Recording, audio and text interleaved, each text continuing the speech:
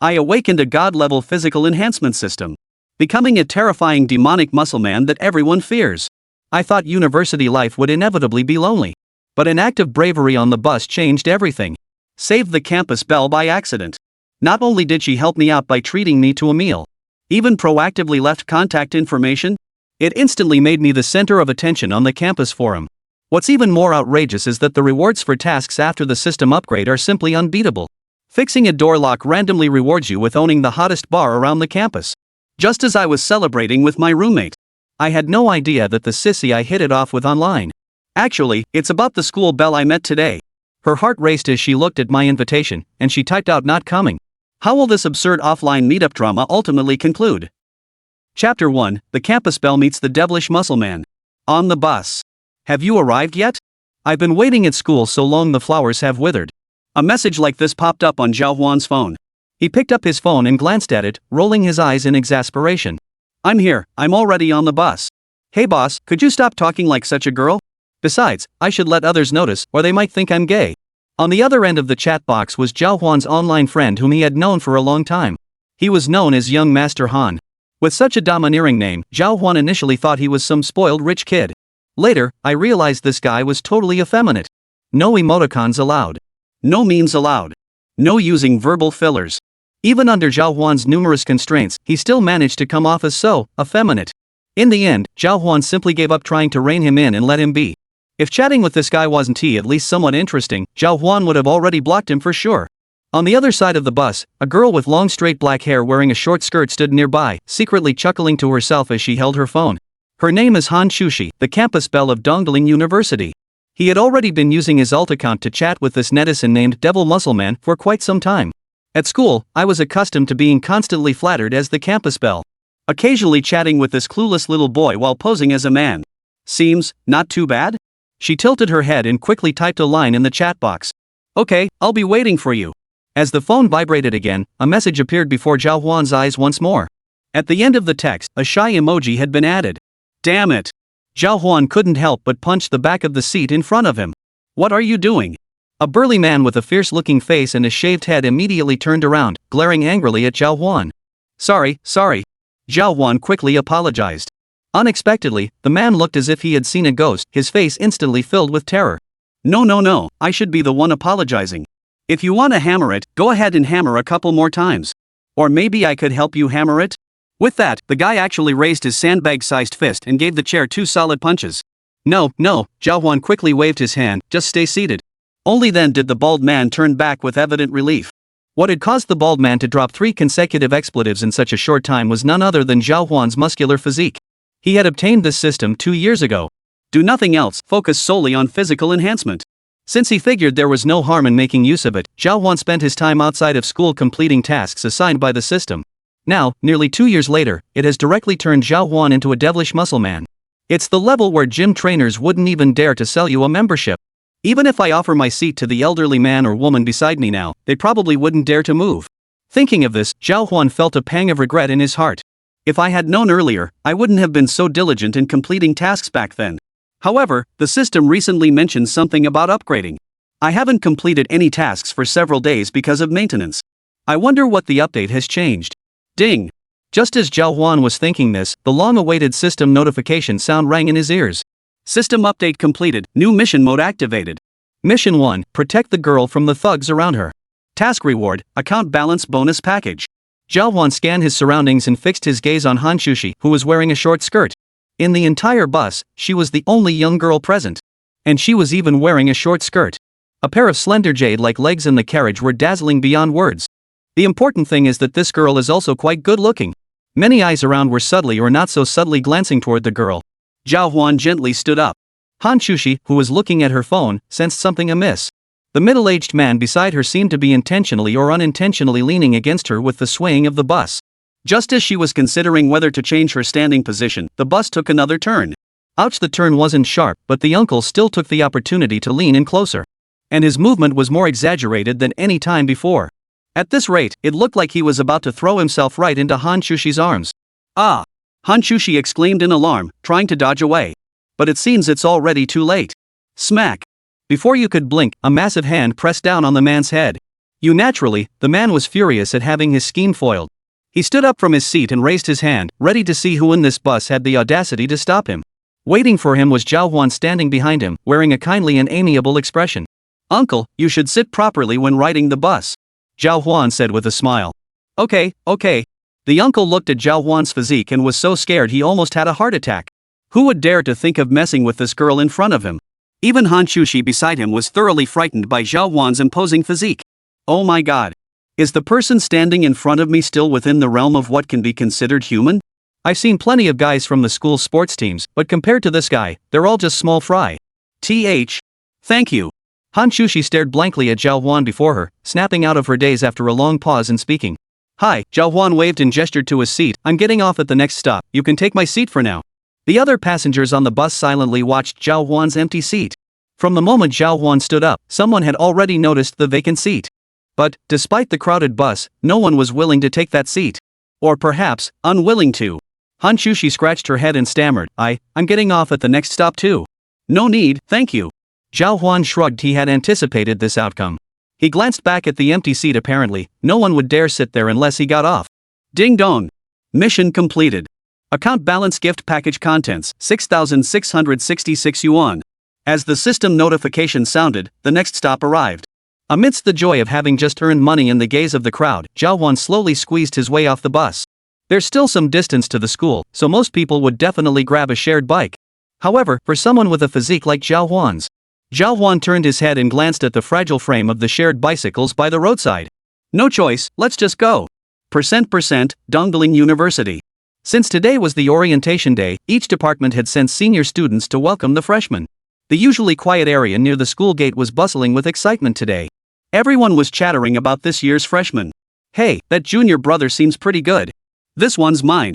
Don't you dare take him. Junior sister. Let this senior brother help you with your luggage. Amidst the laughter and chatter of everyone, a massive figure appeared before them. Oh my god. Chapter 2, The School Beauty Again. Holy, he's actually a student at our school? Who's going to go greet him? Welcome my ass, I bet he can totally handle the luggage himself. The one who could attract such widespread discussion was naturally the tall and burly Zhào Huān. After all, he's almost as tall as Yao Ming now. With that toned muscular physique, he became the center of attention wherever he went. However, he had already grown accustomed to it. Before coming, he had already anticipated this situation and thoroughly inquired about the school circumstances from Hán Shào. Thinking of Hán Shào, Zhào Huān took out his phone and quickly typed a line of text into the chat box. Bro, you're at school now, you're not gonna skip meeting me in person, right? The chat box quickly received a reply. Hee, the time isn't right yet, let's keep some mystery. Zhào Huān took one look and instantly put on a pained expression again. As expected of you, still so girly. Whatever, I'm starving to death now. You said the school's second canteen is good, right? I'm going to grab a meal first. Zhào Huān typed these two replies on his phone again before pulling his luggage and heading towards the canteen. What do you? The canteen auntie began as usual. I never expected that an accidental glance would abruptly cut off the words midair. Hey young man, we don't allow off-campus personnel to get food here. Watching the canteen lady freeze in place, an old man holding a big ladle behind her spoke up. Zhào Huān helplessly massaged his forehead. I'm a student. What? You're a student? Upon hearing Zhào Huān's words, the old man took 2 steps forward and scrutinized the brawny young man before him. Though his face still looked somewhat youthful, his physique.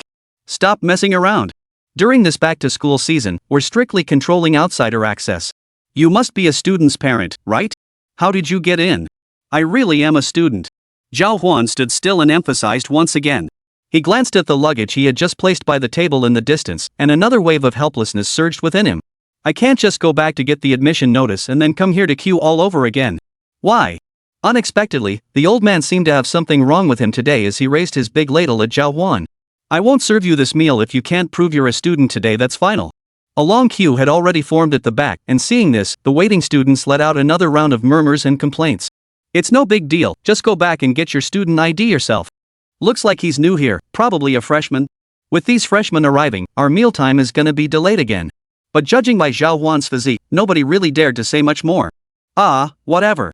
Seeing the standoff continuing, Zhào Huān prepared to concede and go back to fetch his admission letter. I thought I had earned a huge bounty, instantly achieving dining hall freedom.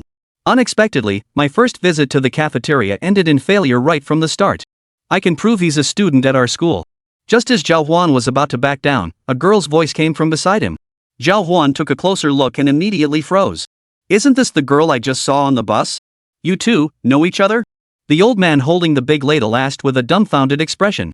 Hán Chǔxī was clearly quite famous at school. Even this old man in front of him recognized her. Yes. Hán Chǔxī nodded firmly. Immediately after, she pulled out yet another blue card. Just swipe my meal card, this one's on me. As soon as these words were spoken, disbelieving murmurs immediately arose all around. Is that the campus belle Hán Chǔxī? She actually took the initiative to help a guy get food? Who would have thought you're into this type? TSK. Alright mate, no more talking, just tell me how much that gym membership you mentioned costs. I'm in, I'll get it done, alright? How unbelievable, it's practically whales of despair everywhere. So, isn't it quite impressive to have your senior deliver your meal card to you like this? Hán Chǔxī sat across from Zhào Huān, grinning as she spoke. Upon stepping onto campus, Hán Chǔxī's aura instantly became overwhelmingly strong. Zhào Huān kept his head down and focused on eating. Thank you, senior. You helped me once, I helped you once, 1-to-1, we're even. Hán Chǔxī said with satisfaction. You should have told me you're also from Dongling earlier, we could have come together. Do you need this senior to show you around the campus later? She looked at Zhào Huān with anticipation, genuinely hoping to help this junior who seemed unfamiliar with the surroundings. No need, senior sister, I still have to move my luggage back to the dormitory later. Zhào Huān said while burying his head in eating. Hán Chǔxī was taken aback. It was the first time she had been rejected so effortlessly. Alright then, Hán Chǔxī said, watching Zhào Huān finish his meal and wipe his mouth before extending her hand. Hand over your phone. What do you want? Although he didn't understand what was going on, out of respect for the previous encounter, Zhào Huān obediently handed over his phone. Hán Chǔxī lightly tapped on the screen a few times with her fair, jade-like fingers before handing the phone back. Another contact named Hán Chǔxī was added to the address book. This is my phone number, and my WeChat ID is the same. Hán Chǔxī said, if you ever run into anything you don't understand, you can come ask me. With that, the two bid farewell at the cafeteria entrance. Hán Chǔxī watched Zhào Huān's retreating figure and couldn't help but reveal a faint smile. His actions on the bus just now had already shown Hán Chǔxī his kind-hearted nature. Given his personality, there's real concern he might stir up some trouble at school. I originally came to the second cafeteria just to see if I could bump into that guy I often chat with online. Delayed by this matter, there were only a few people left in the cafeteria. It seems I'll have to postpone my one-sided secret meetup plan for now. Room 3010, Building E, male dormitory. Three heads were huddled together, looking at an image on a tablet. In the picture, Zhào Huān and Hán Chǔxī are sitting facing each other. It was precisely the photo of their conversation in the cafeteria just moments ago. Hán Chǔxī's fair skin was flawless, and her smile was charmingly sweet. Zhào Huān wore an expressionless face, burying himself in his meal. Damn! What kind of world is this? Who would have thought even the prestigious Dongling University girls are into this? The guy holding the tablet in the middle said first. Yeah, I heard she's even the school's beauty queen. The guy on the right scowled in dismay. She's definitely good looking, but this taste, heart-wrenching, absolutely heart-wrenching, old man. The seemingly gentle and weak-looking boy on the left remained silent. All I can say is, I pity their misfortune but resent their lack of effort, the boy on the right spoke incessantly. Having such a goddess within reach yet not daring to pursue her, only to let her fall into the hands of such an abomination. I can only say our Dongda University seniors are pitiful. Pathetic. Lamentable. Bang! Just as the boy was getting carried away with his speech, a loud noise erupted from the wooden dormitory door. Chapter 3 Don't Worship Me. Clang. The door latch, just secured moments ago, now clattered to the floor. Standing at the doorway was a man towering slightly above the doorframe.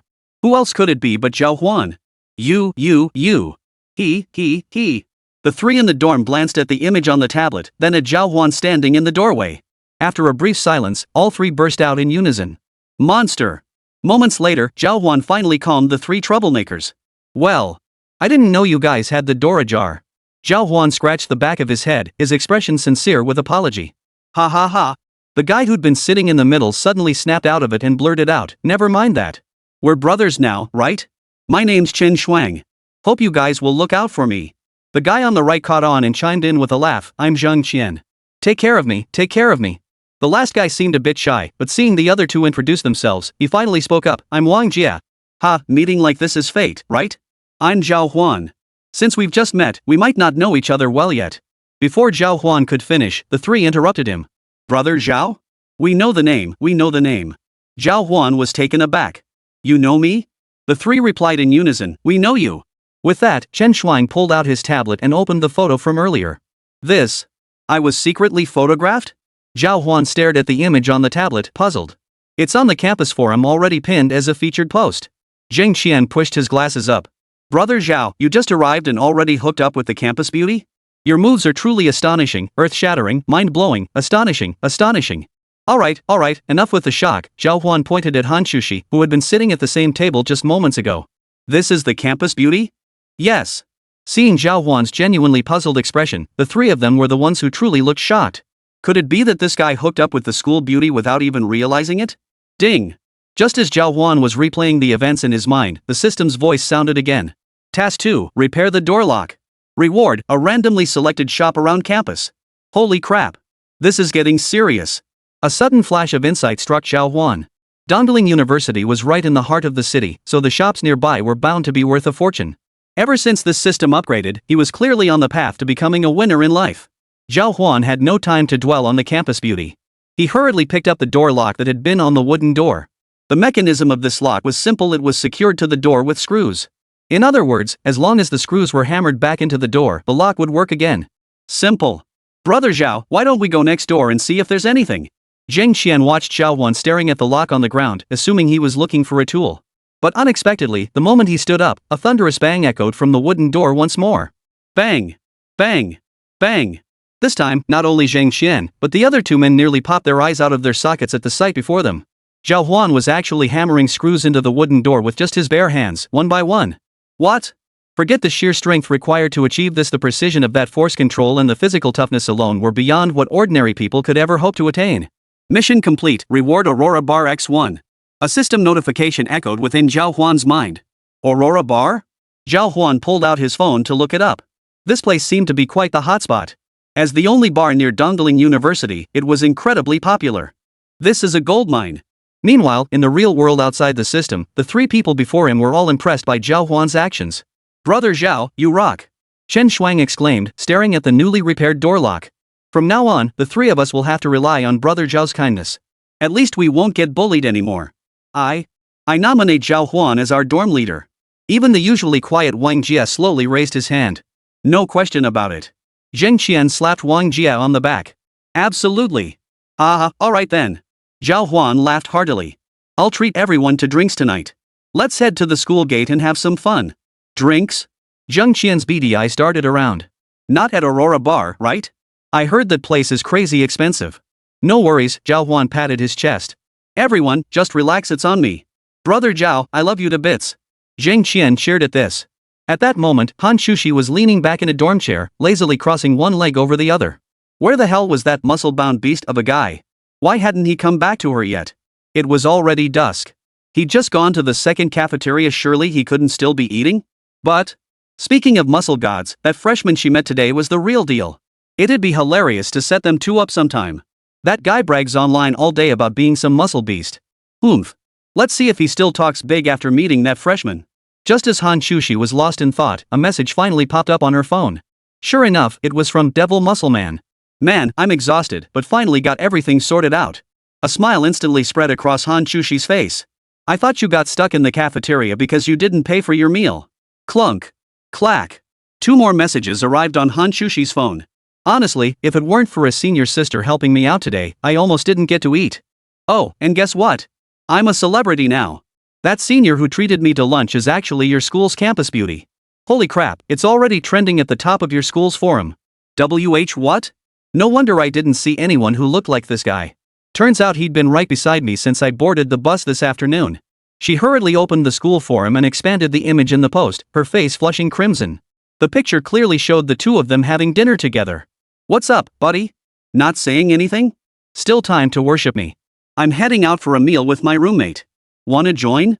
2 more messages flashed across Hán Chǔxī's phone. Before she could reply, another message arrived on her phone. This time, however, it was from her roommate, Yao Yao. Chǔxī, I think I've had a bit too much, come pick me up at Aurora, okay? This Yao Yao, she's clearly had one too many again. What time is it even? Hán Chǔxī inwardly grumbled while trying to hide her pounding heartbeat from the other roommates. She opened the chat window with Zhào Huān again and typed 2 words with venom. Not coming. Would he feel deceived now that he knew she was a girl? Hán Chǔxī's cheeks flushed slightly as she pondered this silently. Therefore, no matter what, she didn't want them to meet like this now. Absolutely not. Chapter 4, The Third Prince of Dongling. Aurora Bar. Wow, this is awesome, Brother Zhao. You brought us straight to a place like this to hang out. Hee hee, I just started college. I've never been to a bar before. So many people. The other three roommates followed Zhào Huān through the bar's entrance, murmuring in awe. Zhào Huān also looked up, taking in the luxurious decor around him. Due to previous missions, Zhào Huān had actually been to quite a few bars like this. But a place this lavish? This was his first time. Welcome. Shortly after entering, a gray-haired old man approached them. The old man looked remarkably spry, and with his attire, he resembled a butler from some wealthy household. Mr. Zhào Huān, would you kindly follow me? Zhào Huān was taken aback, but after settling his roommate, he followed the old man to a secluded corner. A moment later, Zhào Huān walked back toward the booth he'd just reserved for his roommate, feeling quite satisfied. Just moments ago, he'd been pondering how he'd come to own this bar. Surely it couldn't be that the system had just casually mentioned it and suddenly the bar was his? Fortunately, the old man's appearance put his mind at ease. The old man was called Uncle Wu, essentially the previous manager of the establishment. He had called Zhào Huān over earlier specifically to handle the bar's handover. The reason Aurora Bar rose so quickly was because it had a mysterious big boss backing it. Though never seen, this figure consistently provided funding, turning every crisis at Aurora into an opportunity for survival. Though Zhào Huān looked surprised, he knew deep down this was definitely the system's doing. But he didn't bother overthinking it now. What mattered was that this bar was now his. Brother Zhao's got it going on, he even got us our own private booth. Who'd have guessed, huh? Our brother Zhao's a total big spender. I just checked the prices, and they're pretty steep. Maybe we should order a little less. No sooner had they sat down than the three roommates started chattering away. No worries, Zhào Huān waved his hand dismissively. Just treat this place like it's my own bar. You're here to support me. The three roommates were so stunned by Zhào Huān's swagger they couldn't speak. They knew Zhào Huān was loaded, but not this loaded. Before they could recover from their astonishment, another event left them utterly speechless. Junior brother, you're so generous, a female voice sounded behind Zhào Huān. How about buying your senior sister a drink? Before Zhào Huān could turn around, Zheng Qian and the others beside him were already getting excited. Han. Senior Han, hello. Zhào Huān shot them a disdainful glance. They couldn't even speak properly when they saw a woman. Standing behind Zhào Huān was none other than the woman who could cause a sensation at Dongling University, Hán Chǔxī. Beside Hán Chǔxī stood her three roommates, each equally stunning beauties. Seeing Zhào Huān hadn't spoken, Hán Chǔxī showed no intention of leaving. Instead, she acted like an old friend, pulling her roommates over to sit down. Zheng Qian and the others couldn't take their eyes off her, quickly clearing a spot beside them. What's the matter?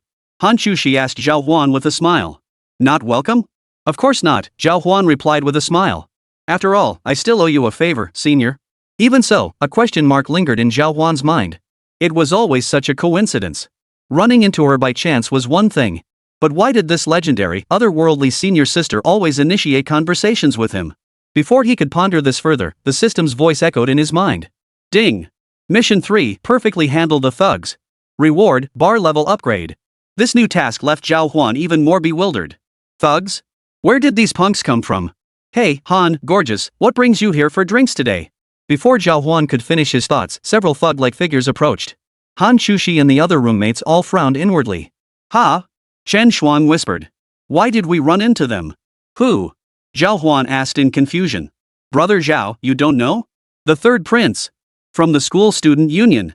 Wang Jie lowered his voice, his words trembling slightly. Zhào Huān scanned the crowd up and down. There were indeed exactly 3 of them. Hearing this, Zhào Huān instantly sneered. Who cares what prince he is? I'm running this booth, what can he do about it? He hadn't been raised to be easily intimidated. Unfortunately, that not too loud voice had reached the ears of the man in charge. From Dongling? The leader, known as the third prince, raised an eyebrow and swept his gaze over the group of boys, including Zhào Huān. The others instantly turned ashen-faced, but Zhào Huān remained coldly smirking, eager to see what tricks this legendary third prince had up his sleeve. Silence. Save for the bar's background music, the surrounding crowd fell utterly silent. Those who frequented this place were typically students from Dongling University. And at Dongling University, the third prince was a notorious figure known throughout the campus. Not only were these 3 skilled fighters, but each was also related to or the offspring of university administrators. Mess with them, and they had 1,000 ways to make you regret it. The leader, nicknamed Monkey Zhang, was lean and wiry, but his eyes flashed with cunning. Even though these 3 were supposed to graduate this year, no one wanted to stir up trouble at this moment. Scared? Zhang Ho asked with a smirk. For Chūxi's sake, you can get the hell out now. Once it's too late, you won't get another chance. Seeing no response, Zhang Ho added. Are we that close? Hán Chǔxī frowned and stood up. If you want to drink, find another place. I'll join you. Though she had uncovered Zhào Huān's true identity, she didn't want to drag these freshmen, who had just enrolled, into trouble over her own affairs. Yet the third prince cared little for such considerations. True to their style, getting things done wasn't enough. After all, the face this brat had just snatched from them demanded satisfaction. The third prince's authority must be re-established. Damn it, monkey brother's talking to you. Seeing no one respond, a chubby fellow behind Zhang Ho lunged forward, delivering a straight kick straight at Zhào Huān. With the force behind that kick, it would leave him dead or crippled. Ah! The girls accompanying Hán Chǔxī covered their eyes and screamed in horror. But the next second, a wave of even more intense gasps erupted around them. Earlier, Zhào Huān had been seated in the shadows, his figure barely discernible under the lights. Now, as he rose, his entire body was exposed under the blue-purple light. In his hand, he gripped the fat man's ankle with one arm, hoisting the entire man upside down. Then, he fixed his gaze on Zhang Ho. I don't think I've agreed to that yet. Chapter 5, The First Bubble Tea with My Senior. Zhang Ho stood rooted to the spot, staring intently at Zhào Huān before him. His mouth hung open wide. Was this even human? The third brother weighed over 200 pounds, and he'd lifted him with just one hand? Run! That was Zhang Ho's first instinct.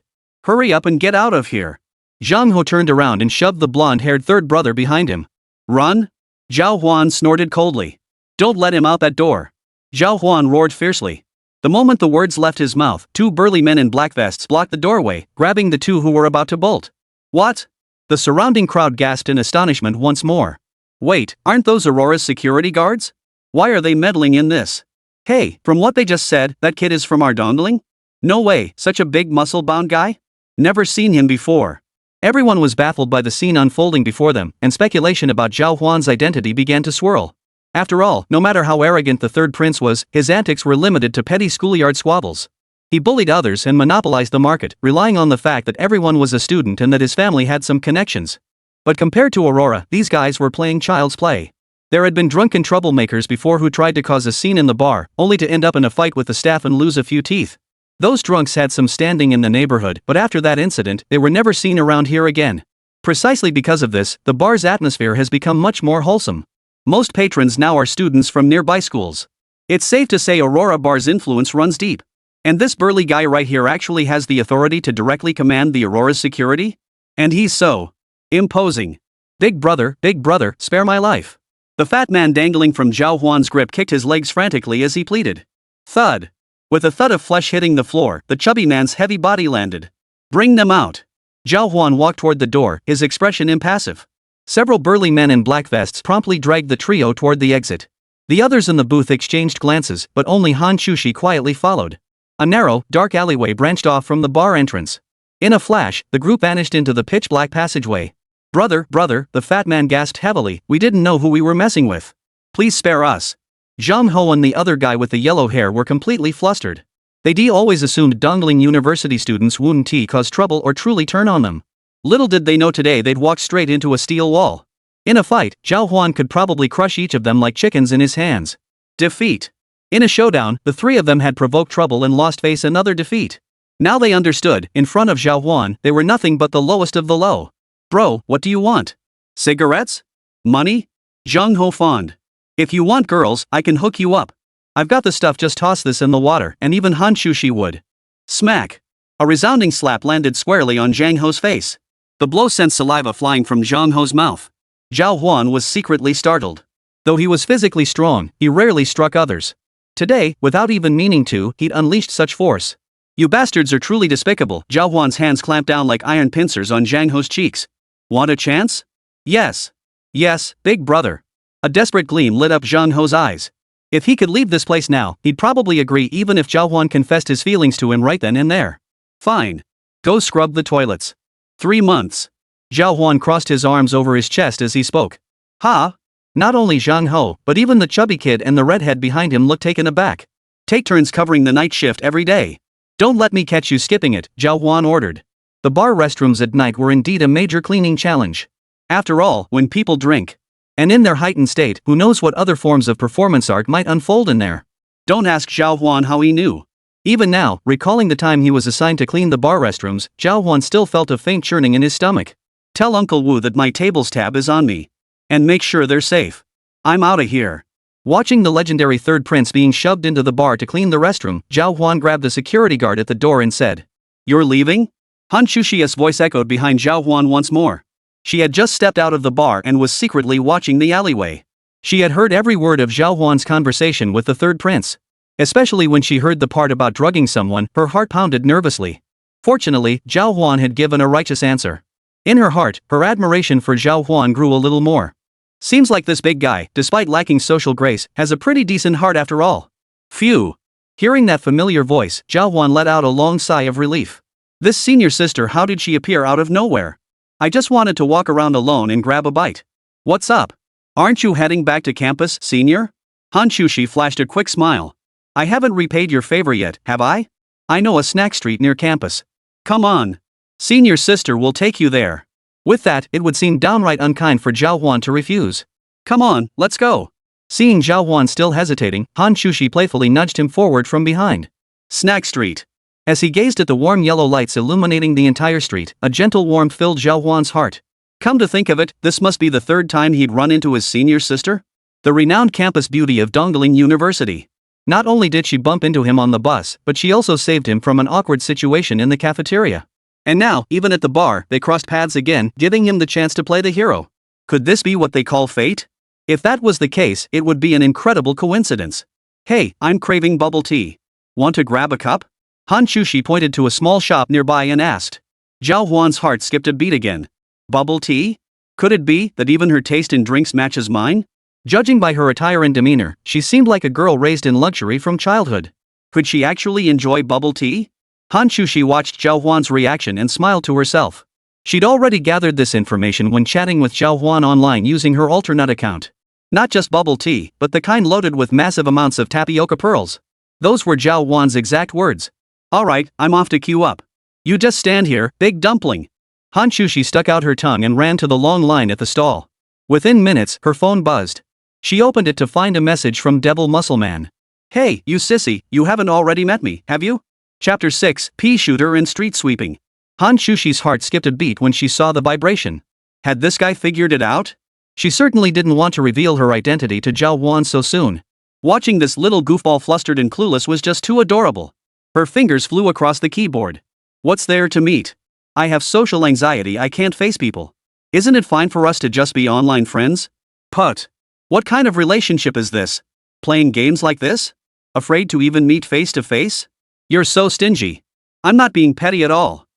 All you ever say is me. Such a sissy and stingy. I'm ignoring you now. I'm going to eat. Fine, eat up. Bulk up like me and you won't be so girly. Mind your own business. After happily chatting with Zhào Huān on the phone, Hán Chǔxī's turn finally came up. What'll it be, sweetheart? 2 bubble teas, both with double pearls, one with half sweet syrup, one with full sweet syrup. Got it, that'll be 16 yuan. Moments later, Hán Chǔxī returned with the bubble tea. Here you go. Thanks, senior. Zhào Huān obediently reached out to take the drinks.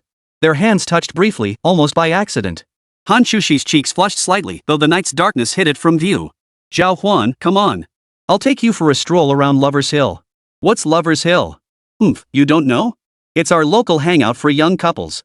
There's a little river at the foot of Lover's Hill. You're new here, so I bet you have tons of questions. We can chat about them while we walk.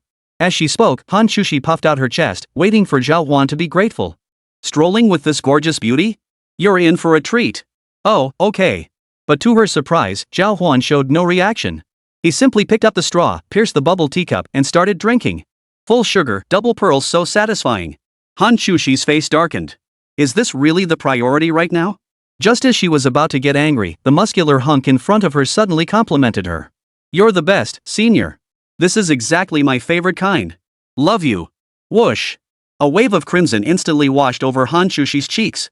You, what are you saying? How did you even know my taste? Zhào Huān suddenly felt something was off. She had only ever mentioned her preferences to young Master Han. Aren't all you straight guys into this kind of thing? Hán Chǔxī flustered for a split second, nearly giving himself away.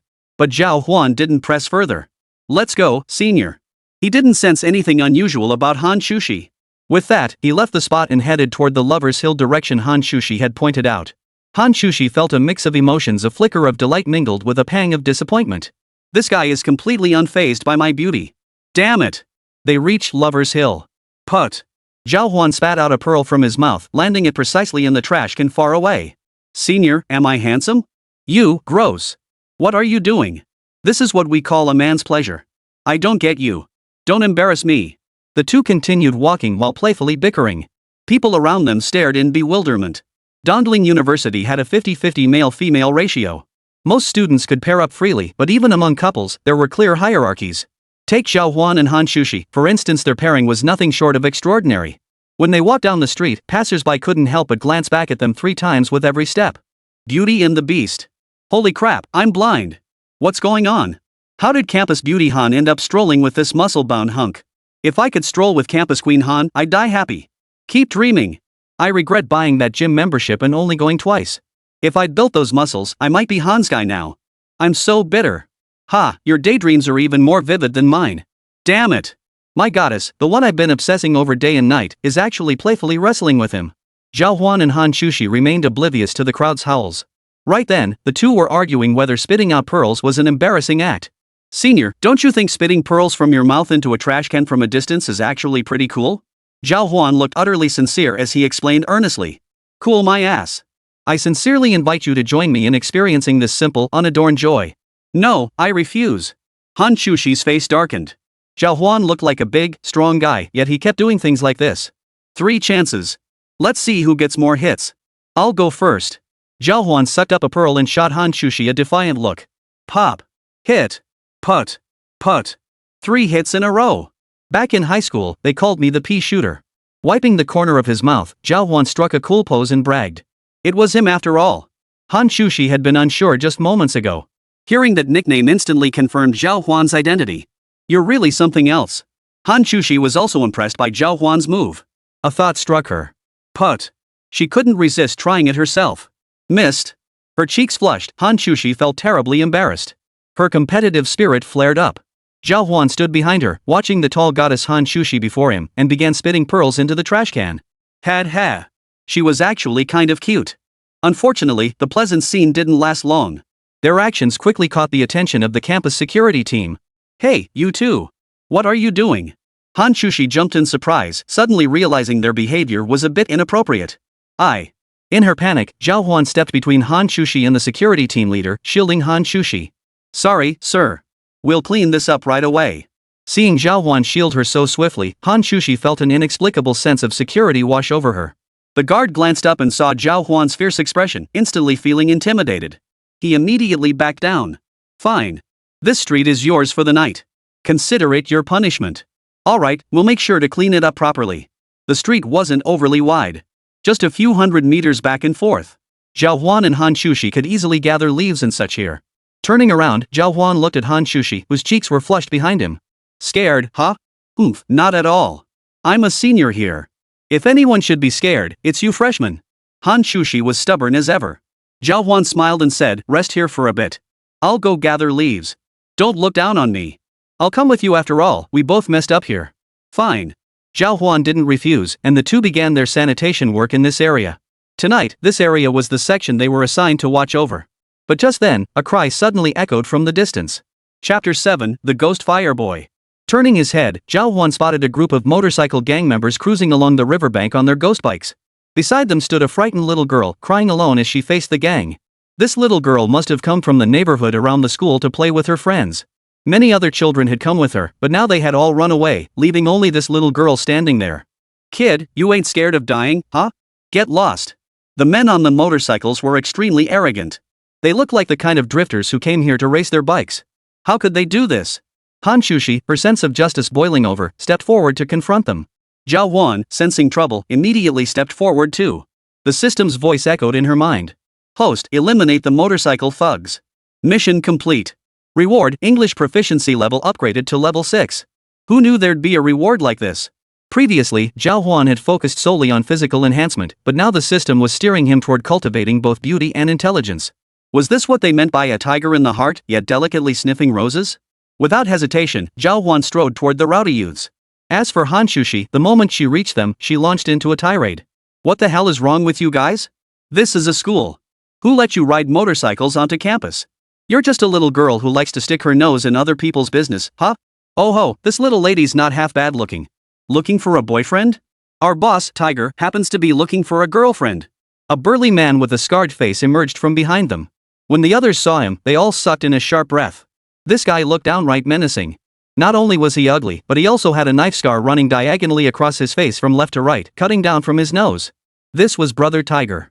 Seeing Hán Chǔxī, his eyes flashed with a momentary look of admiration. You've got some nerve, but you're not fit to manage us brothers. If you're causing trouble on campus, I have to step in. Hán Chǔxī showed no fear, standing tall with her chest out, staring Tiger Brother straight in the eye. Don't think your pretty face will save you from a beating. Tiger Brother threatened Hán Chǔxī in a deep voice, a cruel smile curling his lips. They were all vagrants, barefoot people fear no shoes. Fighting here didn't scare them in the least. Especially since their opponent was just a woman. Many people around them instinctively stepped back. Not a single soul dared step forward to speak for Hán Chǔxī. Earlier, there had been a few admirers who had watched Hán Chǔxī with agonized admiration. But now, they all fell silent. They quickly dialed the campus security team, but at this hour, the sanitation duties had been handed over to Zhào Huān, and they had just clocked out. There was nothing to be done. Hearts sank among the crowd. Hán Chǔxī saw Brother Hu and the others approaching and instinctively took a step back. They were just students, no match for this gang of thugs. But just then, a tall figure appeared behind her. A hand rested on Hán Chǔxī's shoulder. A sudden warmth washed over Hán Chǔxī, as if she'd found a pillar of support. Who are you looking to take on? Zhào Huān's voice came from behind. Before Brother Hu could react, a slap landed squarely on his face. Damn it! Who the hell? Looking up, Tiger Brother froze. The man before him towered over him by a full head. His muscles were like granite, sharp and angular. Racing by the river at our school and acting so cocky? Looks like you don't know the meaning of death. Zhào Huān lifted the 200-plus-pound Tiger Brother with one hand. As if lifting a little chicken. Such strength was utterly unnatural. You. The thugs surrounding Tiger Brother were nothing but bullies who picked on the weak.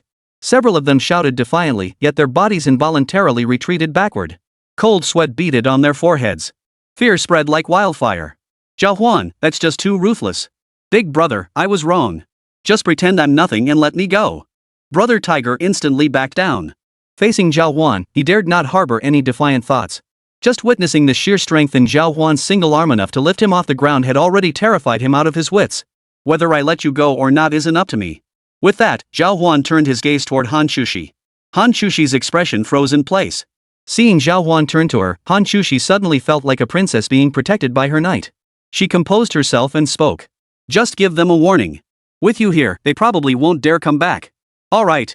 Zhào Huān flicked his wrist casually, sending Tiger Brother flying 3 meters away. Thud. He landed face first on the ground, his clothes already torn to shreds from scraping against the pavement. But he dared not utter a word, scrambling instead onto his motorcycle to make his escape. V-room. Smack. Another slap landed squarely on his head. You dare ride a motorcycle on campus? Brother Tiger's body trembled, and he quickly bowed his head. Big brother, I'm sorry, I'll push it. The group of underlings behind him quickly followed Tiger Brother's lead, pushing their motorcycles away. Their earlier arrogance vanished completely.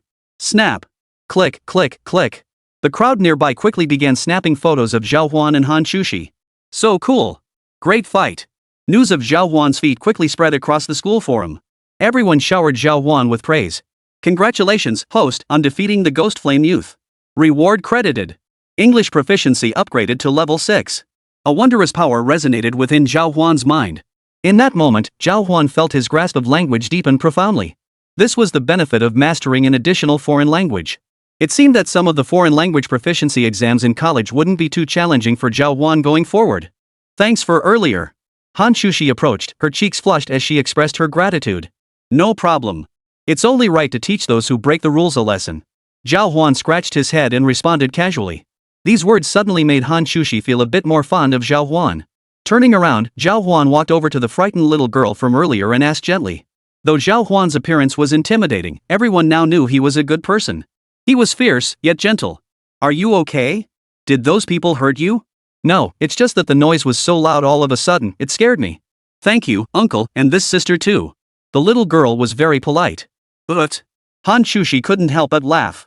Chapter 8, Interrogating Hán Chǔxī. Zhào Huān felt a bit awkward. Do I look that old? To be honest, Zhào Huān was quite handsome.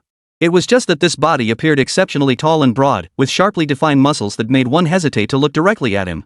That was precisely why the other person mistook Zhào Huān for an uncle. In reality, by the time he reached his 30s or 40s or even older, Zhào Huān would actually appear younger. That's the unique advantage of having a muscular build. Hán Chǔxī was already laughing uncontrollably beside them. Well, sister and uncle will be heading out now. You two keep playing. Bye, sis. The little girl waved goodbye to Hán Chǔxī. Zhào Huān and the others also left the area.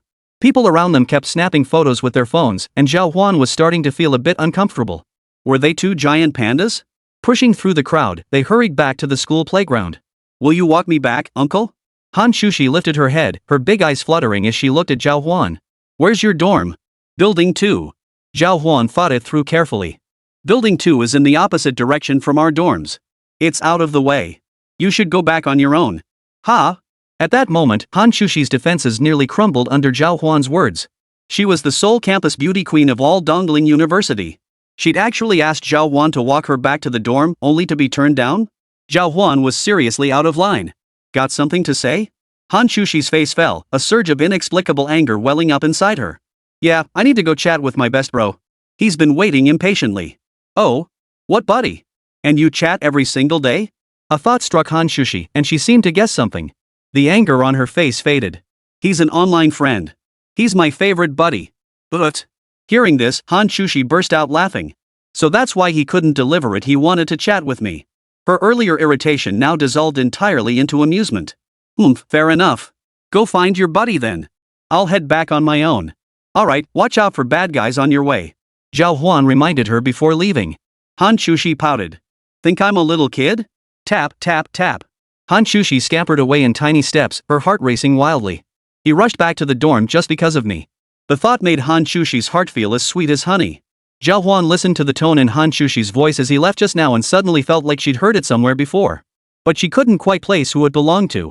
Finally over. That senior is such a clingy pain. Sighing deeply, Zhào Huān turned and walked away with heavy steps. Meanwhile, Hán Chǔxī remained blissfully content. She turned and took just a few steps before immediately grabbing her phone. Beep beep beep, young Master Han is calling Devil Muscle Man. What the hell? You cowardly bastard, too scared to meet in person, yet you have the nerve to text? Hey! We're connected by the internet, cherish this bond. We can chat online anytime. Why insist on meeting in person? Fine, fine. Oh, and remember to pack some sunscreen tomorrow. It's early September, school just started, and we've got military training coming up. Thanks for the reminder. Too bad this big shot doesn't need it. Real men like us always go barefaced. Naive. Tomorrow I'll see if you're really a real man. A smile involuntarily spread across Hán Chǔxī's lips as she returned to her dorm room. Hey, Han, what's up? Feeling flirty today? Look at those cheeks, all rosy. Ha ha ha. The moment she stepped into the dorm, 3 girls swarmed around her. No way. You gossipy busybody, keep talking and I'll tear your mouth off. Hán Chǔxī got along great with her roommates, and the moment she returned, they were already playfully wrestling. The girl who had spoken to Hán Chǔxī earlier was named Dongli. Her family was from the northwest, and she had an extremely cheerful personality. Just then, another girl walked over, grinning as she pulled out her phone. Oh my gosh, stop pretending. Look! Han the beauty and that muscle-bound hunk are both trending at #1 on the school forum today. With such a handsome boyfriend, I wonder if she'll ever introduce him to us. The girl speaking was Chen Lan, a local whose family ran a business. She was pretty and well off. If you ask me, we should just go see them ourselves. Otherwise, who knows how long Han the beauty will keep her hottie hidden away. Lin Yu, standing between them, made the decision outright. Lin Yu hailed from the capital. Her family background was shrouded in mystery, and she herself was exceptionally beautiful, the second most stunning girl in school after Hán Chǔxī. Xiao Yu's right, sisterly. Let's take matters into our own hands. No problem. What are you doing? 2 hands slipped under Hán Chǔxī's armpits, her long white legs lifted off the ground. The trio tossed her onto the bed and began tickling her underarms. If anyone from school saw this steamy scene, they'd definitely get a nosebleed. These 4 beauties, each with their own charm, gathered together to roughhouse it was pure bliss. Tell me. Stop, ha ha ha, stop. Hán Chǔxī couldn't take the tickling anymore and finally surrendered. Alright, confess and get leniency, resist and face harsher consequences. The youngest, Lin Yu, sat to the side and solemnly reminded them. The slightly older Dong Li and Chen Lan fired off questions one after another. First, how did you two meet? Online friends. Hán Chǔxī's cheeks flushed as she shyly replied. How long have you been seeing each other? Just today. Ha? When did our beautiful Han become so bold? All 3 stared wide-eyed, seemingly unable to believe it. No way. Chǔxī is so pure she can't be fooled by someone like that. Dong Li fretted to herself. Exactly. A muscular hunk is great, but this is way too fast. Is he some kind of fitness trainer? Did he max out his sweet-talking skills? Lin Yu and Dawn Li were thinking exactly the same thing. But Chen Lan, standing nearby, pushed her black-rimmed round glasses up her nose and offered a rather intellectual perspective. You girls just don't get it. According to scientific research, whether men and women like each other can be determined within 3 seconds of meeting. Ha! Hán Chǔxī and the others perked up with interest. Of course, this rule doesn't apply to everyone. I suggest we go observe the freshmen together tomorrow. Isn't Chǔxī part of the student council? Chen Lan's suggestion immediately gained support from everyone except Hán Chǔxī. Yay! Perfect chance to check out some hotties. Plus, we can keep an eye on Chǔxī. I'm hoping to score a free meal if he hooks up with our dorm's top beauty. He's gotta treat us to dinner. Lin Yu was all in, promptly approving the plan. Fine, but he's pretty intimidating. Hope you guys don't get scared. Seeing her roommates unanimously approve the plan, Hán Chǔxī could only nod in agreement. He looks handsome in the photos. Exactly. Hán Chǔxī's face darkened. She had no idea how to explain that Zhào Huān was actually a muscle-bound Hulk. It wasn't obvious in the photos, most were taken right up close to his face. This made Zhào Huān's handsome features stand out, creating a misleading impression for the 3 girls. What they didn't know was, only when standing face to face with Zhào Huān could they truly feel the overwhelming presence radiating from him. Chapter 9, The Cafeteria Warrior. While Hán Chǔxī and the others were roughhousing, Zhào Huān had already returned to the dormitory. The moment Zhào Huān stepped into the dorm, the entire floor erupted. Zhào Huān's back. Zhào Huān is back. Spread the word, Zhào Huān is back. Zhào Huān was utterly bewildered. Within moments, the entire floor had spilled out. Holy! Zhào Huān, you're awesome. Scoring with the school hottie on your first day? We're impressed.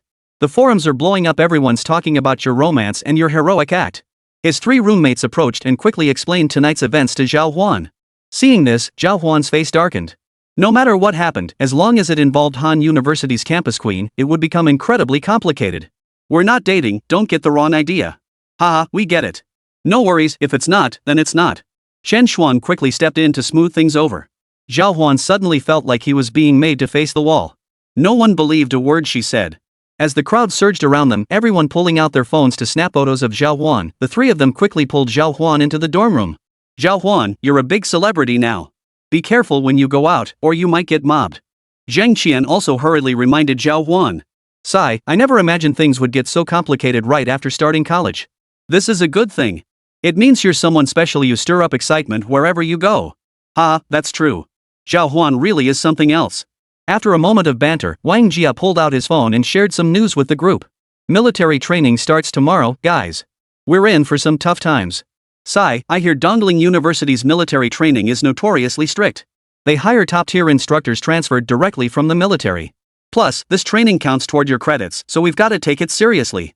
Chen Shuang explained earnestly to the 3 of them. Zheng Qian listened with a grim expression. I'm already in poor shape. If they push us too hard, I'll probably end up passed out on the field. What choice do we have? It's tied to our credits. We have to perform well, even if we can't, we have to push through. Wang Jie offered consolation from the side. Zhào Huān looked surprised upon hearing this. Is this military training different from the usual kind? Yeah, this one lasts nearly 2 weeks, and the training load is supposedly several times heavier than at regular schools. Zhào Huān should be fine, though. He looks pretty solid to me. Chen Xuan was incredibly envious of Zhào Huān's muscles. As someone who also worked out regularly, he just couldn't achieve Zhào Huān's level of physique. Zhào Huān didn't say much.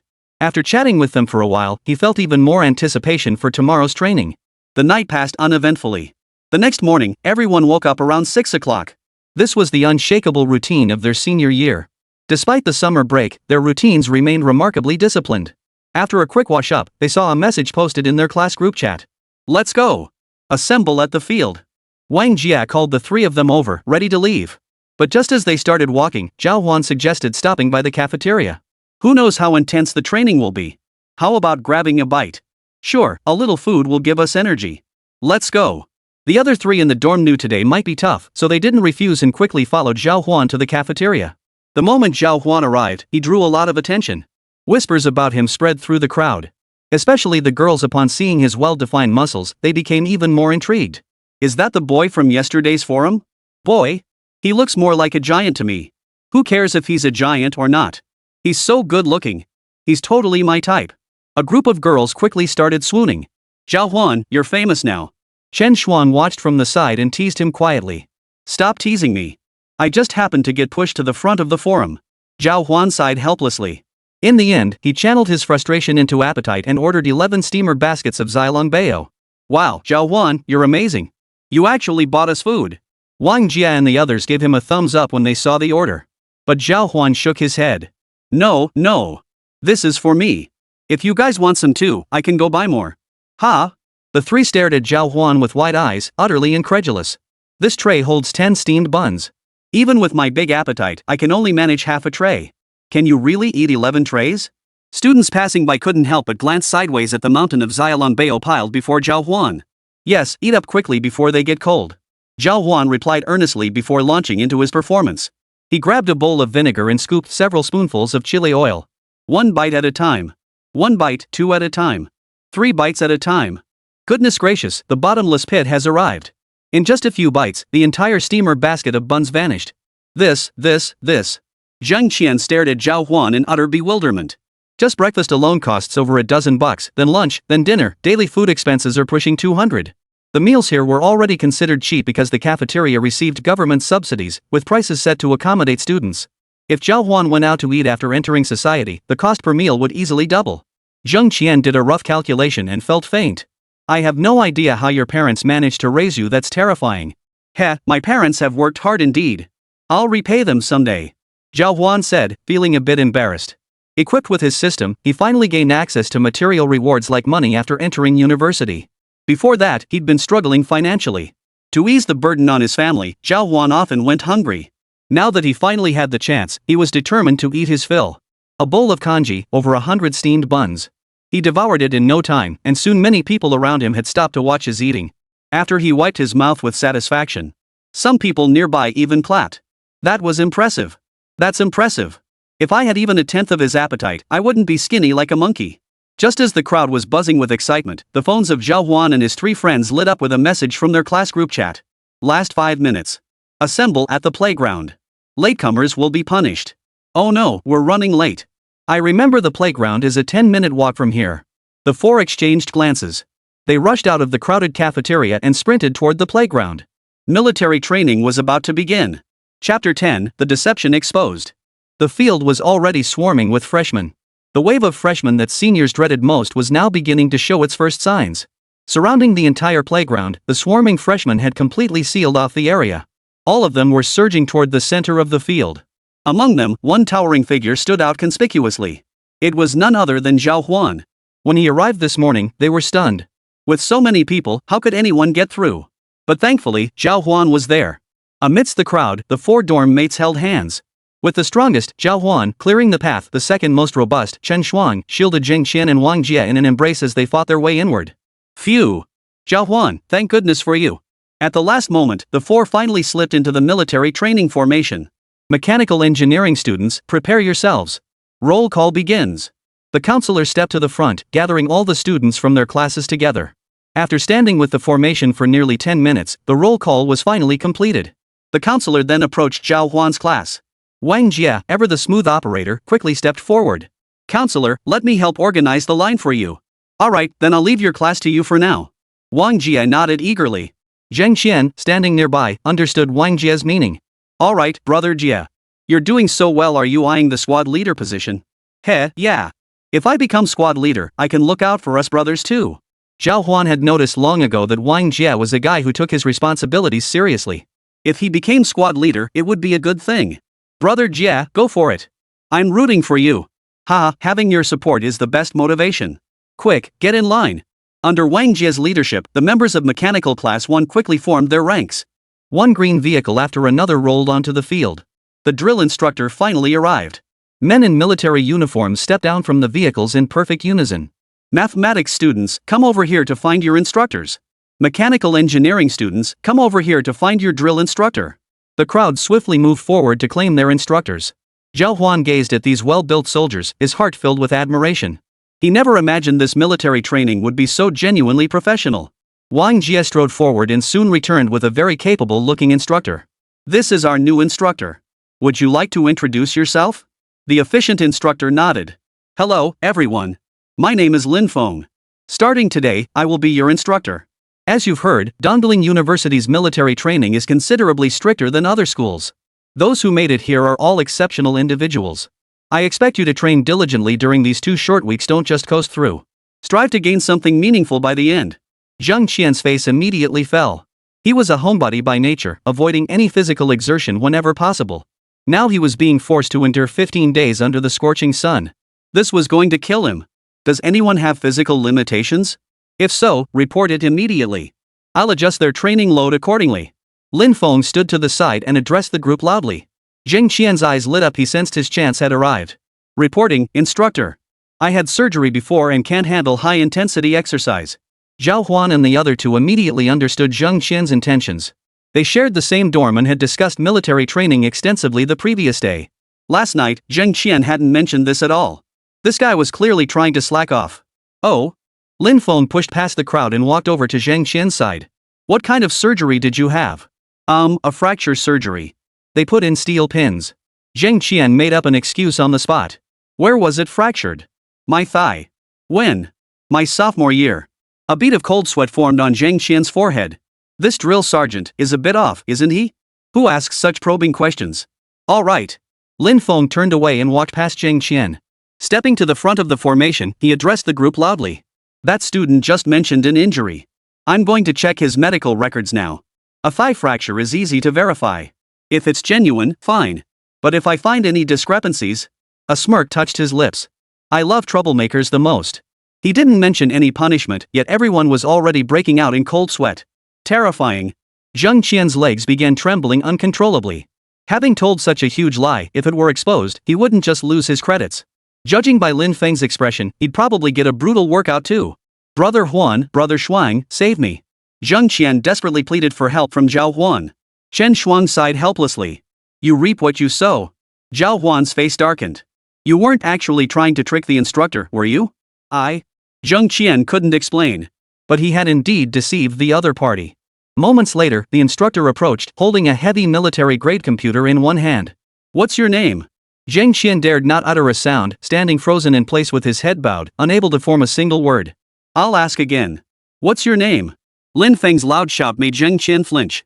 Zhang Qian. After entering Zhang Qian's name, Lin Feng began scanning medical records from hospitals nationwide. Where is he from? There are several fracture cases here under the name Zhang Qian. Zhang Qian's composure had completely shattered. Even if asked to guess a name at random, he couldn't have answered. What do you mean, what? You don't even know which hospital treated you? Where are you from? Another thunderous shout sent Zhang Qian's soul scattering. Zhang Qian's defenses finally crumbled. Instructor, I'm sorry. I'm not sick. Please let me go. He gave up resisting. Zhào Huān sighed deeply from the sidelines. Zhang Qian, why bother? Lin Feng, standing at the front, smiled upon hearing Zhang Qian's words. He turned the computer around. The screen was blank, it wasn't even turned on. He hadn't even turned it on, just bluffed a couple of lines, and Zhang Qian was already terrified. Zhang Qian's face was now twisted with bitterness. Let you off? You dare play me for a fool? There's no way I'd let you off. Military training is meant to toughen up lazy bums like you. Lin Feng's voice echoed throughout the entire formation. Stepping up to Zhang Qian, he grinned and slapped him on the cheek. You're Zhang Qian, right? Which dorm are you in? Zhang Qian's heart skipped a beat. Instructor, this is all my own fault. It has nothing to do with our dorm. Answer what I ask. Though somewhat sly, Zhang Qian wouldn't betray his friends. Seeing Lin Feng intent on punishing the entire dorm, he clamped his mouth shut, letting the drill sergeant yell into his ear without uttering a sound. Zhào Huān and Chen Shuang exchanged glances, each nodding in understanding. Zhào Huān nodded too. As roommates, they couldn't just stand by. So Zhào Huān stepped out of the line. Male Dormitory Building E, Room 3010. Chapter 11, The Shocked Lin Feng. Everyone's heart sank. Why did he have to come out and cross paths with Lin Feng at this moment? What was Zhào Huān thinking? Watching Zhào Huān step out of the line, Lin Feng looked up, his first glance filled with surprise. This kid seemed absurdly well built. But years of military discipline allowed Lin Feng to recover quickly. He fixed his gaze firmly on Zhào Huān's eyes. You're his roommate? Yes. If you're his roommate, why didn't you call him out when he came out lying just now? Instructor, this was my mistake. I'm willing to accept punishment. Zhào Huān stepped forward because he didn't want Zhang Qian and the other guy to get into a serious fight. It also gave Lin Feng a way out. Hearing Zhào Huān's frankness, Lin Feng's lips curled in a sneer. How big is this field? Wang Jia hurried forward. Reporting, instructor, it's a 500-meter main field. Good. Since your roommate is so loyal, I'll give you a fair chance. With that, Lin Feng pointed directly at Zheng Qian and declared. Starting now, Zheng Qian has one morning to run 200 laps. If he completes them, I'll let this matter drop. Otherwise, I'll report it to the Academic Affairs Office, and none of you will escape punishment. Oh, and you can run those 200 laps together. Averaged out, that's only 50 laps each. Pretty loyal, huh? I'll see just how loyal you really are. Whoa. Everyone sucked in a sharp breath. 200 laps? That's murder. Even 50 laps would add up to 25 kilometers. That's practically a marathon. It was already 7:30. They weren't made of iron, how could they possibly finish before midnight? All right. Just as everyone was feeling sorry for the four of them, Zhào Huān nodded in agreement. It's only 200 laps. The four of us together can manage it. Zheng Qian grimaced but nodded reluctantly. Lin Feng turned to the others and declared. Starting today, anyone who disobeys orders or slacks off will face Zheng Qian's fate. The group of students fell completely silent, not daring to utter a word. Chen Shuang and Wang Jie hurried over to join Zhào Huān, ready to help Zheng Qian share the load. Brother Huān, I'm really putting you guys through this. Zheng Qian said guiltily to the three. But Zhào Huān patted him on the shoulder and began assigning tasks. No problem. 10 laps, that's just 5 kilometers. You can handle it, right? Think of it as exercise. You can take it slow. Huh? 5 kilometers? Sure, but didn't the instructor say 200 laps? I'll run the rest. I'm in pretty good shape. Zhào Huān scratched his head and muttered under his breath. All three roommates were stunned. You mean you could run that much by yourself in just one morning? Wang Jie stared at Zhào Huān in disbelief. Chen Shuang and the others stared at him as if he were a monster. Yes.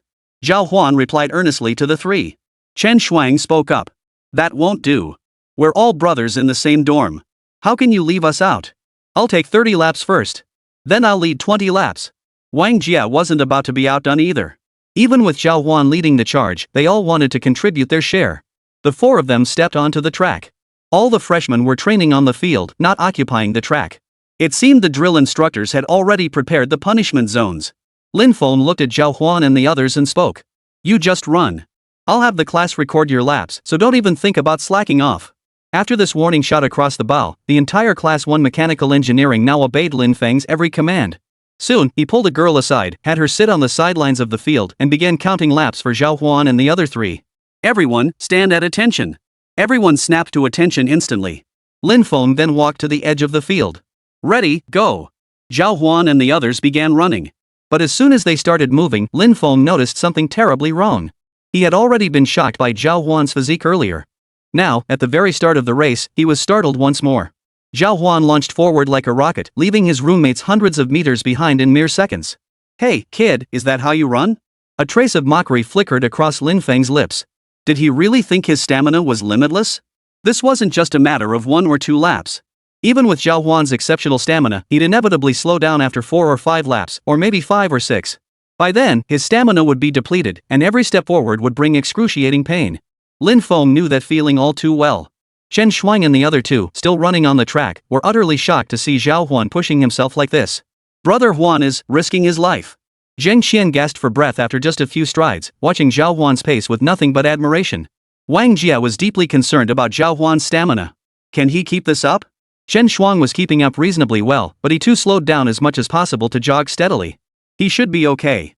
Zhào Huān isn't the type to make empty boasts. But he's terrifying. Zheng Qian panted as he followed the two downhill. No sooner had the three finished speaking than Zhào Huān caught up from behind. He'd lap them. Swish! Like a gust of wind. Zhào Huān swiftly pulled ahead of them again. His speed showed no sign of slowing.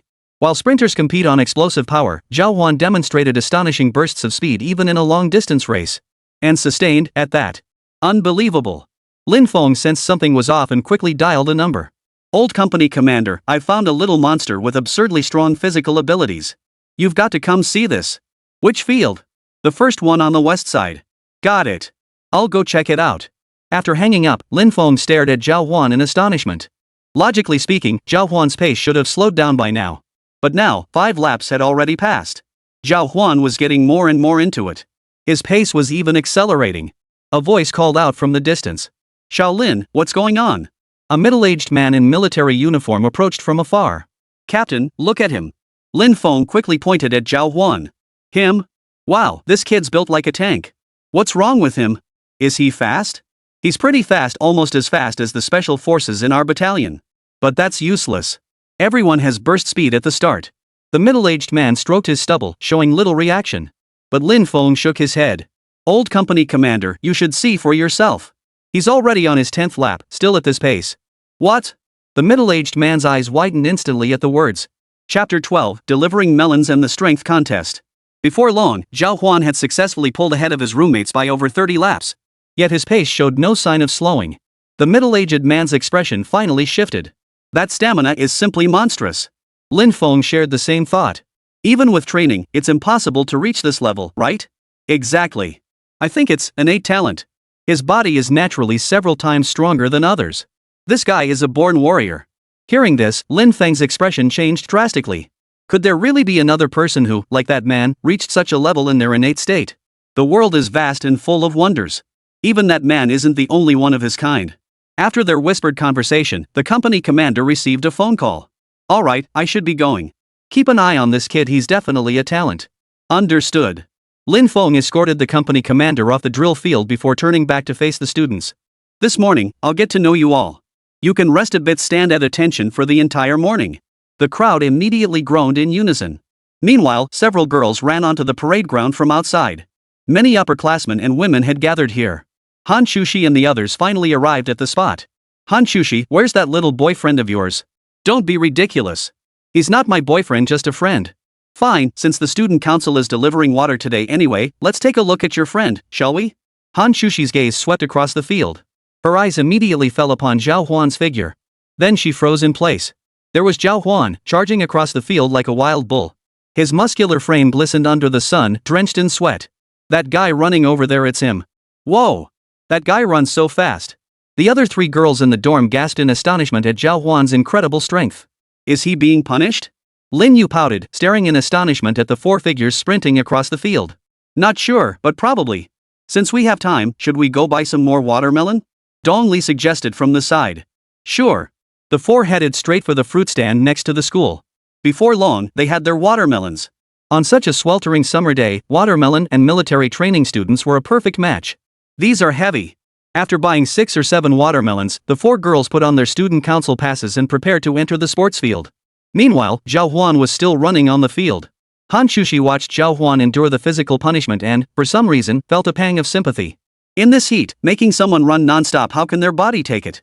Shenlan immediately understood what she meant. Feeling sorry for your little boyfriend, huh? No way. Dong Li looked puzzled at this. Come to think of it, why are they running for so long? Ever since the group first arrived, Zhào Huān and the others had been running here. And they were still running. Was he a monster? During their chat yesterday, Hán Chǔxī had heard Zhào Huān mention he was in class 1 of the mechanical engineering department. So she stepped forward, intending to ask their instructor. Hello, are you the instructor for class 1 of the mechanical engineering department? Lin Feng looked at the pretty girl approaching from behind, slightly surprised. Yes, I am. What's up? Well, we're from the student council here to deliver watermelons. You've been working so hard for so long, why don't you sit down and have some watermelon with us? Sure. You guys are pretty thoughtful. Lin Feng nodded. He didn't notice that while speaking, Hán Chǔxī's eyes kept drifting toward the figure on the playground. Everyone take a break and come over for some watermelon. The first day of training didn't have to be so strict. Apart from Zhào Huān and a few others, most students were just standing at attention. Spotting a few still running laps on the field, Lin Feng waved at them. Come over here. Zhào Huān and the others finally came down from the field after seeing his gesture. Have you learned your lesson? Lin Feng frowned as he stared at Zheng Qian. We've learned our lesson. Please let us off, instructor. Zheng Qian begged for mercy. Zhào Huān had already run over 100 laps, and each of them had completed more than 10 laps as well. The 3 others besides Zhào Huān were all exhausted. Today, they'd learned their lesson for good. Seeing their state, Lin Feng relented. That's enough for today. You lot return to your units and eat. Zhào Huān, you come with me. Me? Zhào Huān asked in surprise, and the other man immediately nodded. Yes, you. Instructor, why are you calling him over?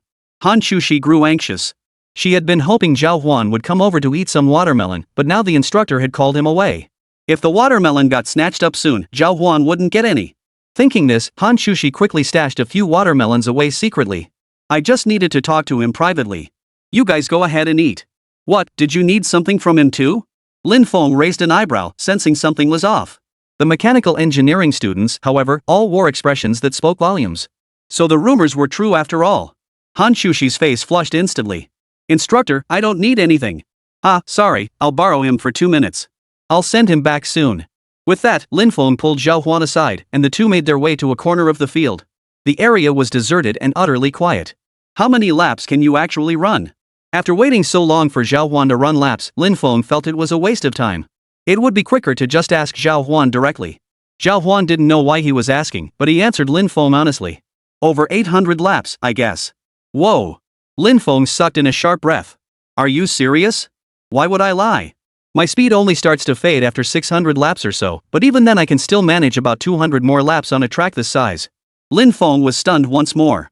Gripping Zhào Huān's shoulders with urgency, he pressed. Did you train to reach this level, or was this power innate? Zhào Huān looked puzzled, unsure how to classify his own body. Truthfully, Zhào Huān had only gained his enhancements after acquiring the system. But he hadn't undergone any significant training. If he had to be honest, it was probably innate. I haven't undergone much training. You little rascal. Lin Feng's face lit up with delight. In that moment, he felt like he'd stumbled upon a priceless treasure. Just as Zhào Huān was puzzled, Lin Feng suddenly reached out his hand and said to Zhào Huān, let's test our strength. Show me what you're really made of.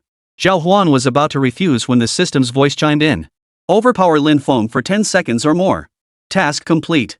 Reward, 30,000 funds. Chapter 13, the instructor dislocated his shoulder. Alright. Zhào Huān could only extend his thick hand and gently clasp Lin Feng's. The moment their hands touched, Lin Feng began exerting force. He squeezed Zhào Huān's palm with all his might. Unfortunately, Zhào Huān's frame was considerably broader than average, making it difficult to apply force effectively. Compounded by Zhào Huān's bones being far denser than average. Lin Feng's grip felt like squeezing steel bars he couldn't budge an inch. Who do you think you're looking down on, kid? Use some strength. Lin Feng felt utterly disrespected. Zhào Huān hadn't exerted any force at all up to this point, yet even using all his strength, Lin Feng couldn't inflict any damage on him. This was nothing short of humiliating for him. I'm afraid you can't handle it, instructor. Bull. What can I not handle? Do you think I'm some whiny little kid? Fine then. Zhào Huān nodded helplessly, then began to exert himself. A tremendous force surged through the hands they clasped together. In that instant, Lin Feng felt as if he'd been clamped by a pair of vice grips. His strength was swiftly overwhelmed after only a brief moment of resistance against Zhào Huān. However, Zhào Huān didn't continue exerting pressure. Instead, he silently counted to 10. Throughout this time, Lin Feng refused to concede defeat, constantly trying to break free. He tried to pull Zhào Huān's strength to one side, then counter-pressure him. Unfortunately, his efforts proved utterly futile. As Zhào Huān counted to 10, a sharp crack echoed from Lin Feng's hand.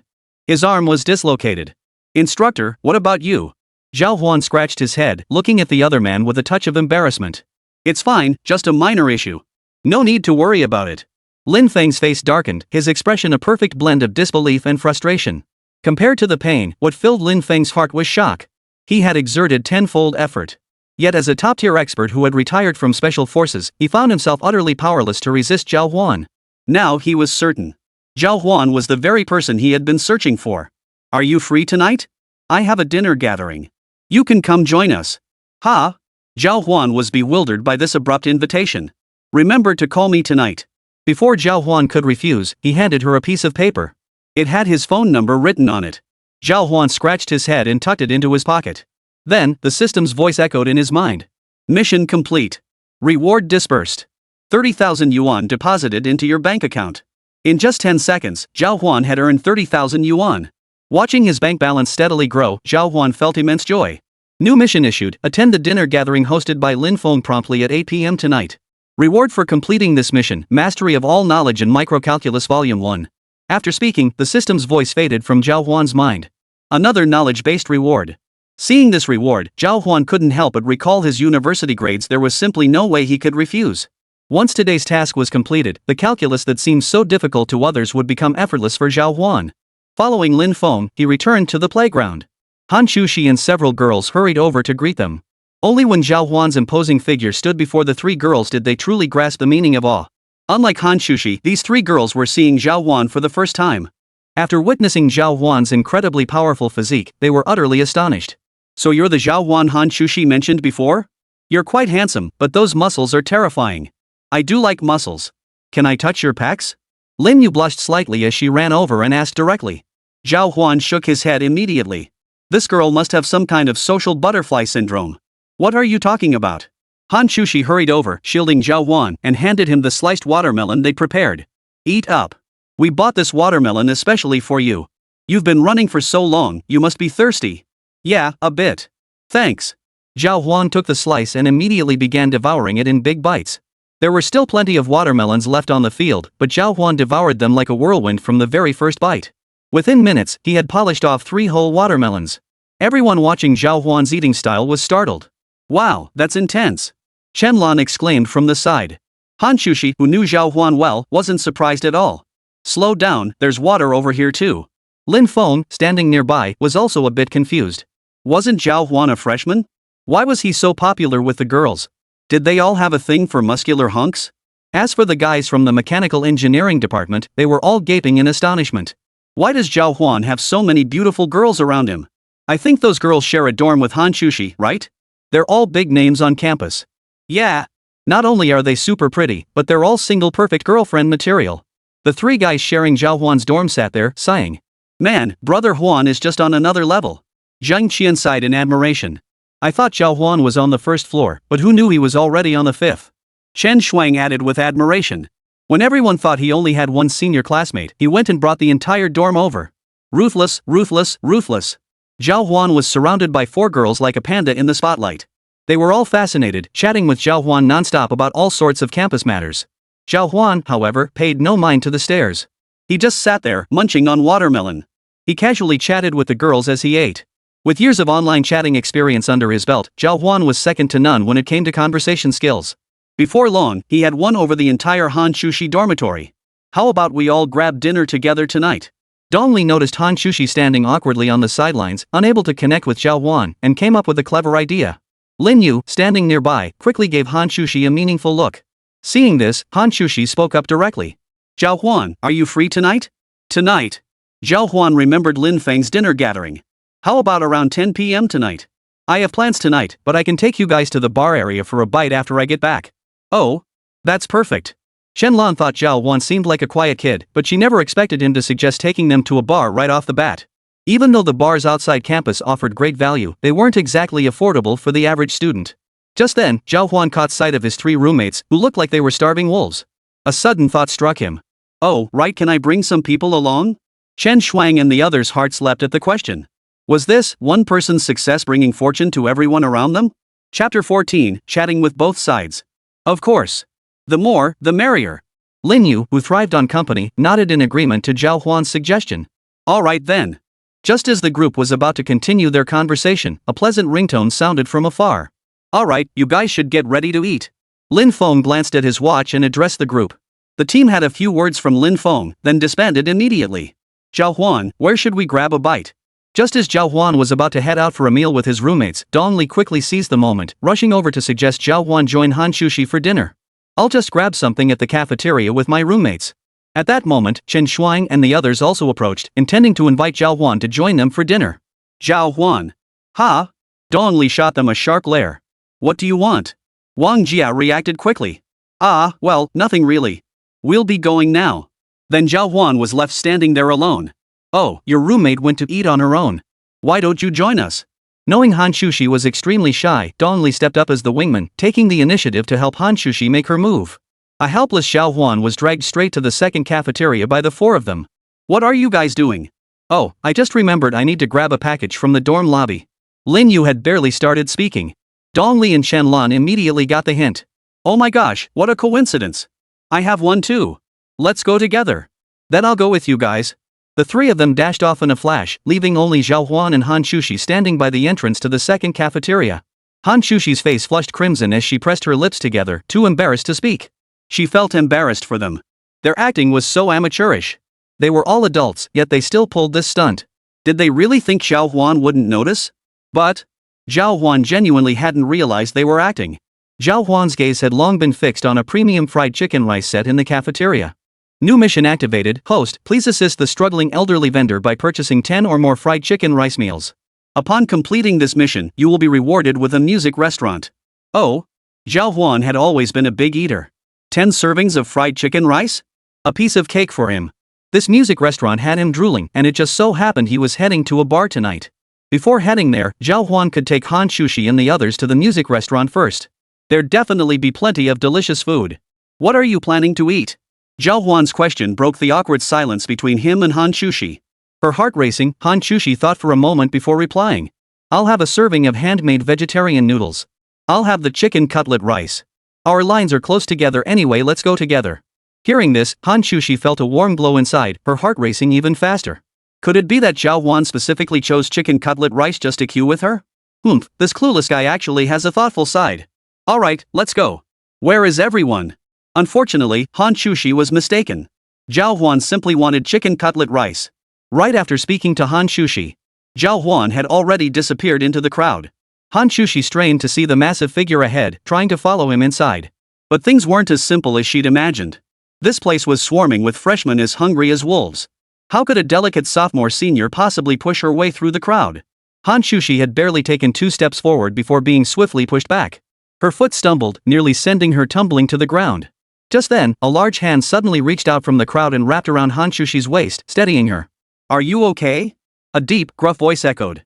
When Hán Chǔxī looked up, a towering figure stood before her. Even amidst the endless sea of people surrounding them, Hán Chǔxī could still feel an overwhelming sense of security beside Zhào Huān. I'm fine. Zhào Huān carried a uniquely captivating scent. When that scent drifted into her nostrils, Hán Chǔxī felt her cheeks flush instantly. Neither Zhào Huān nor Hán Chǔxī noticed. 3 sneaky figures stood nearby, laughing so hard they could barely breathe. They were, of course, the trio from Hán Chǔxī's dorm.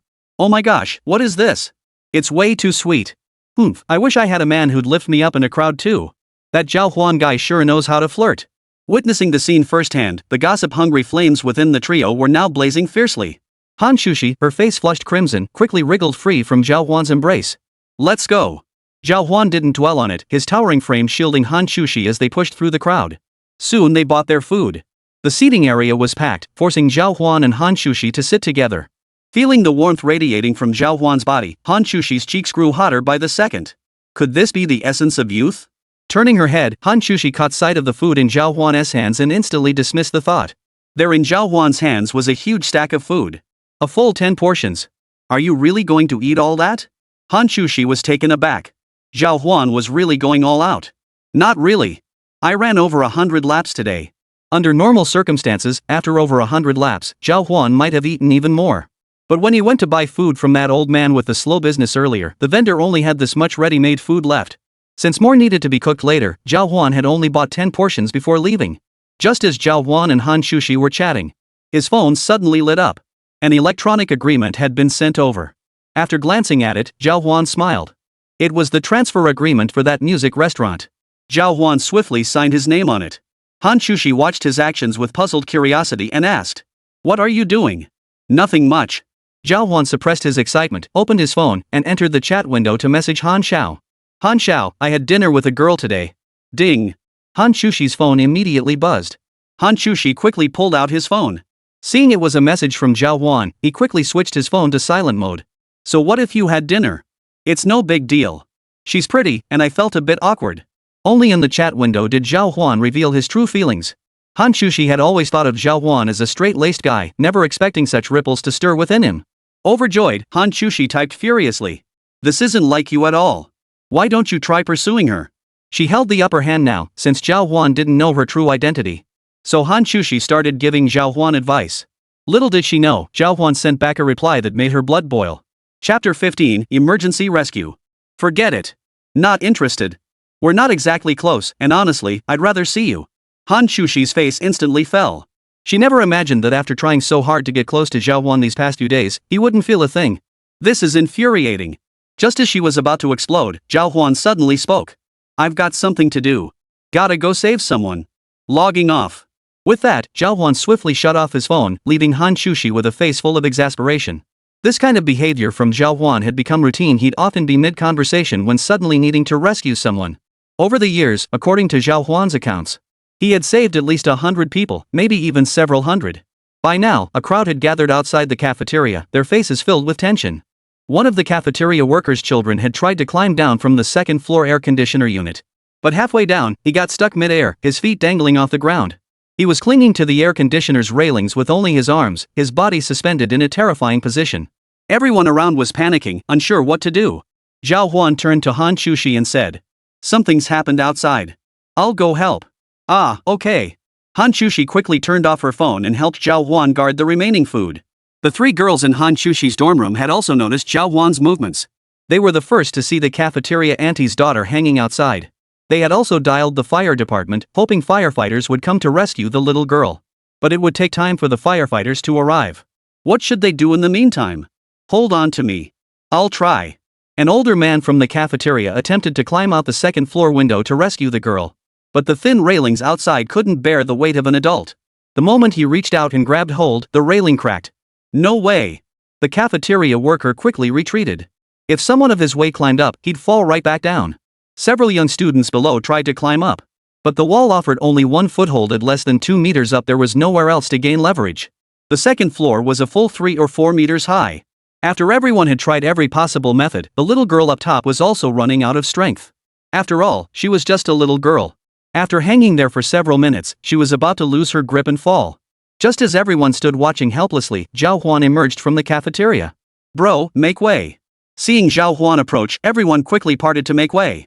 Earlier that morning, Zhào Huān had drawn attention with his astonishing physical prowess while jogging on the sports field.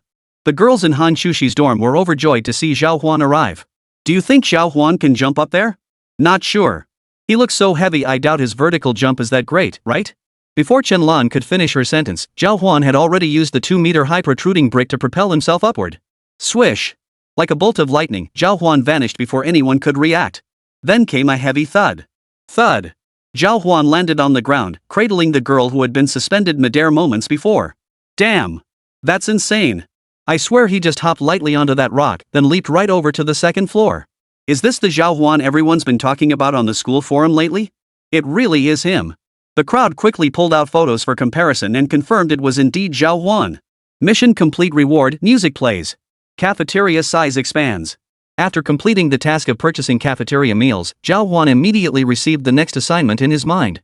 The subsequent task was also to be completed within this cafeteria. He was tasked with coming here to rescue this little girl.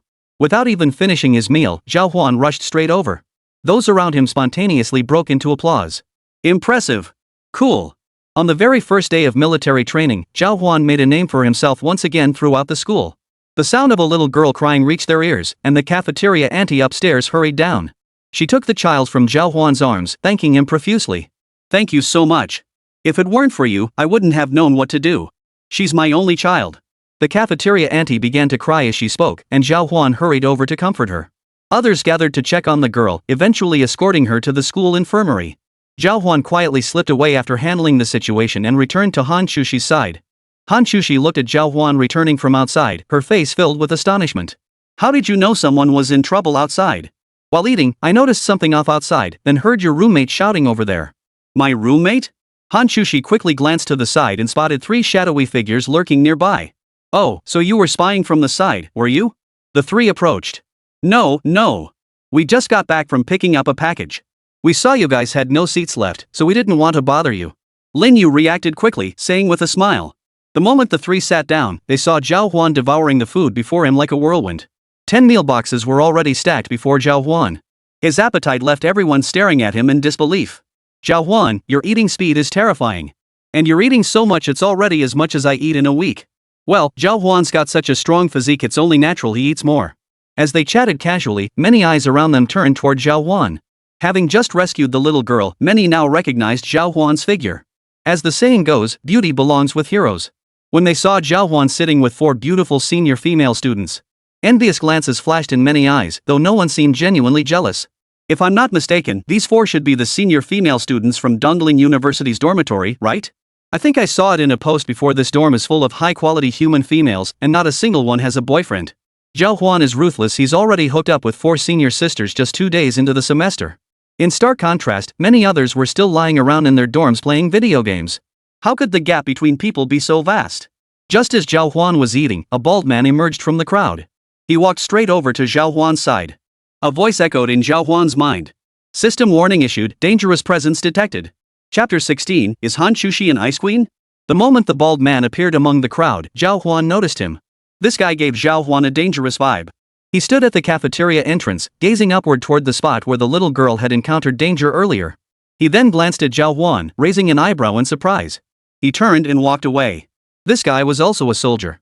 Zhào Huān noticed his gait was extremely upright, bearing a certain resemblance to Lin Fang's. Let's go. Haven't you eaten enough yet? A crisp voice suddenly rang out beside Zhào Huān's ear. Turning his head, Zhào Huān noticed Hán Chǔxī had already finished her meal with her roommate. Alright, bye. Zhào Huān turned and walked away. He showed no intention of walking the girls back. Ah, well. Lin Yu furrowed her brow, sensing something was off. Aren't you going to walk us back? Hán Chǔxī stared wide-eyed, her surprise evident as she addressed Zhào Huān. Why would I? Are you sick or something?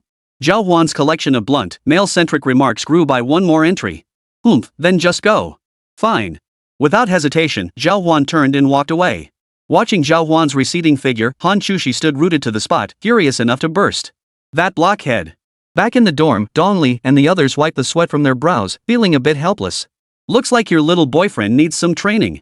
He's way too clueless. Hearing the trio still assume Zhào Huān and her were boyfriend and girlfriend, Hán Chǔxī hastily waved her hands.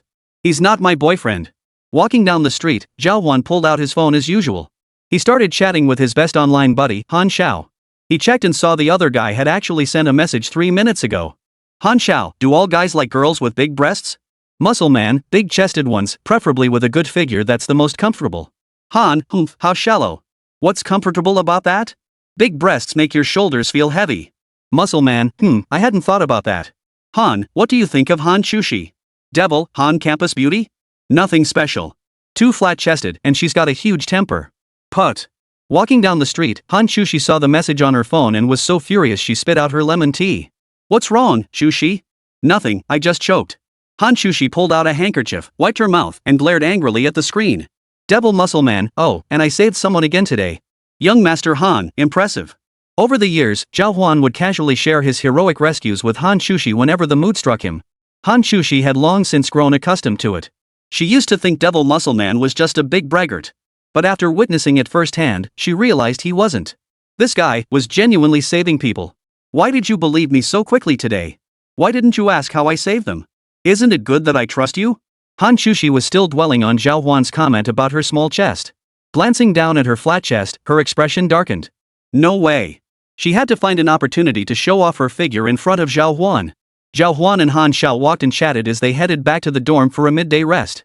Military training started at 2 p.m., so they needed to conserve their energy. Squeak! The door creaked open. Back in the dorm, Zhào Huān found Chen Shuang and the others had already finished eating and started playing games. Bro Huān, you vanished right after we left the field. Did you go eat with Han, the school's top beauty, today? Chen Shuang looked up, her voice dripping with curiosity. Haha, yeah. Damn, you're ruthless, brother Huān. We didn't even get a chance to lane against her, and you went straight for the crystal. You bet. We even shared a bowl of rice together earlier. Back in the cafeteria, Zhào Huān had such a huge appetite that Hán Chǔxī ended up sharing half her meal with him. Zhào Huān lay on his bed, legs crossed. Bro Huān, you're just pretending. How could you possibly be at the sharing a bowl of rice level after knowing each other for only 2 days? You're saying you're already hanging out with him? Sharing a meal? Brother Huān, are you starting to imagine things? Wang Jie and Zhang Qian were both skeptical. Chen Shuang chimed in from the side.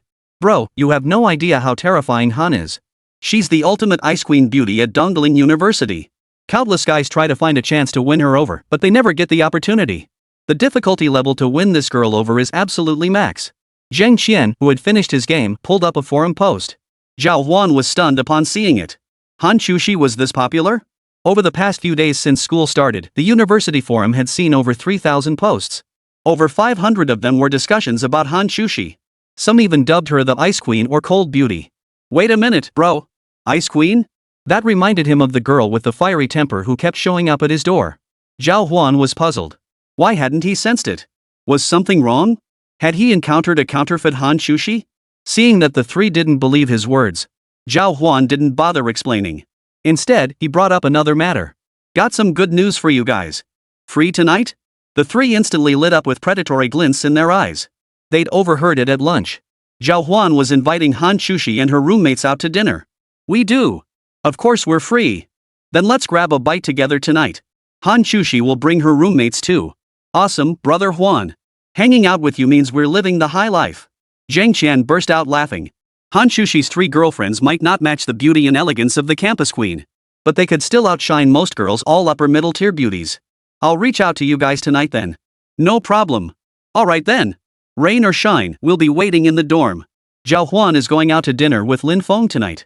That mysterious instructor had been giving Zhào Huān some strange looks today. Zhào Huān sensed something was amiss. After a quick nap in bed, the four of them returned to the field at 2 in the afternoon and joined the military training formation. Lin Feng arrived after finishing his meal. Amidst the crowd, his eyes constantly scanned for Zhào Huān's figure. That eagerness was impossible to hide.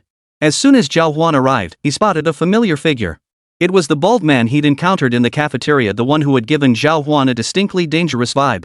That's the guy. The moment the bald man spotted Zhào Huān, he quickly pointed him out to Lin Feng.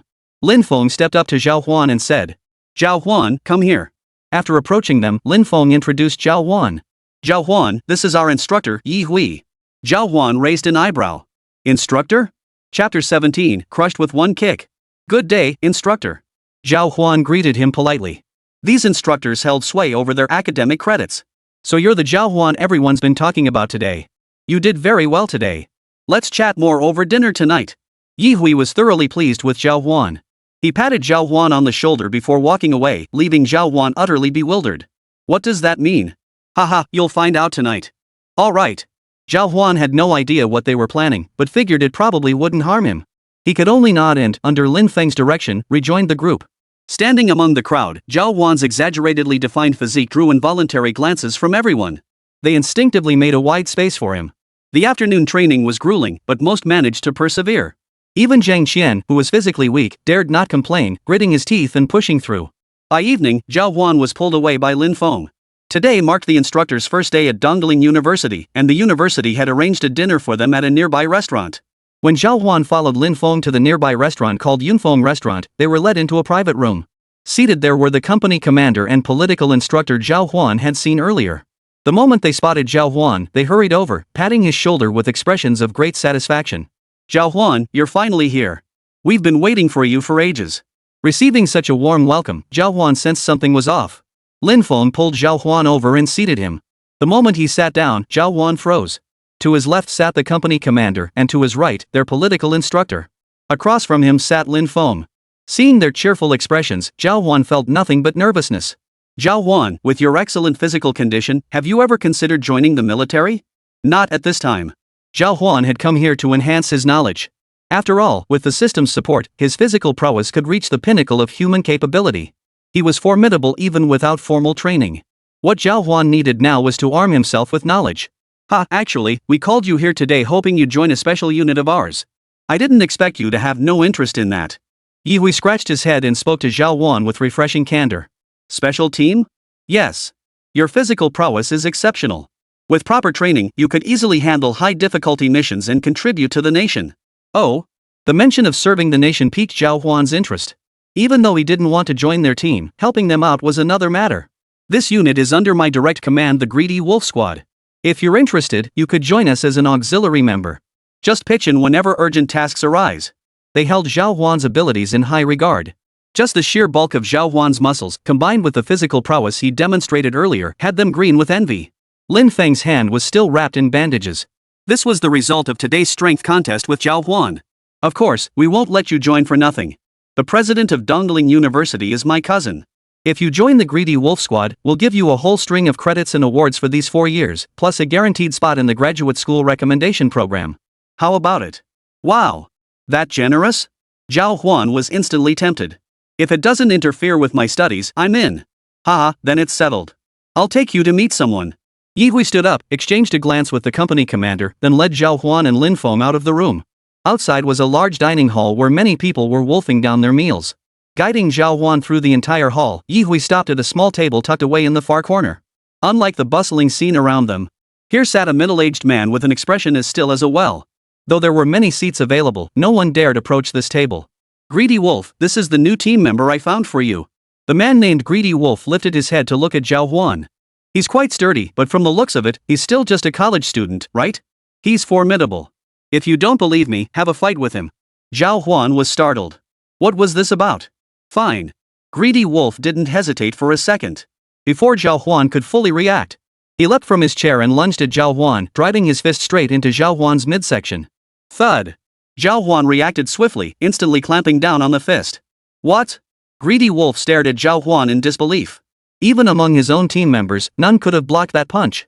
Yet Zhào Huān not only withstood his attack, but the hand gripping his fist didn't even tremble. "You bastard." Greedy Wolf was intrigued. Swish. Another kick landed squarely on Zhào Huān's calf. This time, he used his real strength.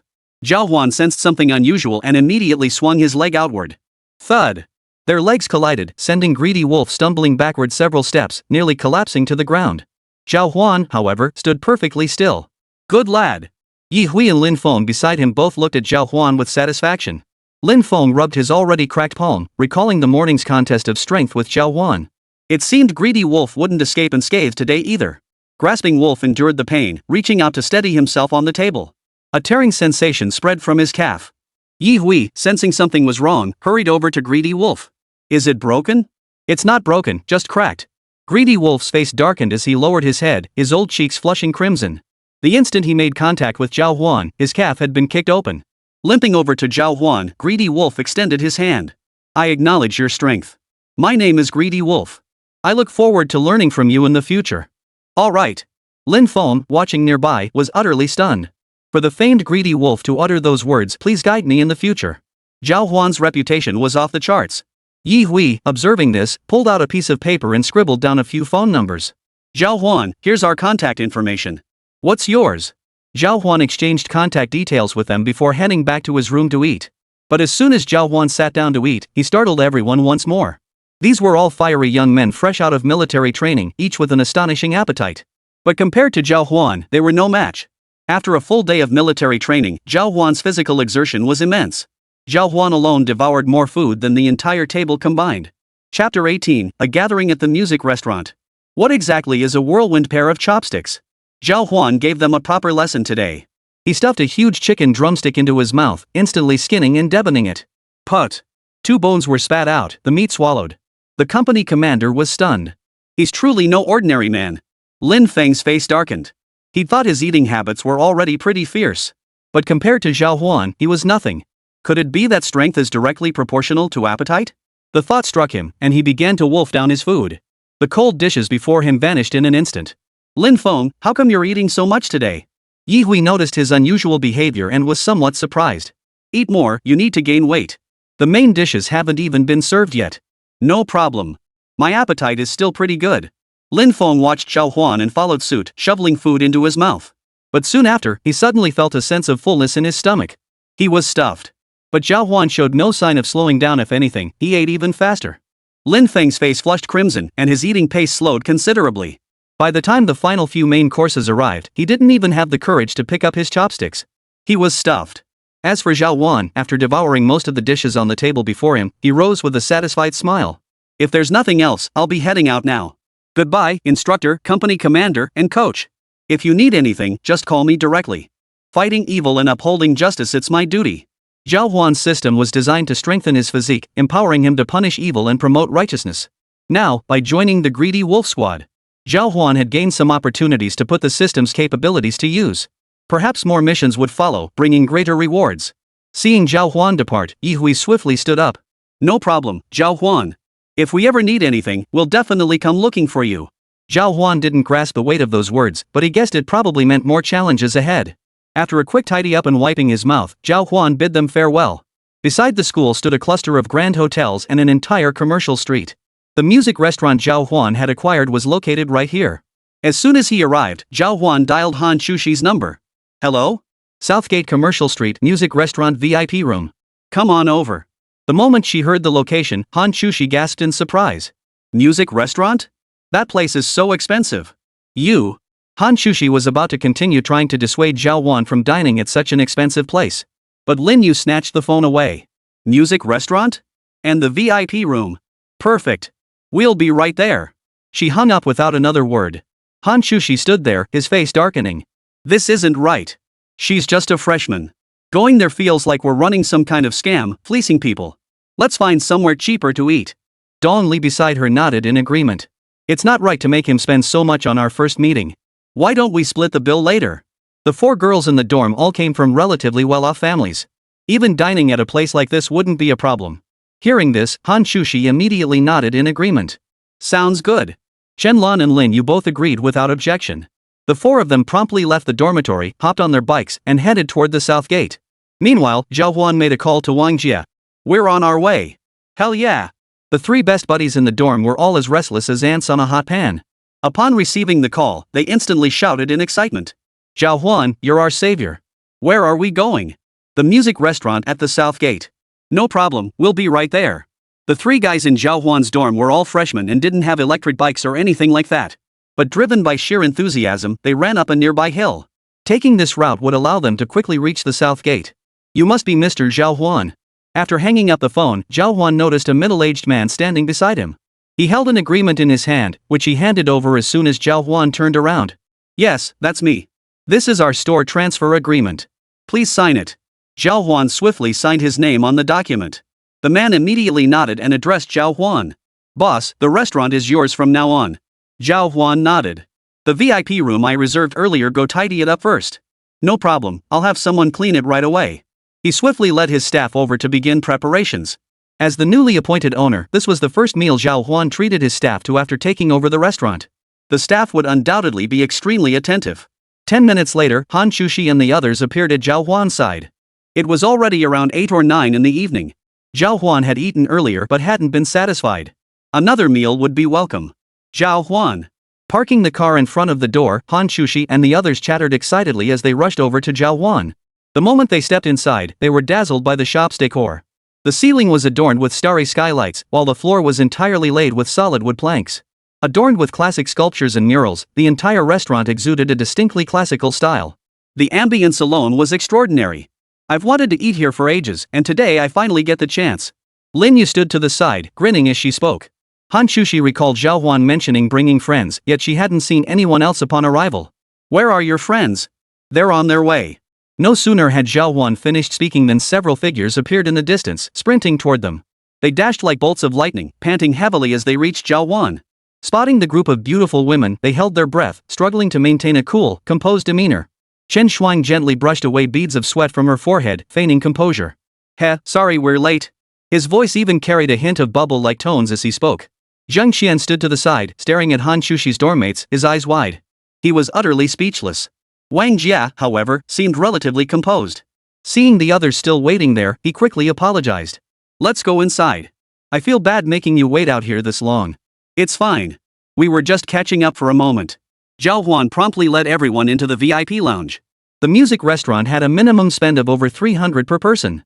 Even students from wealthy families couldn't necessarily afford it, so when Zhào Huān and his group arrived today, the place was relatively quiet, with only 3 or 4 tables occupied. None of them had been here before, and the moment they stepped into the room, they were stunned. Chapter 19, The Chairman's Son. A small decorative piece made of stacked ice cubes already adorned their room. Inside sat a bottle of red wine. "What the hell is this?" Zheng Qian valued cost-effectiveness above all else.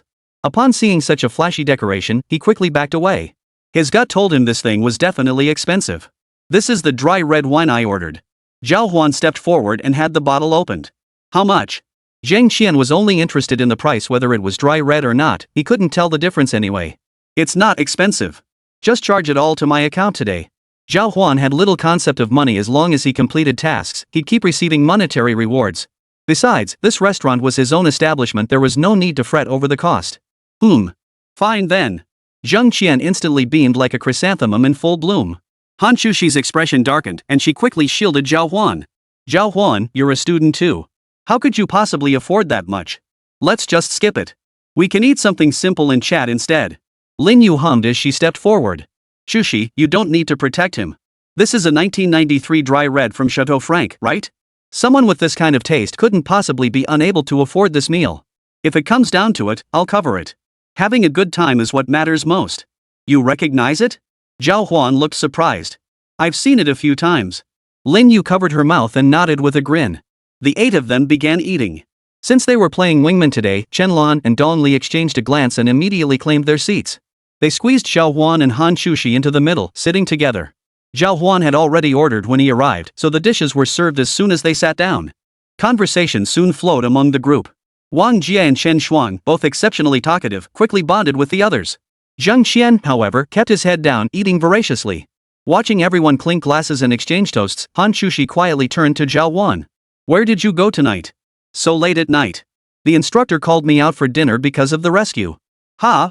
They know about it too? Yeah, someone saw me doing the right thing in the cafeteria. They even asked if I wanted to join the army.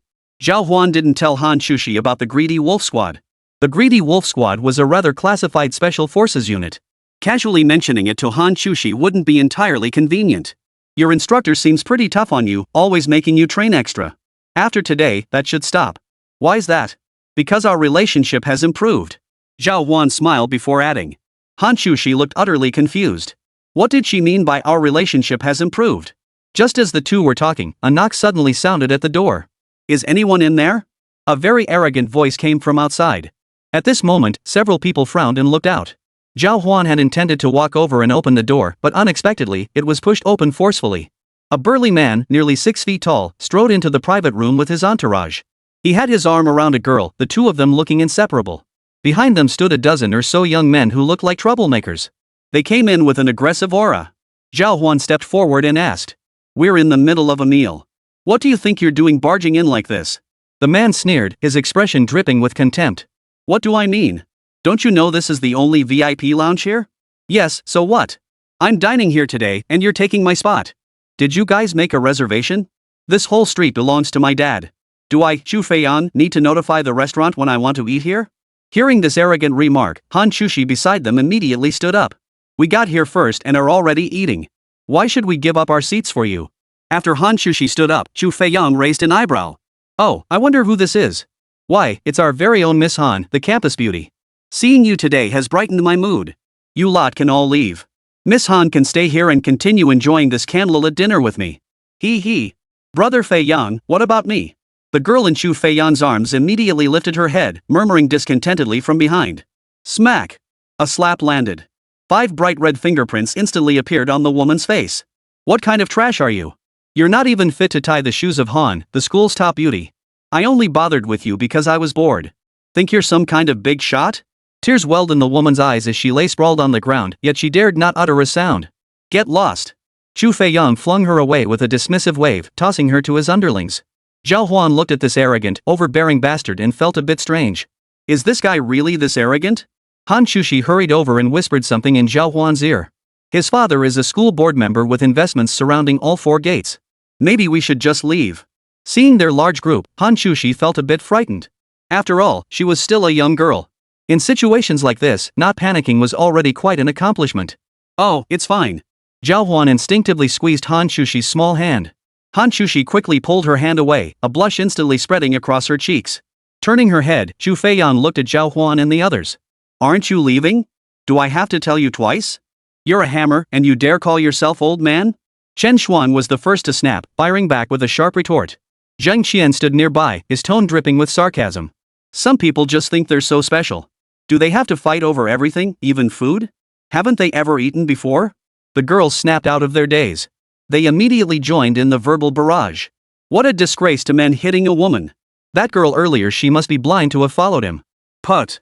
How dare you, scumbag, have the nerve to tell us to leave? Shouldn't you be the one scrambling out of here first? Hearing the crowd's mockery, Zhu Feiyan instantly flew into a rage. He had over a dozen brothers standing behind him, yet here he was, publicly humiliated by Zhào Huān and the others. If he didn't settle this, where would his face be? You're asking for trouble, aren't you? Standing over 6 feet tall, he began striding toward Zhào Huān. Chapter 20, scurrying away with tail between legs. Mid-stride, he suddenly sensed something was off.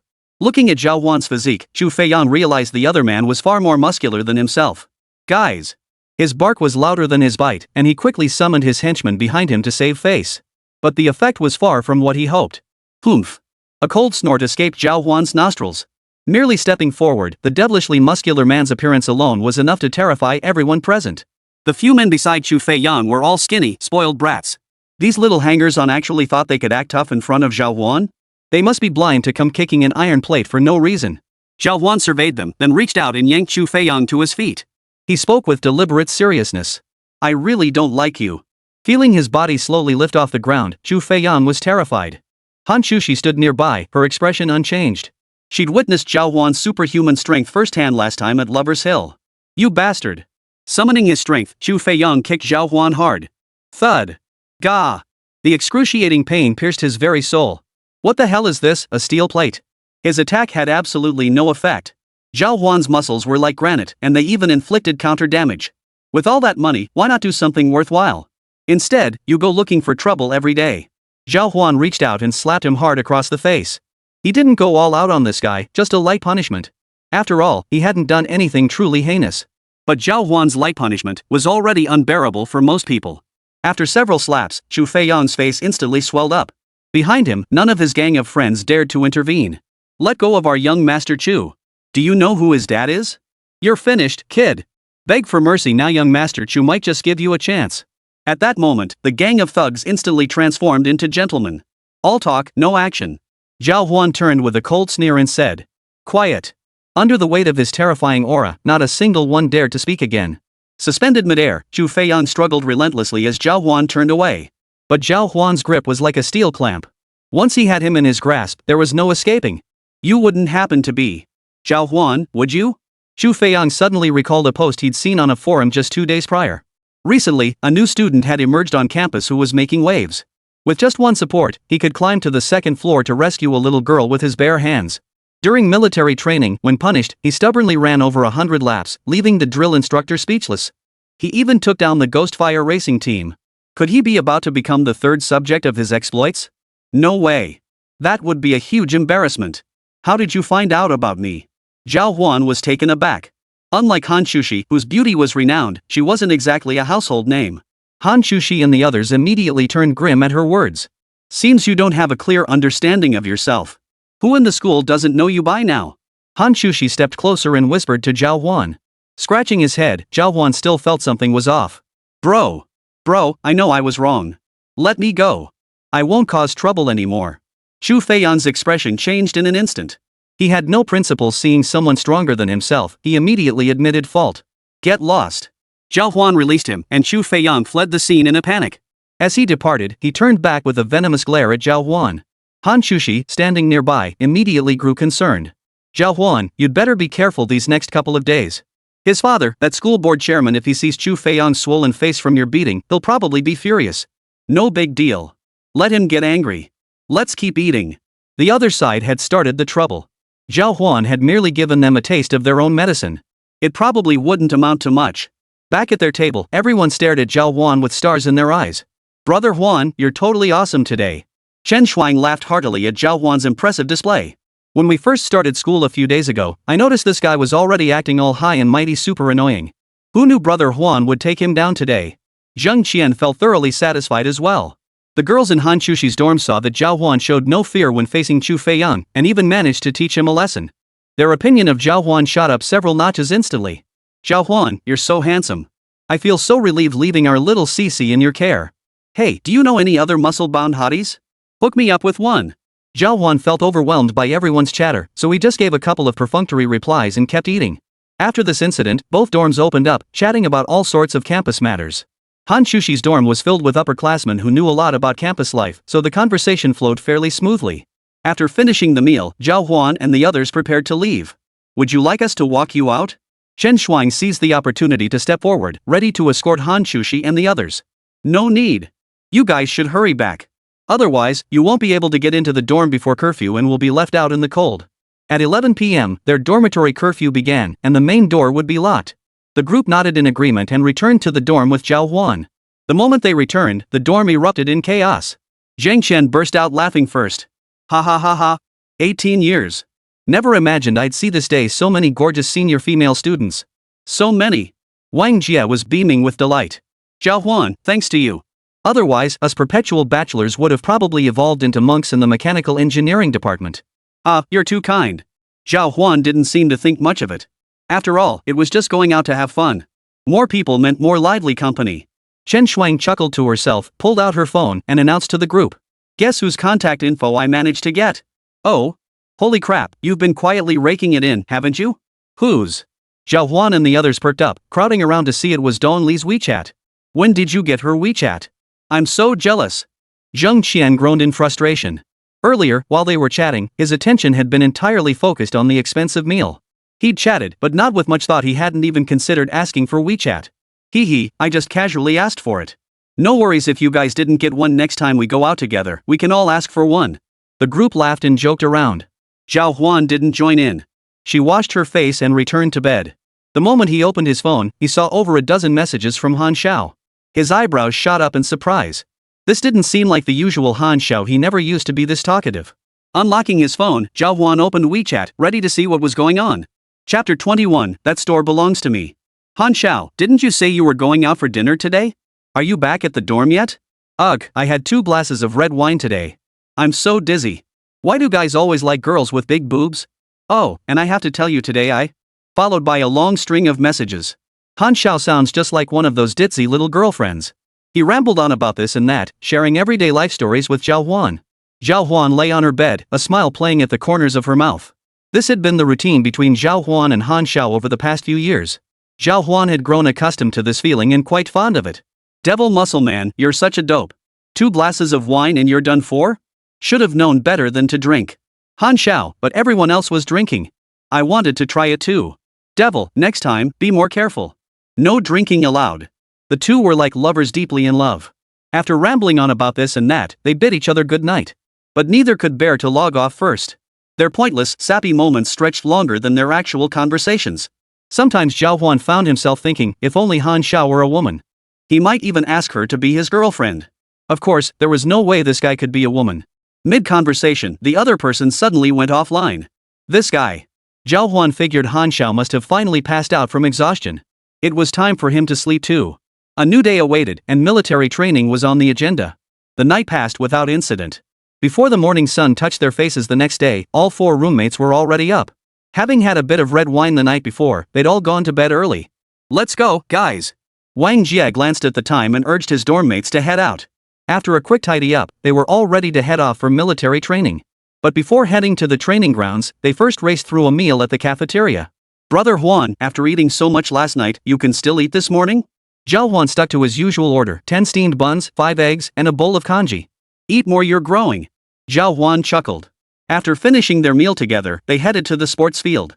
Many people had already gathered here early. Lin Feng saw Zhào Huān arrive and gave him a slow nod. Zhào Huān waved back. Seeing Zhào Huān suddenly appear so close to Lin Feng, everyone felt a bit surprised. Just as they were about to ask, someone suddenly came jogging over from a distance. Father, it's him. This was Chu Feiyang. He dashed right up to Zhào Huān and pointed him out. Accompanying him was a middle-aged man. Was it you who beat up Chu Feiyang yesterday? Frowning, the middle-aged man demanded of Zhào Huān. Lin Feng sensed something was off and was about to step in to smooth things over when he saw Zhào Huān had already stepped forward. Yes. Only then did everyone notice that Chu Feiyang, who usually ran rampant in school, had cheeks swollen like buns today. It looked downright ridiculous. Whispers began to ripple through the crowd. Who's that? You don't know either of them? One's Chu Feiyang, the notorious spoiled brat of the school, and the other is his dad, Chūhī, a board member of the school. Hearing this, many sucked in a sharp breath. Zhào Huān messed with a board member? Not just that. From the looks of it, Zhào Huān must have beaten up the board member's son. Holy crap, that's brutal.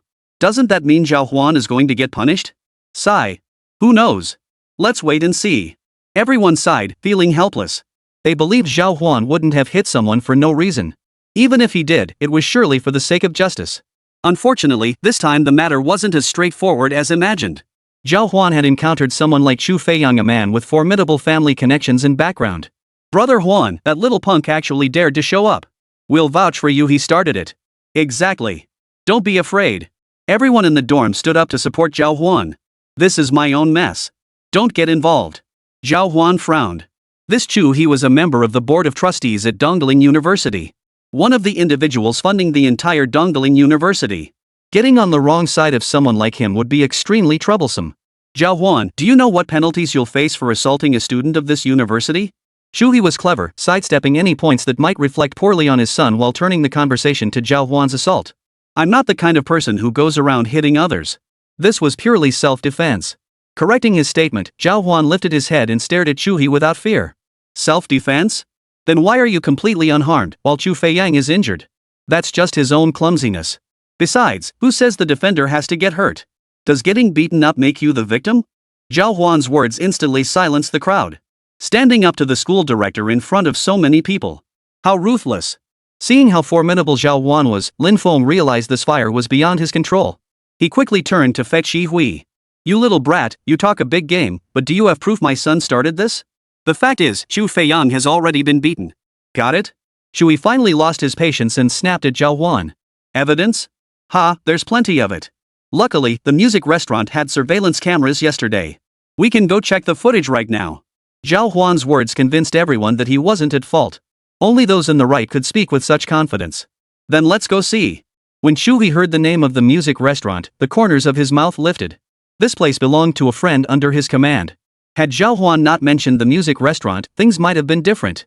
But now that he'd steered the conversation this way, father and son held the upper hand. A quick call beforehand should have everything arranged. Let's see how Zhào Huān tries to wriggle out of this now. Fine, let's go. Who's afraid of who? Zhào Huān and several roommates who served as witnesses immediately followed him, ready to go. But just as they stepped off the field, Shui suddenly ushered Chu Feiyang into a car. I'll have to trouble you guys to walk over. I need to make a quick stop first. With that, he drove straight toward the music restaurant. Shameful. Wang Jie gritted his teeth in fury. If that father and son got there first, they'd surely cover up a lot of evidence. Then they'd be at a disadvantage. Come on, let's run. We'll take the mountain path to the south gate.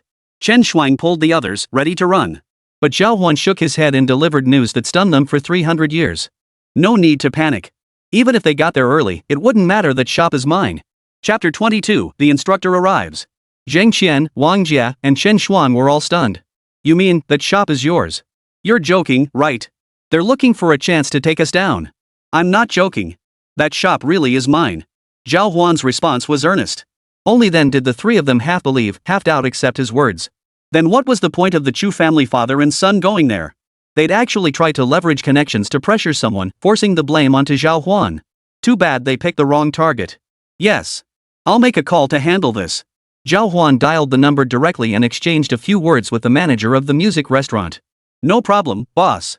The voice came through immediately on the other end. Everyone breathed a sigh of relief. Let's go. Even though we've handed it over to the manager, we still need to hurry over. Everyone nodded. Zhào Huān exchanged a few words with Lin Feng before they hurried toward the south gate of the school. Lin Feng watched Zhào Huān's departing figure inside. That foolish boy, she's a school board member, after all. A figure approached from behind Yi Hui, whom Lin Feng had found earlier. Shaolin, what's going on? Instructor, you finally made it. Let me tell you. Lin Feng recounted the entire incident to Yi Hui. Yi Hui listened with a frown. The Southgate Music Restaurant? I'll go settle this. Zhào Huān is our new recruit, we can't let him get treated like this. Alright, shall I walk you there? No need. You focus on training the new recruits. Yi Hui set off on foot, light-hearted, toward the south gate. Shu He and his son arrived at the south gate in less than 5 minutes. Once we're done, transfer the footage from their cameras onto this USB drive. Edit it back at the office. I'll head straight to the academic affairs office and pin the blame on Zhào Huān. Shu He was all too familiar with this procedure. As long as there was evidence, it was sufficient. As a school board member, he couldn't care less about any loopholes in the evidence. Bang! The door swung open, revealing the morning cafeteria's sparse crowd. The manager was busy with the accounts at the counter. Spotting Shu He approach, he stood up. Sir, we haven't started service yet. I'm not here to eat. Pull up yesterday's surveillance footage and show it to me. I'm afraid you don't have the right to view it. Shu He was merely an outsider, not a police officer, so naturally he couldn't just watch whatever he wanted. But Shu He held himself in high regard. As one of the investors in this Southgate Longstreet, he had never been treated with such contempt before. Do you know who you're talking to? I know. You're a friend of our previous boss, right? Something like. Shu He? Then how dare you speak to my father like this? Chu Feiyang also stepped forward, loudly rebuking the man. No matter who you are, you can't view our store's surveillance footage. The manager remained unyielding, even shutting down the computer on the counter. Shu He let out a cold laugh. Fine, very well. You've got a new boss now, huh? Tell me who it is, and I'll make sure you can't survive on this street. The air suddenly grew several degrees colder. But then, a voice came from behind Shu He. I am the new boss. What's the problem? Zhào Huān's figure emerged from behind. Shu He raised an eyebrow. Chu Feiyang also turned around, staring at Zhào Huān in disbelief. You? The owner? This music restaurant targeted the mid-range market. The decor and investment here easily ran into the millions. A penniless student trying to pull off this act here? Shu He saw Zhào Huān approach without surprise, even mocking him with his words. He didn't believe a single word Zhào Huān said. But the manager's words shattered their assumptions. He really is our new boss. Shu He's heart sank, suddenly sensing something was off. So young, yet so wealthy. And after meeting me, he still carried himself with such confidence. Could this guy have powerful connections behind him? Shu He gave Chu Feiyang a meaningful glance. The two stepped aside. Do you know him? He's just a broke student with no connections. People on the forums analyzed it already. School's been in session for ages. If he had money, wouldn't he have been spotted by now? They were right. Zhào Huān hadn't been wealthy before college. The substantial funds and businesses he now controlled were acquired after entering university through an upgraded version of the system. All right. Their discussion wrapped up quickly. Turning back, Chui curled his lip in disdain. Zhào Huān, whether you're the owner of this restaurant or a freshman today, you won't escape the school's disciplinary action. I'm calling the academic affairs office right now to report your rude attitude and assault on a student. Wang Jia and the others nearby were all furious. You bastard! How unreasonable! Chu Feiyang chuckled from the sidelines. Reason? Let me tell you this, at Dongling University, my father and I are the reason. The words were spoken with utter arrogance. Zheng Qian regretted not recording their attitude and statements. If he could post it around campus, it would definitely spark outrage. This is interesting. Just as the standoff intensified, a figure silently appeared at the doorway. He had heard every word Chu He had just spoken. The newcomer was Yi Hui, who had just learned the situation from Lin Feng. Another one? Who are you? Chu Feiyang grew increasingly irritated as Zhào Huān's group swelled in numbers. Chui turned his head and glanced at Yi Hui. He felt a sense of familiarity, yet couldn't quite place where he had seen him before. Oh, another one. What? You want to get disciplined along with them too? When Zhào Huān saw Yi Hui arrive, he knew this matter was probably settled. Hearing Chui act so cocky in front of Yi Hui, Zhào Huān almost laughed. This guy was barking up the wrong tree. Yi Hui was a figure at the level of a political instructor. He looked like a student because he'd reached this rank in his 20s, and his face still appeared youthful. He was undoubtedly a rising star. What was Chu He? Just a lowly school board member. To act cocky in front of Yi Hui, he really doesn't know his place. Discipline me? Don't you think you're a bit out of your league? A hint of amusement flickered across Yi Hui's face as he stepped before Chu He. Chu He showed no fear. He'd seen plenty of people who barked louder than they bit. You're pretty bold. Go ahead and report your academy. Let's see if I can discipline you. Wang Jia and the other two standing beside Zhào Huān now looked visibly shaken. Zhào Huān, who is this guy? Don't drag him into this. It's fine. Just watch. Yi Hui was utterly exasperated by this fellow. After a moment's thought, he pulled out his military officer ID. I'm Yi Hui, the political instructor for the military training unit assigned to you this time. Whoa! The moment he heard the word instructor, a chill shot straight to Chui's forehead. Chapter 23, Yi Hui's Mission, 30 Self-Selected Coins? His lips twitched, and Chu He was speechless. Only the narrow-minded Chu Feiyang continued to rant. What instructor?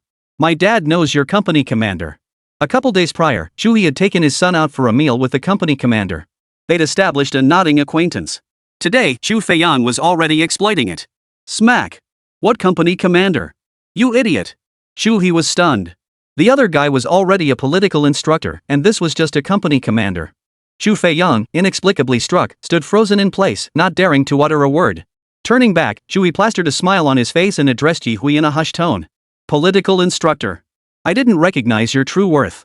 My mouth really runs away with me. Please take what I said earlier as a joke, don't take it to heart. Smack! Chui slapped himself across the face, still wearing that forced smile. Chu Feiyang was stunned. He had never seen his father act so abjectly before. What was going on? Zhào Huān, is this the highest-ranking instructor of the entire unit that came over this time? Wang Jia and the other two stood beside them, utterly dumbfounded. When did Zhào Huān acquire such connections? This was beyond unbelievable. Zhào Huān scratched his head awkwardly, choosing not to mention his involvement with the greedy wolf squad. This was classified information, not to be shared with outsiders. Yi Hui didn't want to waste too much time here with Chu He and his father. Two things. First, no more trouble for Zhào Huān. Second, don't let me catch your foolish son causing trouble outside again. Otherwise, next time I might have to discipline him personally. Hearing Yi Hui's words, Chu He immediately nodded vigorously. Yes. I'll make sure it happens. Yi Hui didn't cause them trouble, he merely issued a warning. This was already the best outcome possible. Though he'd lost face in front of many today, Chu He knew that truly crossing Yi Hui would be the most terrifying outcome. As a mere school board member, no matter how wealthy he was, his status and standing could never compare to Yi Hui's. Well, we'd better be on our way. Chu He gave a nervous chuckle and hurriedly pulled Chu Feiyang away from the spot. Seeing him scurry away with his tail between his legs, just like Chu Feiyang had yesterday, Wang Jia and the others couldn't help but laugh out loud. Chui's mouth twitched, but the immense pressure kept him from retaliating. All right, the matter is settled. You all may return. Zhào Huān, stay behind. I need to discuss something with you. After dealing with the others, Yi Hui turned to Zhào Huān and the others. Wang Jia and the others immediately nodded and departed. As for Zhào Huān, the manager found them a quiet private room where he and Yi Hui began talking. Thanks for this time. Ha, no need to thank me. How could we let that scum bully our military personnel? What did you want to talk to me about? Here's the thing. We recently tracked down an underground loan shark operation. Greedy Wolf has pinpointed their location, but he's swamped with missions right now, and there aren't many squad members here. I was thinking. New mission released, assist Yi Hui in eliminating the underground loan shark organization. Upon completion, reward 300,000 in cash, 0 self-selected virtual currency Chu Feiyang coins. Zhào Huān had already intended to agree, but unexpectedly, the system directly granted him a top-tier reward. The 300,000 gold reward was secondary. The real prize was the customizable virtual currency. If Zhào Huān chose something like Bitcoin, a single coin could be worth hundreds of thousands. 30 coins, that's a game changer. I accept. Zhào Huān cut Yi Hui off without hesitation. This mission's difficulty level was quite high. The system's rewards for Zhào Huān are directly proportional to the difficulty of the mission. Impressive. I knew I hadn't misjudged you. Send me their intel. I'll send it to your phone shortly. How many people do you need for this arrest? I can handle it alone. Yi Hui raised an eyebrow. He knew Zhào Huān was skilled and bold, but this was reckless. They're armed. Yi Hui cautioned. No problem. All right, here. Yi Hui handed Zhào Huān a watch. Zhào Huān took it and examined it, finding it surprisingly heavy. What's it for? It's a tracking device. If you're in danger, there's a red button on the side that can send us a signal. Got it. Remember, this mission has to be done in one go. They're highly alert. If we tip them off, it'll be much harder to capture them later. After finishing their discussion, Zhào Huān returned to continue his military training. As for Yi Hui, he carried on inspecting the issues on the field as if nothing had happened. Hán Chǔxī had classes this morning and didn't come to the drill field to see Zhào Huān. You've been distracted all morning. What's going on? Should I call Zhào Huān and ask him to meet you at the cafeteria? Chen Lan, sitting beside her, quickly picked up on Hán Chǔxī's subtle hint. Sure, no, wait.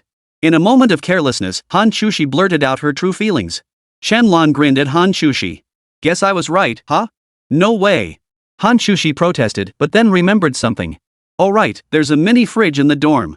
I should make some plum juice this afternoon and bring it over to Zhào Huān and the others. I feel kinda bad about freeloading off them yesterday.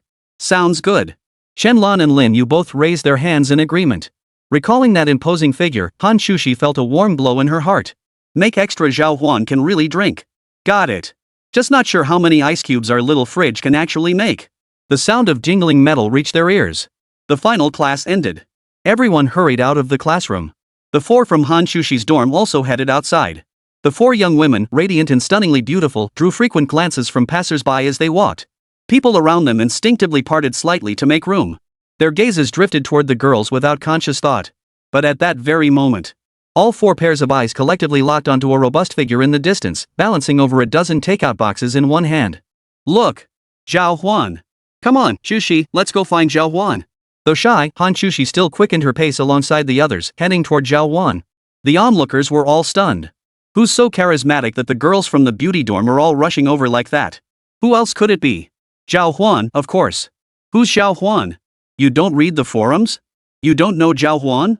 He's been all over the place lately. The onlookers quickly filled in the clueless students about who Zhào Huān was. Upon hearing this, the newly informed students were all taken aback. That ruthless? The rumored boyfriend of Han University's campus queen? As Hán Chǔxī walked down the street, a voice murmured this near her ear, sending a shiver through her slender frame. Chapter 24, Senior Sister Falls into My Arms. Her face flushed crimson instantly, and she shot a fierce glare at the people beside her. They dared not utter another word. Zhào Huān quickly noticed the group of girls nearby. Good afternoon, seniors.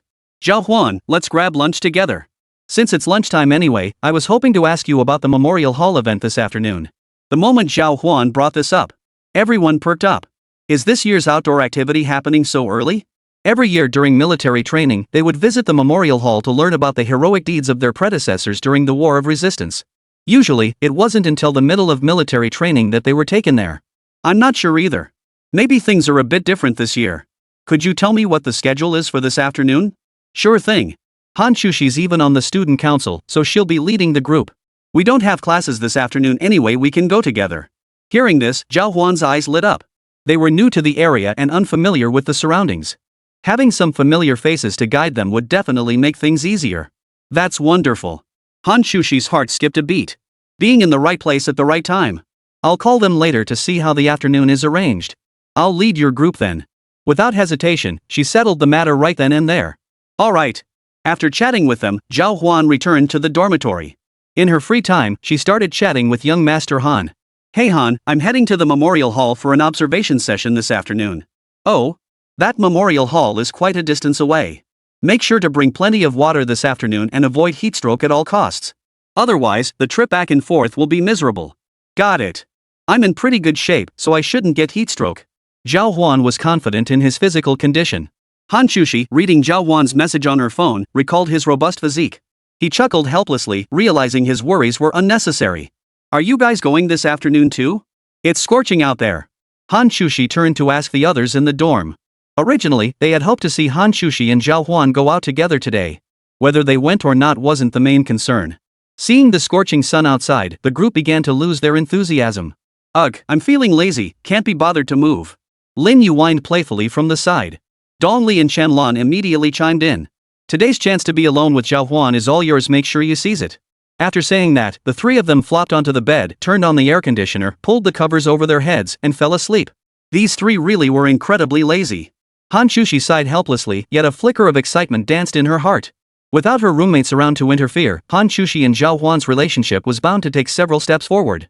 Pulling out several bottles of sunscreen and various sun protection sprays, Hán Chǔxī quickly began her preparations.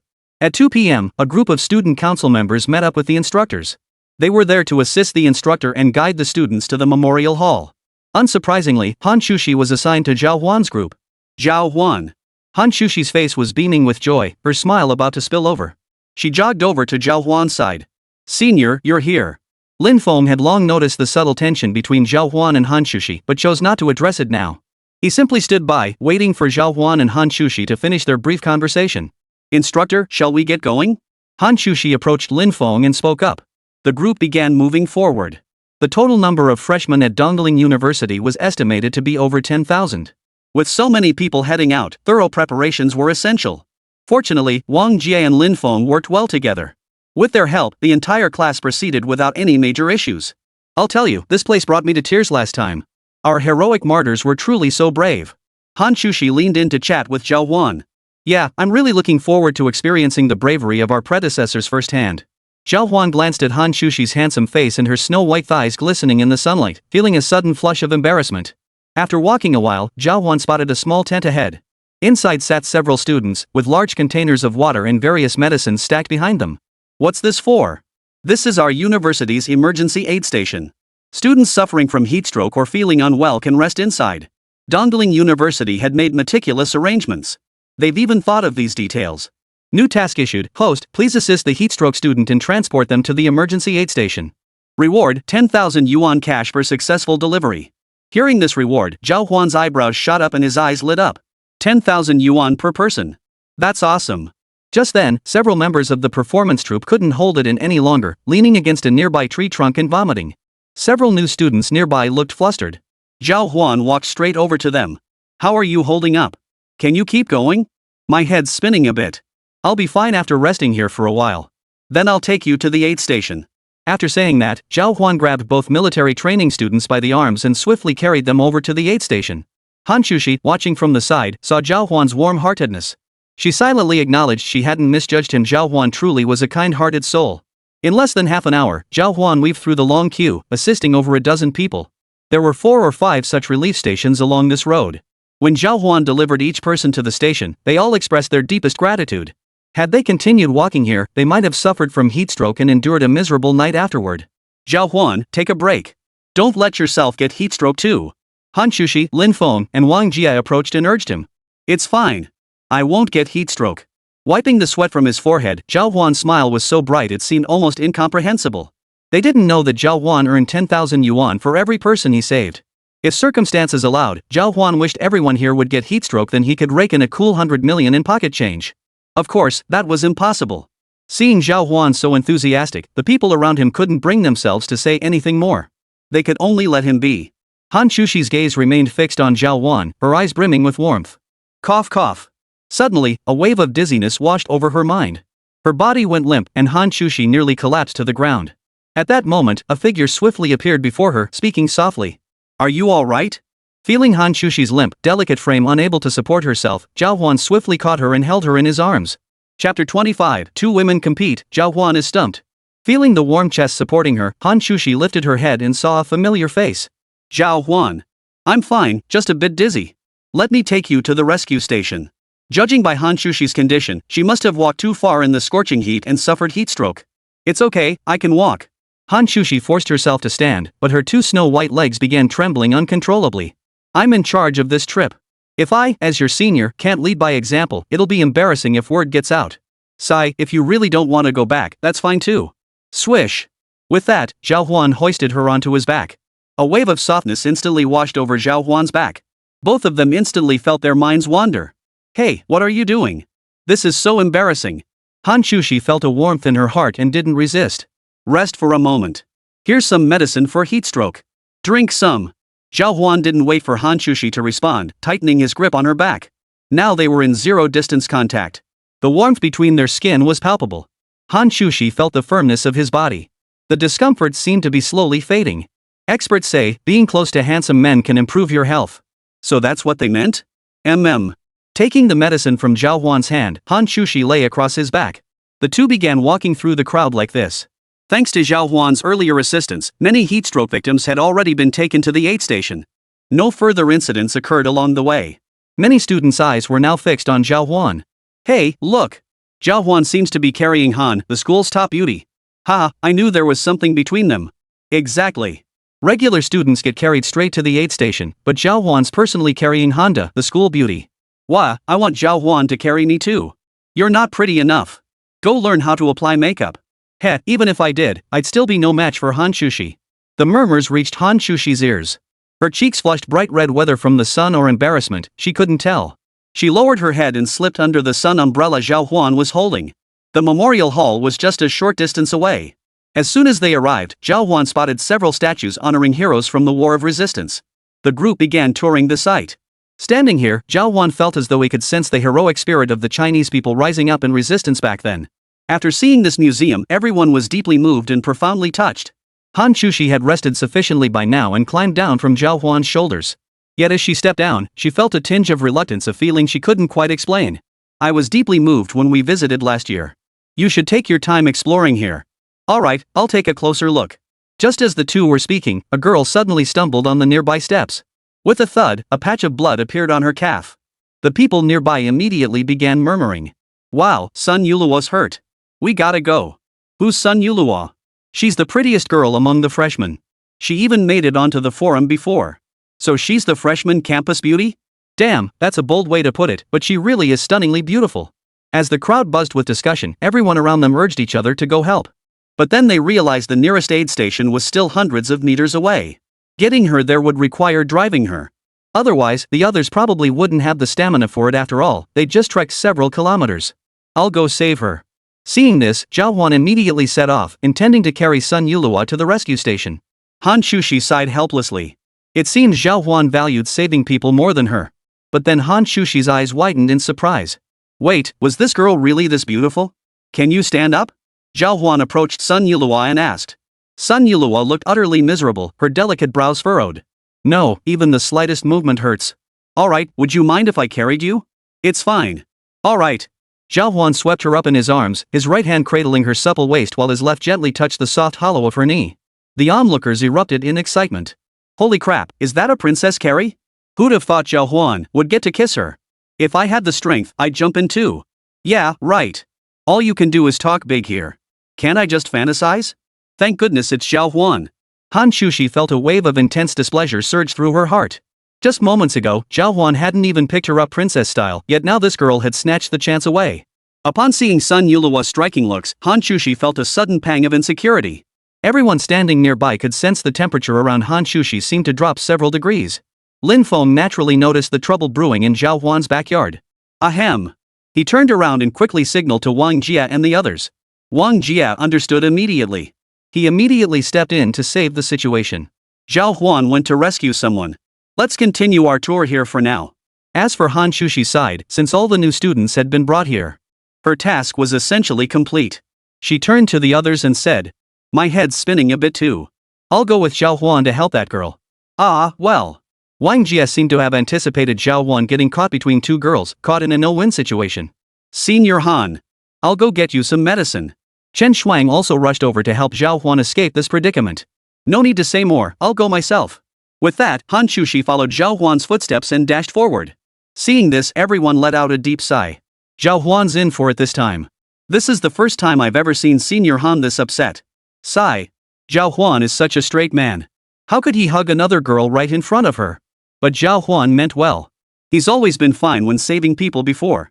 Meanwhile, on the other side, Zhào Huān moved swiftly, carrying the person to the exhibition hall entrance, ready to dash down the main road toward the nearest aid station. But then a voice called out from behind him. Zhào Huān, freeze! He turned to see Hán Chǔxī approaching. What's wrong? I'm coming with you. Ha! Zhào Huān didn't understand what Hán Chǔxī meant. Your heatstroke just started to ease up. Why did you come out again? You need to take care of yourself. I'm fine. Hán Chǔxī's tone was stiff and unyielding, a stark contrast to her earlier clingy demeanor. Zhào Huān was utterly baffled. Following Hán Chǔxī's gaze, he saw her staring at Sun Yulua in Zhào Huān's arms with intense hostility. Hey, freshman, your leg injury must be pretty inconvenient. Why not let him carry you? Hán Chǔxī gritted her teeth in fury. Sun Yulua felt Hán Chǔxī's gaze and understood the situation instantly. But she wasn't one to back down. She met Hán Chǔxī's gaze without flinching. Senior Han, my leg really hurts. What if he rubs against my wound while carrying me? Chapter 26, The Senior's Overbearing Pact. The words sent Hán Chǔxī's emotions into a violent upheaval. It seems your injury is quite serious, Yulua. Alright, rest here. I'll call a car to take you to the hospital. Hán Chǔxī's reasoning was straightforward. If it's serious, send her straight to the hospital. Why bother Zhào Huān? You little brat, do you think I can't handle you? That would be too much trouble for you, senior. No need. Just have Zhào Huān take me to the rescue station. Sun Yulua could easily read Hán Chǔxī's thoughts. Right in front of Hán Chǔxī, Sun Yulua leaned against Zhào Huān and responded with a pitiful expression. Seeing Sun Yulua press her body against Zhào Huān, Hán Chǔxī's anger flared. Zhào Huān. Ha! Zhào Huān felt the softness behind him, along with a faint, elusive fragrance lingering at his nose. But she was startled by the sudden sharp command and quickly looked up. Put her down. This. All right. Zhào Huān obediently set Sun Yulua down on the ground. So what do we do now? Sun Yulua stuck out her tongue playfully. Hán Chǔxī noticed the swelling on Sun Yulua's knee and realized she might have gone a bit too far. I'll have someone drive her over. All right then. Zhào Huān couldn't fathom why Hán Chǔxī had flown into such a rage. Not daring to speculate further, he simply went along with her wishes for now. Hello? Is this the rescue station? We have a girl here who fell and hurt her leg. Could you send a vehicle to take her to the doctor? Sure. Is it near the memorial hall? Yes, we'll be waiting at the main gate. No problem, we'll be right there. After hanging up, Hán Chǔxī walked over to Zhào Huān and Sun Yulua, stepping between them. She personally took Sun Yulua's arm. Junior, let me support you for now. Oh. Sun Yulua blinked her large eyes and reluctantly nodded. Shortly after, the Dongling University rescue station arrived in a vehicle. Sun Yulua left the place without hesitation, following the others. As she was leaving, she added one last sentence. Senior, I'll be going now. I won't disturb your alone time. You're welcome, right? Hán Chǔxī was flustered and scrambled to protest. You? What nonsense are you spouting? Hee, bye-bye. Zhào Huān stood to the side, scratching his head, sensing things were spiraling towards some unforeseen direction. Finally seeing Sun Yulua off, Hán Chǔxī turned around and glared fiercely at Zhào Huān. You! Come here! Oh! Zhào Huān hurried over to Hán Chǔxī. Her delicate brows furrowed slightly as she pointed at the receding car and declared. From now on, you're not allowed to touch any other woman without my permission. Ha? Why? Zhào Huān looked utterly bewildered. You actually want to touch other women? How shameless. But I didn't even touch her. Zhào Huān felt like he'd been struck by lightning out of nowhere. He saved someone, and now he was being accused of being a pervert? Anyway, you have to agree to me. Fine. I agree. With no other choice, Zhào Huān reluctantly agreed. Alright, go back now. Hán Chǔxī's face finally lit up with a smile. Her mood shifted so quickly that Zhào Huān couldn't help but inwardly marvel at how unpredictable women's hearts could be. Turning around, the two resumed their tour of the memorial hall. Seeing Zhào Huān brought back so quickly by Hán Chǔxī, Wang Jie and the others were all startled. Zhào Huān, what's going on here? Could it be that Sun Yulua had been dumped by Hán Chǔxī by the roadside just now? The thought sent a chill through them all. A woman in love really could be blinded by jealousy. We called a car to pick someone up earlier. Oh, I see. I thought. Wang Jie wiped the sweat from his forehead. Hán Chǔxī had looked downright terrifying when she stormed off earlier. Thought what? Never mind. Instructor Lin is calling everyone to assemble. Let's go. Hearing the distant whistle, Wang Jia hurriedly called out to Zhào Huān and Hán Chǔxī to join the group. Today's tour has come to a successful conclusion. Let's start preparing to head back. They had already spent several hours touring the facility. If they set off now, it would be nearly dark by the time they reached the school. Wang Jia, lead the team out. Yes, sir. Wang Jia began organizing the group, while Zhào Huān was pulled aside by Lin Feng. Are you going tonight?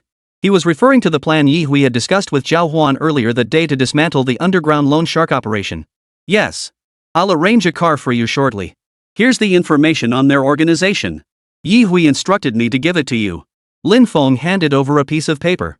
Times Square, Building B, 2nd floor, West Office? Yes. It's a bit crowded here. We need to move quickly to avoid causing panic. Got it. They might have guns. I'll go with you this time. Lin Feng and his team couldn't possibly issue firearms to Zhào Huān. Only officially commissioned personnel within their own unit were authorized to carry them. No need. Bullets will do. I've tried it once before. Zhào Huān scratched his head and uttered a remark that left Lin Feng somewhat stunned. Don't tell me you can dodge bullets? Well. Swish. Zhào Huān's toes lightly touched the ground, and his massive frame appeared before Lin Feng in the blink of an eye. To be honest, I'm pretty fast. He explained to Lin Feng with a straightforward expression, leaving Lin Feng utterly dumbfounded. You're quite the force. Joining the greedy wolf squad requires a token of loyalty anyway. You can go ahead and do that yourself. Hán Chǔxī stood in the distant formation, watching Zhào Huān and Lin Feng whispering to each other, unsure what had transpired. Instructor, aren't we leaving? We're leaving, right now. But your little boyfriend needs to stay here and clear things up for me. The memorial hall needs cleaning. You guys can head back first. Lin Feng dismissed the question with a casual brush off, then instructed Wang Jia to lead the others away. Though Hán Chǔxī was filled with suspicion, she couldn't say anything in front of Lin Feng and ultimately had no choice but to leave with the others. Zhào Huān and Lin Feng remained standing there. Soon, a car pulled up. It was an ordinary Mazda. Instructor Lin, I was just wondering what kind of car you'd arrange for me. So it's this one? Isn't Instructor Yi worried I'll get stuck in traffic? Lin Feng chuckled awkwardly. Ha, budget's tight. Just get a car that works, no need to be picky. As they got in, a man in plain clothes sitting in the driver's seat silently turned the key to start the engine. Let's go. The car started moving, and before long, Zhào Huān was dropped off at Times Square in Dongling City. This bustling commercial district employed tens of thousands of people. Go up. Once you're done, call this number. Someone will come up and take the person away. The driver handed Zhào Huān a note from the back seat. Got it. Stepping out of the car, Zhào Huān looked up and located Building B. The area was bustling with people. Zhào Huān pushed through the crowd and took the stairs upstairs. Soon he arrived at the door of the loan shark company. His heartbeat quickened. This was Zhào Huān's first real test. Would he be able to subdue these petty criminals? Chapter 27, is the senior sister about to be exposed? Peering through the window, he saw a bustling scene inside, though not many people were present. This was the rotten company that had been illegally disbursing high-interest loans over the years, ruining countless families and destroying lives. The moment he stepped inside, several burly men immediately reached out to block Zhào Huān. What are you doing here? To arrest you. Zhào Huān stated the truth, and the men's expressions changed instantly. You're messing with us, huh? Thud. A heavy fist slammed into Zhào Huān's arm. This was the company's specially hired bodyguard, brought in to prevent troublemakers from showing up. After the burly man's fist connected, he expected Zhào Huān to scream in pain. But his fist felt like it had struck iron. Zhào Huān didn't even flinch. You're too weak to be a bodyguard. Zhào Huān spun around and landed a punch on the man. With a clang, the first man fell. Then the second, the third. Zhào Huān finished off the men outside in less than half a minute. Turning to head inside, Zhào Huān saw over a dozen people working there. They had long been aware of the situation here, and seeing Zhào Huān's formidable strength left them trembling in fear. Zhào Huān locked their door from the outside, then demanded, "Where's your boss?" The men immediately pointed toward the innermost room. When Zhào Huān locked them all inside, he also noticed that the area around this room was already covered in surveillance cameras. This meant his arrival had already been detected. Walking straight over and opening the door, Zhào Huān saw a man in a leather jacket sitting in an executive chair, quietly watching him. You don't seem afraid at all? What's there to fear? You're alone. How could you possibly capture me here? Today, I'll eliminate you right here. Then I'll change my identity, flee to another city, and keep running the company. As he spoke, he drew a gun from his coat and pointed it at Zhào Huān from a distance. Zhào Huān touched his nose, showing no sign of fear. You seem pretty confident. Of course I am. Or can you dodge bullets? Go ahead and try. The words had barely left his mouth when Zhào Huān sprang forward like an agile cheetah. He charged straight toward his opponent, who pulled the trigger. Perhaps due to nerves, his shots fired at Zhào Huān were slightly off target. Zhào Huān's control over his positioning was impeccable. With just a twist of his body, he dodged the bullets. The man raised his hand to fire another shot, but Zhào Huān had already closed the distance. With a slight squeeze of his palm, he wrenched the gun from the man's grasp. "You!" The man in the jacket turned pale with shock, quickly drawing a dagger from his waist in preparation to stab Zhào Huān. But Zhào Huān's speed was too swift. With a flick of his fingers, he disarmed the attacker, pinning the dagger to the ground. The jacket-clad man stared at Zhào Huān in disbelief. "Who the hell are you? Did I cross you?" Thud. A punch to the back of his head sent the jacket-clad man crashing to the floor, unconscious. Zhào Huān dragged him out of the office. At this moment, everyone in their company was locked inside this small office area at the westernmost end. He pulled out the phone number the driver had given him earlier and dialed it. "The matter is resolved." "Good. I'll send someone up to take them away immediately." After that brief response came from the other end, the call was abruptly hung up. A system notification chimed in Zhào Huān's mind. Detected completion of host's mission. Funds received. 1 virtual currency may be selected. Host, please begin selection. Choose bid a coin. Congratulations, host. Your virtual currency account has been activated. Bitcoin has been credited. With a large sum deposited into his account, Zhào Huān was thoroughly satisfied. From this moment on, Zhào Huān was a millionaire with millions at his disposal. Shortly after, a group of people opened the door from outside and walked in, led by Yi Hui. "Zhào Huān, you handled that well. I'll give you credit for it later." "Ha, sounds good. I'm done here, so I'll be heading back." "All right." Zhào Huān left the scene and hailed a taxi to head toward the school. But as soon as he passed through a small alley, a dark figure suddenly appeared before him. Zhào Huān reacted swiftly, but the dagger had already pierced his throat. In that critical moment, a figure suddenly charged forward, kicking the attacker 3 zhang away. It was the driver who had just given Zhào Huān a ride. "What's going on?" Zhào Huān asked, puzzled. "Nothing much. Just a stray fish that slipped through the net. You didn't finish the job cleanly earlier." The brother of that loan shark company boss went to the bathroom just then. When he came back, he saw your actions and hid here to get revenge. "Thanks a lot. Without this driver's help earlier, Zhào Huān would likely have met his end here. This mission was indeed extremely dangerous. No need to thank me. Let me reintroduce myself. I'm Wang Yu, deputy leader of the Greedy Wolf Squad. I'm here today to evaluate you." "Ha?" Zhào Huān's mouth fell open in surprise. "So, did I pass the assessment today?" "Indeed. Your strength is truly formidable, and your physical conditioning is the best I've seen in anyone. Come on, I'll escort you back. Better safe than sorry. We don't want any stragglers coming after you for revenge." Although Yi Hui had verbally agreed to let Zhào Huān handle the mission alone this time, he had secretly called Wang Yu to assist behind the scenes. It made sense when you thought about it. They couldn't possibly let Zhào Huān, a novice with little experience, venture out here alone to carry out the mission. If Zhào Huān were to be lost here, it would be a huge loss for them. After being dropped off at the school, Zhào Huān bid farewell to Wang Yu and headed back to his dorm. Walking along the path, Zhào Huān glanced at the messages on his phone and noticed Hán Shào had already sent him over a dozen. "Do all men love green tea, girls? I ran into a green tea today and it pissed me off. Where'd you go? Why aren't you replying? Are you there? Are you there? Are you there?" Seeing Hán Shào send so many messages, Zheng Hui quickly grabbed his phone to reply. "Devil Muscle Man, got caught up with some stuff today. Just checked my phone." "Hán Shào, oh, I thought something might have happened to you." The two started chatting about the topic of green tea. "By the way, don't change the subject. First tell me, do you like green tea?"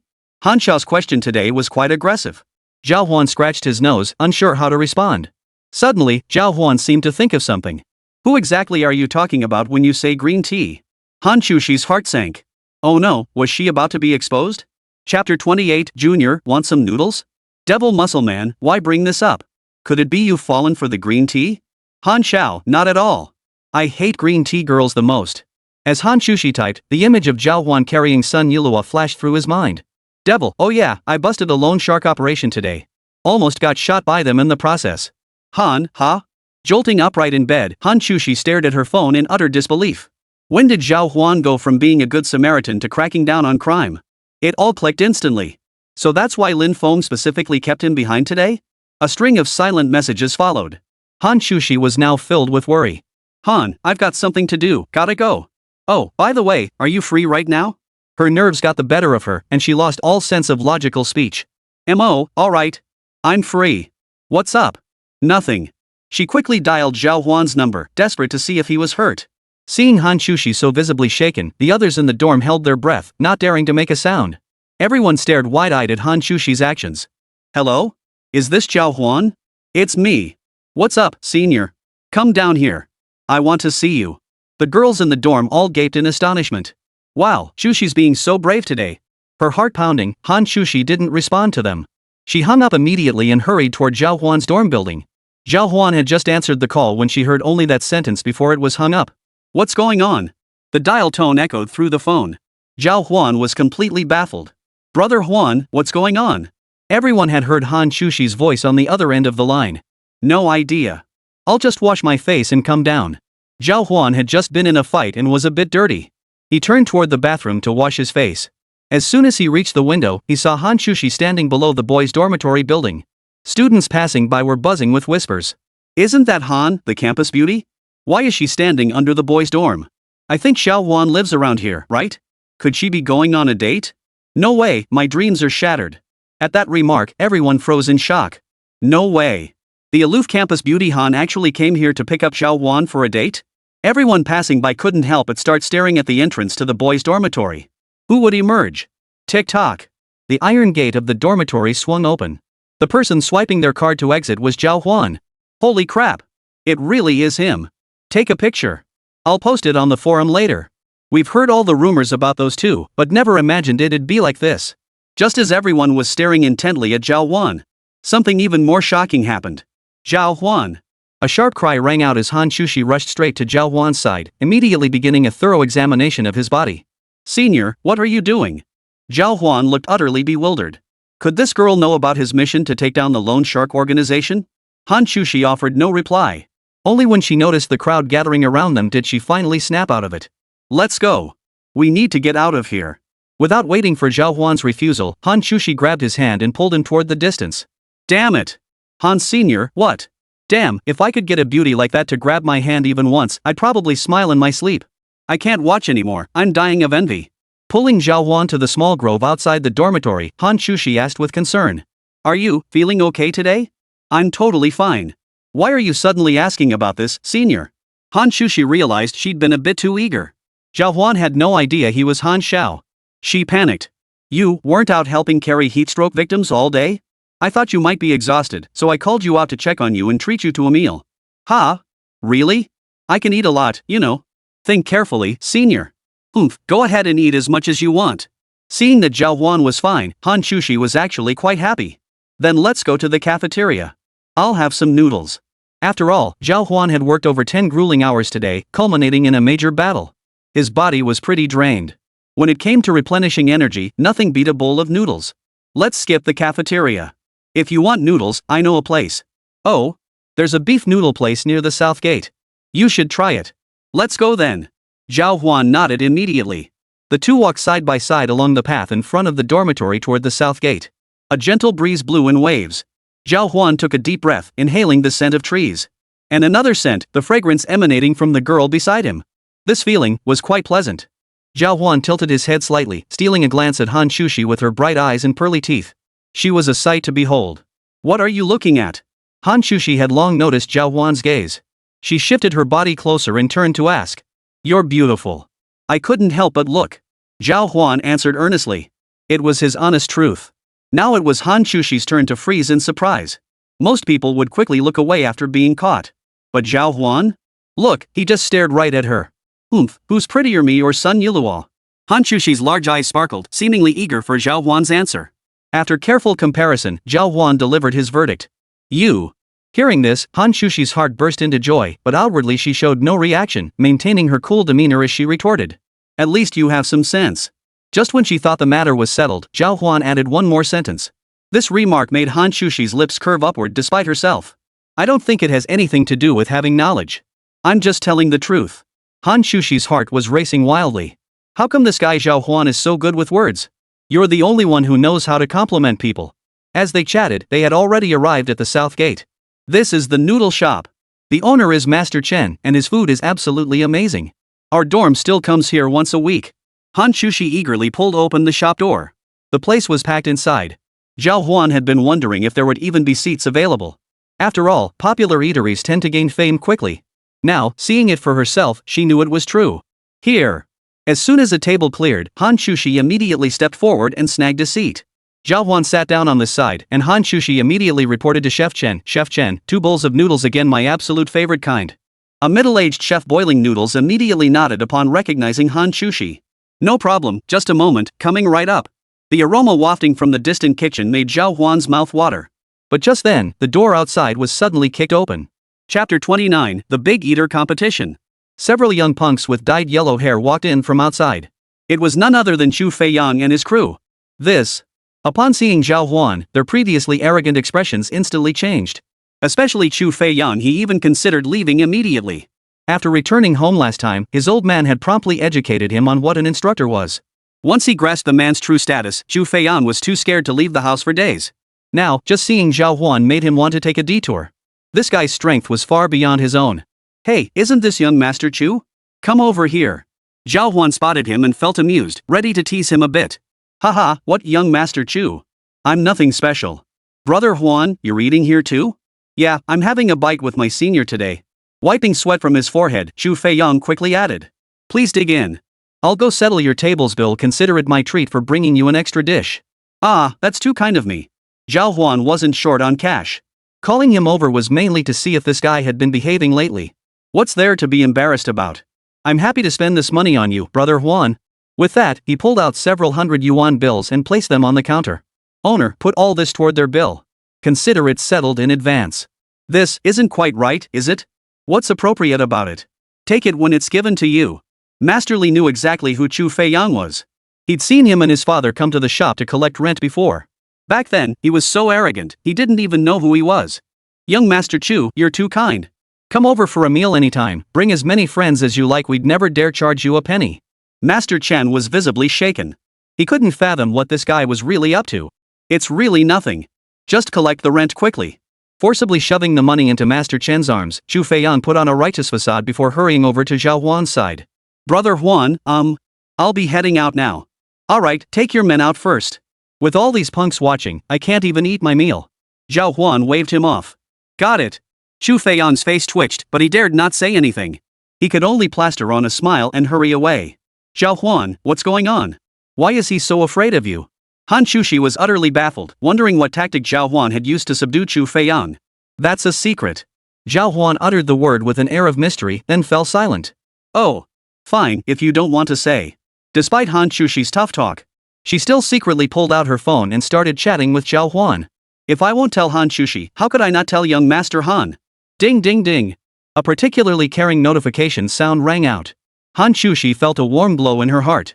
Could it be that Zhào Huān had set her as a special contact? "Young Master Han, I heard that Chu Feiyang has been laying low lately. Seems like you really scared him. It's all over campus now. What's going on?" "Muscle Devil, your sources are pretty reliable." "Han, what happened? Spill it to your closest bro." Sitting across from Zhào Huān, Hán Chǔxī typed cautiously. She kept glancing at Zhào Huān's expression, afraid he might discover her true identity.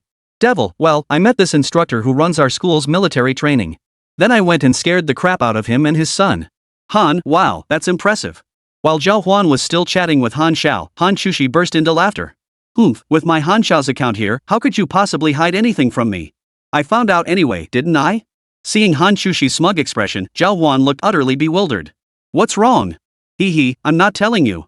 As if retaliating for Zhào Huān not sharing earlier, Hán Chǔxī threw a little girl tantrum.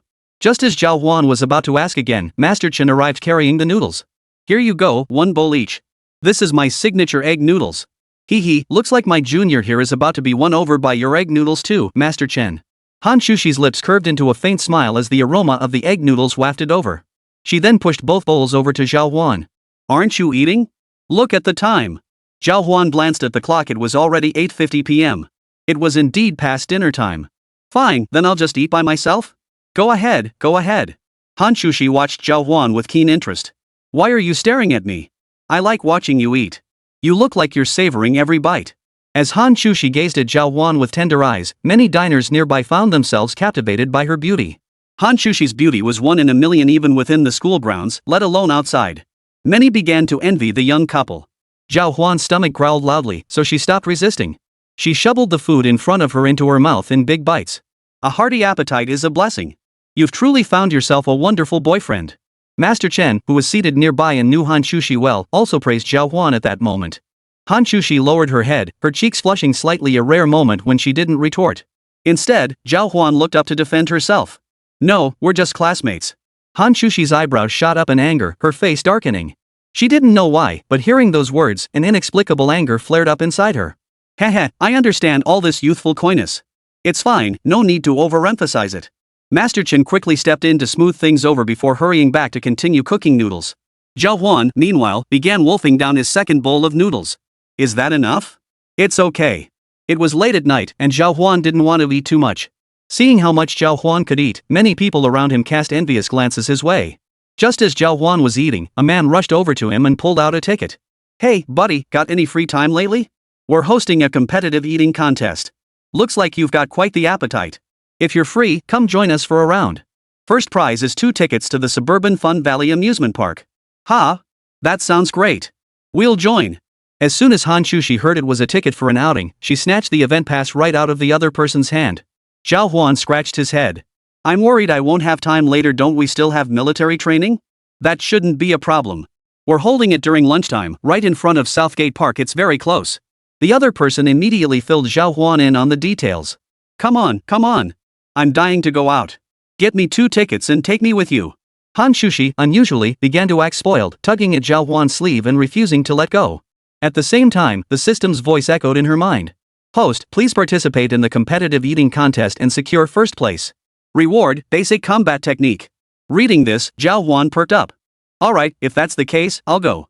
Chapter 30, The Sports Academy Folks. As Zhào Huān devoured the noodles like a whirlwind, the restaurant owner, Master Chen, swiftly brought out several more bowls. The young man watching was utterly astonished. He had assumed Zhào Huān would be satisfied with just 2 bowls.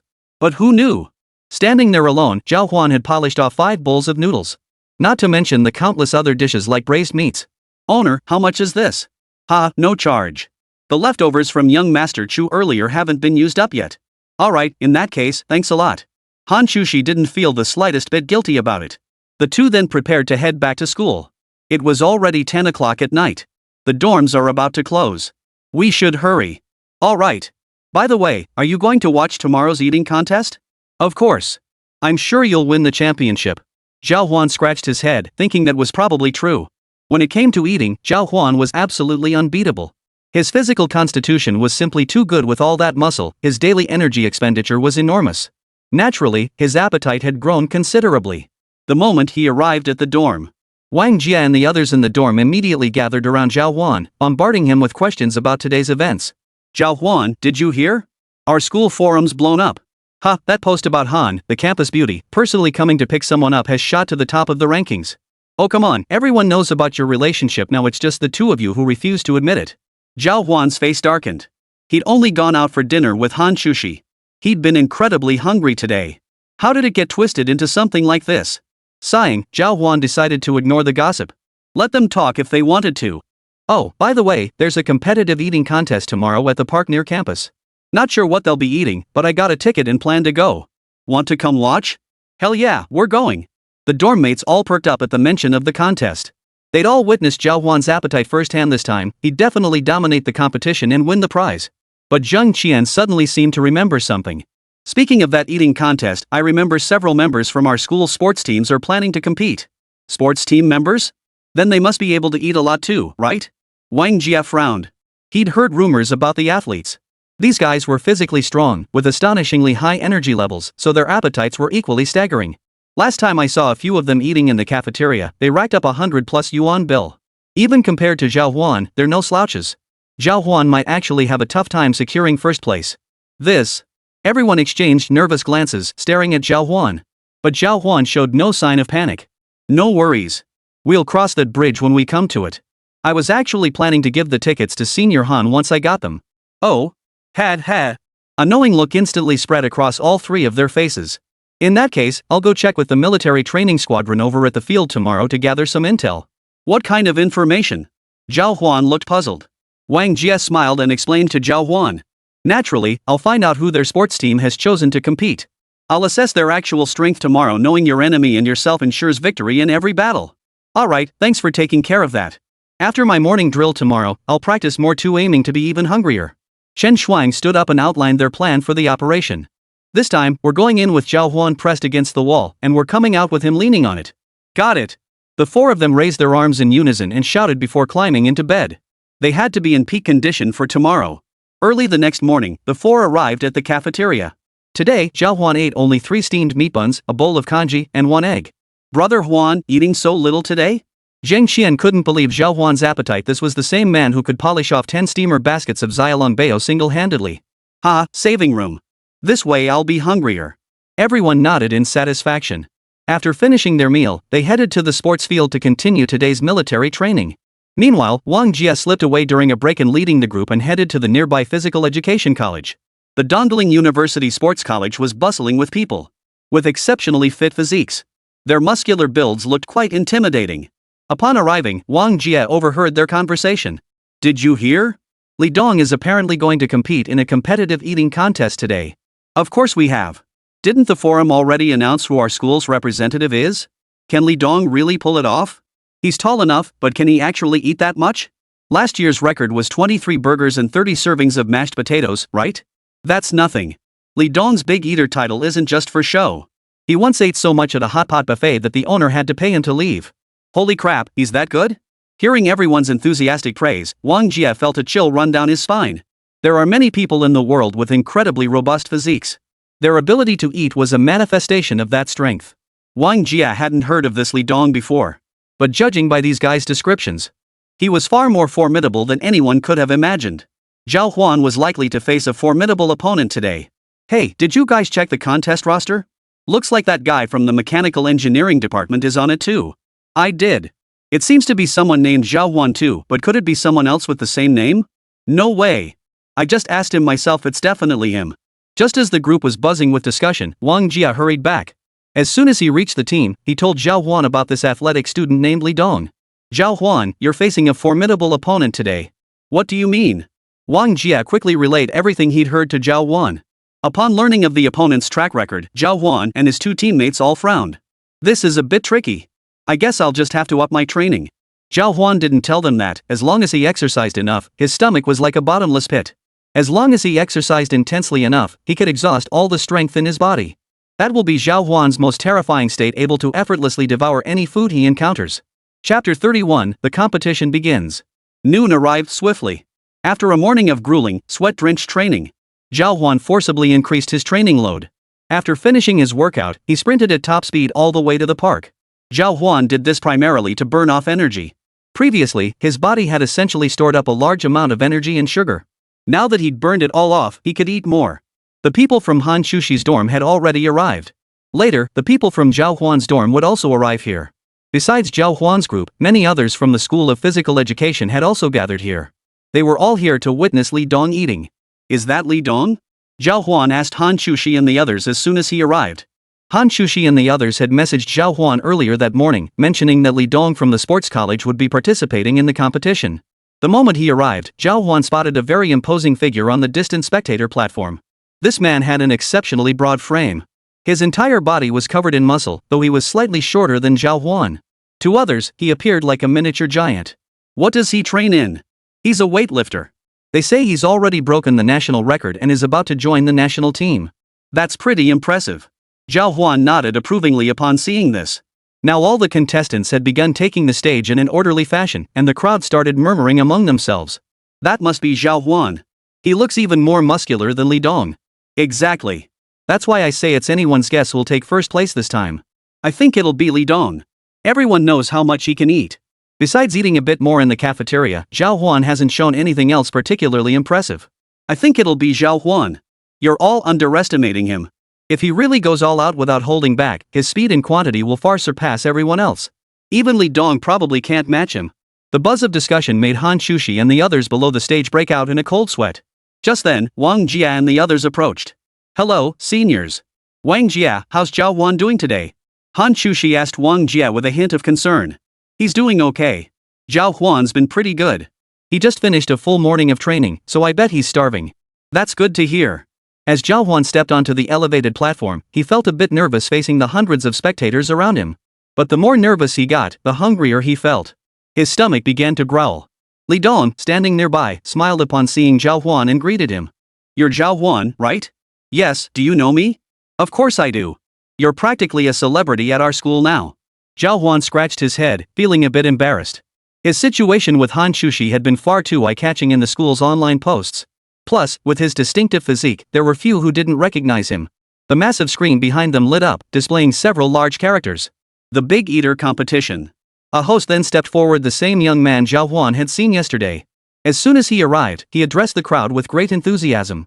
After careful planning, this year's Big Eater Competition is finally underway.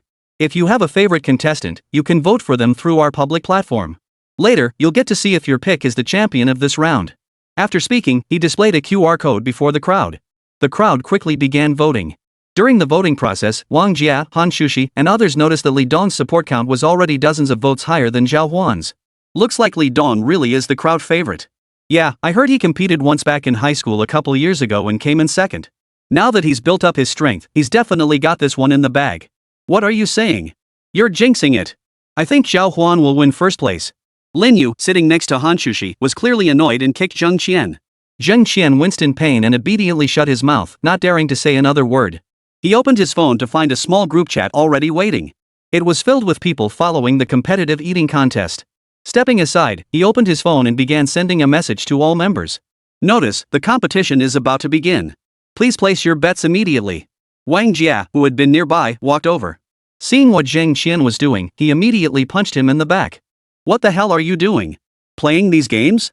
Ouch. Sorry, brother Jia. But since so many people are talking about this lately, I thought I'd get them to bet together. I'll be the bookie. You're beyond redemption. If Zhào Huān finds out, he'll definitely give you a beating. This is a one-time thing, Zheng Qian muttered as he followed Wang Jia back down to the stage. By then, Zhào Huān, Li Dong, and over a dozen other members participating in the competitive eating contest were all ready. The host addressed them once more. How prepared are you all? If everything's in order, the competition will begin in 1 minute. Everyone nodded in agreement. Seeing no objections, the host waved them off. Attendants wheeled in a cart laden with over 100 hamburgers. These burgers are all identical in appearance and weight, verified by us personally. There won't be any discrepancies in weight. As for the mashed potatoes here, each burger eaten earns you 10 points, and each cup of mashed potatoes eaten earns you 5 points. You may begin when you hear the bell ring. The time limit is 30 minutes. The person who eats the most within 30 minutes will win the grand prize from the amusement park. At this announcement, everyone's eyes lit up. Li Dong had a girlfriend too. He'd come to this contest today purely because his girlfriend wanted to go out and have fun. I won't let you win. He turned to glare defiantly at Zhào Huān, who returned the look with a faint smile. Neither will I. Ding ding ding. As the bell rang, Zhào Huān's battle in this eating contest began. He forcefully squeezed the burger in his hand, compressing it into a small, round ball. He shoved it into his mouth and chewed relentlessly. He devoured one in under 30 seconds. Turning his head, Zhào Huān witnessed an even more astonishing sight. Chapter 32, 10 more. This guy named Li Dong was even more ruthless. He took a small sip of water, then stuffed a balled-up burger into his mouth. He opened his wide mouth and devoured them one after another. His jaw muscles were incredibly developed. The crunching sounds echoed from his mouth to the outside world. What an intimidating sight. This display left the people nearby utterly stunned. Zhào Huān can't lose, right? They're the only two seeded players this time. Compared to him, Zhào Huān doesn't seem to have the upper hand. Wang Jia looked up with a puzzled expression. Hearing this, Hán Chǔxī also felt a twinge of worry. I believe in Zhào Huān. He even said he'd take me out to play. But at this speed. While everyone else was holding their breath in suspense, Zheng Qian spoke up quietly from the side. I don't think eating fast is necessarily an advantage. Think about it, didn't our parents always teach us to chew slowly and savor our food? How isn't eating fast an advantage? You finish in no time. Chen Shuang asked, puzzled. Zheng Qian waved his finger dismissively, looking quite smug. No, you don't get it. The reason they can eat so fast is because they digest while they eat, allowing them to keep shoveling food down their throats. So you're saying Zhào Huān is using the safest tactic now? He wants to hold out until the very end? Hán Chǔxī grasped Zheng Qian's meaning and stared intently at Zhào Huān above. Exactly. The longer he stretches his front lines, the greater his chances of victory. On the stage, a gaunt figure whose eyes glowed eerily green from hunger was frantically shoving hamburgers into his mouth. This was the type of competitor who starved themselves for days to boost their fighting power. Zhào Huān glanced over and shook his head. Eating like that? He must be trying to kill himself. Sure enough, moments later, the skinny guy clutched his stomach in agony and raised his hand. I can't go on. Those below hurriedly helped him down. Soon, Li Dong reached 200 points. He had already eaten 18 portions, plus an additional 4 portions of mashed potatoes. As for Zhào Huān, he had only managed 170 points. The gap between them was still significant. Li Dong glanced at the scoreboard in front of Zhào Huān, a faint smile curling his lips. This round, he was sure to win. Zhào Huān, however, showed no reaction, eating at a leisurely pace. Though his pace was brisk, he ensured every bite was chewed thoroughly. The sports college crowd grew increasingly excited, cheering Li Dong on. Go, Li Dong! Li Dong, keep it steady! Only 15 minutes left. Ha, Li Dong's gonna take the crown this time. Hán Chǔxī heard the cheers and refused to be outdone. How could her man lose his momentum? She rallied the dorm mates to cheer on Zhào Huān. Zhào Huān, go for it! Go Zhào Huān! Zhào Huān, Hán Chǔxī is counting on your 2 votes. Hearing this, the sports college crowd all wore expressions of utter exasperation. Showing off their love, huh? Zhào Huān paid no heed to the crowd's shouts. Instead, he was thoroughly satisfied with this burger. It must be said, the burgers at this place were truly delicious. Next time I should buy more to try. Zhào Huān murmured softly. The sound didn't reach the ears of the audience below the stage, but Li Dong beside him was startled. Buy more to try. There were at least 30 burgers on the table. Wasn't that enough for Zhào Huān? Impossible. He must be joking. Poof. With a cold chuckle, Li Dong resumed eating. Only when a dull ache set in during the final 10 minutes did he finally stop. By then, his score had soared to 385 points. Everyone was stunned. His score is ridiculously high. You bet. Even Zhào Huān couldn't catch up to that now. There's only 10 minutes left. Zhào Huān's score was currently only 285 points. Compared to Li Dong's score, it was nothing. Unless Zhào Huān could wolf down 10 more burgers in the next 10 minutes. Otherwise he'd never catch up. Li Dong was done. His current score was sufficient. After a moment's thought, he headed downstairs, clutching his stomach. The crowd from the physical education college rushed over to help him up. Li Dong, you're incredible. The championship is still ours, sports college. Ha, just wait for the award ceremony. Hán Chǔxī's palms were already covered in a fine sheen of sweat. She clenched her fists, her eyes filled with worry as she looked at Zhào Huān before her. Zhào Huān, however, continued eating at his own leisurely pace. After stepping off the stage, Li Dong sat down on a stool and looked up at Zhào Huān above. Zhào Huān followed his gaze and looked back, asking him with some confusion. Why did you come down? Doesn't that mean you lose? I'm stuffed. But you think I'd lose with this score? I'm not buying it. Li Dong rubbed his aching stomach, his face full of bewilderment. The others snickered derisively. You're such a good actor, man. This is a tactical retreat. This score alone is enough to keep you in check. No, I've only just started eating. Zhào Huān took a deep breath before calmly addressing them. Hearing this, Li Dong's heart sank instantly. What do you mean? Just watch. Zhào Huān continued eating at his original pace, neither hurried nor slow, consuming 1 to 2 burgers per minute.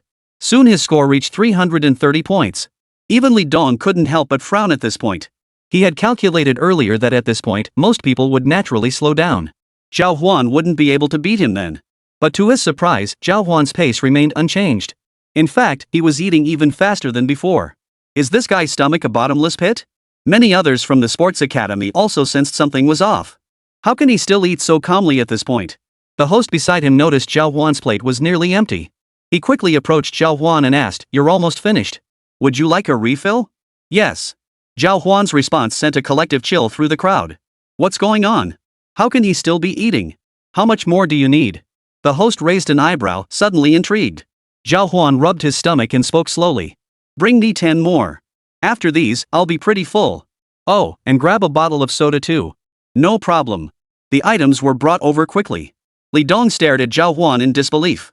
He couldn't believe someone like this actually existed. Standing below the stage, he nervously spoke up.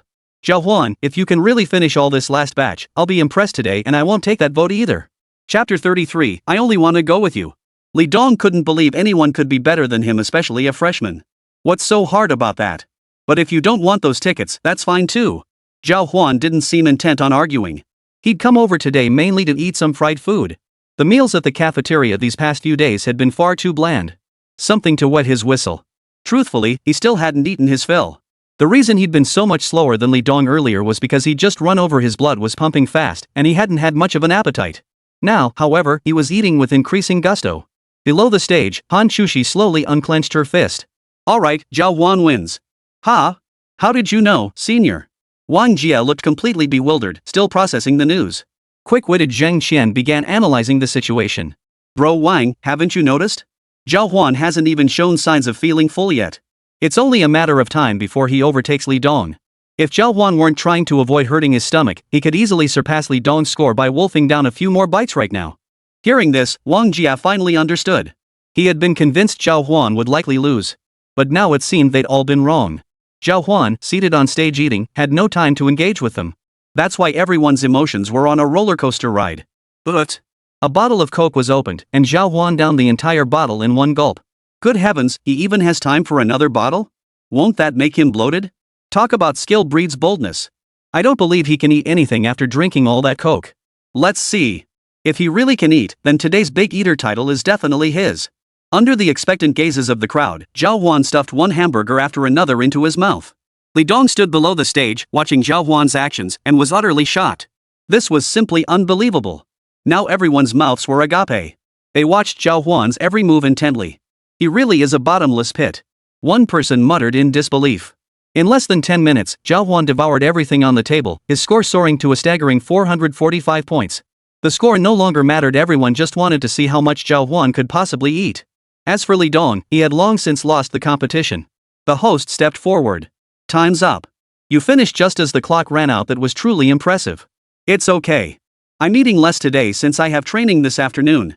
Hearing this, the host perked up with renewed interest. A lot of people down there want to see how far you can push yourself. How about this? We'll give you free burgers to keep eating here. See if you can set another record? Nah, I've got stuff to do. Oh? This is your chance to break the record. What do you have to do?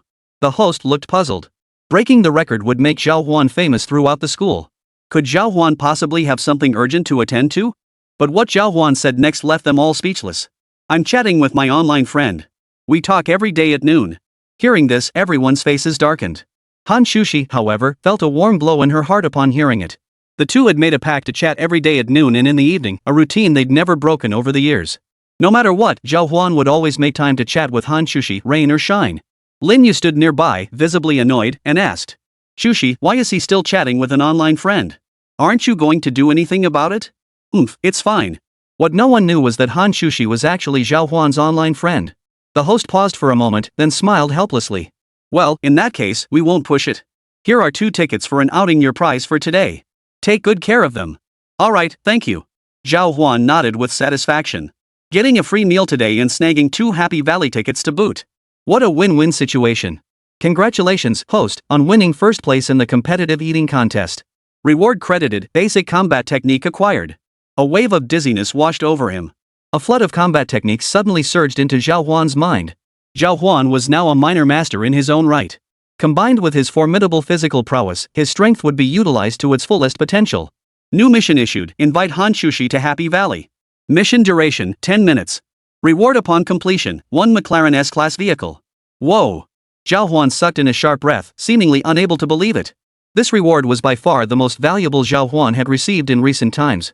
A McLaren. One of those costs tens of millions. But then, a very real thought struck Zhào Huān. He currently possessed tens of millions.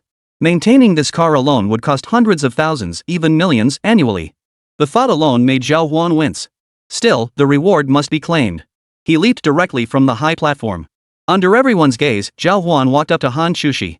Just as everyone looked at him in confusion, Zhào Huān spoke up. Are you free this weekend? Feeling all eyes fixed on the two of them, Hán Chǔxī's cheeks flushed crimson. You're asking me out like this in public? It's making me feel rather embarrassed.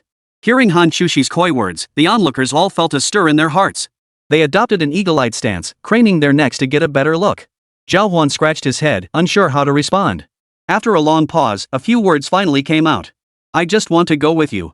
Hán Chǔxī's face flushed even redder. When the faint, almost inaudible voice escaped Hán Chǔxī's lips. For some reason, everyone present felt a wave of relief wash over them, followed by satisfied nods. That's more like it. After Zhào Huān finished his invitation, Li Dong had quietly approached his side. Zhào Huān, you're incredible. I'm truly in awe. Not bad, I guess. To be honest, I haven't had a proper meal in years. Li Dong chuckled, assuming Zhào Huān was just joking. But he didn't know that since obtaining the system, Zhào Huān's daily energy consumption had been several times that of an ordinary person. His appetite was also astonishingly large, and he truly hadn't had a proper meal in years. The girls in Hán Chǔxī's dorm room gathered around them. Just as they were about to chat with Zhào Huān, an ultra-stylish sports car suddenly zoomed in from the distance. Everyone was stunned. Who was this rich person? Driving a McLaren to school? Meanwhile, a voice from the system echoed in Zhào Huān's mind. McLaren S-Class payment received. Please verify. Chapter 34, Kiss Her. Holy! Is that this year's limited edition McLaren S? A shriek drowned out the crowd's buzz. The students froze in their tracks. How crazy is that? Driving this to school? I thought only big shots bought these as collectibles, they wouldn't even drive them. Holy crap, he just drove it here? Zhào Huān was stunned. He hadn't intended to draw this much attention. But today, he'd ended up in this kind of situation. System, could you please tone it down? I still have to go to school. Now everyone will think I'm a nouveau riche. Zhào Huān's face darkened. Sure. The system responded to Zhào Huān for the first time in ages. After the host claims it, a dedicated driver will transport it to the underground parking garage of the commercial building at the south gate of the school. Fine. Zhào Huān scratched his head and walked forward. The McLaren had been parked here for half a day, seemingly waiting for someone. All eyes were on them. They were filled with curiosity. Just who was bold enough to show up here and make the owner of a McLaren S wait? This car, it's just too cool. When I have money someday, I'm buying one. Zheng Qian whispered to his dorm mates. His voice was so low because he didn't even believe he could afford one. Zhào Huān scratched his head and chuckled, stepping forward. Zhào Huān, what are you doing? Everyone looked at him in surprise. Well, it's my friend. I just need to say a few words to him. Ha! Zhào Huān didn't elaborate, hurrying forward at a brisk pace. The man driving inside was a salesperson from the car dealership. Knock knock knock.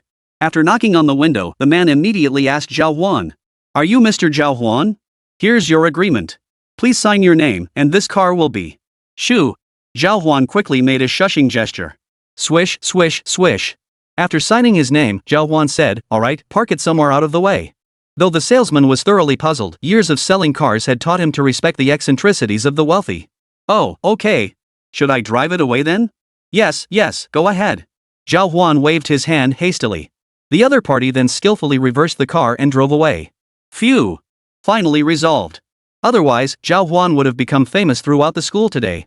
Fame is a pig's nightmare, and Zhào Huān just wanted to finish his 4 years of studies in peace.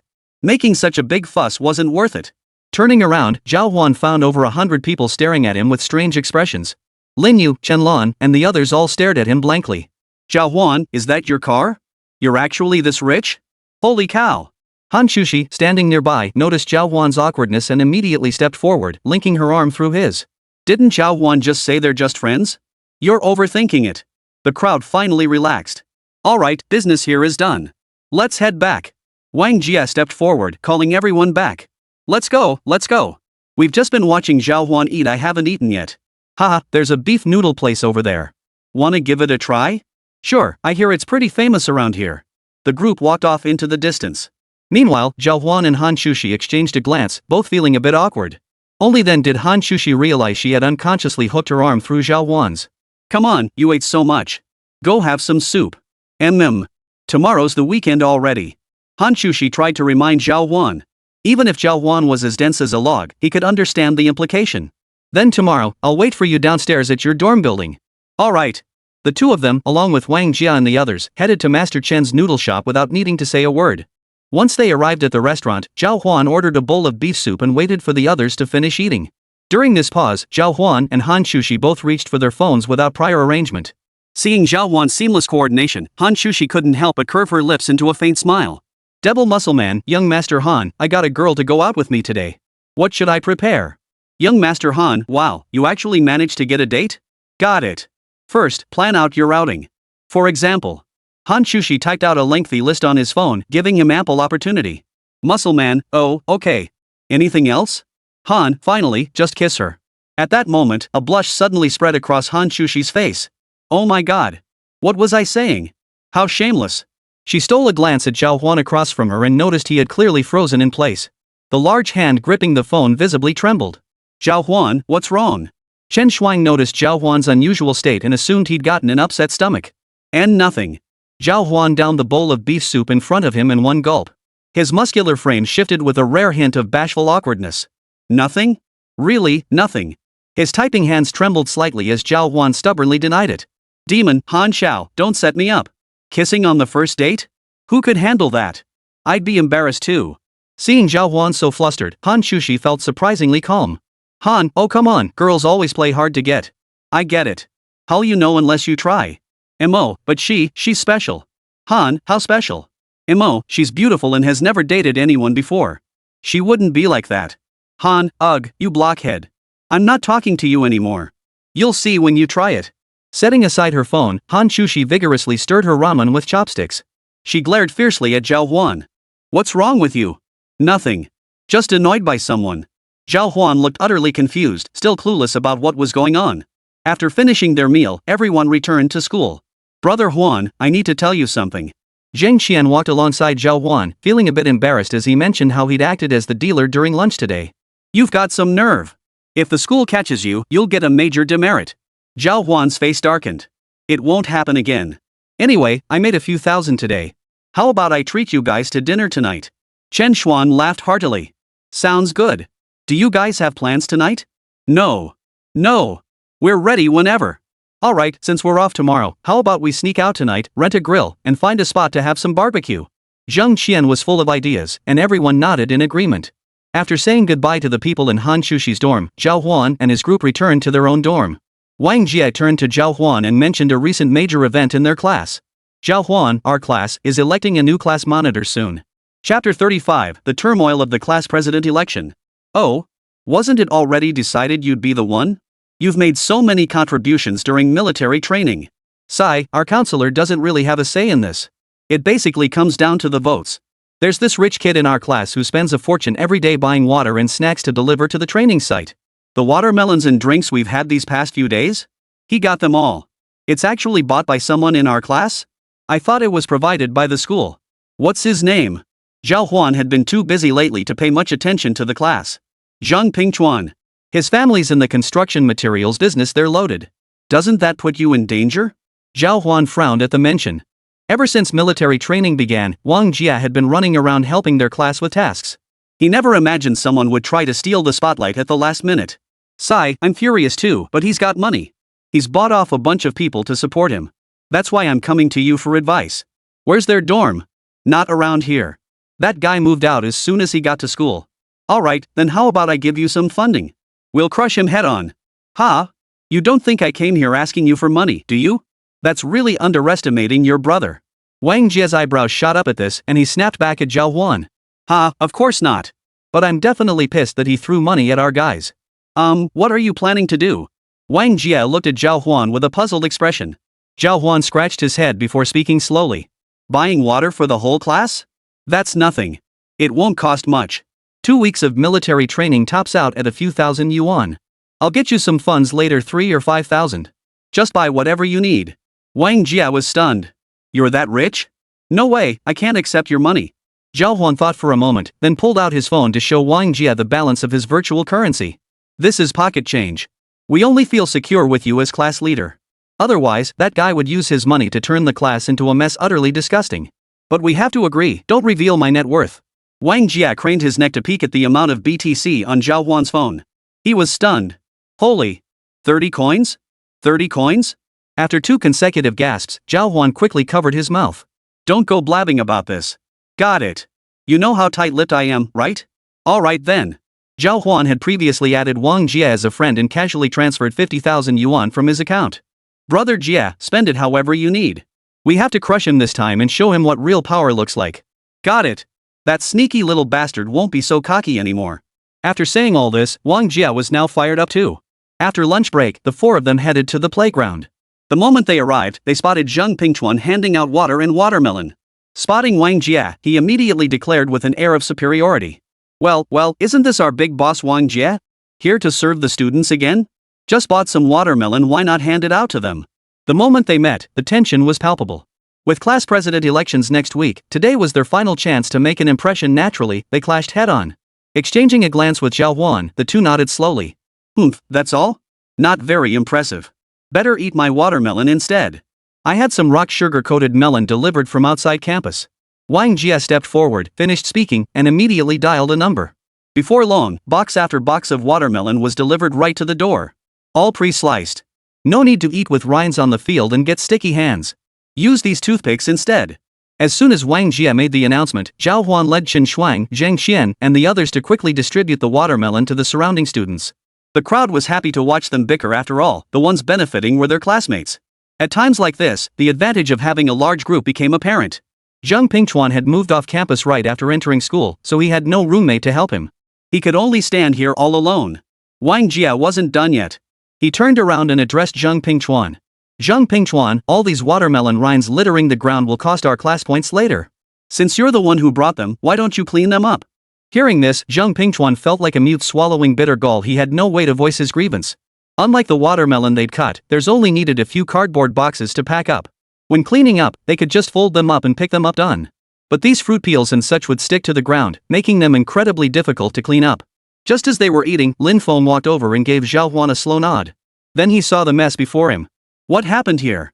Wang Jia hurried forward to explain, handing Lin Feng a box of watermelon as he did so. After taking the box from his hand, Lin Feng slowly began eating. Zhang Pingchuan, you little brat. You eat but don't clean up? I'm giving you 20 minutes.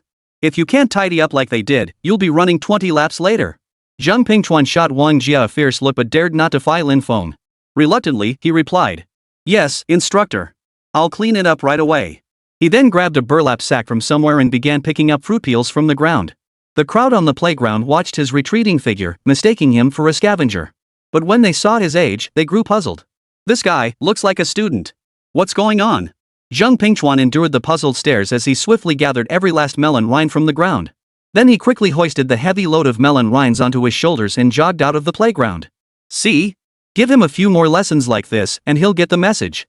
We've got the numbers and the money. How could he possibly compete with you for class president? Zhào Huān walked over to Wang Jia and said with a grin. Ha, today's been so much more satisfying.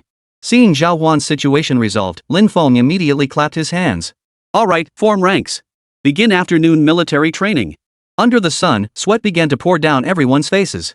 Throughout the entire afternoon of training, Zhang Pingchuan didn't come out looking for trouble again. Today had been a major setback for him, publicly reprimanded by the drill instructor and covered in grime from picking up trash. He probably wouldn't dare pick fights anymore. Evening fell quickly. As Zhào Huān was leaving with the others, Zheng Qian approached. Brother Huān, contact your senior. We're getting ready to head out. Zhào Huān snapped out of his thoughts. Come to think of it, there was a picnic planned for tonight. Wonder if any surprises await? Chapter 36, Camping and Drawing Lots. By evening, the group gathered at the rental shop near the school gate. Zheng Qian, you're something else. When did you find this place? Wang Jia looked at the minivans parked nearby, clearly surprised. In just 2 short days, Zheng Qian had discovered numerous spots around the school they hadn't known about. Ha, I figured I'd rent some vans here when the time comes. Then during the holidays, I can give people rides to the train station. Ha? You have a driver's license? Chen Xuan was taken aback. Zheng Qian's train of thought was truly unconventional. Nah, I'll just hire a driver. Why wouldn't I do it? $30 a person, pick up and drop off included. 6 people per van, that's thousands a day. Hearing this, Zhào Huān couldn't help but admire him. Zheng Qian's mind was truly sharp. Alright, let's go. This time we're heading to a place called Black Dragon Pool. They've got barbecue grills there too. As they walked to the side, Zheng Qian suddenly remembered something. Oh, right. Does anyone here know how to drive? Everyone exchanged glances. Dong Li scratched her head awkwardly. We only had time to sign up for driving school during our sophomore year. We haven't gotten our licenses yet. Freshman year had been too hectic with academics, so none of them had time to take the test. But just then, Zhào Huān stepped forward. I have one.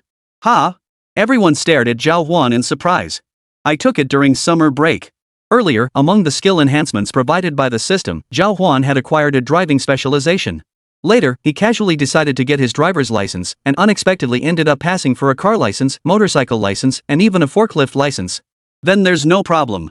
Zheng Qian nodded in satisfaction and handed the car keys to Zhào Huān. Opening the trunk, the group loaded box after box of raw skewers onto the truck. V-room. He inserted the key and turned it, and both vans roared to life. Everyone, check if you've forgotten anything. Nope. Let's go. Yay. Zhào Huān led the group, with Hán Chǔxī sitting in the passenger seat to navigate for him. Less than an hour later, they arrived at Black Dragon Pool. If Dongling University was considered the suburbs, then this place was the outskirts. Heilongtan featured a clear pool surrounded by lush mountain forests. During the day, visitors could hike the trails. Time to set up the tents and frames. As soon as they arrived, the sky darkened. The group took out 4 small lanterns and placed them on the frames. Then Wang Jia, Zhào Huān, and the other guys assembled all the large pieces. Then we'll skewer the meat. Chen Lan says she's a pro at this, she makes them super plump. Hearing this, Zhào Huān nodded with satisfaction. Soon, everything was set up. Hán Chǔxī and Lin Yu began grilling the meat. Zhào Huān stood nearby assisting. But before long, a burnt smell wafted up from the grill. Oh no! Hán Chǔxī's startled cry drew everyone's attention. What happened? I burned it. Hán Chǔxī stood frozen in place, her face flushed with guilt. Ha! It's okay, just try again. Zhào Huān and the others had brought plenty of supplies this time, so one failure wasn't a big deal. But Hán Chǔxī grew anxious. I'm afraid I'll mess it up again. Can you guys handle it? After she spoke, everyone exchanged glances. I don't know how either. Me neither. I don't cook at home. A series of gurgling sounds echoed in succession. The sound of hungry stomachs. As everyone stood helplessly, Zhào Huān thought for a moment before stepping forward. Earlier, the system had granted Zhào Huān an enhanced scent recognition ability. Zhào Huān decided to test this skill. If he could enhance his scent perception, he should be able to control the roasting meat more precisely. Hán Chǔxī was at a loss, feeling deeply guilty for failing to complete the task smoothly. Let's do this together. I think I can handle it. Just then, a towering figure stepped before her. Hán Chǔxī looked up to see a towering figure standing before her. It was Zhào Huān. For some reason, seeing Zhào Huān today brought her an unexpected sense of reassurance. Alright. The two quickly began the grilling process. Zhào Huān maximized his sense of smell. Just as the meat Hán Chǔxī was grilling was about to char, he spoke up. Time to flip it. Hán Chǔxī obediently flipped the meat over. Unfortunately, her movement was a bit slow. Zhào Huān reacted swiftly, placing his hand directly on the back of Hán Chǔxī's hand to help her complete the flip. You need to be quicker. Look at this color usually at this stage. Zhào Huān spoke while guiding Hán Chǔxī's hand through the motion. A wave of shy embarrassment washed over Hán Chǔxī. Zhào Huān exuded an air of dependable reliability. Though he still held her hand, Hán Chǔxī said nothing, instead quietly gazing at Zhào Huān's profile as he explained earnestly. For a moment, she couldn't help but smile dreamily. What are you laughing at? Nothing. Go on. Hán Chǔxī leaned closer to Zhào Huān, her warm fragrance overpowering the aroma of grilled meat, making Zhào Huān's old face flush. Next, it's this part. Under Zhào Huān's guidance, Hán Chǔxī quickly mastered the technique. Got it? Got it. Then I'll be going. Without needing Zhào Huān's further guidance, she soon roasted a generous amount of meat. But when Zhào Huān said he was leaving, Hán Chǔxī felt a sudden emptiness in her heart. Before long, a large quantity of meat was roasted. Alright, let's dig in. Yay! Lin Yu was the first to step forward, grabbing a skewer of meat and popping it into her mouth. The moment it touched her tongue, she sensed something extraordinary. The flavor started at her tongue, swirled up her nasal passages, and shot straight to her crown. Wow! So delicious. Chǔxī, didn't you say you couldn't grill meat? Hán Chǔxī's face flushed slightly as she glanced over at Zhào Huān with a touch of embarrassment. If it weren't for Zhào Huān today, she definitely wouldn't have done well. But Zhào Huān paid no attention to the commotion. He walked over to the side, opened a can of cola, and chugged it down. After eating and drinking their fill, Zheng Qian had a brilliant idea. He stood up and announced to everyone. I heard there's a mountain god temple up here. They say praying there is super effective. Since it's deserted, why don't we split up tonight and explore? First one to find it wins. How about betting $300? Sounds good. Let's draw lots to decide the groups. Chen Shuang, Lin Yu, Dongli, and the others were all intrigued. Young people crave excitement. Then pair up one man and one woman per group. Hearing this, Hán Chǔxī's heart stirred. If they drew lots, could she end up with Zhào Huān? Chapter 37, Don't look at what you shouldn't. Soon, several chopsticks of varying lengths were brought out. I'll break 8 chopsticks at random. Whoever draws a broken chopstick that can be matched to form a whole one, those two become teammates. Wang Jie swiftly announced the rules to everyone. He then gathered them all in his palm and began the drawing. Hán Chǔxī stepped forward eagerly and drew a chopstick snapped clean through its center. Alright, everyone place your chopsticks in your palms. We'll reveal your partners shortly. Everyone's hearts were in their throats. Hiding her chopstick, Hán Chǔxī glanced nervously at Zhào Huān. But at that moment, Zhào Huān was holding nothing more than a chopstick broken off at 1/3 its length. Hán Chǔxī froze. Could it be that she wouldn't be on the same team as Zhào Huān today? The thought brought a wave of disappointment flooding over her. Her eyes even began to redden. Dongli stepped forward and addressed the group. In that case, let's reveal them one by one. As she spoke, Dongli beckoned to Hán Chǔxī from behind. Hán Chǔxī, confused, walked up to Dongli. Dongli then secretly extended a chopstick broken in the middle from behind her back. This was for Hán Chǔxī. Cicely, you. Hán Chǔxī's heart skipped a beat. Ahem. Dongli turned her head and gave her a knowing smile, batting her big eyes. Hán Chǔxī instantly understood Dongli's meaning. The two secretly exchanged chopsticks. I'll go first. After sensing the exchange, Dongli stepped forward and held out her chopsticks. After comparing sizes, everyone saw that the chopsticks in Chen Shuang's hand were just right. Cicely, we're a team. Let's get going now. No problem. The two took a small path and climbed up the hill beside Black Dragon Pool. Next up was Zheng Qian, who teamed up with Chen Lan. They didn't hesitate either. After all, Zheng Qian had proposed this challenge. He was also eager to get his hands on the wagered money. Next came Wang Jie and Lin Yu. Haha, we'll be heading off first. Now, only Hán Chǔxī and Zhào Huān remained on the field. Looks like it's down to us too. Hán Chǔxī stepped forward and said to Zhào Huān with unspoken understanding. He understood perfectly well how she had secured this chance to be with him. With that thought, Hán Chǔxī cast a grateful glance toward Dong Li in the distance. Yeah, let's go. Zhào Huān pulled out his phone to inform Han Shào. He figured he wouldn't be able to chat with young Master Han while out having fun tonight. Young Master Han, I'm out having fun tonight, so I won't be chatting with you. Got it. Hán Chǔxī knew Zhào Huān was messaging him the moment she pulled out her phone. Pulling out his phone at the same time as Zhào Huān, Hán Chǔxī instantly replied before preparing to head up the mountain with her. Zhào Huān, however, remained unaware of Hán Chǔxī's actions, assuming she was merely checking the time. They casually picked a path and started climbing. Black Dragon Pool was a popular tourist spot, so the mountain paths were wide and well maintained, crisscrossing in every direction any route would lead to the summit. It's so dark. Walking along the path, Hán Chǔxī instinctively moved behind Zhào Huān. Typically, this was the moment for Zhào Huān to display his manly side. Like offering his hand for Hán Chǔxī to hold. But if he actually did that, he wouldn't be Zhào Huān. After a moment's thought, Zhào Huān spoke slowly. I'll turn on the flashlight. You walk ahead of me. That way, we can keep an eye on each other. Hán Chǔxī's face darkened with disappointment. She'd been hoping Zhào Huān would take her hand. A beam of light soon illuminated the area from his phone. The terrain within a dozen steps became clear to both of them as Zhào Huān guided Hán Chǔxī forward. A cold mountain wind blew steadily. Hán Chǔxī hadn't noticed it much at first, but now it was late September, almost October. Even though the sun was strong during the day, the temperature dropped significantly once night fell. As they walked, Hán Chǔxī suddenly felt a chill seep into her body. Achoo! Zhào Huān noticed her reaction and hurried over to ask. Getting a bit chilly, huh? Here, take my jacket. Hán Chǔxī had dressed up carefully for today's outing. She wore a plaid knit sweater on top, paired with a skirt and knee-high stockings below, looking exceptionally youthful and radiant. Her smooth legs were a sight that left anyone who saw them unable to resist. But style comes at the expense of warmth. Exploring here at night proved far less straightforward than imagined. The sudden drop in temperature became especially noticeable after dinner. So Hán Chǔxī accepted without hesitation, taking the coat from Zhào Huān behind her and offering a thank you. Aren't you cold? If you give me your coat, what if you catch a cold? I won't get sick. You wear it. Zhào Huān wasn't lying to Hán Chǔxī.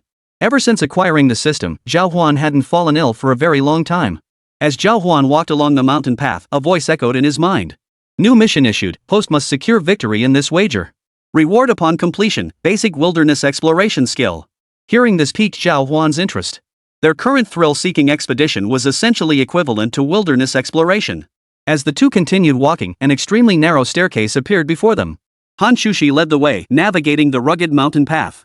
Zhào Huān followed behind, protecting Hán Chǔxī from falling. But then, an awkward moment suddenly descended upon them. What I'm wearing, is it a skirt? Hán Chǔxī's expression suddenly changed, then she turned her head and called out to Zhào Huān. Zhào Huān looked equally flustered. Earlier, under the glow of his flashlight, a flash of pink had caught the corner of his eye. Zhào Huān swore he hadn't meant to see it. Yikes. Don't look. But how am I supposed to walk like this? It's so narrow here, and you can't come down either. This mountain path was simply too narrow. Zhào Huān couldn't climb up, and Hán Chǔxī couldn't come down. They had already walked quite a distance. If they turned back now and retraced their steps, they'd likely lose their bet this time. Hán Chǔxī was both furious and exasperated. She cursed herself for wearing a skirt today. Close your eyes. Just close them. With no other choice, Zhào Huān settled for the next best option. How about I just keep my head down? Or you come over here, and I'll carry you. Would that work? Hearing this suggestion, Hán Chǔxī's cheeks flushed. Well, that wasn't entirely out of the question. She even felt a hint of anticipation. Chapter 38, Wang Jie and Lin Yu have gone missing? Stepping before Zhào Huān, Hán Chǔxī's cheeks flushed with embarrassment. Then, you can carry me. Holding you? I think that'd be more offensive than flashing. No, I think flashing is worse. Hán Chǔxī quickly piped up. Oh. Zhào Huān stepped forward and swept her up in a waist lift. The classic princess carry. A faint orchid fragrance wafted to his nose. He'd carried Hán Chǔxī before, but after properly holding her today, Zhào Huān realized just how soft her body felt. How to describe this softness? It was as tender and smooth as jade. As if possessed, Zhào Huān gently pinched her waist, discovering it was so soft his fingers could sink deep into it effortlessly. Zhào Huān savored the sensation. Oh, and it had a slight spring to it. You! What are you doing? Feeling Zhào Huān's hands on her waist, Hán Chǔxī remembered she had indeed eaten a bit too much these past few days. She'd even spotted a hint of belly fat when she looked in the mirror today. Did Zhào Huān think she was heavy? So embarrassing. Right now, she just wanted to find a crack in the ground to crawl into. But when she turned her head, she ended up pressing even closer to Zhào Huān's warm chest. Her face flushed even redder in an instant. I just need to adjust my position to hold you properly. Zhào Huān froze in awkwardness and hurriedly explained. You rascal. It's really not what you think. Stop talking. Hurry up. Today's punishment is carrying me up the mountain. Hán Chǔxī quickly cut Zhào Huān off before he could continue discussing the wardrobe malfunction. Fine. Seeing the crisis averted, Zhào Huān let out a long sigh of relief. Then the two began their ascent. Carrying Hán Chǔxī, Zhào Huān climbed swiftly through the mountain ravine. Before long, they had covered nearly 2/3 of the journey. After a moment's hesitation, Hán Chǔxī's anger had subsided. Curiosity piqued, she asked Zhào Huān about her weight. What? Do you think I'm heavy? Not heavy at all. You're very like the lightest woman I've ever seen. Zhào Huān replied earnestly. But then he remembered something and quickly corrected himself. Wait, I haven't actually met many women, but I still think you're incredibly light. Hán Chǔxī's face lit up instantly at his words. She even reached out and wrapped her arms around Zhào Huān's neck. Senior, what are you doing? You're swaying too much, I'm scared. The distance between them grew ever closer, so much so that Hán Chǔxī could even hear Zhào Huān's heartbeat. Zhào Huān, meanwhile, could feel the warm breath from Hán Chǔxī's nose. Damn it, it's freezing outside, so why do I feel this strange heat? Is something wrong? Zhào Huān was utterly baffled. But remembering the system's reward in the bet with her roommates, Zhào Huān pressed onward toward the mountain with unwavering determination. While Zhào Huān was making his way up, a group of people had already arrived at the base of the mountain. Their bodies were covered in intricate dragon and phoenix tattoos, giving them a distinctly intimidating appearance. Brotherly, this is the kids' camp. There aren't many people here. Why don't we just take him out? Alright, grab your gear and let's go. Under cover of night, the group crept toward Zhào Huān's camp. Swish! They swiftly ripped open the tent flap. But what followed left them staring at each other in disbelief. What's going on? Where's everyone? No clue, boss. After following them here today, I didn't keep watching. This area's surrounded by mountains behind. Where could they have gone? The man called Brotherly heard his subordinate's explanation and was furious. It's because of useless scum like you that the boss got wiped out by that punk. Hearing this, the subordinates held their breath, not daring to breathe a word. The man namely stood there pondering for a moment, piecing together the sequence of events. I see. What's going on, Brotherly? Those young punks probably went mountain climbing in the middle of the night looking for thrills. What? Aren't they afraid of falling to their deaths? I get the creeps just walking mountain paths at night. Hopefully they fall to their deaths. That'd save us the trouble. If they don't die. A cold smile spread across Brotherly's face, and his men immediately understood. Then we'll just wait here and finish off that guy. Hey, boss, what about the other students? Every debt has its debtor. The other students are off limits. Brotherly waved his hand dismissively, making no further decisions. But the other man pressed on. Brotherly, those girls, every single one of them is gorgeous. Especially that school beauty surnamed Han. Oh? Sounds good. Letting the brothers have some fun with them wouldn't be bad. Come on over. We'll keep watch over here. After agreeing, the two men led their men straight to a small grove beside Black Dragon Pool and began lying in wait. Not long after, Zhào Huān finally reached the mountaintop. Hán Chǔxī reluctantly stepped down from his embrace. Zhào Huān walked over to the mountain god temple at the summit and took a look. He found it to be nothing more than a dilapidated shrine. The area seemed to cover only 3 or 4 zhang in diameter. This is the attraction? How did Zhang Qian get tricked by those online reviews? There's hardly anyone here. Doesn't that mean we've won? Hán Chǔxī chuckled from the side. Oh right, take a picture of them. Zhào Huān stood in front of the mountain god temple, snapped a photo, and sent it to their dorm group chat. The chat instantly erupted with cries of despair. Chen Shuang was the fastest, but even so, he'd only reached halfway up the mountain. Zhang Qian sent a voice message straight away. Bro Huan, I should have never raced you. You're insane, did you fly up there or something? Zhào Huān sent him a voice message in return. Now you each owe me 300. Don't try to renege on the debt. I'll be waiting for you at the top. Hey! No way I'd renege. I've got a reputation to uphold. Zhang Qian shot back immediately. The other 3 groups then immediately started heading up the mountain again. Hey, why aren't Wang Jia and Lin Yu responding? I'm a bit worried. Hán Chǔxī stood nearby watching Zhào Huān chat. Not hearing Wang Jie or Lin Yu's voices, a faint worry crept into her mind. Oh, you're right. I should call and check on them. This area was pitch black and treacherous to traverse. If something went wrong, it would likely be a major hassle. After making the call, Wang Jie didn't answer. Zhào Huān frowned. I can't get through. Try calling Lin Yu? Hán Chǔxī was also feeling uneasy and quickly pulled out her phone. No good, my phone's dead. Do you remember her number? No. I have a terrible memory. Hearing this, Zhào Huān frowned. I'll tell them first, then the two of us will go down the mountain to look for her. Chapter 39, The Siege. Brother Jie is nowhere to be found. Did you two see him when you went up the mountain? No, Brother Jie seemed to be right behind me. I did see them, but they were moving too slowly. I lost sight of them quickly. What happened? Chen Shuang and Zhang Qian both looked puzzled. Nothing much. Probably just weak signal in the mountains. I'll head down to check. Zhào Huān said no more and started walking down the slope. The hearts of the four people on the other end of the line sank. Could something have happened? System, the reward should be arriving now. Zhào Huān addressed the system in his mind. The system responded immediately. Congratulations, host, on completing the mission. Reward, mastery of basic wilderness survival skills. Knowledge of wilderness survival flooded Zhào Huān's mind.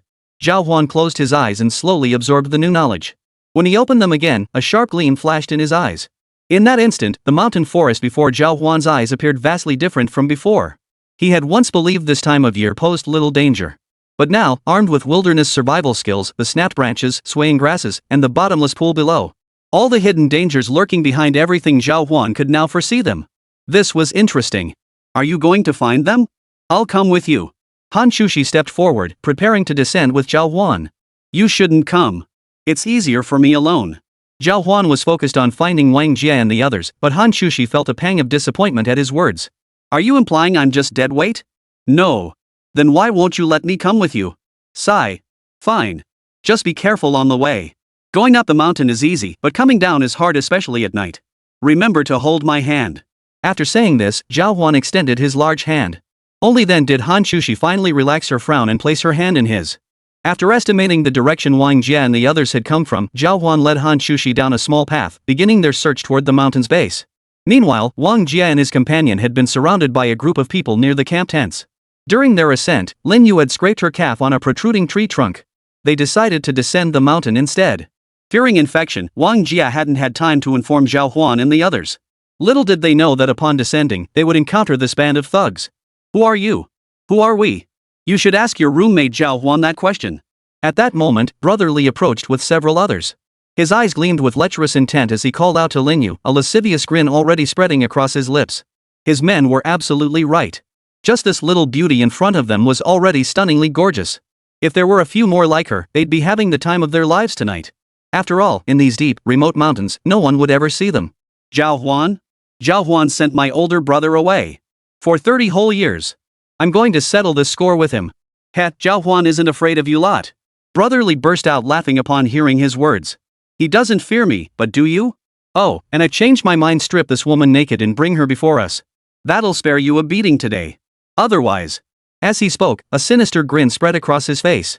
Seeing this turn of events, Wang Jie's heart sank. Lin Yu also panicked instantly. It was clear they intended to toy with them, forcing Wang Jie to do the dirty work himself. You're dreaming. Lin Yu, run.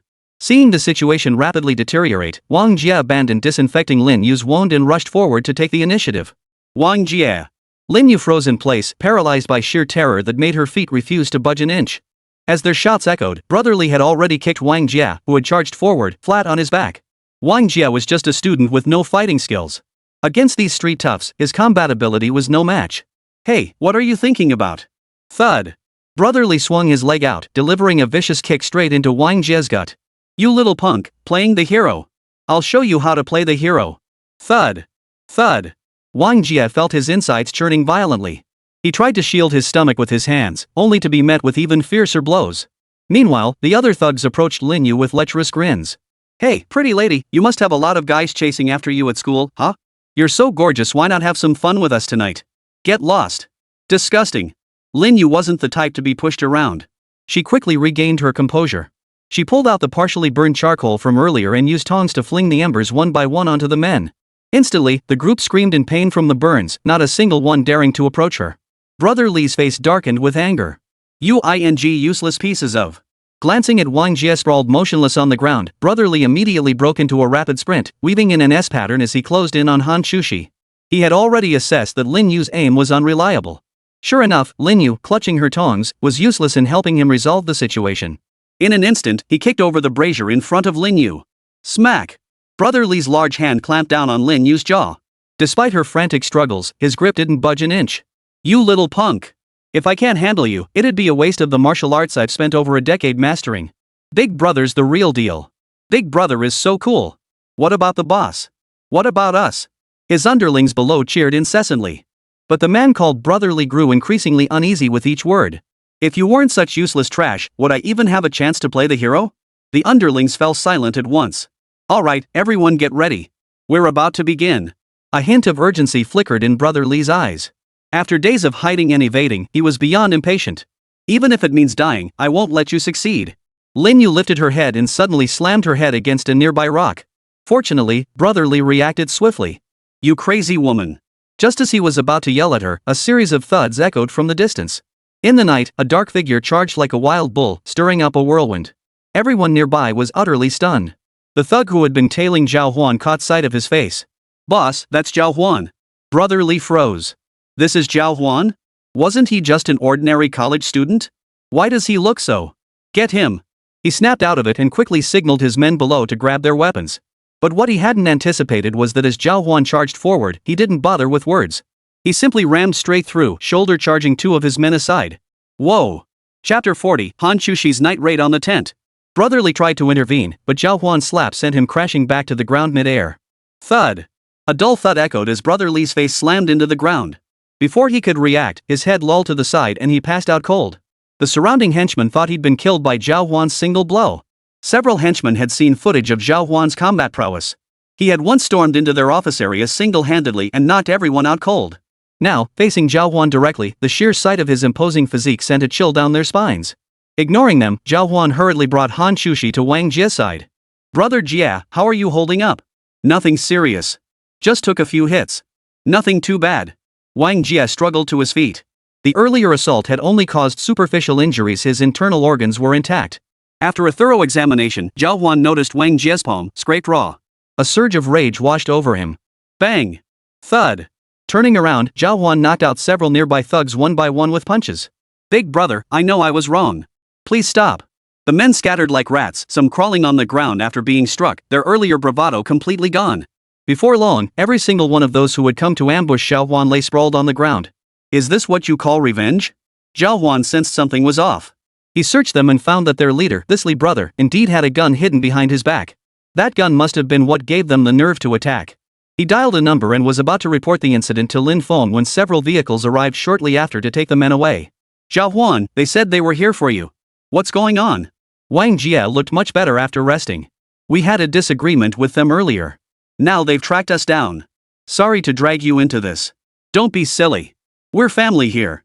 If I were stronger, I'd have gone with you. Surprisingly, Wang Jie didn't blame Zhào Huān at all. Zhào Huān felt a warm glow in his heart. Brother Huān, Brother Jie, what's going on here? At that moment, Chen Shuang and Zhang Qian, along with several others, descended from the mountain. Zhào Huān recounted the recent events to them, and everyone was startled by the story. Thank goodness it was just a scare. Brother Jie, should I find a car to take you to the hospital? It's fine. Just a few kicks. I'm not that delicate. Wang Jie said little more. This weekend outing had been hard to come by, and he didn't want to dampen everyone's spirits. Seeing this, the others fell silent. Oh, right, who came in first this time? Wang Jie suddenly remembered their bet. Zhào Huān chuckled and said to him. Check the photos in the group chat.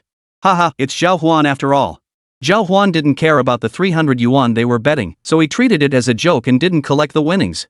After tidying up, everyone prepared to sleep in their tents. This time they'd brought 8 small tents, one for each person, making for a very comfortable setup. Under the autumn night sky, the area fell completely silent. Lin Yu, with her injured foot, was helped into her tent first. After that, everyone else settled into their own tents. Whether by design or coincidence, Hán Chǔxī chose the tent next to Zhào Huān's. Zhào Huān, your clothes. As everyone was settling down to sleep, Hán Chǔxī whispered softly beside Zhào Huān's tent. Zhào Huān peeked out and saw a beautiful girl wearing cartoon bear pajamas. Whether to cool off or not, her ankles were exposed, revealing a patch of fair skin that glowed slightly in the moonlight. Looking up, Zhào Huān examined the item in her hand and said, It's fine. You can keep them for now. It's cold in the mountains, so they'll make a good extra layer to cover yourself with. That's fine. Hán Chǔxī flushed slightly under Zhào Huān's gaze and nodded in agreement. She hurried back to her tent, her heart racing as she recalled Zhào Huān's heroic stance during the fight. Just then, a cricket crawled into Hán Chǔxī's tent, followed by several other small insects. Eek! She gasped in fright. Such creatures were indeed common in the mountain forests, one simply had to catch them and toss them out. But Hán Chǔxī couldn't bear it. Having been pampered since childhood, she simply couldn't tolerate them. Fleeing as if her life depended on it, she bolted from the area. In her panic, she frantically unzipped Zhào Huān's tent and scrambled inside. Zhào Huān had just lain down when a dark figure suddenly darted inside before he could react. Who? Ugh! A supple body collided directly with Zhào Huān. Zhào Huān's breath caught. Then, a warm fragrance wafted to his nostrils as Hán Chǔxī covered his mouth with her hand. Under the night sky, Hán Chǔxī's face flushed crimson as her heart raced wildly, her body pressed tightly against Zhào Huān's. Zhào Huān sensed Hán Chǔxī's heartbeat racing even faster than his own. Senior, what are you? There were so many bugs over there. I got scared the moment I stepped in. After quietly explaining to Zhào Huān, Hán Chǔxī realized the excuse sounded rather lame. But that was the truth. After pondering for a while, Zhào Huān finally accepted her explanation. So what do we do now? We can't exactly sleep here together, can we? Zhào Huān asked, his face darkening. How about this, you sleep over on my side tonight?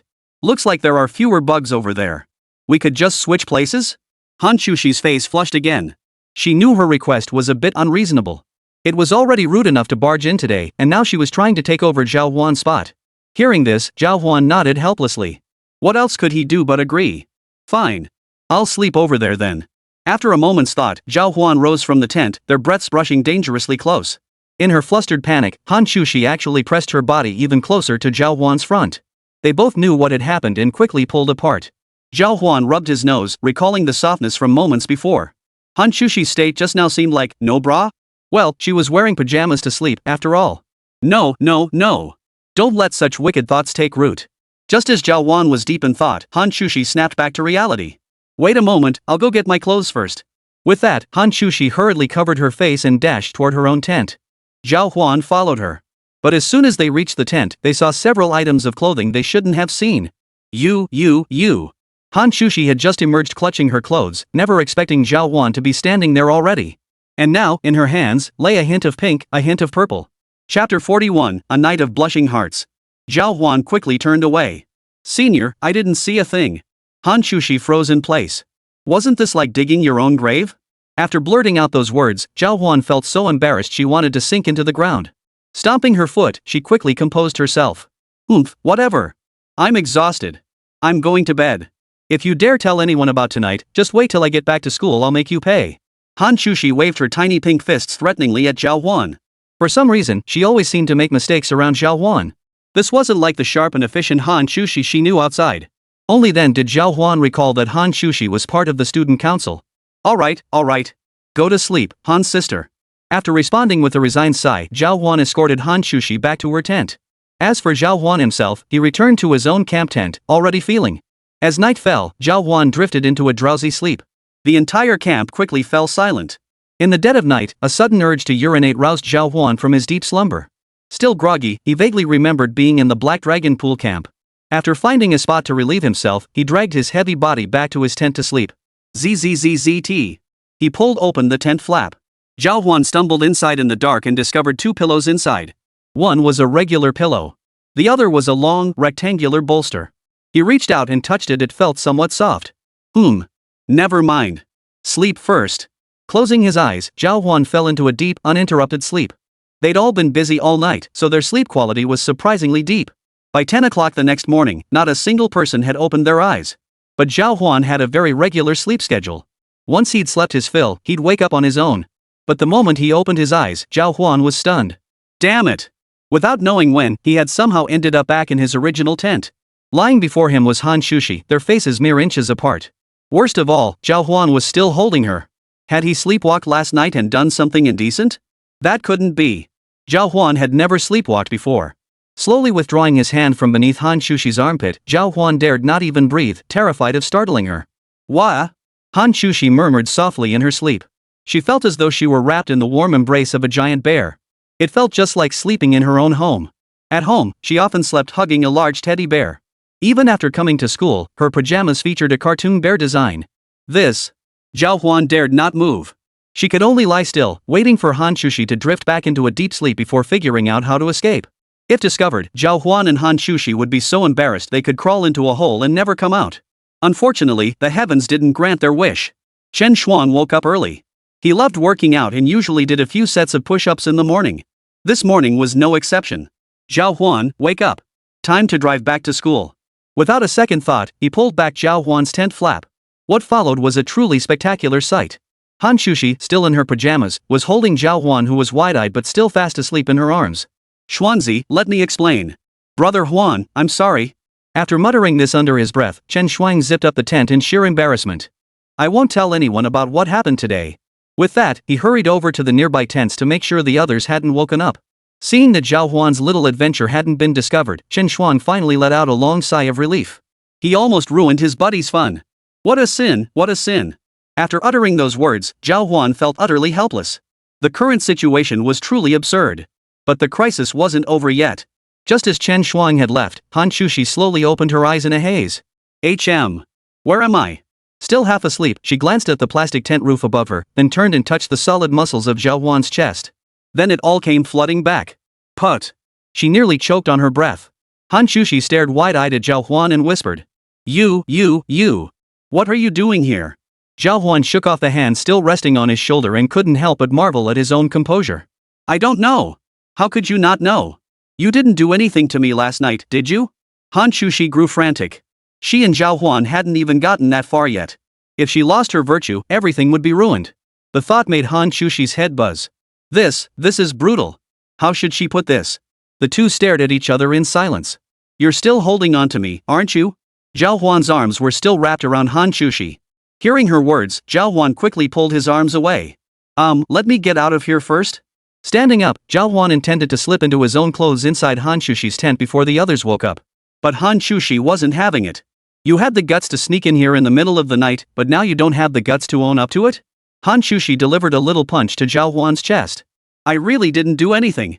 Zhào Huān felt wronged. He was an upright, steadfast, and principled young man who remained unmoved by temptation. How had this whole mess gotten so messy overnight? Forget it. I doubt you'd dare touch me anyway. Go change your clothes quickly, don't let them catch you like this. Hán Chǔxī sat up, her days finally lifting. Zhào Huān still didn't dare mention Chen Shuang's earlier actions to Hán Chǔxī. He quickly pulled up his pants and bolted. Pulling up his pants and running, what a night Zhào Huān had endured. Truly thrilling. After changing clothes at lightning speed, Zhào Huān emerged from the tent. Hán Chǔxī emerged with her little face still puffed up. Brother Huān, Senior Han, you're up early. Chen Shuang put on a convincing act, emerging from the nearby grove as if she hadn't witnessed anything. Go wake everyone up.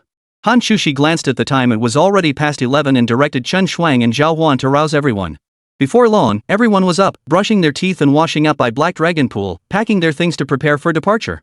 Just before getting into the car, Dong Li suddenly remembered something. Hey, Zhào Huān, didn't you get 2 tickets from that eating contest? When are you taking our Chǔxī to Happy Valley?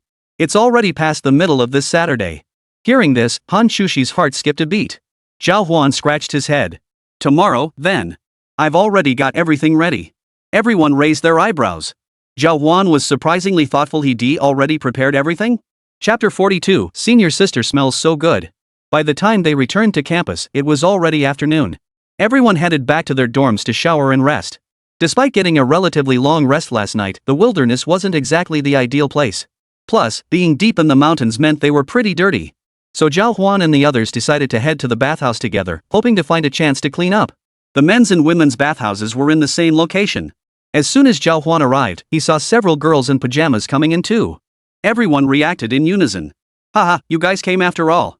We were just betting you wouldn't come to bathe. Chen Lan chuckled from the side. Zheng Qian immediately waved his hands. That's just a stereotype. We guys are actually pretty clean too. Oh, never mind. Sleeping out in the wild last night was unbearably hot. We need to wash up. Lin Yu quickly pulled them into the bathhouse. Hán Chǔxī glanced at Zhào Huān in her casual clothes, about to strike up a conversation, but was abruptly pulled away. A wave of perfume wafted past the 4 men as the girls walked straight into the women's bathing area. Zhào Huān and the others headed into the men's bathhouse. I love bathing, my body feels so good, oh, little frogs too. Zheng Qian was in high spirits. After last night's barbecue, he still had a decent chunk of the money he'd won from running the dice game earlier. Speaking of which, Brother Huān, you really do need a bath. Why? Because you've got a one-on-one date tomorrow. Ah, well.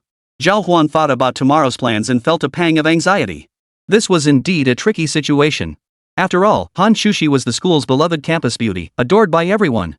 If word got out that Zhào Huān was hanging out with her alone, it would likely send the entire school into a frenzy. Well, I wouldn't exactly call it a date. We just agreed beforehand that since we had extra tickets, I'd bring her along. Zhào Huān scratched his head awkwardly as he explained. Hearing this, Zheng Qian chuckled. Oh, come on, stop pretending to be some innocent virgin. We all get it, bro.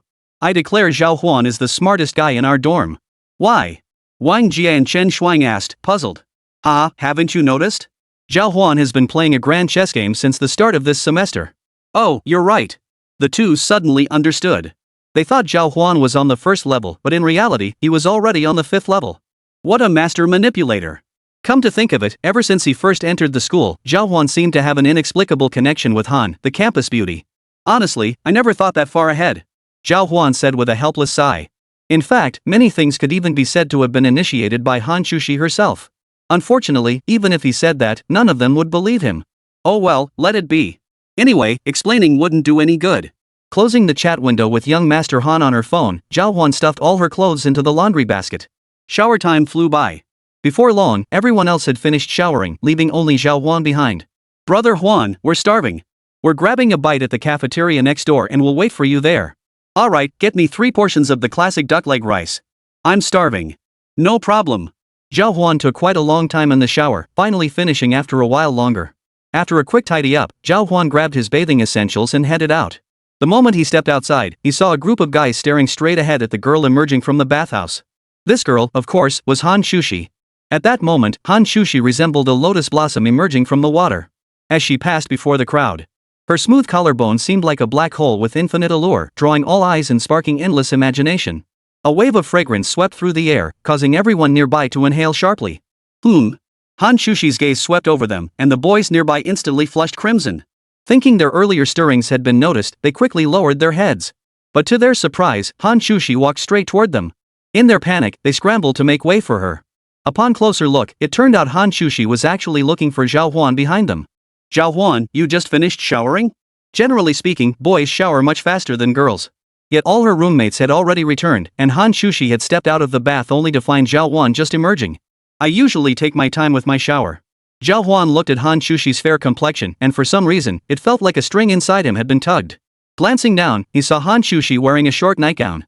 Her calves were as white and smooth as lotus roots, without an ounce of excess fat. Just then, Hán Chǔxī lifted her leg and gave Zhào Huān a light kick. What are you staring at? Hungry? Let's eat. Everyone who caught sight of Hán Chǔxī's perfectly curved calves couldn't help but gasp. Some even fantasized about being the one she kicked. Zhào Huān was already hungry, so he nodded immediately. Let's go. My roommates should already be seated at the cafeteria. Alright, here you go. What? My little bag for showering.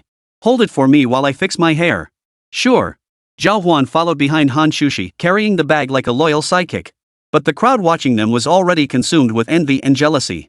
Holy crap, did Hán Chǔxī, our school's top beauty, just come out of the bathhouse with Zhào Huān? What are you thinking? Our school doesn't have mixed gender baths. True, but I'm so jealous. I wish I could carry Han's bag for her. As Zhào Huān walked behind Hán Chǔxī, a strand of her hair drifted loose while she was tying it up, brushing against his face. The pleasant scent of her shampoo wafted toward him. Hiss. Hoo-oo. Zhào Huān inhaled deeply. The scent was surprisingly pleasant. Hán Chǔxī noticed Zhào Huān's reaction and blushed, calling out, "What are you doing?" Zhào Huān scratched his head, his face flushing. Hee, you smell so good, senior. Of course I am. By the way, what time are we leaving tomorrow? Hán Chǔxī was referring, of course, to their planned trip to Happy Valley in the eastern part of the city. Let's leave at 7:30 tomorrow morning. New mission issued. Host, please drive Hán Chǔxī to Happy Valley tomorrow morning at 7 a.m. in a McLaren S.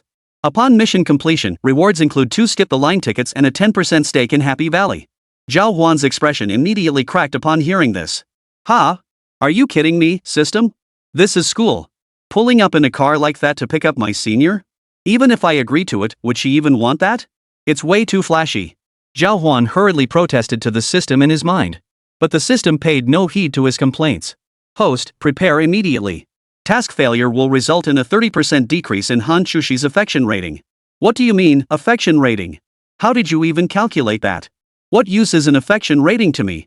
Zhào Huān's barrage of questions elicited no response from the system. Oh no, trouble again. Driving a sports car, going on a date with the school beauty. Tomorrow's top post on the school forum will probably be Zhào Huān's again. Chapter 43, The Violent Beauty. Finally, the two reached the cafeteria entrance. Since it was the weekend, many students had gone out to play, so the cafeteria wasn't crowded today. Pick me up at 7 tomorrow. How are we getting there? Hán Chǔxī began planning tomorrow's activities. She was a highly organized person. Where should I pick you up? Zhào Huān asked cautiously. Seeing Zhào Huān's peculiar expression, Hán Chǔxī felt puzzled. Where else would we go? Naturally, to my dorm. Well, I'm worried I might wake up the people sleeping in your dorm. I'm not asking you to come into our dorm to pick someone up. What are you thinking? It's settled then. I'll wait for you tomorrow morning. Hán Chǔxī bought a steamed bun and a cup of congee before leaving immediately. She didn't give Zhào Huān a chance to react. Zhào Huān's face darkened. He walked over to Wang Jia and the others, then immediately devoured the duck leg rice he'd prepared earlier. Zhào Huān, Instructor Lin just called me. He wants you to go find him at the hotel where they're staying. Huh? Why didn't he call me directly? He said he tried calling you for ages, but you never picked up. Zhào Huān realized he hadn't heard the calls because he'd been showering the whole time. Well, I'll finish eating and head over then. Alright, we'll be heading back to the dorm soon too.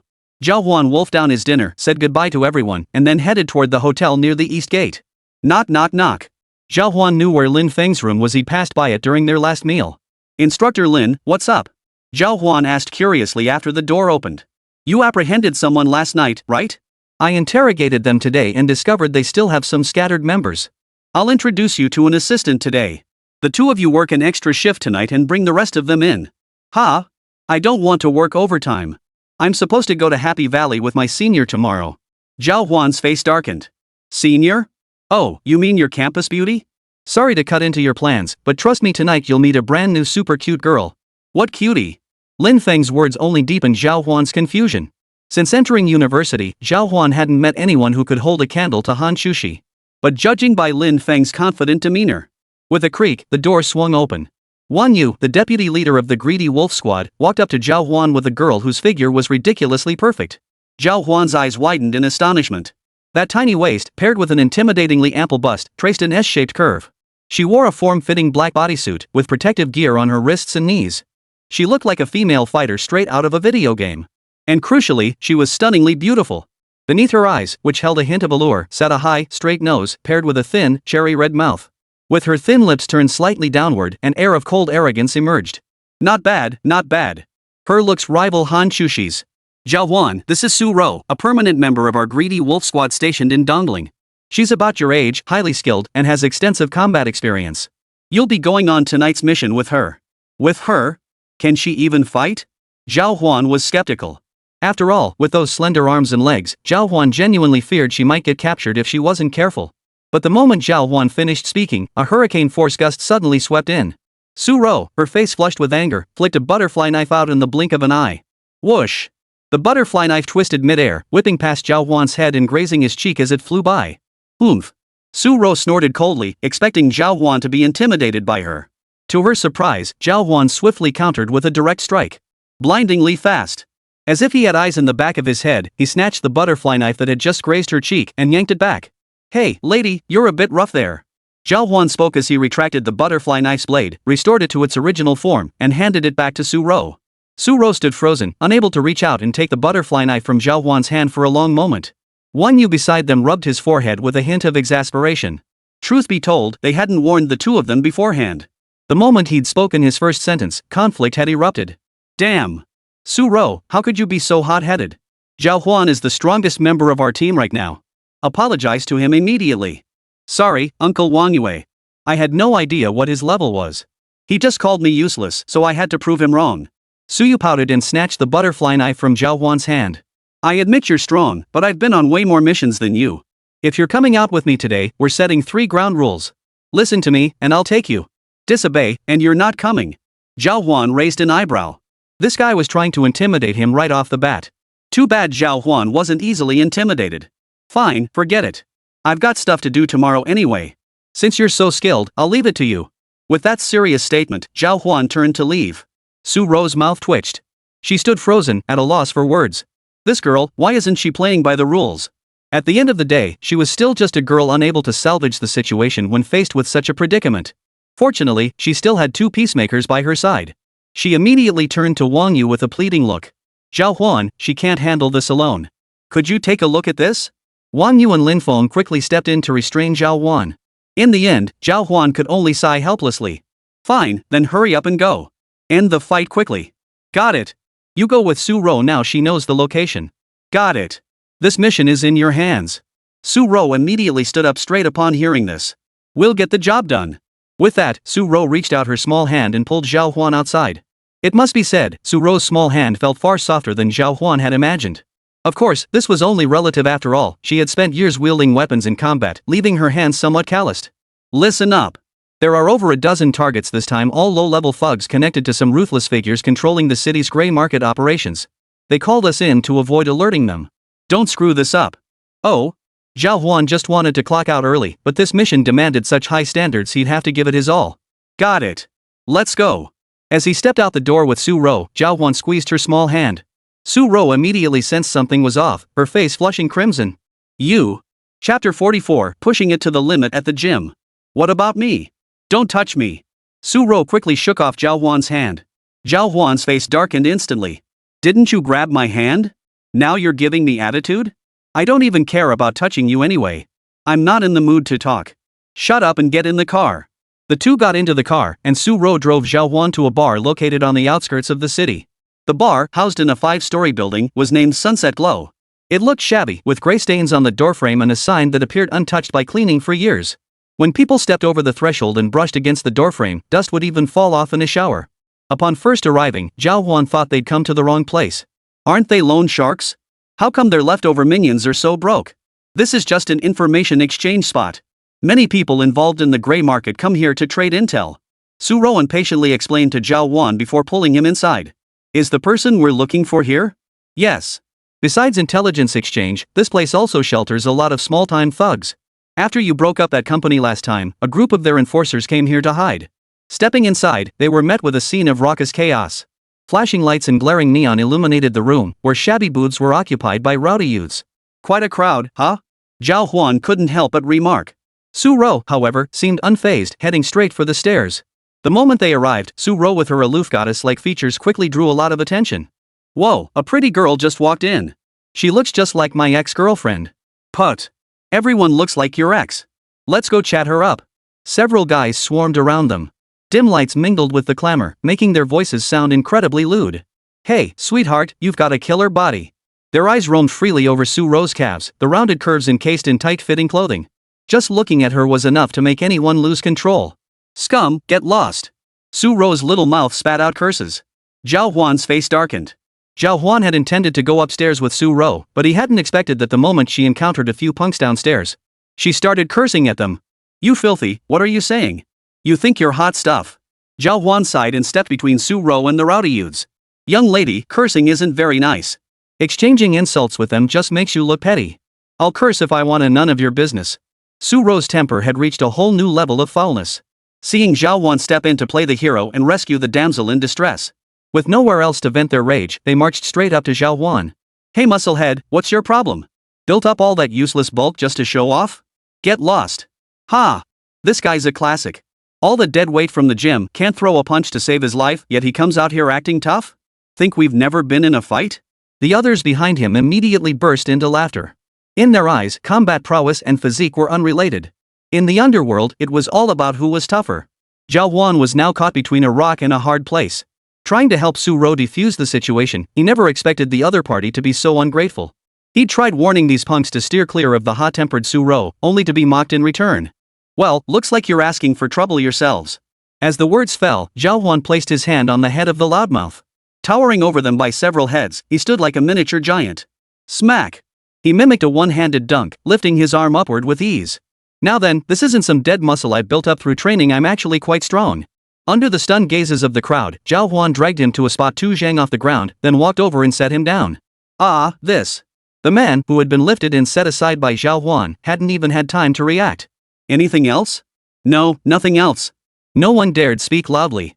Are you kidding? Zhào Huān is that powerful. Even if the women by his side were stunning beauties, they wouldn't dare touch them. Humph, a bunch of scum. Let's go. Su Ro ignored them completely, leading Zhào Huān toward the second floor. Sir, madam, we don't serve outsiders here. If you want drinks, go to the first floor. At the second floor corner, several burly men blocked Zhào Huān and Su Ro. Come to think of it, none of the drinkers downstairs had come up. I'm here to see Mr. Sunday. Su Ro didn't back down. Oh? What do you need Mr. Sun for? To buy something. What exactly? A book. Zhào Huān watched with growing puzzlement, but after exchanging a few cryptic remarks, the man actually let Su Ro and Zhào Huān inside. What's the meaning of buying a book? It's their code. To buy intelligence here, you have to do it this way. Aren't we here to arrest someone? Zhào Huān was perplexed. Yes, cause a ruckus and take some people out. Then why bother with a code? Just get it done. Anyway, with Lin Feng and his crew backing them, they've got the guts to just go for it. Oh, right. Mainly I'm worried you'll get hurt, rookie. Don't worry, I'm stronger than you. Su Ro suddenly snapped out of it. Oh, I see.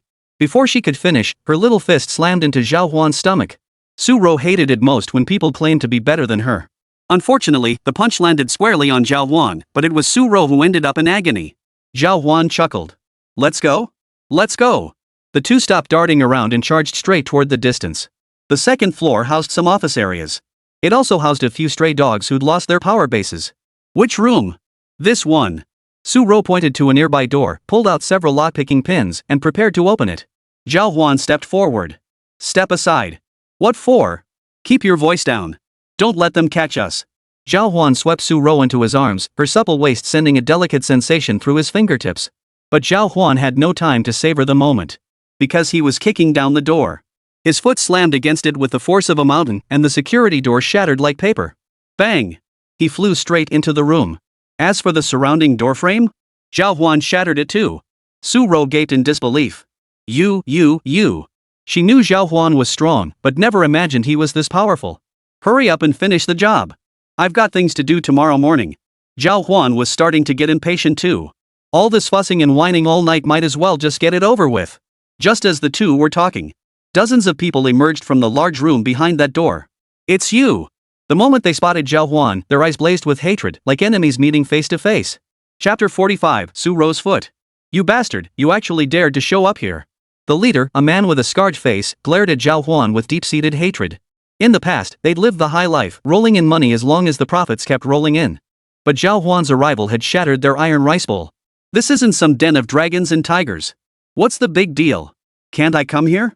Feeling the other's fierce gaze, Zhào Huān showed not a shred of fear. This bar district certainly involved many shady dealings, but Zhào Huān had boundless backing behind him. He wasn't afraid of them at all. If it came to blows, it would be plain for all to see who would come out worse for wear. Step back. I'll handle them. Su Ro finally found a moment to showcase her true strength. She stepped directly in front of Zhào Huān, ready to take care of them all herself. Zhào Huān didn't mind at all. If Su Ro wanted to handle it this way, then so be it. Earlier, Zhào Huān had acquired that basic combat technique and had been itching to test it out here. Now he was happy to sit back and relax. Su Ro charged forward swiftly. At some point, a butterfly knife had appeared in her hand. The butterfly knife danced at her fingertips, erupting into a spray of blood the moment it touched her opponents. You little. Think you're hot stuff now.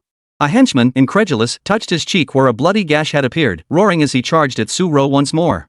Su Ro twisted her smooth thigh at an unnatural angle, dodging the dagger strike before swiftly swinging upward. Scorpion tail strike. Thud. The small yet powerful heel crushed down on the man's face in that instant. The minion collapsed like a deflated ball, instantly drained of strength. Warm blood dripped slowly from the sole of Su Ro's shoe. No one dared approach the stunningly beautiful girl. Stepping over the fallen body as if crushing insects beneath her feet, Su Ro's stride remained steady. Zhào Huān watched her fight and couldn't help but feel a jolt of shock. She appeared to be nothing more than a cold beauty, yet when she fought, she was ruthless beyond belief. She even had a bit of a queenly aura about her. Damn impressive. So engrossed by the spectacle, Zhào Huān even fetched a stool and sat by the doorway, watching with keen interest. The leader of the remaining group, realizing he couldn't match Su Ro's strength, was pacing like a caged animal. But then, his gaze suddenly caught sight of the black box sitting on the nearby table. Hold her off. Amidst the loud conspiratorial whispers, Zhào Huān's gaze also shifted to that spot. He saw the man swiftly pull out a gun. At the very top of this gun, instead of a dark barrel. But it was a needle. Watch out. The moment Zhào Huān's words fell, Su Ro, still in the midst of combat, immediately leapt backward. She had long since noticed the opponent's unusual tactics. But her speed couldn't match that of firearms. In this confined space, they both avoided using firearms to prevent bullets from ricocheting off walls and causing accidental discharges. But the tranquilizer gun was still usable. Once the shot was fired, Su-ro had nowhere to hide. No one knew what drugs these desperate criminals had loaded into their syringes. If anyone got hit, their mission would be as good as failed. Zhào Huān was determined not to let that happen. "Alright, I'll handle it." Swish! A dark figure flashed past. Before even Su-ro could fully register what happened, she found herself in a warm embrace. Squelch! The syringe pierced Zhào Huān's back without a hitch. "Your little cutie. Why did you save me?" Zhào Huān was fast enough to save Su-ro, but even at his speed, dodging the needle from several meters away was impossible. Thus, the price for saving Su-ro was Zhào Huān taking the needle for her. The usually aloof Su-ro's voice betrayed a rare hint of panic. "Ha ha ha ha. It's over. The drug in this needle only needs 1 gram. It could instantly paralyze an elephant, leaving it at our mercy. Surrender peacefully and let us go, and I'll give you the antidote." Supporting Zhào Huān's heavy frame, Su-ro's face was now grim. The enemy's terms were impossible for her to refuse. Now that Zhào Huān was poisoned because of her, she still had to protect him. Fighting these ruthless criminals again was impossible. "Zhào Huān, don't give up." Her petite fists pounded relentlessly against Zhào Huān's chest. At this moment, Su-ro didn't even care about her own appearance. Her slender frame pressed closer to Zhào Huān as she cried out urgently. The surrounding thugs grinned from ear to ear. "This little chick's got guts. That kick just now, if she'd been wearing stockings and stomped on us, that would have been pure bliss. Why not grab her and have some fun first? Enough. Let's go." Led by their little boss, the group swiftly closed in. "Ha! Little beauty, either you abandon him or you both fall into our hands. Fall into the hands of a bunch of scumbags like you? Dream on. Even if he's injured today, I could take you all down with ease." Su-ro addressed them with an extremely stern expression. But deep down, she knew the truth of the situation. "Ha! Let's see if those little feet of yours can still dance as nimbly as before." Lecherous grins spread across their faces as they slowly advanced. "I'm sorry for dragging you into this. If we have to die, I'll go down with you." Su-ro supported the silent Zhào Huān as they moved to the side. But then, a familiar voice suddenly echoed from above. "Forget it. I don't want to die with you. My senior is still waiting for me." After Zhào Huān's weak voice echoed, he stood up on his own. "You?" Not only Su-ro, but even the others nearby were utterly astonished. Shaking his head, Zhào Huān's body finally adjusted to the toxin. Before entering university, most of the enhancements Zhào Huān gained from the system targeted his physical constitution. His toxin resistance had long been maxed out. Now, unless it was some blood-sealing poison capable of temporarily incapacitating him, other poisons were practically child's play when placed before him. In the brief time they'd been talking, Zhào Huān had already fully recovered. "I thought you were going to die. What a waste of this lady's emotions." Su-ro recalled her earlier words about dying together, feeling a wave of embarrassment wash over her face. "If you can't dodge their poison needles, just step back a bit." Zhào Huān scooped Su-ro up in his arms and carried her outside the doorway. For some reason, this time she didn't resist. "Alright, now it's my turn to play with you." Turning back, Zhào Huān's lips curved into a faint smile. "After all this time, my basic combat skills are finally put to use." Chapter 46, What kind of dress do you like? "One shot isn't enough? I'll give you a few more." The man, all bark and no bite, grabbed the poison dart gun in his hand and fired repeatedly. But Zhào Huān's body had already developed resistance in that brief moment. "You might as well give up." Swish! A single punch erupted, its forceful blast cutting through the room like a thunderclap. The opponent stretched out both arms to block, but the immense force exploded upon contact, sending him flying backward. The man flew backward, slamming straight into the wall behind him. Thud! With a thunderous crash, his body slid limply down the wall, unconscious and unresponsive. The henchmen nearby sucked in sharp breaths, eyes wide as they stared at the scene before them. If they hadn't misheard earlier, it seemed they'd even heard the crack of bones shattering. Their boss had been taken down with a single punch. What was the point of fighting anymore? Thud! Without a moment's hesitation, they dropped to their knees begging for mercy. "Spare us. We won't resist anymore." Seeing this, Zhào Huān couldn't help but roll his eyes. What kind of basic combat skills were these? They were completely useless. This fight was utterly pointless. Opponents who could be taken down with a single punch, why were there so many of them? Call someone to come arrest them. Zhào Huān passed the matter off to Su-ro. After she made the call, Lin Feng's men soon arrived to carry out the secret arrest. "Zhào Huān, we definitely didn't misjudge you, you're amazing." Lin Feng couldn't help but praise Zhào Huān the moment they met. She deserves credit too. Zhào Huān didn't take credit for himself, he wanted to get off work early tonight and go home to sleep. Absolutely. Once we get back, I'll have Yi Hui arrange a bonus for both of you. Lin Feng gave them both a thumbs up. After giving them some instructions, he let them leave on their own. This bar was entangled with numerous local factions. Even they couldn't afford to make a big scene here. Breaking into the second floor to apprehend suspects was already pushing the limits. Alright, let's get moving too. Su Ro headed to the restroom to wash the blood off her boots before leaving, but Zhào Huān remembered something. Hey, we've been fighting this long, no one's intervening? Didn't you say these guys are pretty ruthless? Yeah, they're well connected. They know who came and understand the feud. Probably weighed their options and decided they don't want to get dragged into this. Oh, I see. Zhào Huān chatted as he followed Su Ro toward the exit. Once in the car, Su Ro's face flushed with embarrassment. But after a moment's thought, she whispered softly to Zhào Huān. Today, thank you. Oh? That doesn't sound like something you'd say. Zhào Huān found it rather amusing to see the girl blushing bright red herself after offering her thanks. What should I say? Say, stuff like I didn't need your help anyway, but... Oomph. I'm not that heartless. After snorting coldly, Su Ro extended her small hand. What for? We're teammates now. I acknowledge your strength. Oh. Zhào Huān reached out and gently squeezed her small hand, as if petting a kitten. By the way, who was that senior you kept mentioning before we started the mission today? Your girlfriend? Nope, just a classmate. Yeah, right. But I'm really curious, what does this person even look like? Su Ro lifted one leg and crossed it over her other straight, shapely thigh, leaning closer to Zhào Huān. Most guys would have spilled everything under such questioning from a beauty like her. But Zhào Huān was different. Stop asking. She's prettier than you. Huh? Are you sure you're not blind? Su Ro nearly exploded with rage. Throughout her life at the military headquarters, countless people had handed her love letters. She'd never seen anyone prettier than herself. She snorted in exasperation, her anger making her sound like a pig. She didn't utter another word to Zhào Huān for the rest of the ride. After dropping Zhào Huān off at the school gate, Su Ro stopped the car but didn't unlock the door. Zhào Huān tugged at the door a few times, looking at her with surprise. What's the matter? Where are you going tomorrow with that senior of yours? Happy Valley in the suburbs, that amusement park. Oh. Click. The car door unlocked. Su Ro saw Zhào Huān out. Take care. Don't step in dog poop while thinking about your hot senior on the way. I wouldn't mind stepping in it, maybe I'll get lucky like a trader's luck? Then you'll stink to death. Su Ro drove off, fuming. Zhào Huān still hadn't figured out what this girl was thinking. She glanced at the time, it was already 10 o'clock. Hán Shào had already sent several messages. After replying to each one, Zhào Huān noticed the other party was still online. Han, it's late at night. Why aren't you replying? Did you go out? Muscle devil, yeah, just did a good deed. Went out and beat up some guys from the underworld. Already handed them over to the authorities. Han, you always surprise me. Devil muscle man, I'm going out with my senior tomorrow. Any good suggestions? Han, suggest you get some sleep early, don't be late, and next time if you're going to do something this dangerous, tell me beforehand. Otherwise, it's really worrying.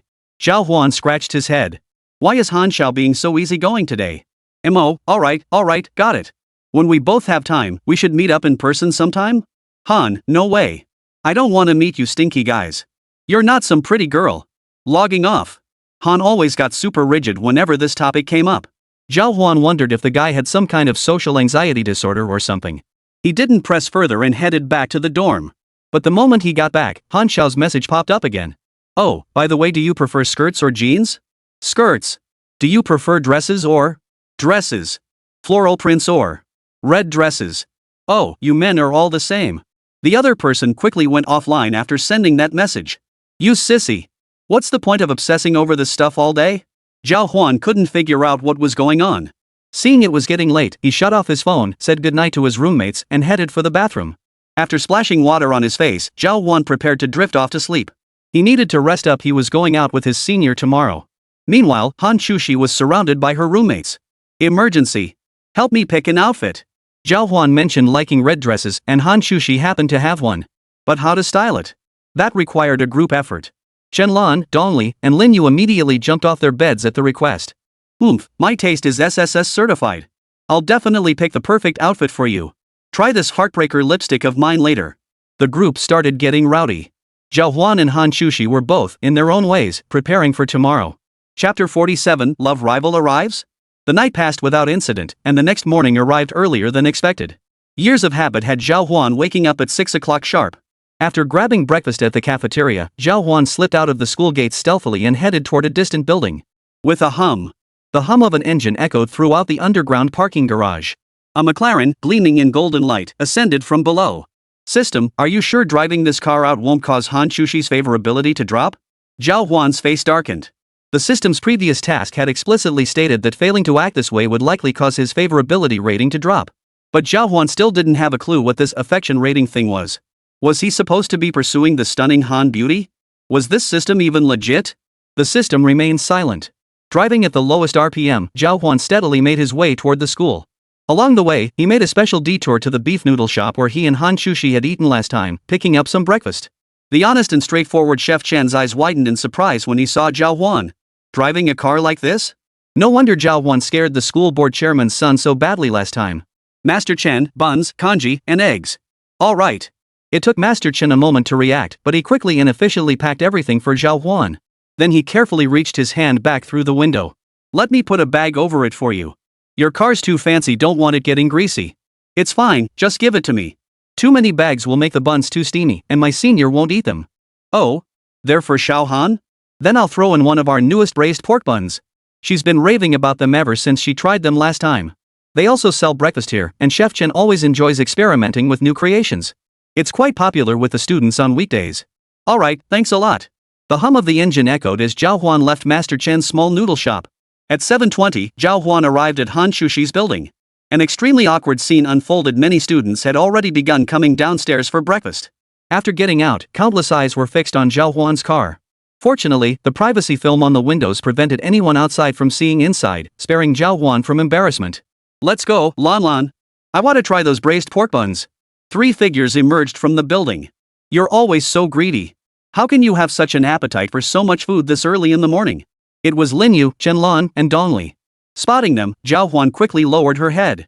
She couldn't let anyone see the nouveau riche vibe radiating from her. It was genuinely embarrassing. Wow! A McLaren S? The moment Chenlan stepped off the stairs, her gaze immediately locked onto the spot where Zhào Huān's car was parked. Isn't that the same one Zhào Huān had last time? No way, I thought Zhào Huān said this car wasn't his last time? Could it be that Zhào Huān drove this car to pick up Chǔxī today? Come on, let's go see if it's him. As the 3 chattered away, their footsteps carried them straight toward Zhào Huān's McLaren. Zhào Huān hadn't intended to reveal himself, but now it seemed inevitable. Just as Zhào Huān was formulating his response, another RS pulled up from the direction of the sports field. Many students' eyes were drawn to the car. It's him again. Chenlan and her 2 friends all sighed, staring at the car before them in disbelief. The price of this RS didn't even reach 1/30th of Zhào Huān's McLaren S. Yet the person inside stepped out looking incredibly cocky, holding a bouquet of flowers and dressed in a full tuxedo. Wang Dao, why are you here again? Lin Yu shot the flamboyant man a look of utter disgust. He adopted a polite demeanor, nodding slightly. Hello, Miss Lin. Is Chǔxī in her dorm? No. Lin Yu shot back, her face darkening. But Wang Dao remained unfazed, continuing in his own rhythm as if he hadn't heard her. Could you please call her for me? Didn't I tell you last time? She has someone she likes. Why are you making such a big deal out of this? Heh, I'm rich and handsome. She doesn't like me only because she hasn't gotten over that mental hurdle yet. I believe that even if there are obstacles, I'll be the one who succeeds in the end. Wang Dao had reached the pinnacle of self-delusion. He even went so far as to show up at her door after 7 o'clock. This kind of attitude put immense pressure on the girl. Only he himself gained that illusory sense of satisfaction. He probably thought his own efforts were enough to impress himself? I told you she's not in the dorm. Now get lost. Humph, you're lying. Wang Dao remained unperturbed, his gaze fixed with satisfaction on a graceful figure in the distance. Hán Chǔxī had just descended the stairs. Brother, please have mercy. With your standards, you could have anyone. Why are you fixated on our Chǔxī? Chenlan sighed helplessly, offering a well-meaning plea. You're all obstacles to my pursuit. I won't give up. Persistence can move mountains. The last mile is the hardest, but I won't stop. The moment Hán Chǔxī descended the stairs, she didn't see Zhào Huān. Instead, the first thing that caught her eye was an RS. She nearly choked on her own blood from anger. Wang Dao, are you out of your mind? To avoid blocking the entrance, Zhào Huān had parked his car beside a small carport in the distance. But Wang Dao had gone and parked his car right across the entrance to the dorm building. Anyone passing by had to navigate around the 2 RS. Chǔxī, the weather's nice today. Fancy going golfing with me? I already have plans today. Hán Chǔxī stood there facing off with Wang Dao, feeling utterly caught in the crossfire. Many people leaving the dorm building frowned as they looked at them. Emotional drama disrupting public transit? How uncivilized. Hán Chǔxī felt her face burning under their stares. Zhào Huān, sitting in the car, finally understood what was going on when she saw Hán Chǔxī get out. The system truly was prescient. It had actually predicted that Hán Chǔxī would encounter this person who was pestering her today. The three roommates back in Hán Chǔxī's dorm stood frozen in place, helplessly anxious. Wang Dao's family was indeed wealthy. Causing a scene here wouldn't benefit either side. Young Master Wang, please leave. What kind of situation is this?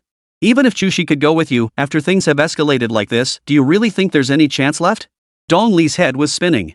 She hurried over, ready to pull Hán Chǔxī away. But Wang Dao still wore that self-satisfied look. What's wrong? Chǔxī, did you know? I bought these pink roses for you today. They symbolize our youthful love. Seeing the tacky bouquet in his hands, Hán Chǔxī felt sick to her stomach, yet Wang Dao still presented it to her. Zhào Huān witnessed the scene inside. It seemed she had no choice but to intervene.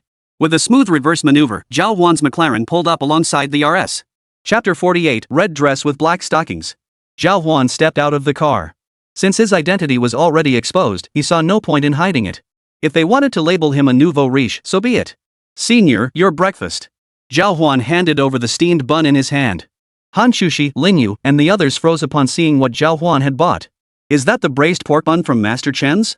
Linyu was the first to recognize Zhào Huān's breakfast. Yep. Wow, how did you know everyone in our dorm loves Master Chen's cooking? I should have asked you to buy some for us. Zhào Huān scratched his head. I figured you'd all be sleeping in on Sunday. You wouldn't believe it, Lin, you dragged us all out of bed first thing this morning just to go eat. Shenlong chimed in from the side. Hán Chǔxī took the steamed buns and kanji from Zhào Huān's hands, feeling a warm glow in her heart. Wang Dao was genuinely touched. He'd been so preoccupied with how romantic his entrance would be. He hadn't considered that early in the morning, people need to eat. Try it and tell me how it tastes. After handing them over, Zhào Huān opened the car door, ready to take Hán Chǔxī away. Seeing this, Wang Dao beside them couldn't hold back his frustration. In the end, he was the one being treated like invisible air? Who the hell are you? His carefully cultivated composure finally shattered. Everyone around them turned to look. Spectating was their favorite pastime.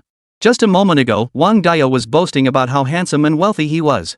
Now Zhào Huān has appeared handsome, wealthy, muscular, and towering a full head taller than him. If he were to stick to his story, Wang Dao should be slinking away right now. I'd made plans to go out with my senior classmate. What gives you the right? Do you even deserve to ask Chǔxī out? Wang Dao glared at Zhào Huān through gritted teeth. It's fine. She wouldn't go out with you anyway. Zhào Huān shrugged and took Hán Chǔxī's hand. Halt! Wang Dao bellowed, blocking their path. What is it? Is there something else? Since he couldn't handle Zhào Huān through normal means, Wang Dao had other methods up his sleeve. Which class are you in? If you dare take her away today, I'll make sure you regret it. In the end, Wang Dao revealed his despicable side. It seemed he wielded some influence within this school. Hearing this, the expressions of those around them all changed. Especially Linyu and the others. They were well aware of Wang Dao's connections at Dongling University. Zhào Huān, however, showed no reaction. Mechanical Engineering Class 1, Zhào Huān. With that, he prepared to leave. Joking aside, who was standing behind him? Lin Feng, Yi Hui, the greedy wolf squad. Even if they called Su Ro, the person in charge of this area, it would be enough to humiliate him. Arguing with him now would be lowering himself. Many people around them began pulling out their phones to take pictures. Wang Dao watched as Zhào Huān placed his finger on the McLaren S, unlocking it with his fingerprint. The two of them got into the car together. Just as he was about to erupt again, a figure emerged from the distance. Shut your mouth, Wang. Get over here. Zhào Huān and Hán Chǔxī both looked up at the command. To their surprise, the figure approaching was none other than Sun Yulihua, the girl they had rescued last time. Today, Sun Yulihua was dressed in pajamas, looking as though he had just woken up. Yulihua? Upon seeing Sun Yulihua, Wang Dao, who had been acting so cocky moments ago, immediately widened his eyes. Without a word, he hurried over to Sun Yulihua's side. My dad went to talk to your dad about that plot of land in North City today, right? Yes, Yulihua's sister, you know about it too. Wang Dao responded meekly, lowering his gaze. Instead of going with your father to host the meeting, you came here to cause trouble? Got that much free time? No. Uncle Sun came, so of course I had to greet him. I figured since it was lunchtime. So what? Nothing. Hán Chǔxī gave him a thorough dressing down. Wang Dao's old face flushed crimson, yet he dared not utter a single word of complaint. The Sun family was indeed far more influential than their Wang family. Now, if they wanted to develop the land in the northern part of the city, they still had to rely on Sun Yulihua's old man. Since they were indebted to him. In front of Sun Yulihua, he had no choice but to play the humble role. Moreover, they had known each other for many years, and it was mostly Sun Yulihua who had been in control. Everyone noticed Wang Dao's change in demeanor and turned their curious gazes toward him. Clear your flowers out of the way. Don't block the path here. If I see you again in 3 minutes, just wait until I tell Uncle Wang about all those unspeakable things you've done. No, you Luo, I'll leave immediately. What rotten luck who'd have thought Sun Yulua lived in the same building as Hán Chǔxī. The commotion Wang Dayo caused even woke Sun Yulua. Now he had no choice but to swallow his pride. Why? Why are they all siding with Zhào Huān against me? He quickly started the car. He slunk away from the scene, not daring to utter a word. After he left, Sun Yulua stepped forward, observing Zhào Huān and Hán Chǔxī. A thought crossed her mind. Brother Zhào Huān, taking your senior out for fun today? The moment Hán Chǔxī saw Sun Yulua, a sense of unease immediately welled up inside her. Since Sun Yulua had just helped her, Zhào Huān would surely be polite. So he nodded. Yes. Do you know that Wang Dayo from earlier? My dad's subsidiary company is run by his father. We've been playing together since we were kids. Let's go. Hán Chǔxī frowned impatiently from the side. Zhào Huān turned to Sun Yulua and said, We've got some business to attend to, so we'll be heading out now. Sure, Zhào Huān, could you give me your phone number? Or just add me on social media. Sun Yulua leaned in with her big eyes, holding out her hand to reveal her QR code. Ha? Sure. Zhào Huān scanned it, then closed the car door and prepared to leave. Meanwhile, Hán Chǔxī was still eating breakfast. The moment the car door shut, she immediately piped up with a sour tone. You're doing pretty well for yourself, huh? Even got a girl adding you on WeChat? No, it was just a coincidence. Give me your phone. What for? I need to check the time. Zhào Huān's phone wasn't locked. Hán Chǔxī reached out and snatched it, then her fingers slipped slightly. Oops, accidentally deleted your precious little sister's WeChat contacts. Sorry about that. Ugh. Deleted is deleted. Zhào Huān scratched his head helplessly. The two got into the car and drove off. As they turned a corner, Zhào Huān glanced back at Hán Chǔxī and suddenly noticed something off. Senior, did you pick out this outfit just for me? Today, Hán Chǔxī wore a red dress, paired with black stockings and her usual cloth shoes.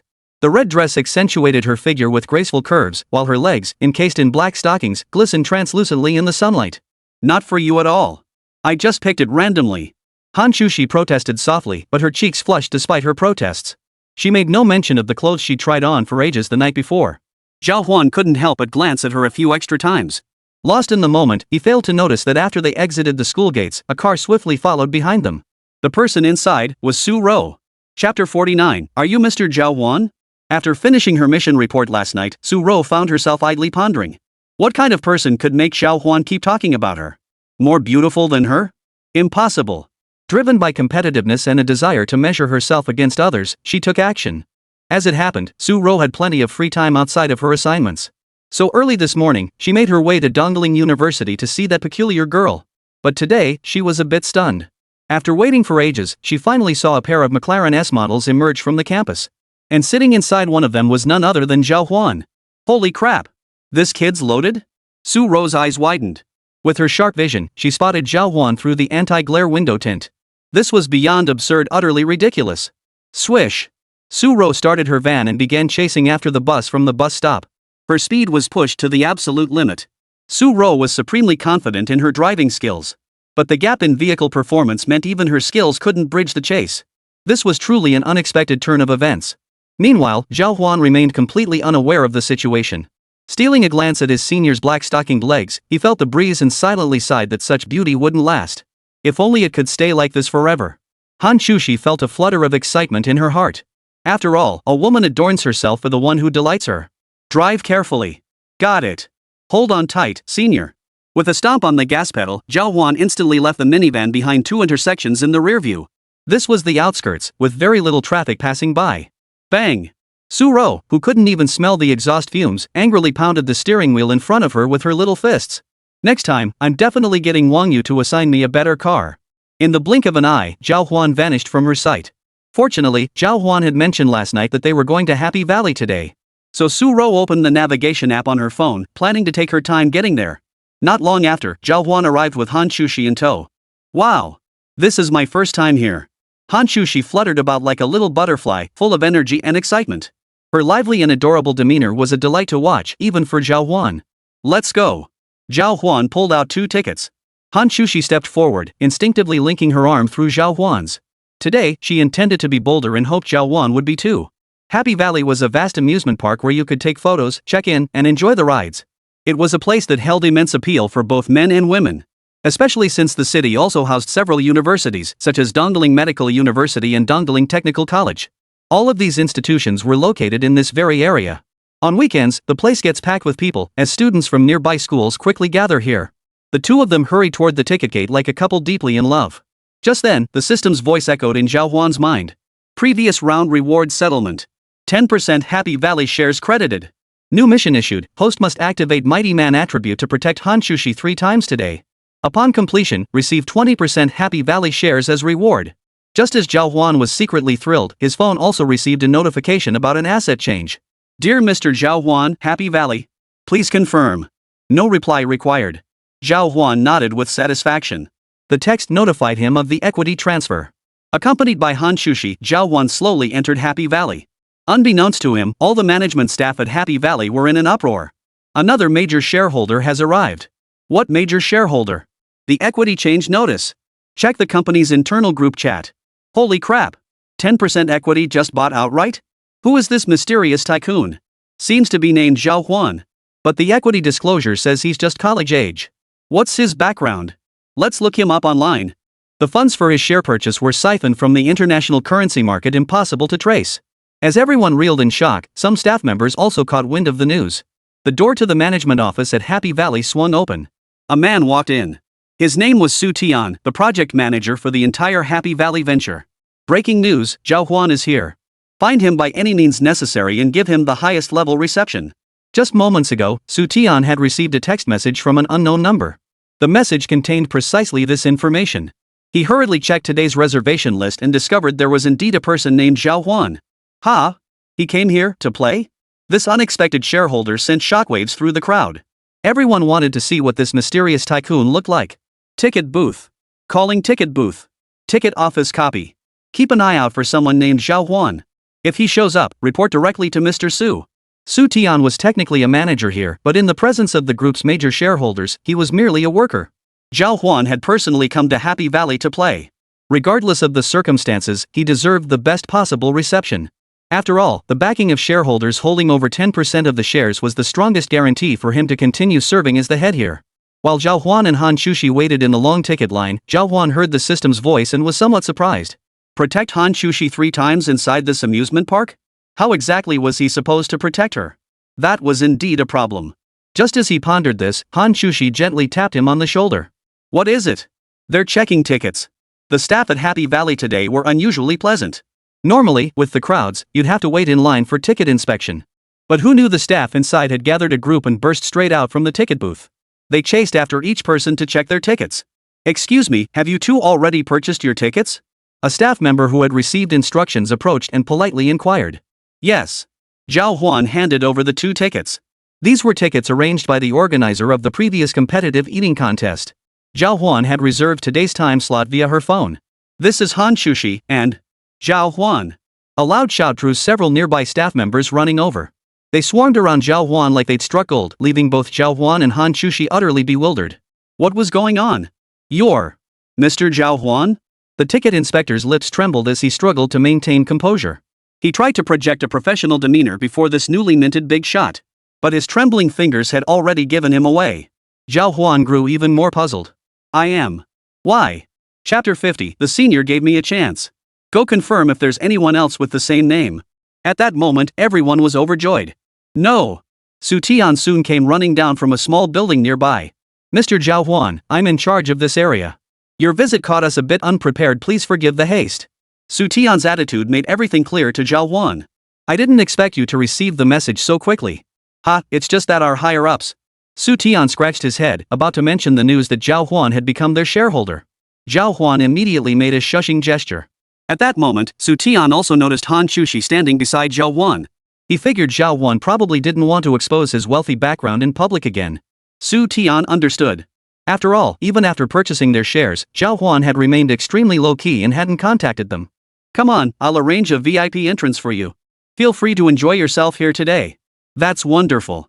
Zhào Huān nodded with satisfaction, then led Hán Chǔxī toward the VIP entrance. Hán Chǔxī frowned in displeasure at the sight of Su Tian trailing behind them. This was disrupting their private time together. Zhào Huān, quick to notice the tension, smiled and said to Su Tian. It's really nothing special, just a casual outing. Nothing major. If you have work to attend to, feel free to go ahead. After all, today was about Zhào Huān and Hán Chǔxī spending time together, not about meeting up with this middle-aged man in his 40s or 50s. Su Tian got the hint and quickly replied. In that case, I won't keep you any longer. Here's our Happy Valley Platinum VIP card, you can get anything you want for free. With that, he handed Zhào Huān a card. Thank you. You've gone out of your way. Haha, you're too polite. Zhào Huān casually accepted it, bid farewell, and departed. Hán Chǔxī still hadn't processed what had just transpired. Zhào Huān, why were they all so deferential to you just now? Are you their boss behind the scenes? Ha, you bet. Zhào Huān replied jokingly. Hán Chǔxī pouted and huffed. I don't believe you. You're lying. It's really no big deal. We just know each other, so we got such a great discount. Zhào Huān led Hán Chǔxī over to the nearby amusement rides. Since they used the VIP entrance and arrived early, plus the staff were running errands for them. Wherever they went, they could enjoy numerous attractions without waiting in line. Meanwhile, Su-ro also arrived at the same spot. Her day had been nothing short of miserable. Not only had she arrived late, but the lines were incredibly long. Since it was a spur-of-the-moment decision, she hadn't bought tickets either. She had to queue to buy tickets, and then queue again to get them scanned. Are you guys going to check these tickets until noon? Su-ro was getting annoyed. She, who was used to being the center of attention wherever she went, had never endured such frustration before. Places she visited on a whim were often this troublesome, with little to enjoy. That's why she disliked following trends. If it weren't for her curiosity today, she wouldn't have to endure this. Miss, we expect to reach you around 10:30 a.m. We kindly ask for your patience. Several staff members nearby helped Su-ro resolve her confusion. Su-ro's face darkened. Clearly, today was going to be a day of trouble. Zhào Huān, I'll be damned if I don't see just how much better your little girlfriend is than me. 10:30? Flowers would have wilted by now. This place is so huge, how am I supposed to find Zhào Huān once I'm inside? Forget it. I'll just have to handle this myself. After a quick glance around, Su-ro spotted several meters high railings encircling the entire amusement park. If this place won't keep me, another will. Only when nowhere will keep me will I be truly stuck. Su-ro decided to look elsewhere. Sneaking up to the fence, she spun around and vaulted over it in one fluid motion. Her physical prowess was extraordinary. In no time at all, she landed on the ground. Phew! That's it, problem solved. The moment she entered, Su-ro spotted Zhào Huān and the other person. The pair had already reached the first classic segment. The haunted house. Nearby, there were many ghost face masks and other themed merchandise for sale. An idea struck Su-ro. She crept over quietly. This time, she was going to test Zhào Huān and his friend herself. Want to go into the haunted house? Zhào Huān was a muscle-bound hunk with an invincible aura. Haunted houses were no match for him. But Hán Chǔxī was a different story. Today, with their platinum cards, they could skip all the lines and play to their heart's content. Every attraction was open to them. I guess we can go, but you have to protect me. Hán Chǔxī said shyly. What Zhào Huān didn't know was that she was the one who organized their dorm's ghost movie nights every time. This time, however, presented Zhào Huān with an opportunity, a tremendous opportunity. Protection request detected. Host, execute mission. The system's voice echoed in his mind. Zhào Huān patted his chest with unwavering reliability. You bet I will. Alright. Hán Chǔxī's hand instinctively reached out. Zhào Huān extended his large hand, tucking Hán Chǔxī's icy cold little hand into his embrace. So soft. Many couples nearby found Zhào Huān and Hán Chǔxī's pairing utterly sweet. A faint blush spread across both their faces. Shall we go? The haunted house here was incredibly well done, even featuring 3D projected ghosts drifting through the sky. These are the 3D glasses. 1 pair per person, 80 yuan each. As soon as they entered, a staff member casually remarked to Zhào Huān. But immediately, several staff members appeared from behind. They're free. What 80? This commotion startled the salesperson, who quickly ducked to the side. Well, let's just say they're free then. The two took the glasses and walked inside. Su-ro, who had been following behind, approached, picked up a pair of glasses, and tried to follow them inside. But she was immediately stopped by the staff. 80. What 80? The glasses, of course. Why aren't they charging you, you crooked merchant? They're not like you, that's one of our bosses. Ha! Speaking of which, where's your ticket? Let me see it. What are you up to, sneaking around like that? Fine. 80 it is. Here you go. Su-ro had long since tossed her ticket, and hearing this made her feel incredibly guilty. She quickly tossed down a 100 yuan bill and dashed into the haunted house without looking back. Little did she know, today would be the most devastating day of her life. Meanwhile, Zhào Huān had also entered the haunted house. The moment he stepped inside, trouble found him. This trouble didn't come from anyone else, it came from Hán Chǔxī. Senior, you're standing too close. I can't breathe. Chapter 51, Senior Sister hooks straight bait. Hán Chǔxī and Zhào Huān were pressed together incredibly close. Unbelievably close. Her smooth thigh was wrapped around Zhào Huān's waist. Her arms were wrapped around Zhào Huān's neck.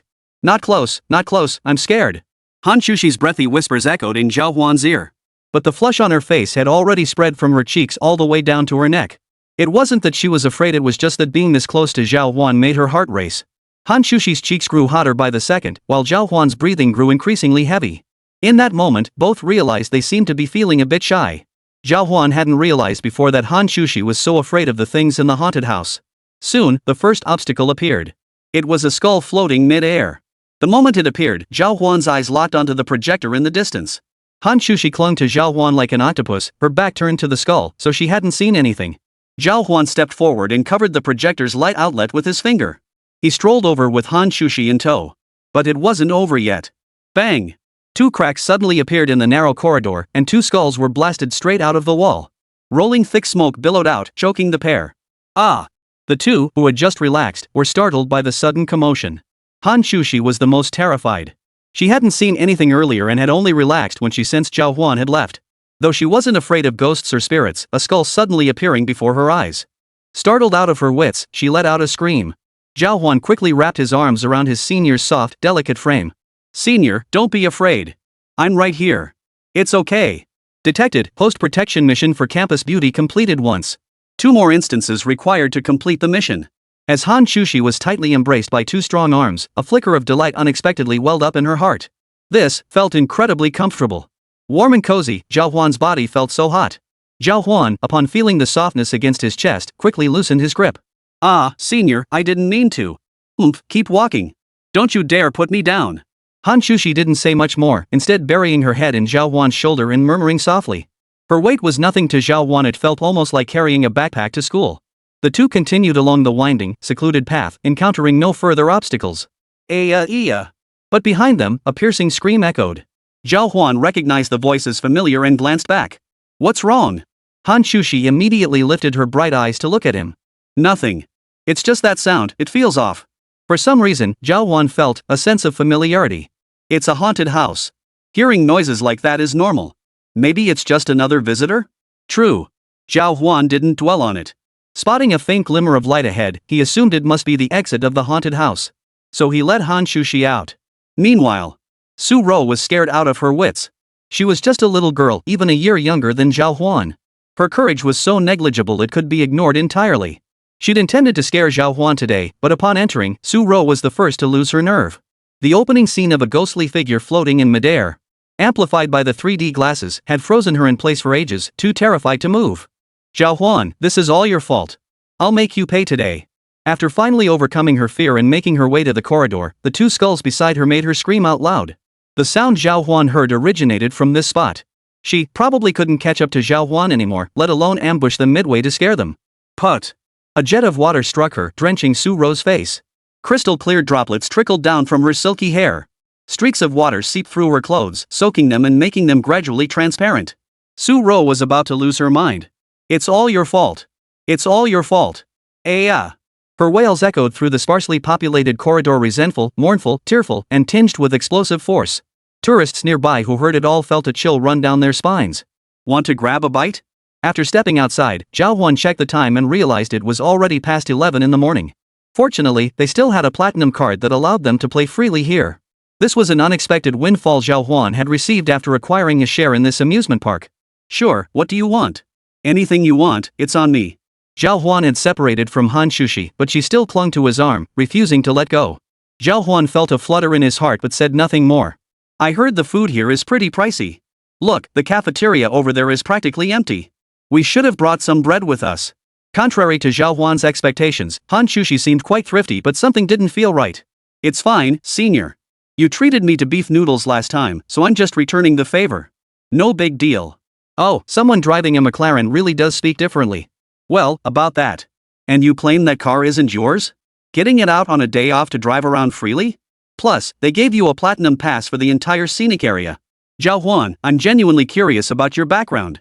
Hán Chǔxī wasn't a fool, quite the opposite, she was sharp. She hadn't brought it up before mainly because she could tell Zhào Huān didn't want to talk about it. But today, Zhào Huān personally drove her here and even handled her suitor along the way. It's about time I asked about the situation. Alright, it's all mine. But senior, don't go blabbing about my rich status. I'm only telling you. Zhào Huān replied earnestly, but Hán Chǔxī only caught the last bit. Only her. Only her? Was she special? A faint smile touched her lips as Hán Chǔxī's mood lifted considerably. Pinky swear, sis will keep your secret safe. Okay. Their fingers intertwined, thumbs extended and pressed together. Then, Hán Chǔxī naturally took Zhào Huān's hand. Come with me to the restroom. I need to touch up my makeup. Oh. A bead of sweat trickled down Zhào Huān's forehead. This senior was being so aggressive today. Zhào Huān was starting to feel overwhelmed. Fortunately, the senior went to touch up her makeup. Seizing the moment, Zhào Huān quickly pulled out his phone to consult Hán Shào, the guy who knew everything about the intricacies between men and women. Devil muscle man, beep beep beep beep, Hán Shào. Emergency call. Hán Shào, what's up? Let me see what I can do, bro. Hán Chǔxī, who had entered the restroom, saw the message on her phone and let a faint smile touch her lips. Gotcha. He took the bait. Chapter 52, Are you going to kiss me or not? Hán Chǔxī had actually come in specifically for this. She absolutely had to give Zhào Huān a chance to catch her breath. Ideally, there'd be a call for outside help segment to offer some guidance. There was no other way. Hán Chǔxī had seen through it. Without guidance, this blockhead would probably just have a dry meal with her today, ride a roller coaster, and call it a day. What about progress? Progress with me, damn it. Taking a deep breath, Hán Chǔxī started typing on her phone. Muscle man, senior held my hand today. What does that mean? Hán Shào, did she hug you? Muscle man, no. Han, are you absolutely sure? Hán Chǔxī's face darkened. Doesn't what happened in the haunted house count? Devil, oh. Yeah. Han, she hugged you, held your hand, and even hung out with you alone. Are you even a man? Demon, bro, give me some advice, stop mocking me. Han, my advice to you boils down to one sentence, find a spot where no one can see you, and then go ahead and kiss her.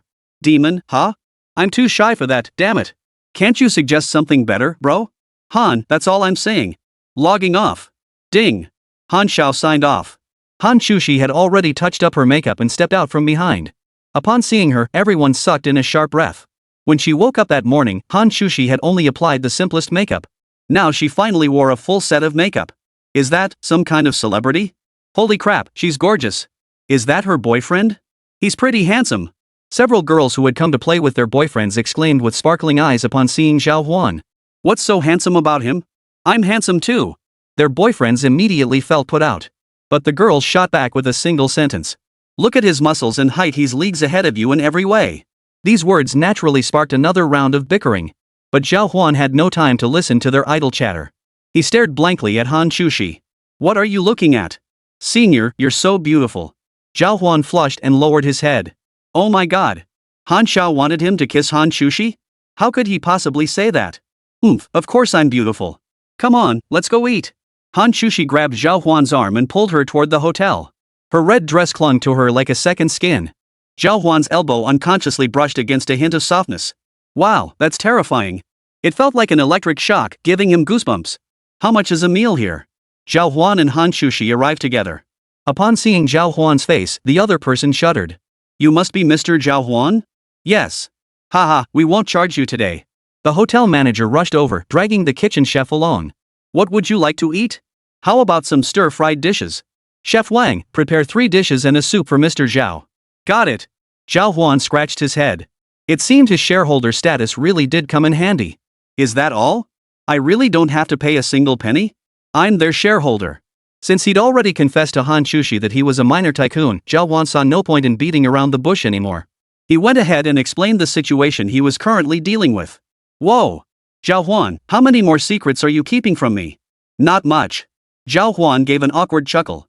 He had quite a few secrets, and it would take a while to get them all out. Food's here. These are appetizers to tide you over. These were 2 lemon desserts. Zhào Huān took a bite, tangy and refreshing, perfect for whetting the appetite. The chef here truly had skill. Soon, the rest of the dishes arrived. Zhào Huān and his companion began to eat with relish. In contrast, Su Ro was having a rough time. She lacked the necessary credentials to enter the amusement park, and the area was riddled with security scanners. For instance, right at the restaurant entrance, there was a magnetic sensor. Anyone without a wristband would set off an alarm. Earlier, Su Ro had spotted someone without the park wristband. After triggering the alarm, the person had to borrow a pass from someone behind them to enter. Damn it! If only she hadn't tossed her wristband over the wall earlier. Now Su Ro was soaked and starving. What a terrible day, choosing her day off to come here and cause trouble with Zhào Huān. Watching Zhào Huān and Hán Chǔxī sweetly enjoying one delicious dish after another inside, Su Ro's mental state completely collapsed. Zhào Huān, eat up. Choke on it. Her defenses were shattered. Gritting her teeth, she crouched down here, her willow-like eyebrows trembling. Biting back her hunger, she prepared to watch where Zhào Huān and the others would go next. She would exact a bitter revenge. Soon, Zhào Huān and the other finished eating. Sneaking around, Su Ro quickly hid in the corner closest to the door. Where are we going next? There seems to be a Ferris wheel over there. I've never been on one that tall. Hán Chǔxī's suggestion made Zhào Huān's expression change.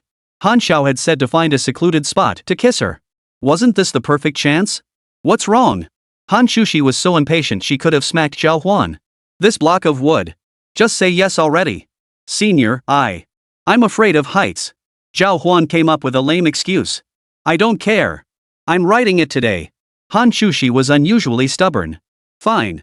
Seeing there was no way to refuse, Zhào Huān could only follow Hán Chǔxī to the Ferris wheel. Su Ro watched this unfold and felt a surge of joy. This was her chance. She was going to flip the circuit breaker. Trap those two up in the sky. Zhào Huān, you've finally fallen into my hands, Su Ro's hands. With that thought, she immediately sprinted toward the distance. Zhào Huān caught a glimpse of a familiar, furtive figure darting past him, but he hadn't noticed yet. Hán Chǔxī had already pulled him onto the Ferris wheel. Now, inside this tiny Ferris wheel cabin, only Zhào Huān and Hán Chǔxī remained. I'm so happy today. Hán Chǔxī stared into Zhào Huān's eyes, her words carrying a bold, forward energy. Glad you're happy, senior. Zhào Huān gave a simple, earnest smile, but his eyes drifted elsewhere. The ground below them grew farther and farther away. Hán Chǔxī was so impatient. Zhào Huān, are you even a man? Are you going to kiss me or not?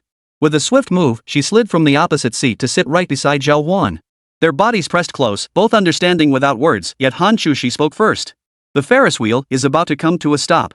She felt disappointed. The Ferris wheel had reached its highest point. If Zhào Huān didn't make his move now, once the Ferris wheel descended, there would be no chance left. Zhào Huān still hadn't crossed that threshold. He was only 18, still in the naive years of youth. He needed time to prepare. Just as both hearts sank. Click. The entire Ferris wheel came to a halt at its highest point in the sky. It was as if the Ferris wheel itself was cheering them on, helping them both freeze in this very moment. Chapter 53, Is There Someone You Like? The sudden crisis left both of them frozen in place. Psychology has a well-known effect called the suspension bridge effect. It describes how people instinctively seek closeness to someone of the opposite sex when facing danger together. This provides a sense of security. Many romances blossom amidst crisis. This was precisely the case now. Of course, neither of them has noticed yet. Peering out, Hán Chǔxī stared wide-eyed at the distance between the sky and the ground, feeling her head go numb. Looks like we're stuck up here. This must be an accident. Thankfully we didn't fall. Let's wait here for rescue. Zhào Huān called out to Hán Chǔxī and sat down beside her. They had no other choice but to wait quietly for help. Below, a group of staff had already noticed the situation. Earlier, Su Tian had instructed them to ensure Zhào Huān had a great time today. But he never imagined that after just a few rides, Zhào Huān would face such a crisis. Su Tian felt his head go numb. I rushed over as soon as I heard about this. What the hell have you lot been doing? If Mr. Zhào Huān faces any danger today, it won't just be my job on the line, you'll all be out of work too. His lips trembled with fury, and his subordinates dared not breathe a word. This was a major problem. Rescuing Zhào Huān and the others from such a height was nearly impossible. Where's the power room? Where are the power room staff? All eyes turned to this spot in that moment. The situation was spiraling out of control. But the patrol on duty at the power room was away for lunch. Su Tian suppressed his anger as he approached the power supply room. He discovered the control lever above had been snapped off. Who did this? We're going to check the surveillance footage right now. His subordinates rushed out to check the amusement park's internal surveillance system. Su Tian urgently ordered him. Before checking the footage, get me a diesel generator. Boss, a diesel generator won't cut it. This is a Ferris wheel. Is there no other way then? We're contacting the Ferris wheel manufacturer right now. They've already dispatched personnel at top speed. Su Tian observed the situation above and pondered for a moment before asking, besides Zhào Huān, how many people are up there? Seems like just the two of them. Everyone else went to eat earlier. When they arrived, the 5 or 6 couples who were up there before them came down too. Just them. Su Tian dialed the number.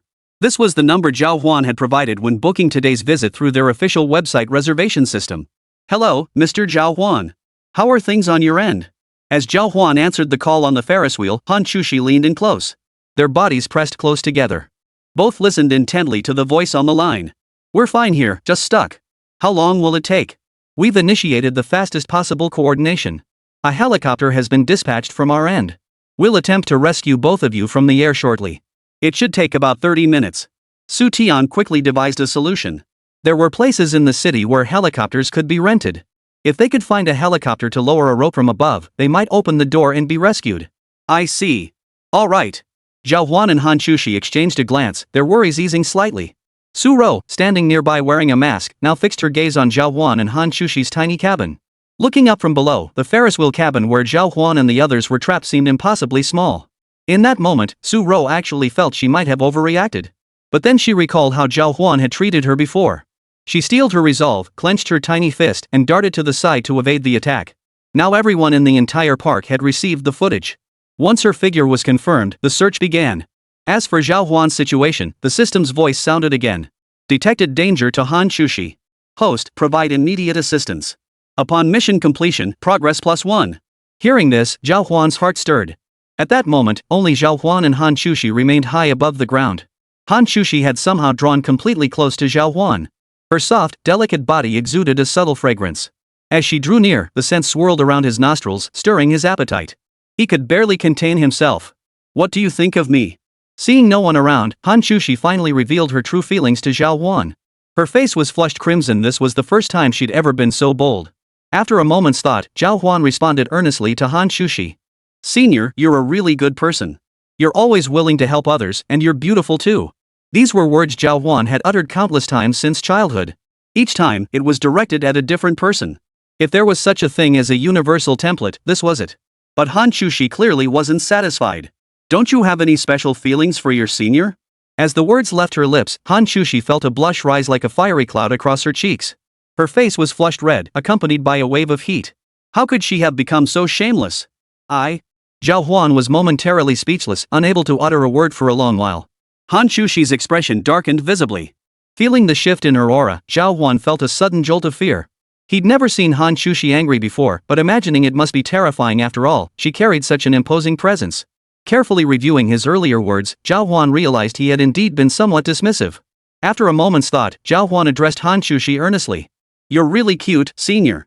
Since starting college, you're the person closest to me besides my friend. Hearing Zhào Huān mention that friend, Hán Chǔxī felt a flutter in her heart and smiled to herself. In that moment, she almost blurted out that she was that friend, but managed to hold back. Even if she did, it wouldn't change the nature of their relationship. Do you ever think about getting a girlfriend? Yeah, but I'm afraid not many people would be interested in me. Zhào Huān actually did want to find a girlfriend in college. It was just that he'd been so busy lately that the matter had been put on hold. He actually enjoyed the playful banter with his friends on a daily basis. So, is there anyone you like? Well, Zhào Huān instantly caught on. Was this some kind of confession session? After Hán Chǔxī asked that question, all her worries and reservations vanished.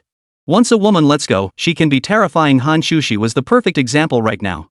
Truthfully, even if Zhào Huān didn't want to admit it. But the moment Hán Chǔxī asked that question, the first image that flashed through Zhào Huān's mind was hers. Yes, I did. Chapter 54, a fleeting touch on the Ferris wheel. Zhào Huān's face flushed slightly. Combined with his muscular build, it made him look a bit dazed. But his tone was earnest. Then why don't you say something to the girl you like? Hán Chǔxī wasn't entirely sure, but she was at least 80% certain Zhào Huān was talking about her. No wonder as Dongling University's campus beauty, Hán Chǔxī radiated that kind of confidence. Her hand landed aggressively on Zhào Huān's thigh. Her face drew close to his, the distance between them now barely a few inches. Zhào Huān felt like he'd turned into a little girl. He recalled what young Master Han had told him. If he didn't make his move now, he'd truly be no man at all. And here he was, a 7-foot-tall man, being invaded by a woman to this extent. This won't do. Summoning his courage, Zhào Huān extended a finger and placed it on Hán Chǔxī's waist. Hán Chǔxī's body stiffened, startling Zhào Huān so much he nearly pulled his hand back. But neither spoke, and Hán Chǔxī's body finally relaxed. Zhào Huān understood her meaning and placed his entire hand on her waist once more, quietly embracing her. Hán Chǔxī closed her eyes. Zhào Huān's heart was racing. Even running 200 laps around the track wouldn't make his heart race this fast. Steeling himself, Zhào Huān leaned down and kissed her, their ears brushing against each other.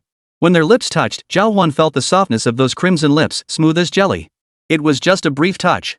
Zhào Huān pulled back, and between them, it was as if nothing had happened. Yet that seemingly casual kiss left both hearts racing long after. Even Hán Chǔxī, usually composed and poised, felt her heart racing wildly. Today's event was the boldest thing Hán Chǔxī had ever done in all her years at university. For some reason, whenever she saw Zhào Huān, Hán Chǔxī always felt this surge of impulse. But today, she had finally acted on it. After some reflection, Hán Chǔxī attributed it all to the bond forged over years of being online friends with Zhào Huān. In that moment, a thought struck her: what if she had revealed her true identity to Zhào Huān long ago? Would their relationship have progressed further? After the kiss, Zhào Huān looked visibly more flustered than Hán Chǔxī. After a moment of thought, she looked at Hán Chǔxī with great seriousness and said, "Senior, I didn't mean to." Poof. Hán Chǔxī gave a soft snort before warning Zhào Huān. "What happened today is known only to heaven, earth, you, and me. No one else is allowed to find out." "No problem." Zhào Huān felt the lingering tenderness on her lips and nodded contentedly. He even wanted to send Hán Shào a message right away. Young Master Han had mocked Zhào Huān relentlessly earlier, but now Zhào Huān had finally gotten his revenge. Kissing felt truly magical. The two sat back to back in unspoken understanding, yet pressed close together. A peculiar emotion began to sprout within Zhào Huān's heart. It must be said, today truly was a beautiful day. Just then, a faint scraping sound came from nearby. Zhào Huān sensed it. The Ferris wheel had begun to turn ever so slightly. Great! Does this mean we're saved? Hán Chǔxī watched the Ferris wheel cabin gradually descend, a hint of joy appearing on her face. But Zhào Huān's voice shattered Hán Chǔxī's illusion. "They're using electric brakes here, but they won't hold for long. Right now it's just moving slowly. In a little while, the Ferris wheel might lose control. If that happens, the two of us could make it descend really fast." Looking down from where Zhào Huān and the others stood, a steep, vertical drop lay ahead. Their gondola would plummet straight down. Zhào Huān was muscular, weighing a substantial 200 jin. Hán Chǔxī, though very slender, still weighed 90 jin. Combined, their weight would press down on the gondola continuously from this point. The descent to the bottom would be extremely rapid, making their safety impossible to guarantee. What should we do? For the first time, Hán Chǔxī felt panic rising. Zhào Huān assessed the height before glancing at a nearby railing. This massive railing supported the entire Ferris wheel's rotation. Climbing down along it should pose no major problem. "Hold on tight to me." Zhào Huān hoisted Hán Chǔxī onto his back. In that moment, her soft body pressed tightly against his. "What are you doing? We can't just fall straight down. We'd die. Trust me." Though she didn't know what Zhào Huān intended, after everything they'd been through, Hán Chǔxī's heart held nothing but trust for him. Hán Chǔxī was a girl who understood the bigger picture. In such a critical moment, complaining or holding him back was the last thing she could afford to do. "Hold on tight." Zhào Huān pulled out the safety belt from above, ripped it off, and secured it around both Hán Chǔxī and himself. Then he kicked open the hatch. "I'll jump for that railing, hold on tight." "Ha! Got it." After a moment of surprise, Hán Chǔxī recalled Zhào Huān's astonishing burst of strength and powerful physique. Su Ro, standing beneath the Ferris wheel, witnessed Zhào Huān's actions. Her mouth fell open. Today, Su Ro hadn't intended for Zhào Huān to die here. It was merely because she'd thrown a petty tantrum. But seeing how dire the situation had become, Su Ro now felt a pang of guilt. She pulled a broken control rod from her pocket. She intended to go to the control room and turn herself in. But just then, Zhào Huān began leaping out. Su Tian below was frozen in shock. "Mr. Zhào Huān, you absolutely mustn't do this." His voice trembled slightly as his eyes widened, watching Zhào Huān leap from a height of 4 or 5 meters in the sky.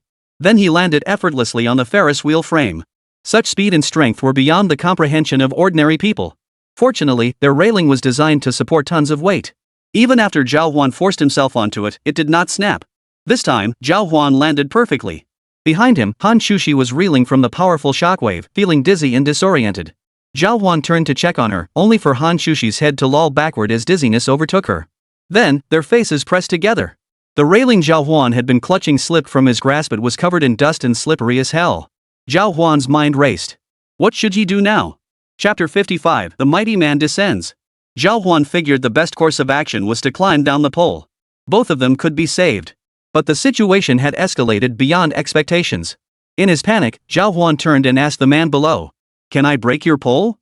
Su Tian's eyes went blank with fear, cold sweat pouring down his forehead. Yes. Yes. Human life was paramount. Losing some equipment was insignificant. But you could break. Crash.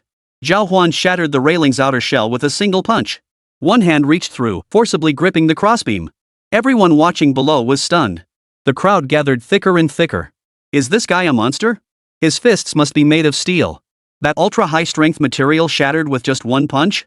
Terrifying. I was about to mock him for grasping at straws, but now it seems I'm the fool. If it's him, he might actually make it down from up there. People instinctively pulled out their phones, recording Zhào Huān's actions. It might get a bit bumpy from here on out. Just hold on tight to me. Turning to Hán Chǔxī, Zhào Huān explained the situation. Okay, but you be careful too, don't hurt yourself. It's fine. I've been through far more dangerous situations than this. Bang! Amidst the stunned gasps, Zhào Huān delivered another punch. The hard metal bar shell shattered inch by inch. Using both hands and feet, Zhào Huān kicked off with his toes, slowly inching his way down from 100 meters up. But there was one major problem: stamina. This guy's got guts, but will his stamina hold out? How tall is the Ferris wheel? Over 100 meters. If he keeps smashing out footholds like this, won't he fall back down once his strength runs out? Yeah, human stamina has its limits. If he runs out, he's in trouble. Su Tian's heart began to tremble as the discussion unfolded. Zhào Huān was their shareholder. If Zhào Huān faced danger, he would definitely take the fall. Snap! The sound of shattering echoed as Zhào Huān lost his grip, leaving half his body dangling precariously in midair. Hán Chǔxī looked down from the heights and saw the people below still as small as ants, the sight making her legs go numb with fear. What should we do? Hán Chǔxī extended one foot. Her toes trembled, hoping to hook onto the gaping hole Zhào Huān had just smashed open. But even if she stretched her body over Zhào Huān from behind, it would be difficult to grasp that exact spot. It's okay. Hold on tight. I'm jumping down from here. Zhào Huān's eyes locked onto a distant crossbeam.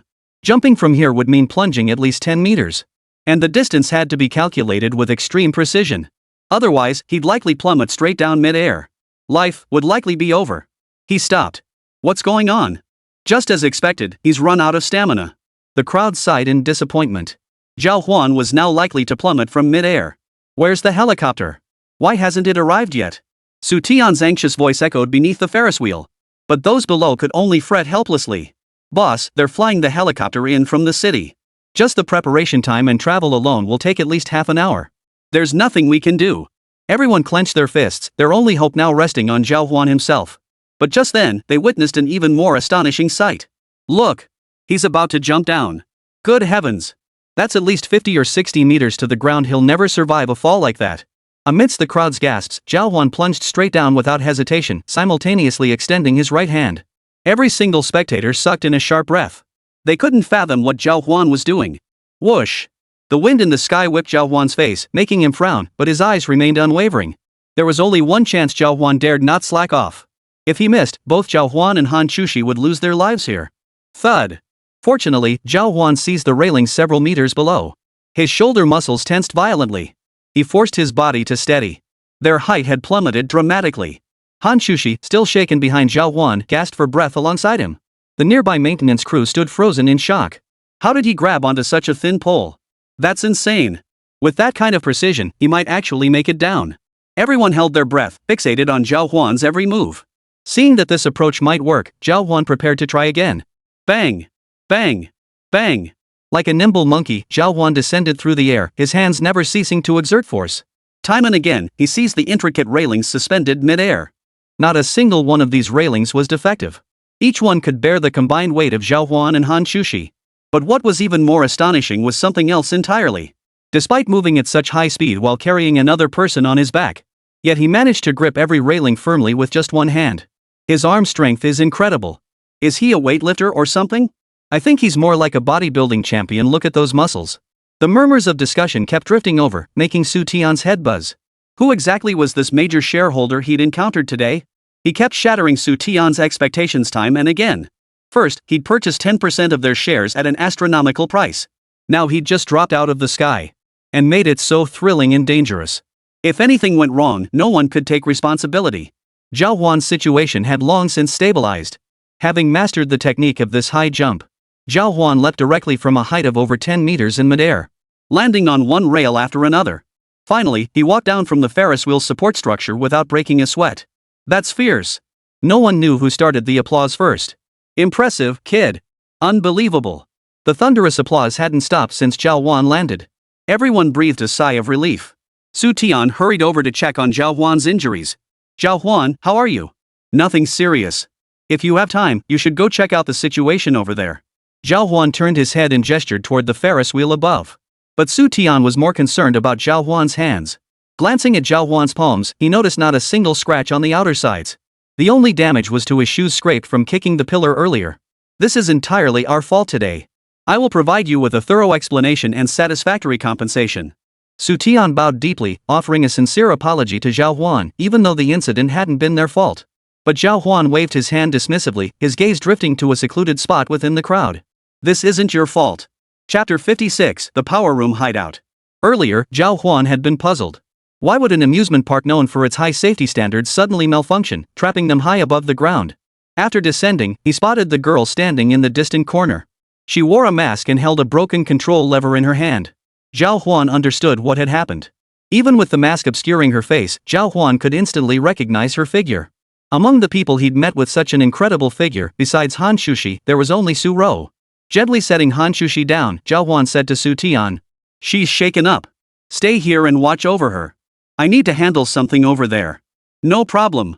Leave it to me." Su Tian nodded immediately, signaling the medical team standing by behind him to step forward and assist Hán Chǔxī with her examination. Zhào Huān then made his way toward where Su Ro was standing.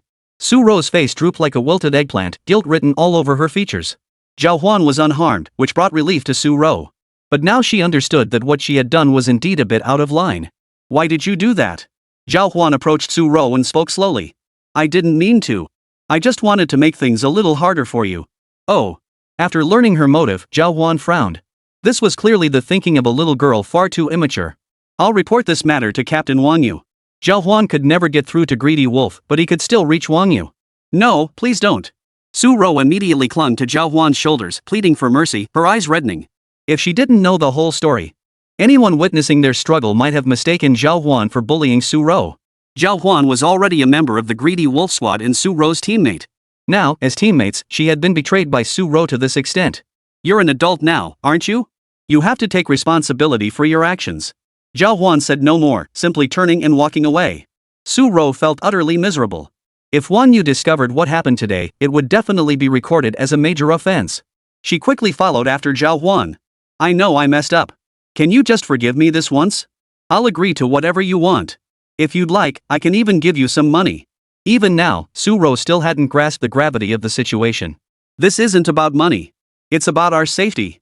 I don't care if I get hurt, but not you, senior." "Oh, so it's just that you scared the person you like? Is this really necessary?" Su Ro was deeply annoyed by Zhào Huān's words. "Forget it. You're still too young. I don't like talking to kids like you." Zhào Huān frowned and walked away, but Su Ro refused to back down. "What do you mean I'm immature? How much older are you anyway? I just can't stand people like you." Zhào Huān stopped, glaring at the stubborn Su Ro, then walked straight up to her. "What are you doing? Looking for a fight?" Su Ro immediately assumed a defensive stance. "Looks like I'll have to teach you a lesson today before you realize your mistake." Zhào Huān's combat prowess was utterly overwhelming against Su Ro. Before Su Ro could react, Zhào Huān grabbed her shoulders and lifted her off the ground. Su Ro twisted and turned in Zhào Huān's grasp, kicking him repeatedly. But alas, all her struggles were futile. "I've thought of a perfect way for you to atone." Zhào Huān hoisted Su Ro and carried her into the electrical distribution room. Su Tian understood everything upon seeing Zhào Huān's actions. "Is she the murderer?" "Yes, but this is between us. I hope you won't make a big fuss. I'll handle it myself." "Fine." Su Tian had no desire to get entangled in these matters anyway. After encountering Zhào Huān today, Su Tian's experiences felt like a roller coaster ride. Now that Zhào Huān was handling the matter himself, Su Tian was more than happy to step back. He promptly vacated the electrical room for Zhào Huān. "What are you doing?" "Zhào Huān. I'm warning you, if you dare lay a finger on me today, I'll make you pay dearly." Su Ro's shrieks were completely muffled inside the room once the door slammed shut. "Since you enjoy causing trouble here so much, you'll stay here today." After saying that, Zhào Huān picked up the rope and tied Su Ro up right there. "What are you doing?" A hint of fear crept into Su Ro's voice. "Let you experience what it's like to be locked in a small room." A faint smile touched Zhào Huān's lips as he tapped Su Ro on the head. Su Ro hadn't eaten all day. If she was locked up here for another night, she'd probably go numb. But Zhào Huān couldn't care less. With 2 swift motions, he tied the rope into a tight knot. "Hold out until this time tomorrow. I'll have Su Tian let you out." With that, Zhào Huān left the power supply room. "Zhào Huān, I'll remember this." "Ah." Seeing Zhào Huān about to leave, Su Ro immediately shrieked, trying to attract the attention of those around her. Only then did Zhào Huān realize he hadn't gagged Su Ro yet. The curvaceous girl struggled relentlessly on the flat ground, a sight that was undeniably pleasing to the eye. But Zhào Huān showed no mercy. He grabbed a torn rag and stuffed it into Su Ro's mouth. "May this place serve as your confessional today, helping you truly repent." Click. Su Ro, still whimpering, watched helplessly as Zhào Huān closed the door behind him. Su Tian approached the moment he stepped outside. Mr. Zhào Huān, what should we do with that girl inside? Should we call the police or what? I'll cover all the damages today. As for the girl inside, lock her up for a day. Release her tomorrow after a light punishment. Su Ro's actions were indeed quite bad, and today Zhào Huān had forcibly given her a stern warning. Hopefully she'll learn her lesson. By the way, how is my senior doing? Earlier, Hán Chǔxī had been startled and was still shaken. Zhào Huān had Hán Chǔxī rest with Su Tian and the medical staff over there for a while. She's feeling much better now, but she probably won't be able to join us for the rest of the day. I'll book a hotel for you shortly. You two should go rest first. Their location did have hotels, though staying overnight came at an exorbitant price. Only those with ample financial means would choose to stay here. Zhào Huān nodded in agreement. They needed rest today anyway. But when he looked down, Su Tian had only handed him a room key. What did this mean? Chapter 57, one room key for two people. What's the deal with this one card? The moment Zhào Huān saw the card, a look of disbelief spread across his face.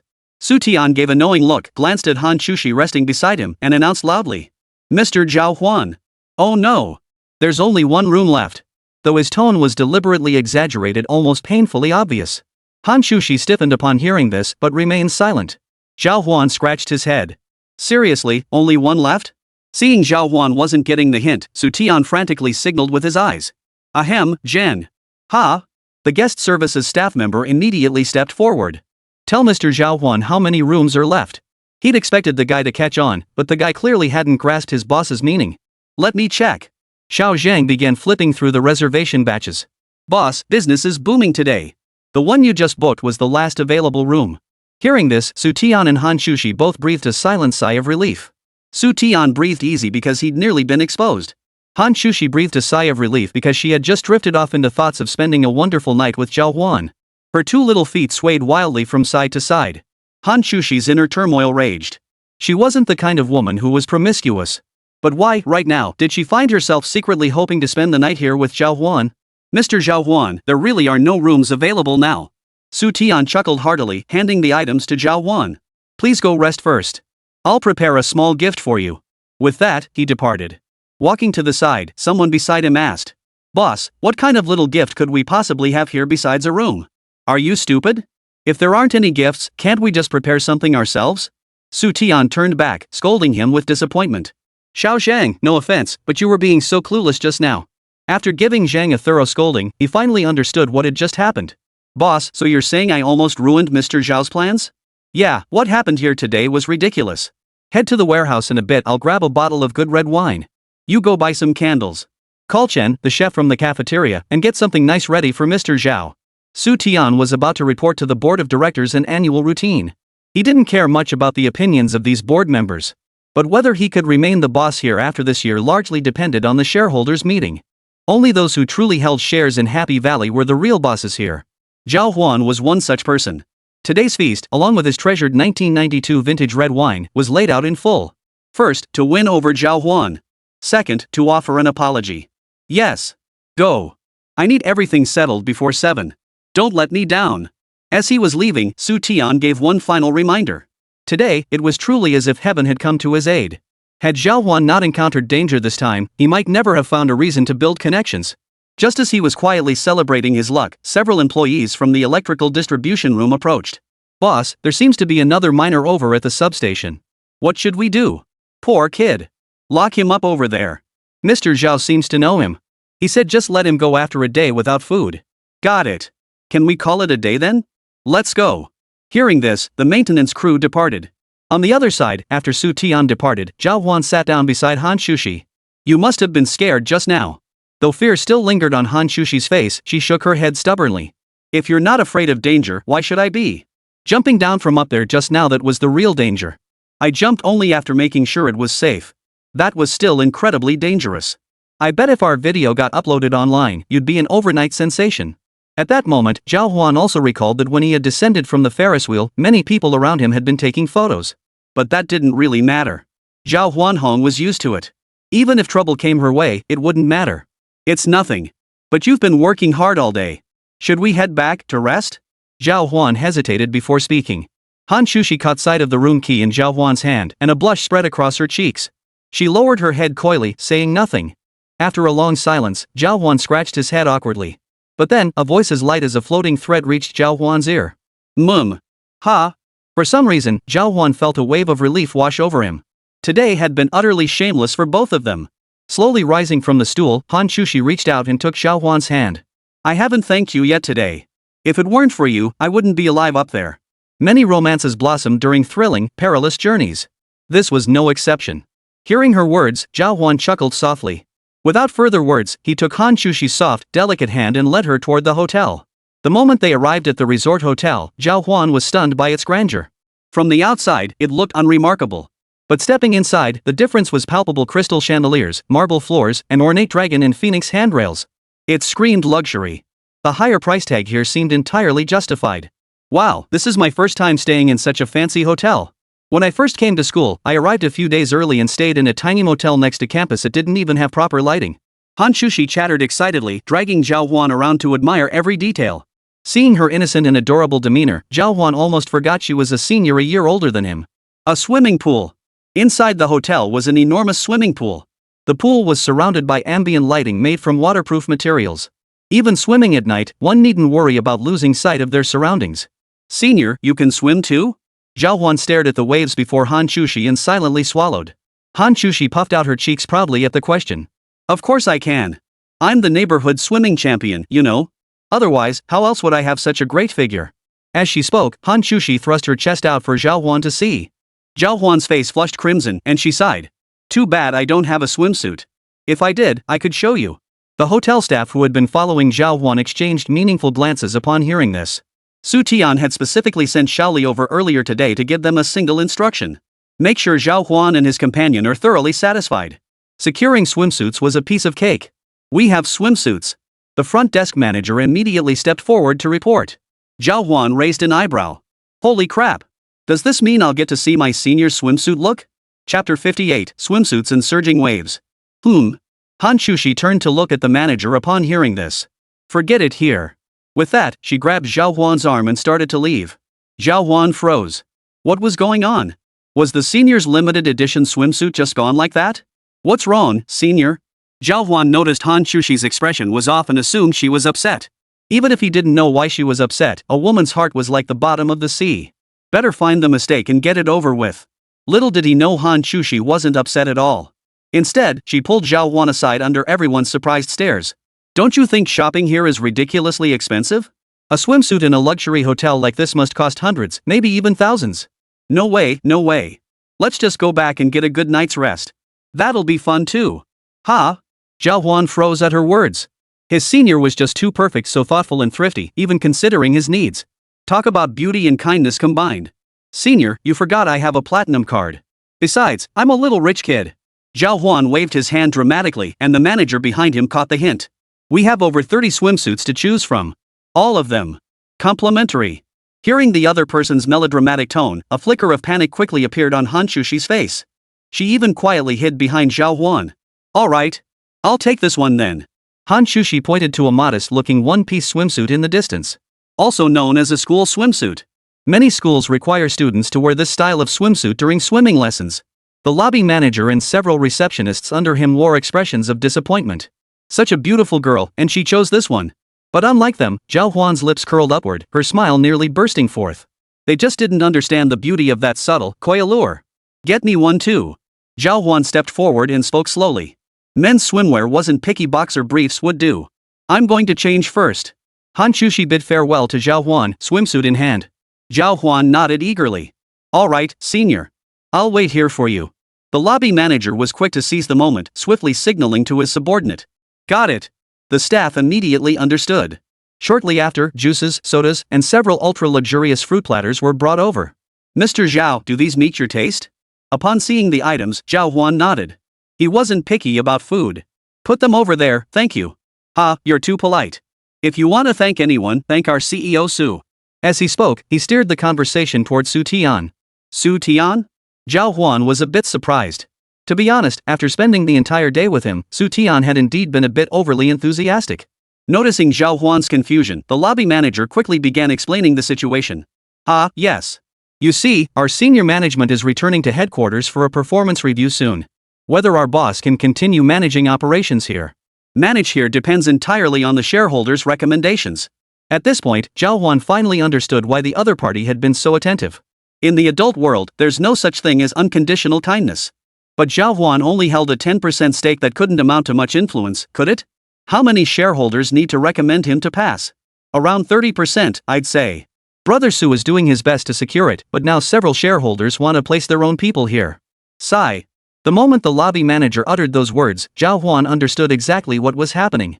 Has Su Tian been good to you guys? Oh yes. Our salaries are quite high. Since he took over, revenue across the entire Happy Valley has increased significantly. If he leaves, we'll probably lose our jobs. With their livelihoods at stake, no wonder they were so united. Hearing about that 30% stake, Zhào Huān felt a stir within. Perhaps he could resolve this matter himself. He only needed one more rescue mission for Hán Chǔxī. Completing this one would earn him another reward from the system. A 20% stake in Happy Valley. Alright, I understand. Tell him to relax, he can keep working here. Zhào Huān's words clearly signaled his support for Su Tian. Hearing this, the front desk manager's eyes lit up with excitement. Thank you so much. Thank you. If there's anything else you need, just let us know. We'll make sure everything is arranged for you. Ah, that's fine. Giving roses leaves a lingering fragrance on one's hands. Zhào Huān now held shares in name only, but he couldn't just sit around waiting for dividends. He needed to take action. Su Tian had been running around all day today, and it could be said he had cultivated a good karmic connection with Zhào Huān. Just as the two were talking, a waft of perfume drifted by. Zhào Huān recognized it. The scent of his senior classmate. Turning around, Zhào Huān was stunned. The school swimsuit was so much better than a bikini. A bikini couldn't possibly outline the curves of her body like this. At this moment, Hán Chǔxī's body revealed a perfectly rounded curve, from the surging waves to the layered peaks. How utterly perfect. Her delicate frame was adorned with silky hair cascading over her soft, smooth shoulders, gleaming with a lustrous, jet-black sheen under the ambient lighting. One couldn't help but want to step forward and gently caress it, perhaps even inhale its scent. At the bottom, a pair of straight, slender legs stretched out, not an ounce of excess flesh in sight. Zhào Huān couldn't find words to describe these legs. Only 3 words could capture them. Legs to die for. What a marvelous creature. At that moment, only one thought filled Zhào Huān's mind. Dead school swimsuits are the best. What are you staring at, you pervert? Hán Chǔxī walked up beside Zhào Huān, extending her slender jade-like finger to gently poke his forehead. Only then did Zhào Huān finally snap back to reality. He had indeed been a bit out of line today. I was wondering, if you went swimming, wouldn't you look even more beautiful? I'm beautiful no matter what. I'm a flawless beauty. In front of Zhào Huān, Hán Chǔxī unexpectedly displayed a rare, girlish demeanor. A peculiar sensation stirred within Zhào Huān. It felt like restlessness, yet also like eagerness. In short, it felt like the stirrings of young love. Want to go play? Teach me how to swim, senior? Sure, but I've been out all day and don't have much energy left. How about I just show you the backstroke? Backstroke was her specialty. Zhào Huān stared at the curves of Hán Chǔxī's chest and swallowed hard. Senior, isn't that a bit much? I'm afraid I won't be able to learn it.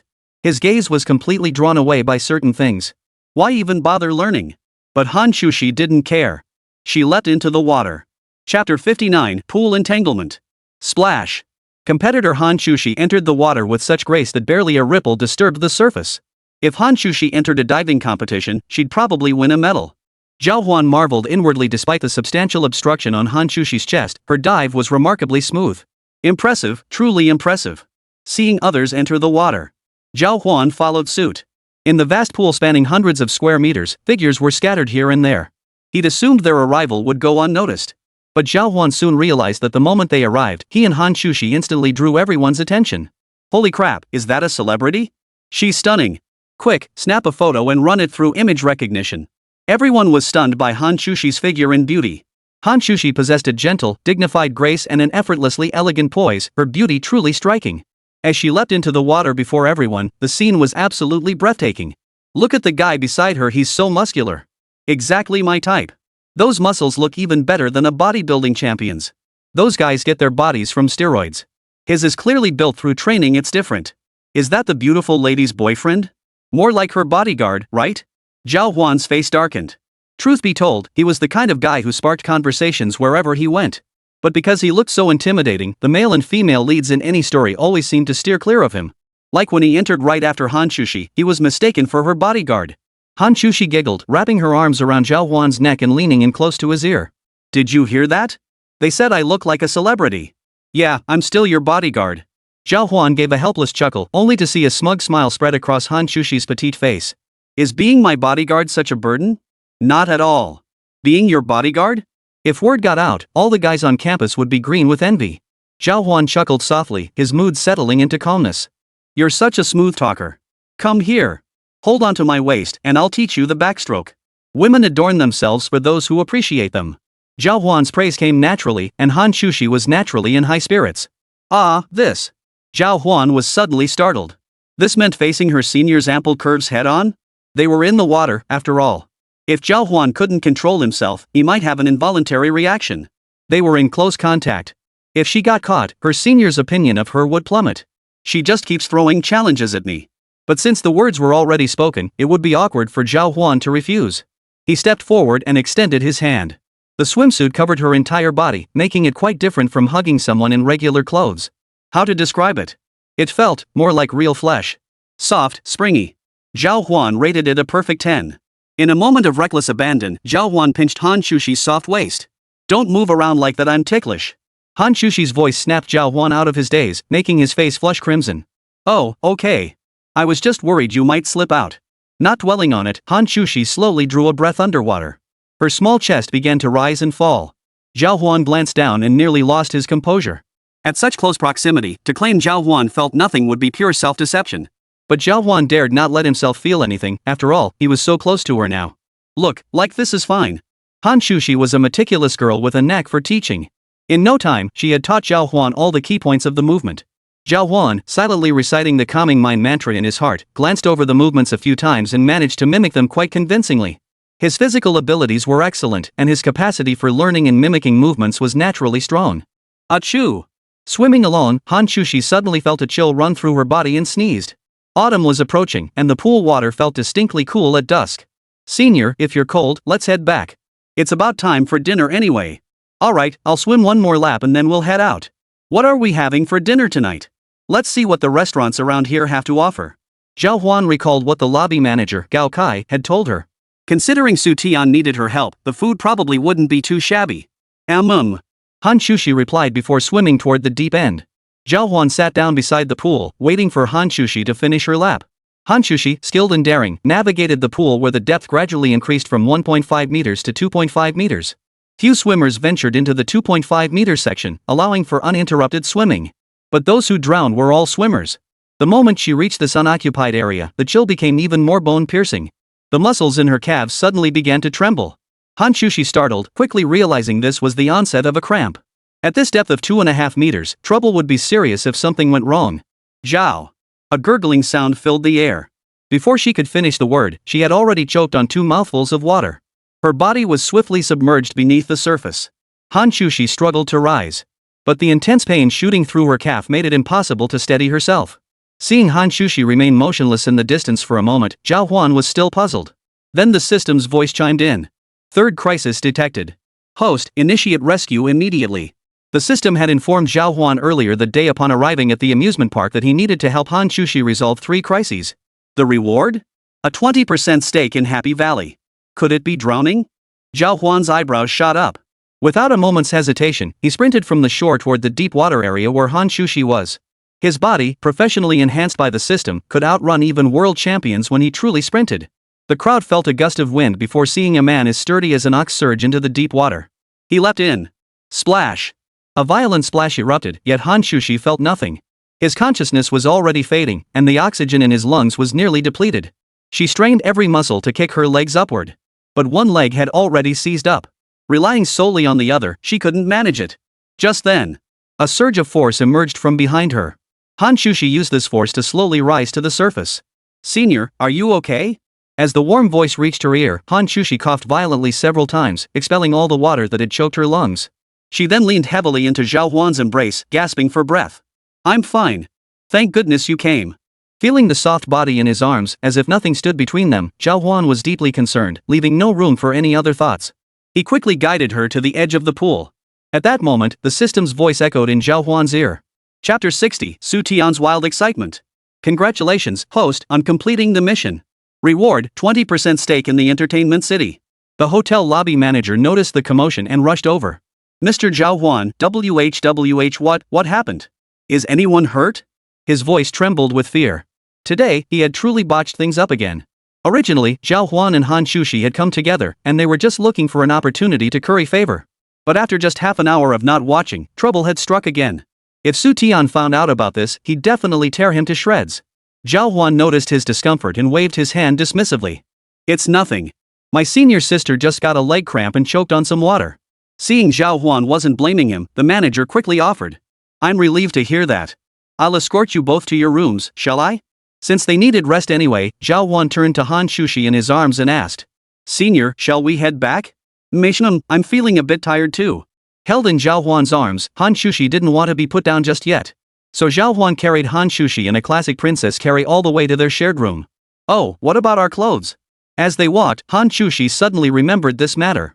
No worries about that. I'll have someone bring them to you both shortly. The lobby manager had thought of everything. As soon as they arrived, Zhào Huān spotted someone he'd seen earlier. It was Xiao Zhang, one of Su Tian's staff. Xiao Zhang stood nearby, holding a bottle of red wine, with a man in a chef's uniform following behind him. Judging by their appearance, they must have been waiting here for quite some time.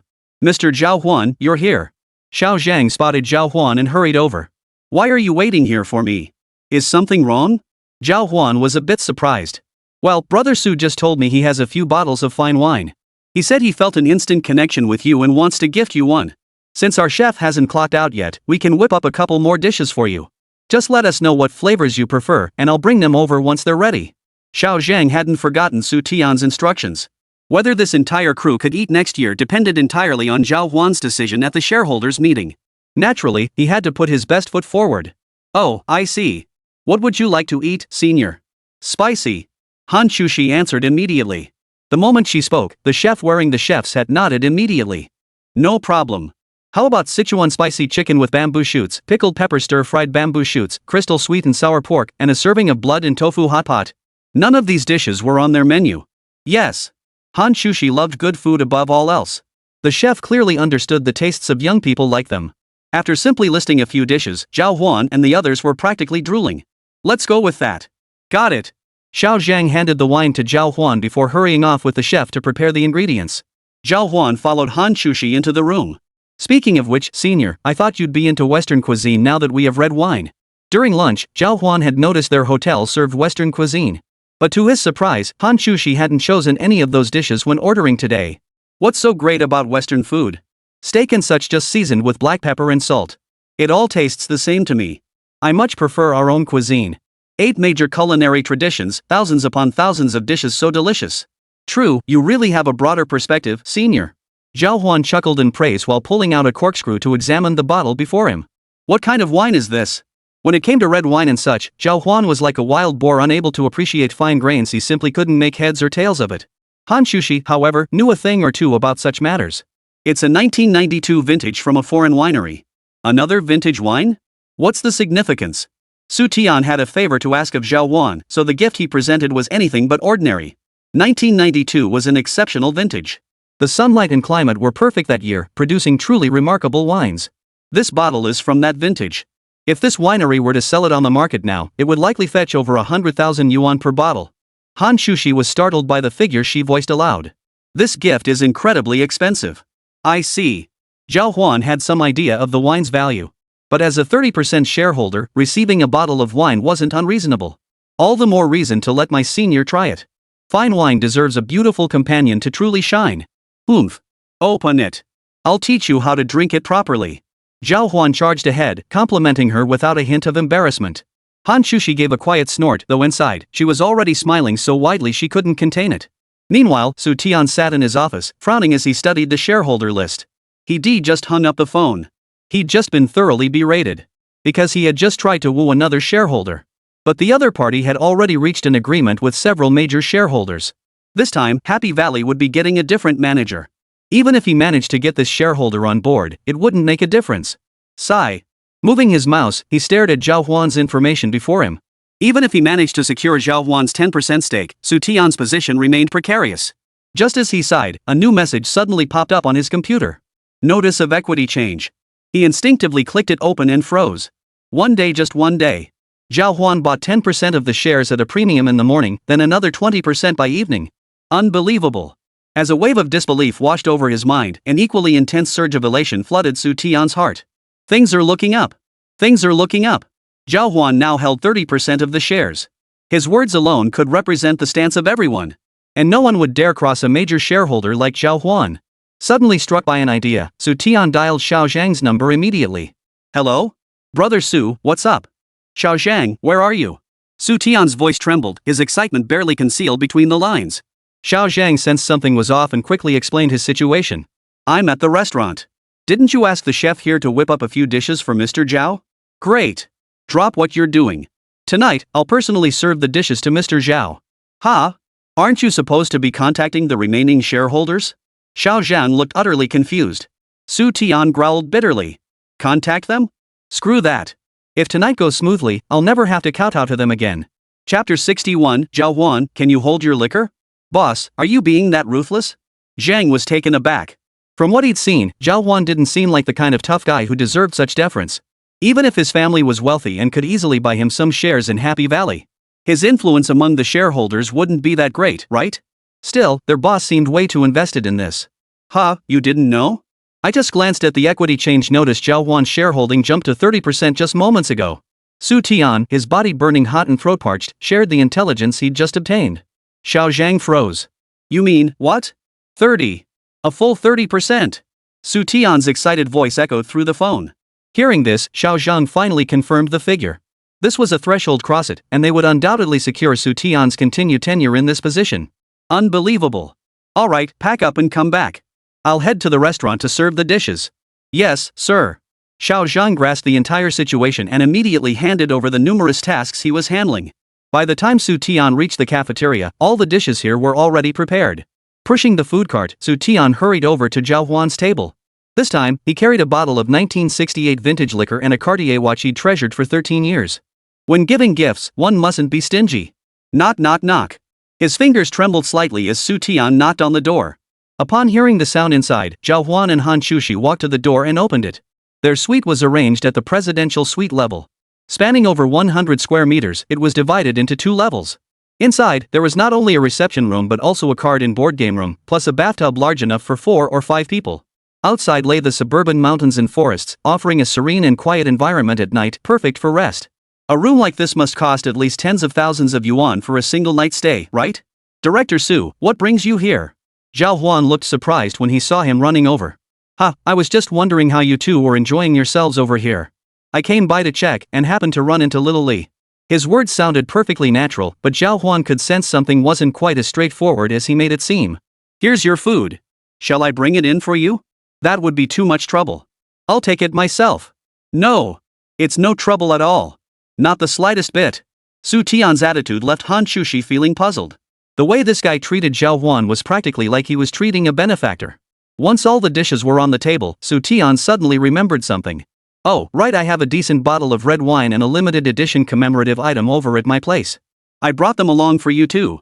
After saying that, he forcefully shoved the items into Zhào Huān's arms. It seemed he hadn't just dropped by on a whim, but had come prepared. Taking the items from his hands, Zhào Huān gave a helpless smile. Mr. Zhào Huān, do you have a moment? The food is still hot. How about we step outside to chat? Su Tian hesitated slightly as he extended the invitation. Zhào Huān and Hán Chǔxī exchanged a glance. Hán Chǔxī didn't mind either way, so she waved her hand dismissively. Go ahead. I'll wait for you. We'll eat together when you get back. All right. With permission granted, Zhào Huān stepped out alongside Su Tian. What's up, Director Su? Su Tian hesitated awkwardly before addressing Zhào Huān. Mr. Zhào Huān, are you aware of our recent operational situation here? How do you think Happy Valley is performing? Having broached the subject, Su Tian saw no point in further prevarication and prepared to lay everything out for Zhào Huān. Zhào Huān nodded. The lobby manager had already briefed him on much of the situation. You're returning to headquarters for your performance review and final year-end assessment, correct? You know? Su Tian's eyes widened. Yes. It's fine. I'll help you this time. Don't worry. Zhào Huān smiled and nodded in agreement. It just so happened that Zhào Huān had recently become a new shareholder in their company. If he had no one under him, if he didn't have anyone on his side, those behind the scenes might pull something on this young guy, and Zhào Huān wouldn't even realize he'd been screwed over. Seeing Zhào Huān agree, Su Tian trembled with excitement, gripping Zhào Huān's shoulders tightly. Really? Of course. But you need to tell me the agenda for your performance review meeting. How exactly can I help you? Zhào Huān knew nothing about the specifics. The specifics would need to be explained to him. Here's the plan, you'll need to come with me to Nanping first. Our headquarters is located there. Nanping. Zhào Huān had heard of that city. It was a first-tier city, bustling with prosperity. While Dongling was also quite decent, it still fell short compared to Nanping. Alright, when? Probably within the next few days. Are you available? I can go on the weekend. Zhào Huān had military training coming up soon. He'd only just arrived at school for his first week and didn't want to miss it. Although he could request leave by informing Lin Feng, it wouldn't set a good example for his classmates. It would also put Lin Feng in a difficult position. No problem, the weekend works too. How about next weekend? I'll book my flight for Friday night in advance and explain the entire process to you when I arrive. Of course. After settling the matter, Su Tian no longer disturbed Zhào Huān and prepared to leave. Alright, since everything's settled, you should hurry back for dinner. I didn't realize I'd kept you this long. No problem. Waving goodbye to Su Tian, Zhào Huān returned to his room. Hán Chǔxī had been waiting for quite some time. Seeing Zhào Huān return, she approached him with curiosity and asked, "What was Su Tian asking you to step out for earlier?" "It was about some company matters on their end. He asked me to help out with a few small tasks." Zhào Huān gave a brief explanation, omitting the fact that he now held a 30% stake. "Oof, let's go eat then." Hán Chǔxī playfully hooked her arm through Zhào Huān's and led him over to the table. "There are 2 bottles of red wine here. The second one he just sent over is better. Which one should we drink?" "The second one, then. But we already opened the first one." Hán Chǔxī gazed at the red wine before her, reluctant to part with it. "No worries. Wine is meant to be enjoyed. Savoring the finer stuff makes the moment worthwhile. Besides, we can reseal that bottle with the cork opening, it won't hurt. Since we're out having fun, we might as well leave no regrets." "Alright, I'll take your word for it." After decanting the wine, Hán Chǔxī poured a glass for herself and one for Zhào Huān. Under the night sky, it wasn't the wine that intoxicated them, they intoxicated themselves. A faint blush actually appeared on Hán Chǔxī's small face. "Zhào Huān, how's your tolerance?" Zhào Huān scratched his head. "I'm pretty bad at it, I guess. I've never really drunk before." "Oh? Me neither." Her vibrant, captivating lips curved upward as Hán Chǔxī flushed with a bashful expression. Truth be told, her tolerance was off the charts. Chapter 62, Senior or Young Master Hán? As long as she could get Zhào Huān drunk tonight, once he passed out, all the awkwardness would vanish. Hán Chǔxī had expected sharing a room with him would be cringe-worthy enough to make her want to crawl into a hole. But unexpectedly, things turned out to be so simple. She chuckled softly. Hán Chǔxī leaned closer to Zhào Huān, her breath fragrant. Zhào Huān felt his body growing hot and restless. But Hán Chǔxī didn't stop teasing Zhào Huān. One jade-like hand slipped through Zhào Huān's arm, exchanging the wine cup to this hand. Their hands intertwined, forming a cup-clasping gesture. Zhào Huān was stunned. "Senior, you're so tempting. Drink up, drink up. I've never tried drinking like this before." Hán Chǔxī seemed quite excited. Due to her father's frequent social engagements back in the day, Hán Chǔxī had inherited some of his alcohol tolerance. Though she rarely drank in daily life, once she let loose, it was truly terrifying. Just like right now. After a few glasses of red wine, a burning sensation spread across his face. Zhào Huān suddenly realized that these 2 bottles of wine might not be enough. But Zhào Huān himself felt nothing unusual. His physique was remarkably resilient, and he recovered from drinking remarkably quickly, a fact he'd only recently discovered. After seeing this, Zhào Huān scratched his head, seeming somewhat incredulous. Compared to him, Hán Chǔxī seemed far more carefree.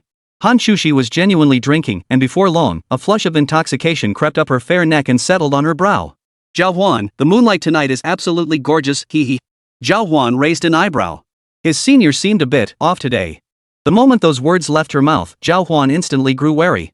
His senior seemed a little tipsy, but still within acceptable limits. After taking a big bite of chili chicken and washing it down with a generous gulp of red wine, Hán Chǔxī suddenly stood up. I'll dance drunken beauty for you." "Ha?" Zhào Huān looked utterly stunned. Senior Hán Chǔxī is truly multi-talented. Are all beauties like this? Let me tell you, I passed the level 10 dance exam back in elementary school. As Hán Chǔxī mentioned this, a blush spread across her cheeks. Level 10? I have a friend who also has a level 10 certificate. Zhào Huān recalled Hán Shào mentioning earlier that he too had earned a level 10 dance certificate as a child. But surely these two aren't connected? Hán Chǔxī was now in high spirits. He'd even forgotten that Zhào Huān knew so much about him from years of chatting. Even when Zhào Huān mentioned this online friend, Hán Chǔxī didn't seem to catch on. Pulling Zhào Huān's hand, she led him into the spacious living room of the suite. Under the dim lighting, the girl's skin shimmered in the moonlight, her delicate features and rounded curves bathed in the fragrant breeze carried by the night air. Zhào Huān seemed intoxicated. Normally, he wouldn't get drunk. But today, Zhào Huān closed his eyes in contentment, watching Hán Chǔxī dance with graceful, flowing movements. Hán Chǔxī possessed a unique beauty when intoxicated, a touch of wildness, but mostly sheer charm. When the dance ended, Zhào Huān couldn't help but applaud. As for Hán Chǔxī, she grew even more enthusiastic. Let me have a couple more drinks, and I'll show you something even more beautiful. Hán Chǔxī's figure swayed. The aftereffects of these red wines were potent. Seeing this, Zhào Huān quickly stepped in to stop her. Senior, stop drinking.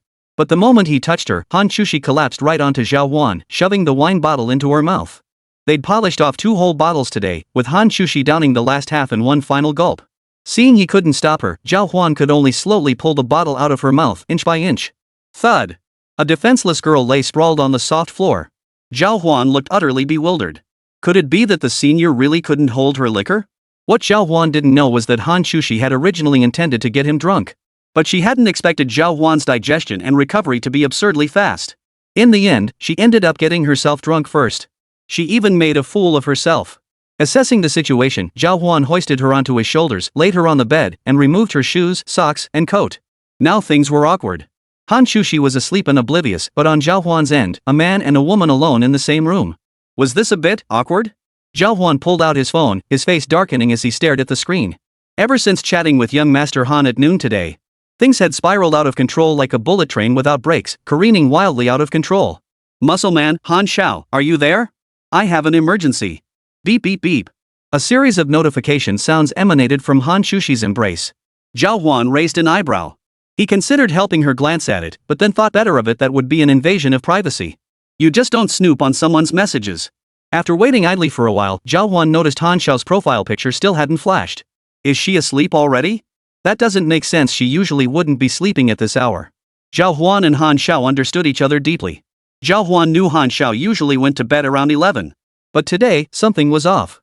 It was only 8 or 9 o'clock. After pondering this, he waited another 10 minutes before pulling out his phone to send another message. Beep beep beep. Another series of urgent beeps came from Hán Chǔxī's pocket. Alright, Hán Chǔxī's phone had successfully captured Zhào Huān's attention. Zhào Huān realized that whenever he sent a message, Hán Chǔxī's phone would ring. What was going on? Zhào Huān sat cross-legged before Hán Chǔxī, his mind racing with connections. The coincidences at the start of the semester and Hán Shào's attitude. Plus, during the dance earlier, Hán Chǔxī had also claimed to be a level 10 dancer. What was going on? Could it be that Hán Shào is actually Hán Chǔxī? No. Impossible. Hán Chǔxī has known Zhào Huān for so long. If she were Hán Shào, why didn't she tell Zhào Huān the moment she arrived at school? Moreover, according to Zhào Huān's recollection, Hán Shào had been a student with psychological issues years ago, even taking a long leave of absence to stay home. How could he possibly be connected to this beautiful, radiant young woman? Exactly. Hán Shào must have been some scruffy guy, right? Zhào Huān said, though his hands couldn't help but fidget. After a moment's thought, Zhào Huān sent another message. Muscle Devil, Mr. Han, are you asleep? You're up so early today? Click send. After sending it this time, Zhào Huān waited 2 or 3 seconds but heard no sound from Hán Chǔxī's phone. He thought he could finally relax. But then, beep beep beep. The message notification sounded again. Chapter 63, Put My Socks On. Zhào Huān leaned in close to Hán Chǔxī. He couldn't hold back any longer. It was time to take a look. Zhào Huān walked up to Hán Chǔxī. Hán Chǔxī's delicate brows were slightly furrowed, her breathing steady and even. She carried a scent blending red wine and perfume. It was an intoxicating blend that lingered in the air. Zhào Huān couldn't resist and took a discreet sniff. Reaching out, Zhào Huān eyed the phone clutch to Hán Chǔxī's chest and tugged it gently. No reaction. Seeing this, Zhào Huān sighed. Then he tugged harder. Lin Yu, stop messing around. Hán Chǔxī, still asleep, unconsciously cried out these words. Startled, Zhào Huān quickly withdrew his hand and stood beside her, pretending nothing had happened. Seeing this, Zhào Huān was quite surprised. Could it be that Hán Chǔxī wasn't asleep after all? Senior. Zhào Huān tentatively asked.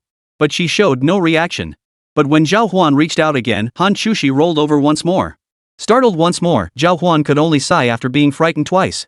He'd wait until tomorrow when his senior woke up to ask.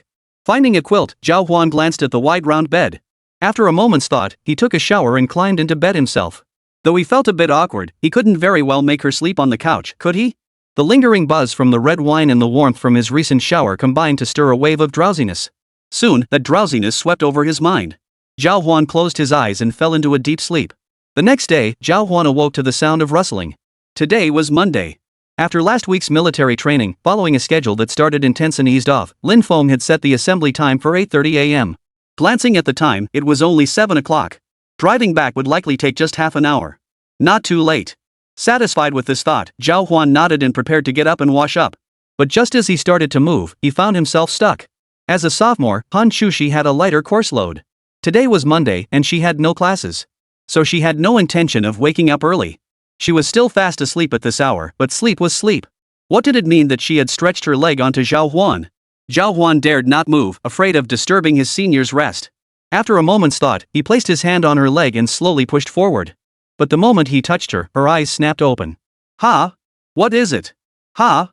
Hán Chǔxī, just waking up, saw her long legs draped over Zhào Huān and his hand resting on her thigh, her face filled with utter bewilderment. Senior, let me explain. Zhào Huān was now in a situation where even jumping into the yellow river wouldn't wash away the stain. You better have a good explanation. Hán Chǔxī quickly rolled over, stood up, and pulled on her shoes and socks while glaring at Zhào Huān with puffed up cheeks. It's like this. Zhào Huān recounted the events of the previous night. Senior, you wanted to dance last night. The moment she started speaking, Hán Chǔxī couldn't hold back. Though her memory was hazy from drunkenness, she still recalled some of what she'd done last night. How embarrassing. Who knew what had happened last night? After drinking, she'd turned completely wild. Stop. I don't want to hear it. Hand me my socks. Hán Chǔxī stepped on her canvas shoes with her foot, noticing Zhào Huān had placed her shoes over here but left the socks on the nightstand. Okay. Zhào Huān hurriedly got out of bed to get dressed, helping Hán Chǔxī grab her things along the way. Last night, did you carry me to bed? Hán Chǔxī asked Zhào Huān with a pout. Though she was fuming, she didn't actually blame Zhào Huān. Her anger stemmed from the embarrassment she'd felt in front of Zhào Huān the night before. Yes. After Zhào Huān answered truthfully, Hán Chǔxī's face flushed red. I didn't do anything embarrassing last night, did I? No, you didn't. Hearing Zhào Huān's words, Hán Chǔxī finally exhaled in relief. She recalled how annoyed she'd been last night when Zhào Huān claimed he'd never tasted red wine before. You don't drink, so how come you can hold your liquor so well? I guess it's just natural. I don't know. Zhào Huān suspected it had something to do with his physical constitution. After all, his digestive and recovery abilities were both exceptional, so handling a little alcohol was no big deal. Walking over to the bedside, Zhào Huān picked up the pink bear print socks Hán Chǔxī was wearing. Help me put these on. Hán Chǔxī extended her delicate foot and brushed it against Zhào Huān's calf. Zhào Huān's face flushed, but he didn't refuse. As her cool little feet slipped into his hands, Zhào Huān couldn't help but marvel at how pleasantly soft his senior's feet felt. With a pull and a tug, Zhào Huān had the socks neatly on Hán Chǔxī's feet. Afterward, the two walked downstairs together to freshen up. Hán Chǔxī suddenly remembered that Zhào Huān still had military training today. Aren't you supposed to be at military training today? Isn't it a bit late now? It's fine. Lin Feng said we just need to be there by 8:30. Wang Jia has been managing the class pretty well lately, and our training progress is much better than the other classes. You two seem pretty close? Hán Chǔxī was a bit surprised to hear Zhào Huān address Lin Feng by his first name. We're okay. Alright, I just saw their service message saying breakfast is here. Let's grab something to eat and go. Hán Chǔxī didn't want to delay Zhào Huān, so the two grabbed the breakfast Su Tian had sent over and headed out. Su Tian had also arrived early that morning. You're here to hang out even when you don't have to. Alright, call me this weekend. Zhào Huān remembered the work report he'd mentioned, so he nodded and reminded him. No problem. As they approached the Ferris wheel, Zhào Huān saw a young girl lying asleep on a small bench inside through the glass. What are you looking at? Hán Chǔxī noticed Zhào Huān's gaze and asked jealously. Zhào Huān chuckled. Nothing much. Just thought it was a bit odd seeing someone sleeping in there. In her sleep, Su Ro had a glistening droplet of saliva at the corner of her mouth. She must have been hungry and used sleep to stave off the hunger. Under Zhào Huān's instructions, Su Tian would release her this afternoon. This little brat needed a good dose of hardship to learn her lesson. Climbing into his McLaren S-Class, Zhào Huān floored the accelerator and sped away from the area. Reflecting on yesterday's events, including acquiring a 30% stake, felt almost surreal to Zhào Huān. Returning to campus once more, Zhào Huān felt as though he had stepped into a different world. Senior, you go ahead. I'll park the car. Zhào Huān planned to park the car over by the CBD, but Hán Chǔxī insisted on accompanying him. With no other choice, the two parked together and walked through the school gate side by side. But the moment they stepped inside today, Zhào Huān sensed something was off. The way everyone looked at them seemed a bit off. Chapter 64, Su Ro's father that fierce? The moment they stepped onto campus, a group of students began whispering about Zhào Huān and his companion. They're back. They really came back. So yesterday was real then? Holy crap, that's terrifying. Zhào Huān looked utterly bewildered, and Hán Chǔxī was equally astonished. What's going on? No idea. I'll ask around once we get back to the field. Upon arriving at the field, Zhào Huān's roommates were already waiting for military training. The moment they spotted Zhào Huān, they rushed over. Zhào Huān, you became famous yesterday. What do you mean, famous? Zhào Huān was puzzled. How had he become famous again? How could he be famous every single day? Someone recorded you jumping off the Ferris wheel yesterday. Now everyone's calling you the dongling Superman. Oh, this. Zhào Huān had a hunch yesterday that his actions might draw attention. But he never imagined it would cause such a huge stir. This really is a mess I've gotten myself into. Ha, what's the point of worrying about them? Anyway, you're famous now, people are treating you like a hero. After Qin Shuang spoke up beside him, Zheng Xin chimed in. Zhào Huān, word about your relationship has been all over the school forums lately. People who don't know better think you two are already together. At this, Zhào Huān and Hán Chǔxī both shared an awkward laugh. Truth be told, they hadn't made any commitments to each other yet, and already they were sharing a bed. Alright, since it's nothing major, I'll head back now. When Hán Chǔxī returned this morning, she'd specially gotten some braised pork buns from Master Chen, saying she wanted to bring them to those lazybones back at the dorm. Alright. Zhào Huān joined the line. Lin Feng soon stepped down from the military truck outside the field. The moment he stepped down, he rushed over to Zhào Huān with a helpless look on his face. Zhào Huān, come here. Okay. Zhào Huān followed Lin Feng to the side, looking at him with a puzzled expression. What's up? Did you have a falling out with Xiao Rou yesterday? Yeah. That Ferris wheel video was all because of her. After Zhào Huān recounted the entire incident, Lin Feng realized Su Rou had indeed acted improperly. I still want to stand by you, but do you know who Su Rou's father is? You locked her in the electrical room all night without a drop of water. When he heard about it yesterday, he was furious. Who's her father? He's a high-ranking official here, even higher than Yi Hui. Last night he called and gave Old Yi an earful. Now he's already had her taken out of Happy Valley. Hearing this, Zhào Huān finally understood why Su Rou acted so arrogantly. With a father like that spoiling her rotten, no wonder. Oh, and what does that have to do with me? Aren't you afraid he'll come after you? Lin Feng's expression darkened. Within their unit, he was merely a junior officer. Yi Hui was mid-level. As for Su Rou's father, he was definitely a rank above them. Even someone like Yi Hui, once he stepped onto Dongling University's campus, had the board members scurrying away from him like mice seeing a cat. Let alone Su Rou's father. Take a day off today. Su Rou and her old man are coming here for an inspection in the next couple of days. Be careful they don't give you a hard time. It might be best to lie low for a couple of days. Lin Feng patiently advised Zhào Huān. This concerns your credits and our ability to smoothly navigate this military training. Don't take it lightly. These words were all for Zhào Huān's own good. But the more Zhào Huān listened, the more uneasy he felt. What the hell was going on? If it weren't for the trouble Su Rou caused, Zhào Huān wouldn't have reprimanded her. Now he actually had to avoid her. It had to be said, this situation was getting pretty absurd. I'm not leaving. After pondering for a moment, Zhào Huān's choice left Lin Feng utterly helpless. Zhào Huān was stubborn. From the very first day they met, when he saw Zhào Huān actually running over 100 laps around the track, he knew it. But now, their superior officer was here to cause trouble. Even if Zhào Huān had the moral high ground, this wasn't the way to handle it. Take my advice, brother. If you really can't handle this, I'll approve your leave. Just get out of here. No need, brother Lin. This has nothing to do with you. I can handle it myself. Besides, I don't think I did anything wrong. That officer you mentioned, if that's how he's raising his daughter, that's the real problem, isn't it? Spoiling someone is detrimental to their growth. At 16, she can get an ID and take responsibility for her own actions. If Zhào Huān had reported Su Rou's actions, she could have been sent straight to jail. Zhào Huān had only intended to administer a minor punishment, never expecting her father to come after him. Armed with his system, Zhào Huān lived by one principle: avoid trouble but never fear it. Since they'd come to bully him, Zhào Huān knew this wasn't over yet. Sigh, you brat. Lin Feng sighed helplessly. If anyone comes looking for trouble later, I'll help you out if I can. But I've got to warn you, if this blows up too big, even I won't be able to do anything about it. Lin Feng gave Zhào Huān a final warning. Don't worry, brother Lin. Nothing will happen. Zhào Huān still had evidence of Su Rou destroying the electrical room. They wouldn't dare make trouble here. After a morning of training, Zhào Huān's class had formed a fairly decent team, practicing with proper form. Finally, when it was time to wrap up, Wang Jie suggested everyone head to the second cafeteria for the best food. Let's hit the second cafeteria. Let's go, let's go.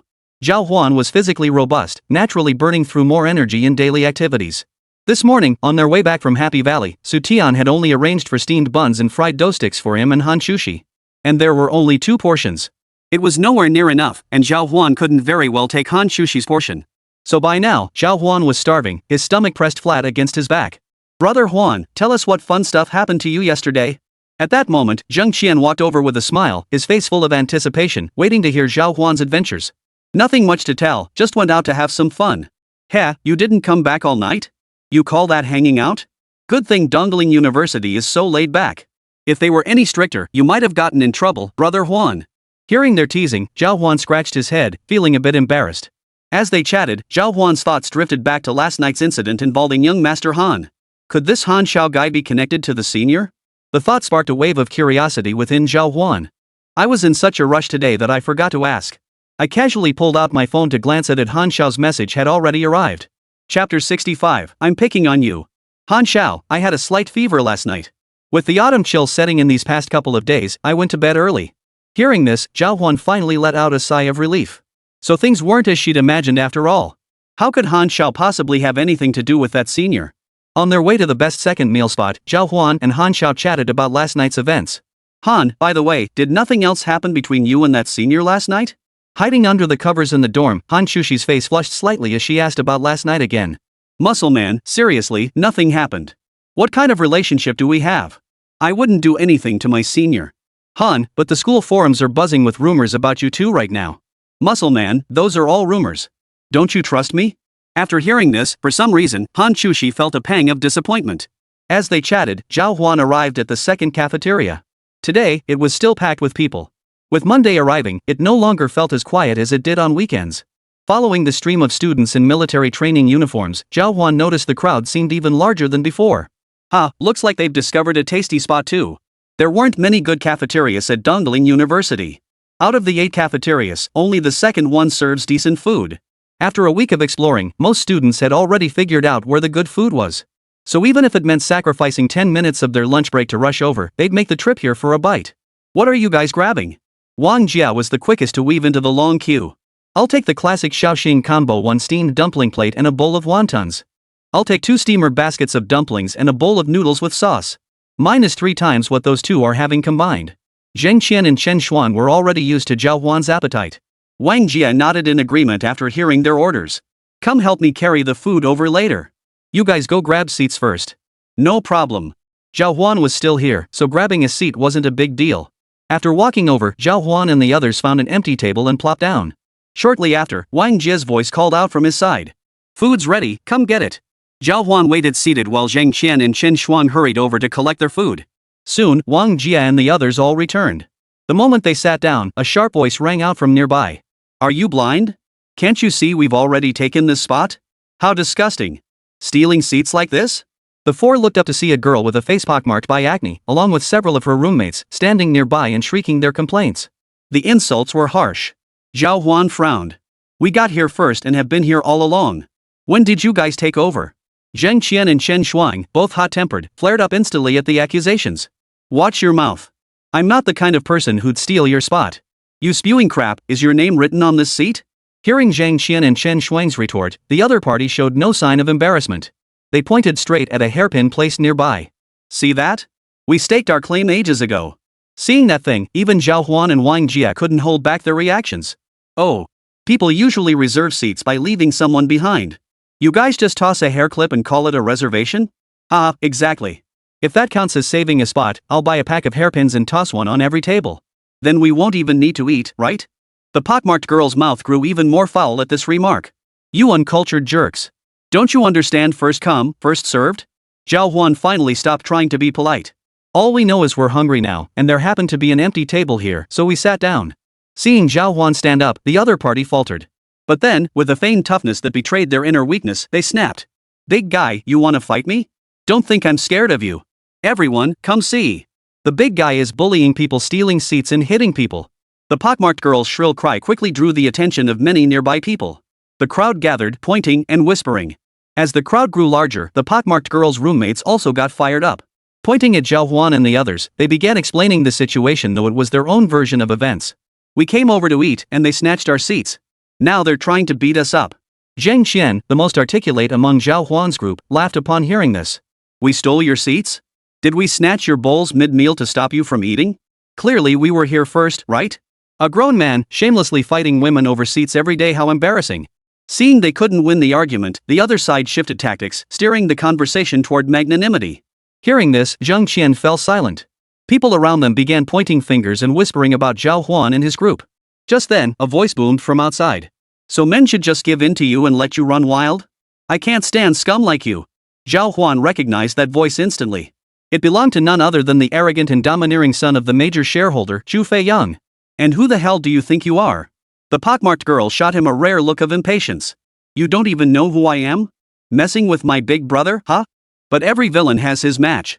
As soon as Zhu Feiyang approached, his hand shot up in a threatening gesture, aiming to intimidate the other person.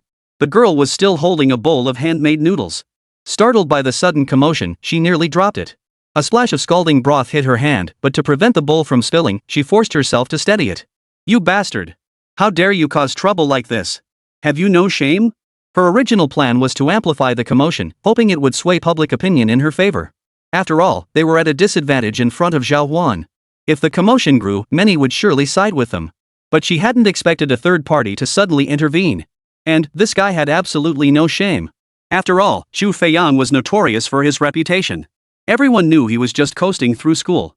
Relying on his powerful father, a member of the school board, he caused trouble daily with no consequences. Upon hearing the other party's words, Zhu Feiyang burst out laughing. Why waste my breath explaining to a brain-dead moron like you? I don't give a damn about being cursed at. Today, I'm picking on you. You've got two choices, either pick up your filthy bowl and get lost, or stay here and let me smash your food to pieces. Chapter 66, Ugly People Make Trouble. As the saying goes, every villain has his match. This whole seat-hogging business was already despicable enough. And this acne-scarred girl had the nerve to throw a hairpin at him. How could anyone be this vile? But now she'd met someone even tougher, Zhu Feiyang. With her teeth shattered, she had no choice but to swallow her anger. At this moment, her roommates recognized Zhu Feiyang and recalled his background.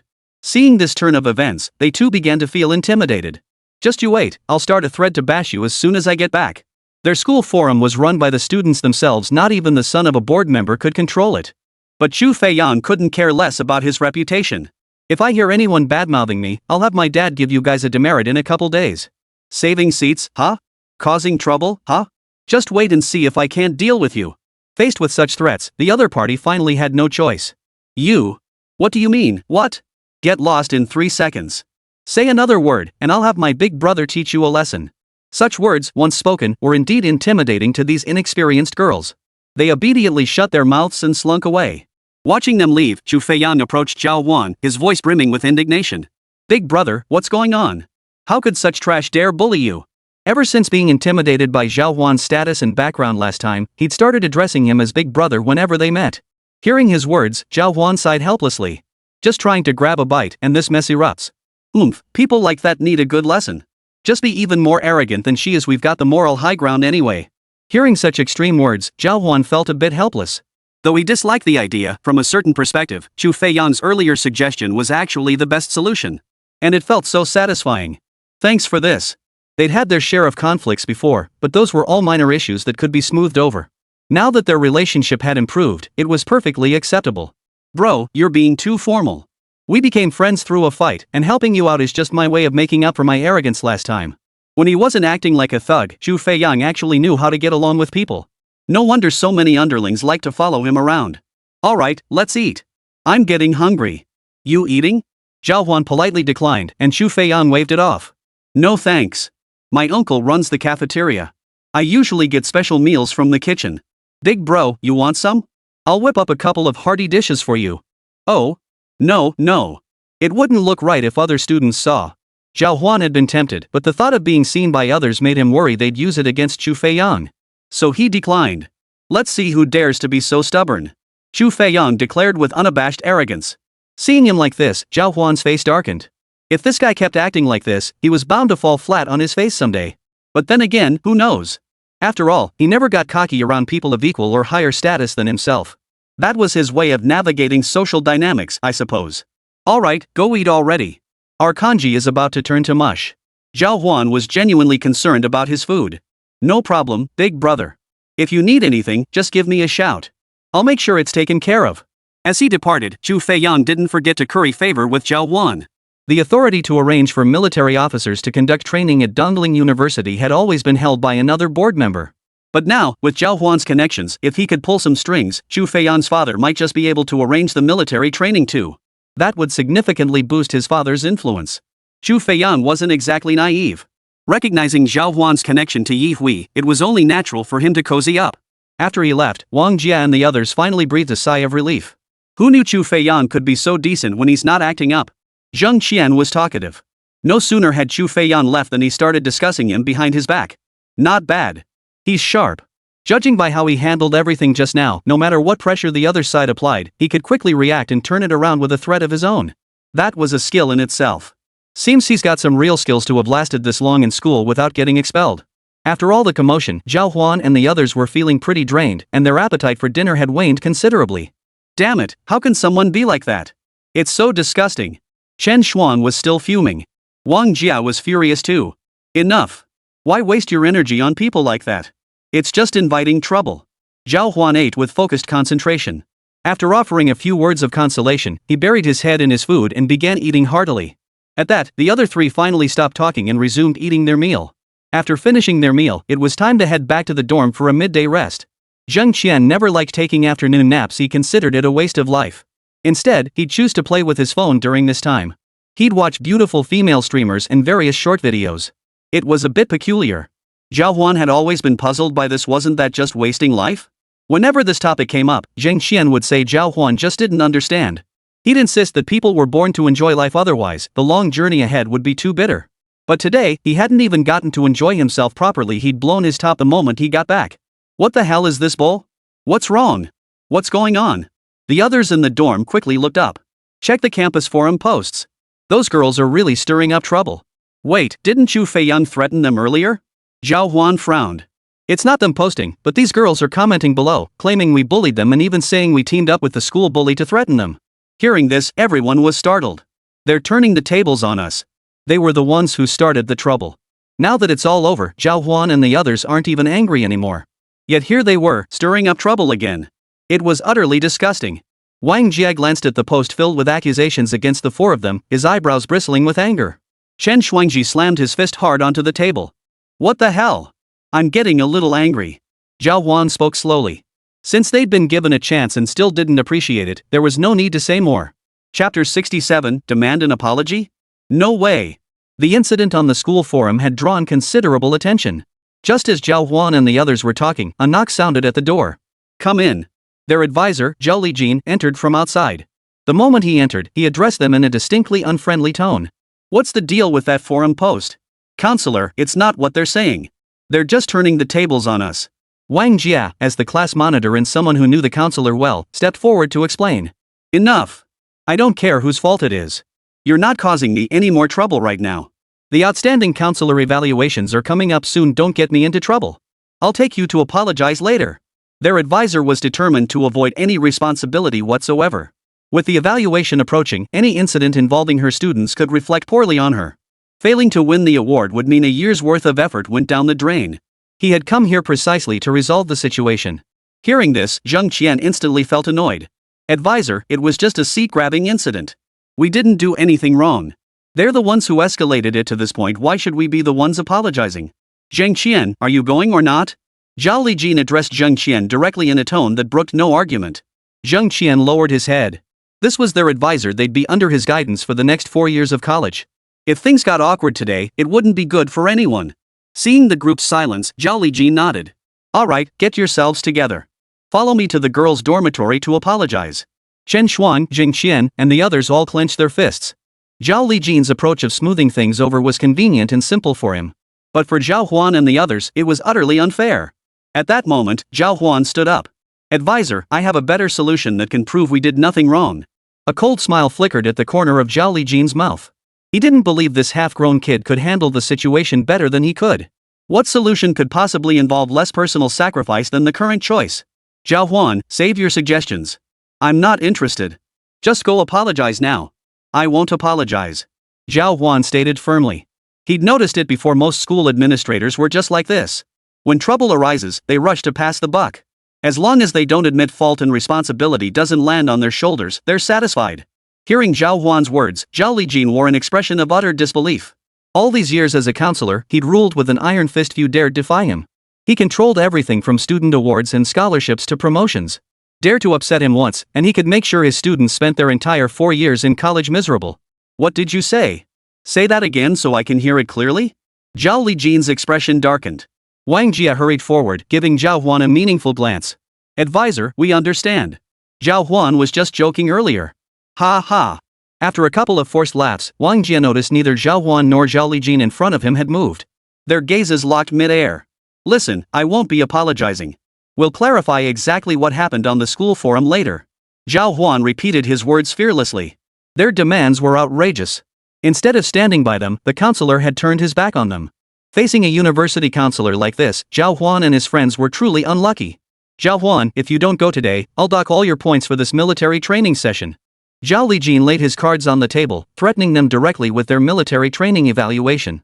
Their military training scores determined their credits, and without enough credits, graduation was out of the question. In Dongling University's first year alone, countless students were expelled for failing to earn enough credits. Wang Jia grew anxious at this turn of events. He couldn't just stand by and watch Zhao Huān's military training points get completely deducted. But Zhao Huān also felt a surge of indignation. The instructor's threats only fueled Zhao Huān's anger. Advisor, you can dock points however you like, but we'll post the truth of this matter on the forum. Zhao Lijin's face turned as dark as liver. It seemed this crisis was beyond his control. With students like Zhao Huān around, he might just die of frustration. Fine. Fine. Fine. Zhao Huān, you've got some nerve. I'll be damned if I don't see how you'll clear this up. After uttering 3 emphatic all right yes, Zhao Lijin slammed the door shut and stormed out. As he left, he turned to Zhao Huān and said, Zhao Huān, you're the most memorable student among all my classes. I hope you can endure these 4 years of university under my watch. With that, he left the room. Wang Jia and the others looked grim. Zhao Huān, about this. It's nothing. Just a mess someone stirred up. I'll go get the cafeteria surveillance footage. Does anyone here know how to edit video? Zhao Huān planned to post the entire story on the forum. Once he did, the false accusations those girls had made against them would be easily resolved. But can you even get the footage? The school doesn't want this escalating. They definitely won't hand it over. Having been in school for years, Wang Jia and the others knew the administration's standard playbook. It's fine. I'll go ask anyway. Zhao Huān said before striding out of the dorm. Wang Jia quickly followed. We both got into this mess together. I'll handle it with you. Brother Jia, don't. I'm the one who provoked Zhao Lijin earlier. If he sees you with me, he might make life miserable for you as class monitor for the next 4 years. Zhao Huān was genuinely concerned for Wang Jia. Wang Jia understood Zhao Huān's concern, but that only made it more imperative he not let Zhao Huān handle this alone. He's a jerk. It'd be great to piss him off. No need to say more this time, I'm helping you out, bro. A wave of warmth washed over Zhao Huān. He could only nod and follow Wang Jia downstairs to retrieve the surveillance footage from the second cafeteria. Ring ring ring. A sudden ringing of the phone interrupted them. Zhao Huān glanced at the caller ID. It was Hán Chǔxī. What's up, senior? You've only been gone half a morning, and you've already gotten into trouble at the cafeteria again? The campus forum was buzzing with activity, especially during lunch and evening breaks when many users were online. Hán Chǔxī and her dormmates frequently checked it too, so it was only natural they knew about today's incident. Sigh, it's not like what the post says. I know. You'd never do something like that. I know the girls in that dorm too, they're just troublemakers, such a pain. You know them? Yeah, ugly people make trouble. We're all in the Chinese department. I've heard their gossip for ages, yelling in the library, fighting over seats in the cafeteria, even getting into fights with guys in class over scholarships. Zhao Huān frowned. This was going to be a tough nut to crack. Chapter 68, what goes around comes around. Then why are so many people sticking up for them? Dongling University is huge. People from other departments probably don't know the situation. But most of us in Chinese studies stayed quiet. Honestly, seeing them get scolded today felt pretty satisfying. After Hán Chǔxī's sarcastic remark, she quickly shifted her tone. By the way, what are you planning to do? I'm going to check the surveillance footage now. See if I can get the video from that time. Oh, okay. I'll come with you then. Hán Chǔxī enthusiastically got up and started dressing. Zhao Huān was taken aback by her words. Ha? Don't you have class this afternoon? Aren't you taking a nap? It's fine. Let's handle this first. I can sleep through class this afternoon. But you don't understand. The longer you drag this out, the harder it gets to handle. They'll twist white into black and make things complicated. You'll be in trouble. Hán Chǔxī was absolutely right. Alright, I'll wait for you at the second cafeteria. Zhào Huān brought Wang Jiao along as they headed to the second cafeteria. It was lunchtime and the place was already nearly empty. As soon as Zhào Huān arrived, he noticed several people pointing and whispering about them. Clearly, the incident on the campus forum had already spread. Zhào Huān. A crisp voice rang out. Zhào Huān saw Hán Chǔxī, dressed in a light pink shirt and casual pants, walking toward them with graceful steps. Senior, where do I go to get the surveillance footage? There's one in the duty room. I'll take you there. Hán Chǔxī knew Zhào Huān, being new to the place, wouldn't have a clue where to find it. Got it. Before coming over, I already asked a forum admin I know to tone down the buzz around this incident.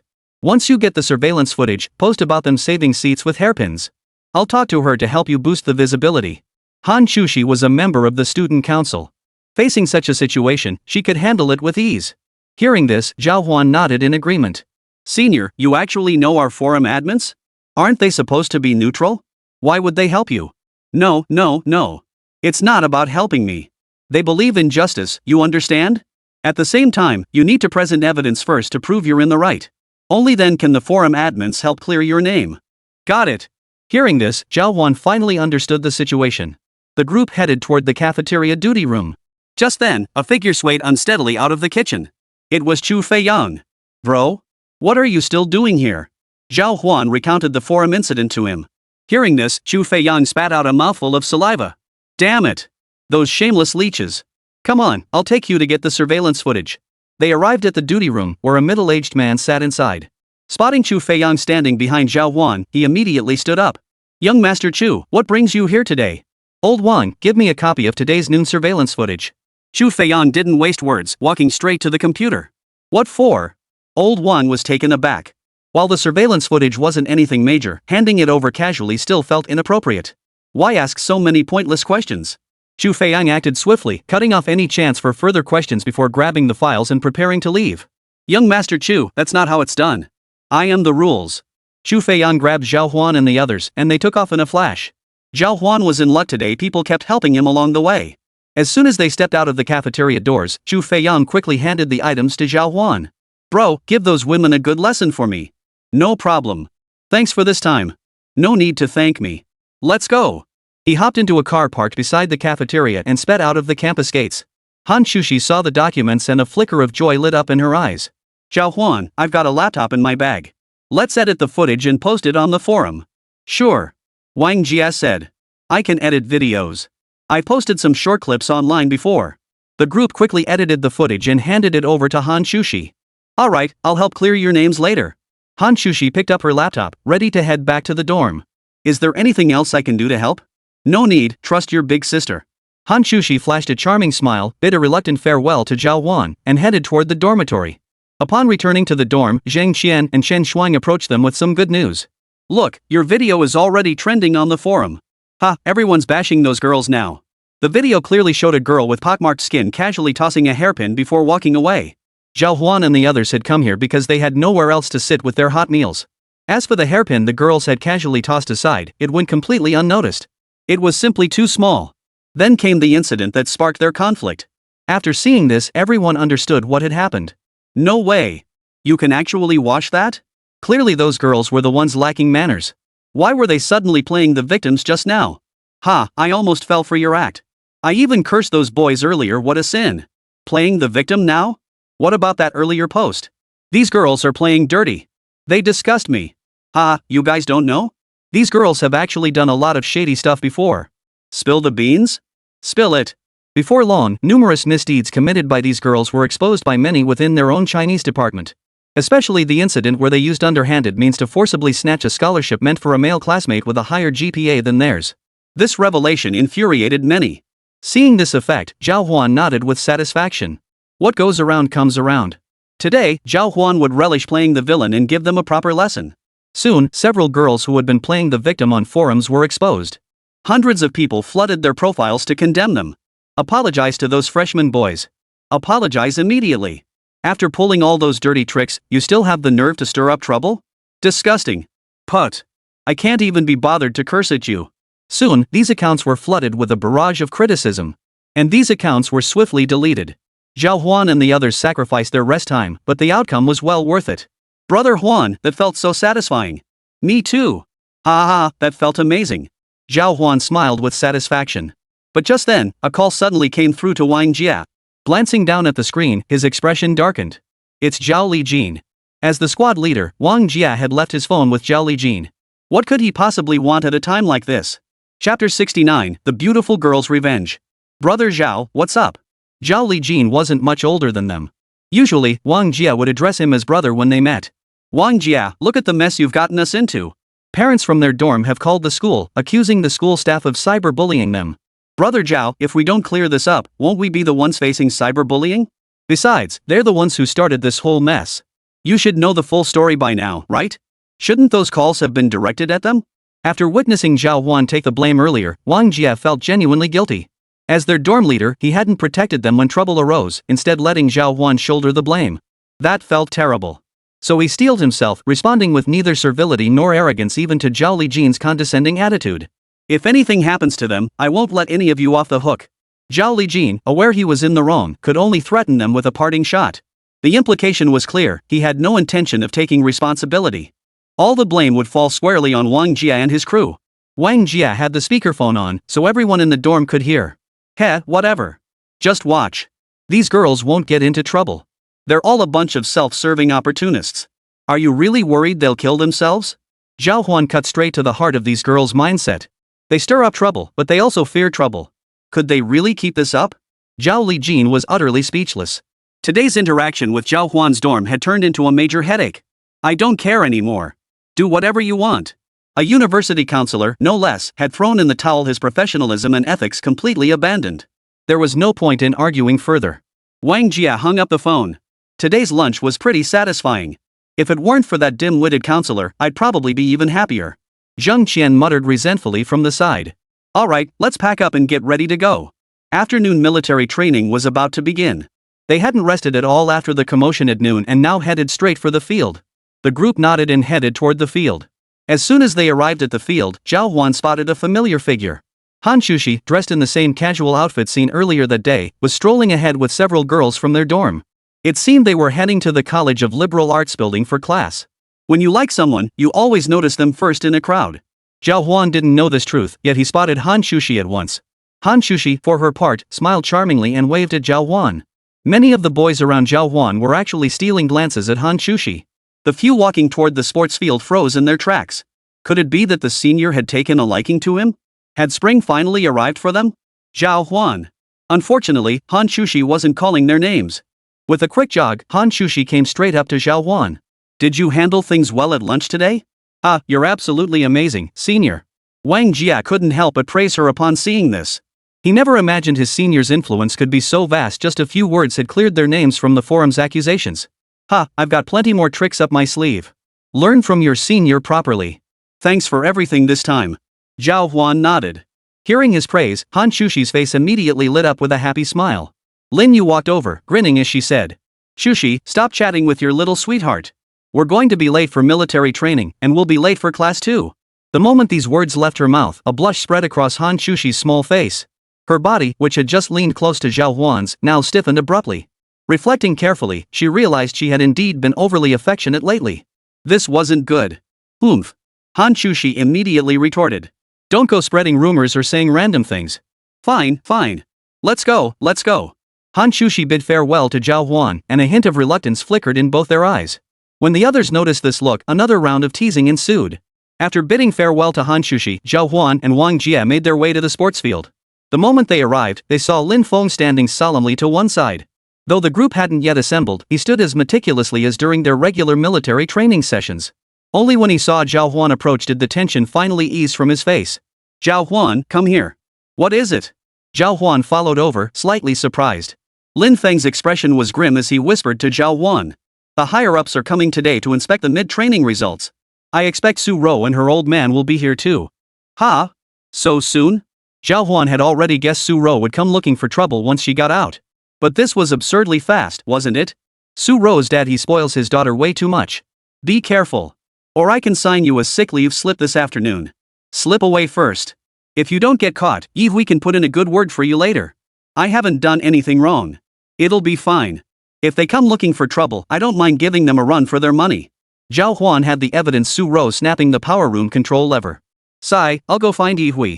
Seeing Zhào Huān's stubborn streak, Lin Feng could say nothing more at this point. He could only go find someone to bail him out. Given the temperament of the Su family's patriarch, if Zhào Huān dared to defy him, he'd likely fly into a rage. That situation would become uncontrollable. Better to play it safe, play it safe. Military training commenced shortly thereafter. Today, the drill instructors were even stricter with their cadets than usual. After all, higher-ups were coming for an inspection. The surface work had to be done properly.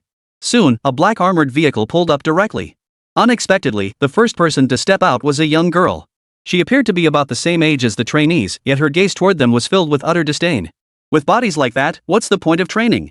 With a look of contempt, Su Ro stood on tiptoe, scanning the crowd for Zhào Huān's figure. Her willow-shaped brows were knitted with a hint of anger. What Zhào Huān had done to her yesterday was still vivid in Su Ro's mind. Today, with her father present, she intended to use this opportunity to teach Zhào Huān a lesson. Xiao Ro, this is an inspection. Keep your mouth shut. A commanding yet gentle voice echoed from behind. The entire field fell silent the moment the owner of that voice appeared. The sheer presence and authority radiating from the figure instantly silenced the hundreds of students training there. Old company commander. Yi Hui stepped forward to greet him, with Lin Feng following close behind, praying Zhào Huān wouldn't be discovered. Unfortunately, the man gave them no chance to continue their greetings. Where is Zhào Huān? Chapter 70. This has gone too far. Yi Hui and Lin Feng exchanged a glance, both silently sighing that Zhào Huān was done for. Forcing an awkward smile, Yi Hui quickly changed the subject. Old company commander, weren't you here for an inspection today? Why don't you come with me to take a look first? Let the kids handle their own business.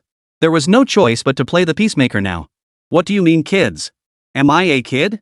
Su Ro stepped forward, glaring fiercely at Yi Hui.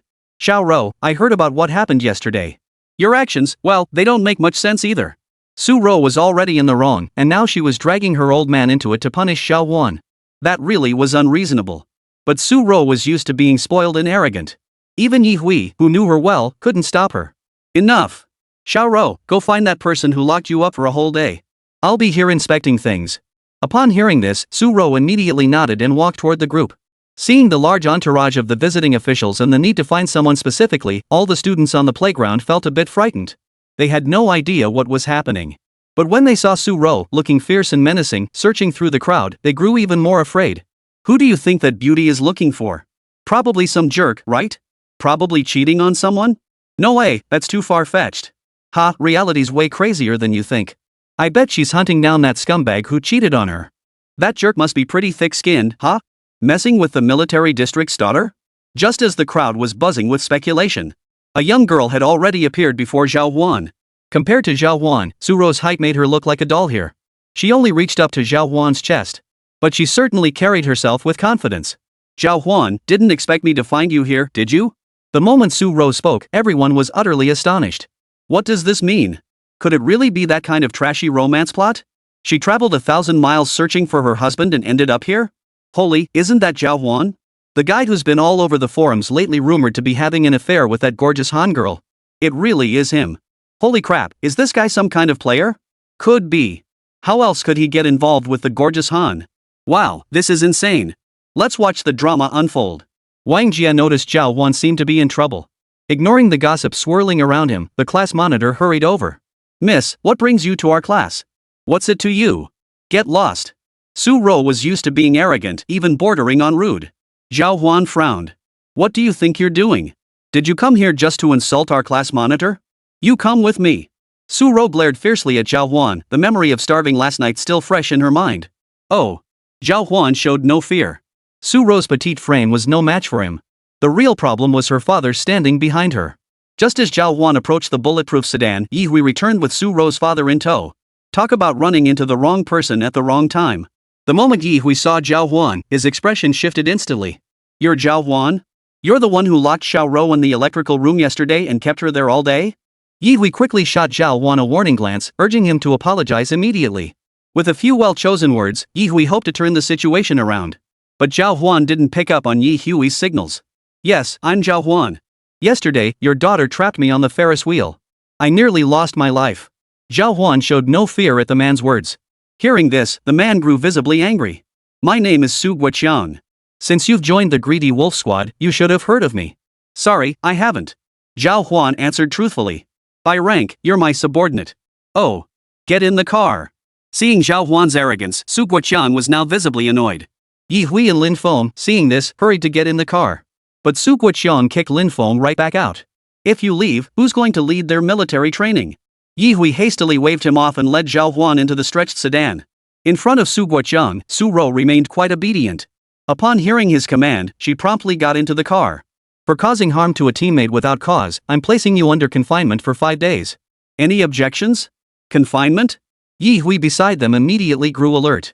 Their version of confinement differed significantly from ordinary detention. It truly meant being locked in a small, dark room. No sunlight. In pitch-black darkness where you couldn't even see your hand in front of your face, with no way to tell the time, this punishment was pure torture.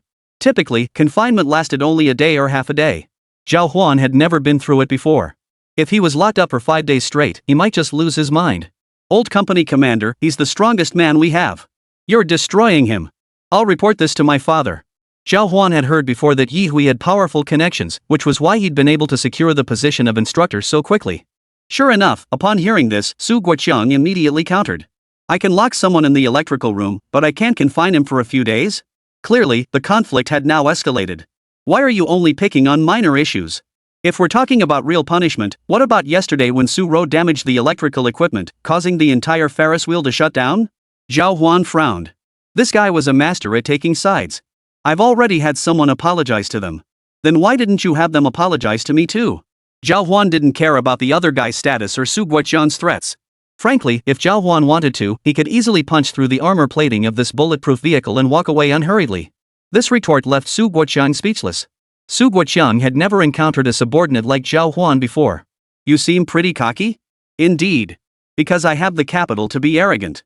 If I die, you'll suffer a huge loss. Generally speaking, Zhao Huān preferred not to reveal his true capabilities in front of others. But now it seemed that without unleashing his power, anyone could bully him.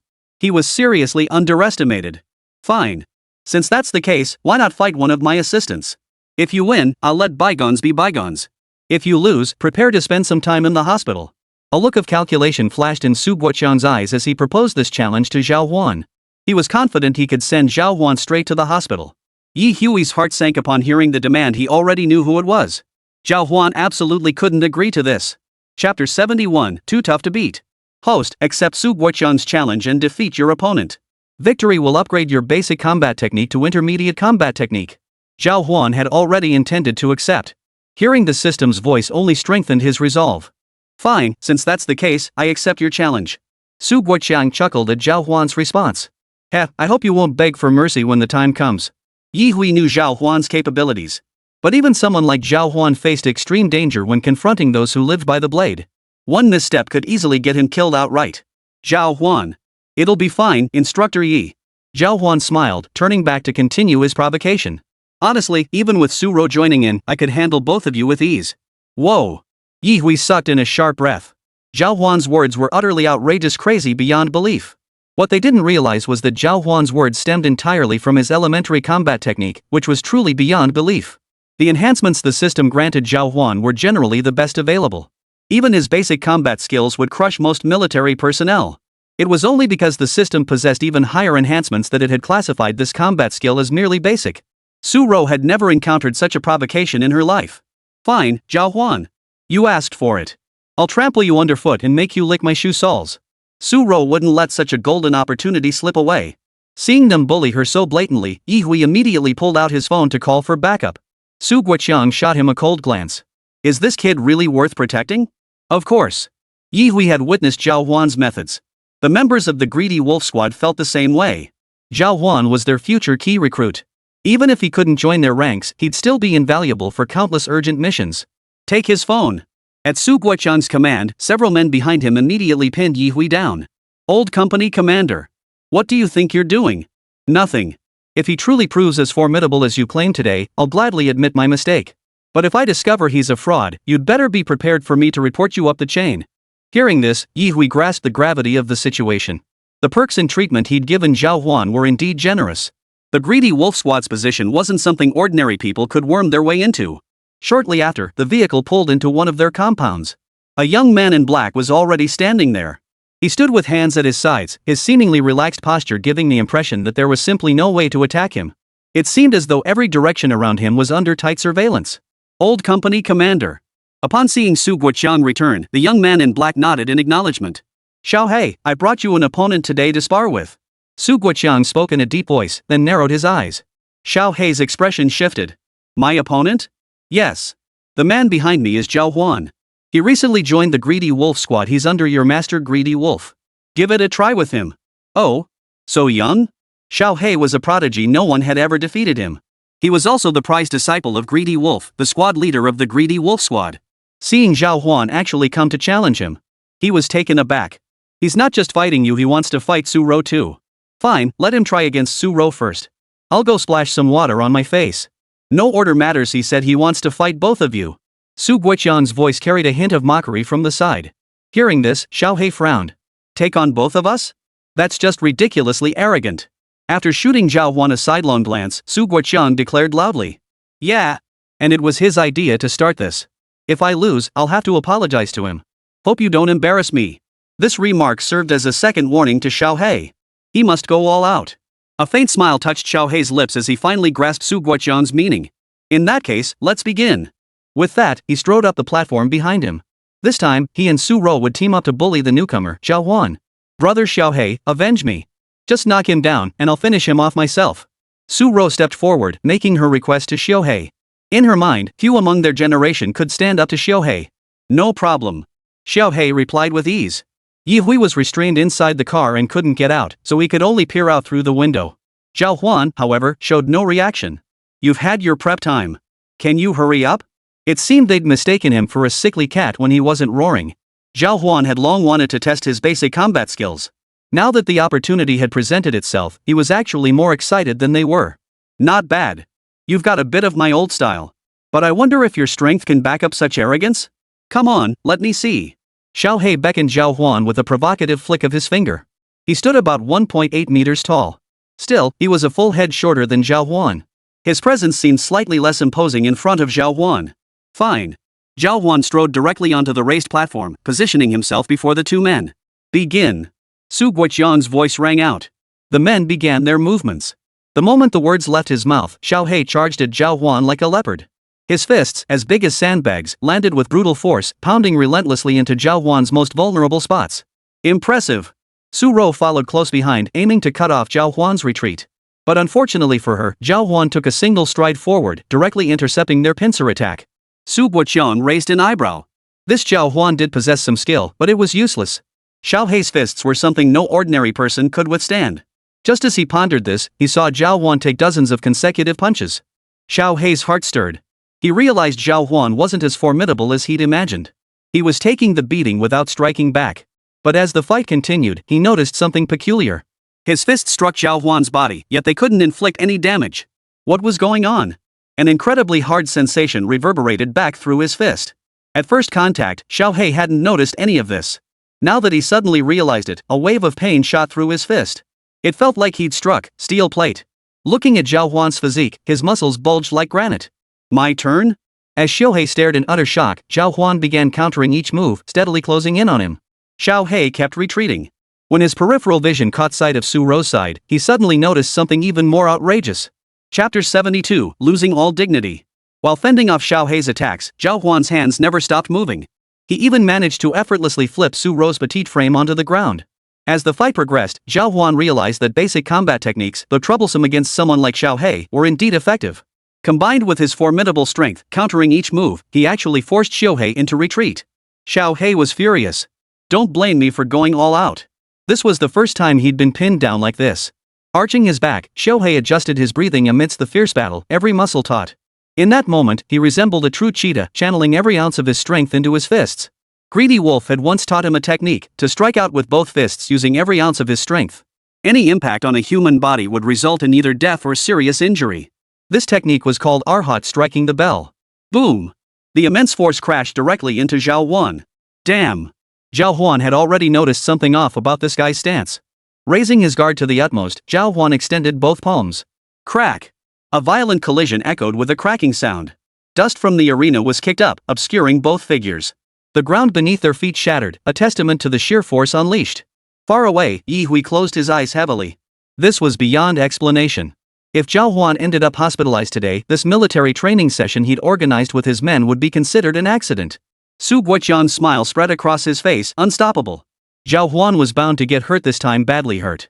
Daring to detain her daughter would lead to this very outcome. But as the dust settled, the smile vanished from his lips. For Su Guoqiang saw Xiaohei lying on the ground, convulsing violently. Blood spurted continuously from the corners of his mouth. The immense force of the collision had shattered and deformed the bones in both his arms. He couldn't even muster the strength to push himself up with his hands. Witnessing this, he was utterly terrified. Even Yi Hui, sitting in the car far away, was stunned. That punch, even Greedy Wolf might not have been able to block it. But Zhào Huān not only took that punch, he seemed completely unharmed. Unbelievable. Su Guoqiang, this match isn't over yet. Hold your horses. Zhào Huān turned his head and reminded him. With that, he began walking towards Su Ro. Su Guoqiang finally snapped out of his daze. Zhào Huān, you dare. How dare you speak to me like that? Zhào Huān walked up to Su Ro with a smile, then addressed Su Guoqiang without turning his head. Su Guoqiang was so furious his beard trembled. His daughter was a late blessing, and he treated her like the apple of his eye for the rest of his life. Now Zhào Huān was about to harm Su Ro. He was powerless to stop it. After all, this was a trap he had set himself. Even if he sent someone to intervene now, what excuse could he possibly use? The thought filled him with rage. Zhào Huān, what are you doing? Su Ro's body kept retreating backward. Even though this girl possessed astonishing combat prowess, seeing how even Xiaohei, the strongest fighter on their side, was now flailing helplessly on the ground after Zhào Huān's attack, she realized she stood no chance against Zhào Huān. A wave of fear washed over her. Smack! Zhào Huān seized Su Ro's delicate neck, instantly cutting off her blood flow and leaving her unable to struggle. Stepping before Su Guoqiang, Zhào Huān declared, "Apologize to me, and I'll return your daughter. This is what you owe me. You're getting off easy." Zhào Huān delivered these words in front of numerous people present within the compound. It was important to note that the compound housed numerous high-ranking officers and members of the local military command. After witnessing the fight between Zhào Huān and Xiaohei, they had all rushed over to see what was happening. Su Guoqiang now found himself in a no-win situation. If he backed out now, he'd be open to criticism. But if he bowed his head and admitted defeat, where would his years of hard-earned reputation go? Zhào Huān, did you have to push things this far? Su Guoqiang barked at Zhào Huān, his voice harsh but trembling inside. Zhào Huān, unfazed, merely smiled and replied, "The one who dragged me here and summoned all these people to watch me step onto the stage, that was you." Watching Su Ro's struggles grow weaker in Zhào Huān's grasp, Su Guoqiang's eyes were now bulging with fury. "I'm sorry. This was my oversight. I'll have Xiao Ro apologize to you." Su Guoqiang murmured softly to Zhào Huān. He was genuinely afraid Zhào Huān might do something rash. Hearing this, everyone's jaws dropped. The troublemaker ended up getting humiliated.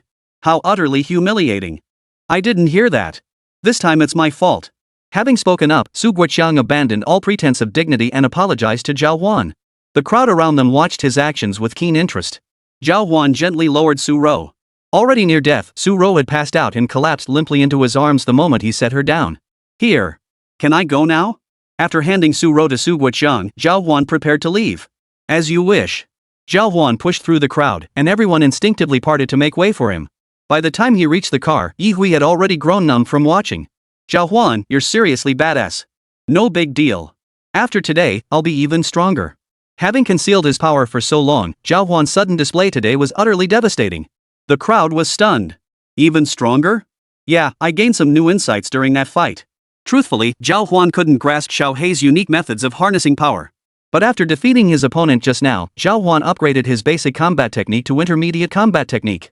His perspective and understanding had taken another leap forward.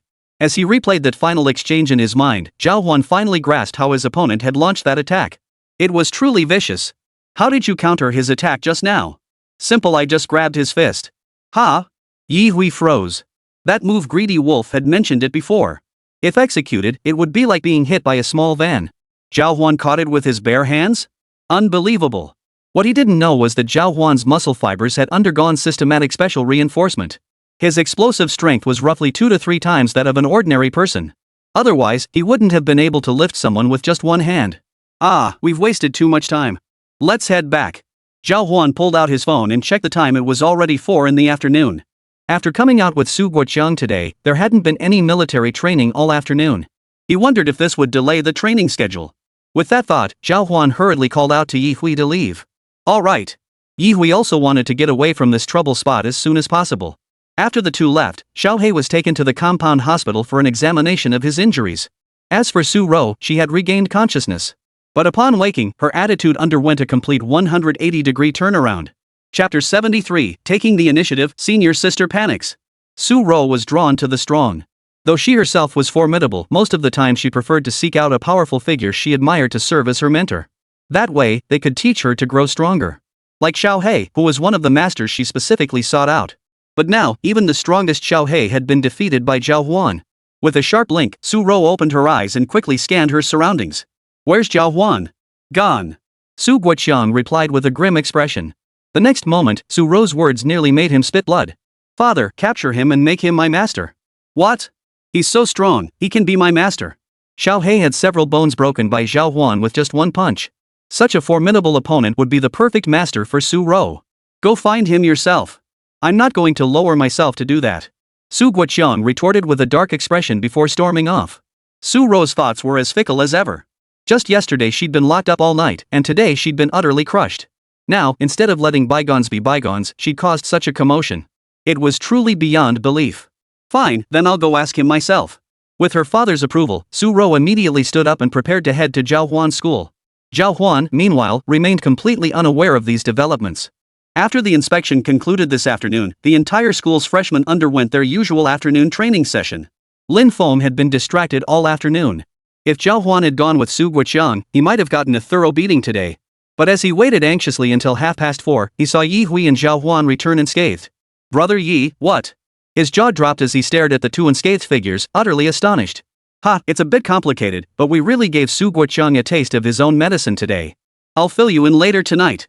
Hearing this, Lin Feng breathed a sigh of relief. "Zhào Huān, be more careful next time. Military training ends this Friday. If he comes looking for trouble, then we won't be able to protect you." "He probably won't." Zhào Huān thought for a moment before replying earnestly. "All right, head back to your unit. Enjoy some free time, today's training is over." "Got it." Zhào Huān returned to his squad. Wang Jia and the others immediately approached him, asking with concern what had happened. "Zhào Huān, what happened? Did you really dump her? What are you talking about? Does Zhào Huān look like the type to do that?" Hearing their concern, Zhào Huān smiled and replied. "Nothing. We just had a little misunderstanding earlier. We talked it out, and it's all good now." "All right then." Hearing Zhào Huān's explanation, everyone breathed a sigh of relief. "By the way, now that military training's over, I was thinking of treating everyone to a meal. Should we ask our senior to help us find a place tonight?" Wang Jia pulled Zhào Huān aside to bring up the matter. Typically, the end of military training was a time for everyone to celebrate. Some well-off squad leaders would treat their entire platoon 40 or 50 people to a meal. Those without the means could use the class fund to treat everyone to a meal. With Zhào Huān's generous contribution of tens of thousands to the class fund, Wang Jia had the means to organize something. He turned to Zhào Huān for advice. "Sounds good. Friday night, then? We should go early, or the better restaurants around here will be booked solid." "Exactly. Since it's Monday today, we can start scouting places now. Senior Han knows the area well, right? You two can go check it out while I contact the other dorm leaders to see how many people are coming." "All right, I'll reach out tonight." Zhào Huān nodded and pulled out his phone to send a message to Hán Chǔxī. Hán Chǔxī was just about to finish class when, feeling bored, she saw a message pop up. It was Zhào Huān. "Senior, are you free tonight?" "Ha? When did Zhào Huān, that steel-straight guy, become so direct?" Hán Chǔxī's heart skipped a beat as her fingers danced across the screen. "Of course I'm free. What's up? Want to go for a walk?" Her cheeks flushed instantly. Why was Zhào Huān being so aggressive today? Go for a walk? Oomph. Though she kept telling herself to stay composed, Hán Chǔxī's body was honest. Before she could even process it, the words slipped out. "Sure. Then I'll meet you at the teaching building later?" "Yeah, over by North Teaching Building 3. "Alright, wait for me." Their exchange now felt like the casual banter of a young couple. Hán Chǔxī put down her phone, her heart brimming with anticipation. This was one of the rare times Zhào Huān had actually asked her out. Military training wrapped up quickly. Carrying Wang Jia's request, Zhào Huān headed to the rental shop next to campus and picked up an electric scooter. Hopping on the scooter, Zhào Huān headed to North Teaching Building 3. Hán Chǔxī stood tall and graceful in the crowd, drawing attention. Many couldn't help but stop and stare. Lately, the forum had been abuzz with talk about Hán Chǔxī and Zhào Huān. Many knew without guessing who Hán Chǔxī was waiting for. "Senior." Sure enough, Zhào Huān's figure emerged from the crowd, riding an electric scooter. "You're so slow." Hán Chǔxī pouted her lips, voicing her displeasure with a playful scold. "There were just too many people. I got held up on the way. What brings you here today?" Hán Chǔxī suddenly realized Zhào Huān hadn't mentioned why he'd come to see her today. Military training ends this week, right? I was thinking of asking you to help us find a restaurant for a group meal. Oh, that's easy. Sis will find you a cheap, affordable, and super delicious spot. Her long legs stretched across the seat as Hán Chǔxī settled into the back seat behind Zhào Huān, her arms naturally wrapping around his waist. Her cheek pressed against Zhào Huān's back. Let's go. The crowd of onlookers who had just learned to speak, witnessed their senior sister being so intimate with Zhào Huān, were filled with envy. That Zhào Huān sure knows how to charm the ladies. Feeling Hán Chǔxī's movements behind him, Zhào Huān's face flushed crimson. All right. The two rode their bikes toward the school gates. Is Wang Jia going to be class monitor? Yeah, he's been handling all the class affairs lately. With military training wrapped up, our reunion dinner is finally on the agenda. Wang Jia handled every detail with meticulous care and thorough consideration. So, why don't you look for an opportunity to take on a position and challenge yourself? As they rode along, Hán Chǔxī suddenly whispered this into his ear. What for? Join the student council and be my assistant. Hán Chǔxī gazed at Zhào Huān with eyes full of anticipation. That way, she could see Zhào Huān every day. Chapter 74, Becoming Hán Chǔxī's Little Secretary? Is that even possible? You don't have much authority yourself, do you? No, I just got promoted. What kind of promotion? Zhào Huān turned to look at Hán Chǔxī with some confusion. Within the student council, there were members, department heads, vice presidents, and the president. Hán Chǔxī was already the life department head. If she got promoted again, then. Holy crap, senior, you're the president now? Yep, and it's the real deal. Zhào Huān's jaw dropped, his face frozen in disbelief. But then it clicked. It made perfect sense. Hán Chǔxī was beautiful, always willing to help others, and had a huge following at school with an extensive network. For such a universally adored girl, the position of student council president elected by vote. It was like using a sledgehammer to crack a nut. She'd breeze through it. Why aren't you saying anything? Am I impressive? Don't spread this around just yet. The official announcement about the new president will be posted on the school forum in a couple of days. Hán Chǔxī giggled happily, clearly thrilled. You rock, senior. Zhào Huān couldn't help but steady herself with one hand on the bike handlebar while reaching out with the other to give her a thumbs up. So, what do you say? I'll look out for you from now on. Come be my assistant? After a moment's thought, Zhào Huān decided it was worth a try. Sure, as long as you don't mind me holding you back. Of course not. With me around, you won't have any problems. Hán Chǔxī felt a wave of relief wash over her, instantly lifting her spirits. She'd invited Zhào Huān over with ulterior motives, never expecting her to agree so readily. That made things much easier. The thought brought a faint smile to Hán Chǔxī's lips. Where to? Once they stepped outside the school gates, Zhào Huān asked Hán Chǔxī. How many people are in your class? About 40 or 50. Most of them should be going to the dinner. Oh, got it. Turn left onto Riverside Road. Yanha Road was where Zhào Huān had fought off a few Ghostfire thugs at Lover's Hill last time. Following Hán Chǔxī's directions, Zhào Huān arrived at a restaurant built on stilts over the river. This made the restaurant appear as if it were suspended in midair. This place? Looks pretty fancy. Not fancy at all. A meal for 10 people tops out at 200 or 300 yuan. For 30 or 40 people, it'll be 1,000 or 2. That cheap? Zhào Huān couldn't quite believe it. But before he could react, Hán Chǔxī grabbed his hand and pulled him inside. You'll see once we're inside. As soon as they entered, Zhào Huān saw many students having dinner here. Most were couples, while others were groups of students who had come over from school. This place is incredibly popular. Since it's right next to the school, the prices aren't actually that expensive. Miss, is this for two? Yes. As they spoke, Hán Chǔxī pulled Zhào Huān toward a private room, intending to share a meal with him. Zhào Huān had intended to do just that. Since he was already here and had inconvenienced Hán Chǔxī, he certainly couldn't let her go home hungry. But just then, a voice suddenly echoed in Zhào Huān's ear. Detected drowning victim. Host, proceed immediately to rescue. Upon mission completion, reward, quantum reading skill triples reading speed. This reward was a first for Zhào Huān. What did a threefold increase in reading speed mean? It meant that when reading a book or learning new knowledge, Zhào Huān could save 2/3 of the time compared to others. That's insane. But that wasn't important right now. Zhào Huān's eyes began scanning the area, searching for the location of the person who had fallen into the water. But after searching for a long time, he found no one. What are you looking at? After seeing Zhào Huān enter the private room, Hán Chǔxī shed her coat and slowly drew closer to him. Her heart began to race wildly. What should she do? What was he planning? Who knew that after Zhào Huān came over, he leaned his head toward the window and began observing the water surface outside. Looks like someone fell in. Where? I'm not sure. The two of them were dining in this restaurant suspended above the river. It featured one small compartment after another, designed specifically for couples to dine in. From these booths, one could see many views of the river's surface. But there were dangers too after all. Once the windows opened, people could easily fall out. Found it. After searching for a while, Zhào Huān finally spotted a figure splashing about in the water far off. You. Before Hán Chǔxī could speak, Zhào Huān had already leaped into the water. Sighing helplessly, Hán Chǔxī could only gather Zhào Huān's jacket, phone, and other belongings. She knew Zhào Huān's temperament. He would never stand by and watch someone in danger. Just like this moment. Zhào Huān swiftly swam toward the drowning person, finally putting the swimming techniques Hán Chǔxī had taught him to good use. In no time at all, Zhào Huān had dragged the person safely to shore. It was a student around Zhào Huān's age, likely also from Dongling University. Thank you. Thank you so much. As the girl, who had narrowly escaped drowning, thanked Zhào Huān, a young man emerged from the restaurant. He was likely her boyfriend.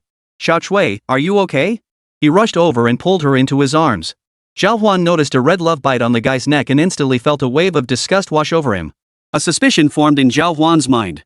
Had these two been making out against the window, lost control, and ended up dropping the girl? Congratulations, host, on completing the mission. Reward, quantum reading skill. The system's voice echoed in his mind. After offering a few words of comfort to the two, Zhào Huān took his leave. Back at the restaurant, the owner hurriedly fetched a dryer. Young man, you were incredible just now. We didn't even notice before you jumped down. The owner, a middle-aged man, was remarkably generous. Today's meal is on me, order whatever you like. Zhào Huān wrung the water from his clothes, took a paper towel from Hán Chǔxī to wipe his face, and smiled. No need, boss. If you want to reward me, just save a few tables for me on Friday night. Some classmates want to have a gathering here. Of course. Here's my card. Just call me directly when you arrive on Friday night. By the way, young hero, what's your name? Zhào Huān took the card, which read Li Yu. Mr. Li, my name is Zhào Huān. Zhào Huān? Li Yu's expression visibly twisted into something peculiar. Chapter 75, The Cold Incident. You're the legendary figure at your school, the dongling superhero everyone's been buzzing about online? Zhào Huān scratched his nose, a look of embarrassment spreading across his face. The name dongling superhero was downright corny. Even calling him the dongling knight would sound better. That's me. If it's you, I'll give you a 50% discount. Just let me use your story later. How exactly? Just say you came to my place for a meal. Li Yu had a keen business sense. He'd recognized Zhào Huān the moment he saw him. The moment he heard the name, he understood the situation. Any association with Zhào Huān's fame would surely boost sales in the near future. Alright, let's take one now. Zhào Huān blew his clothes until they were half dry, but the evening breeze drifting across the river carried a chill. Hán Chǔxī sneezed and handed her clothes to Zhào Huān. Hurry up and put them on. The wind's picking up. Zhào Huān smiled and said. You wear it, senior. You look cold. I don't want you catching a chill. I'm fine. Seeing Hán Chǔxī shivering, Zhào Huān draped his own clothes over her fragrantly scented shoulders. Oh, and pick me up after school tomorrow both at noon and in the evening. Staring at Zhào Huān's face, Hán Chǔxī suddenly uttered a puzzling request. What for? Tomorrow you'll officially become my assistant. I'll take you to familiarize yourself with the student council's workflow. The fall sports meet is about to start, probably right after your military training. Another classic sports meet. It seemed every university held theirs in autumn. It also provided them with an opportunity to earn honors for their class and strengthen their cohesion. Getting familiar with the procedures ahead of time is fine too. Zhào Huān nodded and went with Li Yu to take photos. Meanwhile, Hán Chǔxī felt a quiet thrill inside. Normally, the student council president had the authority to open their activity room door at noon. Without her summons, no one would go there. This meant she and Zhào Huān would have private space together. This blockhead, he'll need his big sister to handle him properly. She watched and re-watched the short video Zhào Huān recorded and the photos he took. Li Yu waved her hand decisively and declared. Zhào Huān, come find me whenever you want to eat here. I'll give you a discount. Haha, thanks a lot. Zhào Huān tucked Li Yu's business card into his pocket before leaving with Hán Chǔxī. The electric scooter soon pulled up beneath Hán Chǔxī's building. As they were leaving, Hán Chǔxī didn't forget to remind Zhào Huān. Don't forget tomorrow. Got it. Zhào Huān bid farewell to Hán Chǔxī and returned to his dormitory. As for Hán Chǔxī, she naturally opened her phone. Hán Shào, did anything fun happen today? Zhào Huān's reply came through 10 minutes later. Muscleman, one thing, I think I'm joining the student council. Han, joining the student council? Congrats! I heard only those who performed exceptionally well during military training get in. Plus, it boosts your GPA. Hán Chǔxī couldn't help but brag about his own position. Devil, is it that impressive? Han, of course. You might even win an award. Getting recognized here will really help your chances for scholarships later. MO, scholarship? Not happening. Our advisor already blacklisted me. Ever since that fight with Zhào Huān's dorm last time, Zhao Lijin has been pinning all the blame on Zhào Huān. Han, so it's still about Zhao Lijin. The moment she sent that message, Hán Chǔxī realized something was off. She was Hán Shào, after all. How could he possibly know about the conflict between Zhào Huān's advisor and him? Sure enough, the muscle-bound devil immediately sent a message. Old Han, how did you know it was Zhao Lijin? Hán Chǔxī's expression tightened. His small feet dangled nervously in the air, his long legs tensing up a sight that caught Lin Yu's attention below. Oh no, oh no. Well, Zhao Lijin is quite notorious among counselors. He's petty and vindictive. He's taken over many of the new classes in your mechanical engineering department. Phew. Thank goodness for quick thinking. After sending the message, Hán Chǔxī lay back on the bed and exhaled deeply. Chǔxī, what are you doing? Is chatting with your little boyfriend that much fun? He's not my boyfriend. Hán Chǔxī blushed and quickly retorted. Sigh, love's definitely in the air. When I date in the future, I'll have to constantly remind myself to avoid getting love-struck. Lin Yu teased Hán Chǔxī with a playful grin. In the dorm, she wore only a pair of hot pants and a tiny tank top. Though petite, her striking features made her exceptionally attractive. This cool outfit looked incredibly eye-catching on her. You flat-chested little thing. Leave you alone for a few days and you get cocky. Today I'm going to teach that big mouth of yours a lesson. Oomph, like I'm scared of you. With that, Hán Chǔxī quickly jumped off the bed, tossed her phone aside, and began playfully wrestling with Lin Yu. To anyone else witnessing this steamy scene, it would likely make their noses bleed. Countless men throughout Dongling University coveted their dormitory. Unfortunately, aside from Zhào Huān, none had succeeded yet. Zhào Huān, unaware of the situation here, sent a goodnight message and went to wash up and sleep after seeing Hán Shao's explanation. Early the next morning. Achoo! Hán Chǔxī sneezed the moment she woke up. Her nose felt incredibly stuffy. It felt completely blocked. Time to get up. The moment she spoke, Hán Chǔxī realized her voice was hoarse. Touching her forehead, she felt it was slightly warm. Chǔxī, what's wrong with your voice? Dongli noticed something was off with Hán Chǔxī. Sitting up in bed, she asked with concern. Ha! I think I've caught a cold. I've got a slight fever too. Ha! Then we'll get you excused from class. The others in the dorm immediately got out of bed to check on Hán Chǔxī's condition. Here's my cold medicine. Take some. We'll go tell the teacher in a bit. Just lie down here and rest for a bit. Hán Chǔxī was touched by everyone's concern. It's nothing, just a minor cold. Look how worried you all are, it won't affect class. Hán Chǔxī took 2 cold pills, then got up and dressed. You're not going. You're already frail. You went out in the cold yesterday and then spent half the day roughhousing with Lin Yu. This cold looks pretty bad. You need to rest properly. The dorm's leader immediately blocked Hán Chǔxī's path. But after a moment's hesitation, Hán Chǔxī revealed the truth. Zhào Huān said she'd go to the student union with me today. Ha! Well, okay then. Seeing this, Dongli exchanged glances with a few others, and they quickly understood what was going on. She quickly grabbed her phone, intending to give Zhào Huān a piece of her mind. Chapter 76, Whispers from the Hospital Bed. Beep beep beep. What's up, Cicely? Zhào Huān had just finished breakfast and was about to head to the field for military training when he saw the message from Dongli. Chǔxī caught a cold today. When you pick her up at noon, bring some medicine. Better yet, take her to the nearby hospital for an 4 drip. No problem. Zhào Huān's promises were always trustworthy. After entrusting the matter to Zhào Huān, Dongli nodded to Lin Yu and Chen Lan. All 3 understood perfectly. Let's go. Hán Chǔxī, swaying slightly, was supported by the 3 as they walked out of the dormitory. Get in the car. I'll take you to North Campus Building 3. Dongli rode out on her small electric scooter, carrying Hán Chǔxī along as they headed toward the distance. As for Chen Lan and Lin Yu, they walked over to this side. The morning passed quickly. After picking up some cold medicine from the campus clinic, Zhào Huān began making his way toward Hán Chǔxī. Before long, he spotted Hán Chǔxī, looking rather weak, appear before him. Hán Chǔxī had always been physically frail, and now that she was sick, she looked like a willow tree. As if she could be blown away by the slightest breeze. Senior. Hearing Zhào Huān's call, Hán Chǔxī immediately turned around. You're here. Let's go to the activity room. Her voice was barely audible, her small face flushed crimson from the fever. Come with me. Seeing Hán Chǔxī still honoring their agreement despite her condition, Zhào Huān frowned and spoke in a tone that brooked no argument. He then gently lifted her in his arms and headed toward the clinic near the east gate. Hán Chǔxī was suddenly lifted by Zhào Huān. Her head felt dizzy and foggy, and she couldn't grasp what was happening. But this warmth felt different, not as dry as before. I'm leaving her in your care. Make sure she gets in 4 drip. Understood.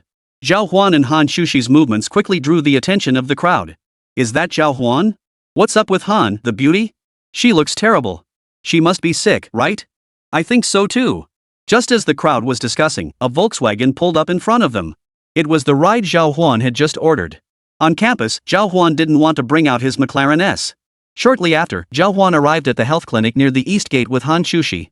By this point, Hán Chǔxī was feverish and dizzy. Zhào Huān quickly laid her on the bed. "Doctor, give her an injection to break the fever and start in 4 drip." A doctor in a white coat immediately walked in. "The temperature difference yesterday was extreme. You're the 7th patient with a cold and fever I've seen today." "Yes, please take a look, doctor." Zhào Huān nodded. The doctor then skillfully prepared some medication, first administering an injection to reduce the fever, then attaching in 4 drip. "Just wait here. Once the 4 is done, we'll leave together." "All right." Zhào Huān watched Hán Chǔxī fall into a deep sleep after the injection. He stepped out to buy a baked flatbread, ate it, and then returned. Hán Chǔxī's sleeping face held a unique charm, her long eyelashes fluttering faintly. Just as Zhào Huān was about to close his eyes and rest nearby, a faint murmur escaped Hán Chǔxī's lips. "Zhào Huān, you're so silly." "Ha? What's wrong, senior?" But Hán Chǔxī didn't respond to Zhào Huān. Instead, she continued murmuring softly to herself on the bed. "I gave you so many chances, and you still can't get it right." Her tone carried a hint of disappointment, as if she were frustrated with someone who just wouldn't get it. Zhào Huān felt a pang of surprise. Had Hán Chǔxī lost her mind? Reaching out, Zhào Huān felt the warmth of her forehead. "That's odd. Didn't the fever break already? Could it be that her hand was too warm?"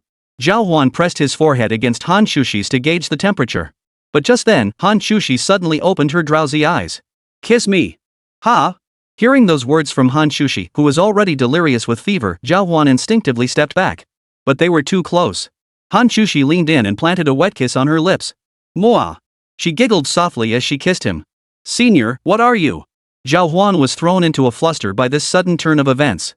Hán Chǔxī didn't stop there. She wrapped her arms around Zhào Huān's neck. "Hold me while you sleep. Isn't that inconvenient?" "I don't care." "Fine." Zhào Huān sat on the bed, gently turning Hán Chǔxī's body so she lay across his arm, then tucked the blanket around them. Today had been quite the thrill. Zhào Huān never imagined Hán Chǔxī would react like this when she got a fever. This was pure passion. Seeing this, Zhào Huān sighed. Hán Chǔxī nestled into Zhào Huān's embrace, pulled the blanket over herself, and soon fell fast asleep. Zhào Huān also spotted the statistical forms from the school sports meet tucked inside Hán Chǔxī's bag. This must be today's work, he thought. Hán Chǔxī was still quite diligent and responsible. "Hey, senior, you'd better thank me properly." A faint smile touched Zhào Huān's lips. Yesterday he acquired a technique called quantum speed, enabling him to successfully read through vast amounts of information. The speed was over 3 times faster than an ordinary person's. With that thought, Zhào Huān picked up the documents and began processing them with a flurry of activity. "Wow, that's fast." Zhào Huān could scarcely believe it himself. Words that once required deep concentration now seemed to leap directly into his eyes. His brain processed information at an accelerated pace, swiftly organizing the chaotic stream of data as it flooded in. In just half an hour, Zhào Huān finished work that would normally take 2 people an entire afternoon. If he applied this method to his studies, Zhào Huān would likely top the class in GPA this semester. Just as Zhào Huān was lost in quiet admiration, a soft cough sounded beside him. Hán Chǔxī slowly opened her eyes. "Zhào Huān? How did I end up here? Didn't we agree to go to the student union?" "Senior, you're barely standing straight. Forget about student council work for now." Zhào Huān immediately explained the situation to her. It seemed Hán Chǔxī had no memory of her earlier delirium. Otherwise, she wouldn't be chatting so casually with Zhào Huān right now. "You young folks always insist on toughing it out. A minor illness like this just needs some medicine and an injection." The doctor nearby walked in and gently lectured Hán Chǔxī. Hán Chǔxī spread her hands helplessly. "I still have student council work to finish. I was planning to take some medicine at noon and then handle all the paperwork." A faint smile touched Zhào Huān's lips. "Hey, senior, look at this." As she spoke, a small document envelope appeared in Zhào Huān's hand. Opening it, she found the materials she'd prepared waiting inside. Chapter 77, The Transfer Student Beauty. "Wow, you've already taken care of everything?" Hán Chǔxī's face lit up with delight. But as she stood up, a sudden wave of dizziness hit her, causing her to collapse into Zhào Huān's arms as she asked. "It wasn't much. I figured it wouldn't take up too much of your time, so I just handled it on the side." Zhào Huān murmured softly, and she nodded contentedly. "I never expected you to figure it out on your own. I was actually planning for us to spend the whole afternoon finishing these together." "You're sick. Just leave it to me after all, I'm your little secretary." These words warmed Hán Chǔxī's heart. For some reason, whenever she was with Zhào Huān, Hán Chǔxī always felt an unparalleled sense of security. "Zhào Huān, why are you so kind to me?" Hán Chǔxī lifted her flushed face and asked Zhào Huān with genuine sincerity. Between them, there was only a thin veil separating them. But love often found its beauty in this very haze. Neither of them wanted to pierce that membrane. Because, you remind me of a friend of mine. He also seemed generous on the surface, but had a delicate heart. I see his reflection in you. Zhào Huān struggled to find the right words. During those years when Hán Shào couldn't hold on, Zhào Huān had indeed been by his side every single day. That Hán Chǔxī bore Hán Shào's resemblance was absurd. Hearing this, Hán Chǔxī grew bolder. Let me ask you something. Go ahead. If that online friend of yours was also a girl, what would you do? If she were someone else, would you still treat me this well? Hán Chǔxī's question sounded exactly like the kind of deadly trap many girls set for their boyfriends. The doctor beside them raised an eyebrow upon hearing this, immediately sensing something was amiss. He opened the door and quickly retreated. Only Hán Chǔxī and Zhào Huān remained in the room. Well, I can't answer that. Zhào Huān spoke the truth. The premise of such a question was flawed to begin with, as Hán Shào was a man. And even if it were a woman, it wouldn't be someone as close as Hán Chǔxī and Zhào Huān. How could that be possible? What if? What if? Hán Chǔxī wouldn't let it go, still pressing Zhào Huān. As it happened, Zhào Huān was also a very serious person. After a moment's thought, he answered solemnly. I've always been devoted to you, senior. My feelings for you are genuine, and my feelings for others are separate. The clinic doctor eavesdropping outside couldn't help but silently applaud. It was the perfect answer. It doesn't matter how he treats others as long as he treats you well. Oh, I see. Hán Chǔxī was satisfied with Zhào Huān's response. She nodded and stepped down from his embrace, her mind still a bit foggy. I don't have class this afternoon. I'm going back to rest. Take me home. Zhào Huān thought for a moment before replying. Sure, but you'll still need to come here every day for your injections. Huh? It's just a minor cold, isn't it? No, you also have a fever. Your symptoms aren't minor. Then you come with me. Without a second thought, Hán Chǔxī opened her eyes wide and looked at Zhào Huān with pitiful eyes as she made her request. Well, that'll probably mean every day at noon. Sure, it'll be perfect for taking my lunch break here. All right. Once you've helped someone, you might as well see it through. Given how close he and Hán Chǔxī had become, Zhào Huān didn't think twice about it. Renting an electric scooter from the school, Zhào Huān drove Hán Chǔxī back to her dorm before heading to the sports field for military training. But as soon as he arrived today, Wang Jia approached him with an odd expression. Zhào Huān, looks like we're getting a transfer student today. A transfer student? Do universities even have that? Of course. If they have connections or are transferring from a better school, Dongdaling University would definitely accept them. Why pass up a free ride? Wang Jia seemed to already know the situation, which only made Zhào Huān more surprised. Why bring this up now? Fine, let them come. Just hope they can keep up with military training and don't hold our class back. Well, probably not. She seems pretty capable. Wang Jia scratched his head, his expression. What's up, brother Jia? Zhào Huān perked up at this. If it weren't related to him, Wang Jia probably wouldn't have rushed to mention it the moment he saw him approach. Zhào Huān. Come here. Just as Wang Jia was about to speak, Lin Feng's voice echoed from afar. Seeing the frown on Lin Feng's face, Zhào Huān knew this wasn't going to be simple. Brother Jia, let's talk later. Instructor Lin is calling me. Alright, then I guess there's no need for me to say anything. Wang Jia waved Zhào Huān over as soon as he spotted Lin Feng. What's up, Instructor Lin?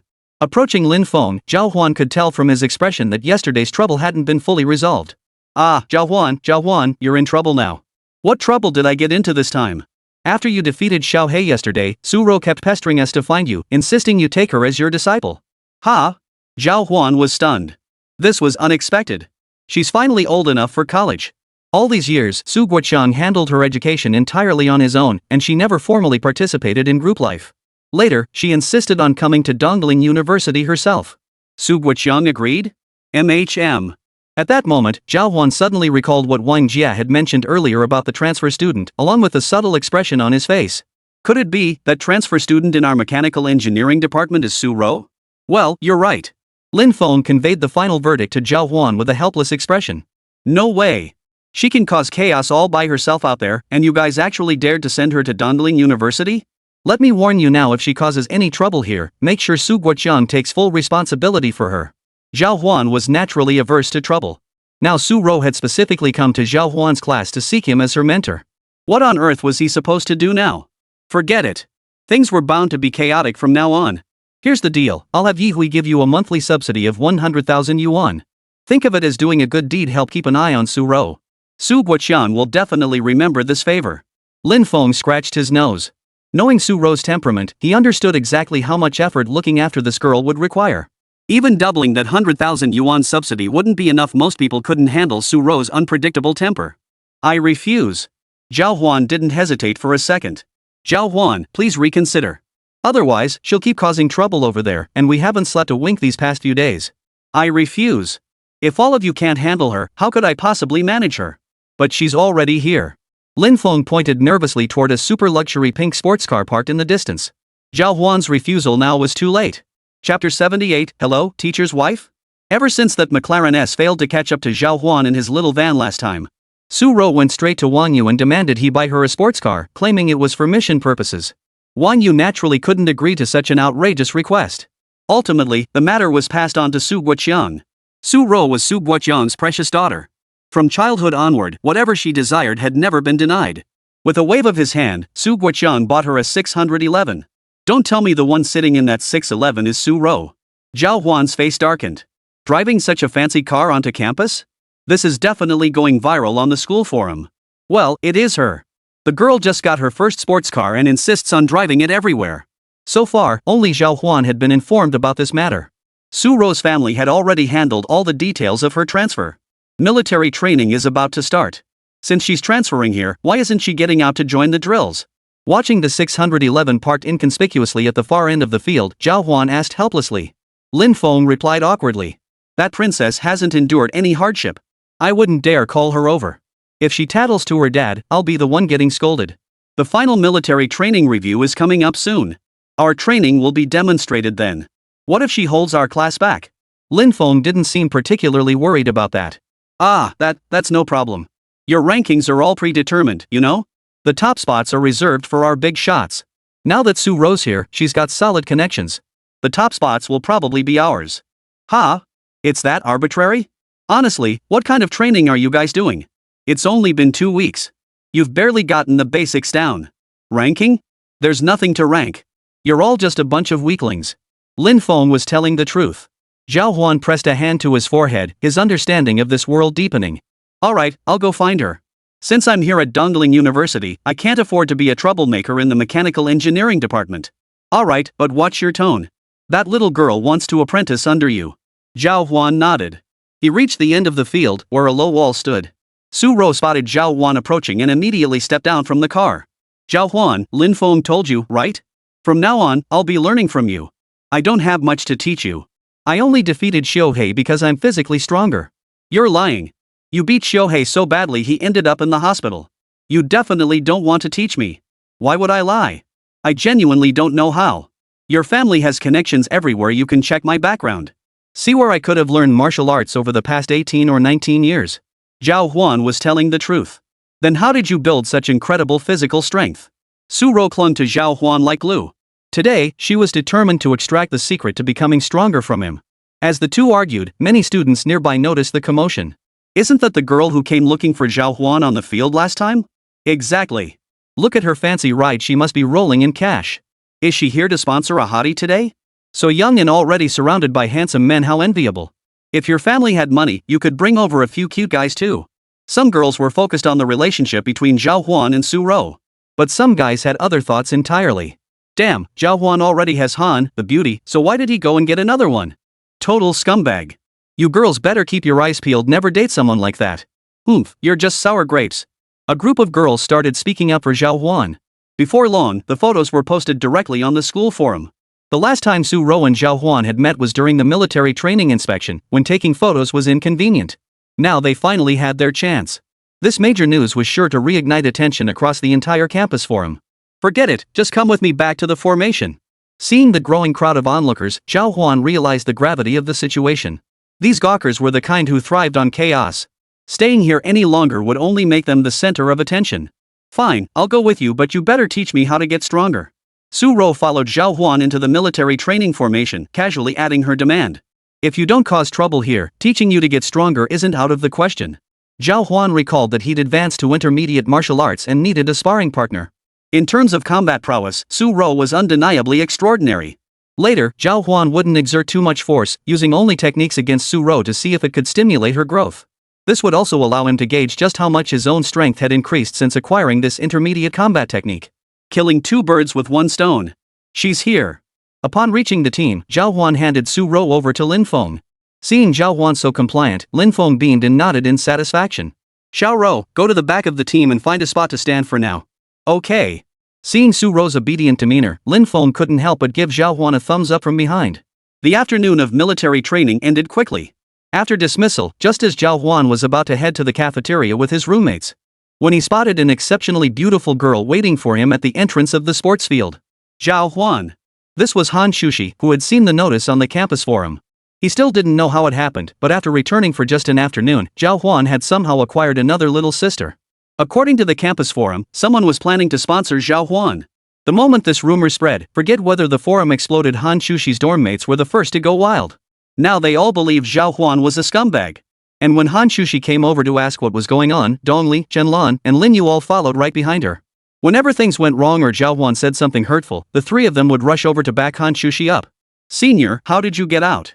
Hán Chǔxī had just finished her 4 drip this morning when she came looking for Zhào Huān, something he hadn't anticipated. Just came to see you. Hán Chǔxī replied curtly, unwilling to reveal his true intentions. Just then, Su Ro approached from the side. Upon seeing Hán Chǔxī, Su Ro's expression froze. Hán Chǔxī hadn't seen Su Ro before, but Su Ro had seen Hán Chǔxī. Hello, master's wife? The little girl bowed her fist directly toward Hán Chǔxī. Ha! Not only Hán Chǔxī, but Dongli and the other two standing nearby were also stunned. Chapter 79, To the Girls' Dorm. What does master's wife mean? Hán Chǔxī looked at Su Ro with some surprise. Only then did Su Ro recall that while Zhào Huān had seen her last time at Happy Valley, Su Ro hadn't seen Zhào Huān yet. But Su Ro recovered quickly. Oh. I just saw on our Dongling University campus forum that you're my master's girlfriend, right? Dongli and the others in the distance nodded approvingly. Crisis averted, this little girl sure knows how to talk. So you came to ask Zhào Huān to be your master? I'm actually more curious, what could Zhào Huān possibly teach? Lin Yu stared wide-eyed from the side, utterly astonished. Could it be to learn fitness? I'd say Zhào Huān's physical condition is pretty solid. Chenlan's guess made some sense. Never mind. It's none of our business. We shouldn't meddle. Led by Dongli, the group stopped bothering Hán Chǔxī. As for Hán Chǔxī, she visibly flustered after hearing Su Ro's words. Those are all rumors, they don't count. Ha? You're not my master's girlfriend? Then why did you two just smack? Zhào Huān quickly covered Su Ro's mouth. Su Ro had seen everything clearly on the surveillance footage from the electrical room, what happened between him and Hán Chǔxī on the Ferris wheel. If she exposed their affair, it would look like Zhào Huān had told someone else about it. Zhào Huān and Hán Chǔxī had specifically agreed not to tell anyone. What did you say? Hán Chǔxī asked Su Ro in surprise. Zhào Huān shot Su Ro a sharp glare. Feeling Zhào Huān's glare, Su Ro quickly shook her head. Well then, future teacher's wife, you'd better seize the opportunity. Otherwise, it'd be too bad if someone snatched him away. Despite Su Ro's notoriously bad temper, she was perfectly capable of holding a conversation when she wasn't throwing a fit. In fact, Su Ro's intuition was sharper than most people's. Was this what they called a woman's intuition? Seize what chance? How boring. Hán Chǔxī shot back with a teasingly evasive reply, trying to soften the stiffness in her tone. She also glanced at Zhào Huān's expression. Zhào Huān, however, didn't read much into it. Girls, you know, they love to play matchmaker with everyone, total gossip queens. Su Ro's behavior was clearly just that of a normal girl. By the way, since you've transferred to Dongling University, will you be living in the dorms from now on? Of course. I've never lived in a dorm before in my life. Su Ro was the type who lit up around people. Just hearing the word dorm made her eyes sparkle. Which dorm are you in? I think it's building 6. Since I joined mid-semester, my dorm room is shared with students from other departments. Oh, well, you should head back then. After an afternoon of training, Zhào Huān was starving. He needed to eat. Master, please don't. You haven't taught me how to get stronger yet, and I don't know how to make a bed. Ha? Doesn't your family help you with that? Zhào Huān's face darkened. Logically speaking, a spoiled princess like Su Ro shouldn't have trouble with such basic tasks, right? My dad said carrying luggage and making beds are easy tasks I should handle myself. It's part of adapting to dorm life. Then go do it yourself. I don't know how. Su Ro delivered the most ruthless tone while uttering the most embarrassing words. Zhào Huān and Hán Chǔxī exchanged a glance, both seeing a hint of resignation in each other's eyes. In the end, Hán Chǔxī sighed deeply with resignation. I'll help her. You can help us carry the suitcases upstairs later. She actually felt quite fond of this girl who had just addressed her as master's wife. But how will Su Ro get any practice this way? These are minor matters. It's not like she has to gain experience solely in this area. Watching Hán Chǔxī's actions, Zhào Huān could only nod in resignation. Fine. Where's your suitcase? Over there. Su Ro pointed to the pink 611 parked in the distance. Don't drive that car to school anymore. It's too flashy. Oh, so that's why you stopped driving it? You were worried people would know you're rich? Su Ro quickly understood Zhào Huān's meaning. Zhào Huān and Hán Chǔxī followed Su Ro to the car. Zhào Huān hoisted the items onto his shoulders, ready to leave. Hán Chǔxī couldn't help but feel a pang of disappointment. She thought she'd get to have dinner with Zhào Huān at the cafeteria tonight. But instead, she had to tidy up this little girl's bed. Sis Chǔxī, if you help me finish this tonight, I'll treat you to dinner. We can invite my master too. Su Ro came from a very well-off family, so treating someone to a meal was no big deal. Beautiful women held great appeal for many people. And the attraction between beautiful women is even stronger. That's why Hán Chǔxī's dorm was filled with so many beauties. It was a kind of magical karmic connection. When Hán Chǔxī and Su Ro met, they quickly struck up a conversation. Zhào Huān watched as the dynamic between Hán Chǔxī and Su Ro gradually shifted, unable to help but marvel at the power of beauty. Arriving at dormitory building 6, where many girls came and went, they couldn't help but glance sideways at Zhào Huān walking with these two beauties. Isn't that Zhào Huān? Isn't he that super intimidating freshman? What are you talking about? I heard he's actually pretty awesome, not fierce at all. If you knew him a bit, you'd see he's always stepping out to help others. The crowd buzzed with whispers as Zhào Huān passed by. It felt exactly like his high school days all over again. Back in high school, Zhào Huān had become a school celebrity precisely because he did so many good deeds. He even gained a group of young female admirers. People would often bother him. It made it impossible for him to read in peace. He'd hoped things might change in college, but barely 2 weeks into the semester, here he was again. Zhào Huān rubbed his nose and let out a helpless grunt. Hán Chǔxī noticed Zhào Huān's expression and approached him thoughtfully, whispering softly. My big hero, embarrassed by a few words? Not exactly. But this feeling of being treated like a panda isn't exactly pleasant. Zhào Huān carried the massive suitcase with the same ease as if he were holding a bottle of water. Yet this brave soul dared not speak loudly beneath the girls' dormitory building. As they chatted, the three of them had already arrived at building 6 of the dormitory complex. All along the way, Su Ro scanned left and right, unwilling to miss a single glimpse of campus life. Zhào Huān. No sooner had they arrived than a familiar voice interrupted their progress. Turning around, they saw another stunningly beautiful girl running toward Zhào Huān. Sun Yulihua? She was Sun Yulihua, the girl Zhào Huān had rescued during the military training hike when she sprained her ankle. Just a couple days ago, she had helped Zhào Huān when he took his senior out for a trip. As she approached, Su Ro's small nose twitched as if sensing an unusual aura. She then cast a playful glance at Hán Chǔxī and Sun Yulihua. So many women, this master of mine is quite the character. Chapter 80, Did I accumulate boundless merit in a past life? Hello there, what brings you here? Since they were all classmates, and Sun Yulihua was the campus beauty of Zhào Huān's graduating class, Zhào Huān also greeted her. I had some conflicts with my roommates in my old dorm. In the end, I used my family connections to switch dorms. There really were quite a few uncivilized people in university dorms. Especially when freshmen first moved in, the initial adjustment period often led to friction. The people in Zhào Huān's dorm, for instance, were all quite well-mannered, but folks like them weren't exactly common. It was pure luck to encounter such a group. Minor conflicts are bound to happen in other dorms. That's only natural. But they probably don't have the kind of family connections that Sun Yulihua does, allowing him to switch dorms outright. So they just had to put up with it. Changing dorms is good too. How are things going with your new roommates? Not bad. They're all pretty nice. We're just one person short in our dorm, so someone should be moving in within the next few days. At that moment, Su Ro suddenly remembered she was supposed to move in here too. She spoke up. Where's your dorm room? 212. Wow. That's my dorm. A delighted exclamation escaped Su Ro's lips. Sun Yulihua, who had been listening, was startled too. Who knew such a gorgeous beauty would show up at the last minute? Thanks for the compliment. I'm Su Ro. Hi, I'm Sun Yulihua. Su Ro extended her hand, and Zhào Huān explained to Sun Yulihua why she had come here. Oh, this is so simple. I'll go upstairs with my senior to help her tidy up, and bring me along for dinner later. Sun Yulihua and Zhào Huān had met several times before, so sharing a meal wasn't a big deal. But Hán Chǔxī felt a bit helpless. What happened to our private time? Why is the number of people growing more and more? What do you think, senior? Well, what can I say? Hán Chǔxī replied through gritted teeth, then instructed Zhào Huān to set the damaged suitcase aside before leading it into the dormitory. Should I wait here for you too?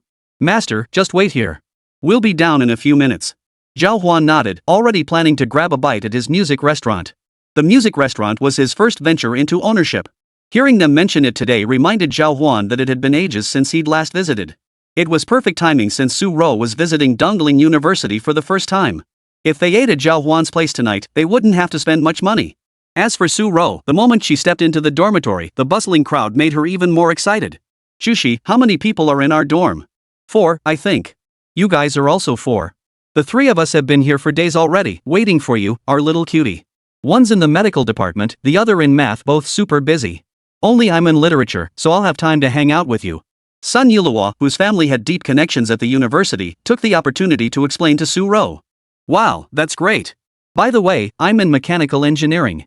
Are we going to be busy? The first 2 years are manageable, just classes. But juniors and seniors have internships, so things get hectic then. Oh, that's manageable.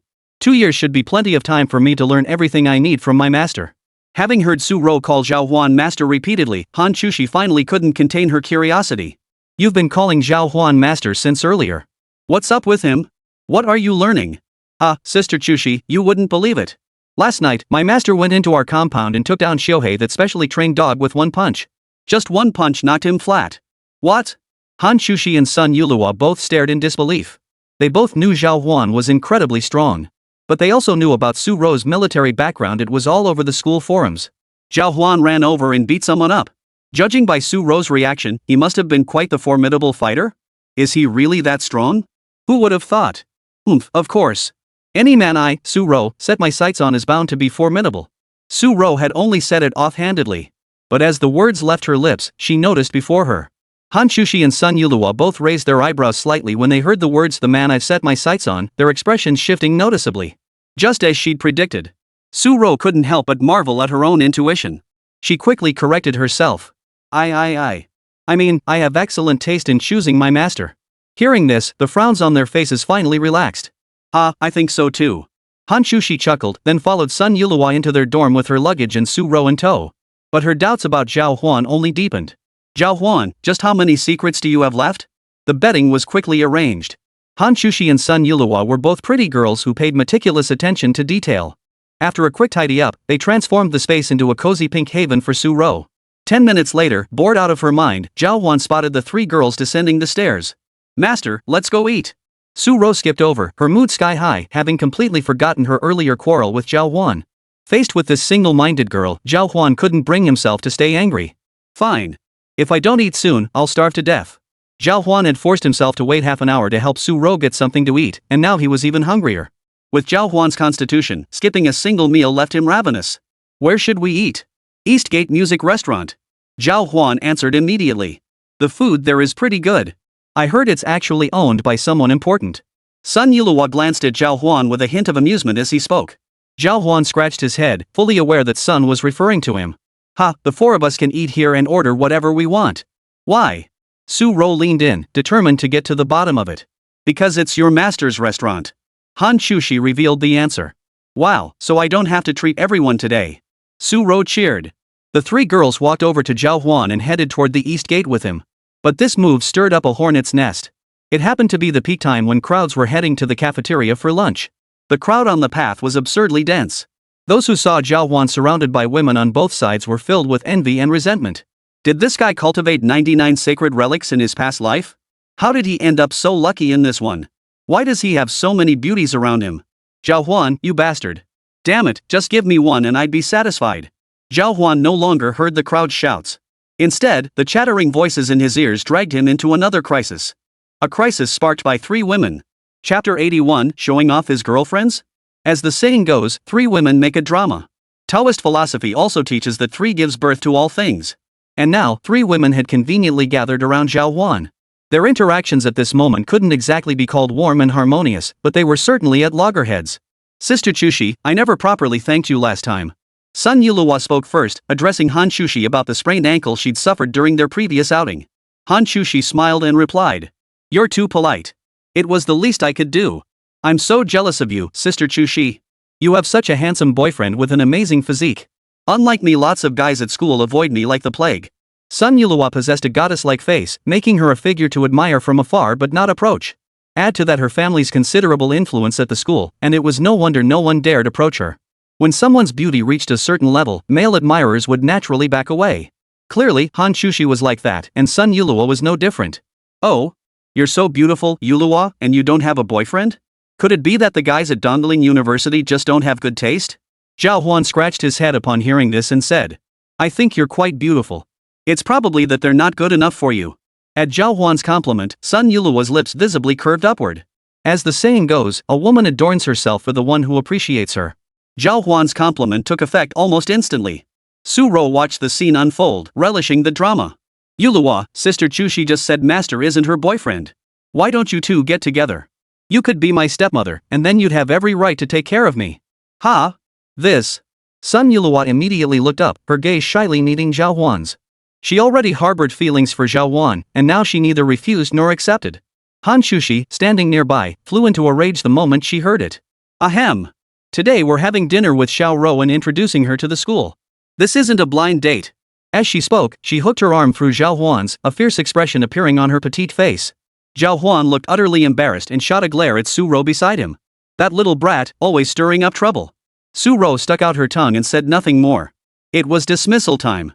Couples at Dongling University, free from evening study sessions after dinner, loved taking strolls outside. As the four walked ahead, an RS pulled up beside them.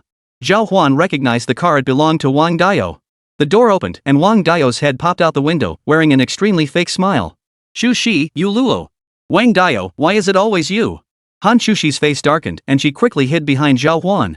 Sun Yulua, however, frowned. Wang Dayou, didn't you find a girlfriend? Why are you here again? Haha, how did you know? Wang Dayou pointed smugly at the passenger seat beside him. A stunningly beautiful girl sat there. Though her looks couldn't compare to Hán Chǔxī's, she was still a top-tier beauty. Uncle Wang mentioned it last time we went out to eat. Hán Chǔxī finally exhaled in relief upon seeing this. If this guy had kept pestering her, she really wouldn't have known what to do. Now that he'd finally shifted his focus elsewhere, she could breathe easier. What brings you here? Nothing much. I was just passing by and thought I'd say hello. Though he called it a greeting, anyone could see he'd found a new girlfriend. Bringing her along now was clearly an attempt to regain face in front of Zhào Huān and the others. See? Even without Hán Chǔxī, I, Wang Dayou, can still find a great woman. Unfortunately, all four people present were far sharper than Wang Dayou himself. They saw right through his blatant showboating. Oh, then you can leave now. Sun Yulua gave him no face, waving him off to leave immediately. This guy was already a sophomore, yet his methods and tactics were still so naive. Wang Dayou gave an awkward chuckle, then could only wave goodbye and start the car. Alright, I'll pay Uncle Sun a visit in a couple of days. Alright, got it. After dealing with Wang Dayou, Sun Yulua turned around and sighed. That guy's gotten cocky again lately. Isn't his company a subsidiary of yours? Zhào Huān and Hán Chǔxī both looked surprised. That's true, but they've been doing quite well. Their revenue is almost catching up to my father's division. They just landed a new road construction project and it's gone to his head. A road construction project? Yeah, it's an investment tender project. They could be awarded the construction of a large section of highway in the southern part of the city. Zhào Huān knew the potential of such projects. Winning the bid could mean enormous profits. Just as Zhào Huān was inwardly astonished, a voice echoed in his ear. Host, please participate in the next investment tender. Successful bid rewards one construction crew and 70% discount on building material expenses. Zhào Huān's eyes lit up instantly. Judging by the system's tone, could there be more tenders to compete for in the future? Yulua, are there more tenders coming up? Of course. But this one might be a bit pricier since it involves highway repairs. The funds and resources required are substantial. Even my father. Where is the bidding location? Let me think. I believe it's at the Zhengzhou Grand Hotel. Tomorrow at 8 in the evening. Why, are you planning to attend? Sun Yulua's words piqued Zhào Huān's interest. Absolutely. This time, I'll definitely make a killing. Building materials are incredibly expensive. But the system says 70% of the building material costs can be offset. That's outrageous. As long as he could secure this plot, no matter how much others might profit, Zhào Huān could at least double their earnings. You're not seriously thinking of buying this project, are you? Sun Yulua stared wide-eyed at Zhào Huān's detailed questions, her tone tinged with caution. She knew Zhào Huān drove a McLaren S. Lately, rumors about Zhào Huān's wealthy background had been circulating on the school forum. Zhào Huān didn't know how to respond. We're here. Hán Chǔxī noticed Zhào Huān's awkwardness. Just as they arrived at the music restaurant, she spoke up to interrupt their conversation. Manager. The manager of the music restaurant spotted Zhào Huān's arrival and hurried out to greet him. How's business been lately? Not bad, but the competition's been fierce lately. What's going on? Typically, managers only shared the good news when meeting him. The fact that he specifically brought this up meant it must be genuinely troubling him. There's this place called Noble Western Restaurant that just opened right across from us, you know the one. As he spoke, the manager pointed toward a shop behind Zhào Huān. Turning his head, Zhào Huān's eyes widened in shock. Damn it all to hell. Chapter 82. The flood hit the Dragon King's temple. Happy Valley wasn't a single conglomerate, nor did it solely operate entertainment attractions. It also featured numerous food outlets, many of which were chain establishments. Take this prestigious Western restaurant, for instance, it's one of their chain brands. In a sense, Zhào Huān is also a shareholder in these ventures. A significant portion of the profits from these ancillary businesses is distributed to Zhào Huān as dividends. That's not a problem. I'll go give them a heads up. Go ahead and arrange a private room for the seniors first. Sure. The manager didn't quite grasp Zhào Huān's meaning, but seeing his confident demeanor, he didn't press further. After that, Zhào Huān walked straight into the prestigious Western restaurant. The moment he entered, a familiar figure appeared before him. It was Su Tian. Hey! Mr. Zhao. The moment he spotted Zhào Huān, he rushed straight over. Don't call me mister, just use my name. Ha, Zhào Huān, I was hoping to run into you here. Never thought I'd bump into you just days after opening. Come eat? What about that girl from last time? She's across the street. That place is also my business. Hearing this, Su Tian froze for a moment. Your property? I thought it was just a small fry. I was ready to take it down, but if it's yours, then forget it. Ha ha. As the project manager for Happy Valley in Dongling, Su Tian's influence was felt in many places. His methods were formidable. Taking down a small music restaurant like this would be child's play. No wonder the music restaurant manager mentioned fierce competition earlier. Zhào Huān's arrival today was truly timely. Had he come any later, things might have turned troublesome. I just came to say hello. Alright, rest assured we'll definitely help the music restaurant grow. We could even host an event together tomorrow. Su Tian and Zhào Huān were scheduled to attend the performance review meeting this weekend, so they naturally treated Zhào Huān with utmost courtesy. After hearing his words, Zhào Huān understood the implication. By the way, have you heard about the bid for the Zhengzhou Grand Hotel? Yeah, I know about it. What's up? Join me at the bidding tomorrow. It's inconvenient for me to place bids myself. Of course I can. But, do you intend to secure this property? Yes. Su Tian knew Zhào Huān's financial resources were beyond his wildest imagination. But winning this bid was like snatching meat from a wolf's mouth. Zhào Huān, you're not thinking clearly. How could it possibly be our turn this time? There are plenty of others eyeing this juicy prize. Then we'll compete with them using money. After all, these auctions are all about bidding. Zhào Huān hadn't overcomplicated things. He still held 30 bitcoins. Selling them at current rates would net him over $300,000 per coin. Converted, that meant each coin was worth 1 to 2 million. Selling them all would net Zhào Huān at least nearly 60 million in cash. But what if we drive the price too high and end up making no profit? Su Tian seemed to grasp Zhào Huān's intent, but playing this game required careful moderation. Even if Zhào Huān could secure these projects at inflated prices, he might end up losing money once construction began. After all, the costs were fixed. No matter how high the price, I won't lose money with it in my hands. Zhào Huān, you can't do anything foolish. We absolutely cannot cut corners. If we get caught, neither of us will come out unscathed. In an instant, Su Tian envisioned the schemes Zhào Huān might resort to. If he spent a fortune to secure this land, to recoup the costs, Zhào Huān would likely cut corners on materials during construction. Cutting corners to save money, only to end up with a highway that's completely unusable. They'd both face severe consequences. What are you thinking? I won't cut corners, I'll use the best materials instead. Zhào Huān couldn't explain that his construction crew and materials were subsidized by the system. It was essentially like receiving benefits. Alright, I'll send a car to pick you up tomorrow evening. Su Tian had no idea how Zhào Huān operated in these matters. Seeing Zhào Huān so confident now, he had no choice but to trust him. After all, the upcoming performance review meeting depended on Zhào Huān. Alright. After hearing about Sun Yulawa's situation today, Zhào Huān had been pondering how he could secure this bid. Then he thought of Su Tian. Unbeknownst to him, Su Tian was right here at the East Gate, working on their prestigious restaurant project. What a coincidence, proof that the heavens were smiling upon Zhào Huān. Alright, I'll head out now. See you tomorrow. Alright, I'll have my staff send over a few dishes for you later. And bring a bottle of wine too. Hearing this, Zhào Huān quickly waved him off. Today, he'd come out with the 3 girls. Plus, they had classes and military training tomorrow, definitely no drinking allowed. The food at the music restaurant is pretty good. No need to trouble yourself. Alright, if you need anything, just call me directly. Got it.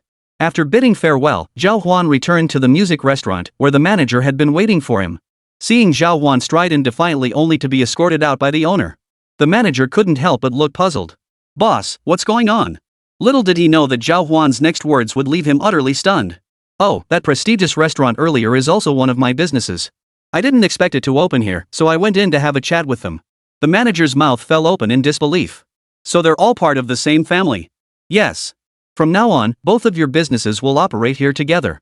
This location has quite a bit of foot traffic, so it shouldn't cannibalize each other's business. That's true. I was actually worried they might take over our market share. They won't. Look, even after they open, our place is still packed, right? Zhào Huān glanced over at the music restaurant. Business was booming on the Dongling University side, and young people always loved dining here. Once the music restaurant was packed, the prestigious restaurant across the way would also fill up. It must be said, universities are places with incredibly high foot traffic and strong spending power. Supporting both restaurants was a breeze. Oh, boss, you should go back up now. I noticed those girls sitting upstairs haven't said a word since you left. They're just staring blankly at the empty table, and something feels really off. Many friendships among girls are superficial, like the one between Hán Chǔxī and Sun Yuluo. Earlier, the two of them had nearly caused a minor incident over Zhào Huān. Hearing this, Zhào Huān nodded quickly and headed upstairs. Chapter 83, The Huge Change at the Sports Meet. The moment he reached the top of the stairs, Zhào Huān stared at the scene before him with a look of utter disbelief. All three girls were standing at the doorway, none willing to take a single step forward. Hán Chǔxī had noticed upon arriving that there were 6 seats here, making it a fairly large room. If Hán Chǔxī and her two friends were to sit down, along with Zhào Huān, the best arrangement would be for them to sit facing each other in pairs. This would leave 2 seats empty in the middle. This meant only one person could sit beside Zhào Huān. This arrangement particularly annoyed Hán Chǔxī and Sun Yuluo, who had already felt uneasy earlier. Neither of them wanted to sit next to Su Ro. Both hoped to secure the seat next to Zhào Huān. The dispute arose precisely because of this. No wonder the manager had warned them earlier when Zhào Huān arrived. What are you two standing around for? After being brought up, Zhào Huān looked at the three of them and asked helplessly. Waiting for you. Su Ro blinked her big eyes, deliberately stirring the pot. Earlier, Su Ro had thought Zhào Huān was invincible, that she could never find his weak spot. Little did she know that the moment she arrived, she'd encounter these two women brimming with tension around Zhào Huān. Ah, just take a seat. Zhào Huān waved his hand dismissively and walked over to the table with effortless ease. Hán Chǔxī and Sun Yuluo, however, went straight to Zhào Huān's side, sitting down on either side of him. Logically speaking, even if Su Ro sat directly with Zhào Huān, it wouldn't matter, it would avoid any awkwardness. But Su Ro didn't see it that way. My dear sisters, you've both gone to sit over there, leaving me all alone here. The moment these words left her mouth, the atmosphere between Hán Chǔxī and Sun Yuluo instantly became tense and charged with hostility. Ha, Yuluo, Xiao Ro mentioned earlier how happy she was to see you, her roommate. Why don't you sit with her and catch up? Hán Chǔxī spoke first, firmly staking her claim to the seat beside Zhào Huān. That's what they call the fierce resolve of the main wife strike when the time is right. But Sun Yuluo couldn't stand being provoked. Walking away now would be admitting defeat to Hán Chǔxī. Regardless of whether she truly wanted to be with Zhào Huān, she wasn't leaving today. Chǔxī, didn't you say Zhào Huān isn't your boyfriend? Standing so close, could it be you're having second thoughts? Sun Yuluo's provocation made Hán Chǔxī's cheeks flush. What does this have to do with seating? I just remembered something about our school sports meet. Zhào Huān is my assistant, I need to show him some documents later. The moment the words left her mouth, Hán Chǔxī froze. A freshman serving as student council secretary? That's against the rules, isn't it? It was clear Sun Yuluo knew the school's regulations inside out. She was deeply displeased that Hán Chǔxī had arbitrarily arranged for Zhào Huān to be placed under her command. What kind of nonsense is this? She's reaping all the benefits of being in the right place at the right time. After becoming president recently, I made some adjustments giving newcomers opportunities to grow. Many sophomores are highly capable, yet serving as secretaries wouldn't challenge them. That'd be a waste, wouldn't it? Hán Chǔxī truly lived up to her reputation as the student council's mastermind. Even when facing a sharp-witted girl like Sun Yuluo, she silenced her with just a few well-chosen words. Fine then. I'll go hang out with little Ro. Sun Yuluo realized arguing further was pointless. With a cold snort, she sat down beside Su Ro across from her. Zhào Huān noticed the smile on Su Ro's lips was now strained. Truth be told, the most awkward person caught in the crossfire between Hán Chǔxī and Sun Yuluo was Zhào Huān. Su Ro just loved seeing Zhào Huān squirm. It was just too entertaining. Knock knock knock. Just then, a series of knocks sounded from outside. Sir, the food is ready. Shall I serve it now or later? The manager of the music restaurant entered and addressed Zhào Huān with utmost respect. Bring them now. Zhào Huān was starving. He had specifically instructed them to increase the portions of these dishes when he arrived today. Yes, sir. Course after course was brought to the table. Su Ro's eyes lit up instantly. Wow wow wow wow. What the hell are you screaming about? Not only Zhào Huān, but even Hán Chǔxī and Sun Yuluo looked at her in astonishment. I've never seen anything like this before. You've never tried foreign cuisine? Nope. I grew up eating communal meals in the compound. Even when I went out, it was just banquets or formal dinners. My dad said only our country's food is worth eating. Foreign stuff is just the same old things over and over, not worth the trouble. Oh, that's the honest truth. With 8 major culinary traditions and tens of thousands of dishes, their own cuisine was both delicious and incredibly diverse. Foreign meals were either grilled steak or sashimi and such. People aren't used to eating them. Even the dishes at Zhào Huān's Western restaurant had been adapted to local tastes. But these dishes today are pretty novel. I might try a little, just don't tell my dad. Yeah, right. I don't even want to see him. Su Guoqian was stubborn as a mule and fiercely protective of his own. Zhào Huān had figured that out the moment he first met him. He couldn't stand dealing with people like that. As they ate, Hán Chǔxī mentioned to Zhào Huān about signing up for the sports meet. Out of our 10 major departments, only the physical education department is holding its own intramural games and won't participate in the university-wide event. The rest will submit their rosters tomorrow. Let's schedule our competition times tomorrow afternoon to avoid conflicts. No problem. At that moment, Su Ro perked up. A sports meet? Can I join? Of course. But Xiao Ro, you're so petite, would you run sprints or? Hán Chǔxī welcomed anyone who wanted to join the sports meet. Several classes from the mechanical engineering department were also sending representatives. Sure. Just as they were talking, a call came in on Hán Chǔxī's phone. Sorry, I need to step out to take this call. Hán Chǔxī stood up, stepped outside, and returned 5 minutes later. Her expression had turned serious upon her return. What's wrong? Zhào Huān noticed her unease and asked. Things seem to have changed unexpectedly. The selection for this sports meet needs to be much more streamlined. We have to pick the absolute best of the best. What do you mean? Recently, the 4 universities in Dongling are all planning to hold sports meets. The Education Bureau is taking the lead in preparing to organize a joint autumn sports meet for all 4 schools, which will be held at Dongling Stadium. Whoa! Zhào Huān and Sun Yulua both sucked in a sharp breath upon hearing this. This meant competition, didn't it? And if each school fields teams, the outcome will directly impact their honor. Do we have enough time? Sun Yulua swallowed hard and asked hesitantly. Chapter 84, For the Name of Dongda. Not enough. This sports meet requires coordinating schedules across 4 schools and must be held this weekend, likely spanning 2 days. Hán Chǔxī's expression darkened. What had started as a cheerful school sports meet had suddenly turned into a competition against other schools. This added a lot more pressure. Zhào Huān's brows furrowed. Damn it! If it was held over the weekend, he might not even have a chance to participate. On Friday night, he and Su Tian were scheduled to attend the performance review meeting and shareholder vote at the group's headquarters in Happy Valley. Even though they'd be flying, which was fast, delays from various procedures meant it was uncertain whether they could return by Saturday. Can our school sports department send representatives? They probably could, but there's a rule limiting each college to a maximum of 5 participants, with each person allowed to compete in no more than 3 events. Team events don't count toward the limit. This time, points are accumulated based on rankings, and the final standings will be determined among the 4 major universities. After Hán Chǔxī finished explaining the rules, Sun Yulua instantly grasped the meaning. If everyone from the sports college competes, it'll be hard to pull ahead. The real battle is against athletes from other colleges. Yeah, you hit the nail on the head. Right now, the sports academy dominates most events. But to pull ahead of them, we need to find a few non-sports academy athletes and win those points. The meal wrapped up quickly.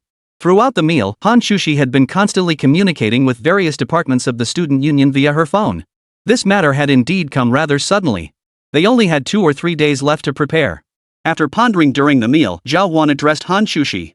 Our mechanical engineering department could have Su Ro take 1 spot. Su Ro? Hán Chǔxī was taken aback. Su Ro's petite frame didn't seem particularly remarkable. Su Ro has excellent physical fitness. She should have no trouble securing a few first-place finishes. The first day consists mostly of track and field events. Having her compete in those will help secure the points. Su Ro beamed with satisfaction, puffing out her chest slightly as she declared. Among all the students at your school, there aren't many who can match me. Su Ro was a member of the greedy wolf squad. Few who joined this team had subpar physical abilities. Zhào Huān had some trust in her abilities. After dropping her off at school, Su Ro's dorm was relatively close to Hán Chǔxī's. Zhào Huān took Hán Chǔxī first to escort both of them back. On the way back, Hán Chǔxī voiced the question on her mind to Zhào Huān. Zhào Huān, aren't you joining this time? With your physical abilities, we could definitely make up a lot of points. We'd even do well in team events like tug of war. I might not be able to make it until Sunday. I have some things to take care of on Friday and Saturday. Huh? What are you doing? Su Tian's run into some trouble and needs my help. Alright. I'll keep an eye out for events on Sunday and sign you up. Hán Chǔxī's eyes widened, filled with anticipation as she looked at Zhào Huān. Honestly, if anyone could turn the tide at this sports meet, besides Zhào Huān, she couldn't think of anyone else. We can go over it together tomorrow at noon. We'll need to compile the athlete roster anyway. Zhào Huān was definitely going to pitch in. Alright. If we get a good ranking this time, even with that petty advisor holding it back, your scholarship should definitely come through this year. That good? When the time comes, I'll personally apply for it through the student union. Money doesn't matter. Just getting back at him would make me happy. At her current status, Zhào Huān had little need for money unless she needed it for something specific. After bidding farewell to Hán Chǔxī, Zhào Huān walked back to the dormitory. He pulled out his phone and began checking his virtual currency holdings. After studying the figures for a moment, she sold all her holdings on the market. Within minutes, the transactions were complete. His account balance now stood at over 65 million, ready for tomorrow's bidding. Satisfied, he stepped into the dorm room, where the other 3 roommates were gathered together. Spotting Zhào Huān's return, they immediately pulled him over to Chen Shuang's computer. Zhào Huān, something big just happened. What is it? Check the top post on the campus forum. Zhào Huān turned his head and saw the headline prominently displayed at the top of the campus forum. The 4 great schools compete in the most thrilling autumn sports festival. This was undoubtedly Hán Chǔxī's doing. Among the students, only Hán Chǔxī had the clout to promote this event on the campus forum and coordinate with the forum administrators. Who would have thought that shortly after returning, Hán Chǔxī would already be stirring things up? It must be said, this senior truly had a knack for things. If she uses this topic to generate massive buzz, she could ignite the entire Dongling University community to defend their school's honor. This time, Dongling Agricultural University, Dongling Sports University, and Dongling University of Science and Technology are all coming at us full force. I heard our school was actually competing with them for the title of top Dongling last time. Zheng Qian suddenly dropped a bombshell. What do you mean? Zhào Huān, Wang Jia, and Chen Shuang instantly perked up. Well, we're all Dongling universities, but the name Dongda sounds like it represents the region's flagship institution. So many students from those schools claim they're from Dongda. So in the end, our people refuse to acknowledge it, insisting we're the real Dongda? Exactly. Both logically and emotionally, we've got the best faculty and the highest graduate employment rates. Calling ourselves Dongda is only fair. They're just a bunch of nobodies. Chen Shuang and Zheng Qian were both quick to get fired up. Hearing this, they instantly felt the title of Dongda University should rightfully belong to their Dongling University. Zhào Huān and Wang Jia nodded in agreement. There's also the issue of unequal resource distribution. With 4 universities in one city, friction is inevitable. You could say these 4 institutions have harbored resentment for years. Well, this competition will show them who's the real big brother. Alright, but this competition seems a bit biased toward Dongling Sports University. They're all athletic students. Zheng Qian began analyzing the situation with remarkable composure before turning his gaze toward Zhào Huān. Wang Jia and Chen Shuang also noticed Zhào Huān. Are you participating, Brother Huān? I can only join on the second day. Zhào Huān informed the 3 about his weekend plans. After pondering for a moment, they replied. Alright, we'll head to the mechanical engineering department to recruit some people and see if we can find capable help. With that settled, they set out to act. Meanwhile, the campus forum was buzzing. Everyone was scrambling within their classes, searching for capable individuals for the competition. In an instant, everyone's enthusiasm was ignited. Watching their efforts, Zhào Huān felt deeply gratified. Just then, an unfamiliar call rang through on Zhào Huān's phone. Chapter 85, Zhengzhou Grand Hotel. Hello? Zhào Huān, it's Li Dong. Remember me? Zhào Huān thought for a moment he was the opponent from the last competitive eating contest. I remember. What's up? Did you see today's forum at our Dongling University? Oh, you mean the sports meet? Right. I wanted to ask what events you're competing in. That way, us PE majors can steer clear. That's actually a great idea. Li Dong and the other sports academy students had all heard of Zhào Huān's reputation and knew he was exceptionally fit. If Zhào Huān were placed in events where physical education students held an advantage, it would be a wasted effort. After all, there's only one first place. This is your phone number, right? I'll send you the events I'm competing in tomorrow once I confirm them. No problem. After hanging up, Zhào Huān splashed water on his face and went to bed.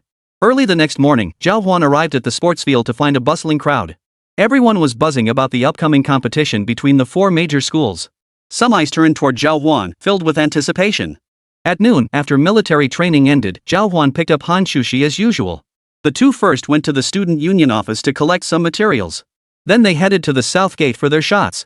At some point, people had grown accustomed to seeing Zhào Huān and Hán Chǔxī together. Your cold's mostly gone, right? Yeah, I felt better after the first shot, but it hasn't fully cleared up lately. Another shot today should do the trick. The 2 chatted as they walked toward the exit. Oh, I've finalized the events you'll compete in: shot put, high jump, the 3,000-meter race, and tug of war. What do you think? Sure, I'm good at any sport. By the way, is tug of war a team event? Does it give a lot of points? Generally speaking, team events carry a pretty significant weight in the scoring. Yes, the points for tug of war alone can match the combined rewards of 3 individual events. That sounds interesting. Worth a shot. Zhào Huān's strength had never been pushed to its limits. Thanks to the system, he frequently experienced explosive growth in his physical abilities. He now possessed the strength of several men combined, a fact even Zhào Huān himself was unaware of. After wrapping up student council duties at noon, afternoon military training commenced. Time slipped through his fingers in the blink of an eye. Perhaps having grown accustomed to the drill routine, many students no longer complained incessantly as they had at the outset. When the afternoon training ended, Su Tian approached Zhào Huān. It's about to start. Let's go. Alright, give me your account. Zhào Huān placed his money with Su Tian, entrusting him to manage it temporarily. As a student, Zhào Huān lacked the standing to participate in bidding for this area. No problem. After transferring the money in the car, they arrived at the Zhengzhou Grand Hotel. Zhào Huān put on a mask and followed behind Su Tian. Don't reveal my identity. I'll follow behind you. Zhào Huān's imposing build resembled that of a bodyguard, so trailing behind Su Tian drew no suspicion. The two entered the auction hall of the Zhengzhou Grand Hotel. As one of Dongling's most luxurious hotels, the Zhengzhou Grand Hotel boasted every conceivable amenity. Upon arrival, Zhào Huān immediately noticed the centerpiece of the bidding event, a massive screen hundreds of meters wide. The ornate ceiling decorations and plush carpeting beneath their feet all proclaimed this was a top-tier bidding event. Su Tian? Just as the two were about to step inside, a voice sounded from behind them. Turning around, Zhào Huān saw a person dressed in a gender-neutral style standing behind them, speaking up. Yen Yedong, you bastard, you're here too. How disgusting. The moment Su Tian saw him, his face twisted in disgust as if he'd swallowed a fly. Aren't you busy with your performance review lately? What are you doing meddling here? Yen Yedong ignored his rejection. My performance review meeting? What business is it of yours? You don't seriously think you can still hold on to that position, do you? Hearing this, Zhào Huān finally understood. This must be the person the board intended to bring in to replace Su Tian. Why get so worked up? Even if I don't get it, you're still here. You can contribute to the company just as well. Yen Yedong's words were half-truth, half-pretense, clearly a performance. His goal was to project an image of magnanimity. Unfortunately, Zhào Huān despised such people the most. You never knew when they might stab someone in the back. We'll discuss your situation once we reach headquarters. Su Tian didn't want to dwell on it either, so he simply turned and led Zhào Huān back to their seats. Dozens of major executives and corporate representatives had gathered for this bidding event. As soon as they sat down, Su Tian explained to Zhào Huān. This guy is a relative of one of our shareholders. He's been stirring up trouble lately. He seems calm and collected on the surface, but the moment he heard about replacing me, he rushed here to build connections and familiarize himself with the business. That was indeed quite hypocritical. He puts on such a magnanimous front, yet behind the scenes, he's more eager than anyone else. He won't get his way. Zhào Huān gave his final, definitive answer, which also brought Su Tian some relief. Soon, the auctioneer stepped forward.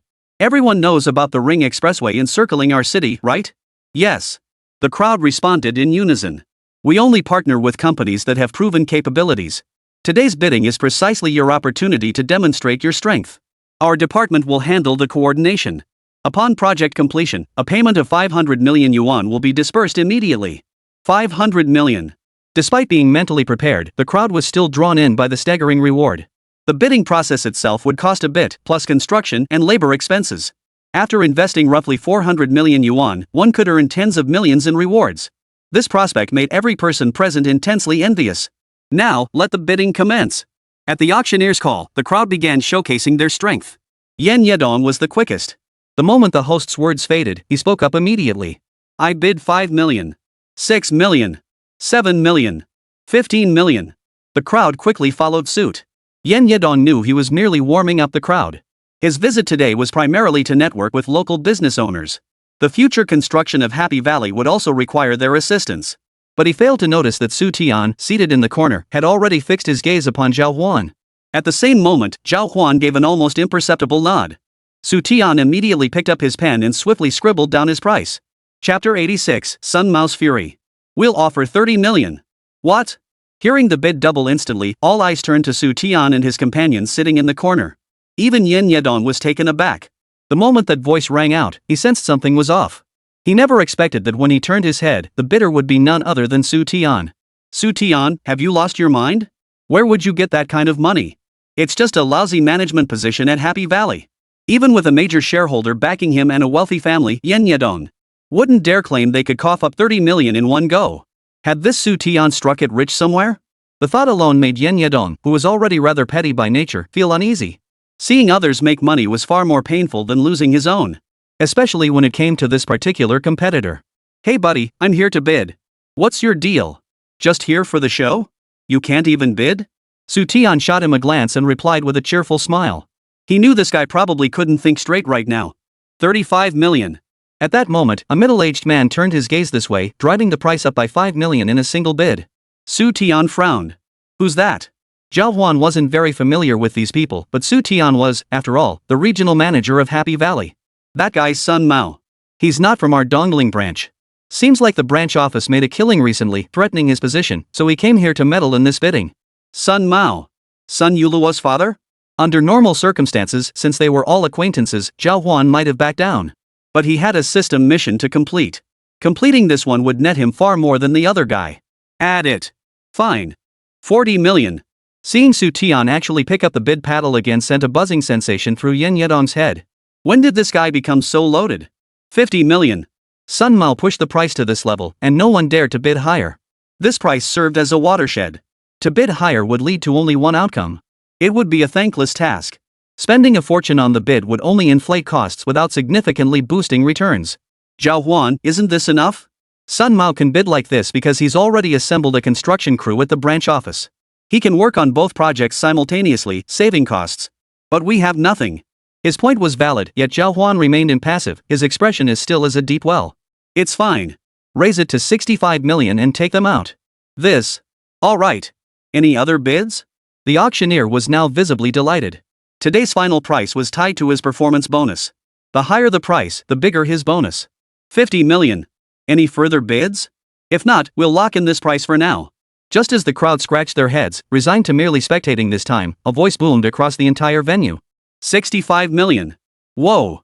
Turning toward the sound, everyone saw a middle-aged man, flanked by bodyguards, rise from the back and shout the bid. It was Su Tian again. Sun Mao frowned. Clearly, today's events were unfolding beyond his expectations. Someone was actually willing to pay a premium of 15 million yuan, even risking a confrontation with the Sun Group to secure this plot of land. Boss, should we still bid? No, but we can explore a partnership with him later. Sun Mao wasn't the type to be stubborn. Since Zhào Huān had gone to such great lengths to secure this deal, the costs he needed to suppress were substantial. Only by doing so could he avoid losing money. He happened to have a construction crew secured by his subsidiary at great expense, which could help Zhào Huān reduce costs. Zhào Huān wouldn't likely refuse. The bidding process concluded swiftly. In the end, Su Tian successfully secured the contract for this highway construction project. Congratulations, host, on completing the mission.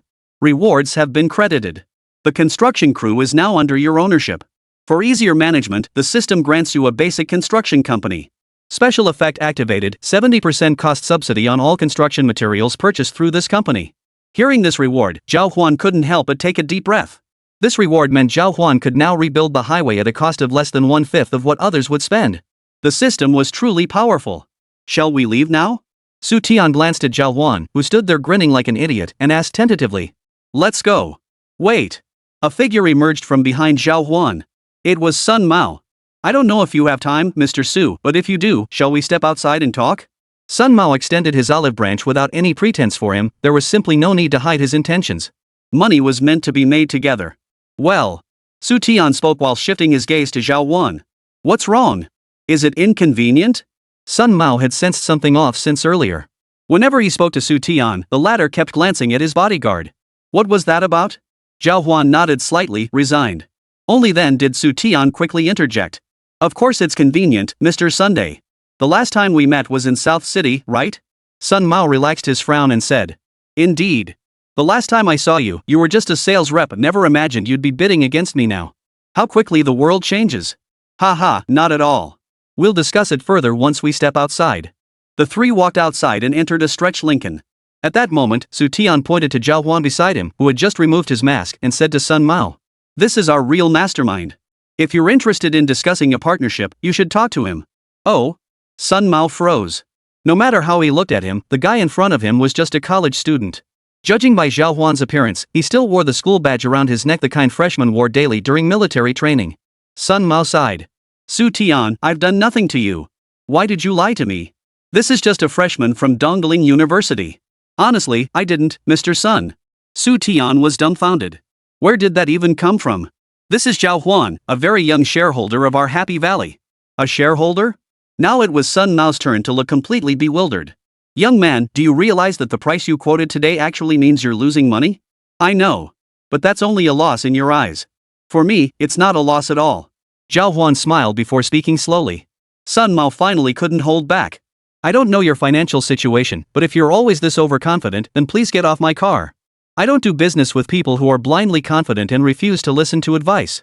Chapter 87, The Construction Company. He had no fondness for arrogant people like Zhào Huān. Sun Mao had already figured out that Zhào Huān was most likely some rich kid from a prominent family. Unaware of the value of money, he was recklessly squandering it here.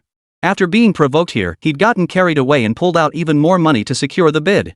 If you don't believe me, then forget it. Zhào Huān chuckled, offering no defense. For him, the cost was already extremely low. If he revealed his cost-reducing methods to outsiders, they would inevitably grow suspicious.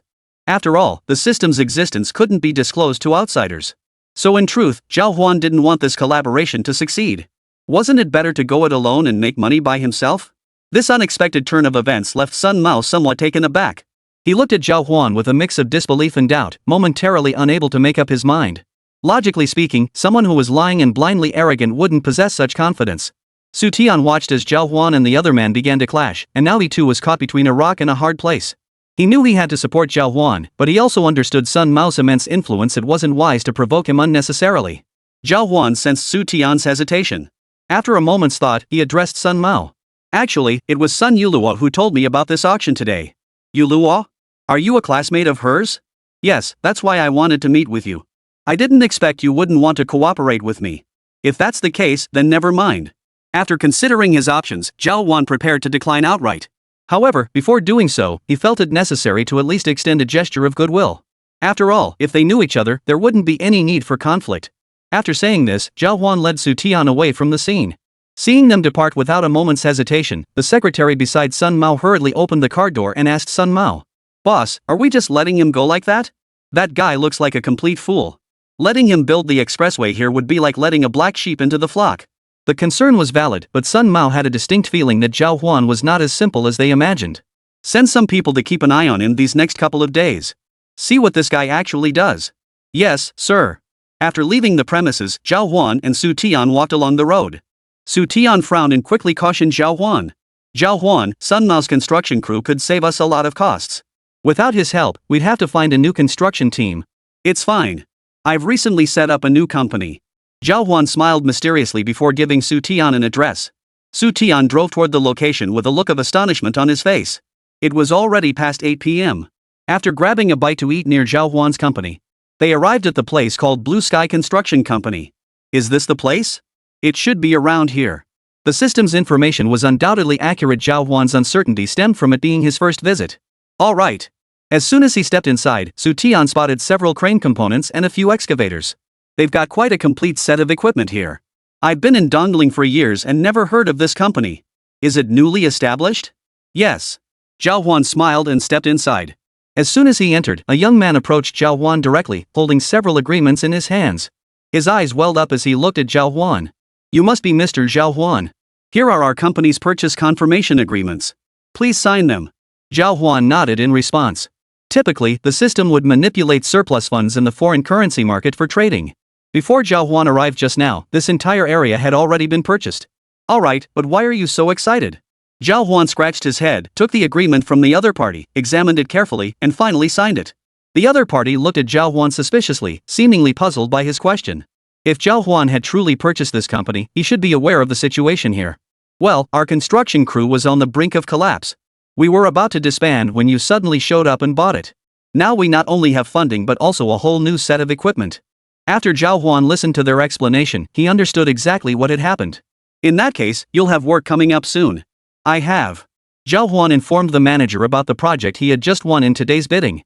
Upon hearing this, the man's voice trembled. This was easily the largest job they'd secured in recent memory. "Boss, this job is perfect for us. Everyone's been sitting around the dorm all day. Finally, some work to do. Why haven't you guys been getting any work?" Sigh. "It's because we had a safety incident during a previous project. The company's rating dropped and we couldn't get any work afterward." The manager of their company was named Li Ming. After Li Ming explained the situation in detail to Zhào Huān, the latter was somewhat taken aback. A safety incident? If that was truly the case, Zhào Huān's expectations for this company would drop significantly. After all, companies and construction crews with a history of safety incidents were unlikely to perform reliably on such a large-scale project. System. Why did you assign me a construction crew with a history of safety incidents? Zhào Huān silently questioned the system. But the system offered no response. If that was the case, then it should be fine. You guys just keep working. Unless buying this company meant hiring a permanent construction crew. That would significantly reduce costs. At this moment, Zhào Huān also noticed another piece of information the system had provided him. Oh, and for this project, I need the highest quality construction materials. You can purchase whatever you need, I'll reimburse all expenses later. The system provided Zhào Huān with an account. Thanks to a 70% discount, he only needed to pay 30% of the cost for purchases. After finishing his speech, Zhào Huān handed his bank card to Li Ming. Li Ming immediately nodded. He didn't know exactly how much they had spent on this bid. But he understood Zhào Huān was the kind of boss who cared about his employees. After all, choosing the highest quality building materials carried significant risk for them. With that thought, he asked again. Boss, are you sure you want the best materials? Chapter 88, Unmasking Young Master Han's Identity? Of course. After assigning the task, Zhào Huān entrusted all subsequent actions to Li Ming. Though they hadn't taken on a job in ages, they were still quite familiar with the procedures for many construction projects. So they promptly got to work.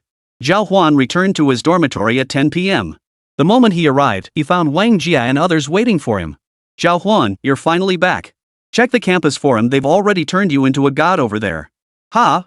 Not again. Zhào Huān's face darkened. Lately, the nickname Dongling Superhero had been spreading like wildfire. Many hoped Zhào Huān would achieve top results at the sports meet, bringing glory to Dongling University. The moment he returned today, Zhào Huān saw the posts flooding the forum. The battle of the four great universities, can Dongling Superhero turn the tide? This was undoubtedly Hán Chǔxī's doing. Zhào Huān immediately called Hán Chǔxī. Senior, how did I become Superman again? A soft chuckle came through the phone. Pretty impressive, huh? Lately I've been thinking about setting up a heroic role model for our school. After much consideration, you're the only one who fits the bill, so I just went ahead and brought you out. Zhào Huān's face darkened. But what if I don't place well in the competition? Impossible. I believe in you. Fine. Zhào Huān hung up the phone, lay back on his bed, and continued preparing to chat with his old friend Hán Shào.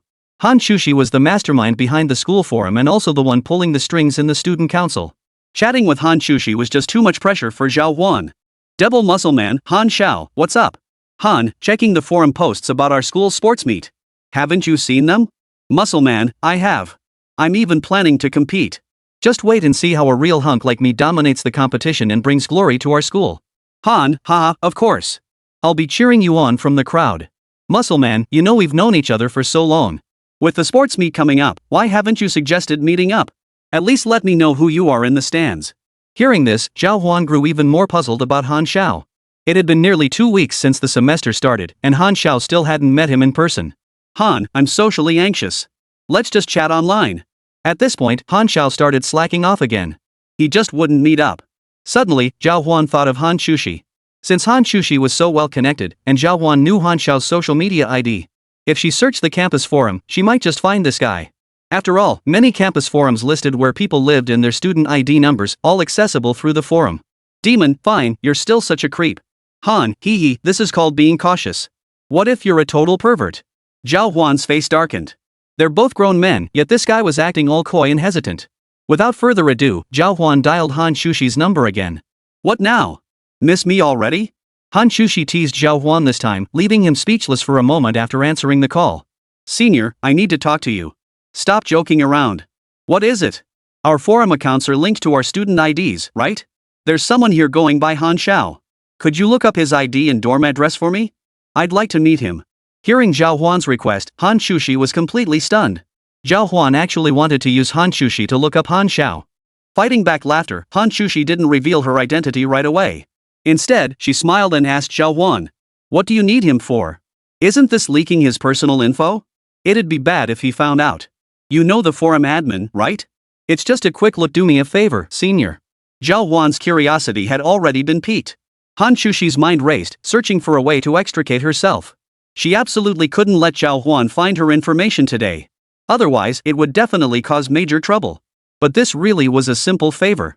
Refusing Zhào Huān would make it even harder to cover her tracks. The thought gave Hán Chǔxī a headache. How about this? I'll have someone look into it for you first. I'll give you the results tomorrow. No problem. Zhào Huān nodded immediately. Young Master Han. Finally, I get a chance to see your true colors.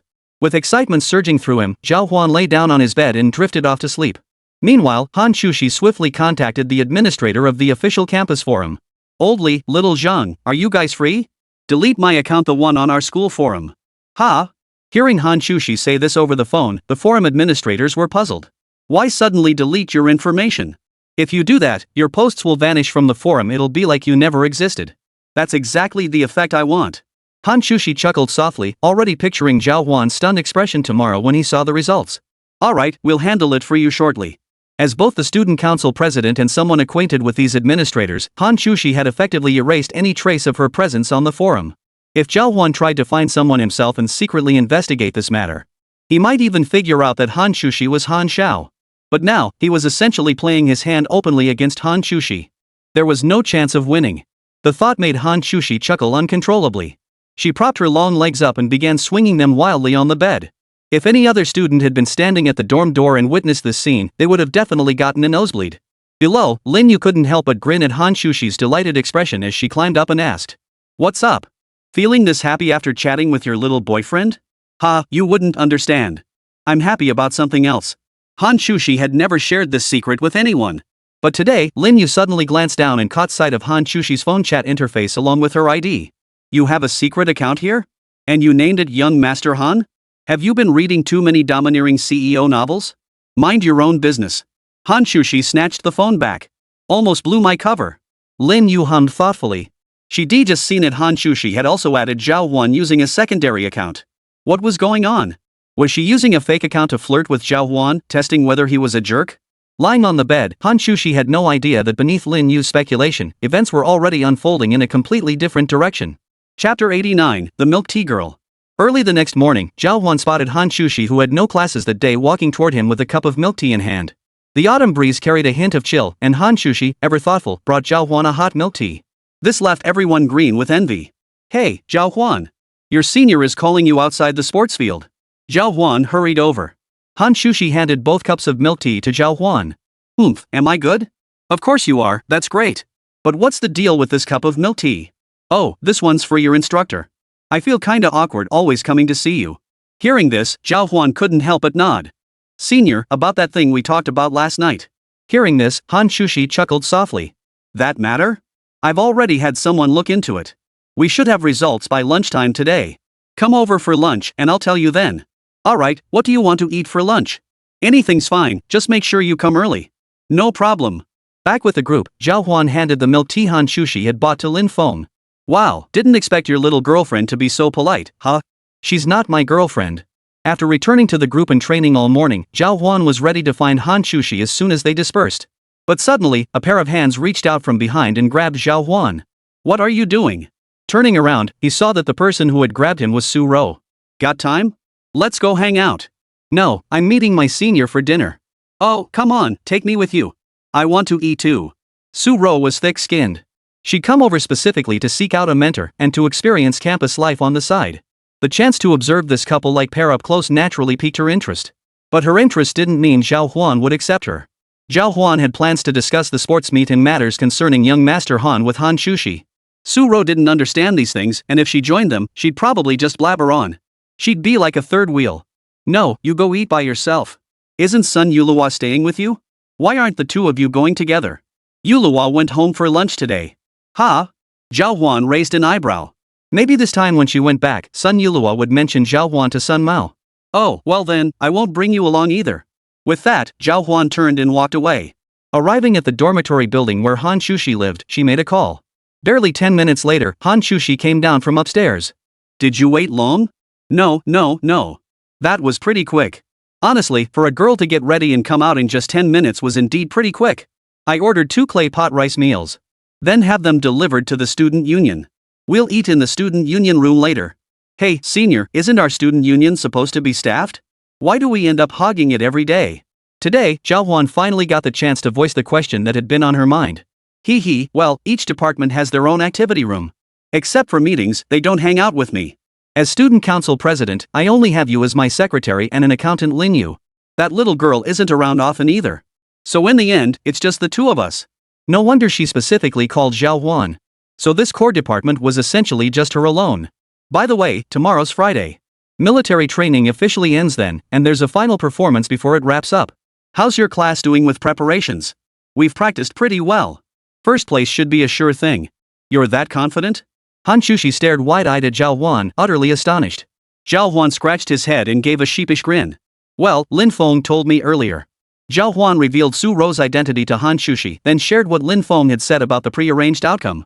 Upon hearing this, Hán Chǔxī was utterly shocked. Is that even possible? Of course. But please don't spread this around, senior. Even if you did, it wouldn't matter, everyone's already tacitly accepted it. True. 2 weeks of training can only polish your spirit and energy at best. Expecting any real results is impossible. No wonder they've already made their decision. So, tomorrow's just a formality. I'll be leaving after that. Zhào Huān mentioned attending the shareholders' meeting. You're going to help Su Tian, right? Su Tian had been openly and covertly supporting Zhào Huān all along, even showering her with gifts all for tomorrow's shareholders' meeting. Zhào Huān had mentioned it to Hán Chǔxī earlier. Yes, senior. Did you finish investigating that matter we discussed yesterday? Zhào Huān was dying to know about Hán Shào's situation. Haha, I've got it. Take a look. Hán Chǔxī pulled out her phone, displaying her chat history with several forum administrators. We couldn't trace this person's identity. Even knowing the ID wouldn't help much. There are several administrators on the forum, right? Why can't we find anything? Well, his account must be encrypted or something. I have no idea. Hán Chǔxī feigned ignorance, batting her big eyes cutely. But she really didn't know anything. Ah, never mind then. She thought she'd found some clues, but it turned out to be a complete waste of time. Zhào Huān sat nearby, eating while casually helping Hán Chǔxī sort through the various documents for the sports meet. Zhào Huān, you read so fast. Hán Chǔxī had unconsciously moved closer to Zhào Huān, their shoulders touching. Zhào Huān ate quickly. After finishing, he focused his gaze on the documents before him, flipping through the pages at a speed that seemed to take in 10 lines at a glance. Ha, it's one of my special skills. Are you some kind of video game character? With skills and all? It did sound a bit like that. After all, the system had granted him many special talents. Zhào Huān scratched his head, unable to help but think to himself. Alright, there are 43 participants in total. But you signed Su Ro up for so many long-distance races, she's going to be exhausted. Didn't you say she's really good at it? Hán Chǔxī saw that Zhào Huān wasn't just flipping through the pages casually, he'd actually read through every single participant and event. She couldn't help but feel a bit surprised. How do you read books? Teach me. Her soft body pressed against Zhào Huān's as Hán Chǔxī began observing his movements. Seeing this, Zhào Huān couldn't help but scratch his head. I suppose I could teach you. As he spoke, Zhào Huān took Hán Chǔxī's hand in his, preparing to break down his reading method to see if he could teach her. Chapter 90, The Stolen Kiss and 3 Rules. But he failed to notice that Hán Chǔxī's face had already flushed as red as an apple. My reading habit is to make guesses, then cross-reference. Zhào Huān proceeded to analyze the quantum reading method granted by the system, explaining it step by step to Hán Chǔxī. But Hán Chǔxī was already losing her composure. Slowly, she leaned her body against Zhào Huān's, and in that moment, the distance between them grew ever closer. It wasn't until Zhào Huān had been talking nonstop for 2 minutes that he finally felt the warm breath against his chest. Senior. He slowly reached out his hand. Zhào Huān didn't refuse, instead, he pulled Hán Chǔxī into his embrace. Such a small room was perfect for mischief. Even at noon, few people ventured inside this building, saw very little foot traffic. With no restraints, the flames of desire could burn freely. Zhào Huān suddenly recalled the scene on the Ferris wheel. Hán Chǔxī's eyes were filled with desire, and both of them were breathing heavily. For some reason, when Zhào Huān embraced Hán Chǔxī today, she offered no resistance whatsoever. Was this tacit consent? Zhào Huān slowly lowered his head, preparing to kiss her again. Having already done it once, the second time felt effortless. He lowered his head, and the two were lost in passion. As her warm lips touched Zhào Huān's, Hán Chǔxī's face flushed crimson. But just then, footsteps suddenly echoed outside the door. Tap tap tap. The door swung open. Upon hearing the footsteps, Zhào Huān and Hán Chǔxī quickly pulled apart. After all, both of them felt a bit guilty. What are you two doing here? Did I come at a bad time? Lin Yu poked her head in from outside, curiosity written all over her face. Nothing much, just handling some student council paperwork. You've been slacking off lately, so I had to ask Zhào Huān for help. Hán Chǔxī discreetly smoothed the slightly messy hair above her forehead. Nothing major lately. Just need to round up the team members for the competition. I trust you. Lin Yu scratched his head, knowing he was in the wrong, and could only laugh it off. What about you? What brings you here? Me? I'm here to find last quarter's invoices. Need to tally them up soon. Alright, have Zhào Huān help you find them. He has a good memory and knows where they're kept. Zhào Huān felt a twinge of unease at that moment. Hearing this, he immediately stood up and began searching. Oh, wait a minute. What were you two doing here just now? A sly smile played at the corner of Lin Yu's mouth. Hán Chǔxī's movements seemed relatively normal, but Zhào Huān's actions were another story. Something was clearly off. Upon hearing this, both Hán Chǔxī and Zhào Huān immediately turned their faces away. Nothing. Both of them said in unison. Lin Yu instantly understood everything. Don't underestimate a woman's intuition, you know. Whatever. I'm not going to bother arguing with you two. I'm outta here. Taking the item from Zhào Huān's hand, Lin Yu promptly walked away. She knew when to stop. There was no point in sticking around to tease them further. Seeing the awkward expressions on their faces was entertaining enough. Clang. The door slammed shut once more. Only then did Hán Chǔxī finally react. Turning to face Zhào Huān, Hán Chǔxī demanded. What were you doing just now? Didn't you say last time that was the last time? Senior, Zhào Huān couldn't defend herself. The two of them had indeed gotten carried away earlier in that small room, with such close physical contact between a man and a woman. Both were young and full of vitality. It was impossible to explain. What do you mean, I really didn't mean to, I was just. You did it on purpose. You took advantage of me being a bit sleepy to get handsy. Hán Chǔxī grew flushed as she spoke. Truthfully, nothing significant had happened today. She just couldn't stand being bullied by Zhào Huān like this anymore. Honestly, it just happened, you know, when things get heated. Zhào Huān quickly gathered his things, ready to make a run for it. This sort of thing was impossible to explain clearly. If she latched onto it, it would be trouble. Seeing Zhào Huān panic and try to run away, Hán Chǔxī burst out laughing. Come back. Oh. I'll make 3 rules with you. If you accept them, I'll pretend today never happened. What 3 rules? Do you agree or not? Fine. Zhào Huān quickly raised his hands in surrender. First, no ambushing me. Second, you must never speak of today's events. Third, I haven't thought of it yet. I'll tell you when I do. So hastily? Anyway, I'm putting a stop to your constant sneak attacks. How is this an ambush? Hán Chǔxī was practically pressed against Zhào Huān's chest. If anyone was ambushing anyone, it was the other way around. I don't care. You're still ambushing people. That's not fair play. After bickering for a while, it was time for the afternoon military training session. Zhào Huān stood up and tidied his papers. Senior, I'm heading out now. Alright, I'll have someone distribute the list to each college shortly. Waving goodbye to Hán Chǔxī, Zhào Huān descended the stairs 4 or 5 at a time, exiting the academic building. The moment he reached the field, a familiar figure came into view. Sun Mao and his daughter, Sun Yuluo. Zhào Huān. Sun Yuluo spotted Zhào Huān in the crowd and waved at him. Zhào Huān walked up to the father and daughter, looking somewhat surprised. What's up? This is my father. Sun Yuluo quickly pulled Sun Mao forward and introduced him to Zhào Huān. I know. Zhào Huān had already met Sun Mao yesterday. No introduction was needed. Here's the thing, yesterday my father might have been a bit upset. He didn't know your true capabilities. When I got home today, I explained everything to him, and he feels really bad about it. If you're still short on construction crews, would you consider bringing our company on board? In business, the most important thing is not to be too proud to ask. Only those with thick skin can make money. Both Sun Mao and Sun Yuluo understood this principle. So when he heard his daughter's account today, he understood Zhào Huān's capabilities. Coincidentally, his daughter and Zhào Huān shared some connections. By leveraging this relationship, he might just turn adversaries into allies. That could work. After all, another construction crew means more manpower. I'll give you the phone number of our construction company's manager. You two can get in touch with him. Zhào Huān handed them the contact information for Blue Sky Construction. He knew nothing about these matters and couldn't negotiate them anyway. It was perfect that the manager of Blue Sky Construction could handle the cooperation talks. Adding another construction crew would also help Zhào Huān recover his funds more quickly. A hint of delight flashed across Sun Mao's face. Zhào Huān, are you free tonight? Want to grab dinner? Chapter 91, Cosmic Level Beauty. I'm pretty busy every weekend these days. How about next week? Despite Sun Mao's high standing, even the CEO of his subsidiary was already a trustee at Dongling University. Zhào Huān genuinely had matters to attend to that evening. Not only did he need to familiarize himself with the sports meet procedures, but he also had to prepare for the shareholders' meeting. He just hoped he wouldn't embarrass himself when he got there. Hearing this, Sun Mao didn't press the matter. He nodded and said, "In that case, I'll have my daughter reach out to you more often. If you're free for dinner, just let me know. I'll likely be staying around for another fortnight or so." No problem. After Zhào Huān left, a faint blush spread across Sun Yuluo's small face. It seemed clear that in the coming days, she would have ample opportunity to interact with Zhào Huān. Father, I'm off to military training too. Go ahead. Keep in touch with that kid more often. Got it.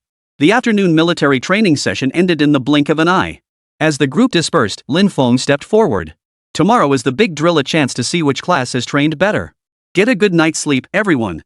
Let's show off the spirit of our mechanical engineering department tomorrow. Yes, sir.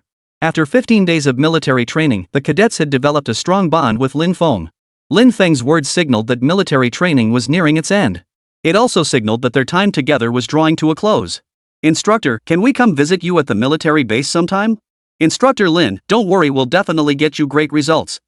Go get some rest now. Lin Feng was a very macho man who didn't care much about farewells.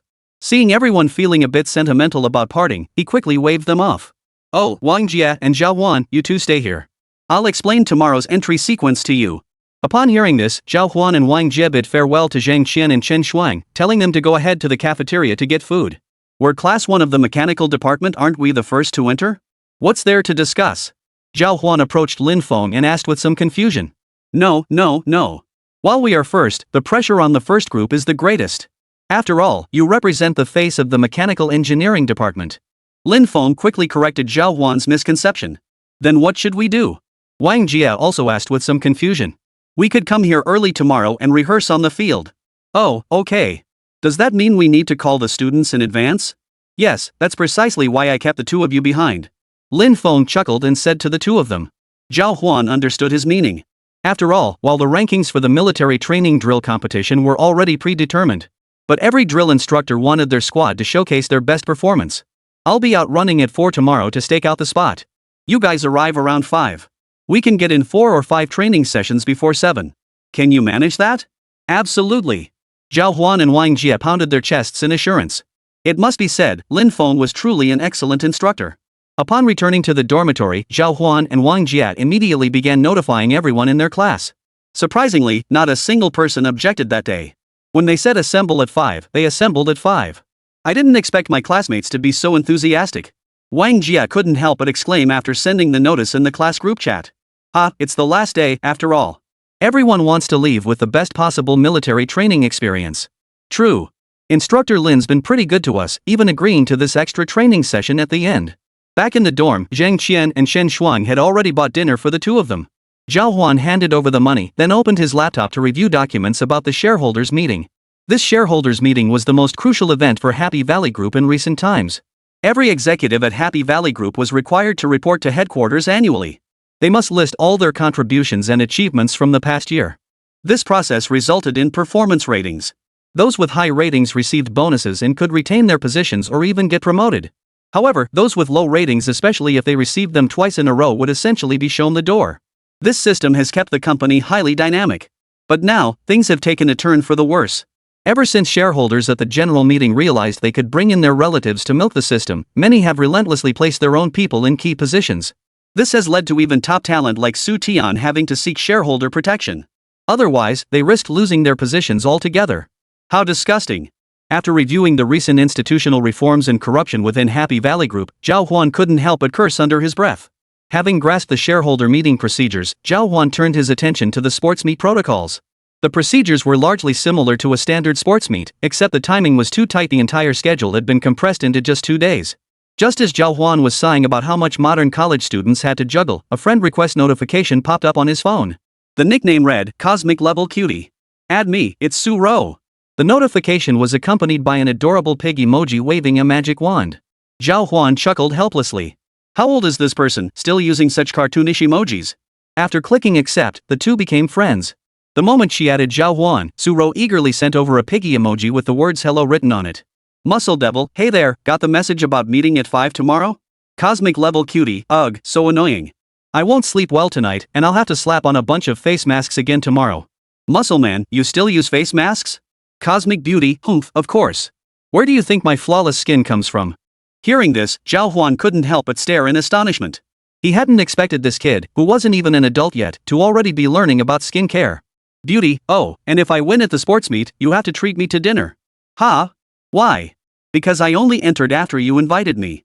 4 or 5 events a day, plus preliminaries and finals, it's exhausting. Come to think of it, that made sense. Zhào Huān finally nodded in agreement. If you place well, I'll treat you to something nice. For every championship you win, I'll bump up the meal allowance by 1,000. Chapter 92, The Troublemaker of Military Training.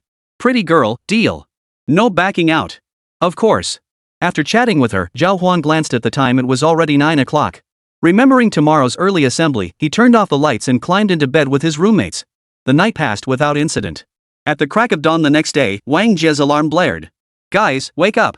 Zhào Huān glanced at the clock. It was already 4:30 a.m. He scrambled out of bed, washed up, and followed Wang Jie and the other two to the playground. The turnout seems a bit light.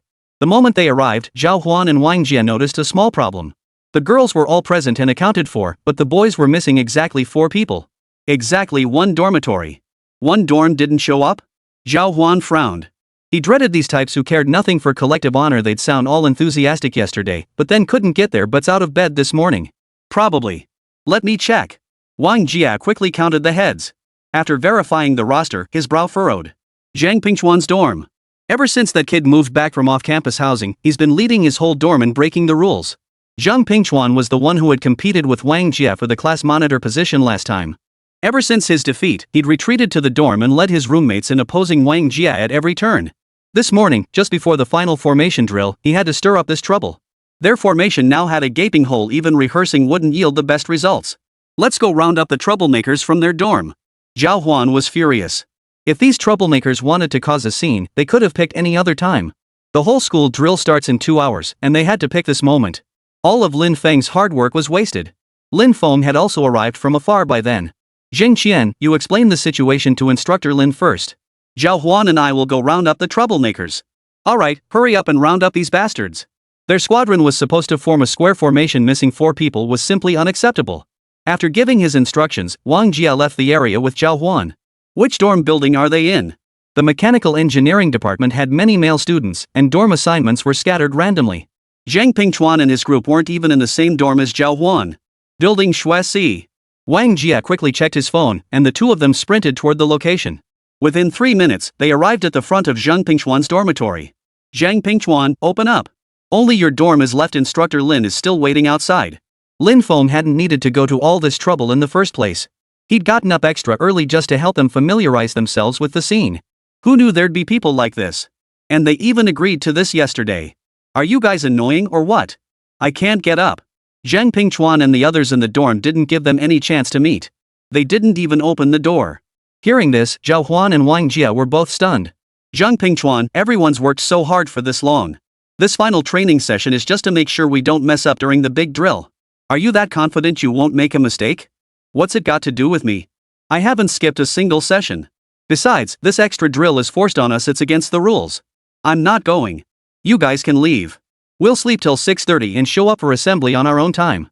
Seeing this guy acting like a dead pig, fearing no boiling water, Zhào Huān was furious too. Forget about them. Let's go. This was a group activity. They couldn't just linger here because of these few people. Then what should we do? Wang Jie looked utterly bewildered. Heh, kick them out. We're short 4 people anyway. We'll just rearrange into a new formation. There are far too many troublemakers like this. Getting into a fight with them would be a complete waste of time. Zhào Huān had already come to terms with it. Given the situation, kicking them out was the best choice. It wouldn't leave a bad taste in his mouth. Fine. The two made up their minds and headed straight back to the field to share their plan with Lin Feng. Sigh, fine.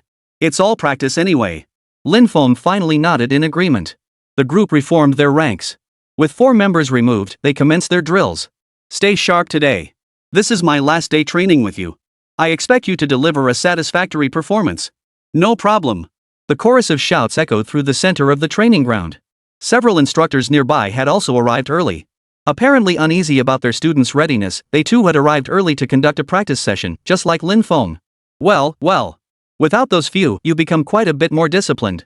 As Lin Feng observed the training, he couldn't help but notice this change. Who knew that? Upon hearing his words, the crowd immediately chimed in. Those troublemakers really were dragging us down. I told Zhang Pingchuan last time his arm swing rhythm was off, but he stubbornly refused to admit it. Yeah, those guys in their dorm walk around so sluggishly. Watching their movements last time nearly threw me off completely. These remarks quickly sparked a heated discussion among the group. In the end, everyone actually reached a conclusion. Thank goodness we kicked those guys out. That's one of the gains from this morning's early training session. Seeing this, Wang Jie and Zhào Huān felt their anger subside considerably. As for Zhang Pingchuan and his crew, if they didn't want to participate in group activities, then so be it. By the time training neared 7 o'clock, Zhang Pingchuan and his group finally showed up. Upon seeing them arrive, the others didn't return to their original formations or make room for them. Let us in. Where are our spots? Gone. Zhào Huān retorted from the sidelines. Zhang Pingchuan and the others were all dumbfounded. If they couldn't participate in the final training session, they'd definitely get scolded by the counselor later. It might even lower their GPA. They had figured that since it was a formation drill, they couldn't be short-handed. Without them, the formation couldn't be completed. They figured they couldn't be replaced. But unexpectedly, everyone's movements had already been drilled quite well. After rearranging, the formation actually looked even better. Then what are we supposed to do? Zhang Pingchuan swallowed hard, asking awkwardly. Stand over there and watch. That's the biggest contribution you'll make to our class. Wang Jia gestured toward a small empty section in the audience area. In the end, Zhang Pingchuan and the others could only slink over to that spot. Then, the sound of ding dong rang out. The sky finally brightened. Lin Feng raised his head and said, Everyone, get ready. It's about to begin. After training for nearly half a month, the moment of conclusion had finally arrived. Chapter 93, Betrayal by a Familiar Face. It was Friday, and Hán Chǔxī's dorm had no more classes for the day. When she came out for breakfast, Dong Li saw the bustling crowd of freshmen and remembered today was the final day of military training. I think it ends today, right? Yeah, your little boyfriend's doing the final drill. Why don't you go see how they're doing? Lin Yu nudged Hán Chǔxī from the side. Should be pretty interesting. Think of it as reliving our youth. Let's go. Hán Chǔxī nodded and led her roommates toward the field where Zhào Huān was stationed. As soon as they arrived, they saw formations of soldiers marching in formation. They were shouting slogans in unison. We were just like this last year. Chen-Lan couldn't help but feel nostalgic upon seeing the freshmen. Yeah, it feels like just yesterday. While the others chatted idly, Hán Chǔxī's gaze scanned the crowd relentlessly. Finally, she spotted someone standing out like a sore thumb in the mechanical engineering team, a figure nearly 2 meters tall. It was undoubtedly Zhào Huān. Their formation is marching quite well. Dong Li, Ling Yu, and the others, who had all undergone military training, couldn't help but praise the movements of Class 1 of the Mechanical Engineering Department. Uniform and precise, their chants boomed loud and clear. As they marched past the field, Zhào Huān spotted Hán Chǔxī and quickly gave her a wink. Now, all of them were dressed in the camouflage uniforms from military training, giving them an exceptionally dashing and spirited look. Hán Chǔxī caught sight of Zhào Huān's figure and the signal he sent her, and her cheeks flushed slightly. He's winking at you, Chǔxī. Lin Yu was the first to spot Zhào Huān's gesture, tugging Hán Chǔxī's sleeve with a grin. That rascal. We're in the middle of a major drill, and he still has time to look at me. Hán Chǔxī's words sounded annoyed, but deep down, she was overjoyed. Among all the people in the stands, a boy had managed to spot her precisely and even divert his attention to send her signals. Zhào Huān definitely still had feelings for her. The drill concluded swiftly, and the championship title undoubtedly went to Zhào Huān's class. After all, Su Ro's father was the commander of this region, holding a rank even higher than Yi Hui's. Thus, no one raised any objections to the results. Of course, their actual performance during the training itself had been outstanding. With military training concluded, Lin Feng's duties were effectively fulfilled. Calling Zhào Huān over, Lin Feng said to him, It won't be so easy to see me from now on. We're preparing to head back. If any tasks come up, they'll be relayed through Su Ro. You two remember to stay in touch. No problem. Are you free tonight? Want to grab dinner together? No way, there are rules. I can't eat with you kids. Lin Feng patted his shoulder, and many mechanical engineering students behind Zhào Huān also came forward. Some young female students had even sewn a small gift especially for Lin Feng. After leading them for over 10 days, despite his strictness, Lin Feng had left a deep impression on everyone. Humans are creatures of habit. After getting used to military training life and Lin Feng's strictness, suddenly having to change things up inevitably felt a bit unsettling at first. Brother Jia, gather everyone tonight. I've already booked a room. Zhào Huān had already secured a spot at the Riverside Hotel. Alright, bring your senior sister along tonight? Wang Jia nodded immediately, but Zhào Huān waved him off. I won't be going tonight. I've got something to do. Ha! Normally, if he had no plans for the weekend, Zhào Huān would have gone. But with the upcoming athletic meet among the 4 major universities, Zhào Huān needed to resolve the matter with Su Tian beforehand. It's a bit complicated to explain. Alright, I'll explain it to them later. If you're busy, just go handle your business. Wang Jia knew how to handle himself, he understood when not to pry. Thanks for taking care of it. No need to thank me. Wang Jia laughed heartily and slapped Zhào Huān on the shoulder. Many in the class were feeling incredibly satisfied today. After securing first place, their GPAs had increased significantly. Wang Jia stepped forward to announce the news to the group. Great job, everyone. If you're free, let's grab dinner together. Zhào Huān's already booked a restaurant for us. Wow. That's awesome. Let's go, let's go. Perfect timing for us all to hang out together. Military training's over, time to celebrate. Everyone enthusiastically agreed. Wang Jie collected the list of attendees before heading back to the dormitory. As for Zhào Huān, he made his way to the bleachers. Hán Chǔxī's beautiful eyes darted around, constantly fixated on him. No classes today? Yep. We came early this morning to watch your final performance. Lin Yu hurried over to say. Thanks for coming all this way to see us, seniors. I'll grab you guys some bubble tea later. Absolutely. Shenlan and Don Li immediately cheered. I'll be heading over to Su Tian's place soon. Can you handle tomorrow's student council matters? If not, should I ask Sun Yulua to help you? Sun Yulua was quite capable at handling tasks after all. She grew up in a business family and had been exposed to it since childhood. It'll be fine. Having her come would be best, but are you leaving so soon? Yeah, time's a bit tight. This way I can get back sooner. Hearing this, Hán Chǔxī said no more. Drive safely. After bidding farewell to Hán Chǔxī, Zhào Huān walked out of the campus and drove his McLaren S straight to Happy Valley. As the weekend approached, the place was bustling with activity. Su Tian had already received word before Zhào Huān arrived and had come out early to wait for him. But today, his expression was rather grim. Inside the management office of Happy Valley, a crowd had already gathered. Leading the group was none other than Yen Yedong, the man Zhào Huān had encountered during the previous bidding event. The moment this guy spotted Zhào Huān and the car he was driving, it all clicked into place. Su Tian, so you've brought some rich kid to show off your connections here? That's hilarious. Sending a child to challenge me? Yen Yedong had figured it out. Su Tian's ability to splash out over 60 million last time was entirely due to this kid's presence. Who I bring is none of your business. His pride wounded, Yen Yedong seethed with displeasure, ready to explode. But Su Tian had no intention of letting him continue the interrogation here. Xiaoqin, Yen Yedong's review is over. Our company has no issues. Show him out. Xiaoqin, the security chief here, usually followed Su Tian's orders without question. But today, for some reason, he didn't move at all after Su Tian finished speaking. Xiaoqin? Chapter 94, Company Director. Su Tian looked at him in surprise. At that moment, Xiaoqin lifted his head with a smirk, his face dripping with sarcasm. Brother Su, do you really think this place still belongs to you? President Yen is about to take over. Your words here carry no weight anymore. When did he buy you off? Su Tian was furious at this turncoat. Ha! A wise bird chooses its perch. Isn't following me better than sticking with you? You're just a mud-legged peasant. Did you really think you were something special? Yen Yedong was utterly arrogant, showing Su Tian no respect whatsoever. He had the confidence and the backing. Taking over as general manager of this place was a done deal. Let me tell you, you'll never get that seat. Su Tian shouted furiously at Yen Yedong, his face flushed red with rage. The betrayal by someone he trusted deeply enraged him. If it had been anyone else, it wouldn't have mattered. But Xiaoqin? He had personally groomed him. Fortunately, he hadn't yet informed Xiaoqin that Zhào Huān already held a 30% stake. Had Yen Yedong known this beforehand, he might have made entirely different plans. Su Tian, save yourself some dignity.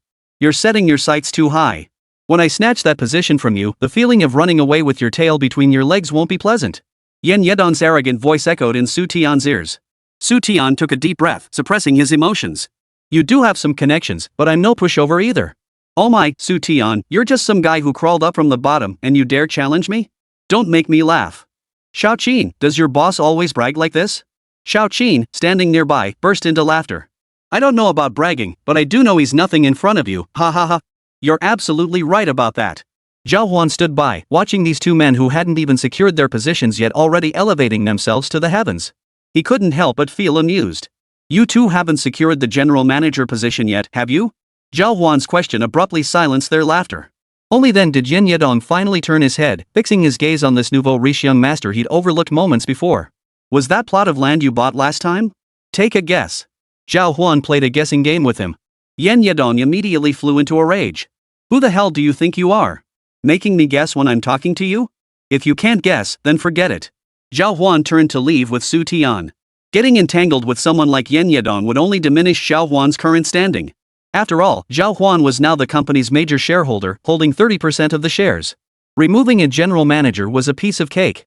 Once Yen Yedong learned Zhào Huān's true identity, he'd likely be so terrified he'd fall to his knees begging for mercy.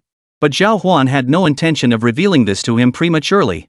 The real crushing defeat would unfold at the performance review meeting. That's when Zhào Huān would appear in the shareholder section, and his expression would be priceless. You brat! I advise you not to get so cocky. Bringing Su Tian along will only drag you down. That guy has no connections and no money. You get my drift? I don't get it. All I know is he's far better than you mad dog who only barks nonsense. Who the hell are you calling a mad dog? Yen Yedong stormed straight up to Zhào Huān.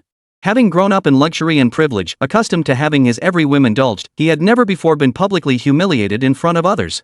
Shao Qin, standing nearby, immediately stepped forward, eager to make an impression on his new boss. But the moment he reached Zhào Huān's side, he realized he seemed rather hesitant to provoke him. Compared to an average person, Zhào Huān's physique was easily twice as imposing.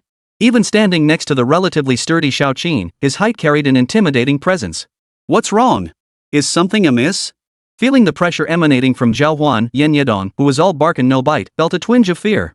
Heh, you're quite the cocky little punk. Fine. Tomorrow's the performance review meeting. You'll see just how unprepared and desperate Su Tian really is. With those cold words, Yen Yedong turned and walked away with Shao Qin.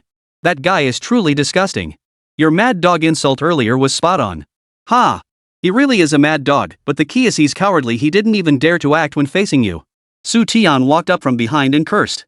When are we going? Zhào Huān didn't react much. There were too many trashy people like this, just a little bit of backing, and they become so arrogant. As the saying goes, every villain has his nemesis. Zhào Huān was more than willing to be that nemesis. We're flying out this afternoon. I've already arranged transportation to the airport. As a newly appointed shareholder, you'll need to register your name at headquarters this afternoon. No problem. The two hurried to the airport, boarded the flight, and arrived in neighboring Nanping City in under 2 hours. This was where they would hold their performance review meeting. The moment they arrived, Zhào Huān was captivated by the city's prosperity. Dongling's economic development was quite impressive, but most of its architecture remained well preserved, retaining an antique charm, and its streets weren't as bustling. Nanping's bustle was different from Dongling's. Here, not only were the main streets teeming with pedestrians, even the restaurants tucked away in the alleys were bustling with diners. There are many young people here, and the pace is fast. Our headquarters is located in the CBD area in the western part of the city. Su Tian led Zhào Huān to the front of a large building. This was the headquarters building of their Happy Valley Group. Right here. I'll take you to meet the current executive director to verify your shareholder status. All right. Is this executive director someone you know well? We get along pretty well. I was able to work at Happy Valley for several years because he backed me. He was my mentor, so to speak. Unfortunately, there have been some internal changes in the company over the past couple of years. Oh, I know about that. Zhào Huān had already learned about the rotten system here from the materials Su Tian had given him earlier. The two ascended to the top floor, arriving at the president's office. I don't know why CEO offices always have to be on the highest floor. It's such a hassle getting up and down. Zhào Huān couldn't help but complain as they rode the elevator. It's all about style, after all. We're here. As the elevator door slowly opened, Zhào Huān saw a grand, luxurious door. A girl with an 8 out of 10 figure and face hurried over. Manager Su, President Wang is already waiting inside. Please follow me. Zhào Huān and Su Tian exchanged a glance before following the secretary as she slowly opened the door to the executive director's office. Chapter 95, The Couple's Pressure. You must be little Zhao. As soon as they entered, Zhào Huān looked up and saw a square-jawed man approaching her with a bright smile. Hello, Li Guoli. Li Guoli extended his hand to greet Zhào Huān, who reciprocated. Hello, Zhào Huān. Having such a young new shareholder join us truly brings honor to our group. I wonder what your family does. Right after meeting, Li Guoli blurted out all the questions he'd been holding back. Previously, he and some management had assumed Zhào Huān had purchased shares in their company purely for investment purposes. But seeing him come all the way today specifically to get involved in Happy Valley Group's affairs, Li Guoli realized Zhào Huān was genuinely here to exercise his shareholder rights. That meant the situation could take many unexpected turns. Happy Valley Group was deeply entrenched, with intricate power dynamics that couldn't be overturned by one person alone. Unless Zhào Huān had even greater forces backing him. My parents are just ordinary workers. Nothing much to say about them. Zhào Huān was telling the truth, but to Li Guoli, it sounded different. He suspected Zhào Huān was trying to brush him off. But that was only natural. Top-tier investors who wished to remain anonymous were a dime a dozen. You came here this time to help Su Tian keep his position as general manager in Dongling, right? Su Tian treated me well in the past, so I'm here to lend him a hand. In that case, I'll take this opportunity to brief you both on the biggest adversaries at this performance review conference. Zhào Huān and Su Tian immediately nodded. You're both aware that the three shareholders holding over 10% each are backing Yen Yedong, correct? As he spoke, Li Guoli picked up a small blackboard used for meetings beside him. Yen Yedong's father, Yen Beishan, is the most extravagant among them. Over the years, he's replaced over a dozen senior executives through shareholder votes. Rumor has it he's now eyeing the group's equity, but I intercepted it? Zhào Huān instantly grasped his meaning. He hadn't expected that his arrival here would also serve to thwart his schemes. Yes. He'll probably hate you to death after meeting you. It didn't matter. Zhào Huān had already decided to support Su Tian, effectively placing himself on the opposing side. The other two are Wang Jingming and Sun Xiaoyue, a married couple. Got it. Just make sure they don't say too much against Su Tian at the shareholders' meeting, right? Yes. I've arranged rooms for both of you. Get some rest. I look forward to your performance at tomorrow morning's shareholders' meeting. After fixing his gaze on Su Tian, Li Guoli spoke slowly. Absolutely. After settling all matters, Su Tian arrived at the hotel with Zhào Huān. But the moment they arrived, his expression shifted slightly. Standing before the hotel entrance were a man and a woman, both familiar faces to Su Tian. They're the shareholder couple, Wang Jingming and Sun Xiaoyue. They're very petty. Su Tian whispered to Zhào Huān, who also spotted the two of them. Wang Jingming approached with a forced smile. Xiao Su, I heard you were coming earlier today. Never expected to run into you just now. You must be swamped. His words were dripping with sarcasm. He was clearly annoyed that Su Tian had kept him waiting here for so long. Sorry about that. I didn't know you guys were waiting for me here. Su Tian laughed it off before asking. So, what brings you two here? Well, we came today to discuss something with you. Sun Xiaoyue, her face marked by faint crow's feet, stepped forward, her voice dripping with condescension. Su Tian seemed to have guessed why Yan Beishan's two right-hand men had come. And this is? Sun Xiaoyue glanced at Zhào Huān beside her, signaling for him to leave first. It's fine. I trust him completely. Oh, well, you must be aware of the current climate, right? We've selected Yen Yedong within the group to succeed you. But I hear you haven't been playing by the rules lately? Sun Xiaoyue frowned at Su Tian as she spoke. She was deeply dissatisfied with Su Tian's actions, which amounted to a direct challenge to the authority of the three of them. Su Tian, however, showed no fear whatsoever. Poof. The formal process hasn't even been completed, and the performance review meeting isn't over yet. How exactly did you select someone to replace me? That's none of your concern. All you need to do is give me a guarantee, step down from this position immediately. Once it's settled, I'll give you 300,000 yuan as a relocation allowance. 300,000. The position of general manager at Dongling alone comes with an annual salary nearing 1 million. On a daily basis, they have access to a vast array of resources. To put it bluntly, this position was essentially equivalent to a regional director. 30,000 is nothing but a pittance, a calculated attempt to humiliate Su Tian. You're 30,000. I don't need it. Su Tian forced himself to suppress the rage boiling within. Zhào Huān watched the two arrogant men from the sidelines, frowning. You're being ungrateful, aren't you? Su Tian, if we wanted to, we have countless ways to make your life miserable. Su Tian, you refused our kind advice. When the day comes that you lose everything, both your fortune and your dignity, don't blame us for showing no mercy. Even while bullying others, these two could still speak with such sanctimonious hypocrisy. You shameless scoundrels, how dare you stand here spouting such nonsense? Just as the tension hung thick in the air, Zhào Huān's voice cut through the silence. Who do you think you are, talking to us like that? Sun Xiaoyue, a middle-aged woman with a notoriously vicious temper, immediately bristled at Zhào Huān's words. Pointing at Zhào Huān, she began to hurl insults. Who cares who I am? What, you want to mess with me too? Zhào Huān's imposing frame stood like a mountain, radiating formidable presence. As he took a step forward, Sun Xiaoyue's arrogant demeanor crumbled slightly. She quickly turned her head and shot a warning glance at Wang Jingming. Su Tian, what do you think you're doing, bodyguard? Wang Jingming stepped forward, frowning as he spoke. But Su Tian's next words left both of them speechless. This isn't my bodyguard.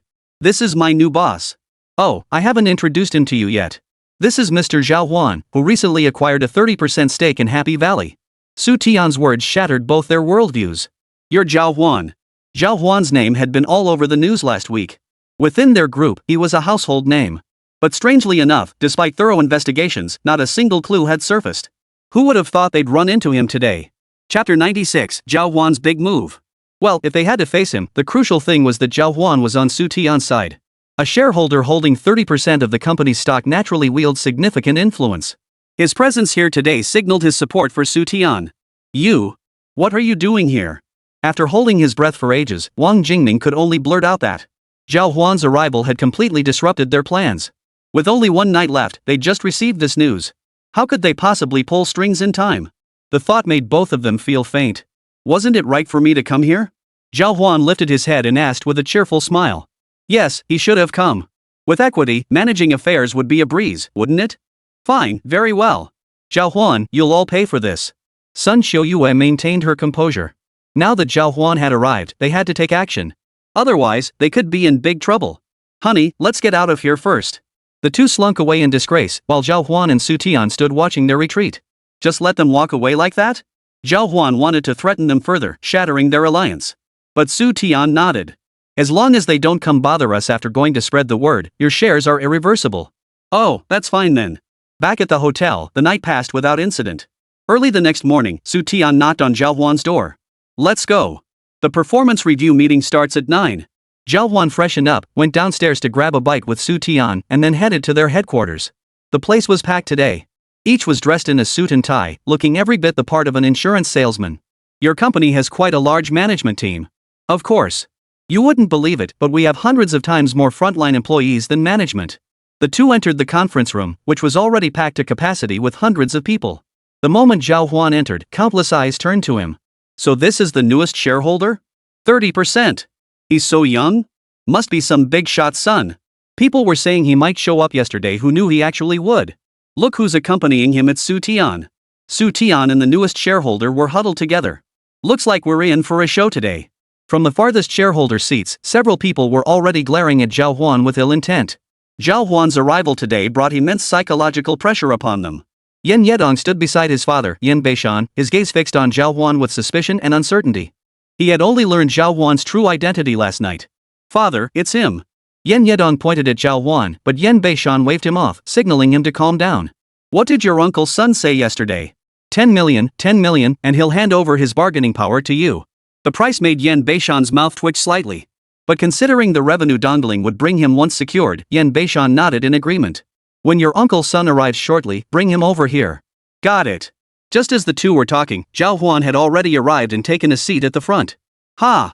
You're quite the go-getter.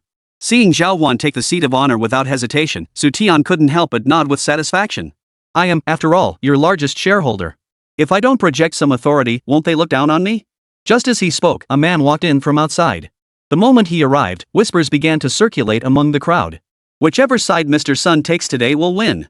I reckon Mr. Sun will have to think this through carefully today. Honestly, Yen Yedong never had much talent to begin with. If the group wants to get its dongling operations sorted out, choosing Su Tian is the safe bet. Don't be so sure. If Yen Yedong takes over, with his father handling external affairs and him managing internal operations, they'll make life miserable for you. Ah, true. The murmurs of discussion carried clearly to Zhào Huān's ears. His hearing was excellent. And who might this gentleman be? Zhào Huān's gaze shifted toward the distant figure of General Manager Sun. Su Tian immediately explained. Sun Guodong.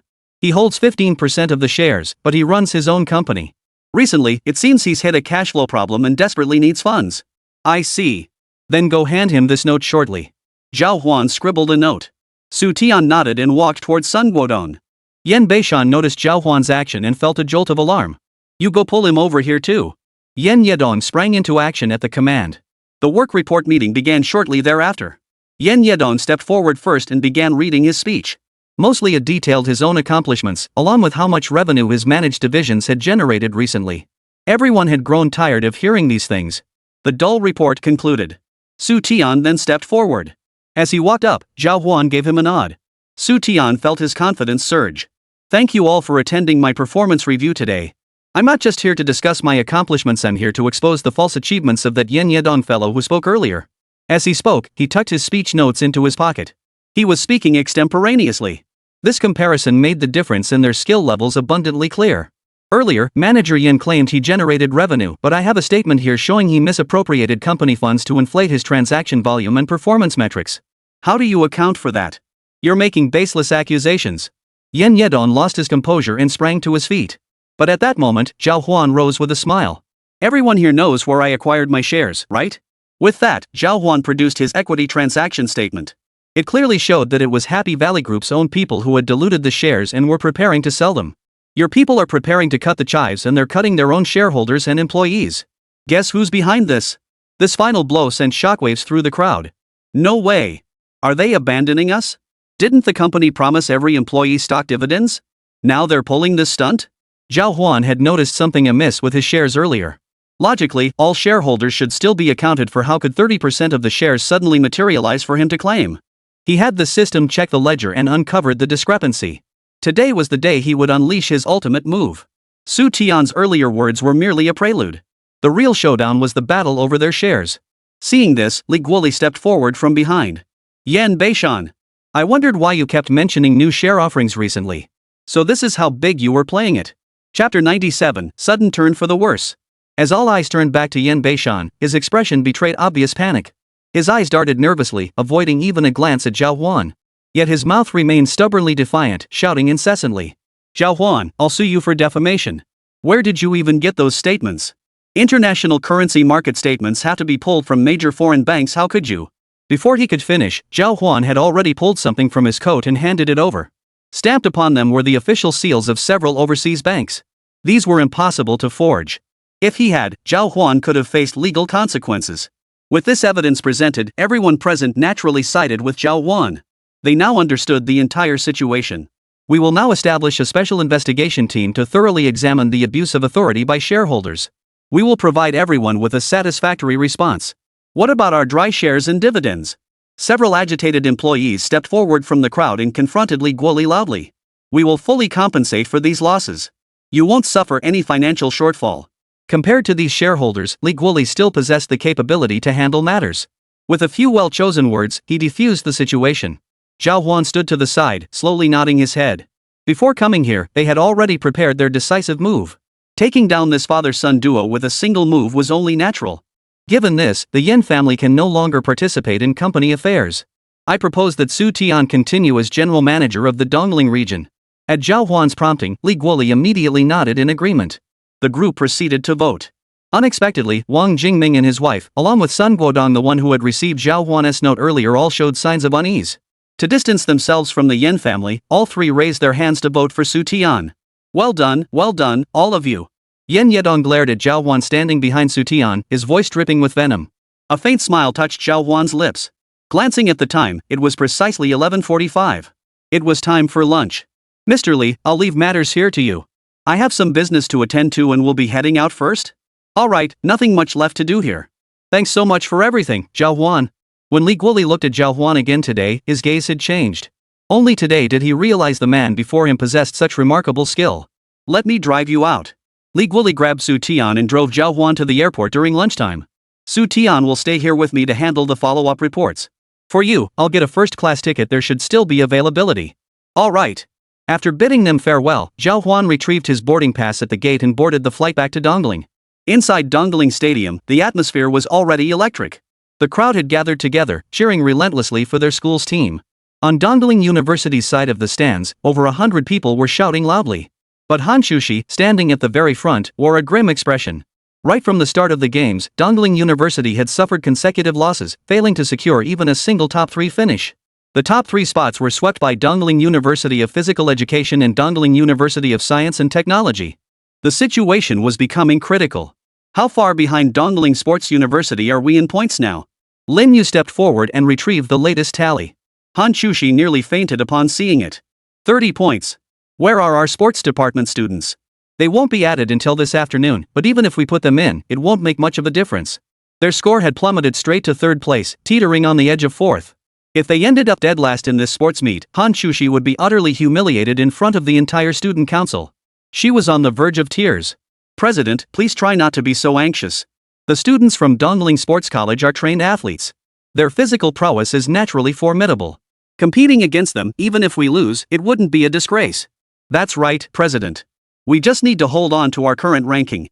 Seeing Hán Chǔxī's flushed face, everyone rushed to console her. But everyone knew the situation was already irreversible. Their raw strength was insufficient. Unless they could secure first place in several major events, that might claw back a dozen points or so. Moreover, several members would need to perform exceptionally well in subsequent events. The moment this thought crossed her mind, Hán Chǔxī immediately summoned Li Dong. Li Dong, no matter what happens this afternoon, you must secure several first-place finishes to pull back the points and prevent a collapse. Tomorrow, when Zhào Huān returns, he'll lead you in the final team events like the relay race and tug-of-war. If the gap is too wide, even Zhào Huān's return won't make much difference. But Li Dong couldn't guarantee success either. Competitions were inherently unpredictable. We have several track and field stars here, plus a provincial team high jump specialist. They're the best our sports department has to offer. Do your best to stabilize our points. Just as everyone was feeling down, a voice suddenly cut through the gloom. What's the rush? I'm still here. Hán Chǔxī turned around to find Su Ro grinning behind her. Who's this? Li Dong looked puzzled. Lin Yu and the others were also surprised to see Su Ro arrive. She's a helper Zhào Huān's class found. Hán Chǔxī paused for a moment before finally finding the right words to introduce Su Ro. After all, Su Ro's identity was rather outlandish, and she genuinely didn't know how to introduce her. To call her an athlete? Not quite. Saying she was here to help them probably wouldn't convince anyone either. In the end, she settled on this explanation. Even after hearing it, everyone remained astonished. Wait, aren't they from the mechanical engineering department? Besides Zhào Huān, who else from that department could possibly be physically stronger than us sports academy students? Zhào Huān was crucial for this sports meet. The mechanical engineering department had no one else besides him. But today, they suddenly brought out a girl? One with such skinny arms and legs? President, you're joking, right? Lin Yu, the student council treasurer, also spoke up. Chǔxī? Isn't this just wasting a spot? Just as everyone was bombarding Hán Chǔxī with complaints, Su Ro stepped forward. She jumped up and grabbed Li Dong by the collar with her small hand. Zhào Huān sent me to help you guys. I'm only here because of him. And you useless piece of trash, dare question your auntie? Before Li Dong could process the meaning, an overwhelming force instantly dragged him toward the ground. Chapter 98, The Bet. Damn it! The moment everyone turned their gaze this way, they saw Su Ro pinning Li Dong, the biggest eater and strongest guy among them, to the ground with just one hand. Is she a monster? A girl with superhuman strength. Li Dong weighed nearly 200 pounds after all. He stood at 186 centimeters tall. Yet before Su Ro, he looked like a little chick. Big guy, your build is nowhere near as impressive as Zhào Huān's. Apologize to your auntie. The haughty Su Ro planted her foot squarely on Li Dong's chest, her petite foot unleashing tremendous force. Li Dong could barely breathe. I'm sorry, it was my fault. After hastily apologizing, Hán Chǔxī rushed over. Shao Ro, what are you doing? Sis Chǔxī, this guy's got no skills himself, yet he dares to question me. Su Ro shot back, pouting as she swept her gaze toward the physical education students in the distance. Everyone lowered their heads. Listen up, once I get on the field, I'll definitely help you guys score full points in my events. You guys can split the rest among yourselves. Don't let the gap widen after I join the game. Alright. Cold sweat trickled down their faces. Li Dong brushed the dust off his clothes, choosing not to argue with Su Ro. On the contrary, he felt quite pleased. The worse he got beaten, the stronger this girl in front of him proved to be. Then I'll leave it to you from here on out. Good to see you know how to ask for help. Su Ro sat down to one side and began directing everyone to bring her tea and water. Several students from the physical education department found themselves bustling about before and after her without even realizing it. Ha, this little miss has a bit of a queenly air about her. Lin Yu, who had been watching the whole scene from the sidelines, couldn't help but laugh. I never expected her to be this strong. What kind of people does Zhào Huān know? Hán Chǔxī's astonished expression lingered. Hearing this, Lin Yu recalled the alternate account she'd glimpsed on Hán Chǔxī's phone earlier. Now she understood Hán Chǔxī's sense of crisis a little better. Of course, if Hán Chǔxī knew about her mistaken assumption, she'd probably be so embarrassed she'd jump off the stands right then and there. That secondary account was her most crucial means of connecting with Zhào Huān, not some tool for spying on whether he had other women around him. The afternoon competition began shortly after. Su Ro took the lead, securing multiple first-place finishes in the women's division and charging straight into the finals. Paired with Li Dong and others from the physical education department, Dongling University's cumulative score skyrocketed to second place, overtaking Dongling University of Science and Technology. At that moment, a group of burly young men approached Hán Chǔxī with grim expressions. You're the student council president of Dongling University, right? That strategy of Tianji's horse race quite clever indeed. The moment they spoke, their tone turned sarcastic. They believed Dongling University had deliberately held back its strength this morning, saving it for the second half. And you are? Hán Chǔxī frowned. These uninvited guests clearly weren't here for anything good. I'm Joey, student council president of Dongling Sports College. Joey glared at Hán Chǔxī with eyes that seemed to burn holes through her clothes. That lecherous glare made Hán Chǔxī deeply uncomfortable. What brings you to our section? Heh, nothing much. Just wanted to get to know you. You're Hán Chǔxī, right? Interested in being my girlfriend? Ha? Hán Chǔxī stared at the man before her, who had launched into such narcissistic remarks the moment he approached. She felt thoroughly annoyed. Do you think you're handsome? Of course. A hottie like me deserves someone like you. We could make a legendary romance between our two schools. Brother Yi's right. Ha, little beauty, you'd be absolutely perfect with R.E. The surrounding crowd began to tease and laugh. Li Dong, Lin Yu, and the others all came over, and Wang Jia and the others who had been helping from a distance also gathered around. What the hell? Running over here to bark like a dog? Zheng Qian saw Hán Chǔxī being teased by the Dongling Sports Academy guys and immediately stepped forward. Zhào Huān was their good brother. Now that Zhào Huān was away on business, the responsibility of protecting Hán Chǔxī naturally fell on their shoulders. Wang Jia also stepped out from the crowd. Is that all you Dongling Sports Academy guys have got? Can't even walk straight when you see a woman? This remark instantly infuriated Joey. Who do you think you are? This is a conversation between our two club presidents. How dare you interrupt? You come barging into our school and tell us who can speak. Does Dongling Sports College really think it's number one now?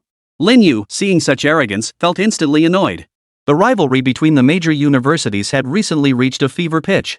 It was no exaggeration to say that if this sports meet succeeded, next year's enrollment numbers would likely surge. This was a golden opportunity to bring tangible financial benefits to the school. We are indeed about to take first place. I really don't know what you're thinking, challenging us in our strongest area. This is probably what you'd call a moth flying into the flame.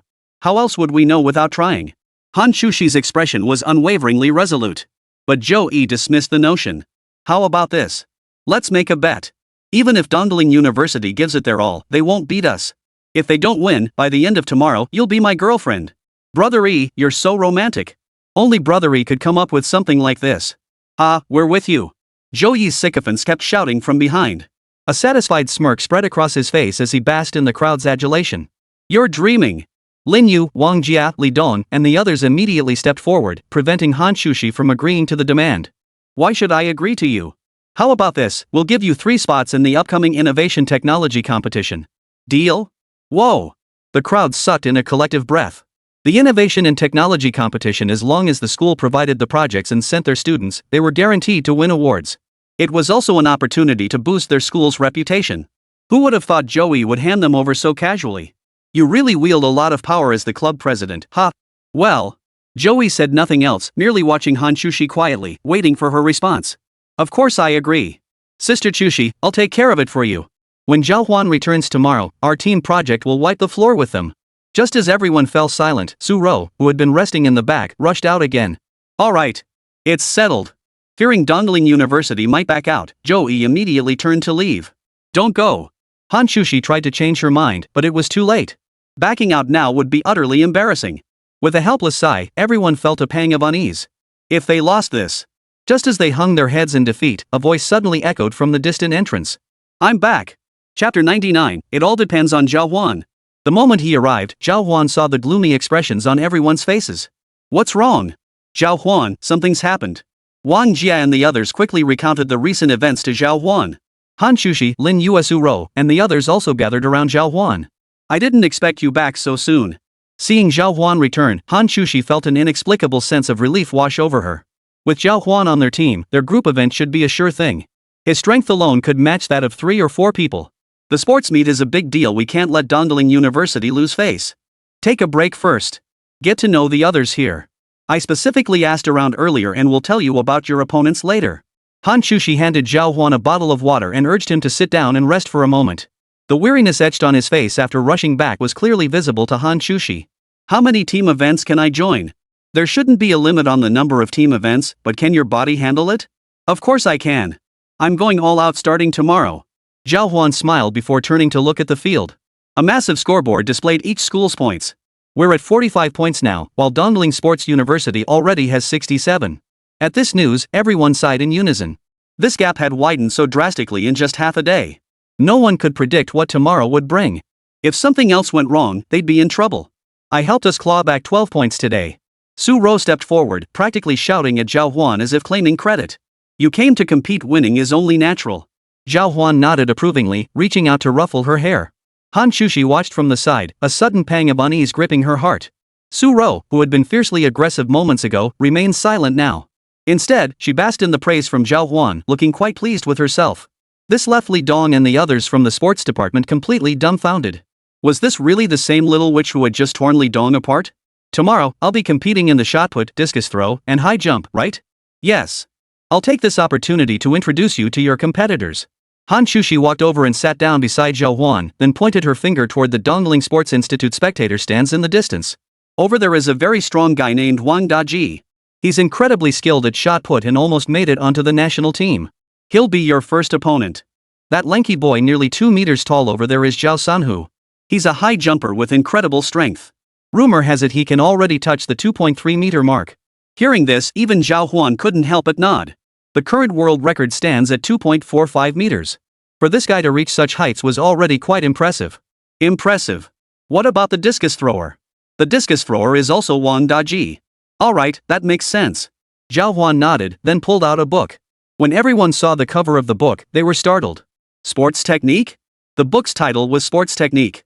It detailed the optimal body postures for maximizing performance in various athletic activities. It was a foundational textbook widely read by many at the sports academy.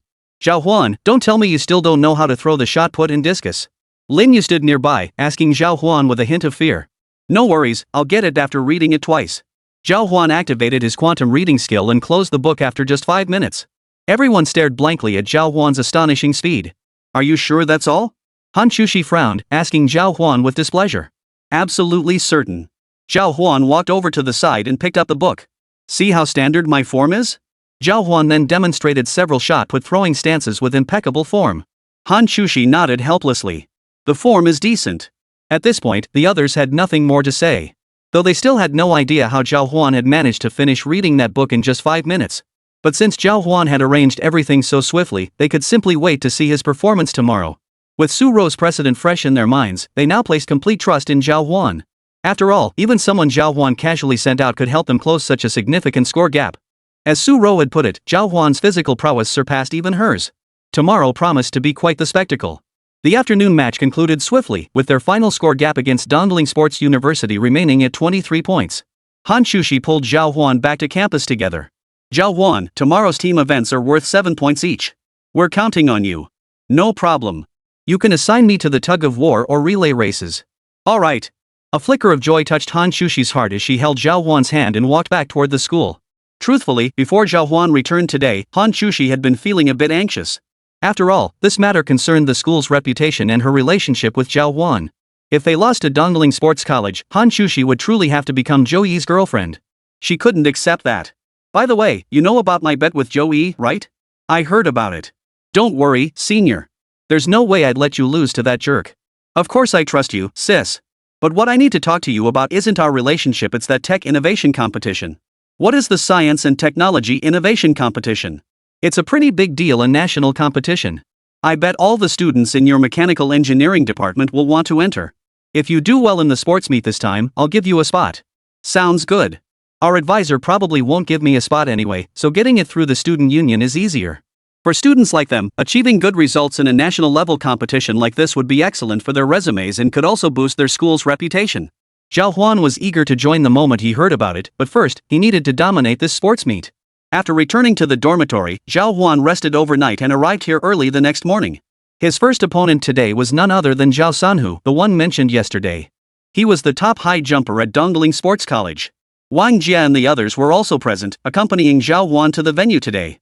Though they couldn't compete on the field, they could handle the logistics and support from the sidelines. Zhào Huān, we're counting on you. Chapter 100, High Jump and Record Breaking. Got it. Zhào Huān nodded and walked down the athlete's entrance. The moment he reached the field, Zhao Sanhu began observing Zhào Huān. He had long heard of the nickname Superman of Dongling. Seeing Zhào Huān today, he felt an overwhelming aura pressing down on him. You're Zhào Huān? Though the arena was filled with competitors from other schools, Zhao Sanhu's gaze remained fixed solely on Zhào Huān. In his eyes, Zhào Huān was the only opponent he needed to face today. That's me. I hear you're the best high jumper at your school. Hope you don't disappoint me today. Zhào Huān's sinewy muscles stood out sharply beneath his athletic uniform. To Zhao Sanhu, these words were nothing short of a provocation. What did he mean by won't disappoint? In all his years competing in high jump, he had never disappointed anyone and no one had ever dared speak to him like this. You'll see how good I am soon enough. The two quickly moved forward. There were 2 high jump areas here. Zhào Huān effortlessly cleared heights from 1.8 meters to 2.2 meters. By this point, many others had already struggled to continue due to mistakes or other issues. But Zhào Huān and Zhao Sanhu, on the other hand, were moving with ease. Zhou Yi approached from the sidelines. So you're Zhào Huān. I heard yesterday you didn't compete. Guess today's your day to shine. Zhào Huān ignored Zhou Yi. He'd already heard about this guy's attitude from Wang Jia and the others yesterday. Now only Zhào Huān and Zhao Sanhu remained on the field. After a moment's thought, Zhào Huān asked him, why not go straight for the 2.3-meter jump? Zhào Huān wanted to conserve his energy. Jumping endlessly here served no purpose better to go straight for something challenging. Hearing this, everyone around gasped in unison. They all knew just how incredibly difficult the 2.3-meter height truly was. Yet Zhào Huān uttered it with such casual ease. Had he truly broken through the 2.3-meter barrier? If he possessed such ability, national team coaches would be fighting to recruit him. A bead of sweat formed on Zhao Sanhu's forehead. Whether from fear or excitement, his voice trembled slightly. Are you sure you want to jump 2.3 meters with me? He asked again for confirmation. Absolutely. With only Zhào Huān left on the field, all they needed to do now was select the best one to claim the top spot. After communicating with the judges on this side, the surrounding crowd surged forward. Spectating is human nature. As the crowd gathered, they began scrutinizing Zhào Huān and his team's movements. Am I seeing this right? Is that 2.3 meters? I thought Dongling Sports College's highest record was only 2.3 meters. Who knows? Didn't Zhao Sanhu recently attempt another challenge? No one knows his latest result. Look at Zhao Sanhu, he doesn't seem the least bit nervous. I suspect he's already broken 2.3 meters. Does that mean he's about to make the national team? The crowd's chatter had nothing to do with Zhào Huān. Only Wang Jia and the others, walking down from above to cheer him on, were gripping their hands in nervous sweat. Senior, this guy's strength is insane. Wang Jia stood nearby, visibly worried. Su Ro, however, showed little reaction. She smiled and playfully kicked Wang Jia, saying, You really don't believe in Zhào Huān? If I can jump that high, why couldn't he? Ha! Wang Jia, Jing Qian, and the others all gasped in surprise. Hán Chǔxī slowly nodded in agreement. Back on the Ferris wheel, Hán Chǔxī had witnessed Zhào Huān's incredible vertical leap. The competition began shortly after. Zhào Huān was second in line, while Zhao Sanhu was the first to jump. After a short running start, Zhao Sanhu suddenly charged forward, leaping violently toward the railing and landing on his back. Swish! His body flew over the railing, barely grazing it. Nice! Zhou beside him burst into laughter. Turning around, Zhou grinned slyly at Hán Chǔxī. Han, our school's top beauty, we really let you win today. But we've got some heavy hitters lined up for the next events you guys probably won't be able to keep up. Why not just be my girlfriend? There aren't many tough guys at your school who could protect you, right? As he spoke, Zhou shifted his gaze toward Zhào Huān. His meaning was crystal clear. This sarcastic jab at Zhào Huān made everyone around them frown. Hán Chǔxī was naturally furious. How do you know Zhào Huān couldn't beat him? Are you kidding? This is our record. You guys don't have any exceptional athletes either. How could anyone possibly break this height so easily? Zhou was already confident. As soon as he returned, someone had informed him about the situation between Zhào Huān and Hán Chǔxī, but he paid it no mind. Compared to himself, Zhou believed Zhào Huān was nothing, not even worthy of being called a romantic rival. Zhào Huān, it's your turn. Just then, the referee called Zhào Huān to the front. With a smile, Zhào Huān stepped forward. Zhao Sanhu was extremely satisfied with his performance. His current limit was 2.3 meters. Having recently broken through this height, he was now waiting for the national team to recruit him. Zhào Huān, if you can clear it today, I'll be impressed. A hint of disdain curled the corners of Zhao Sanhu's mouth as he spoke to Zhào Huān from the sidelines. But Zhào Huān ignored his words, walking straight to the bar set at the increased height. Can I try the 2.4 meter height? Hearing this, everyone gasped in shock. A jump of 2.4 meters would be gold medal worthy even at major competitions. Of course you can. You just need to pick the tallest person anyway. After a moment's thought, the referee made an exception for Zhào Huān, raising the bar directly to 2.4 meters. At the same time, he issued a warning. If you fail this attempt, Zhao Sanhu will be declared the winner outright. After all, he succeeded without failing. He cleared 2.3 meters directly. No problem. Zhào Huān's radiant smile left everyone unable to read his true intentions. At that moment, another bead of cold sweat trickled down Zhao Sanhu's forehead, and even Zhou beside him froze in shock. Has this guy lost his mind? Zhou swallowed hard, then fixed his gaze intently on Zhào Huān, unable to believe anyone could actually crush their physical education academy. Taking a few steps back, under the gaze of hundreds, Zhào Huān prepared to begin. Chapter 101, The Race Against His Rival. Zhào Huān's body moved with surprising lightness as he effortlessly began his run. Though he appeared exceptionally robust, the moment he leapt, he seemed as weightless as a feather. He cleared the 2.4 meter height with almost no resistance. Zhou beside him noticed that as Zhào Huān cleared the bar, his body seemed to rise even higher than the rail itself. Impossible. This can't be happening. His mouth gaped open as he roared in disbelief. Zhào Huān's leap was simply absurd. But Zhao Sanhu beside him had already understood everything. He had seen with his own eyes that when Zhào Huān cleared the 2.4 meter height, his body still had a small gap between him and the bar. Which meant he could definitely jump higher than 2.4 meters. There was nothing left to compare. I concede. Zhao Sanhu walked over to the referee with remarkable grace and conceded defeat. Zhào Huān also rose from the soft mat behind him. You let me win. A deathly silence fell over the venue. After a single breath's pause, the entire arena erupted in chaos. All eyes were fixed on Zhào Huān. Wow! Zhào Huān broke the record. We won the high jump championship. Before the competition, many doubted Zhào Huān. After all, the athletes from the sports academy were professionals. Zhào Huān had only learned proper high jump technique yesterday, and many were nervous for him before he took the field today. But unexpectedly, he crushed the competition right from the start, clearing the bar a full 10 centimeters higher than his closest rival. Zhào Huān's got the skills to make the national team. Exactly. He truly lives up to the name Dongling Superman. The crowd's cheers echoed in Zhào Huān's ears. Zhào Huān, you're incredible. You're my new idol from now on. Li Dong's face lit up with wild excitement. He walked up to Zhào Huān, wrapped his arms around him, and shook him vigorously as he shouted. Brother Huān, yesterday when they said you could turn the tide, I didn't believe it. Now I see how small-minded I was. Zheng Qian scratched his head, embarrassed by his own distrust of Zhào Huān yesterday. Su Rou also came running over with a smile, tugging at Zhào Huān's sleeve and saying, Zhào Huān, you really are amazing. Teach me how to improve my body's flexibility in a couple of days, okay? Sure. After responding to each of them, Zhào Huān noticed a graceful figure approaching. Hán Chǔxī stepped forward, handing Zhào Huān a bottle of water with a radiant smile lighting up her face. You worked hard. Seeing the man she admired achieve such a great result, even putting Zhou Yi in his place, filled Hán Chǔxī with immense satisfaction. Not bad. Let's go. When's the next match? In half an hour. Hán Chǔxī glanced at the schedule and quickly replied to Zhào Huān. All right. Zhào Huān led Hán Chǔxī back to the spectator seats, deliberately walking past Zhou Yi as they left. Seeing Zhào Huān and Hán Chǔxī's intimate demeanor, coupled with the image of Zhào Huān breaking the record moments ago, flames nearly shot out of Zhou Yi's eyes. Zhào Huān, however, paid no heed to his mood. As they departed, he cast a glance in Zhou Yi's direction. That lingering glance, delivered right in Zhou Yi's face, felt like pure provocation. He never imagined he'd be challenged by a low-year freshman. This wasn't just provocation. It was an affront to his dignity as the student council president of Dongling Sports University. Zhào Huān. Zhou Yi roared angrily. Having lost face in front of Hán Chǔxī, he had to vent his fury on Zhào Huān with harsh words, otherwise, he'd never save face. What is it? Zhào Huān turned sideways, glancing at him with a tilted head. Zhào Huān couldn't be bothered to give such a guy a proper look. What events are you competing in next? Care to share? What business is it of yours what events I compete in? Zhào Huān, ignore him. Let's go. Hán Chǔxī, worried Zhào Huān might clash with these men, grabbed her hand and prepared to leave. Seeing Hán Chǔxī's hand clasped in Zhào Huān's, Zhou Yi's expression darkened even further. He had so many underlings behind him, yet the woman he'd set his sights on was now being held by Zhào Huān's hand in broad daylight. It was driving him absolutely mad. You're not scared, are you? Zhou Yi's voice suddenly boomed, drawing the attention of all the surrounding students. Hearing the provocation, Zhào Huān finally halted his steps. I'm competing in the shot put next, then the discus throw after that. What? You wanna challenge me? Since the other guy was picking a fight, Zhào Huān was happy to give him a chance. But Zhou Yi clearly wasn't particularly strong in either of those events. These aren't my specialties, but I've got people who could easily pin you down and grind you into the ground. You better watch your step.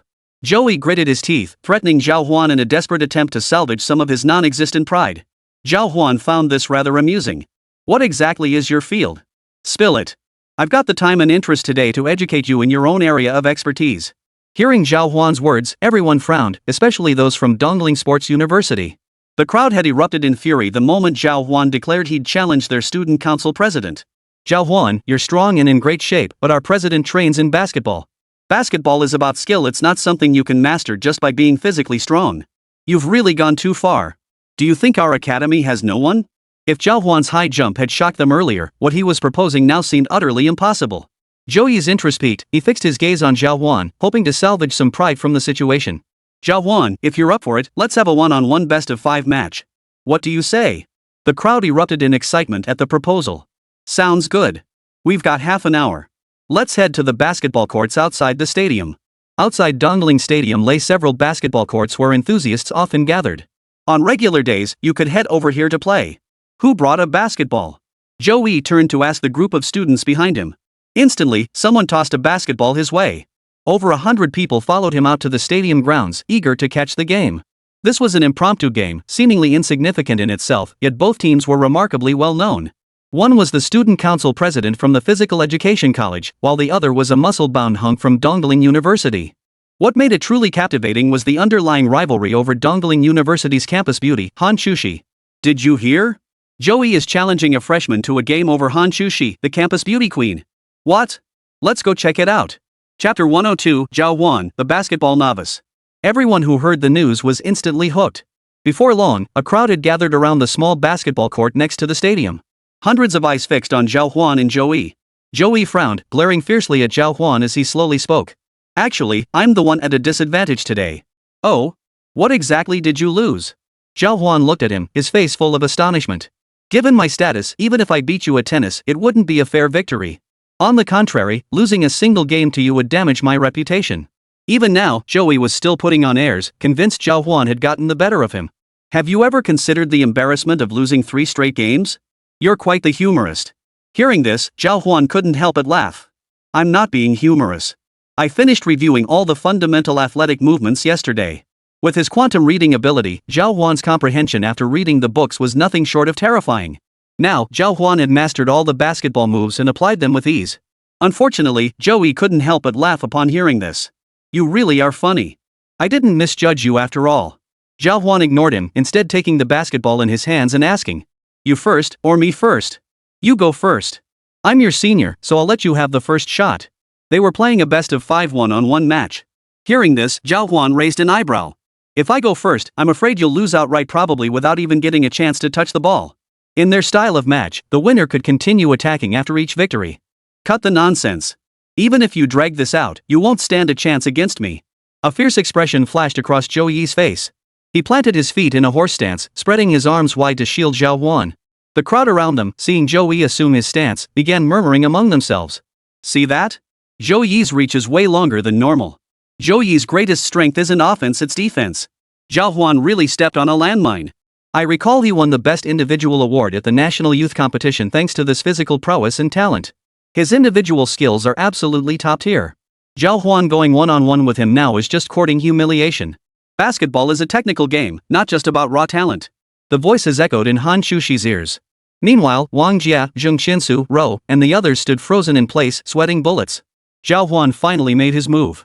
He clumsily slapped the ball onto his hands. That first move alone drew laughter from everyone around. He's playing basketball? Doesn't he feel embarrassed?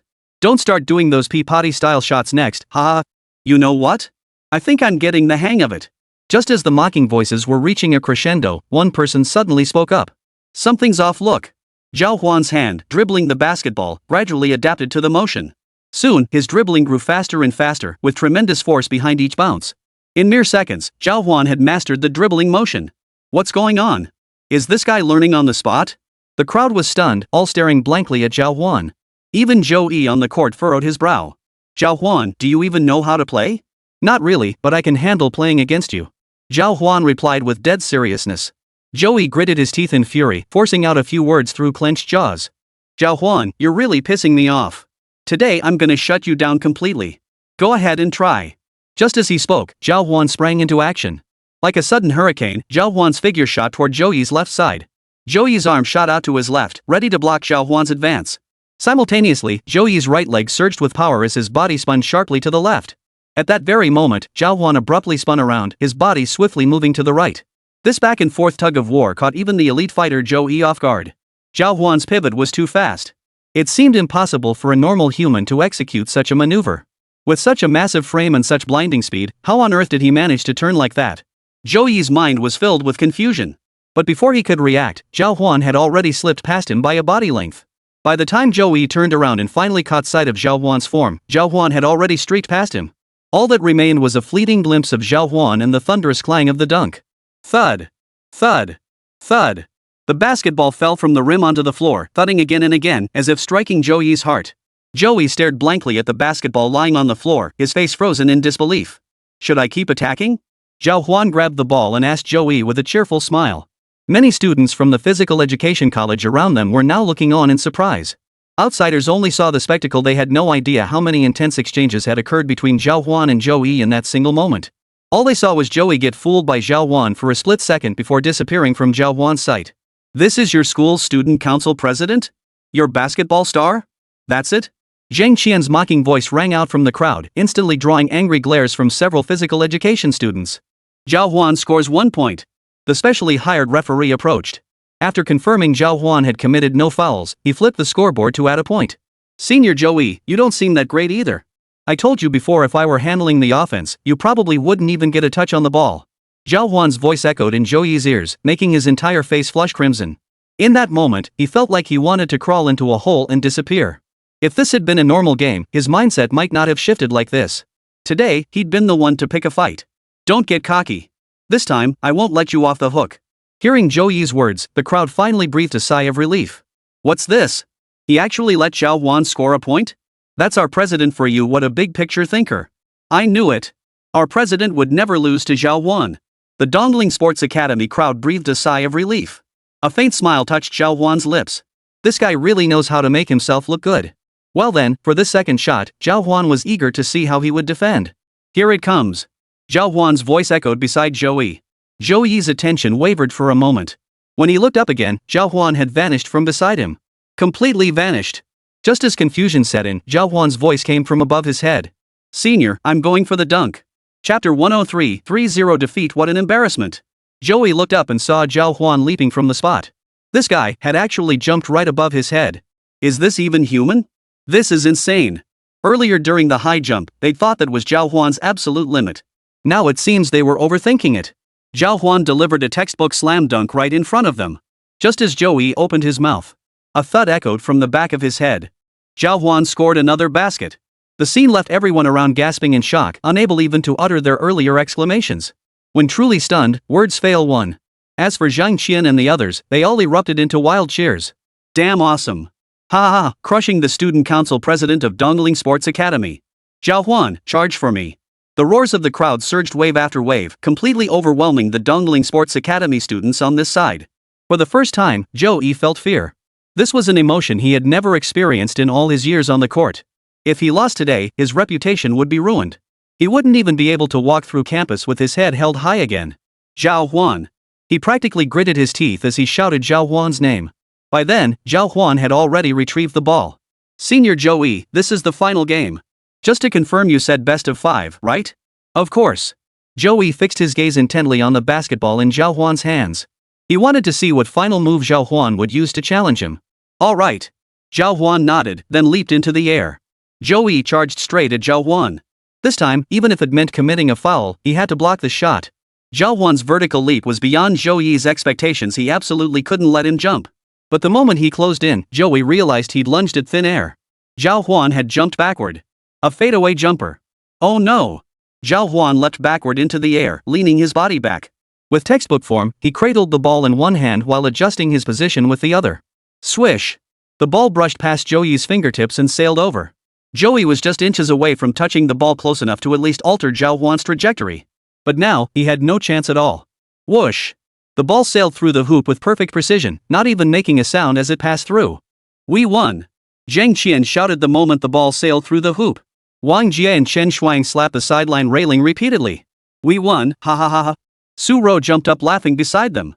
The entire Dongling University crowd erupted in excitement. Zhào Huān, I knew I hadn't misjudged you.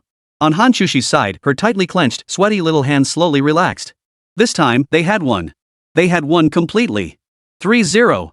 No one would believe it if they heard it. Zhào Huān had actually crushed the basketball major student council president from the physical education college. Impossible. Absolutely impossible. What's going on? Is Zhou Yi really in such a state now? What a embarrassment. On the Dongling Sports Academy side, curses rang out non-stop, all directed at Zhou Yi. They were all filled with righteous indignation over what Zhou Yi had done today. Zhou Yi, you disgrace to the Sports Institute. Did you do this on purpose, you piece of trash? You're garbage. You've completely disgraced the Sports Academy. Zhou Yi stood frozen in the center of the basketball court, unable to bring himself to turn around. He feared that if he did, he wouldn't be able to face his fellow students. Everyone had been in high spirits, ready to watch him humiliate Zhào Huān. But unexpectedly, the momentum had shifted. Instead, they were the ones left humiliated. Senior Zhou Yi, don't be discouraged. Go back and train for a few more years, and you'll be able to challenge me again. Zhào Huān chuckled as he patted his shoulder, then walked away. From the very start, Zhào Huān knew he was certain to win this contest. Zhào Huān's physical prowess had long surpassed that of ordinary people. For a superhuman to compete against an average person was nothing but bullying. Had Zhou Yi not kept taunting him from behind, Zhào Huān would never have singled him out for a thorough beating. Zhào Huān, you're amazing. Completely seeing Zhào Huān emerge from the basketball court, he handed over the water and towel in his hands. We can't disgrace Dongling University. No matter the outcome of the sports meet, we've already earned plenty of face. Hán Chǔxī flashed the happiest smile she'd shown in days. That's good. Alright, the competition's about to start. Let's go. After Zhào Huān's discus and shot put events which he predictably won first place in. By the end of the morning's events, the technical gap between Dongling University and Dongling Sports College had narrowed to just 15 points. What are we having for lunch? Hán Chǔxī approached, hands behind her back, and asked Zhào Huān shyly. Let's head back to the cafeteria. There's nothing much to eat around here anyway. The food sold at the stadium was ridiculously expensive and tasted awful, basically just preying on students too lazy to walk elsewhere. But Zhào Huān and his teammates usually returned to campus to eat after their matches. The food at Dongling University's cafeteria was actually worth eating. Come on, I'll take you somewhere. Hán Chǔxī took Zhào Huān's hand, looking a bit embarrassed. Where to? The beef noodle shop. Ha! Given Zhào Huān's appetite, if they went to the South Gate for beef noodles, he'd probably need 3 or 4 bowls just to feel remotely full. Then let's go back to school for the rice set meal? Stop fussing. Today, Big Sis is cooking for you herself. Ha! Zhào Huān was startled. How are you going to cook for me? I borrowed the noodle shop from Chef Chen. Today, I'm gathering everyone from your dorm and ours to cook something special. You're our big hero, so we're going to treat you right. Since arriving today, Zhào Huān had swept 3 first-place titles. In the afternoon, Zhào Huān would lead them in the team event competition, so naturally, they needed to replenish their energy. Hán Chǔxī hadn't been able to help much on this side, so after much consideration, she decided to cook a meal for Zhào Huān. When Zhào Huān and Hán Chǔxī arrived at the Southgate noodle shop, Dongli, Chenlan, Linyu, and the others were already waiting there, aprons tied around their waists. Zhào Huān, you finally made it. Hán Chǔxī specifically told us earlier. Linyu. Hearing Linyu speak, Hán Chǔxī panicked and cut her off immediately. Oh. Got it. If you don't want to talk about it, then don't. Zhào Huān scratched his head and didn't press further. Turning around, he saw several people already seated at the dining table. Besides their dorm mates, there were Li Dong and the others from the sports department, plus Su Ro. Their presence here wasn't surprising. Zhào Huān was puzzled by one thing. When had Su Ro become so close with them? Chapter 104, The Seniors Love Lunch. At the table, Su Ro was bossing everyone around, one moment sending Li Dong out to buy her water, the next ordering the other sports department guys to move a table closer. She seemed quite popular among the group. Su Ro, what's going on here? Zhào Huān approached Hán Chǔxī, who was chopping vegetables, and whispered the question. Oh, her? Before you got back yesterday, Xiao Ro had a little disagreement with them and beat them up on the spot. Ha? Then why are they still getting along so well?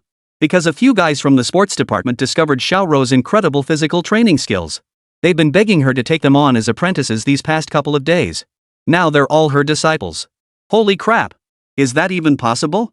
Zhào Huān didn't quite grasp their complex relationships. But Su Ro did have some pretty impressive techniques, like those breathing methods from the military. By using specific breathing techniques, they could unlock their body's potential and make their physical abilities even more formidable. The sports department folks were probably blown away the moment they heard about these special techniques. No wonder they wanted to apprentice under Su Ro. Dinner's ready. After a short wait, dish after dish was brought in by Dongli and the others. Wow, finally, the food's here. Today's spread included sweet and sour spare ribs, braised glass noodles, blood, and awful hot pot, stir-fried pork, and more, roughly 20 home-style dishes at a glance. Before all the dishes were served, Su Ro was the first to pick up her chopsticks. Smack! Zhào Huān swatted her hand away with his chopsticks. The dishes aren't all here yet. The sports department crowd watched Zhào Huān's fierce reaction, cold sweat breaking out on their brows. They knew Su Ro's temper well. A single slap from Zhào Huān today would surely send her flying into a rage. But what happened next left them utterly speechless. Oh! Su Ro quietly responded before withdrawing her hand. They didn't know Su Ro had also come to seek Zhào Huān as her master. Just then, Hán Chǔxī brought over the steamed rice. Dinner's ready. Everyone began shoveling rice and dishes into their mouths with gusto. Just as Zhào Huān received his rice bowl, Hán Chǔxī pulled him aside. There's no more room at the table. Hán Chǔxī and I will sit over here. Hán Chǔxī said as she pulled Zhào Huān to the side. There's room. We can squeeze in. Zhào Huān stared at the dishes on the table, his stomach already growling loudly from hunger. Hearing Hán Chǔxī's words, he immediately wore a mournful expression. There really isn't room. Come over here. Hán Chǔxī forcibly pulled Zhào Huān over to a nearby table. Dongli and the others had already figured it out and quickly chimed in. Exactly. This table is full. You guys should find another one. With no other choice, Zhào Huān carried her oversized rice bowl, grabbed a few bites of food, and joined Hán Chǔxī.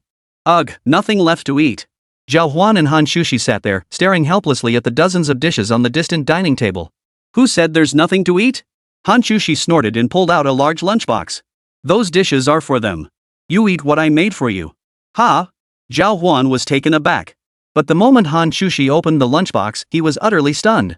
Inside were nothing but meat dishes, each prepared with meticulous care. Braised pork belly, pork knuckle, and even a whole steamed perch. Senior, this is.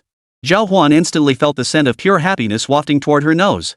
You still have a competition this afternoon. I just made this for you on the side. Make sure you finish it all.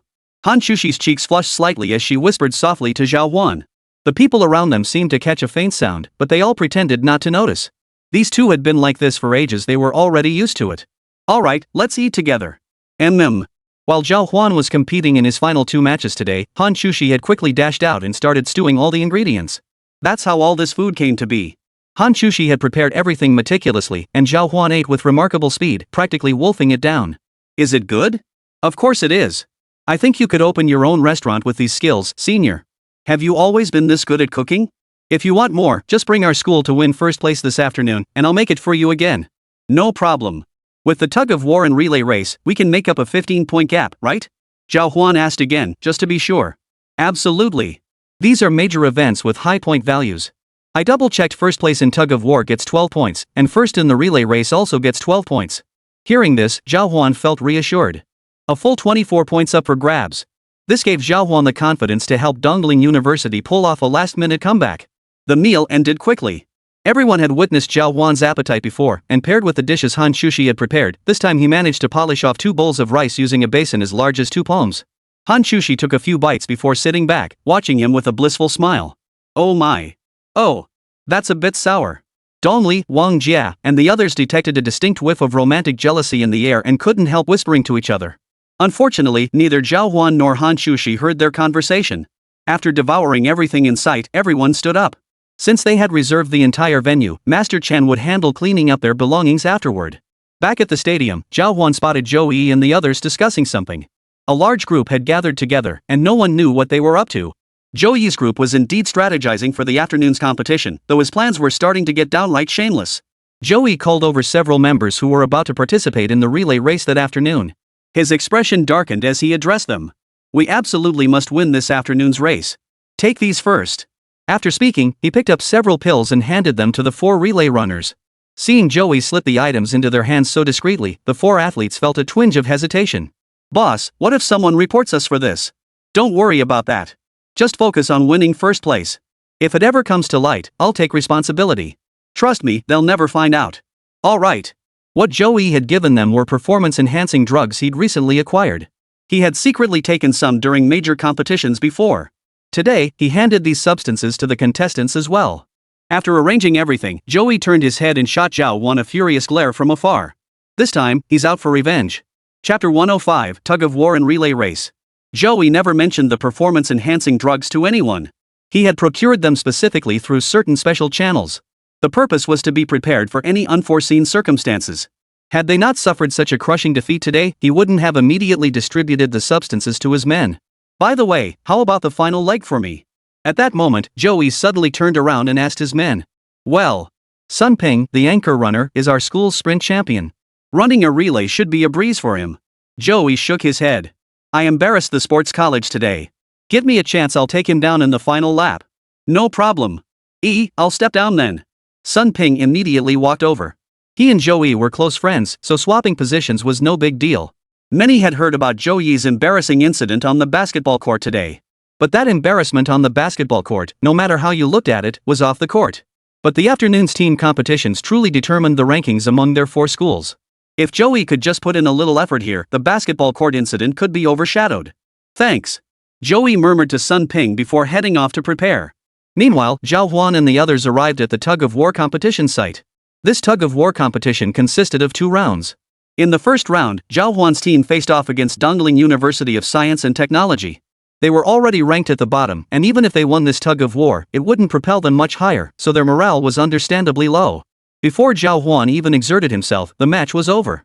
On the other side, the Dongling Institute of Physical Education team also won their match with ease. The second round pitted the 2 teams against each other.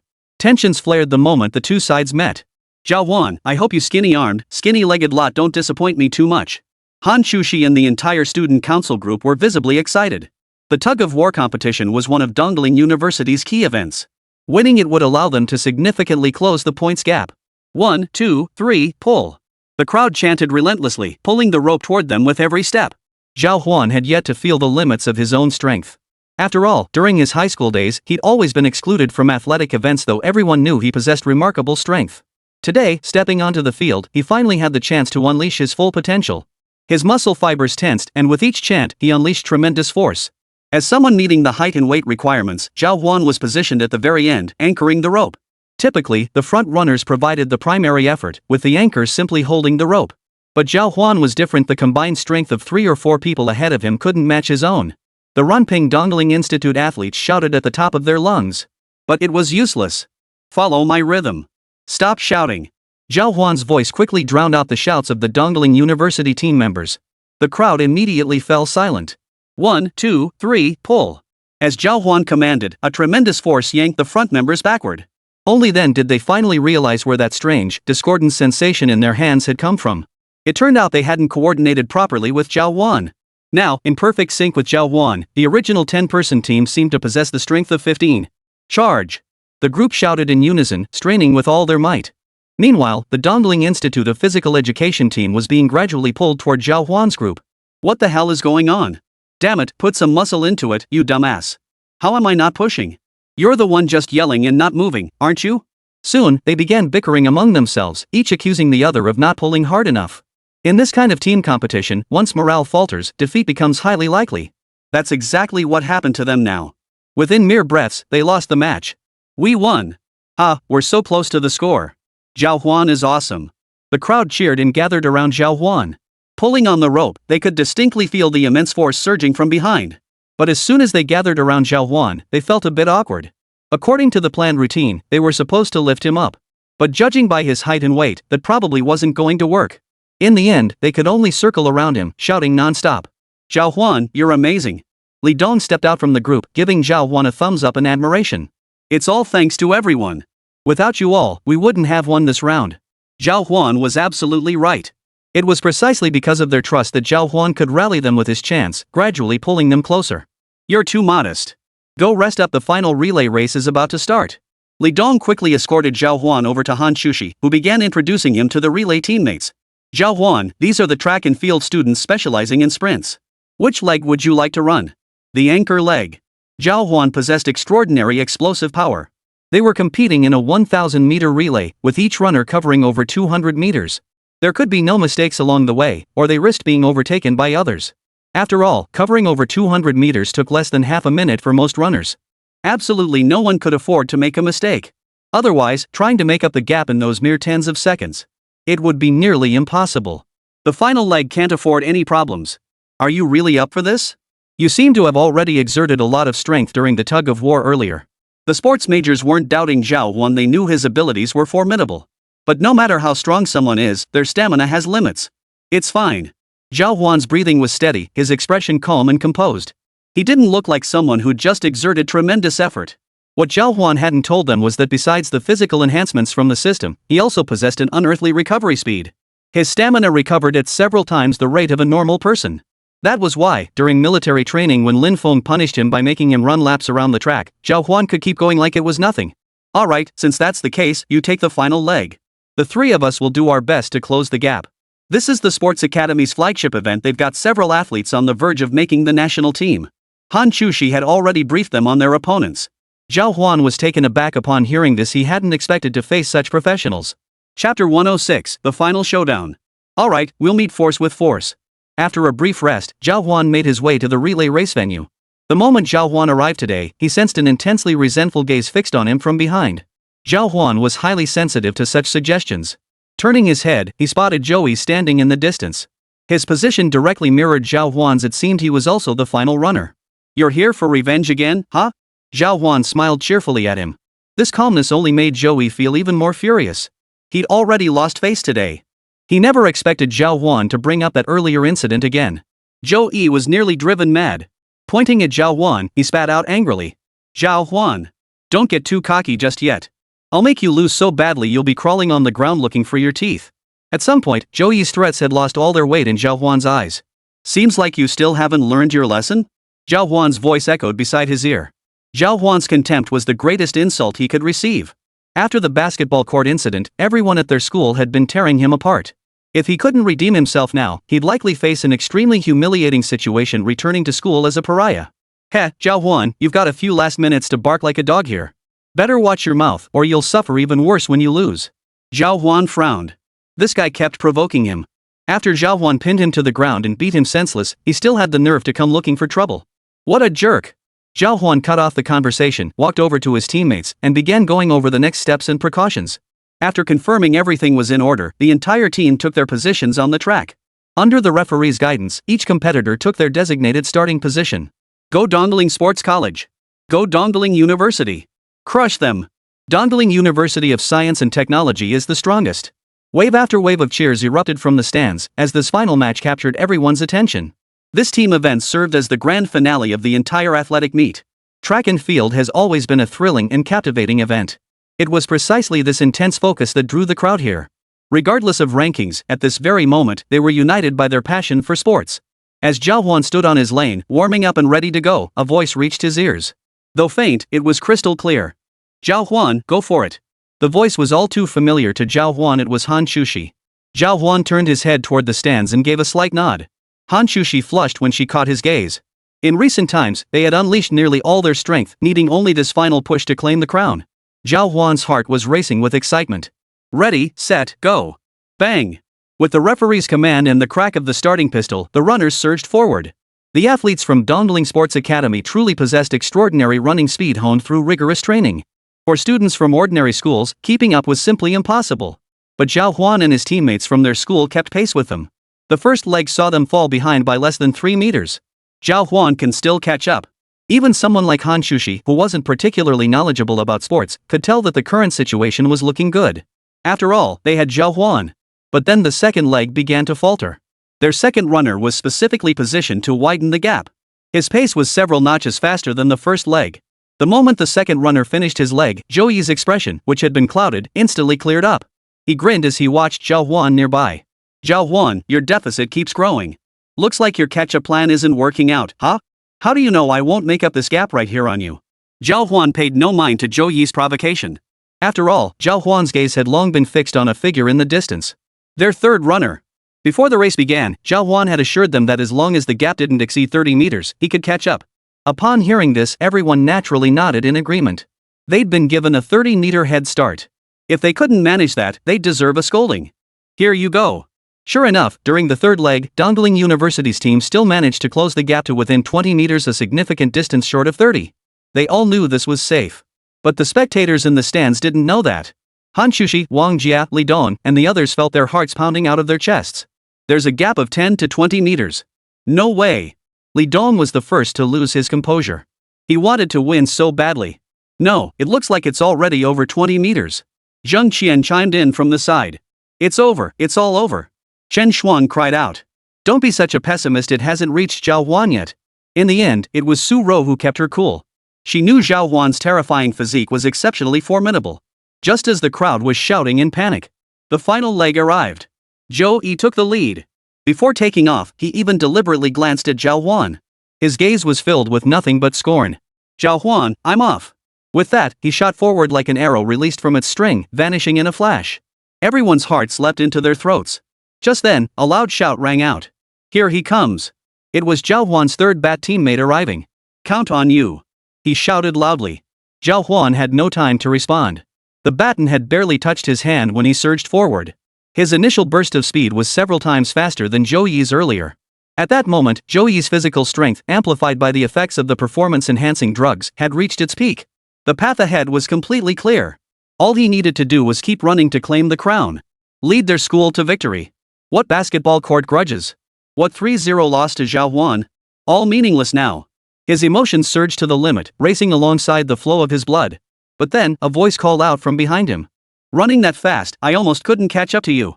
Zhào Huān caught up to him, his tone calm and utterly nonchalant. Zhou Yi's face twisted into a look of utter disbelief. Impossible.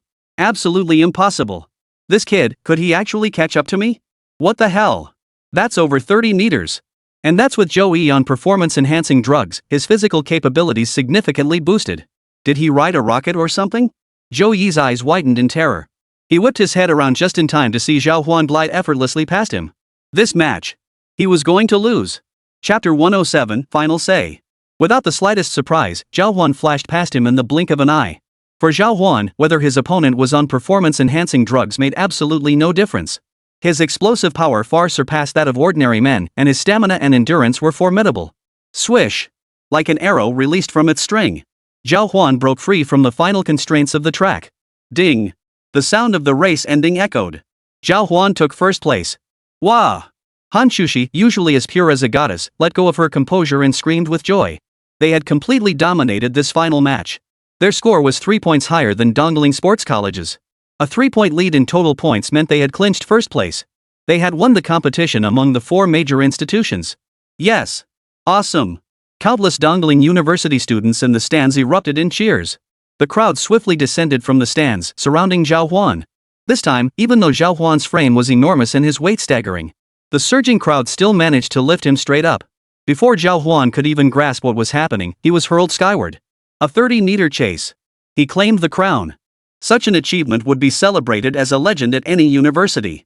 Especially for Dongling University, which hadn't participated in any major athletic competitions in years. After a flurry of excitement, Hán Chǔxī also stepped onto the podium to receive the gold medal for their university. As for Zhou, he secured the silver medal. While this result was still commendable, they were a sports university, and they had come here with the intention of winning gold. Who would have thought that in the final stretch of those last 30 meters, Zhào Huān would actually catch up to him? Absolutely ridiculous. Zhou, go eat. You're a disgrace to Dongling Sports University. A full 30 meters lead, and you let them catch up? Are you useless? Why the substitution at the critical moment? Do you even understand the final leg? A barrage of curses and taunts echoed in Zhou's ears. Zhou's head was spinning, he had no idea what he was doing anymore. But the blow to his pride wasn't over yet. After securing the gold medal, Hán Chǔxī pulled Zhào Huān over to confront Zhou. Zhou, remember our bet? You said if you lost, you'd give me 3 spots in the innovation technology competition. Do you remember that? What does it mean to kill someone with words? This was the real deal. All the students from Dongling Sports University were watching right now. Zhou couldn't go back on his word now. His face had turned as dark as liver. He stood there grunting for a long while, unable to utter a word. Finally, he turned to Hán Chǔxī with a look bordering on pleading. He hoped Hán Chǔxī would let him off the hook. Zhào Huān's eyes seemed to glisten with tears as she looked at him. It made sense, losing the match meant forfeiting their spot in the innovation competition. If word got back to their school, it would be unbearable. But Zhou was now in a no-win situation. Many still remembered the earlier wager. Unless Hán Chǔxī herself stepped in and dismissed the whole thing as a joke. But clearly, Hán Chǔxī had no intention of letting it go. What? You're trying to back out? Hán Chǔxī glared at Zhou with wide eyes, her expression fierce. This guy had flirted with Hán Chǔxī before, and now he was finally getting his comeuppance. This spot, maybe we should just forget about it. Zhou hurriedly stepped in front of Hán Chǔxī, backing down. His voice was so soft that Zhào Huān could barely make it out. Now standing at 1.85 meters tall, he bowed his head before Hán Chǔxī, who towered over him by several inches, looking like a child who'd done something wrong. Zhou had completely lost face. This isn't like your usual cocky self. What's going on? Feeling under the weather today? Hán Chǔxī smiled at him, but didn't budge an inch. Hán Chǔxī had already made arrangements with Zhào Huān. One of the spots in this innovation technology competition was reserved for him. You. After being humiliated repeatedly by Hán Chǔxī, even Zhou couldn't hold back any longer. What's yours and mine? Hand over your competition qualification letter right now. Participating in such competitions required obtaining a special qualification certificate issued by the city government. Each school had a fixed quota. However, trading between schools was permitted, just as Hán Chǔxī was now demanding the other party's entry form. Fine, I'll give them. Zhou, seeing no way out, gritted his teeth and pulled several entry qualification forms from his chest, handing them over to Hán Chǔxī. Zhào Huān nodded in satisfaction at the sight before leaving the area with Hán Chǔxī. As for the backlash Zhou would face afterward, it was none of their concern. Had Zhou not blown this matter out of proportion earlier, he might have gotten away with just a minor setback in the competition instead of facing such severe condemnation. Here, take one. Consider it your reward for today. Hán Chǔxī took Zhào Huān's hand and handed him a copy of the agreement. Zhào Huān glanced at it before tucking it into her bosom. She was actually quite looking forward to this kind of competition. Thanks, senior. But is this all I get as a reward? Zhào Huān had expended tremendous effort working here these past 2 days and was thoroughly exhausted. Hearing this, Hán Chǔxī's cheeks flushed slightly. Come here. Hán Chǔxī beckoned with a wave, motioning for Zhào Huān to lower his head. Zhào Huān tilted his head downward, a hint of confusion in his expression. Hán Chǔxī stood on tiptoe and gently kissed Zhào Huān's cheek before he could react. In that instant, both their faces flushed crimson. Many students were still standing on the field nearby. Seeing Zhào Huān and Hán Chǔxī's interaction, everyone couldn't help but gasp. They pulled out their phones and started snapping photos. Tonight, their forum was destined for another sleepless night. This is your reward. How about it? Hán Chǔxī said to Zhào Huān, her cheeks flushed. Zhào Huān couldn't help but feel a surge of emotion, and he too froze in place, speechless. This? Didn't you say I shouldn't do this in public? Earlier, Hán Chǔxī had made an agreement with Zhào Huān that they shouldn't engage in overly intimate behavior in public. Unexpectedly, today Hán Chǔxī had broken her own rule and right in front of everyone on the playground. That rule applies to you, not me. I hold the final say. In that moment, Zhào Huān finally understood what final say truly meant. Now that Hán Chǔxī had the final say, she became a bit of a little rascal, but Zhào Huān didn't mind it at all. Running a hand over his face, Zhào Huān recalled the softness from moments ago and couldn't help but chuckle. You're up to something naughty again, aren't you? Nope. I just noticed you seemed really happy today, senior. I even heard you shouting from the stands earlier. Chapter 108, Exam Time. Of course I am. I just became student council president not long ago and haven't achieved much yet. I never expected you to deliver such a great result for me. Hán Chǔxī couldn't help but smile slyly. Just as the two were chatting, a group of people approached. They were the athletes who had given their all at the sports meet, along with the support staff handling logistics behind the scenes. Spotting them, Hán Chǔxī smiled and said, "Everyone, you've all worked hard. Tonight, let's all go out for dinner together, everyone who participated in this sports meet." Yay! Perfect timing, I'm starving. Hán Chǔxī was meticulous in her planning. She had already booked a restaurant long ago, determined to treat everyone regardless of today's outcomes. "Chǔxī, if we go out for another meal tonight, our finances will be a bit tight." Lin Yu rushed over and said anxiously to Hán Chǔxī. Hán Chǔxī was taken aback upon hearing this. How could we have spent it all? We haven't collected membership fees in the past few days, and the school funds haven't been dispersed either. With the sports meet happening right now, we're really stretched thin. Hearing Lin Yu's apologetic tone, Hán Chǔxī sighed. It seemed today's situation was getting complicated. Words spoken can't be taken back, and water spilled can't be retrieved. What about them? They needed a celebration anyway, and these people had worked hard for 2 or 3 days straight.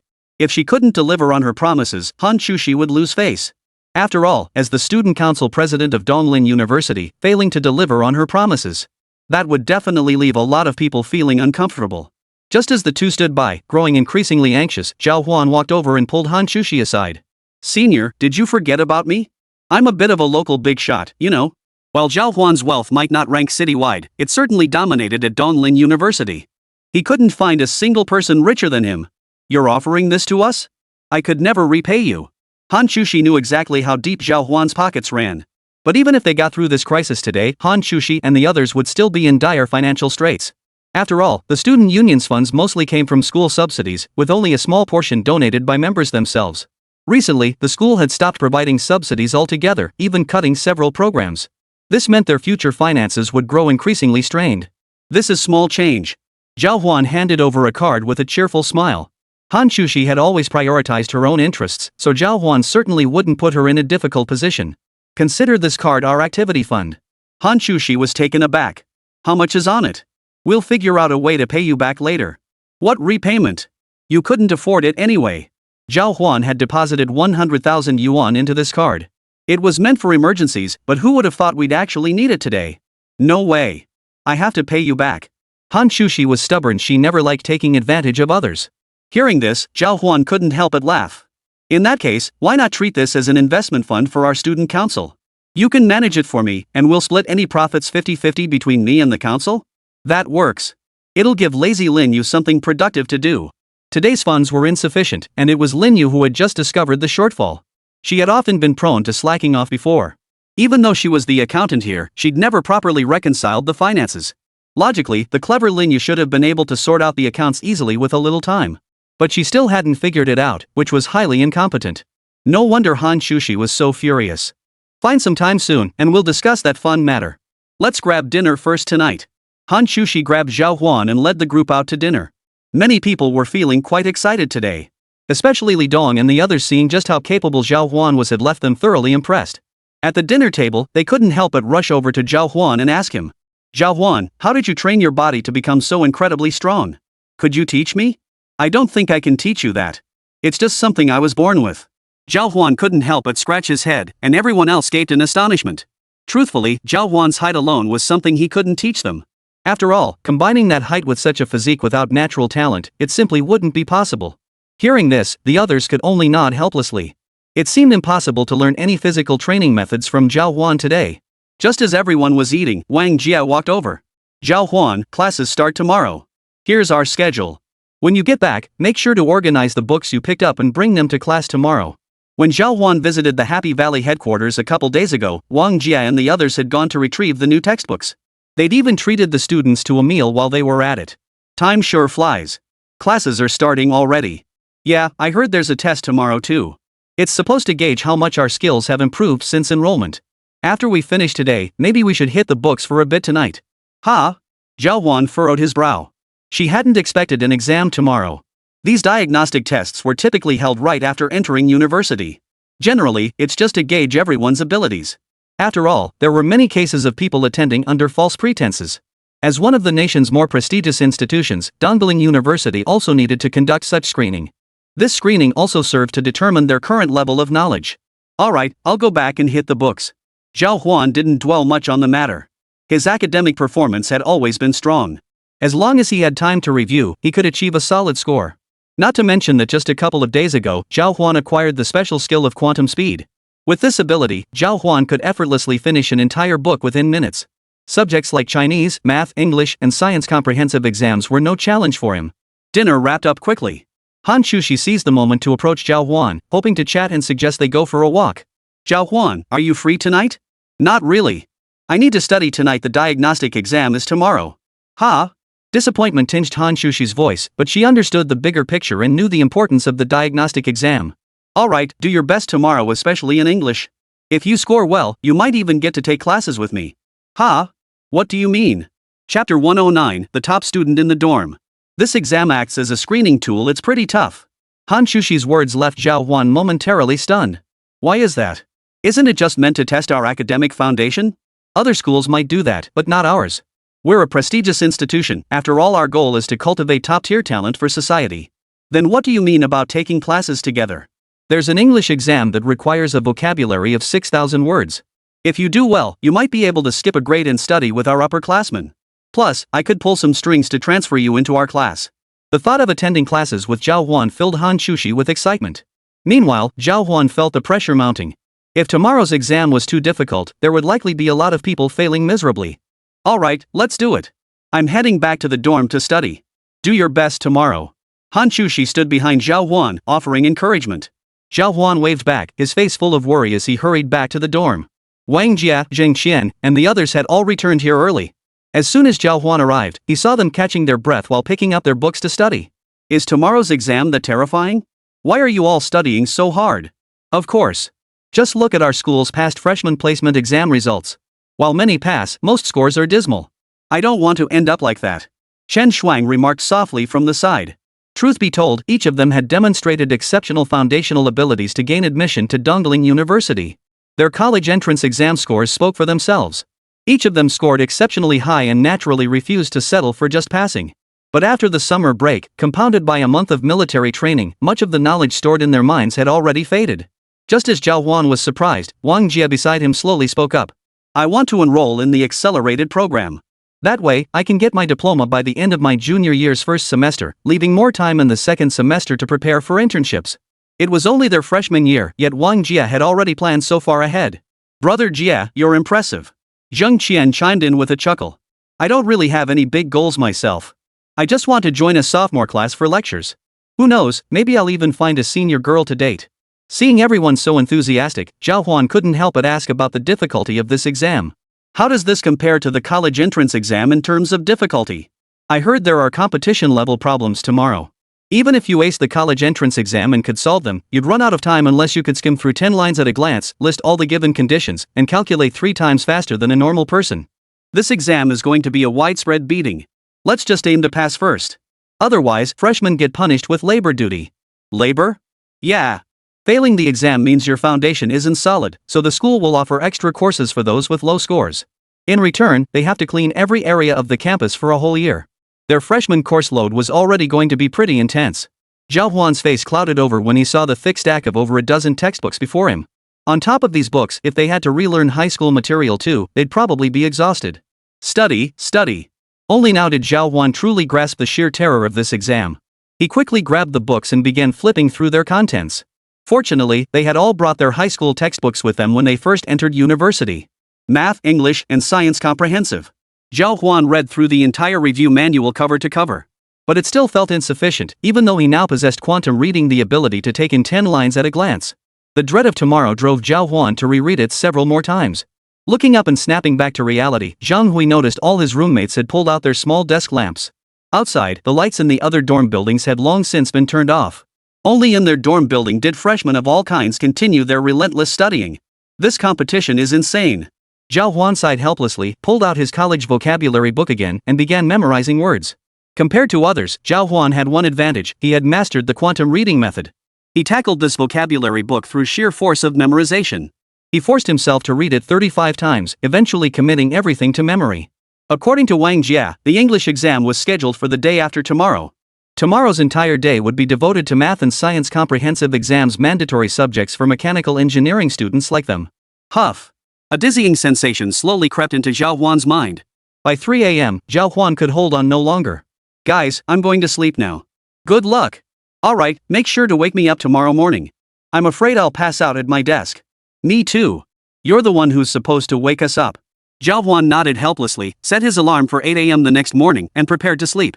Slowly closing his eyes, Zhào Huān opened them again only to find his eyelids incredibly heavy. Yet the alarm's ringing had already reached his ears. Forcing himself upright, Zhào Huān saw several roommates with dark circles under their eyes. Damn it! You guys didn't sleep? Last night, they had asked Zhào Huān to wake them up. Turns out these jerks hadn't slept at all. What else could I do? I couldn't think of any other way. I just had to stay up and cram. I've only reviewed math twice. Me too, sigh. Hearing the nonsense spilling out of their mouths, Zhào Huān couldn't help but explode. Only 2 reviews? Is that even humanly possible? Even Zhào Huān, with his quantum reading skills, had only managed 4 rounds last night. Come on, let's go take the exam. If we wait any longer, I'll forget everything in my head. Me too, let's hurry up. The school was merciful enough to schedule the exam for 9 a.m. By the time the 4 of them reached the exam hall, many classmates from their class had already gathered there. Whispers filled the air as everyone looked tense, dreading the prospect of a year of mandatory labor if they failed. Soon, the bell rang, and the exam papers were distributed. Zhào Huān, still feeling sleepy, glanced down at the paper in front of him and his expression immediately soured. Today's math exam paper was completely filled with competition-level problems. Each problem looked like hieroglyphics. While solvable, the sheer volume of calculations was staggering. It wasn't meant for humans to solve. Wait. Could quantum reading help me accelerate my thinking to the fastest possible speed? The thought struck him, and Zhào Huān immediately gave it a try. Chapter 110, Insane Competition Problems. With a flash of light in his eyes, Zhào Huān's mind went blank. Everything surged into his mind like a tidal wave. Parameters, coordinate systems, and various structural configurations of 3-dimensional space all surfaced in his mind. At that moment, Zhào Huān's brain reached peak processing speed. This could work. Quantum reading did more than just accelerate Zhào Huān's reading speed. It also amplified his capacity to absorb and process information. Only thus could he process the vast knowledge before him at an unprecedented pace. In that instant, Zhào Huān's brain accelerated at an extraordinary rate. His face gradually flushed red, and his breathing grew heavy as his brain strained under the intense exertion. This was the first time Zhào Huān had employed quantum reading to tackle problems. Even during yesterday's review session, his brain hadn't been under such immense strain. These competition questions were truly terrifying. After sucking in a sharp breath, Zhào Huān picked up his pen and began working through the answers bit by bit. Time flew by, and the 2 hours ended in the blink of an eye. As countless people streamed out of the large lecture hall, they all began complaining bitterly. I'm done for. Totally screwed. Community service is definitely in my future this year. What kind of ridiculous questions were those? What did you get for the last question? 1. I checked it multiple times. Bull, it's -1. I checked it multiple times too. What the hell are you guys talking about?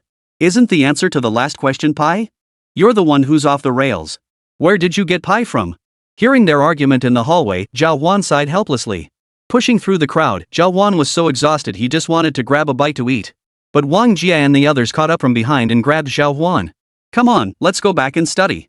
Aren't we eating? Zhào Huān felt numb all over. I already ordered takeout. Hurry up. I messed up this morning, so I need to work even harder now. Me too. Wonder if we'll get stuck doing community service or extra classes. But after a round of complaining, Zhào Huān could only follow them back to the dormitory. After 3 or 4 hours of cramming, the group returned to the exam hall. The afternoon exam was even more absurd. The morning paper had been a competition-style test, and so was the afternoon one. The science competition questions kept Zhào Huān busy calculating for quite some time. After the exam ended, Zhào Huān was so exhausted he just wanted to collapse right where he stood. The school's questions are just too crazy. We're already in college, why do they still make us do this? Why? A sensitive girl sat down in the hallway and burst into tears. Everyone else emerging from the exam room wore equally grim expressions. Zheng Qian trailed behind. Upon seeing Zhào Huān and the others after exiting the exam hall, he immediately gave up. Tomorrow's just English left. Chinese isn't on the test, so no point reviewing. English is all about basic skills anyway, mine are already shot. Gonna head back and rest. Hearing this, Wang Jia and Chen Xuan couldn't help but sigh deeply. Who knew this exam would be so terrifying? I feel like throwing up. Damn this school. Hey, Zhào Huān, how'd you do? Wang Jia and the others turned their gaze toward Zhào Huān. From yesterday until now, Zhào Huān had seemed perfectly normal. I don't know. Zhào Huān had activated his quantum reading skill for 4 or 5 straight hours today. After stepping outside, he felt like a walking corpse, his mind too foggy to think straight. This kid seems to have gone dumb. Jin Qian observed Zhào Huān's state and couldn't help but voice his assessment. Come on, let's go back to the dorm and rest. Everyone let out a long sigh and headed back to the dormitory. It was only 5 p.m., yet all 4 of them lay neatly on their beds. Before long, the steady sound of snoring filled their dorm room. Among the freshmen, many dorms were just like theirs. Everyone had given up after finishing today's exams. If the science exams were this difficult, tomorrow's English test would surely be like deciphering hieroglyphics. Cramming for English was useless anyway, better to sleep like they were doing. Early the next morning, well rested, Zhào Huān and the others all climbed out of bed. They stumbled through breakfast and made their way to the exam hall. Stepping into the exam hall, Zhào Huān couldn't help but recall the promise he'd made to Hán Chǔxī the day before yesterday. Senior. I'm afraid I won't be able to keep my promise. Apart from cramming through the vocabulary book 35 times on the first night, Zhào Huān hadn't touched it since. Walking into the exam hall today felt like taking the test completely unprepared. When the exam papers were distributed, sure enough, they were filled with obscure vocabulary. Harder than translating ancient texts. Zhào Huān helplessly activated his quantum reading mode and began scrutinizing the English text. To his surprise, all the words he had memorized earlier surfaced in his mind. Listening, reading, Zhào Huān breezed through them all. He even had time to catch a nap in the exam hall. Many others in the exam hall were sleeping just like Zhào Huān. After all, for some of them, the material might as well have been written in hieroglyphics. They might as well have guessed randomly and then dozed off. This university English exam was significantly more challenging. After waking up, the bell rang. Zhào Huān nodded with satisfaction and handed in his exam paper. After the exam, the 4 roommates gathered in the dorm, none mentioning the test. We get a day off after the exam. Let's go out for a meal. I can't hold it in any longer. Wang Jia spat out bitterly, his eyes filled with resentment. My nerves are shot too. What the hell was that? Chen Xuan angrily punched the air. Community service. I guess I'm stuck with it. Zheng Qian's face darkened. Watching them, he resembled a zombie staring at them. Let's go back and talk about it later. Zhào Huān nodded and ran back to the dorm with them to play some games. The moment they arrived, a ringing phone disrupted the peace. Zhào Huān glanced at his screen. It was Hán Chǔxī calling. Senior, what's up? Zhào Huān, how did you do on the exam? I have a special way to get your results tonight. Want to know? No way. Zhào Huān and the others in the dorm immediately shouted in unison. The results weren't supposed to be released until tomorrow night. At least they could enjoy a carefree day out tomorrow. Finding out tonight would be unbearably nerve-wracking. A bunch of guys acting all coy? If you don't want to see it, I sure do. Tomorrow night, the student union will post your scores and rankings in buildings 1 and 3. If you want to see them, go there. Alright, got it. After settling the matter, Hán Chǔxī revealed her true purpose. Oh, Zhào Huān, come pick me up downstairs. Chapter 111, Behind the Scenes Manipulation of the Tech Competition. Zhào Huān arrived at the building where his senior lived. Before long, a girl wearing a short skirt and a short-sleeved top on her shoulders appeared at the door. Under the night sky, the girl before him looked exceptionally stunning. Even before she descended the stairs, countless eyes were drawn to her. Truly the campus beauty of Han University. She's gorgeous. Stop staring, it's none of your business. She already has a boyfriend. She hasn't made it official yet. That means I still have a chance. She was absolutely stunning. Even though everyone knew Hán Chǔxī and Zhào Huān were close, they couldn't tear their eyes away. Zhào Huān was taken aback at first glance by the girl's appearance. Hán Chǔxī seemed to be wearing makeup today. Senior, you look absolutely stunning. If Chang'e were the peerless beauty residing in the Moon Palace, one would think of her upon mentioning the moon. Then Hán Chǔxī was the flower of Dongling University mentioned Dongling University, and she came to mind first.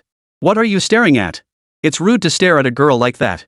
The moment Hán Chǔxī approached, she noticed Zhào Huān's vacant stare, and her cheeks flushed slightly. Zhào Huān scratched his head awkwardly. Senior, what did you need to talk to me about today? Well, the awards ceremony for our sports meet has concluded, but the university wants to present us with medals again. Since you contributed significantly this time, I thought I'd invite you to join me in receiving yours. We'll also have your name officially listed. What do you think? Hearing this, even Zhào Huān was a bit surprised. Logically, all the credit should have gone to the student council president. But today, Hán Chǔxī was fair in her rewards and punishments, giving Zhào Huān credit for his contribution.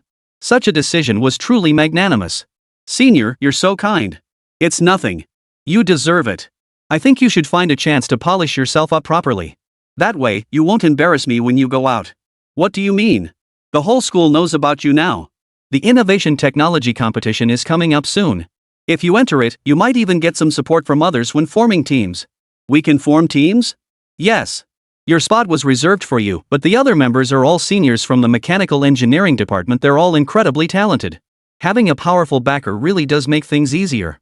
Before Zhào Huān could say anything, he'd already secured his spot in the innovation technology competition. Senior, I'd like to participate in this competition. But if someone else is truly more suitable, feel free to let them take my place. As a freshman, Zhào Huān appreciated this opportunity. But he wasn't entirely sure wasting a spot and embarrassing the school wouldn't be good. What are you talking about? This sports meet wouldn't have been possible without you. You earned this extra spot. If you belittle yourself now, it'd mean my judgment was wrong. Waving her tiny fist playfully, Hán Chǔxī couldn't resist giving Zhào Huān a light punch. Hearing this, even Zhào Huān couldn't help but scratch his head. It had to be said, Hán Chǔxī was incredibly kind to Zhào Huān. If it were any other student from another class, they wouldn't have gotten a spot in this innovation technology competition. Senior, you're being way too kind to me. I'm starting to feel embarrassed. If you're embarrassed, just repay me with your body. Both Zhào Huān and Hán Chǔxī froze in place upon hearing those words. Hán Chǔxī couldn't believe she'd just blurted out such a bold remark. Zhào Huān's heart was racing wildly. He was utterly defenseless against Hán Chǔxī's temptation. After all, it was such a beautiful girl speaking to him. Senior. What is it?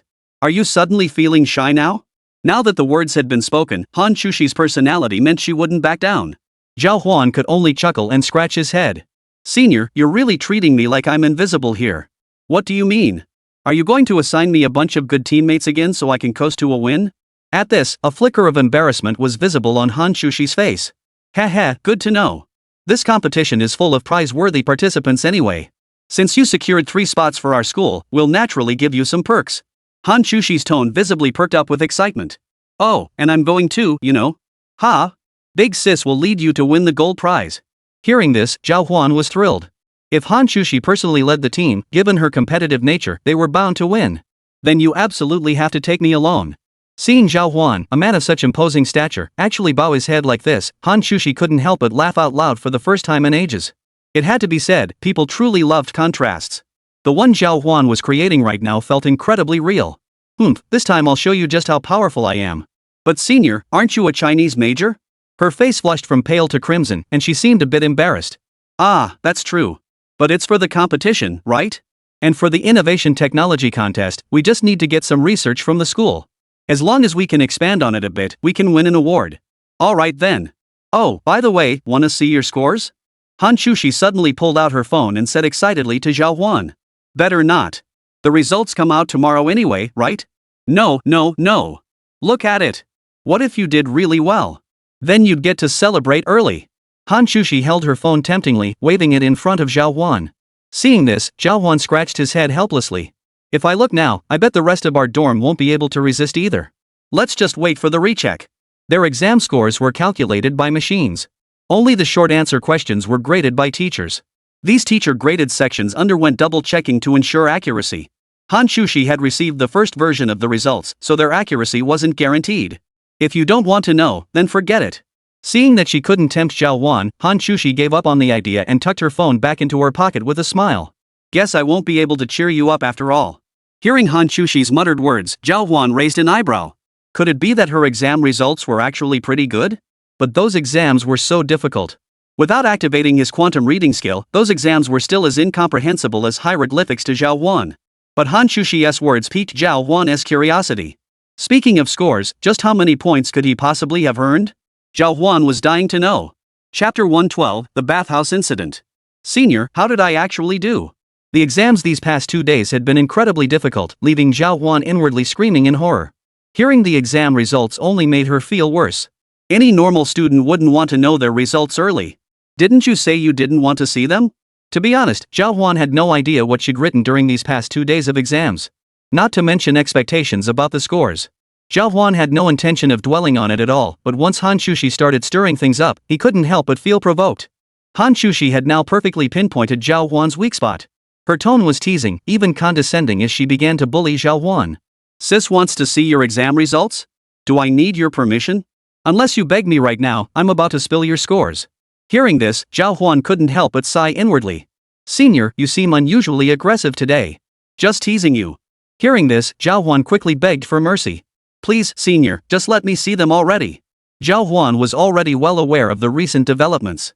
Fine, I'll show you then. A faint smile touched her lips as she pulled her phone from her pocket and showed Zhào Huān the punishment screen. But the moment Zhào Huān saw it, his eyebrows shot up in surprise. Why is it a percentage? The exact scores aren't out yet. Based on rough estimates from some answer sheets, you've been placed in the top 10%. You still have a chance to take classes with me. Oh, I see. Zhào Huān scratched his head. He couldn't see his exact score, but knowing he'd made it into the advanced class was good enough. Does this mean I can start internships after my junior year? Exactly. If you plan to take the graduate entrance exam, finishing your third-year courses will also speed things up. Hearing this, Zhào Huān nodded in satisfaction. It seemed this exam had served its purpose after all. Alright, did you get that application form? Got it. Sign your name here and I'll submit it for you. Zhào Huān pulled out the application form he'd obtained from Dongling Sports College. Is this it? Yes.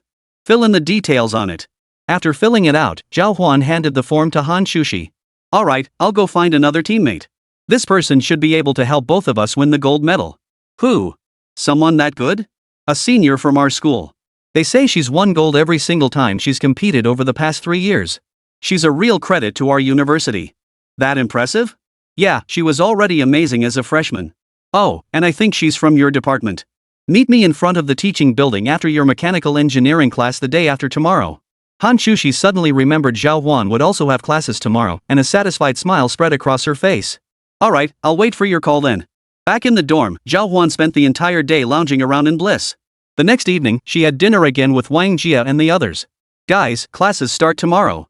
Let's hit the showers tonight to get ready for tomorrow's lectures.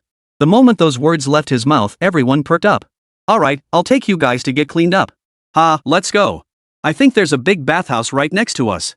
Zheng Qian knew the area around campus pretty well. Hearing him say that, Zhào Huān immediately nodded. Should we give it a try? It might be a bit pricey. The one near us is a pretty high-end bathhouse. Zheng Qian rubbed his belt, looking a bit embarrassed. No worries, it's on me today. Zhào Huān said cheerfully, and Zheng Qian nodded immediately upon hearing this. Thanks a ton, Brother Huān. Don't be so polite. The moment they stepped into the lobby, the opulent decor left them all speechless. Marble floors complemented crystal chandeliers, while impeccably dressed waitstaff bustled around them. Where do we buy tickets? This is my first time here. Wang Jia looked around for a while but couldn't figure it out. Where are the attendants? Hearing this, Zhào Huān also turned to look around at the people nearby. But after searching for a while, no one paid them any attention. Most people who came here were well off, otherwise they wouldn't bother with such a large bathhouse. They'd just go to a regular public bathhouse and be done with it. Excuse me?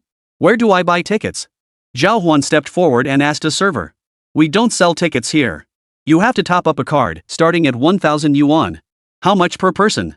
Zheng Qian was very particular about prices and didn't hesitate to ask directly. 300 for a single ticket. The attendant frowned, looking at Zhào Huān and the other's student-like appearance with growing impatience. Whoa, that's a bit pricey. Wang Jia and Chen Shuang immediately started pulling Zhào Huān away. 300 yuan per person just for a bath? They might as well find a public bathhouse instead. Hearing this, the attendant immediately grew displeased. Poor bastards want a bath? Get the hell out of here. His face was twisted with scorn, as if he'd already figured out they were just students. Don't you know what kind of place this is? Just because it's close to your school doesn't mean it's just a public bathhouse? Country bumpkins. What did you say? Wang Jia and the others naturally refused to tolerate such contempt. They were customers, after all. By all rights, the customer should be king. But this guy was already looking at them through tinted glasses and yelling. It was really annoying. Didn't catch what I said? Need me to repeat it? Just a back scrub here costs more than half your monthly food budget. Now get lost. Scrubbing your back with gold? Gotcha. Zheng Qian couldn't stand his attitude and snapped back. What business is it of yours how we scrub backs? Look at your sorry state, you can't even afford a membership card, can you? If you've got money, go ahead and get me a membership card right now. Let me see it. Stop whining like a poor beggar, it's disgusting. Hearing this tirade, everyone present was furious. Who's in charge of the scrub service here? Can we even choose you to scrub us? Zhào Huān frowned and stepped forward. Me scrubbing? As if you're worthy. Why wouldn't I? Just wait. Zhào Huān walked over to the front desk and proceeded to apply for a membership card. Sign me up for a membership. Sure, how much credit? The young lady at the front desk hadn't noticed the argument between Zhào Huān and the waitstaff here, and she politely asked Zhào Huān. Top it up with 300,000 yuan for now. As soon as Zhào Huān casually uttered those words, everyone nearby sucked in a sharp breath. As for the waiter from earlier, his expression darkened. Then, that grim expression transformed into sheer terror. You. Chapter 113, Scrub Bar. 30,000 should cover all your services here, right? After Zhào Huān swiped his bank card, the front desk girl's expression had shifted from shock to admiration. Even the waiter who had just spoken rudely to them couldn't resist stepping forward to offer his attentions. Of course. Whatever you wish. After responding swiftly to Zhào Huān, the server immediately looked up at him, eager to hear his request. With such a VIP customer, they wouldn't let a single detail slip. Service must be impeccable. In that case, we'd like back scrubs too. Find us a small bath later and have this guy scrub our backs. Zhào Huān pointed at the attendant from earlier. Hearing this, the attendant froze in shock. He certainly didn't know how to scrub backs. If they asked him to bring Zhào Huān a fruit platter or something, he might be able to manage that. Sir, I'm not trained for this, how could I scrub your back? By the time he spoke to Zhào Huān again, his expression had softened considerably. For them, defying Zhào Huān was simply out of the question now. Is it possible? Zhào Huān didn't give him a chance to respond. Since this guy had dared to talk back in front of him, he needed to be thoroughly humiliated. While many students genuinely lacked funds, this guy's service attitude was also severely lacking. Of course it's possible. Just as the standoff continued, a manager-looking person rushed over. After receiving such a large order from Zhào Huān, the front desk attendant had promptly called their manager to arrange dedicated service for the four of them. But the moment the manager arrived, he witnessed the conflict between Zhào Huān and the attendant. Good evening, sir. What seems to be the problem? Well, it's like this. Earlier, one of your servers told us we couldn't afford to dine here. Now that we have the money, he won't come serve us. Hearing this, the manager immediately turned around and glared fiercely at the server. Shao Sun, today you do whatever these young bosses say. Don't give me any excuses about not knowing how. Hearing this, the young man named Shao Sun couldn't help but put on a mournful face. But Zhào Huān and his group could only swallow their frustration. Zhào Huān and his group quickly entered the bathhouse. After soaking for a while, Shao Sun entered carrying a scrubbing cloth. Sir, let me scrub you first. He pulled over Wang Jia, who seemed the most approachable, but Zheng Qian stepped forward instead. Scrub me first.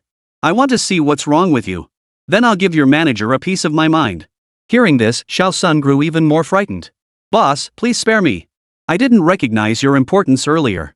I'm truly sorry for today. If you let me off this time, I'll give you a discount coupon next time you come, okay? No way. Who knows when I'll be back next time? I'll have forgotten about you by then. Zheng Qian was quite skilled at disciplining people. Hearing this, everyone burst into laughter. As for Shao Sun, he quickly got to work scrubbing away. After finishing, he hurried out and presented Zhào Huān with a fruit platter. Sir, this is my gift to you, consider it an apology. Please don't say anything bad about me to the manager later. The others waved him off and dismissed him, then lay down in the lobby to catch some sleep. Early the next morning, they rose and prepared to check their results. Do you think we can crack the top 10% with today's results? Zheng Qian's expression darkened considerably as he walked along the path. Wang Jia couldn't help but interject. Hard to say. Our university is full of hidden talents. Everyone who got in scored well. Who can really outdo who? Exactly.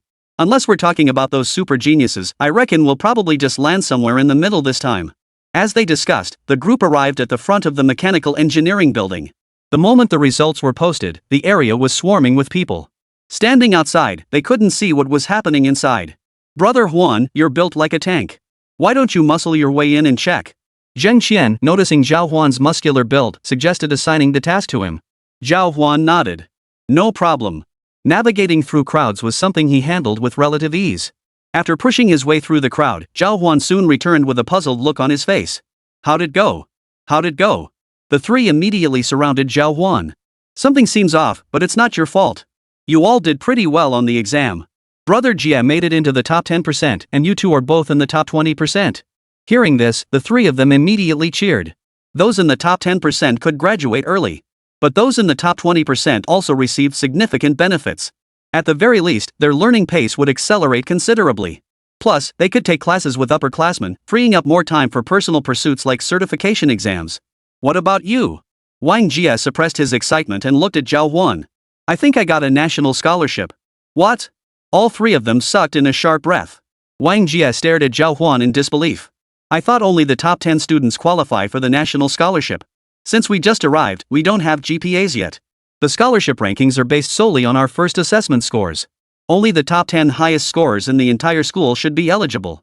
You mean Brother Huān ranked in the top 10? All three stared at Zhào Huān in shock. Zhào Huān scratched his head, not entirely sure what was going on.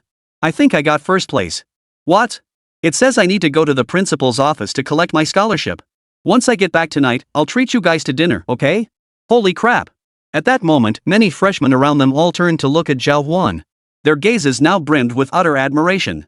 To possess such exceptional physical prowess while simultaneously achieving such outstanding academic results. It had to be said Zhào Huān was truly terrifying. The moment he stepped out of the classroom building, Zhào Huān received a call from Hán Chǔxī. Zhào Huān, you actually scored first in the entire school? Yeah, I don't know how it happened either. Zhào Huān scratched his head as he surveyed his current situation. Ever since the system granted him this extraordinary skill, Zhào Huān found it incredibly useful. After exchanging a few brief words with Hán Chǔxī, Zhào Huān made his way over to the principal's office. To be honest, this national scholarship was worth no more than 10,000 yuan at most. Zhào Huān didn't care much about the money, but the honor itself was quite astonishing. Upon arriving, Zhào Huān spotted several young men and women, all glaring at him with hostile expressions. Chapter 114, Top of the School. Are you Zhào Huān? I heard you didn't rank very high on the entrance exam, barely scraped by, right? A bespectacled girl swiftly approached Zhào Huān and asked him in a highly confrontational tone. Hearing this, Zhào Huān frowned. What business is that of yours? How could someone with such a weak foundation possibly become the top student in the entire school? I don't believe you have that kind of ability. Zhào Huān frowned and glanced at the few people around him. It was clear they also doubted Zhào Huān's abilities. Ranking first in the entire school is something every student aspires to achieve. For their resumes, it would undoubtedly be an impressive addition. If you can't achieve it yourself, why would you dare to speculate about me? Zhào Huān's words instantly infuriated the other person. I refuse to accept this. I want you to prove it to me again right here. Why should I prove anything to you? If you have doubts, why not take it up with the school? What good does it do to confront me? Zhào Huān's retort left the other person speechless. Hearing this, the other person swiftly turned away, no longer acknowledging Zhào Huān. Shortly after, the principal arrived.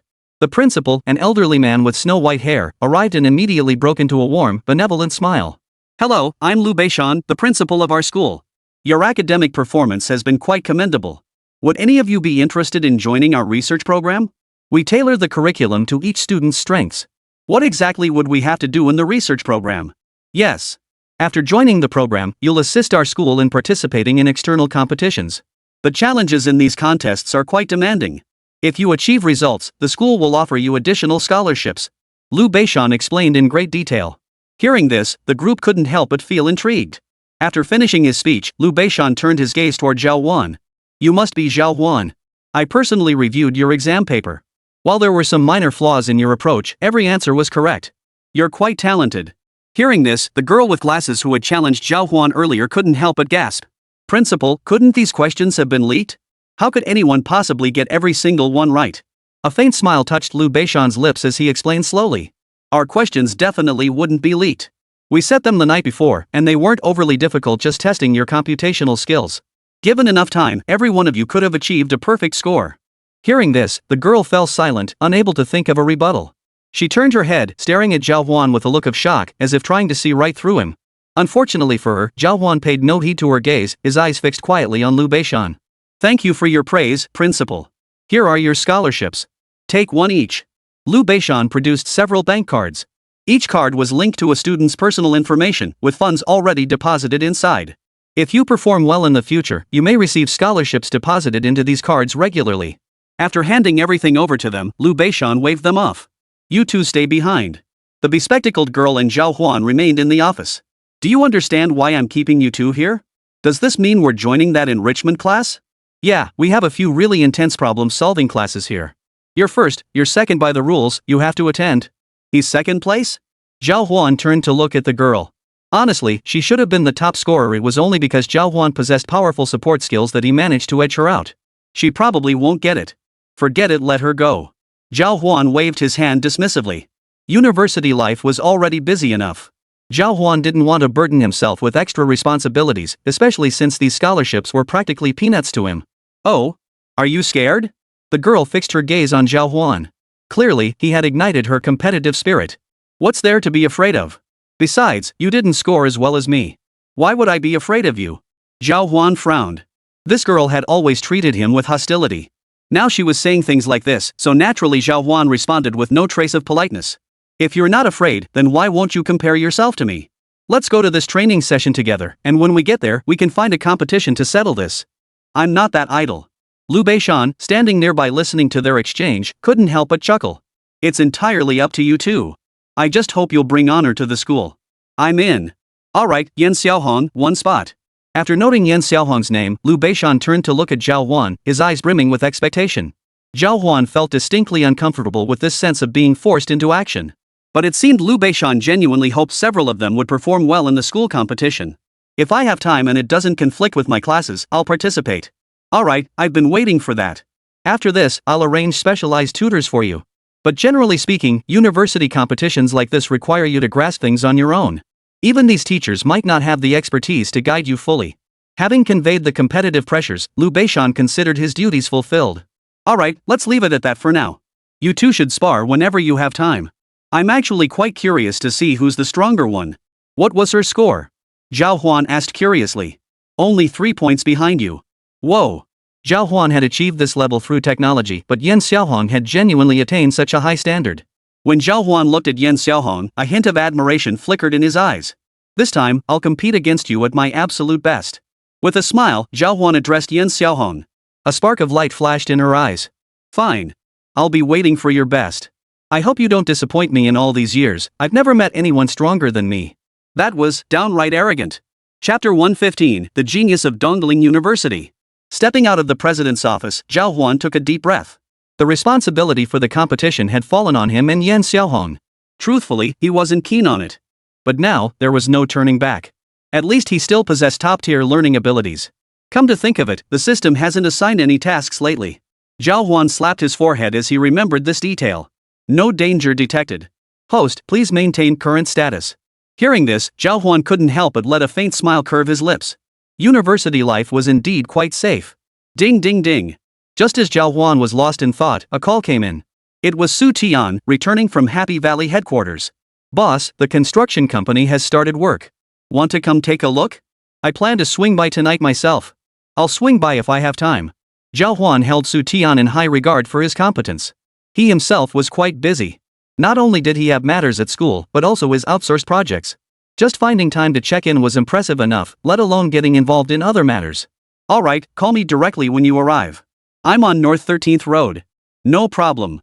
Mission activated. Host must establish prestige among construction workers. High prestige rating grants public speaking talent. Project progress accelerated by 10%. What does that mean? Zhào Huān was a bit confused. A public speaking talent? Does that mean I have to go? The system's gifts were incredibly useful. Like the quantum reading ability it granted last time, it had helped Zhào Huān achieve outstanding grades at school. This public speaking talent could boost project progress by 10%? Wouldn't that mean a quicker return on investment? Zhào Huān had only about 1 million yuan left to his name. His previous construction investments had drained his entire fortune. I guess I'll go. Resolved, Zhào Huān took a deep breath and headed toward the academic building. Today was the first day of classes. If nothing came up, he'd meet Hán Chǔxī at noon to visit that senior student. The senior's reputation had struck Zhào Huān as nothing short of extraordinary. Just how exceptional could someone be who had won the gold medal 3 years in a row? Excuse me. Entering the classroom where class had already begun, Zhào Huān felt his face flush. The teacher was a middle-aged man with kind, gentle eyes. What's your name? Why are you late? But upon seeing Zhào Huān arriving late on the very first day of school, his expression immediately turned stern. My name is Zhào Huān. I was just in the principal's office. Zhào Huān? Oh, it's you. Find a seat and sit down. Upon hearing Zhào Huān's name and the mention of the principal's office, the teacher naturally understood what had transpired. Zhào Huān walked into the classroom. Over here. Wang Jia and the other two immediately waved him over. Zhào Huān sat down in the seat they had secured for him. And with his quantum reading ability, he quickly caught up on the lesson he'd missed earlier. The morning flew by in an instant. Before they knew it, noon had arrived. Let's eat. I'm exhausted. Yeah, this feels even more exhausting than military training. Feeling a bit queasy. You guys go ahead. I need to find my senior. Haha, sure. Go for it, brother Huān. Ha, like you need to tell me? They're already so close. The group chattered noisily as they parted ways with Zhào Huān. After standing by the door for a moment, Zhào Huān spotted Hán Chǔxī arrive in casual clothes and light makeup. Zhào Huān. Senior, where's the person you arranged to meet? Hold on, she said she just finished class and is working on problems. Oh, alright. With that, the two stood in place and began waiting. By the way, did the principal ask you to join any competitions or something? Hán Chǔxī, hands behind her back, leaned over to ask Zhào Huān. He did, but I really didn't want to go. Too bad I couldn't talk him out of it in the end. Zhào Huān's expression was less than cheerful. He was actually pretty annoyed about the whole thing. Ah, I was the same back in the day. Oh? Did you make it into the top 10 too? What's wrong? Can't I score in the top ranks? Hearing Hán Chǔxī's words, Zhào Huān couldn't help but gasp in astonishment. Senior, you're so amazing. Not me, it's the person you're about to see. As soon as Hán Chǔxī finished speaking, she pointed toward a figure walking out of the crowd after school. Zhào Huān followed Hán Chǔxī's pointing finger and spotted a girl who bore a striking resemblance to Yan Xiaohong. That's Yan Xiaoju, one of our school's greatest prodigies. Yan Xiaoju? What's her relationship with Yan Xiaohong? You know Yan Xiaohong too? I think Yan Xiaohong is Yan Xiaoju's younger sister. Oh, and I heard Yan Xiaohong started attending classes here this year too? Yeah, Yan Xiaohong ranks second behind me. Wow, that's impressive. I remember Yan Xiaoju was ranked first back then. As the two chatted idly, Hán Chǔxī had already pulled Zhào Huān over to stand before Yan Xiaoju. Senior Yan Xiaoju. You must be Zhào Huān? After nodding to Hán Chǔxī, Yan Xiaoju turned her attention to Zhào Huān, clearly intrigued by his achievements. Yes. You scored even higher than Yan Xiaohong. Impressive. I hope our collaboration this time won't hold me back. Such an opening remark caught Zhào Huān off guard. Logically speaking, Hán Chǔxī's situation was rather complicated. Yet to his surprise, she seemed utterly unconcerned. Instead, she was telling Zhào Huān and the others not to hold her back. That was downright arrogant. Seems like every member of this family is equally arrogant. Zhào Huān recalled Yan Xiaohong's boastful claim of never having faced a worthy opponent her entire life. Let's go. Since we've met, we might as well grab a bite to eat. Alright. Yan Xiaoju followed Zhào Huān and the others to a restaurant outside the school grounds. Zhào Huān had initially planned to take Yan Xiaoju to his own restaurant, but since she didn't care for Western cuisine, they ended up at this ramen shop instead. Senior, the theme for this year's Innovation Technology Competition is Environmental Protection and a Better Future. What project should we enter? Hán Chǔxī asked Yan Xiaoju as they walked. Environmental protection and beauty. We just need to find a few projects that promote environmental protection and health to pursue. As for the beauty aspect, that requires copywriting. I'll draft something for us, and that should suffice. Yan Xiaoju had her own approach to the competition, and Hán Chǔxī couldn't help but nod in satisfaction upon hearing her words. Is there anything we need to do? Just stay out of my way. I already have a plan for this project research. What kind of project are you going to choose? Solar cells, of course. We mechanical engineering majors should all be able to handle that. Hearing this, Zhào Huān and Hán Chǔxī both looked surprised. How can that be considered technological innovation? Chapter 116, Firing the Foreman. Upon hearing this, Yan Xiaoju's face lit up with a hint of pride. Our mechanical engineering students should all be capable of making solar cells, but selecting the latest materials and maximizing efficiency, that's where the research comes in. There's still significant room for improvement in that area. At this point, Yan Xiaoju became genuinely interested. She began speaking at length to Zhào Huān and Hán Chǔxī. Seeing her such enthusiasm, Zhào Huān and Hán Chǔxī couldn't help but exchange a glance. Both nodded in satisfaction. It seemed finding Yan Xiaoju had been the best choice possible. After lunch, Yan Xiaoju prepared to leave. Come to Professor Sun's lab together this weekend. I'll be here pushing the project forward then. Sure, no problem. Zhào Huān and Hán Chǔxī immediately agreed. This was undoubtedly a once-in-a-lifetime opportunity. Not only would Yan Xiaoju personally mentor them, but she'd also secured such an exceptional project for them. Just as she was about to leave, Yan Xiaoju turned back as if suddenly remembering something. Oh, Zhào Huān. What is it, senior? That little brat Yan Xiaohuan must have already issued you a challenge. Now that you've scored first place in the entire school, it'll make my little sister miserable for a long time. Could I ask you a favor? What is it? Beat Yan Xiaohuan again in the next competition. Why? Zhào Huān suddenly felt the pressure mounting. Yan Xiaohuan was a true genius, and Zhào Huān could only rely on his quantum reading skill. As for the competition questions, he hadn't studied a single one. If he wanted to beat Yan Xiaohuan, he'd have to put in some serious hard work. That little girl has never faced any real setbacks growing up. She's developed this attitude like she's the only one who matters in the whole world. But scholarship requires humility. I hope you can teach her that. Hearing this, Zhào Huān finally understood Yan Xiaoju's earnest intentions. On the surface, Yan Xiaoju seemed like a girl utterly absorbed in her studies and research. But the real Yan Xiaoju was someone with an exceptionally keen mind. She could see the bigger picture. No wonder Hán Chǔxī had specifically sought her out. Alright, I understand. Great, I'll count on you. Hán Chǔxī watched as Yan Xiaoju solemnly nodded to Zhào Huān before leaving. He couldn't help but turn to Zhào Huān and smile. Zhào Huān, are you really that impressive?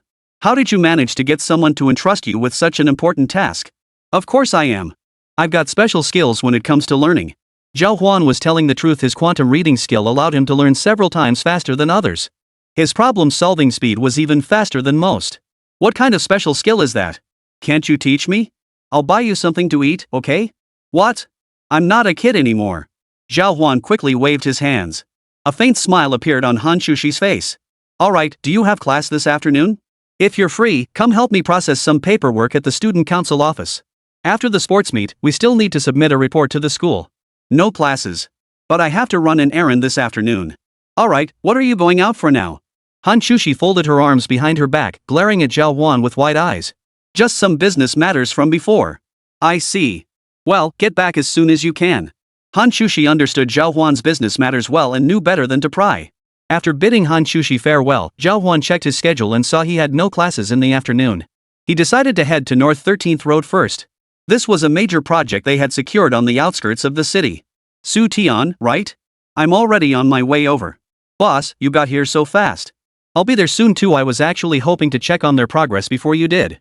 Haha, let's go together. No problem. Zhào Huān was still pondering how to establish his authority among these workers. But the moment he arrived at the site, he was startled by the scene before him. Cement bags were scattered haphazardly on the ground. Several workers were stumbling around under the sun. Though they were technically working, it was obvious to anyone watching that they were slacking off. Their pace was painfully slow. One worker even held a shovel in one hand while watching videos on his phone for fun with the other. Even as Zhào Huān approached, these men showed no intention of stopping. Even though they recognized Zhào Huān as their company's CEO, they showed no sign of pulling themselves together. Su Tian had arrived on the scene by then. Seeing the group's attitude toward work, he bellowed at them. Get your asses moving. I'm paying you to work, not to loaf around here. Starting today, if I catch anyone slacking off again, you'll be sorry. The construction site had been entrusted to Su Tian, but he'd stumbled into this mess the moment he arrived. This clearly made Su Tian feel embarrassed, especially in front of Zhào Huān. Understood. The workers responded weakly. Their gaze toward Zhào Huān remained utterly disrespectful. In their eyes, a boss of Zhào Huān's age was the easiest to fool. If the boss were in his 20s or even 30s, they could still find ways to deceive him, let alone someone like Zhào Huān. Su Tian turned away awkwardly and explained to Zhào Huān. Boss, their work attitude has been a bit off lately. I'll give them a stern talking to. Looks like they're targeting me. I'll handle the talking myself. Zhào Huān frowned, thoroughly dissatisfied with this group. Come to think of it, these were all personnel seconded from the construction company the system had rewarded Zhào Huān with. You can go now. Zhào Huān spoke calmly as he approached the man who had just tucked his phone into his pocket. Hearing Zhào Huān's words, the man laughed outright. Go back? You mean I can quit? Su Tian immediately stepped forward to grab Zhào Huān's arm and whispered something in his ear. This guy's the foreman here. He's got over 30 men under him. He's not someone to mess with. But Zhào Huān seemed not to hear him, still staring straight at the man as he spoke slowly. I said take off your work clothes and go to accounting to collect your pay. We don't need you here anymore. Did I hear that right? You want to fire me? Don't you know who I am? His brow instantly furrowed as he glared at Zhào Huān with such ferocity it seemed he could tear him apart. Whoever you are, you've been leading the entire crew here to slack off. Isn't firing you the right thing to do? If anyone knew how to play the fool, this foreman was a master at it. Ha! Fire me if you dare. Let me tell you this, if you send me home tonight, not a single soul will show up to work here tomorrow. Glaring fiercely at Zhào Huān, the contractor declared with unbridled arrogance. Chapter 117, Assault. Several workers nearby instinctively stepped forward. Every face turned hostile as they glared at Zhào Huān. Kid. See this? Today, they only work when I say start work. Wait till I say quit time, see who's still here. The other party's arrogant and insolent attitude made even Su Tian, a man of remarkably good temper, unable to hold back his curses. You thug. We pay you wages, but that doesn't mean you can bully people around here. We're just business partners. Don't think you can lecture me here. If you want, I'll just stop taking your jobs. Kids like you don't even know what you're doing, yet you come out here messing around. Why don't you come work with me mixing cement? You'd make way more than you ever would as a student after graduation. Ha ha ha. At this, everyone around burst into laughter. Don't push it too far. Believe me, I can replace you in a heartbeat. Su Tian played his final trump card. But the other guy didn't seem the least bit scared. Go ahead, replace us. Go ahead. All your bulldozers and excavators are parked right here. By the time a new construction crew arrives, what time will it be? The daily rental fees aren't cheap, you know? And I recall you don't have any construction crews on hand. Hearing the other party's brazen words, Zhào Huān laughed too. I don't know what your work ethic was like before, but if this is how you plan to handle things, we're better off parting ways. Fine then. I, Nyo Air, won't be serving you anymore. Just settle our previous wages. After speaking, the man named Nyo Air extended his rough, calloused hand, grinning as he demanded payment from Zhào Huān. Based on the project schedule, I shouldn't owe you anything. It's been 3 or 4 days, yet your work hasn't progressed at all. You're still stuck at the initial stage. Zhào Huān replied slowly. But he never expected the other man to explode in rage. Kid, you dare not pay up today? I'll beat you until you spit blood. You think you can mess with me? In their line of work, anything was acceptable, but money was non-negotiable. Zhào Huān had now withheld their wages, meaning these men had worked for nothing these past few days. If there's no work, why should I pay you? And you call yourselves our company's construction crew? Now I understand why they went bankrupt. I'll make sure they terminate their contract with you too. The moment Zhào Huān uttered these words, the other party's expression changed drastically. You're ruthless, kid. I'll see just how tough you really are today. Guys, take him down. The others behind him heard Nyo Air's words and immediately grabbed their weapons, surrounding Zhào Huān. Kid, I'm giving you one last chance. Pay us up, apologize to Nyo Air, and I'll pretend today never happened. Otherwise, you'd better watch out, you won't get off easy. His tone was menacing. Su Tianxiang stepped forward to shield Zhào Huān, but the surrounding workers easily shoved him to the outer edge of the crowd. You lot better not cause trouble here. I'm warning you. His voice echoed in their ears, but not a single one of Nyo Air's men paid him any mind. By now, everyone was boiling with anger. Why aren't we getting paid? If you catch up on the project schedule, I'll pay you every penny. But I need to inspect the quality myself. I said I quit. Why should I rush the schedule for you? Nyo Air's unreasonable voice boomed from his loud mouth. Zhào Huān smiled. Since you've made your position clear, there's obviously nothing left to discuss. Alright, did you hear what he said, brothers? Nyo Air immediately turned around, waving his hand at the few brothers behind him. This little punk dares to refuse payment? Break his legs today. Get him. With a sweeping gesture, Nyo Air gave the order. I advise you not to do this. Zhào Huān sidestepped with lightning speed, his agile body dodging a flying shovel. With a light flick of his wrist, Zhào Huān snatched the shovel from his opponent and gripped it firmly in his hand. Su Tian, watching nearby, roared in fury. Damn it! Are you all out of your minds? Do you want to kill someone here? I warn you, if anyone dares to hurt Zhào Huān today, I won't let them off. Having received Zhào Huān's kindness, Su Tian naturally wouldn't let these workers lay a finger on him. His shouting immediately angered Nyo Air. You lot, drag him aside. If he shouts again, beat him too. Don't worry about me. These guys aren't my match. Zhào Huān chuckled before turning to Su Tian beside him. Only then did Su Tian suddenly recall the scene of Zhào Huān bungee jumping from the Ferris wheel at such a height. Truth be told, Zhào Huān was an exceptionally formidable young man. But what if they have weapons? What if you get hurt by accident? Their strength? I doubt I'll get hurt. To his surprise, Zhang Fei shrugged nonchalantly and replied to Su Tian. Hearing this, Su Tian could only defer to Zhào Huān. If even Zhào Huān himself said it was fine, there was nothing more he could do to help. It seemed this battle was inevitable today. In truth, Nyo Air, standing opposite Zhào Huān, was also a bit stunned today. He hadn't expected to run into such a tough nut to crack. In the past, calling in his brothers to beat someone up wasn't their first choice. Most of the time, they'd just surround someone to intimidate them, and the other party would immediately back down. But Zhào Huān? He was going toe-to-toe with him. Unbelievable. Kid, I'll give you one last chance. Apologize to me, and I'll let you off. Niu, refusing to believe his luck had run out, spoke again. But Zhào Huān remained as calm as ever. With so many of you attacking me today, I'd say this counts as legitimate self-defense. Hearing this, Niu could no longer contain his rage. Give it to me. He snatched a shovel from someone nearby and swung it hard at Zhào Huān's shoulder. But Zhào Huān dodged it effortlessly once more, appearing before Niu in an instant. Su Tian, snap a picture for me. We'll use it as evidence. This was Zhào Huān's counterattack, and even if he'd gone a bit too far, it didn't matter. At worst, he'd beat them up and pay some medical expenses afterward. But these people's work attitude was truly infuriating. And now that they'd been caught, they were still acting so arrogant. Zhào Huān certainly wasn't going to let them get away with it. With a light squeeze, Zhào Huān's immense strength sent a sharp, stinging pain through the other man's wrist. The iron shovel in Niu's hand clattered to the ground. Niu looked up, staring at Zhào Huān in disbelief. Chapter 118, Instilling Awe, Gaining Skills. Having worked physically for years, Niu's physical prowess naturally far surpassed that of the average person. Few could ever win an arm wrestling match against him. Yet today, Zhào Huān had nearly crushed his wrist with just a light squeeze. Old Niu, your strength isn't keeping up, huh? Old ox, stop holding back. What's the point of fighting this kid? One shovel swing would knock him flat. The crowd's laughter echoed around him, but Niu's face darkened. They hadn't faced Zhào Huān directly. After directly bearing Zhào Huān's force, Niu felt an overwhelming pressure like a mountain collapsing and a tsunami crashing. You. Just as everyone in Niu wore expressions of shock, Zhào Huān kicked Niu hard, sending him crashing to the ground. Niu spat out a mouthful of old blood. Only then did the others finally fall silent, gripped by fear. How can this kid be so strong? No wonder old Niu got knocked down by him. Brothers, attack! The group surged forward, intending to back up Zhào Huān. Yet with each punch and move, Zhào Huān sent them all crashing to the ground. This display made everyone gasp in shock. Several men who had been knocked down and were wailing in pain couldn't help but retreat backward. They braced themselves against the ground, inch by inch, hoping to distance themselves from Zhào Huān. But unfortunately, once Zhào Huān had made his move, they found it difficult to act.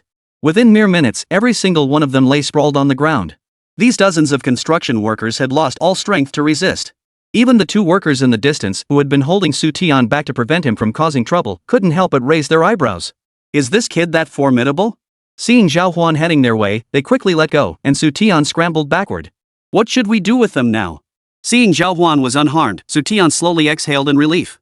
Today's events had been utterly absurd. If Zhào Huān hadn't been so strong, they might have beaten him up. Send them all to the hospital. At least let them lie low for a few days. Alright, I'll call an ambulance. After these words were spoken, Zhào Huān returned to Niu's side. You were acting so cocky earlier. Why can't you fight now? People like you, relying on numbers to cause trouble here, are like a rotten apple spoiling the whole barrel. Zhào Huān had already secured the project. Moreover, he'd used a significant amount of building materials provided by the system, enabling him to earn several times more than others. But this guy had arrived and single-handedly inflated their costs significantly. He even brought his men along to make a scene. I'm sorry, please spare me. Niu was the type who only responded to force, not please. Now that Zhào Huān had yanked him back up from the ground, he was drenched in cold sweat and begged for mercy. Now you know to beg for mercy? What were you doing earlier? Hearing this, the other party fell silent, his face flushing as he hurriedly said to Zhào Huān. Boss, I had no idea you were this formidable. We'll definitely work our asses off these next couple of days to catch up on the schedule. Please don't cancel my contract with the construction company. For these guys, just scraping by meant they could eat. They had signed long-term contracts with Zhào Huān's construction company. But if Zhào Huān cancelled such contracts today, their advantage would vanish. They'd face serious trouble. Families with mouths to feed would go hungry. That was absolutely unacceptable. Truthfully, these construction workers weren't loyal to Niu. They followed Niu mainly because he had money to pay them. If Niu loses his contracts now, these people will scatter like leaves from a fallen tree. They wouldn't even bother to exchange another word with him. Now you want the contract? They had to protect this contract. It was precisely because Zhào Huān had mentioned the construction company's contract earlier that Niu had become so furious. Boss, treat me like a fart and let me go. I'll work my ass off from now on and make sure the brothers do too. His words were earnest, but Zhào Huān still felt no response from the system. Zhào Huān had come today to establish his authority. With sufficient authority, he could easily earn mission rewards and improve his public speaking skills. But now that the other party had spoken these words, there was still no sign of respect for Zhào Huān. Otherwise, Zhào Huān's task would have been completed. Didn't this imply that what he was saying now was nothing but lies? Zhào Huān had long since seen through the other party's intentions. He waved his hand dismissively. Forget it. I still don't trust you. I've already arranged a construction crew. You lot can pack up and leave tomorrow. Hearing this, a wave of fear instantly washed over Nyo Air's heart. Big brother. I truly regret it. Please don't make us leave. He clung desperately to Zhào Huān's leg, begging for mercy. Only now did he truly grasp just how ruthless Zhào Huān could be. Earlier, Nyo Air had been feigning surrender to save his contract. Now he was truly convinced. Congratulations, host, on completing the mission. You have acquired the skill of public speaking and eloquence. At that moment, the system's voice echoed in Zhào Huān's mind. He nodded with satisfaction. He then addressed the crowd. I never want to see a conflict like this again. If everyone can work diligently here, bonuses and various benefits will certainly follow. But if something like today happens again, I will terminate the contract immediately. After these words were spoken, everyone immediately nodded in agreement. They were the type who responded better to firmness than kindness. After today's stern warning from Zhào Huān, they were finally ready to take their work seriously. Su Tian, watching from the side, couldn't help but scratch his head. He never imagined Zhào Huān could subdue this construction crew with such forceful tactics. Skill effect activated. Efficiency boost. With the system's assistance, Zhào Huān now carried the tone and cadence of an orator in his speech. Especially when Zhào Huān brought up their salary and benefits, the workers became visibly excited. Zhào Huān had promised them a raise. This prospect fueled their motivation even more. As soon as this thought crossed their minds, the group eagerly responded to Zhào Huān. Boss, we'll definitely work our hardest from now on. Boss, give us another chance, and we won't let you down. Seeing this, Zhào Huān nodded in approval. Turning away, he watched as ambulance after ambulance arrived in the distance, transporting the injured to the hospital. Chapter 119, The Competition Problem. By the time he returned to school, night had fallen. Zhào Huān chatted briefly with his roommates in the dorm before. Then he prepared for bed. The night passed without incident. Early the next morning, Zhào Huān was jolted awake by an alarm. Opening his eyes, he saw it was only 6:30 a.m. Blinking sleepily at the unfamiliar number, Zhào Huān was thoroughly puzzled. Logically speaking, wouldn't scam calls typically wait until work or school hours to come through? Who was this person, so diligent as to call so early? Gritting his teeth, Zhào Huān answered the call, ready to hear who it was. Who is this? This is Yen Xiaohong. After the second class ends, you won't have any more classes, right? Come to the competition classroom over here then. Hearing this, Zhào Huān scratched his head. She never imagined Yen Xiaohong could be so terrifying getting up this early in the morning. After the recent military training, no normal student would get up that early. They needed to savor those extra moments in bed. Yet this formidable Yen Xiaohong was up so early. It really showed how geniuses were different. They worked incredibly hard too. Alright, send me the classroom location later. After hanging up, Zhào Huān prepared to doze off for a bit longer. But then she remembered today's competition training session, and her mind couldn't help but start racing. Using the quantum reading skill daily placed immense strain on both Zhào Huān's body and mind. The more complex the calculations, the heavier the burden he bore. I really need to improve my own level. After all, this skill scaled directly with Zhào Huān's own capabilities. Without sufficient strength, attempting to solve competition problems meant nothing but burning brain cells. I wonder if there'll be any more competitions for me to enter in the future. Such a hassle. Opening his phone, Zhào Huān saw several new messages from Su Tian at the hospital. All the workers' injuries had been treated, and they were likely to return to the construction site today to catch up on progress. Rise. With so many things weighing on his mind, Zhào Huān couldn't sleep anymore. He quickly got up, washed up, and prepared for class. After the second class ended, Zhào Huān left the teaching building, said goodbye to a few roommates, and headed to the location Yen Xiaohong had mentioned. Many people had already gathered in the competition classroom. Participants ranged from freshmen to juniors. A quick glance revealed there must have been dozens of them. At this point, there were no teachers available to instruct them. So they could only conduct their research here on their own. After gathering here today, Zhào Huān noticed they seemed to be tackling an exceptionally difficult competition problem. This problem can indeed be solved, but it will take at least 3 hours. A tall, thin man wearing glasses spoke up from the side. Brotherly, you need 3 hours? The others nearby immediately sighed.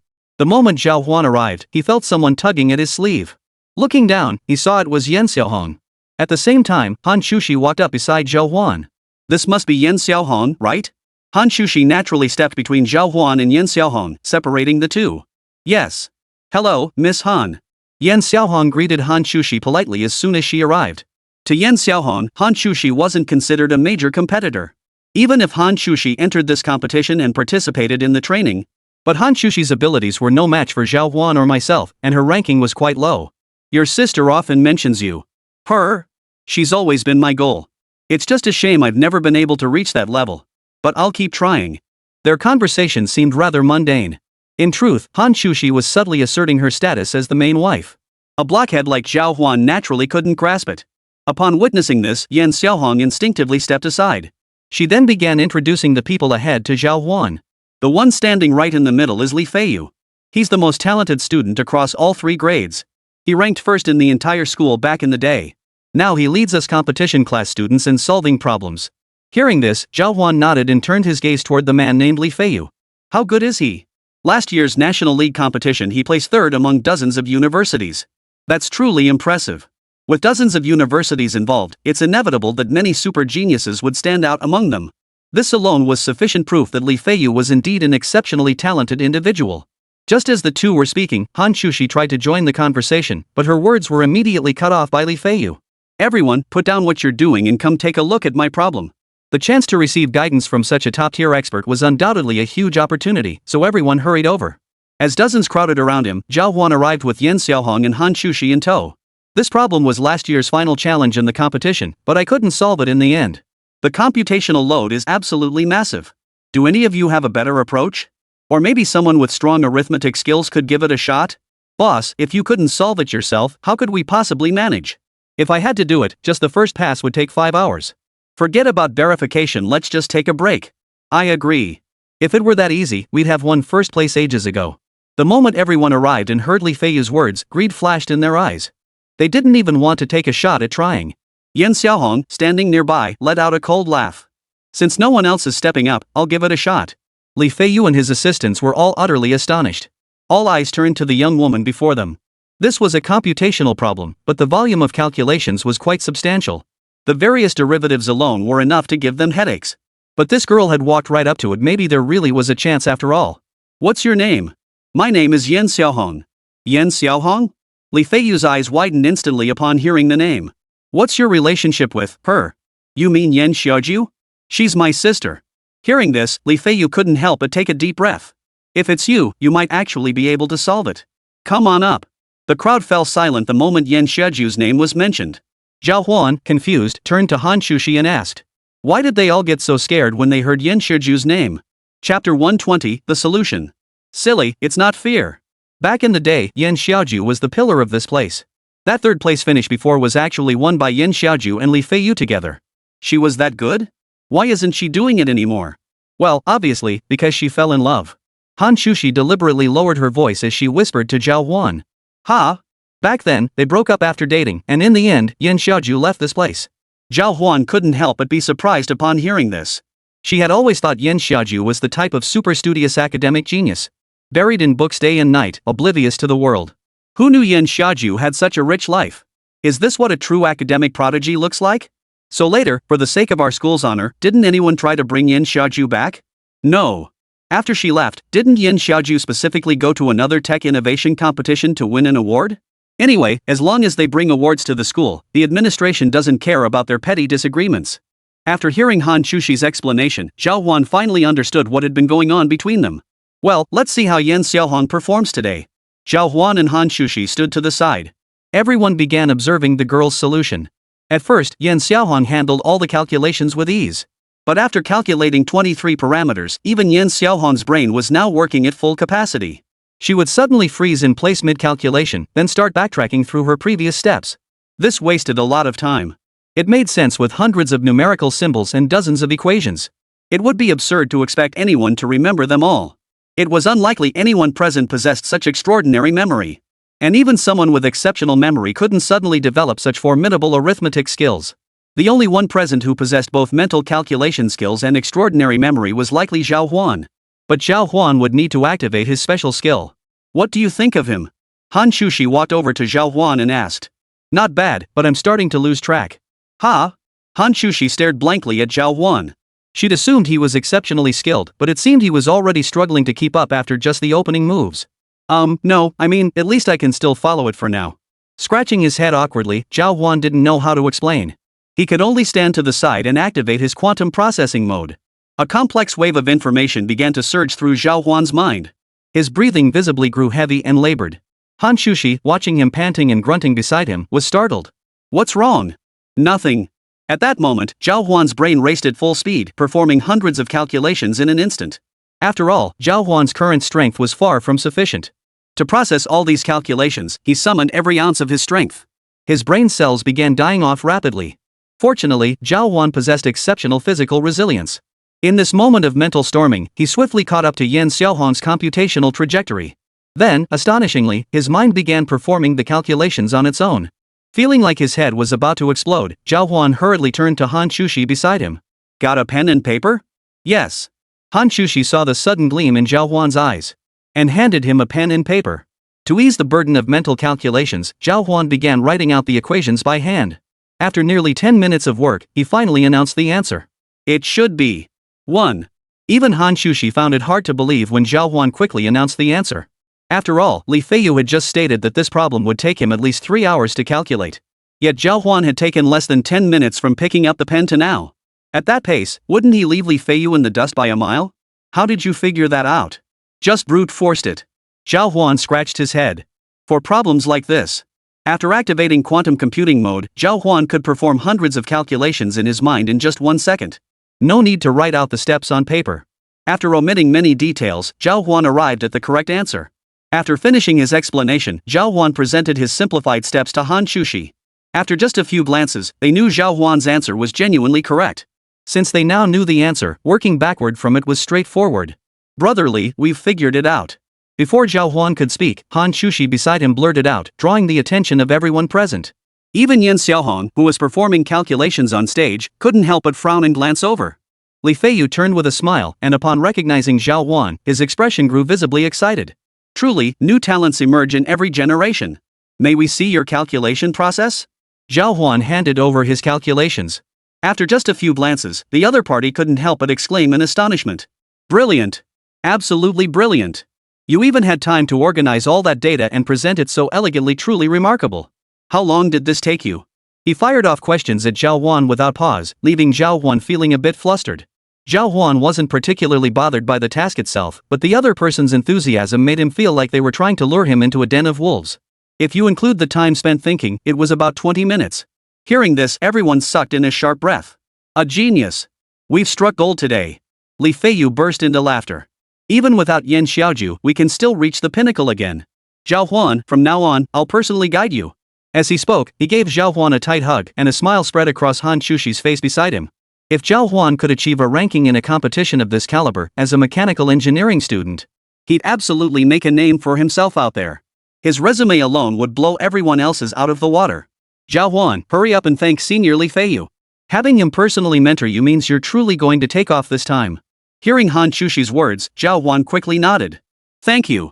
While everyone celebrated with laughter and joy at the arrival of a genius like Zhào Huān, Yan Xiaohong, standing at the lectern facing the blackboard, clenched her teeth tightly and shot Zhào Huān a distant glare. Clearly, this girl still didn't believe Zhào Huān was better than her. Yet reality had dealt Yan Xiaohong a harsh blow. This strong-willed girl now found herself overwhelmed with mixed emotions. Chapter 121, Sulking. Setting down what she held, Yan Xiaohong turned and walked away. When Zhào Huān turned back, Yan Xiaohong had already vanished from the crowd. She just left like that? Zhào Huān was taken aback. Did you see Yan Xiaohong? No, I haven't. Hán Chǔxī had been standing beside Zhào Huān the entire time, listening to his conversation with Li Feiyu. That's strange. She was the one who called me here. Alright, do you have time? You look pretty tired. Want to grab a bite to eat? After a morning of exhausting work, Zhào Huān's energy was nearly depleted. Hán Chǔxī keenly noticed this and promptly extended an invitation. Sure. Stepping out of the school gates, the two headed toward the area outside campus to find something to eat. Just then, they spotted a young girl with a hint of sorrow in her eyes and brows, crouched in front of a pink sports car, sighing heavily. Isn't that Xiao Rou? Hán Chǔxī recognized her immediately and called out to Zhào Huān. It is her. What's she doing here? Just as the two were about to approach and ask, Su Rou's phone rang. Hello? The moment she answered, Su Rou's lips instantly puckered. I told you, I don't want to go anymore. Can't I just go back? I don't understand any of these classes. Whatever the other end said caused Su Rou to erupt in frustration. Seeing this, Zhào Huān and Hán Chǔxī exchanged helpless glances. They guessed what problem Su Rou was facing. Come to think of it, she hasn't had proper schooling all these years. Her foundation probably isn't solid, right? I agree. If we get the chance, maybe we should find someone to tutor her? You teach her? A look of caution flashed across Hán Chǔxī's face. I'm not sure I could handle it. Honestly, universities don't really have tutoring programs like that. Let's see how things go first. Hán Chǔxī sighed. When a friend was in trouble, she would definitely lend a hand. As the two spoke, Su Ro's voice grew louder and louder until she began throwing a tantrum, rolling on the floor. I don't care. Everything here is so hard. I don't want to study anymore. Tell my dad I'm going back home. She slammed the phone down, slammed the car door shut, and sped off in her sports car. Ah, her dad's probably going to be heartbroken again. Zhào Huān chuckled, then pulled Hán Chǔxī along as they headed out. Aren't you worried his dad or someone might come after you? You are the top student in the whole school, after all. Hán Chǔxī had been chatting with Zhào Huān using the Devil Muscle Man and Hán Shào accounts. Having learned plenty about Zhào Huān, she casually brought up some of his past misdeeds without raising his suspicions. What's there to fear? They'll never be able to pin anything on me anyway. Zhào Huān and Hán Chǔxī stepped into the ramen shop, where Master Chen was bustling about as usual. You're here. Ha, here to support your business. Hán Chǔxī's stunning looks drew everyone's attention the moment she sat down. Upon seeing her arrival, everyone stole glances in her direction. But upon seeing Zhào Huān's imposing build, they grew apprehensive. Their gazes dared not linger, only stealing glances every so often. You're such a sweet little girl, always saying the nicest things. Sit down over there. Just tell uncle what you'd like to eat. Born with natural beauty, Hán Chǔxī's charming words made everyone feel delighted. Zhào Huān rode her coattails, receiving extra portions of noodles today. Just as they were eating, Zhào Huān's phone rang. The moment she saw who was calling, her brows furrowed.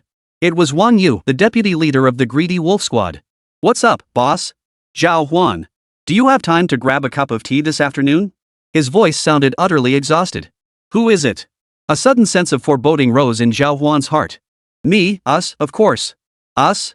You and me, plus Xiao Ro. Ha! Zhào Huān had just witnessed Su Ro's commotion near the school playground today. This mess could spell big trouble. Don't drag me into this mess again. Zhào Huān's face darkened. 3 o'clock this afternoon. Meet me at the south gate. As if sensing Zhào Huān's reluctance, Wang Yu quickly said his piece before hanging up. What's wrong? Hán Chǔxī asked curiously from beside him. Ugh, looks like trouble's brewing. Su Ro wants me to go out for tea today.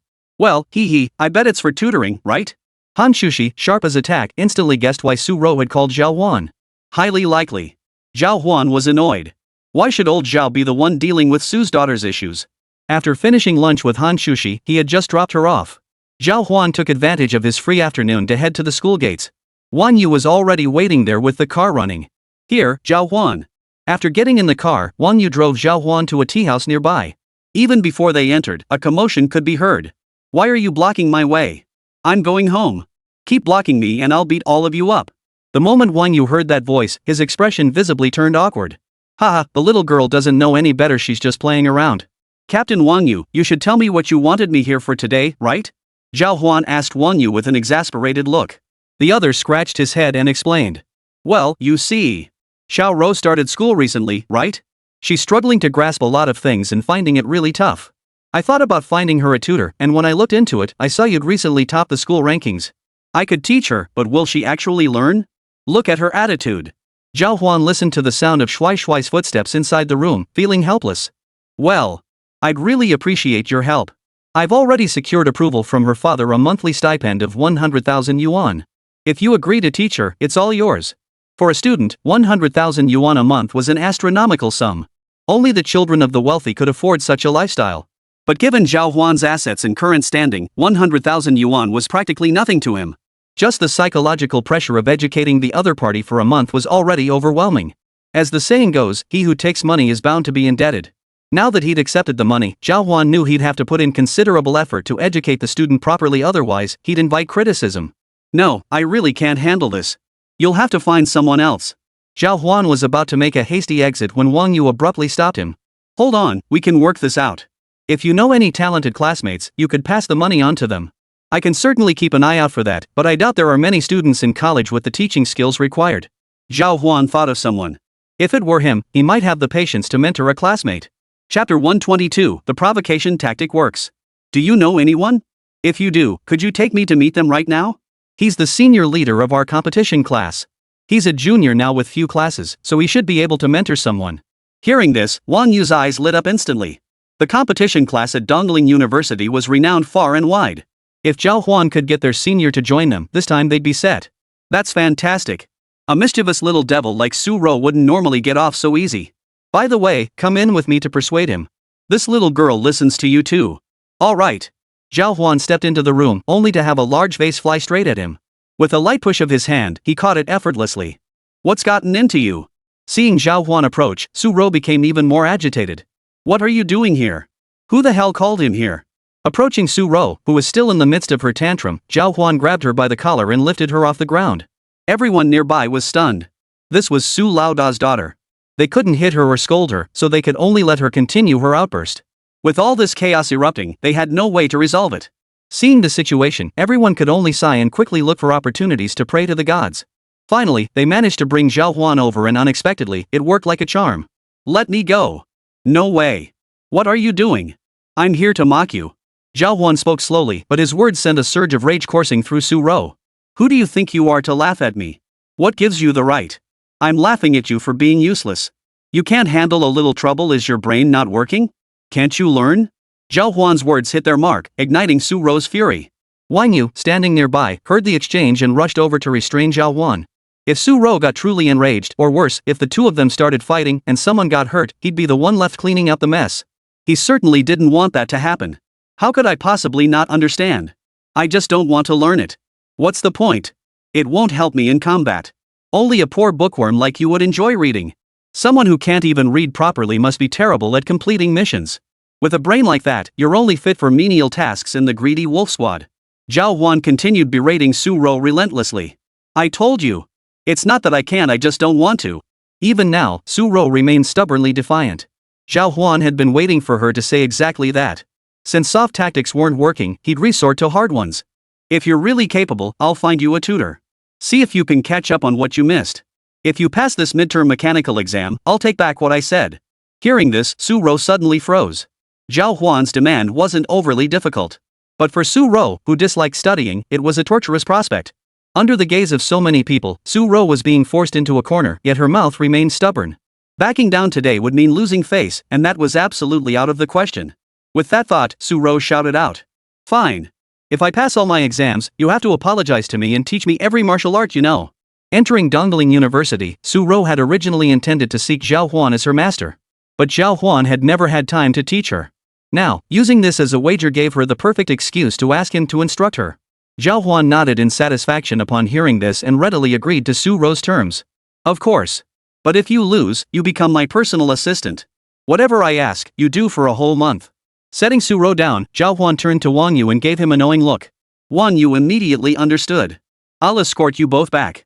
He was genuinely impressed with Zhào Huān now.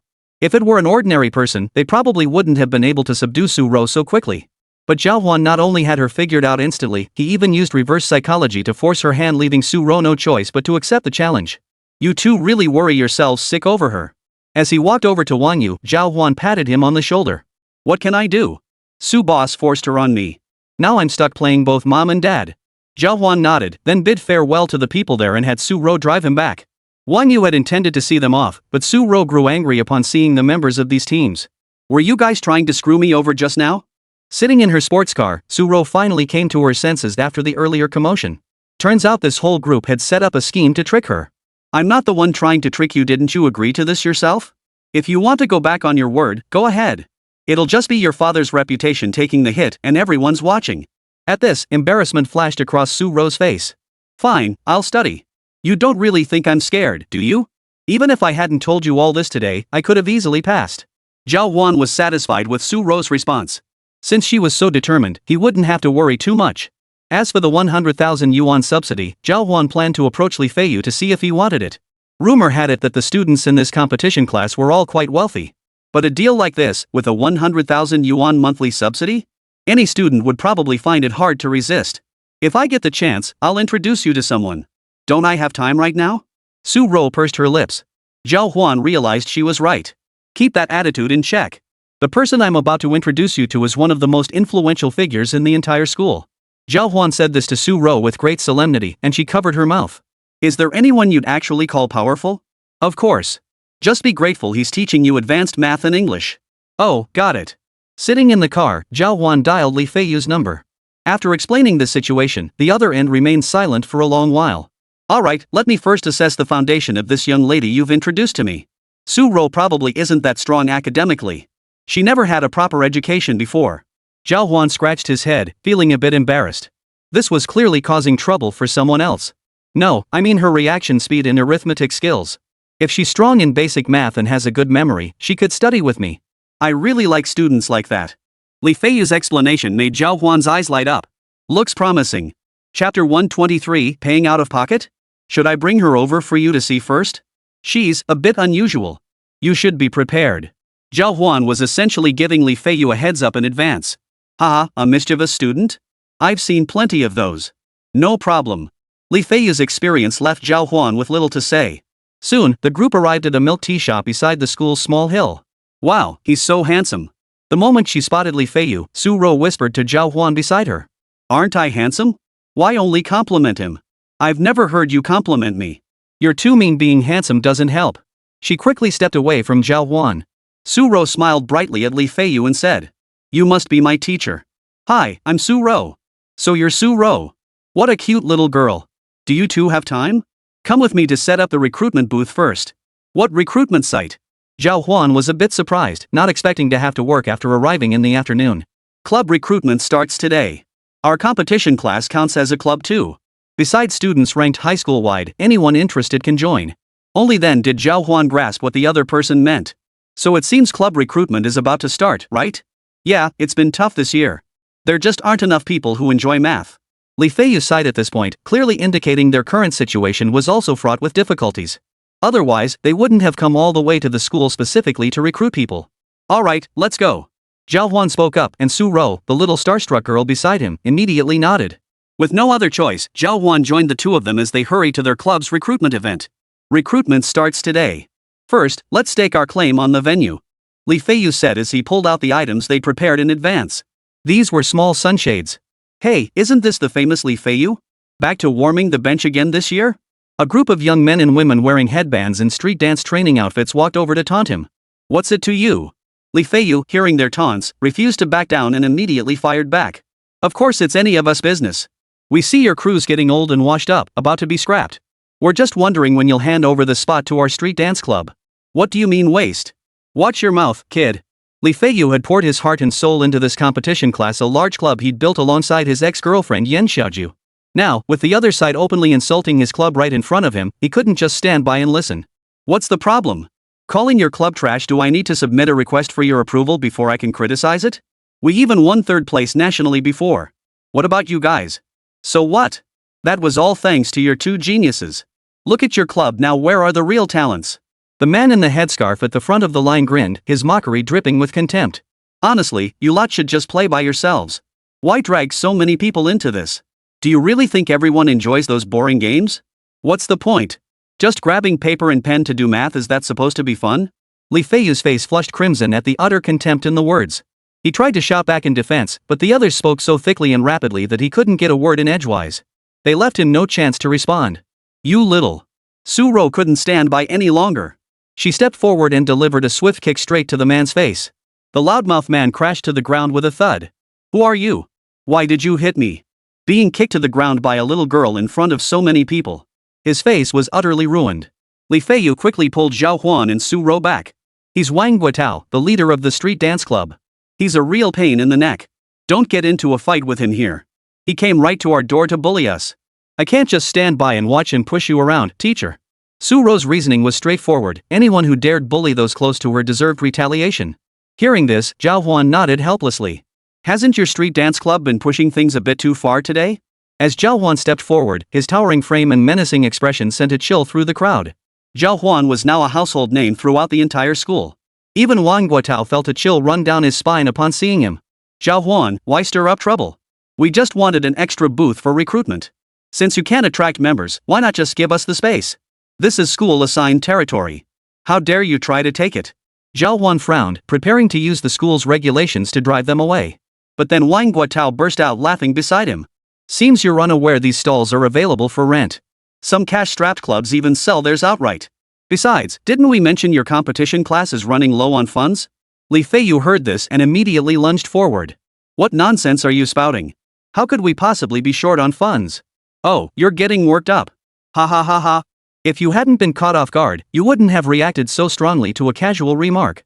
Seeing Li Feiyu's reaction, Wang Guotao burst into loud laughter, and the crowd behind him all covered their mouths to stifle their giggles. Zhào Huān looked puzzled. What do you mean? What do you mean? I'll tell you what I mean. Wang Guotao stood arrogantly before Zhào Huān, pointing at the booth. Every club needs activity funds. And during recruitment, stalls like this have to be rented from the school 3,000 yuan per day per stall. That means this guy spent over 20,000 yuan just this recruitment week. Now you get it? How much money could a bro club like his possibly cough up? Hearing this, Zhào Huān and Su Rou both paled, turning to stare at Li Feiyu. Senior, are you covering this out of your own pocket? With recruitment underway, some less capable clubs simply gave up. But to attract top-tier competition class members, even if Li Feiyu poured all his previous competition prize money into it, it still might not be enough. After all, he still needed living expenses for his studies and daily life. It's for recruitment, so I'll just tighten my belt a bit. As long as I win awards again this year. Li Feiyu's face flushed with embarrassment. Chapter 124, The Birth of a Young Genius. But the next competition isn't for another 3 months, senior. You spent over 20,000 yuan just to recruit new members this time. Zhào Huān sighed deeply. Thank goodness Su Rou had come today, otherwise, Li Feiyu might have been in real trouble. Ha, see that penniless guy over there? What are you pointing at him for? Our club might not be as high-end, but at least we have a lot of members. We hold events regularly and even generate significant profits. Isn't that way better than your crappy competition? Wang Guotao's mocking voice came from the side, followed by his club's terms. Give me your booth, and I'll throw in an extra $1,000 daily to keep your pathetic club alive. Ha ha ha ha. Consider this a charitable gesture from yours truly. The crowd behind him erupted in laughter. Forget it. We don't need it. Zhào Huān smiled, then turned and walked straight over to Li Feiyu. He repeated the price Qian Wanyue had quoted him. But, isn't that a bit much? Li Feiyu looked a bit embarrassed. It's fine, senior. As long as you teach me wholeheartedly this time. Alright then, I'll leave it to you. Hearing this, everyone present was taken aback. What the hell is going on? Wang Guotao's impatient voice rang out from behind. Whether you agree or not, I don't want to bother with your crappy club anymore. There's always another one. Their street dance club intended to buy out all the nearby clubs. Today, flush with cash, they'd targeted Li Feiyu's club because of its prime location, hence their aggressive approach. After hearing this, Li Feiyu immediately grew furious. He usually had a good temper and rarely lost his cool, but these people's behavior today was truly infuriating. We don't want your money, and we're not giving you our stall. Now get lost. Fine. Then I'll be sure to see how you manage without food on the table. Wang Guotao chuckled and walked away. While Li Feiyu's immediate crisis was resolved, several surrounding stalls now stood vacant. With Wang Guotao gone, no one else was interested in renting them. Seeing this, Li Feiyu's mind began to race. Now that I have the funds, could I secure these surrounding spots too? Let's make a grand entrance this time. Of course we can. At the very least, we can't let them look down on us. Zhào Huān nodded immediately. After all, their funds were approved by Wanyue. As long as they executed this well, it would definitely serve as a lesson for Su Rou. After all, the more people here, the more interested Su Rou would be in learning she was a girl who thrived on bustle.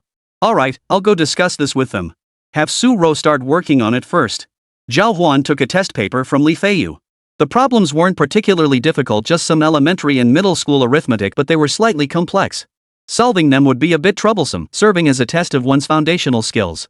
Want to try it? Zhào Huān asked Su Rou, holding the test paper in her hand. A determined look appeared on Su Rou's small face. Of course I can do it. After nodding, Zhào Huān began supervising. Su Rou sat down at the small welcome table under the canopy and started working on the problems. She glanced at Zhào Huān a couple of times, thinking that if quantum computing were enabled, she might finish these questions in minutes. After a moment's thought, she stopped watching and sat down to open the cups of milk tea they'd bought earlier, sipping them. I'm done. Moments later, Su Rou handed over the test paper. Zhào Huān gave it a quick glance, activated his quantum computing mode, and instantly knew every calculation was correct. Glancing at the time, he realized less than 10 minutes had passed. You finished that so fast? Zhào Huān looked at Su Rou in surprise, but her small face showed little reaction. Is that fast? I just did a simple calculation. Hearing this, Zhào Huān nodded in understanding. Then Li Feiyu returned from the distance. I secured 3 stalls. Is this done? Seeing the papers in Zhào Huān's hands, Li Feiyu looked surprised too. He took them directly and began examining the results. Yep. Who'd have thought you'd find another little genius like Zhào Huān? I really didn't misjudge you. Ha? A genius? What do you mean? This set of calculation problems tests mental arithmetic steps and techniques. If someone can complete it within 10 minutes, they've actually reached the computational level required for competitions, though they'd need some training first. That's even better. It'll be perfect for Su Rou to study here with you for a while. Zhào Huān was quite satisfied with this arrangement. He could pass off this hot potato, and it worked out for both parties. After this proposal was made, everyone nodded in agreement. As Zhào Huān prepared to leave, lecherous suddenly stopped him. Do you have time? What is it? Well, I've been working on a few problems lately.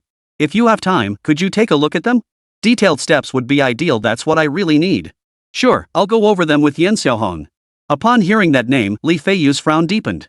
Zhào Huān. I wouldn't recommend going to her. She hasn't been in the best mood lately. Ever since she saw how fast you solve problems, I hear that girl has been holed up in her dorm room, avoiding everyone. Only then did Zhào Huān finally understand why she hadn't seen the other person after solving the problems earlier. Well, I'll find a chance to talk to her then. That's just too petty. You don't know her sister, she's always been competitive, and her little sister's just like her. That drive is actually key to why they're such good students. Just don't rub it in.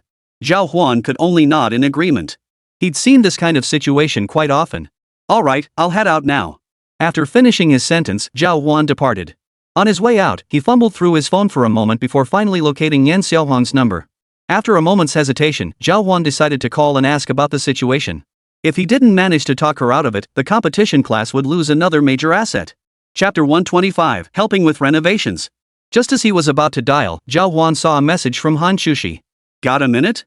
Give me a call. Zhào Huān dialed Hán Chǔxī's number and asked with some confusion. What's up, senior? Hán Chǔxī sounded a bit embarrassed on the other end. Zhào Huān, have you been free lately? Could you help me out with something? What is it?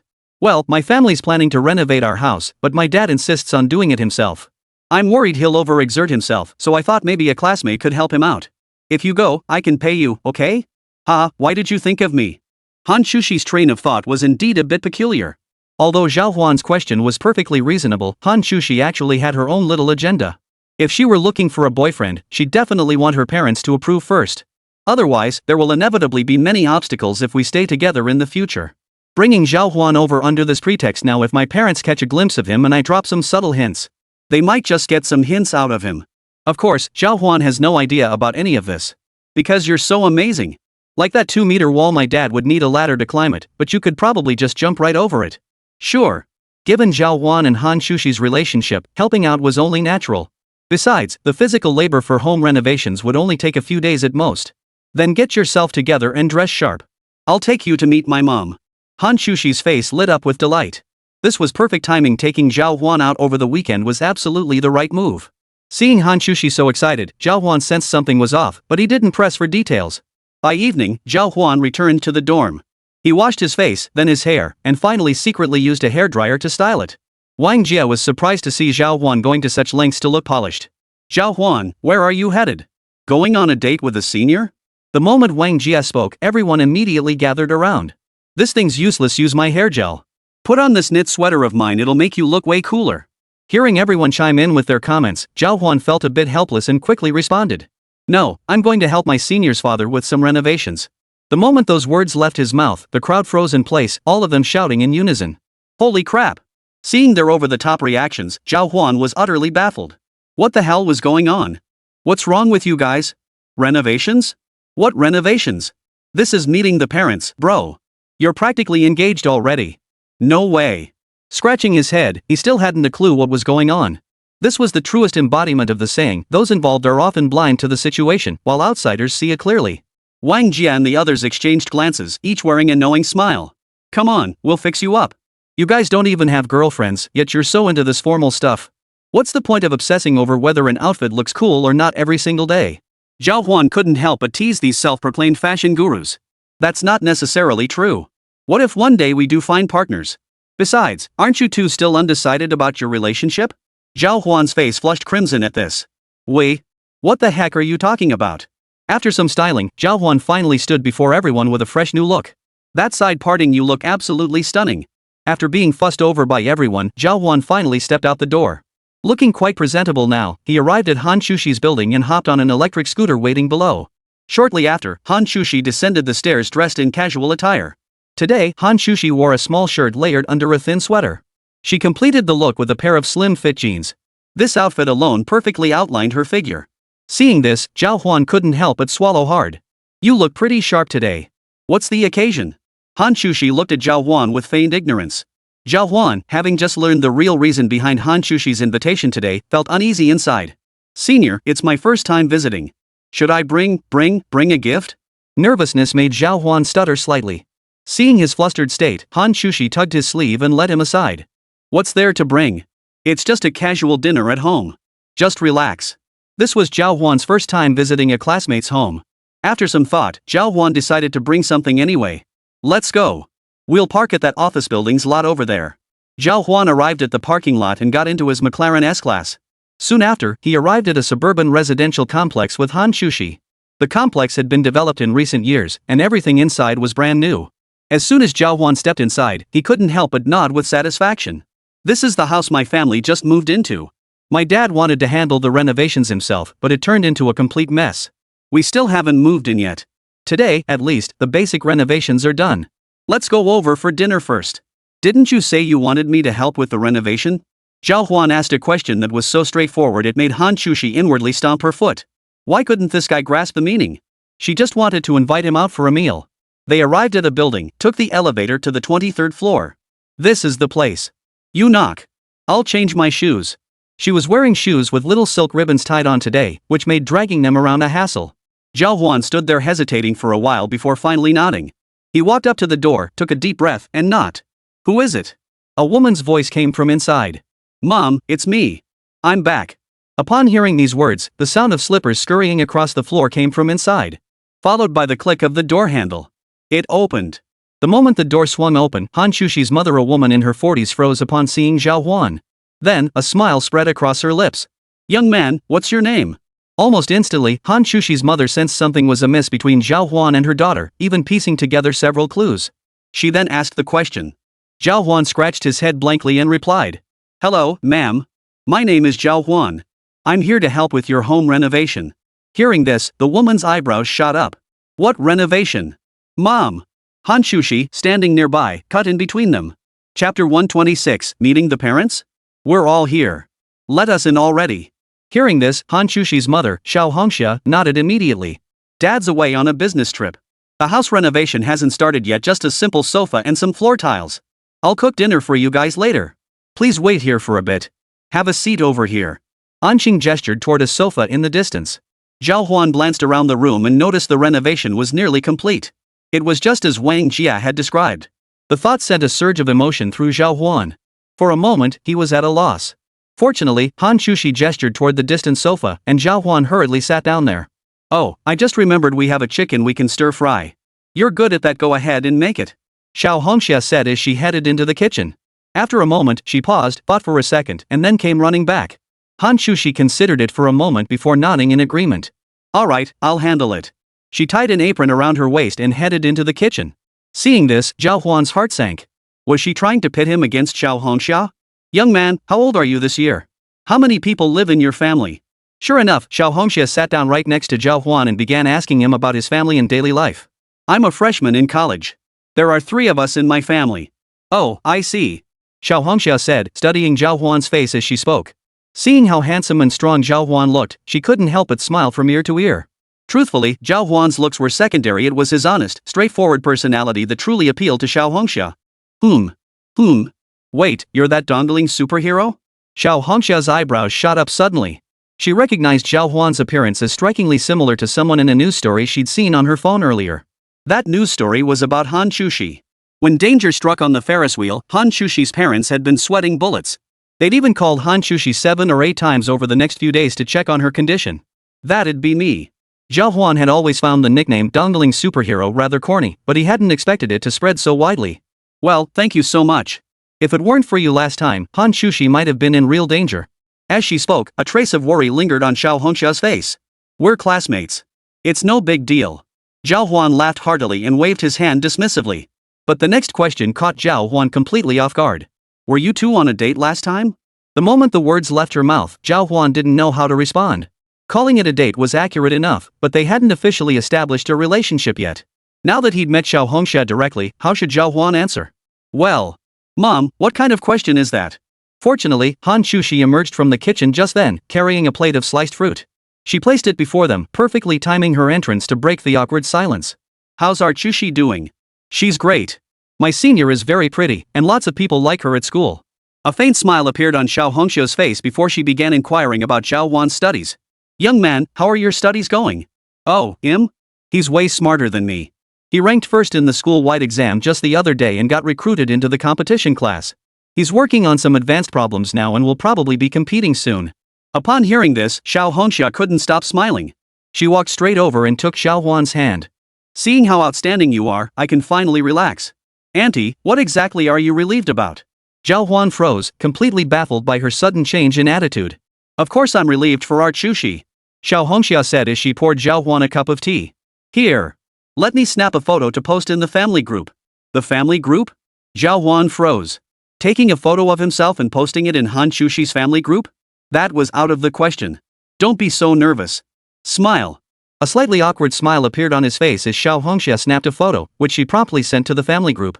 Everyone, take a look. This is the young man Hán Chǔxī brought home today. What do you think? Apparently, he's the top student in his entire school and has already been admitted to the competition class. He's quite the studious kid. Soon, Zhào Huān's phone began buzzing with notifications. Zhào Huān replied to each message one by one, while Zhào Huān felt like he was sitting on pins and needles. Still busy in the kitchen, Zhào Huān paused to think, then quickly stood up. Auntie, I'll go help my senior with the cooking. Ha, that's great. I love the meals you young people make, they're always so creative. Zhào Huān nodded and waved Zhào Huān into the kitchen. Only after stepping into the kitchen did Zhào Huān finally dare to breathe a sigh of relief. So? Isn't my mom super welcoming? Auntie, that's a bit too enthusiastic, don't you think? By the way, when did you guys start renovating? It feels like it's already finished. Zhào Huān shot Hán Chǔxī a withering look. She just chuckled and shook her head. Why the rush? It's not like you won't be helping out. You can come back in a couple of days. Today was just to see what kind of physical work needs doing. We'll talk about the actual labor later. Hán Chǔxī felt a surge of secret delight. If this plan worked out, Zhào Huān would be coming back again in a couple of days. That's how plans work out, right? The two quickly helped each other chop vegetables and cook the meal. Then came the dining part. Care for some wine, Zhào Huān? Zhào Huān asked as she opened a bottle of red wine. No thanks, Auntie. I drove here. Zhào Huān wasn't opposed to drinking, but since she'd driven today, she definitely couldn't have any alcohol. Upon hearing Zhào Huān had a car, Zhào Huān's eyes lit up again. What kind of family are you from? Driving? What kind of car do you drive? Mom, are you interrogating a criminal? Let's just eat already. Hán Chǔxī knew from Zhào Huān's attitude that today's matter might be easier to resolve. As for Zhào Huān's situation, it was even easier to resolve. Seeing how awkward he looked, Hán Chǔxī quickly stepped in to help Zhào Huān out of his predicament. Just as everyone lowered their heads to eat, a sharp click sounded from outside the door. Must be your dad back. He didn't say a word when I sent Zhào Huān's photo to the family group earlier. Who knew he'd rush back so fast? Zhào Huān, looking as if she relished the drama, hurried to the door to fetch her husband's shoes. A visible flicker of unease crossed Zhào Huān's face as he shot a pleading glance at Hán Chǔxī. Let me ask.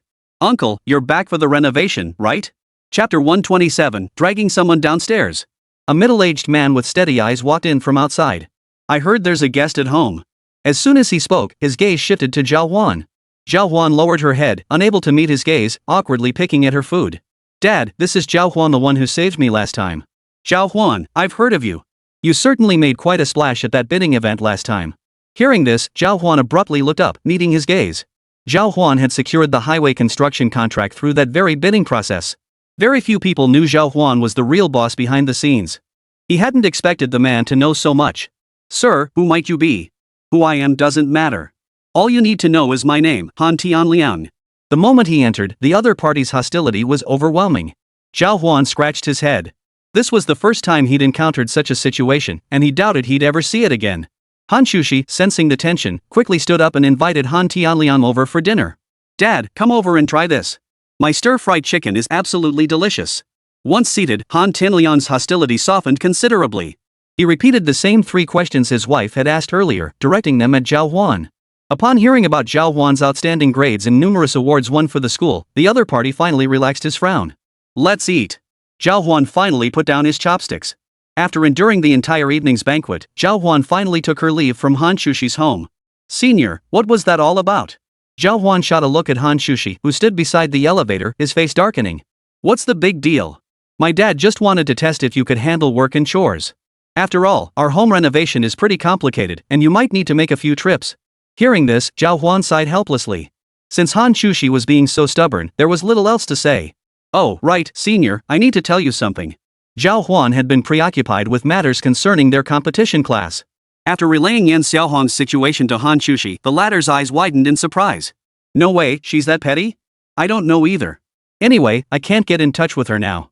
Seems like she's been holed up in her dorm room reading nonstop. Zhào Huān sighed helplessly. What's the big deal? A little setback and she's already giving up? I'll go get her out tomorrow. If we push too hard, might we just make her rebellious? I think geniuses like her can be pretty hard to approach. Zhào Huān scratched his head and offered a suggestion from the side. What resistance? She's just got issues. Look at you, you're so talented, yet you're perfectly normal. Well, Zhào Huān hesitated, embarrassed to admit he'd achieved those rankings through the system's methods. Alright, so what's your plan? Seeing Hán Chǔxī seemed quite resourceful, Zhào Huān decided to listen to what his senior had to say. Simple. Just like I said, call him out tomorrow and give him a good scolding. If it wakes him up, great. If not, at least he'll keep digging himself deeper into that rut. What good does digging into a dead end do? Of course it does. Extremes always reverse themselves. Seeing Hán Chǔxī speak with such conviction, Zhào Huān could only nod in agreement. Ever since Li Feiyu had entrusted this matter to him, Zhào Huān had been racking his brain over how to handle it. Senior, I think it's better not to scold him too harshly. Who's in charge here, you or me? Faced with such a strong-willed girl, Zhào Huān could only shut his mouth.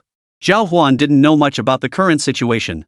Back in the dorm, Wang Jia and the others pulled Zhào Huān over to start filling out forms. You got first place in the whole school. Should you apply for the early admission program? What's an early admission major? Fill out this form, and you'll get to take classes with some upperclassmen. Though your freshman workload might be a bit heavier. Without hesitation, Zhào Huān picked up a form and signed his name. After all, this was the time for studying. By the end of this month, we should start the major exams for this semester around mid-next month. You'd better prepare well, everyone's buzzing about you. What are they discussing about me? Well, it's because you've been the center of attention lately. Being the top student in the entire school, it's hard not to be noticed. Wang Jia, standing nearby, explained to Zhào Huān, who suddenly felt a hint of pressure. They're not hoping I'll fail, are they? Exactly.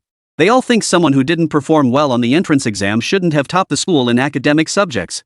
Many majors are pretty dissatisfied with you. As the saying goes, the tallest tree in the forest is the first to be struck by the wind. Zhào Huān was no exception.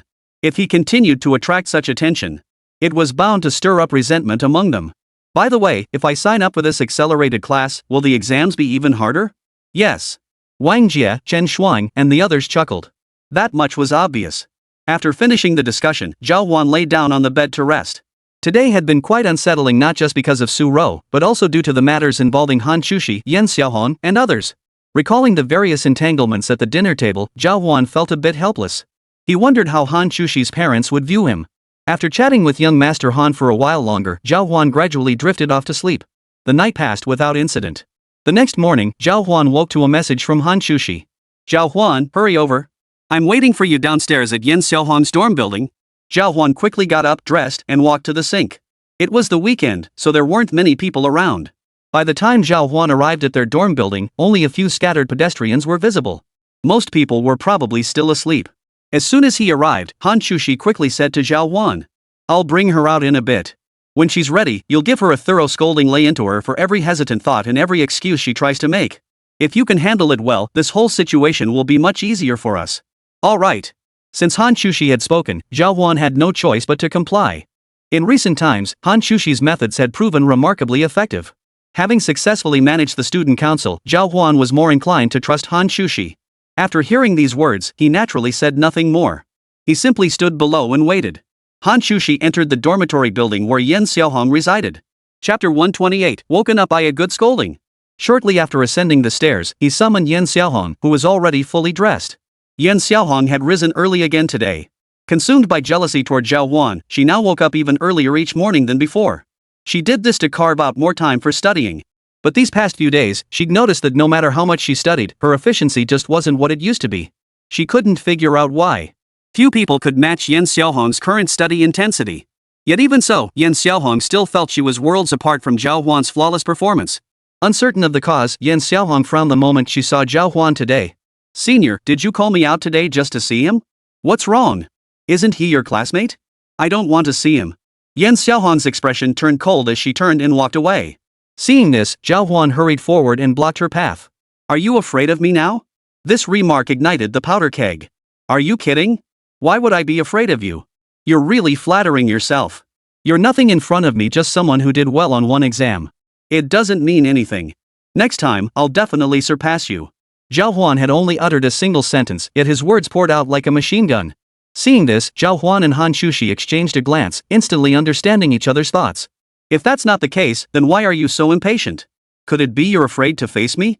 What's there to be afraid of? Seeing you now is useless anyway. I'd rather focus on studying. Just watch, I'll be competing soon, and within 2 months, I'll surpass your level. Some people were just incredibly arrogant. Zhào Huān conceded that Yan Xiaohong did possess that level of skill. But this kind of arrogant and stubbornly self-righteous attitude had been entrenched in her for far too long. Since Hán Chǔxī had declared she'd use forceful measures against Zhào Huān, there was no need for further discussion. He proceeded directly to break through her defenses. Within 2 months, you probably won't even reach half the level of the numbers I calculated last time. Yet after 2 months, I'll be able to achieve an even faster pace. Do you really think you stand a chance against me? The moment those words left her mouth, Yan Xiaohong's expression darkened instantly. She understood Zhào Huān's meaning perfectly well. Truthfully, in her current state, few could rival her. But Yan Xiaohong was driven by the pursuit of being number one. Beyond the top spot, this girl had no other ambitions. Fortunately, through her exceptional intelligence and relentless effort, over the years, few had truly surpassed Yan Xiaohong. But since arriving at this school, Yan Xiaohong had discovered something that drove her nearly mad. Besides her sister, there was actually another person who was so much stronger than her. There's always someone better out there, and the sky's the limit. Perhaps that's exactly what this meant? You're so arrogant. I will surpass you. Even now, she remained stubbornly defiant. Zhào Huān could see a faint shadow of Su-ro in her. You keep saying you're surpassing me, but have you really made progress these past few days? I doubt it. Without communication, without classmates to discuss problems with, you're just working in isolation. Even if you spend endless hours on it, it won't compare to getting a few pointers from Senior Li Feiyu. Honestly, it might even save you a lot of time. Zhào Huān's words struck a chord with Yan Xiaohong. But last time in class, when he volunteered to solve a problem, only to be left so far behind by Zhào Huān, this left Yan Xiaohong deeply mired in self-doubt. It felt incredibly uncomfortable. Mind your own business. This retort left Zhào Huān speechless. Hán Chǔxī couldn't bear to watch any longer. She walked straight over to Zhào Huān and spoke up for him. Of course, we don't want to interfere. We're just worried that such incredible talent is being wasted in the dorm.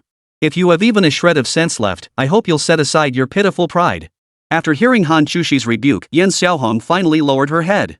Truthfully, Yan Xiaohong herself didn't know how to handle all this. Ever since Zhào Huān had crushed her, she felt like she'd been on a downward spiral.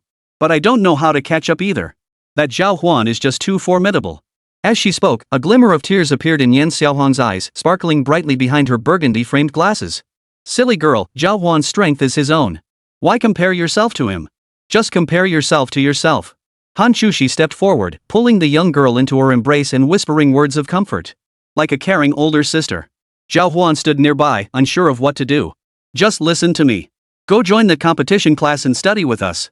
Then, under the same conditions, you two can compare who's better. Finally, under Hán Chǔxī's persuasion, Yan Xiaohong nodded and agreed to the suggestion. Seeing this, Zhào Huān finally breathed a sigh of relief. He pulled out his phone and sent a message to Li Feiyu. Senior, everything's taken care of. Everything's taken care of. Head over to the orientation desk then.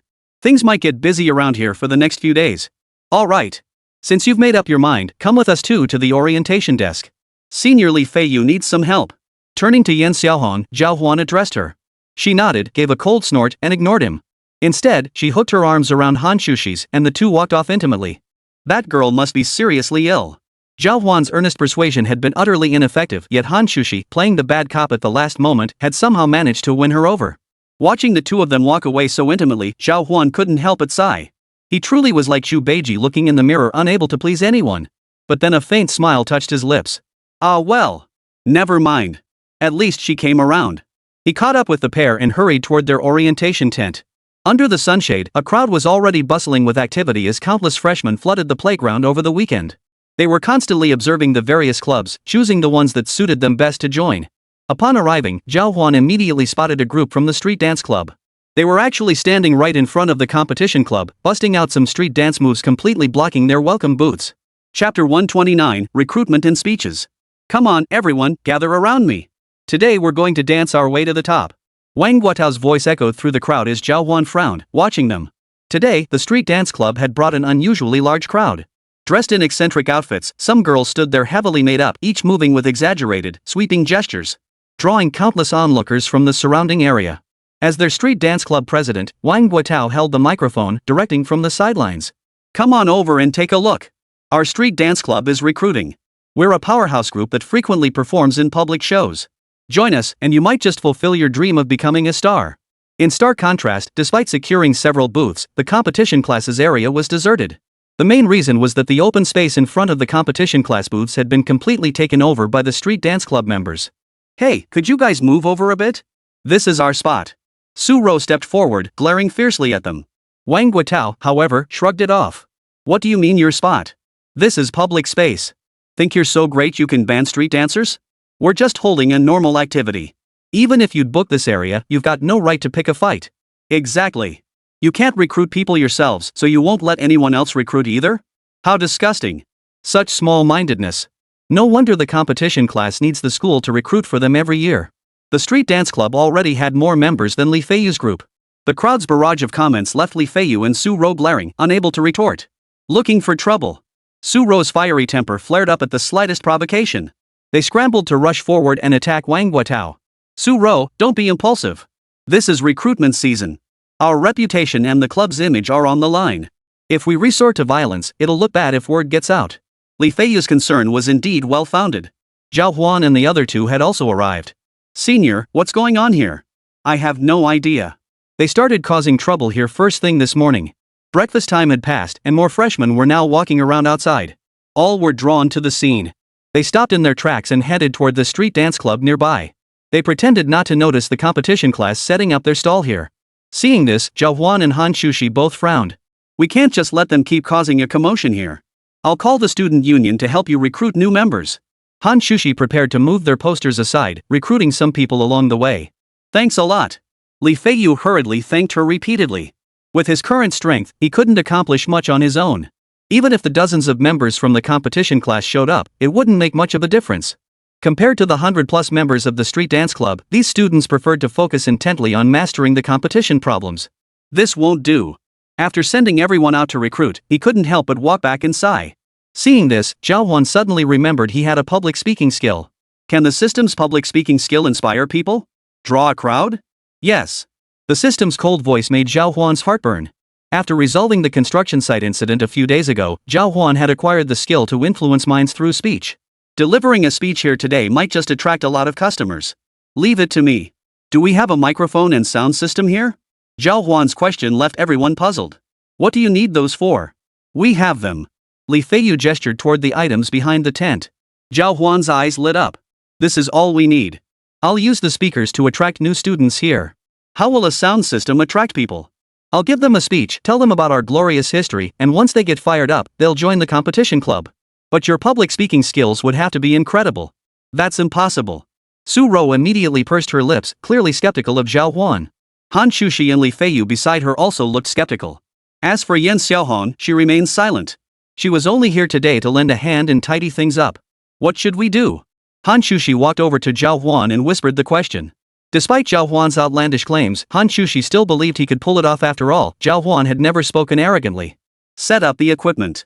I'm about to start my speech. Zhào Huān walked to the front of their tent, with two speakers placed beside him. Hello everyone, we are several members of the competition class. Public speaking skill activated silently. During his speech, Zhào Huān vividly recounted the awards won by the competition class and their various competition experiences. He sprinkled in tales of triumphs and struggles, leaving the audience yearning to follow in their footsteps. Did Zhào Huān study professional public speaking? How did he get so good? Li Feiyu couldn't help but marvel from the sidelines. This guy. Even Su Ro was taken aback. Yan Xiaohong and Hán Chǔxī beside them froze in place. They could all feel themselves being swept up in the moment.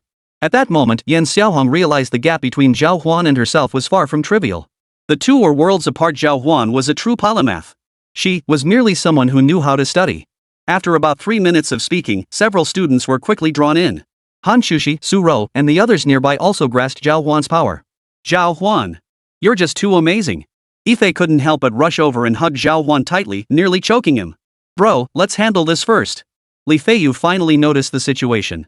He hurried over to explain the various activities of their competition class to the new students, hoping they would join. Zhào Huān stepped aside, began inspecting the equipment, and started the recording. Before the speech began, he pressed the record button on the sound system. After a few adjustments, Zhào Huān's recording began playing continuously. You're something else. This should definitely help us recruit people. Quan walked over with a delighted smile and Zhào Huān nodded in agreement. But then they both noticed something. The music from the distant street dance crew was being completely drowned out by the sound of Zhào Huān's passionate speech. Now, any student passing by could only focus their attention on Zhào Huān's impassioned speech. Conversely, hardly anyone paid attention to the street dance club members drenched in sweat. Wang Guotao noticed the situation too. His face immediately fell, and he turned this way with resentment. Zhào Huān, what do you think you're doing? Chapter 130, 10 Forced Promotions. To be clear, Wang Guotao was Zhào Huān's senior, but this guy had been picking on Zhào Huān and his crew since yesterday. Now he was here to ruin the event. Zhào Huān's tactics. Not only did he attract a lot of attention from the freshmen, but also completely overshadowed them. This left Wang Guotao feeling thoroughly annoyed. Zhào Huān, however, showed him no leniency. After Wang Guotao stormed over in a rage, Zhào Huān walked up to him with a cheerful smile. Everyone's recruiting here. Why can't we play music when you're dancing over there? Zhào Huān's words left him speechless. In the end, Wang Guotao could only storm off in a huff. He was clearly in the wrong. Moreover, if word got out that they'd snatched the spot, they'd surely face criticism. As the party in the wrong, continuing to argue here would only drag him deeper into trouble. Better to make a quick exit now. Why aren't you acting so cocky now? Hurry up and beg us to turn down the volume, or else your street dance club can just take a longer break. Stop dancing, it's useless anyway. Unlike Zhào Huān, Su Rou had been taunting them the whole time, which infuriated Wang Guotao. But no matter how furious he felt, he was powerless. With Zhào Huān standing there, he dared not lay a finger on them. Besides, Zhào Huān was merely promoting their event, they had no grounds to interfere. The thought made him so furious he ordered the music turned off. Instead, they began aggressively recruiting new members on the street. But once these recruiters ventured out, they realized this approach was less effective than simply dancing. They had nothing particularly eye-catching about them, instead, they blended into the crowd. As a result, the various stalls they'd rented out were now running at a slight loss. If they couldn't recruit a single person, what was the point of doing this? Sure enough, not long after, Wang Guotao's expression changed again. The guy was flexible enough to bend to the situation, now actually walking over to Zhào Huān with his head bowed. What are you doing here again? Zhào Huān found him irritating. The guy had no clue how annoying he was, yet he still dared to stick around. Brother Zhao, I need to talk to you about something. Wang Guotao lowered his voice, approaching Zhào Huān with a submissive air. What is it? Well, you see, it's not easy for an old guy like me to pull this off. We're recruiting on such a big scale, and we have annual quotas to meet. I just became president of the street dance club. If I mess this up, my crew will look down on me. How about this, you guys spare me some time? When I go to watch the street dance show, I'll promote you 3 times. They typically held several performances each month. The street dance club members were always busy with events, naturally drawing large crowds. If they let the promotional team handle recruitment, it wouldn't just help attract members, now it would keep the momentum going afterward. That might work, but 3 times is too few. Make it 10. Wang Guotao's expression immediately fell. Their primary source of income came from advertising for others during their performances. This allowed them to promote clients and collect advertising fees. With just a few gigs a month, their club alone could rake in a fortune. But now Zhào Huān wanted them to do 10 free promotions. Oh, and we need our people supervising. Supervision too? Just as he was about to try to cut corners, Zhào Huān quickly saw through Wang Guotao's thoughts. With no other choice, he could only nod. Fine. At this stage, recruiting talent was the top priority, other matters could be discussed later. In that case, sign an agreement. Zhào Huān, wary of this two-faced individual pulling tricks behind the scenes, immediately prepared to trade 10 opportunities for their survival. Fine. For some reason, Wang Guotao couldn't shake the feeling he'd been taken advantage of. But he couldn't very well say so outright, after all, he was the one who'd come seeking Zhào Huān out. There was no point in beating around the bush now. If the other side truly refused to give them a way out, their street dance club would face a major setback this year. Their income would take a significant hit, and next year's recruitment drives would be even more challenging. After finalizing the deal, Zhào Huān drafted an agreement and had the other party sign and seal it. Watching this unfold, Hán Chǔxī beside him couldn't help but curve his lips upward. Zhào Huān, I never knew you were this clever. Of course. Whenever there's an opportunity, I'll fight for our competition class. With more members, we'll have a better chance of winning awards in various events. Li Feiyu hurried over from the side. Zhào Huān, thank you so much for this. It's all thanks to you that we managed to turn things around. He hadn't overheard what Zhào Huān and Wang Guotao had discussed earlier, but seeing them conversing here, he hadn't approached. Zhào Huān pulled out the agreement they just signed and handed it to Li Feiyu. After glancing at it, Li Feiyu froze in place. You got their promotional opportunities? Holy. Ha, exactly. Now we can keep recruiting new members. That's great news. If we can promote this event, we might even attract some competition enthusiasts from the community to participate. Having our school's name attached to it could bring honor to our institution. Is that even possible? Absolutely. It's all about securing more rewards. After saying that, Li Feiyu pulled out over a dozen books from his backpack, each one thick and substantial. Yan Xiaohong, come over here too. Zhào Huān and Yan Xiaohong stood before Li Feiyu. These represent years of my hard work. If you can master all this material, you'll perform exceptionally well in the competition. I'm lending them to you, take a look. Ah, this. Yan Xiaohong's thirst for knowledge was intense. Upon seeing the books, her eyes widened in astonishment. Zhào Huān also understood the immense value of these books. By specifically selecting these materials and entrusting them to the two, Li Feiyu was treating them as his direct disciples. These materials are far too valuable. Even if we win awards, it won't directly benefit you, senior. Why are you being so generous? Yan Xiaohong was genuinely puzzled. The only thing that matters is keeping this competition class alive. Why would I want to keep things stagnant? Who knows? After reading these and adding your own insights, you might even become more skilled than me. Li Feiyu laughed heartily at the two of them. At that moment, Zhào Huān finally felt genuine respect for the senior from the bottom of his heart. Chapter 131, Her Whimsical Side. With matters settled here, Hán Chǔxī prepared to head home. After a full day of hustle, their recruitment efforts had gone relatively smoothly. On this first day alone, they had recruited over 30 members eager to join the competition class. Although several were ultimately rejected for failing their basic screening tests. This was still a substantial base number, and things were likely to go very well in the coming days. I'll head back first. Back to the dorm? No, home. Hearing this, Zhào Huān felt a bit puzzled. Didn't you just come back from home yesterday? Yeah, when I went back with you yesterday, my dad said he wanted me to go back alone today. I have no idea what it's about. Hearing that the two were going home together, Li Feiyu, Su Ro, and the others all turned their gaze toward them. That statement was way too easy to misinterpret. The two of them went home together and to Hán Chǔxī's place, no less. Li Feiyu's curiosity was getting the better of her. Swallowing hard, she leaned closer to Zhào Huān and whispered, "Meeting the parents? Ha?" Hán Chǔxī shot him a withering look from beside him. "Senior, what are you talking about? We just wanted Zhào Huān to come up and help us sort out the renovation stuff." Although Hán Chǔxī had already labeled last night's event as meeting the parents. But she couldn't very well say that out loud. Oh, I get it. Li Feiyu exchanged a glance with Su Ro beside him, then prepared to wrap things up and take Su Ro out for tutoring. As for Zhào Huān and Hán Chǔxī, Zhào Huān was about to leave, but Hán Chǔxī grabbed his arm. "Where are you going?" "Back to the dorm. Today has completely wiped me out." Earlier today, Zhào Huān had even messaged Hán Shào, hoping to hear his thoughts on the street dance club's advertisement. For some reason, Hán Shào hadn't replied at all. But Hán Chǔxī grabbed Zhào Huān's sleeve. "Give me a ride home." "Ha? I'll have to wait for a ride if I go out now. How could you let a delicate young lady like me walk all the way to the south gate of the school to catch a ride home? By the time I get back, it'll probably be 8 or 9 o'clock and I'll miss dinner." Hán Chǔxī stared at Zhào Huān with wide eyes. Standing beneath his towering frame, she looked utterly helpless and pitiful. Faced with this, Zhào Huān couldn't help but scratch his head. Truth be told, this was the first time Zhào Huān had ever seen Hán Chǔxī act so coy. And just this one time was enough for Zhào Huān to realize her pouting was utterly irresistible. No wonder Hán Chǔxī never did it normally. Who could withstand this kind of charm? "Alright, I'll go get the car." "Hee, let's go." The two arrived at the south gate. "Where do you usually park your car?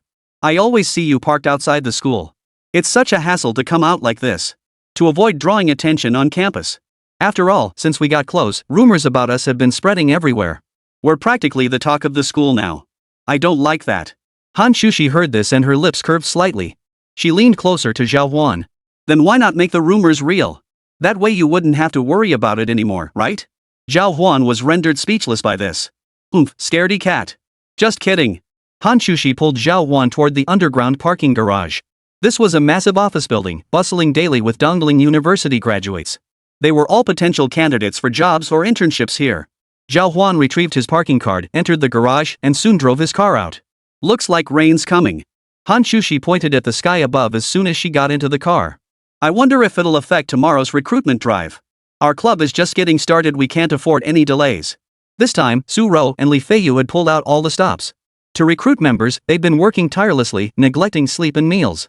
Zhào Huān certainly didn't want their hard work to go to waste, but if it did rain, there would undoubtedly be fewer people outside tomorrow. It shouldn't have a major impact. After all, tomorrow's Monday, they'll still have classes. There should still be plenty of people coming and going. The two chatted casually as they drove ahead. Before long, they arrived at the building where Hán Chǔxī lived. Why not come up for a meal before you go? Hán Chǔxī turned to Zhào Huān with the invitation as soon as she stepped out of the car. Zhào Huān had originally planned to head back to the dorm early given the gloomy weather outside. But today, she was especially hungry. It was probably because he'd expended so much energy during the recruitment process.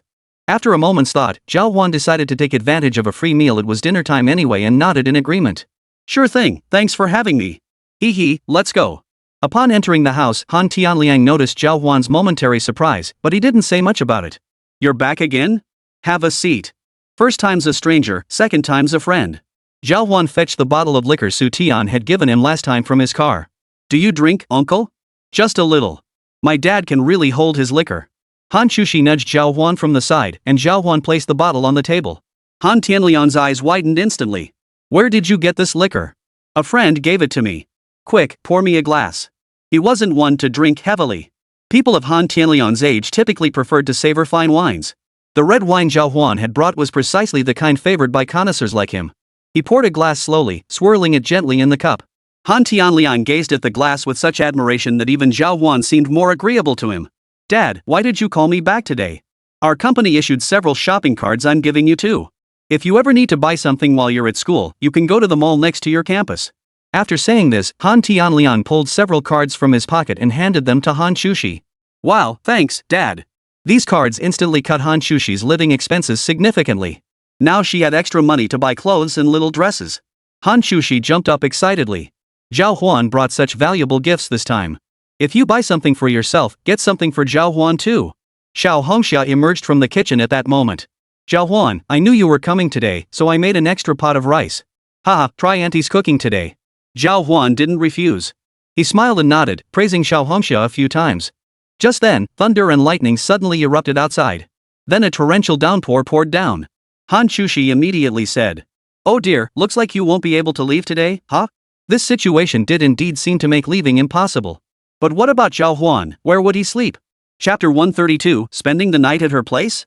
That was indeed a problem. Xiao Hongxia and Han Tianliang exchanged a glance. Han Tianliang proved more magnanimous. There's an empty room or the sofa.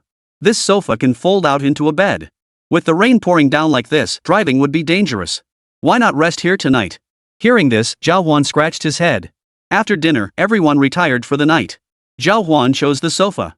Hán Chǔxī, having just finished eating, sat down beside the sofa where Zhào Huān planned to sleep, insisting on helping him make it up.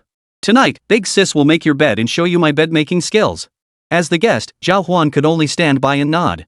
But after the bed was made, while Xiao Hongxia and Han Tianliang went to their rooms to sleep, Hán Chǔxī stayed up.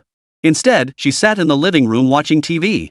Left with no choice, Zhào Huān sat down on the sofa too and started watching the romance drama with her. This girl's life is so tragic, it's almost making me cry. Hán Chǔxī murmured as she leaned closer to Zhào Huān. Zhào Huān had never encountered such a situation before. As she slowly drew nearer, he could only shift his body sideways. Why are you running? Hán Chǔxī pouted her lips and asked softly. Uncle and aunt are still in the room. If they see us this close, it wouldn't look good. Zhào Huān lowered his voice to remind Hán Chǔxī. Hán Chǔxī, however, couldn't care less. Instead, she reached out and hooked her arm around Zhào Huān's neck. What's the big deal? We're just watching TV. Senior. Zhào Huān felt a flicker of fear, yet a budding tingle of excitement also stirred within her. At that moment, each could hear the other's breath. Though the drama played on beside them, neither's thoughts lingered there anymore. Just as Zhào Huān leaned in to kiss Hán Chǔxī, her fingers suddenly pressed against his lips. What are you thinking? We're not a couple, you know. Didn't you say you didn't want the rumors to become reality? Leaving those words behind, Hán Chǔxī rose gracefully and walked away with a smile. That night, Zhào Huān slept with a heavy heart. He opened his phone and logged into the Devil Muscle Man account. Han Shào, where are you? That senior girl tricked me again today. Meanwhile, back in her room, Hán Chǔxī couldn't help but curve her lips into a smile upon seeing Zhào Huān's message. With her watching over every step Zhào Huān took, how could he possibly escape her grasp? Are you being silly? This might be a test for you. You have to persevere. Maybe in a couple of days, you'll win over the campus beauty. Hán Chǔxī chuckled quietly under the covers as she sent the message. Zhào Huān, upon receiving the message, scratched his head and lay on the sofa, utterly perplexed. But I don't think she's interested. No. That's not something you can sense. If you could sense it, wouldn't that be chaos? At your level, you can't rely on feelings. Just do as I tell you. Hearing this, Zhào Huān grew even more confused. You've never dated either, right? How come you know so much about her? You haven't eaten pork, but you've seen pigs walk, right? Just listen to me and you won't go wrong. Pretend nothing happened. Maybe in a couple of days, they'll ask you to go to her place again? Hearing this speculation, Zhào Huān couldn't help but feel a bit scared. Seeing Zhào Huān's hesitation, Hán Chǔxī's heart stirred. What's wrong? Don't you want to go to that gorgeous Han girl's place? Of course I want to. But our relationship isn't exactly clear right now. What if her parents mistake me for? Zhào Huān was obviously referring to being seen as a potential son-in-law, which would definitely complicate things. Hán Chǔxī's laughter echoed out from the room. Zhào Huān stared in surprise at Hán Chǔxī's tightly shut door. What was going on? But seeing that Hán Chǔxī inside showed no intention of explaining to others, Zhào Huān felt awkward about knocking. After a while, Hán Shào's message finally came through. So what do you think of Han's parents? They're all pretty nice, except Uncle Han can be a bit fierce. Other than that, they're great. Hearing this, Hán Chǔxī, still hiding under the covers, slowly exhaled in relief. Seems like the strategy she'd adopted these past 2 days had been pretty successful after all. Alright, I'm going to sleep. After sending that final message, Hán Chǔxī pulled the covers over her head and fell asleep, leaving Zhào Huān alone, utterly flustered. Wait. Old Han, what's this? Just leaving me hanging like this? With no response, Zhào Huān drifted back to sleep on the bed. Early the next morning, Hán Chǔxī woke Zhào Huān. After freshening up, they drove back to school. Today was still recruitment day, but aside from a few students from Dashan who had no classes, they still needed to attend their regular lectures. So Zhào Huān and Hán Chǔxī headed to the academic building for their classes first, only able to rush over to help at lunchtime. The moment they entered the classroom, Wang Jia and the others nearby immediately waved at Zhào Huān. Zhào Huān, come here. Seeing their secretive expressions, Zhào Huān felt puzzled. Why all the secrecy today? Big news. Didn't we just finish our sports meet? Word is the provincial team is recruiting, and they specifically recommended you. My advisor just told me about it. Hearing this, Zhào Huān was genuinely surprised. He never imagined he could secure such an opportunity. I don't want to go. Let the sports college students handle it. How can you switch? You should at least try it out. If you pass the test, you might even get some bonus money. Zhào Huān didn't have much time. He was extremely busy with his daily schedule and didn't want to be disrupted. But just then, the system's voice suddenly echoed in his mind. Provincial sports test passed, reward +3 agility, 100 million cash. Hearing this, even Zhào Huān's breathing grew heavy. Though he possessed considerable wealth now, expanding his construction company required massive investments. Yet he'd already poured all his capital into previous ventures, making further investment virtually impossible. The system really understood him. Hungry? It delivers food. Thirsty? It brings water. Alright, I'll go then. Zhào Huān did a complete 180, reversing his earlier stance. Ha! I thought you'd refuse, but you agreed so quickly. Alright, I'll get the address from them in a bit. You can just head over to the stadium yourself then. Wang Jia nodded with satisfaction, then sent the address to Zhào Huān's phone. Suppressing his excitement, Zhào Huān began contemplating how to approach this assessment. Chapter 133, Is Age an Issue? After finishing his midday errands, Zhào Huān headed to the familiar stadium at the agreed-upon location. The moment he arrived, many eyes immediately turned to him. Zhào Huān noticed that most of the people here were teenagers in their teens. Few were his age. A man quickly approached Zhào Huān and presented his work ID. You must be Zhào Huān. Yes. My name is Zhao Dahai. I'm in charge of your assessment today. I saw you compete at the Dongling University sports meet a while back and thought you were quite impressive. What events are you good at? Any strength-based events. Zhào Huān was quite fast, but compared to strength, his speed still fell slightly short. Alright, in that case, come with me. How about trying the shot put? Your physical conditioning seems off the charts. Sure thing. Zhào Huān nodded and followed Zhao Dahai onto the field. At that moment, the crowd around them all noticed him. He's this old and still joining sports training? That's so outdated. A teenager of only 15 or 16 couldn't help but sneer at Zhào Huān. Ouyang Hanfei, watch your tone. Zhào Huān is an exceptionally strong athlete. Zhao Dahai immediately scolded him. But the other boy remained unmoved, showing no fear of Zhao Dahai. Bro, look at him, he must be close to 20 already. Still training with the provincial team at this age? What kind of future could he possibly have? Come to think of it, national-level athletes are usually scouted right after they turn 13. Then they move up from the provincial team to the national team. But Zhào Huān was already 20. Even if he manages to make it into the provincial team in 2 years, the gap to the national team is still enormous. At his age, his physical condition will likely start declining in another 2 years. He'll miss his prime competitive years. This scenario is absolutely unacceptable to many, so most coaches won't recruit such individuals. Even those with a modicum of talent would be buried. Ouyang Hanfei's point was spot on. You seem rather uninformed. He was absolutely right. But Zhào Huān deeply disliked such remarks that crushed others' dreams. Although Zhào Huān wouldn't be joining their provincial team, he could still earn some prize money and system rewards after today's test. So Zhào Huān was determined to use this chance to set the kid straight. Even if I'm not the most knowledgeable, I'm certainly qualified to critique you, right? Ouyang Hanfei, hearing Zhào Huān's provocation, stepped forward, glaring at him menacingly. The muscles on his body were sharply defined, especially the large ones in his shoulder area. He was clearly someone who trained regularly. Compete? I'm just an amateur. If you can't even beat an amateur like me, it just shows you've got no talent either. Sure, why not? But why would I compete with you? Even if I beat you, I gain nothing. And if you beat me, it'd just make me look like a fool. Ouyang Hanfei wasn't stupid. Zhào Huān was several years older than him and had far superior muscle development. If Zhào Huān trained more regularly, he'd be significantly stronger than someone at Ouyang Hanfei's level. Competing with Zhào Huān now would be utterly pointless. Are you scared? Zhào Huān found him rather amusing. He hadn't expected this guy's temperament to be anything like his sharp tongue. Are you kidding? Me, afraid of you? If you're not afraid of me, why won't you fight? You're nearly 20 years old. You actually have the nerve to challenge me, a 16-year-old?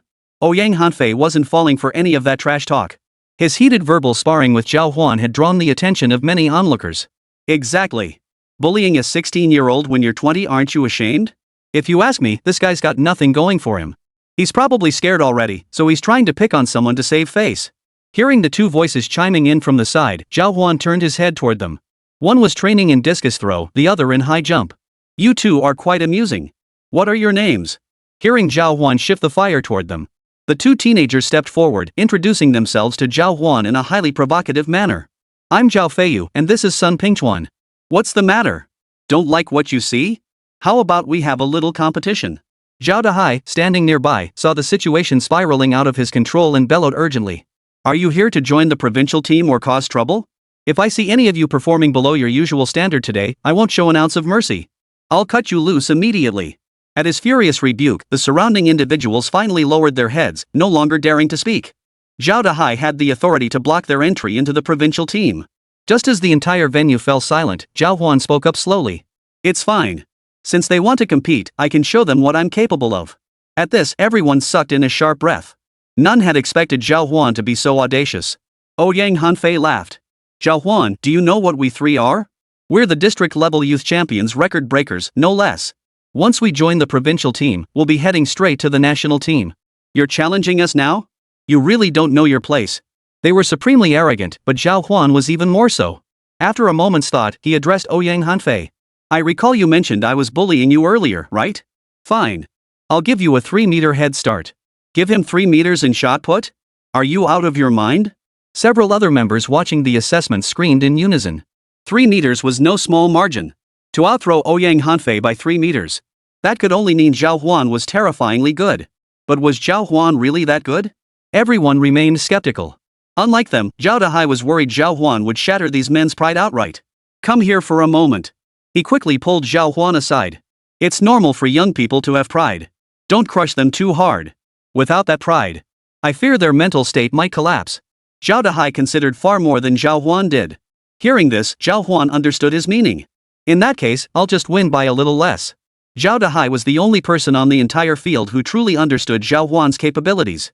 Since he'd weighed the situation, Zhào Huān naturally respected his judgment. Sigh. Go easy on them. Zhao Dahai sighed helplessly, watching Zhào Huān return to the field. Chapter 134, just win by a little. Ready to start? Zhào Huān observed Ouyang Hanfei's remarkably casual post. Instead of responding directly, Ouyang Hanfei brought up the rule from earlier where he'd conceded 3 meters. Just give me 30 centimeters. No need for 3 meters. 30 centimeters is still a decent distance, since Zhào Huān's strength is a bit greater than his. Sure thing. Zhào Huān smiled. Since it was only 30 centimeters, he wouldn't need to reveal too much of his true strength. The group walked over to the edge of the testing area. Zhào Huān looked at this group of athletic students, his heart filled with anticipation. They were the future pillars of the nation, so Zhào Huān would be mindful of their feelings. You go first. Turning around, Zhào Huān gestured for Ouyang Hanfei to take the first throw. If I go first, you won't have much of a chance. With that, Ouyang Hanfei immediately hurled the shot put. Several referees quickly approached to assist Ouyang Hanfei with the measurement. 18.6 meters. Everyone gasped at the result. The provincial team's standard was merely 18 meters. But Ouyang Hanfei had surpassed it by such a significant margin. No wonder he just claimed he'd be joining the national team soon. This performance truly was worthy of the national team. After the throw, Ouyang Hanfei glanced over at Zhào Huān's expression. But he saw Zhào Huān remained completely unfazed. Frowning, he couldn't help but ask Zhào Huān. What do you think, Zhào Huān? My score's pretty solid, right? If you can't match it, you can just give up. I won't make things hard for you. His arrogant words reached Zhào Huān's ears, but Zhào Huān replied calmly. Not bad. It's respectable for someone your age. Zhào Huān's manner was almost like that of Ouyang Hanfei's coach, which nearly drove Ouyang Hanfei mad upon hearing it. He absolutely hated Zhào Huān's patronizing tone. Fine.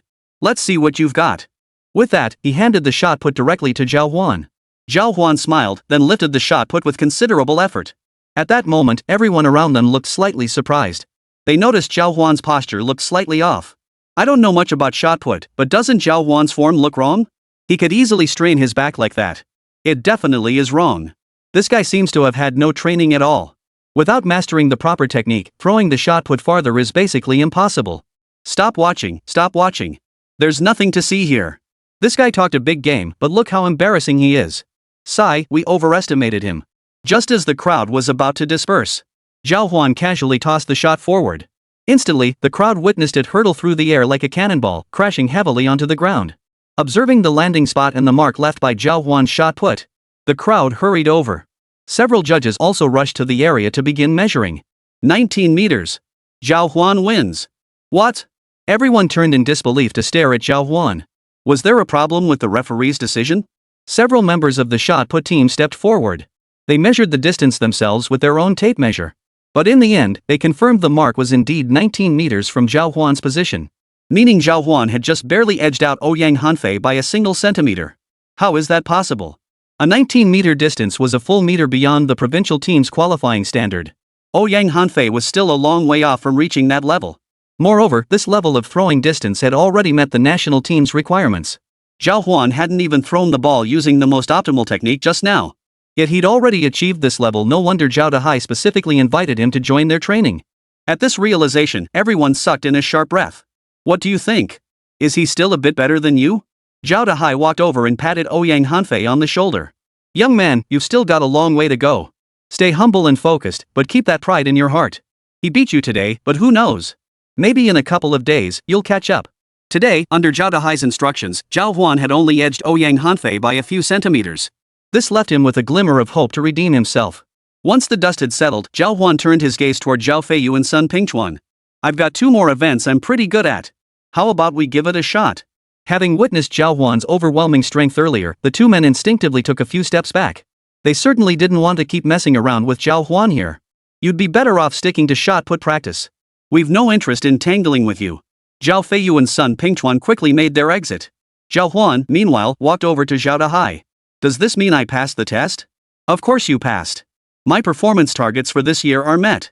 Even if you don't join the provincial team, it shouldn't be a problem. But with your talent, it'd be such a waste not to join a sports team. Zhào Huān looked at Zhào Huān with envy in his eyes, feeling a touch of regret over his choice. Everyone has their own path. All right. Though I think your path might be easier, your wishes come first. Since that's the case, I'll see you back. You've passed this assessment. The certificate of honor will be sent to your school. As Zhào Huān finished speaking, a voice echoed in Zhào Huān's mind. Congratulations, host, on completing the mission. You have earned attribute points and 100 million cash. As 3 points of agility were added to Zhào Huān, he felt every muscle in his body contract in that instant. A surge of warmth flooded his entire body.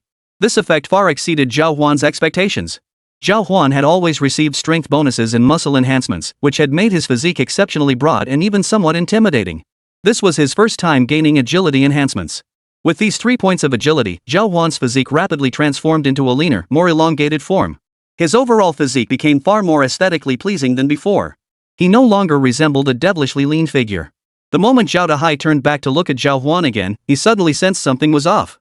Zhào Huān, how did you suddenly get so much more handsome? Did the wind do that?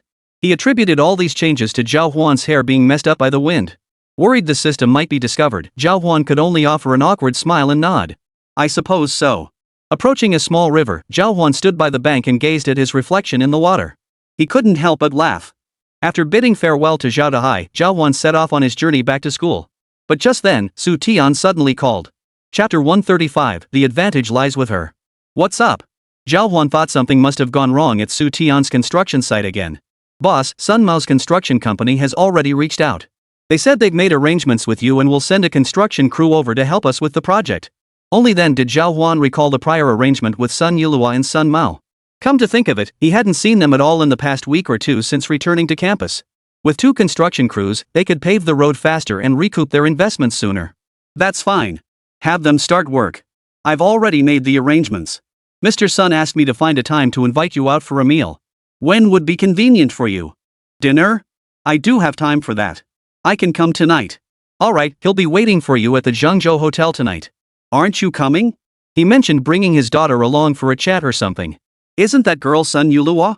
I recall she's your classmate. I'll pass. Last time Zhào Huān dined at the music restaurant, the Happy Valley restaurant across the street was where Su Tian held court. During the meal, Su Tian had also spotted Su Rou, Sun Yulua, and Hán Chǔxī sitting with Zhào Huān. He knew Zhào Huān was at that age where romance was in the air. If she brought her classmates along and he, as her subordinate, followed suit, things could get awkward if anything happened. Alright, I'll drive over later. Glancing at the time, Zhào Huān realized it was already evening. By the time Su Tian got the message, Zhào Huān would likely arrive at the Zhengzhou Grand Hotel just in time. He got in his car and drove to the Zhengzhou Hotel. After giving his room number, the doorman led him to a lavishly decorated hall on the 2nd floor. Your decor here is quite impressive. This is our premium VIP lounge, the finest we have. It seems Sun Mao had spared no expense for today's dinner. As soon as he entered, Zhào Huān spotted Sun Mao and his daughter seated at a table, waiting for him. The moment Sun Mao spotted Zhào Huān, he immediately stood up to greet him. Zhào Huān, you're such a busy bee. We've been waiting forever just to finally get you here. I've been quite busy lately. My apologies. I'm just joking. Don't worry about it. You've already discussed our collaboration with your people, right? Everything's settled. Alright, let's sit down first. Today, Zhào Huān's seat was deliberately placed next to Sun Yulua's. Sun Yulua's gaze toward Zhào Huān shifted slightly. Ever since learning how capable Zhào Huān was and that he was wealthy too, Sun Yulua had actually developed a peculiar feeling toward him. If before it had been merely about competing with Hán Chǔxī, now, everything had changed. As the campus beauty of her freshman year, Sun Yulua's looks were breathtakingly stunning. Anyone who saw her couldn't help but exclaim at her beauty. What's more, her figure was impeccable. Having such a girl near him left Zhào Huān feeling somewhat at a loss. As the faint fragrance drifted to his nose, Sun Yulua spoke softly into Zhào Huān's ear. Zhào Huān, have you been avoiding me lately? Why haven't you spoken to me in so long? No, I haven't. Watching the two converse before him. At that moment, Sun Mao, who had been nearby, took a timely phone call and excused himself from Zhào Huān. He had long since realized his daughter had feelings for Zhào Huān.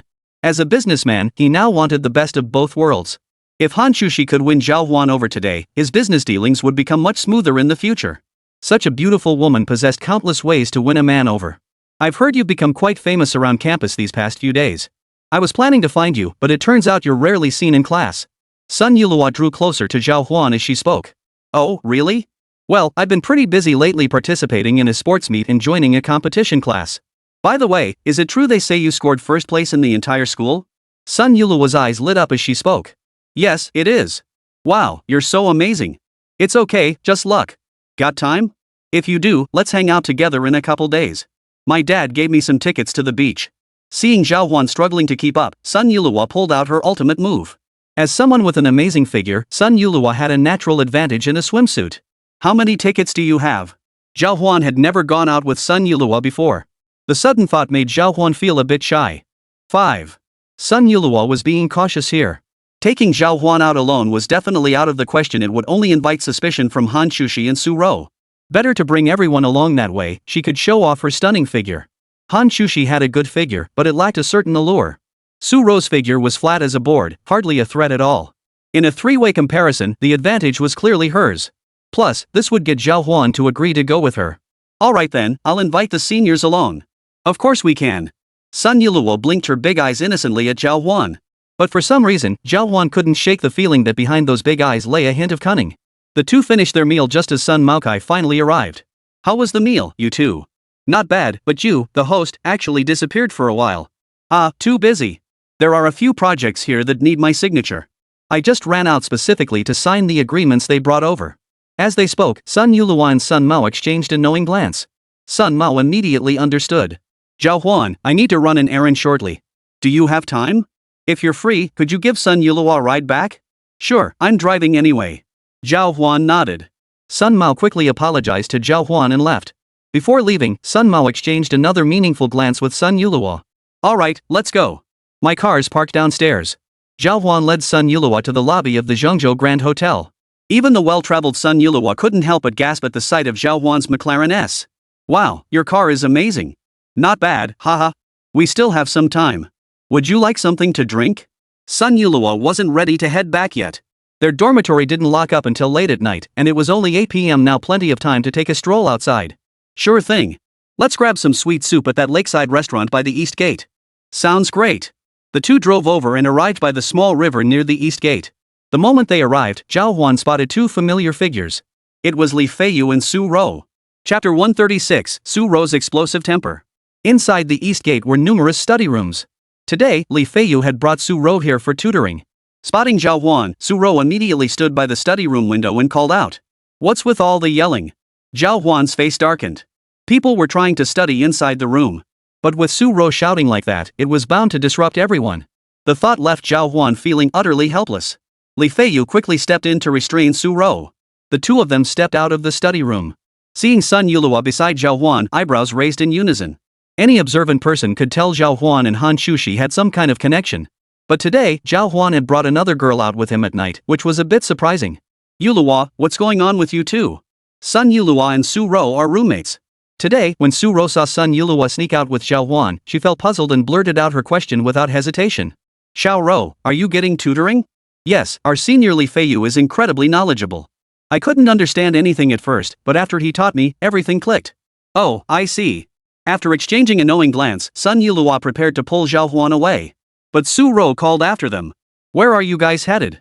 Grab some sweet soup or something. Yay, I want to go too. Hearing this, Sun Yulua's heart sank. Both Li Feiyu and Sun Yulua knew Su Rou's temper. If they let this girl tag along, they'd never have a moment's peace. Xiao Rou, don't you have tutoring to attend? It's fine, master. Let's all go together. As soon as Su Rou finished speaking, she grabbed Li Feiyu's arm and prepared to follow Zhào Huān to grab a bite. Zhào Huān didn't mind, but first laid down 3 ground rules with Su Rou. You can come with us, but no getting carried away. You'll have to catch up on today's lessons with Senior Li Feiyu when we get back. Sure thing. After that, the 3 turned to look at Sun Yulua. How about you come with us? Zhào Huān's question left Sun Yulua at a loss for words. She could only offer an awkward smile and nod. Of course I can. So the 4 of them set off together toward the sweet soup shop, arriving at their destination shortly after. As soon as they sat down, the crowd around them began to press in. Business here was fairly brisk. Many students came to eat here on weekdays. Today, as soon as Zhào Huān sat down, he spotted a line of students queuing up. Business is really booming here. I'll go queue up. Su Rou grabbed her phone and squeezed her way into the line. Zhào Huān took a moment to ask Li Feiyu how teaching was going lately. Senior, has Su Rou been giving you any trouble lately? Not too bad. She's a smart kid, and as long as we take it slow, she's quite obedient. Hearing this, Zhào Huān and Sun Yulua exchanged glances, each spotting a hint of surprise in the other's eyes. Su Rou's temper was notoriously difficult to tame. Neither Zhào Huān nor the exceptionally clever Sun Yulua and Hán Chǔxī could handle her. Yet here with Li Feiyu, it seemed resolved with such ease. It truly proved that every problem has its solution. As the 3 waited, a commotion erupted from the crowd. What's going on? Sun Yulua was the first to notice the commotion and quickly stood up to investigate. But due to his height, he could only catch glimpses of the commotion. Zhào Huān also stood up and peered into the distance. Su Rou, standing in the crowd, pointed at a man beside her and shouted an accusation. How dare you cut in line? What do you mean cutting in line? Our line was already loose. You're not moving forward, and you won't let me move forward either? I'm not moving forward? There are people ahead of me. Am I supposed to keep pushing forward like you? Their argument quickly drew the attention of onlookers, prompting the shop owner to step out. The owner of the sweet soup shop was a middle-aged woman in her 40s. Young people, no need to make such a fuss. It's just a matter of a few words, no need to make things so tense. Shop owners like this, who step in to smooth things over, are actually quite rare. Typically, most shop owners would choose to leave the scene after encountering such a situation. But this particular owner didn't leave. Instead, she stepped forward to mediate. Zhào Huān had intended to step in as well, but the man beside him shoved him aside. Hey, you damn sweet water vendor. What are you yelling about here? Can't you see I'm in the middle of an argument? Hearing this, everyone frowned. This guy, decked out in gold and silver with the air of a nouveau riche, wasn't satisfied with just causing trouble here. He even tried to overturn someone's sweet soup stall. Su Ro, standing nearby, immediately stepped forward and caught the middle-aged woman before she fell. You seem a bit cocky. Narrowing her eyes, Su Ro glared at the man before her and said viciously. So what if I'm arrogant? Mark my words, if you dare mess with this young master today, I'll beat you so badly you'll be crawling on the floor looking for your teeth. Hearing this, the crowd quickly backed away, unwilling to get dragged into the trouble. Li Feiyu, standing nearby, grew anxious. How could you hit Su Ro? I'm going to save her. Zhào Huān, however, remained as calm as a rock. As for this guy. After hearing a few of his remarks, Zhào Huān felt increasingly furious. He was just a guy sent down to the countryside, yet now he'd stirred up such a huge mess. And standing before him was Su Ro. Zhào Huān was eager to see how this guy would save face. It's fine. Su Ro is far more formidable than you imagine. Zhào Huān sat to the side, watching from a distance. As for the boy, he swiftly raised his hand the moment he finished speaking, preparing to strike Su Ro across the face. You're pretty confident, kid. Su Ro smiled lightly, sidestepping the attack with a graceful movement. With that speed, you want to hit someone? Go back and train for another 2 years. The surrounding crowd burst into laughter. Hearing the crowd's laughter, the man couldn't help but feel a surge of anger rising within him.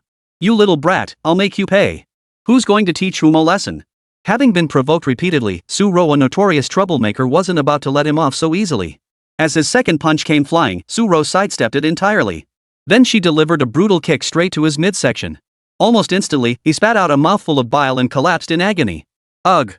He couldn't form a coherent word. Su Ro walked over to him and planted her foot squarely on his face. Apologize to this boss, or I'll beat the gallbladder out of you today.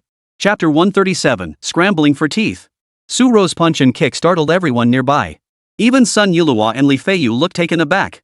Sun Yulihua had heard rumors about Su Ro's fighting prowess, but Li Feiyu turned to Zhào Huān with a look of surprise.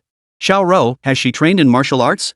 Su Ro had indeed trained in martial arts, and for quite some time. Otherwise, she wouldn't possess such impressive skills enough to even join the greedy wolf squad. Well, she practiced self-defense for a few months. Hearing Zhào Huān's words, Li Feiyu couldn't help but take a couple of steps back. As for Su Ro, several men swiftly approached her. You dare hit our brother, Li? You must be tired of living. Today, we're going to teach you a lesson. You can't treat a little girl like this. The slightly plump owner hurried out to shield Su Ro. But Su Ro didn't react much. Instead, she patted the boss on the shoulder and said, It's fine, auntie. Just let them come. The lot of them together still can't beat me. Li Feiyu beside her looked even more astonished. Zhào Huān, you really don't want to go help him? No, really. Zhào Huān sat to the side, tapping his fingers rhythmically on the table before him, speaking slowly. Seeing Zhào Huān sitting so calmly, Sun Yulihua and Li Feiyu beside him found it hard to speak up. Sure enough, the moment they approached Su Ro, she kicked them all to the ground. One of them even suffered a broken bone. Do you know who my dad is? The classic scene played out once more. The man surnamed Li, sprawled on the ground, pointed an accusing finger at Su Ro and threatened her. Su Ro couldn't care less. When it came to name-dropping, all of them combined couldn't hold a candle to Su Ro. Who cares who you are? Say another word and I'll kick your teeth out. With that, Su Ro's canvas shoe came flying straight into his mouth. She gently wiggled her toes. The man surnamed Li spat out a mouthful of blood. Clearly, his teeth had loosened. He dared not utter another word. As for the others around him, they quickly dialed a phone number. Uncle Li, there's trouble here. You need to come take a look. Hearing this, Su Ro beside him chuckled. You guys actually dared to call people over. Realizing this incident might even help others gain followers, she couldn't help but rise from the table. After stepping into the crowd, Zhào Huān looked down at the men lying on the ground and spoke slowly. This was a minor incident to begin with. Just make it go away quietly and leave quickly. If elders were called in to forcibly suppress Su Ro, such incidents might well escalate to involve Wang Yue later. Even Su Ro's father might get involved. Then this incident would be beyond what just the few of them could handle. What business is it of yours? Uncle Li will be here any minute. None of you are getting away today. Logically speaking, Zhào Huān was actually protecting them now, trying to prevent these petty thugs from suffering greater harm. But unexpectedly, they were acting so brazenly, completely ignoring Zhào Huān's warnings. Since they showed no gratitude for Zhào Huān's efforts, he stopped acting on his own initiative and turned his attention to Su Ro instead. Don't make such a big scene. Su Ro was still quite obedient to Zhào Huān. Upon hearing his instruction, she nodded and stuck out her tongue. Got it. These punks aren't worth getting our family involved over. That'll do. The reason Zhào Huān restricted Su Ro so strictly was mainly because her family's influence was simply too vast. Even the slightest involvement could easily lead to Wang Yu constantly calling him, making Zhào Huān feel utterly overwhelmed. As Su Ro and Zhào Huān finished their conversation, a middle-aged man leaning on a cane entered from outside. The moment he approached, he glared fiercely at Zhào Huān and Su Ro. So it was you two who injured my son? Yes, we did. What's the problem? Su Ro stepped out from behind Zhào Huān. Upon recognizing the man, she couldn't help but laugh. Compared to Su Ro's composed demeanor, the man before them seemed flustered and at a loss. It was clear the two knew each other. Miss Su. Miss Su. The man froze in place, his expression like he'd seen a ghost. All traces of his earlier arrogance vanished completely. Earlier, Su Ro had been standing behind Zhào Huān, so she hadn't been noticed. This man named Taigueli had initially been captivated by Zhào Huān's presence upon arrival. Taigueli, is this area under your jurisdiction? I had no idea Miss Su was visiting today. Otherwise, I would have sent these traitorous scoundrels to greet you immediately. Taigueli trembled all over, hastily apologizing to Su Ro. But Su Ro gave him no chance to explain. Instead, she stepped forward and delivered a kick straight to his stomach. The force of the kick was so solid that even Zhào Huān winced at the sight. Taigueli was sent flying, unable to steady his crutch as he collapsed onto the ground. His son, standing nearby, couldn't help but suck in a sharp breath. He'd been running rampant with iron crutchly for far too long, never encountering any real tough customers. Who would have thought that just drinking a bowl of sweet soup today would lead to hitting a brick wall? Xiao Ro, you hit him too hard. Zhào Huān cautioned from the sidelines. But Su Ro showed no fear whatsoever. Instead, she stepped right up to him, towering over iron crutchly. Taigueli forced his eyes open, only to find a pair of canvas shoes hovering right before his face. He quickly straightened up and clung to Su Ro's thigh. My son truly doesn't know his place. Please don't take it personally. He nearly struck me just now. How do you propose we settle this debt? Su Ro pressed relentlessly, sending chills down Taigueli's spine. What? Taigueli felt like he'd swallowed bitter gall, utterly helpless to express his anguish. He turned angrily toward his son, Li Ming. Li Ming, crawl over here. Li Ming, his mouth full of blood, hurried over to his father. Overwhelmed by terror, he still hadn't grasped who they'd provoked. He could only lower his head and remain silent. Miss Su, please, tell me how I can appease you. I swear I'll punish him right before your eyes. Hearing this, the entire street fell silent in astonishment. Even the woman selling sugar water gaped in disbelief. Li Feiyu and Sun Yulua, still seated at the table, wore expressions mirroring theirs. Li Feiyu swallowed hard and turned to ask Sun Yulua. Miss Sun, what exactly is the background of this roommate of yours? Chapter 138, Making a Comeback. Li Feiyu had already suspected that this little girl came from a wealthy family. But he never imagined that even a local bully encountered on the street would grovel so obsequiously before Su Ro. Her family seems pretty influential, I guess. I'm not entirely sure myself. Sun Yulua, Su Ro's roommate, knew some details about her background, but not the full story. What's Zhào Huān's background? Why does Su Ro seem to listen to him so much? Li Feiyu's question stumped Sun Yulua. Truthfully, she knew even less about Zhào Huān. She only knew Zhào Huān was wealthy and seemed to wield considerable influence. As for Zhào Huān's background? Sun Yulua genuinely had no clue. Well, I really don't know either. The two grew increasingly puzzled, but Su Ro had already spoken up. Make him apologize to the owner of this sweet soup shop, compensate for all the damages, and never let me see him here again. I'll be studying here frequently lately, and if I spot him once more, I'll beat him up again. Yes, yes, yes. Seeing Su Ro hadn't imposed a severe punishment, Taigueli quickly gathered his son and a few subordinates, propped himself up on his crutch, and hurried away. How did you know them? As the crowd dispersed, Zhào Huān turned to ask Su Ro. This guy used to be under me during a mission. He was a bit unruly back then, so I gave him a beating. Ever since, he's been terrified whenever he sees me. Hearing this, Zhào Huān chuckled to himself. Such behavior was indeed characteristic of Su Ro. On the other side, after leaving the scene, Li Ming didn't seem overly concerned. Instead, he shot his father a resentful look. Dad! Why are you such a wimp? She's just a little girl, what kind of background could she possibly have? Today, father and son had truly lost face in public. Even if Iron Crutchley could swallow his pride, Li Ming certainly couldn't. Don't pry into things you shouldn't know. That big shot is someone you can't afford to mess with. If you keep causing trouble here, I'll send you back to the countryside. Hearing his father's threat, Li Ming lowered his head and followed Iron Crutchley back to their home. I'm going out. The moment they arrived home, Li Ming quickly dropped that line before preparing to head out again. Be careful out there. If you get beaten up again, I won't be able to help you. Don't go wandering around in front of them. Taigueli cautioned him one last time as he turned to leave. Got it. As Li Ming stepped out the front gate, a shadow passed over his eyes. Clearly, he was deeply dissatisfied with how Yu Jingtian had handled the situation. He intended to take matters into his own hands to restore his reputation. The moment he stepped outside, he dialed a number. Xiaoli, you two bring some men over to my place. What's up, boss? Naturally, we've got business to attend to. Everyone bring your weapons today, I'm going to scare someone. As for Su Ro, Li Ming certainly wouldn't dare kill her outright. But he had to get his factory back, so he planned to intimidate the girl. If he succeeded, it would ease the resentment burning in his heart. Meanwhile, Zhào Huān had finished her sweet soup and was preparing to send her back. You'd better study hard. If I find out you're not learning, I won't teach you anything by the end of the semester. Hearing Zhào Huān's words, Su-ro nodded immediately. I definitely will study hard. Besides, didn't we make that bet last time? This time, I'm sure I'll beat you. Since Zhào Huān had made a bet with Su-ro last time, there was nothing more to say once the wager was set. As they approached a narrow alleyway, a jingling sound began to emanate from the box. The path they were taking was relatively deserted. Upon hearing the clinking sound, Zhào Huān looked alertly into the distance. Sure enough, Li Ming, who had just left moments ago, was now approaching from behind, his face twisted with rage as he gripped a steel pipe. Behind him were over a dozen henchmen. Their numbers alone were several times greater than before. You're like a ghost that won't go away, aren't you? Why did you come back? Wasn't the beating earlier enough? Want me to give you another round? Su-ro couldn't help but feel irritated seeing him appear before her again, nearly lunging forward to beat him up once more. But Zhào Huān stopped her. What are you back here for? To show you who's boss, of course. Mark my words, this street is under my protection.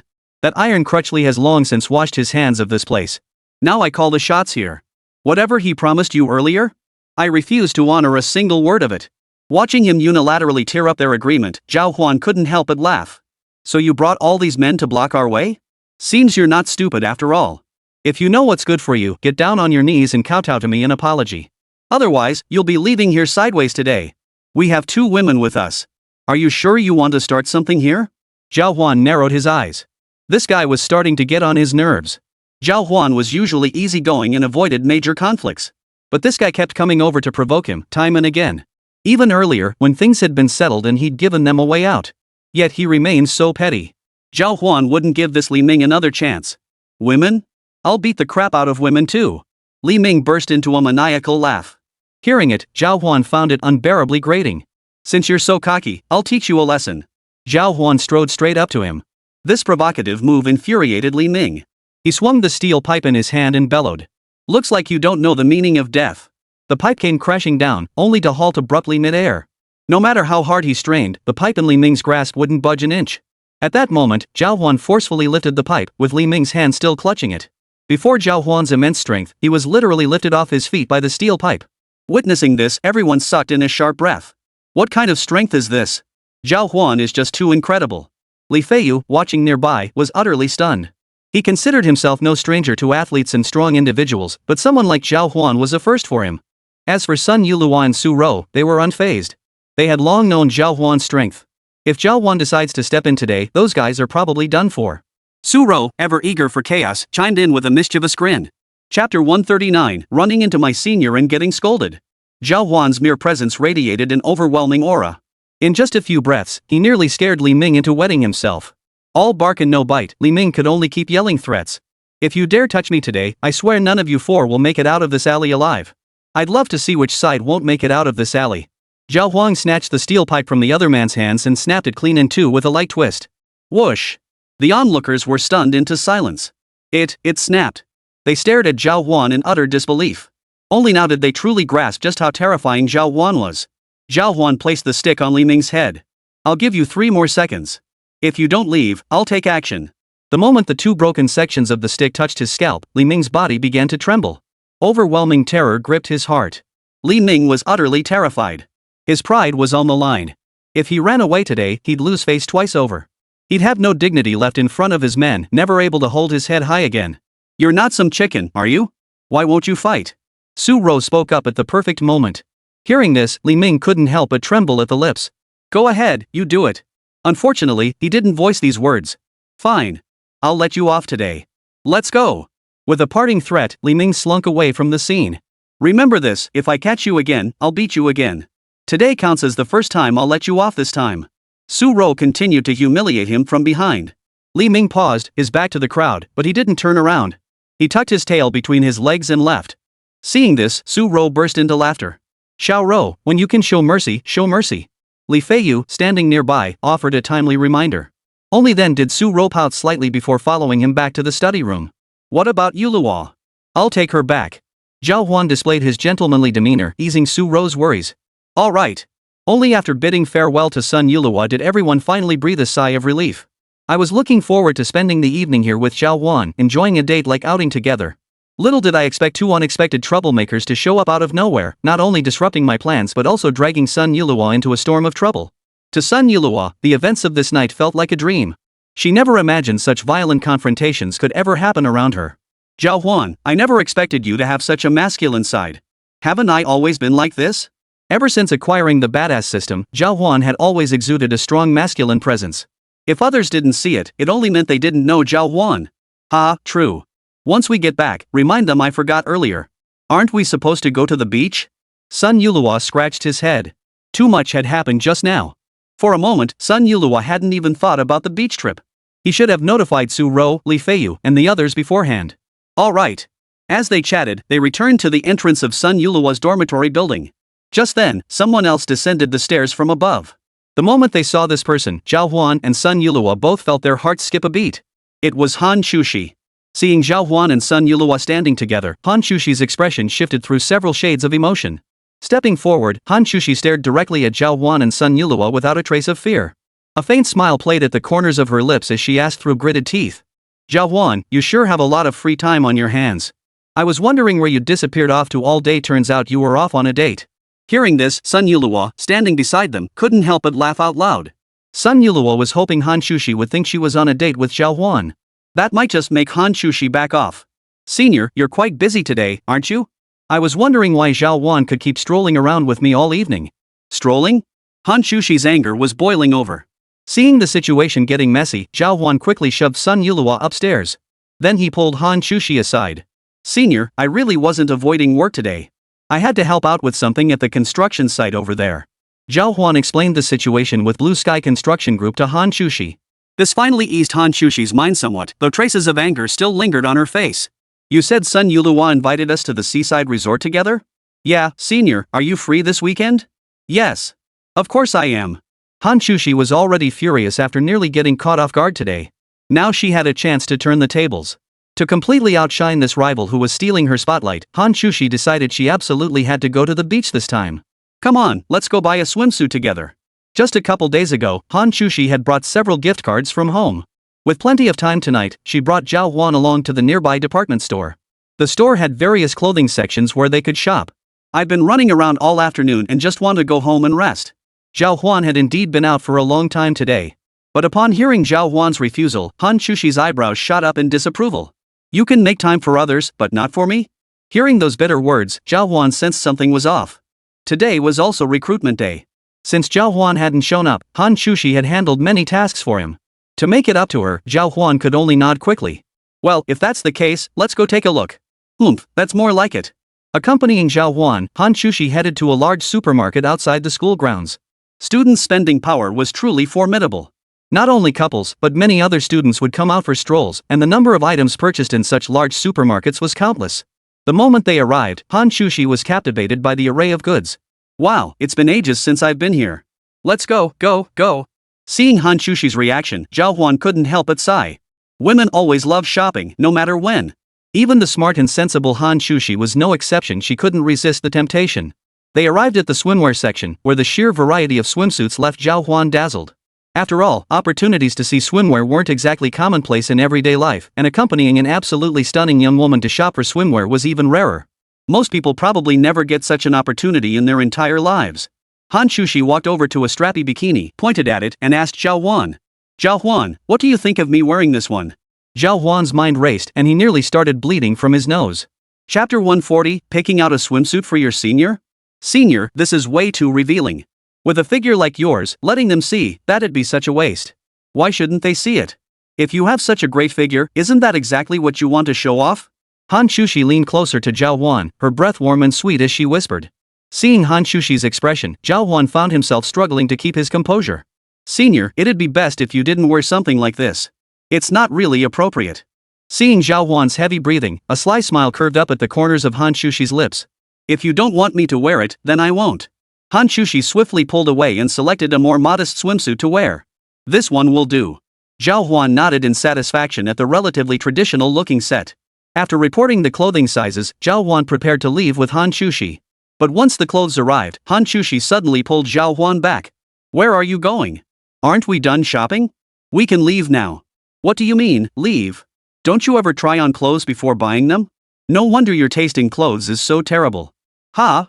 Hearing this, Zhào Huān's breathing grew heavy again. Was he actually going to see his senior in a swimsuit? Why was this so thrilling? Was he the male lead in some harem anime? 1,000 thoughts raced through Zhào Huān's mind, leaving him speechless in that moment. Wait a moment. I'll go into the fitting room and put this on. With that, Hán Chǔxī rose like a butterfly and entered the fitting room. Zhào Huān stood beside her, his mouth dry as he swallowed hard, waiting impatiently. To look or not to look, that was the philosophical question. Go ahead. Help your senior make a decision. Within seconds, Zhào Huān had convinced himself. He sat down and waited as Hán Chǔxī changed. Moments later, the fitting room door swung open. Hán Chǔxī emerged before Zhào Huān, clad in a pink swimsuit. Her snow-white skin made Zhào Huān turn his head involuntarily. How does this one look? It's great. Absolutely gorgeous. Zhào Huān meant every word of it. During his time at university, Zhào Huān had seen many beautiful women, but very few could match Hán Chǔxī's level of beauty. Hán Chǔxī was the kind of girl who could make anyone fall head over heels at first sight. Now, seeing her personally slip into the swimsuit and flutter about before him like a little butterfly, Zhào Huān couldn't help but drool uncontrollably. Seeing Zhào Huān's flustered expression, Hán Chǔxī couldn't help but chuckle as she walked up to him. Look at you, haven't you ever seen a beautiful woman before? I have, but not many like you. Zhào Huān answered honestly. Oof. If you have time, I'll take you to meet the beauties in the student council someday. They're all heavenly beings. Forget it, forget it. Seeing all those beauties wouldn't do me any good anyway. Zhào Huān waved his hands hurriedly. Earlier, Hán Shào had even taught Zhào Huān how to win Hán Chǔxī over in real life. Zhào Huān had only one small goal in mind, Hán Chǔxī. So he wasn't really interested in any other girls right now. Alright, come with me later to buy some paper and stuff. Sure. Hán Chǔxī stepped into the fitting room. A moment later, she emerged wearing regular clothes, slipping the still warm swimsuit into Zhào Huān's hands. Zhào Huān obediently placed it into the bag. Feeling the lingering warmth, Zhào Huān's face flushed. By the way, what does your uncle do? How did he know about my bid? Walking through the supermarket, Zhào Huān suddenly remembered how Hán Chǔxī had pointed out he was the owner of Blue Sky Construction during his last visit to her home. My dad?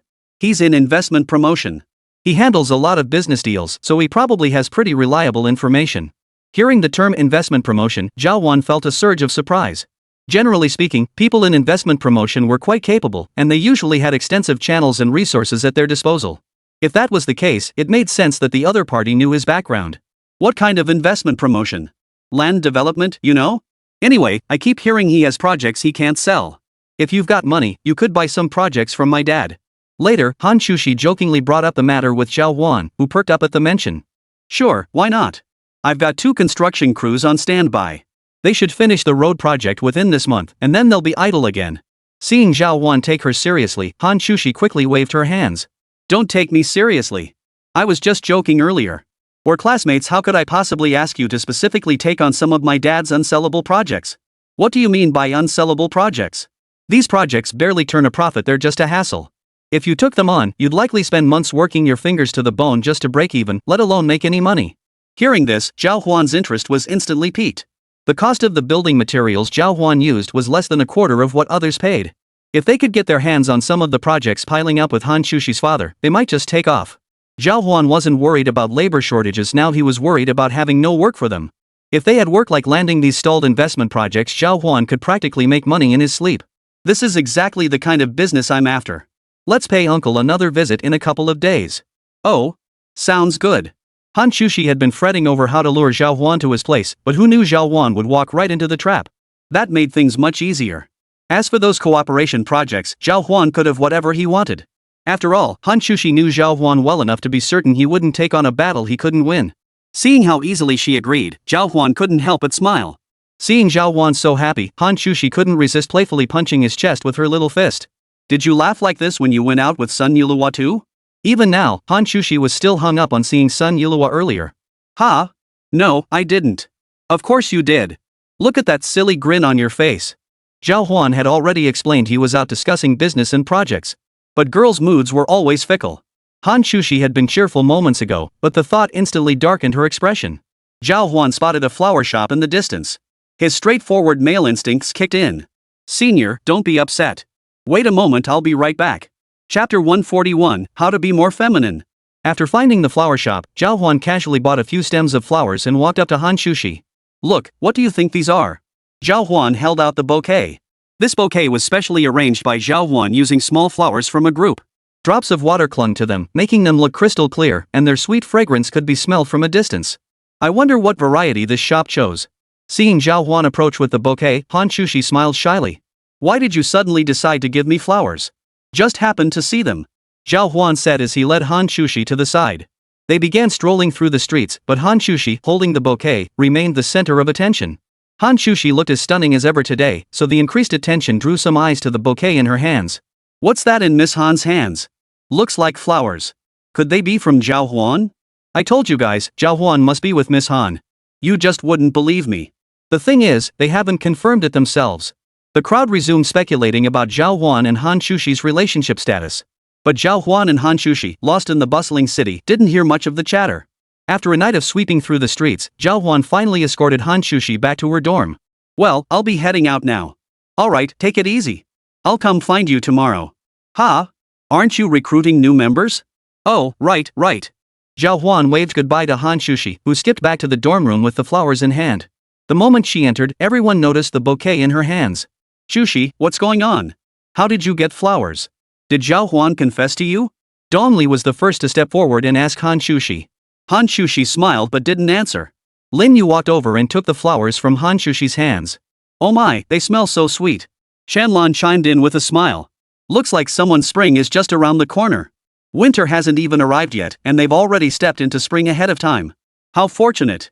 The teasing remarks made Hán Chǔxī feel quite embarrassed. Oh, what are you all saying? It's just a bouquet of flowers. Ignoring the others, Hán Chǔxī washed her face and lay down on the bed. What do you think if we go to the outdoor bathhouse? What should I wear to look pretty? Hearing Zhào Huān mention going to the seaside bathhouse today had sparked a hint of unease in Hán Chǔxī. Especially after Sun Yulihua appeared, that sense of unease grew even more pronounced. So you're going out with Zhào Huān? Lin Yu, sitting nearby, perked up at this.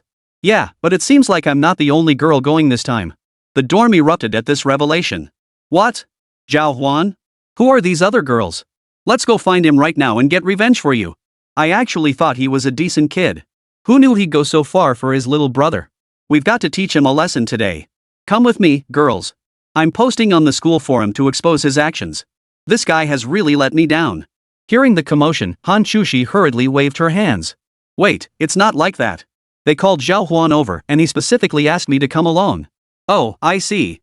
The crowd's anger, which had just flared up, eased somewhat. Going out and swimming? It might be a bit chilly in this weather. Oh, it's fine. Just make sure to bundle up properly. I'll bring you my scarf, it's from the Belle family, you know. Lin Yu said as she retrieved the scarf from her closet.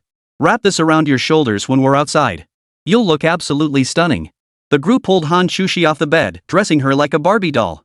One moment they'd change her into a dress, the next they'd swap her into a pair of pants. Oh my, our little Chǔxī looks gorgeous no matter what she wears.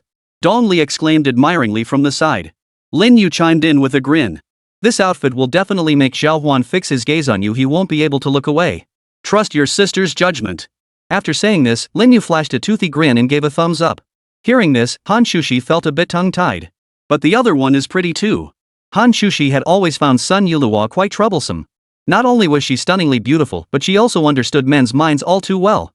Perhaps it stemmed from her family's long history in business, she'd been immersed in it since childhood, cultivating high emotional intelligence. Though Hán Chǔxī possessed exceptional intelligence and striking looks, she always felt something was missing. Hearing Hán Chǔxī's dejected remarks before even attempting anything, the girls nearby immediately gathered around her. What are you thinking about? Just remember you're the most beautiful and Zhào Huān's favorite. What do others matter to you? Besides, I think you're prettier and more feminine than her. What exactly is femininity? Hán Chǔxī herself didn't quite grasp that feeling. It's that adorable look. You should spend some time looking at yourself in the mirror these next couple of days. Dong Li, standing nearby, offered Hán Chǔxī plenty of hints. Hearing this, Hán Chǔxī immediately walked over to the mirror. If I have femininity, will guys like me more? Absolutely. Hearing everyone's enthusiastic responses, she nodded thoughtfully. Then she took off all the clothes they'd made her change into and lay down on the bed. Opening her chat app, Hán Chǔxī began discussing the topic of femininity with Zhào Huān. Old devil. What exactly do you mean by feminine charm? Zhào Huān was startled when he first received the message.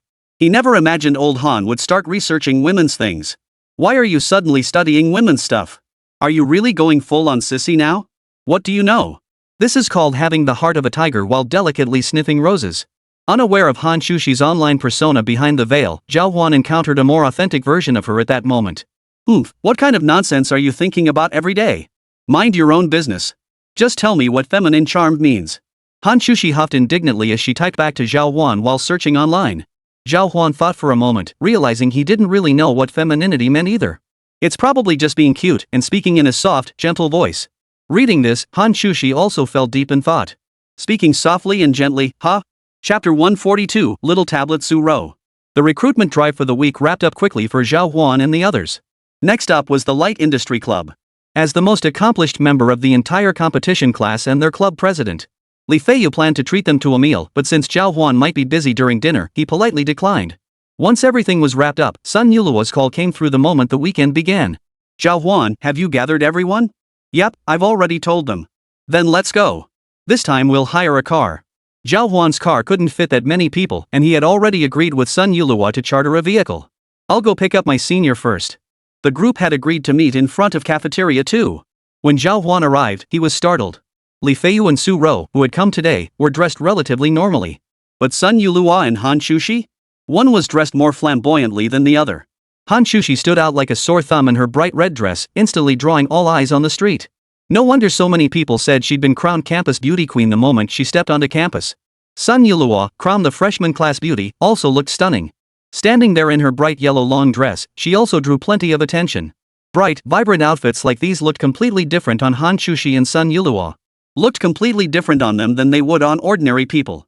If one didn't possess the looks to match, they simply couldn't pull it off. Upon seeing this, Zhào Huān couldn't help but gasp in awe. Su Ro, standing nearby, looked somewhat surprised. What are you two doing? Didn't you come here to swim? Why are you dressed like you're walking a runway? Yuluo, I wondered why you took so long getting ready inside. Turns out you were dressing up so beautifully. Hearing this, both girls flushed. Sun Yuluo grinned and said, are we going out to play today? This is how I usually dress. Nothing wrong with that, right? Her wide, innocent eyes fixed on Zhào Huān as she turned to ask, do you think this outfit looks weird too? Not weird. It looks pretty good. Zhào Huān scratched his head. His gaze then drifted back to Hán Chǔxī. Hán Chǔxī met Zhào Huān's eyes, a faint smile playing on her lips. But the moment she spoke, Zhào Huān jumped in surprise. Does this outfit look good on me? Today, Hán Chǔxī's voice sounded incredibly soft, as if something were stuck in her throat. Senior, are you running a fever? Zhào Huān hurried forward, reaching out to touch Hán Chǔxī's forehead. Aren't you into that delicate, fragile type? This is more feminine. Zhào Huān stared at Hán Chǔxī with a look of utter bewilderment. The girl seemed to have misunderstood something, but the misunderstanding was so subtle that Zhào Huān couldn't quite pinpoint where it went wrong. Let's go. Hán Chǔxī spontaneously stepped forward, linking her arm through Zhào Huān's as she walked, acting coyly. Li Feiyu and Su Ro beside them were stunned. They turned to look, then asked Sun Yuluo, do you know what's going on? Sun Yuluo was also startled by this sudden turn of events. The Hán Chǔxī they usually saw was always extremely capable and decisive. But today, she was acting like a delicate little flower, even clinging to him like a little bird. What kind of transformation had taken place in between? Only she herself could know the answer. Seeing this, the others could only sigh and quickly follow them away. They boarded the special vehicle and the five of them arrived at the seaside resort. Not too crowded here today, perfect for some fun. Sun Yuluo smiled as soon as she arrived. Zhào Huān followed Sun Yuluo's pointing hand and saw that this beach area was truly enormous. It featured not only all kinds of slides but also numerous swimming areas. Earlier, Zhào Huān had even asked Hán Chǔxī to teach him how to swim. Zhào Huān, why don't you go learn to swim with the others later? Hán Chǔxī also remembered teaching Zhào Huān how to swim at the hotel in Happy Valley last time. Sure. Our swimming lessons from last time aren't finished yet. After saying that, Hán Chǔxī shot a defiant glance at Sun Yuluo standing nearby. Clearly, the tension between the two was palpable. Li Feiyu stood to the side, holding Su Ro's bag. He looked like Su Ro's personal butler. Over the past few days, Su Ro had already tamed Li Feiyu. Still, Li Feiyu was his teacher, and they got along quite well. Come on, let's go change. Hán Chǔxī excitedly pulled Zhào Huān into the crowd. After they parted ways, Hán Chǔxī pointed to a stool and told Zhào Huān, Zhào Huān, wait for me here in a bit. Their exchange looked just like a young couple. Li Feiyu and Zhào Huān entered the changing room. Li Feiyu looked at Zhào Huān with a hint of resignation and said, Zhào Huān, has something happened to Han recently? Why is she suddenly so enthusiastic today, and so strange, huh? Zhào Huān felt the same way. Today, Hán Chǔxī was being overly affectionate, and her entire being radiated the charm of a mature woman, though the charm seemed somewhat forced. For instance, whenever she was near Zhào Huān, Hán Chǔxī kept playing with her hair. The scent wafting from her was enough to make Zhào Huān's heart race. Don't you see what's going on? I don't know either. Maybe I'll try to subtly probe her later. Hán Chǔxī's demeanor today was putting Zhào Huān under immense pressure. If she kept tempting him like this, he might not be able to hold back much longer. The two quickly changed into swim trunks and walked over to the bench on this side, settling into wait. The first one to emerge was Su Ro. Just as I thought. Zhào Huān and Li Feiyu couldn't help but sigh when they saw the school uniform swimsuit Su Ro was wearing. Hey! You two look pretty disappointed. What's that supposed to mean? Looking for a beating?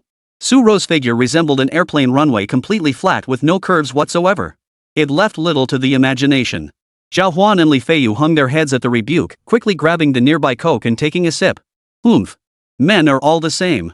Just wait 2 more years. Once I'm a little bigger, I'll make you drool the moment you see me. Su Ro shouted at them angrily before storming off. Watching Su Ro storm off, Zhào Huān couldn't help but sigh. Sujo's so small, yet she went all the way to the deep water area. Should we go check on her? Li Feiyu beside him wanted to chase after her. But Zhào Huān waved him off. Don't worry, she can do anything. Swimming is no problem at all. Just as they spoke, a graceful figure suddenly emerged from the changing room. Zhào Huān and Li Feiyu's eyes instantly widened. Chapter 143, Sun Yuluo's Little Scheme. The one emerging was Sun Yuluo, dressed today in an exceptionally beautiful swimsuit.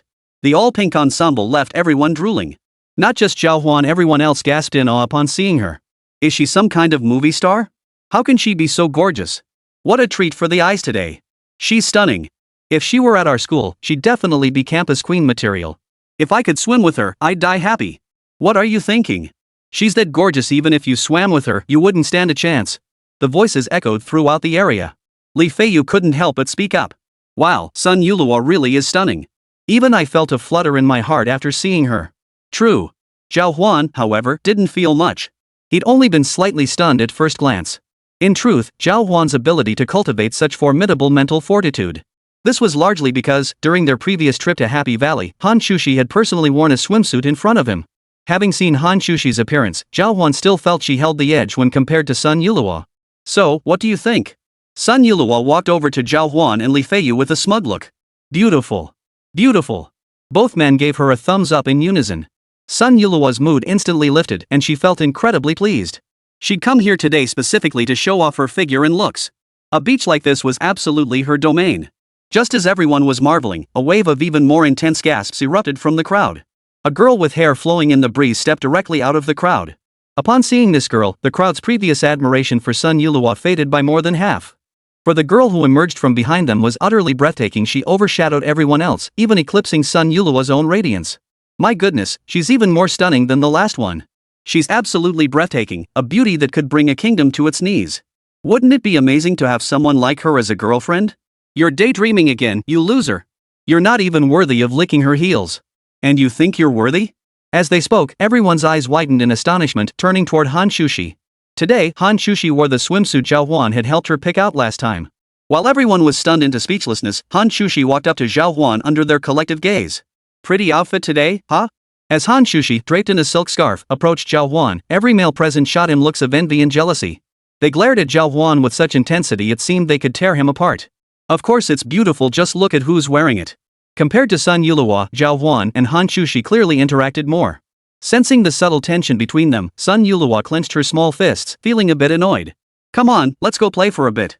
Sun Yuluo, determined not to let Hán Chǔxī steal her spotlight, quickly led the group toward the playground. They arrived at a massive slide. This slide was designed for 2 people. A man and a woman could hold each other as they slid down together. Everyone get ready. You can pair up with someone of the opposite sex or same sex. I'll call out your names when it's your turn. Upon hearing this, everyone exchanged knowing glances. Hán Chǔxī shot a glance at Zhào Huān, then glared at her with wide, innocent eyes. Sun Yuluo stood to the side, glaring fiercely at Li Feiyu. The situation was now crystal clear, only 2 people could pair up. If Li Feiyu chose to pair with her, then she would definitely not be paired with Zhào Huān. That would mean Hán Chǔxī would get lucky for nothing. Sun Yuluo had come here today with a little scheme in mind. There were plenty of duo activities available. That way, she and Zhào Huān could play together. But before she could finish, Hán Chǔxī swiftly walked over to Zhào Huān and burrowed into his arms. Let's go together. It's almost my turn. My number's pretty high up on the list. Seeing Hán Chǔxī snatch her spot so quickly, Sun Yulihua felt like she was about to spit blood from anger. Li Feiyu beside him scratched his head helplessly, standing by without daring to utter a word. How could the usually sharp-witted Li Feiyu fail to grasp these people's intentions? But the current situation wasn't something Li Feiyu could decide on his own. Zhào Huān felt the warmth radiating from Hán Chǔxī's body, her face flushed crimson. Senior, this isn't right. We should. What's wrong with it? Hurry up and carry me down. I've never tried this kind of slide before. This one looks over 20 meters high, right? Hán Chǔxī pulled Zhào Huān toward the entrance of the massive slide as she spoke. Zhào Huān scratched his head, reluctantly agreeing before turning to look at Li Feiyu and Sun Yulihua. Sun Yulihua, feeling awkward, could only walk over to Li Feiyu's side. Senior, looks like it's just the two of us this time. To ease her awkwardness, she took the initiative to suggest going with Li Feiyu. A bright smile lit up Hán Chǔxī's small face. Let's go. That coquettish tone sent shivers down Zhào Huān's spine. Senior, I never asked why is your voice so soft today. I don't like it. Hán Chǔxī lifted her head to look at Zhào Huān, who gave a slightly embarrassed smile in return. It's okay. What do you mean it's okay? Do you like this voice or not? Hán Chǔxī was puzzled herself. Logically, the method she'd perfected these past few days for manipulating young men should have worked. But today, neither Zhào Huān nor Li Feiyu had reacted at all, which was utterly bizarre. And it didn't feel like a normal situation at all. Could her approach be flawed? This thought only deepened her confusion. Zhào Huān absolutely had to give her a definite answer now, otherwise, Hán Chǔxī wasn't even sure if she should keep going. Zhào Huān didn't know what was going on either, so he could only speak honestly. I still prefer normal senior sisters. Oh, fine then. Oomph. Stupid men just don't get romance. Hán Chǔxī reached out and pinched Zhào Huān's arm hard. Zhào Huān winced in pain and said nothing more. Just then, the staff members supervising their work called out their names. Number 32, come on over. It's your turn. Zhào Huān and Hán Chǔxī exchanged a glance before walking toward the slide. Hán Chǔxī whispered to Zhào Huān. This is my first time sliding down a slide with a guy. Lucky you. Chapter 144, causing a scene in the restaurant. As they approached the slide, Hán Chǔxī leaned into Zhào Huān's embrace, feeling a bit embarrassed. Zhào Huān scratched his head, feeling awkward in this situation. Still, the situation wasn't too complicated. Both knew how to swim, so even if they ended up in the water, it wouldn't be a problem. Zhào Huān gazed at Hán Chǔxī's expectant face and couldn't help but admire the profile of her face beside him. Be careful down there. You might sink and get splashed. The attendant nearby gave Zhào Huān and Hán Chǔxī a quick warning, and the two nodded in acknowledgement. Pinch your nose, okay? Zhào Huān turned to remind Hán Chǔxī. Hán Chǔxī gave a soft nod, and soon they were at the top of the slide. A cushion lay below as they slid down together. 3, 2, 1, go! A push came from behind, sending Zhào Huān and Hán Chǔxī hurtling down the nearly 20-meter slide. The sheer height caught them off guard and made them a bit uneasy. But it didn't matter much, as they developed a solid rapport over recent times. Not only did Zhào Huān use his sturdy frame to shield Hán Chǔxī from most of the splashing water as they descended. Hán Chǔxī let out a startled scream. Plummeting from such a height, she instinctively clung tightly to Zhào Huān's body. In that moment, Zhào Huān felt a soft sensation wash over him, echoing through his mind. But there was no time to dwell on it. They plunged into the water together. The icy water enveloped his entire body, sending a shiver through Zhào Huān. He quickly scrambled to his feet. As for Hán Chǔxī, having choked on water earlier, she flailed wildly in the water. Zhào Huān yanked Hán Chǔxī out of the water, and both of them burst into laughter. Soon after, Li Feiyu and Sun Yulihua also descended from above. Seeing Zhào Huān and Hán Chǔxī's state, Sun Yulihua felt deeply displeased. She pursed her lips, her eyes even turning red. Clearly, Zhào Huān and Hán Chǔxī's close interaction had made Sun Yulihua a bit angry. Hán Chǔxī, however, seemed much happier.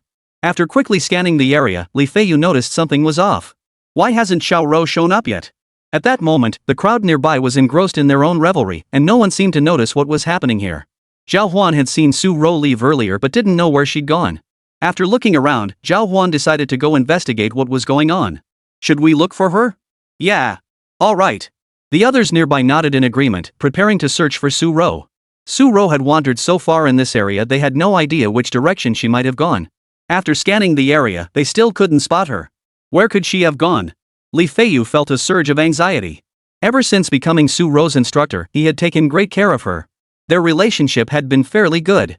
Now that she was gone, he was undoubtedly panicking. Zhào Huān scratched his head and said, "Don't worry, she's strong enough to handle any danger. Maybe she just went to grab a bite." At the mention of food, everyone immediately turned their heads toward the cafeteria in the distance. Li Feiyu slapped his forehead. Oh, she probably did go to the cafeteria.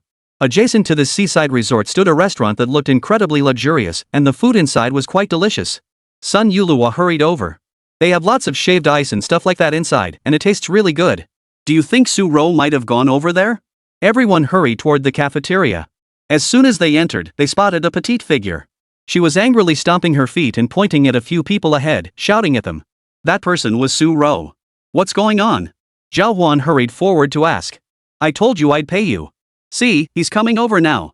The moment Su-ro saw Zhào Huān approach, she immediately pointed at him and addressed the crowd with great force. At that moment, the restaurant managers also spoke angrily. You didn't have a penny before. What's wrong with us saying a few words to you? Now someone comes along and pays, but that's not coming from you, is it? Zhào Huān seemed to grasp their meaning. Could it be that Su-ro was trying to dine and dash? A few people nearby walked over, their faces darkening. What's going on, Shao-ro? The voices from nearby made Su-ro feel deeply wronged. I came over to grab a bite, but I didn't bring my phone so I couldn't pay. I told them I'd go find you guys, but these jerks wouldn't let me leave. Hearing this confusing story, Zhào Huān and Hán Chǔxī exchanged helpless glances. Alright, I'll cover it for you. Zhào Huān stepped aside and pulled out his phone to scan the QR code for payment. But just then, Su-ro suddenly stopped him. Pay for what? I'm not paying them. Those jerks are so despicable. I told them I had money to pay, but they wouldn't let me. Instead, they made me wash dishes. All this commotion scared me half to death. I haven't even demanded compensation for emotional distress yet. Seeing her unreasonable behavior, several nearby staff members grew angry. You ate 3 servings of shaved ice here all by yourself.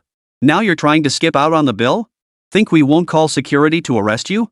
Go ahead and call security. I'm not afraid. Su-ro's voice grew louder as more onlookers gathered around. They were all getting angry and felt Su-ro should take responsibility for this mess herself. Such a pretty little girl, yet she acts so brazenly? Exactly. You eat, you pay, right? Having been provoked by the crowd, Su-ro grew even angrier. Since entering university, Su-ro had become more sensible and tried to build relationships with many people. But having never attended school before, Su-ro was actually quite clueless about how to handle relationships. Her emotional management was a complete mess. Now that everyone was pointing fingers at her, Su-ro naturally grew even angrier. She jumped to her feet and pointed at them, shouting, What business is it of yours? All of you, get lost. Zhào Huān hadn't expected such a villainous character to appear right beside him, so he quickly grabbed Su-ro and pulled her up. He then turned to Hán Chǔxī beside him and said, Settle the bill here. I'll reimburse you later. Sure. Hán Chǔxī smiled and walked over to pay. Zhào Huān apologized to the restaurant staff before leading Su-ro out. Chapter 145, Calming Her Down. Su-ro, caught by Zhào Huān, swung back and forth in midair. But Zhào Huān's physical prowess, constantly enhanced by the system, had reached an even more terrifying level. A month ago, he could have easily restrained Su-ro. Now it was even easier. Let me go. What do you think you're doing? Turning your back on me, huh? After all the friendship I showed you, I must have been blind. Su-ro blared furiously at Zhào Huān, kicking and punching him in midair. But Hán Chǔxī, unable to find leverage, could muster little force with her tiny fists. Calm down. You ate my food without paying. If your father hears about this, he'll definitely scold you. After Zhào Huān offered some advice from the sidelines, Hán Chǔxī also started making a scene. What business is it of yours? They're the ones picking on me now. Hearing this, Zhào Huān's temper flared. If that's truly how you see it, you've disappointed me. Zhào Huān's words infuriated Su-ro, who turned on her heel and stormed off. Disappointed? Fine. I hate all of you. After leaving those words, Zhào Huān didn't pursue her. Shortly after, Hán Chǔxī, Sun Yulua, and the others returned with Li Feiyu. They'd moved incredibly fast, resolving the restaurant issue here. What did they say over there? Their boss said it's no big deal, they're just little girls. As long as they learn their lesson next time. Hearing this, Zhào Huān nodded in agreement. The others then turned their attention to him. Where did Su-ro go? She stormed off the moment things got heated. Hearing Zhào Huān's words, everyone looked surprised. She ran off? Why? Probably because she felt wronged. Li Feiyu looked worried and spoke up directly. I'll go find her. Zhào Huān didn't try to stop him, it wouldn't have made much difference anyway, and nodded, letting Li Feiyu go find her. After resolving everything here, Zhào Huān and Sun Yulua lost all desire to fool around. Sun Yulua sighed deeply. Shao-ro is wonderful in every way, but her temper really is too childish. After speaking, he leaned closer to Zhào Huān, and their eyes met briefly. Hán Chǔxī, standing nearby, naturally missed the meaning behind their exchange. She promptly pulled Zhào Huān away to the other side. She had more questions to ask. Do you like girls with a feminine charm? As Zhào Huān and Hán Chǔxī came over to rest nearby, Hán Chǔxī suddenly asked him this question. Zhào Huān scratched his head. What do you mean by feminine girls? Don't all guys like those soft, delicate types? Hán Chǔxī gave him a knowing look. Hearing this, Zhào Huān grew even more confused. What are you talking about? Everyone is different. How can you say that soft girls are guaranteed to be liked by others? Hearing this, Zhào Huān quickly responded to Hán Chǔxī's remark. Hán Chǔxī hadn't anticipated this reaction. She stared at Zhào Huān with wide eyes. Don't you guys like that? Zhào Huān nodded. I only like the person I like. After saying this, Zhào Huān turned to look at Hán Chǔxī. As for Hán Chǔxī, she didn't show much reaction at the time. She simply took it as Zhào Huān comforting himself. I see. So, do you like someone like me? Hearing the other person's provocative question, Zhào Huān felt a bit flustered. Still, she scratched her head. Of course I do. But why are you suddenly asking this? Just asking. Hán Chǔxī said nothing more, but a flutter of excitement suddenly stirred within her heart. After these words were exchanged, Zhào Huān received a call from Li Feiyu. Hello? What's up? Zhào Huān, hurry over. Xiao Rou couldn't take it anymore and just stormed back into the restaurant to confront them again. Zhào Huān felt like he was about to spit blood. How could this girl be so stubborn? Hán Chǔxī, standing nearby, overheard the exchange and immediately asked Zhào Huān. What's going on? Zhào Huān explained the situation to Hán Chǔxī. Upon hearing it, Hán Chǔxī's face darkened. That little brat, really? Oh my, how did it come to this? Hán Chǔxī muttered as she walked away. Despite her anger, Hán Chǔxī was genuinely concerned after hearing Zhào Huān's account. The group quickly arrived at the restaurant, where they saw Sun Yulua pulling at Su Rou. Su Rou immediately started causing a scene. She was even disrupting business. At that moment, Zhào Huān approached Su Rou. What are you doing? They bullied me earlier. I'm getting revenge. Hearing such childish words, Zhào Huān sighed and addressed Su Rou directly. If you keep this up, I'll call Captain Wang Yu and have him take you away. Hearing this, Su Rou only grew more defiant, continuing her tantrum. Left with no choice, Zhào Huān dragged Su Rou out once more and tied her hands together with a rope. Senior, you watch him here. Zhào Huān assigned Li Feiyu a task. Li Feiyu could only sigh helplessly as the child stood nearby, gently coaxing Su Rou. These incidents were giving Zhào Huān a real headache. Truthfully, Zhào Huān had anticipated this. Once they arrived at school, Su Rou would likely act like a child, constantly causing a scene. Just like this very moment. That was precisely why Zhào Huān had been reluctant to let Su Rou attend school. But now that the problem had surfaced, it had to be resolved immediately. Zhào Huān dialed Wang Yu's number, hoping to have the girl taken away first. But Wang Yu's phone wasn't answering at that moment. Left with no choice, Zhào Huān walked over to Su Rou. Stop causing trouble. If you calm down, I can grant you one request or teach you how to exercise right now. Hearing this, Su Rou's eyes lit up instantly. Truthfully, she had already gotten over her anger about the earlier incidents. It's just that there's always been this unspoken barrier in my heart. Now that Zhào Huān had given Su Rou a way out, returning wouldn't be a problem. After a quick chat with Zhào Huān, Su Rou promptly shared some follow-up matters with him. Zhào Huān, are you truly willing to teach me how to train my body? Could I ever become as strong as you? Zhào Huān nodded. Go swim now, then try the breathing technique I taught you. Zhào Huān had previously obtained a breathing technique within the system, one capable of rapidly unlocking the body's latent potential. Upon hearing this, Su Rou immediately became excited. Alright, I'll go down now. With a casual splash, Su Rou plunged into the pool. Hán Chǔxī and Sun Yulua followed suit. What did you tell Su Rou? Hán Chǔxī looked at Zhào Huān with some surprise. Zhào Huān smiled and replied. Nothing much, but she shouldn't cause any trouble now. Chapter 146, The Beauty Contest. After swimming a lap and returning, Su Rou noticed that using Zhào Huān's breathing technique made her body feel noticeably lighter. Zhào Huān, you really weren't lying to me. Su Rou bounced around excitedly like a child who'd just received a new toy. Any earlier unpleasantness had already been forgotten. This was precisely why Hán Chǔxī and Sun Yulua always remarked that Su Rou had a childlike disposition. How could I lie to you? If you keep listening to me, I'll teach you even more in the future. Great.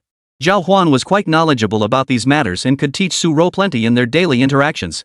After handling matters here, Zhào Huān finally let out another long sigh of relief. Today's events were truly beyond words. What a handful this little tyrant was. Hán Chǔxī approached from the side and gently massaged Zhào Huān's shoulders. Hungry? A little. Zhào Huān lay back on the sun lounger, Hán Chǔxī's hands kneading his shoulders behind him. The sensation was incredibly soothing, and the cool touch of those small hands on his back brought a refreshing chill to his otherwise heated body. Sun Yulua, who had been nearby, glanced over and hurried over to buy 3 bottles of Coke. Want something to drink? Sun Yulua handed them over naturally and sat down beside Zhào Huān. Thanks. Zhào Huān took the Coke, and Hán Chǔxī and Sun Yulua's gazes met mid-air. Hán Chǔxī's gaze carried a hint of resentment as she looked at Sun Yulua, her expression tinged with irritation. Sun Yulua's gaze, however, held a hint of provocation. Senior, can you swim? Of course I can. Can you swim, Yulua? I know a little. Zhào Huān, oblivious to the verbal sparring, stood watching them, thinking they'd simply gotten into the mood. In that case, Senior, shall we go for a swim together? Absolutely. My swimming skills are pretty good, you know. Then I'll need you to teach me. Absolutely. Both were in high spirits as they briskly made their way to the deep end. Seeing them head toward the deep end, Zhào Huān hurried over to join them. This is the deep end. Be careful not to get into trouble. Zhào Huān's warning was met with dismissive waves from both girls.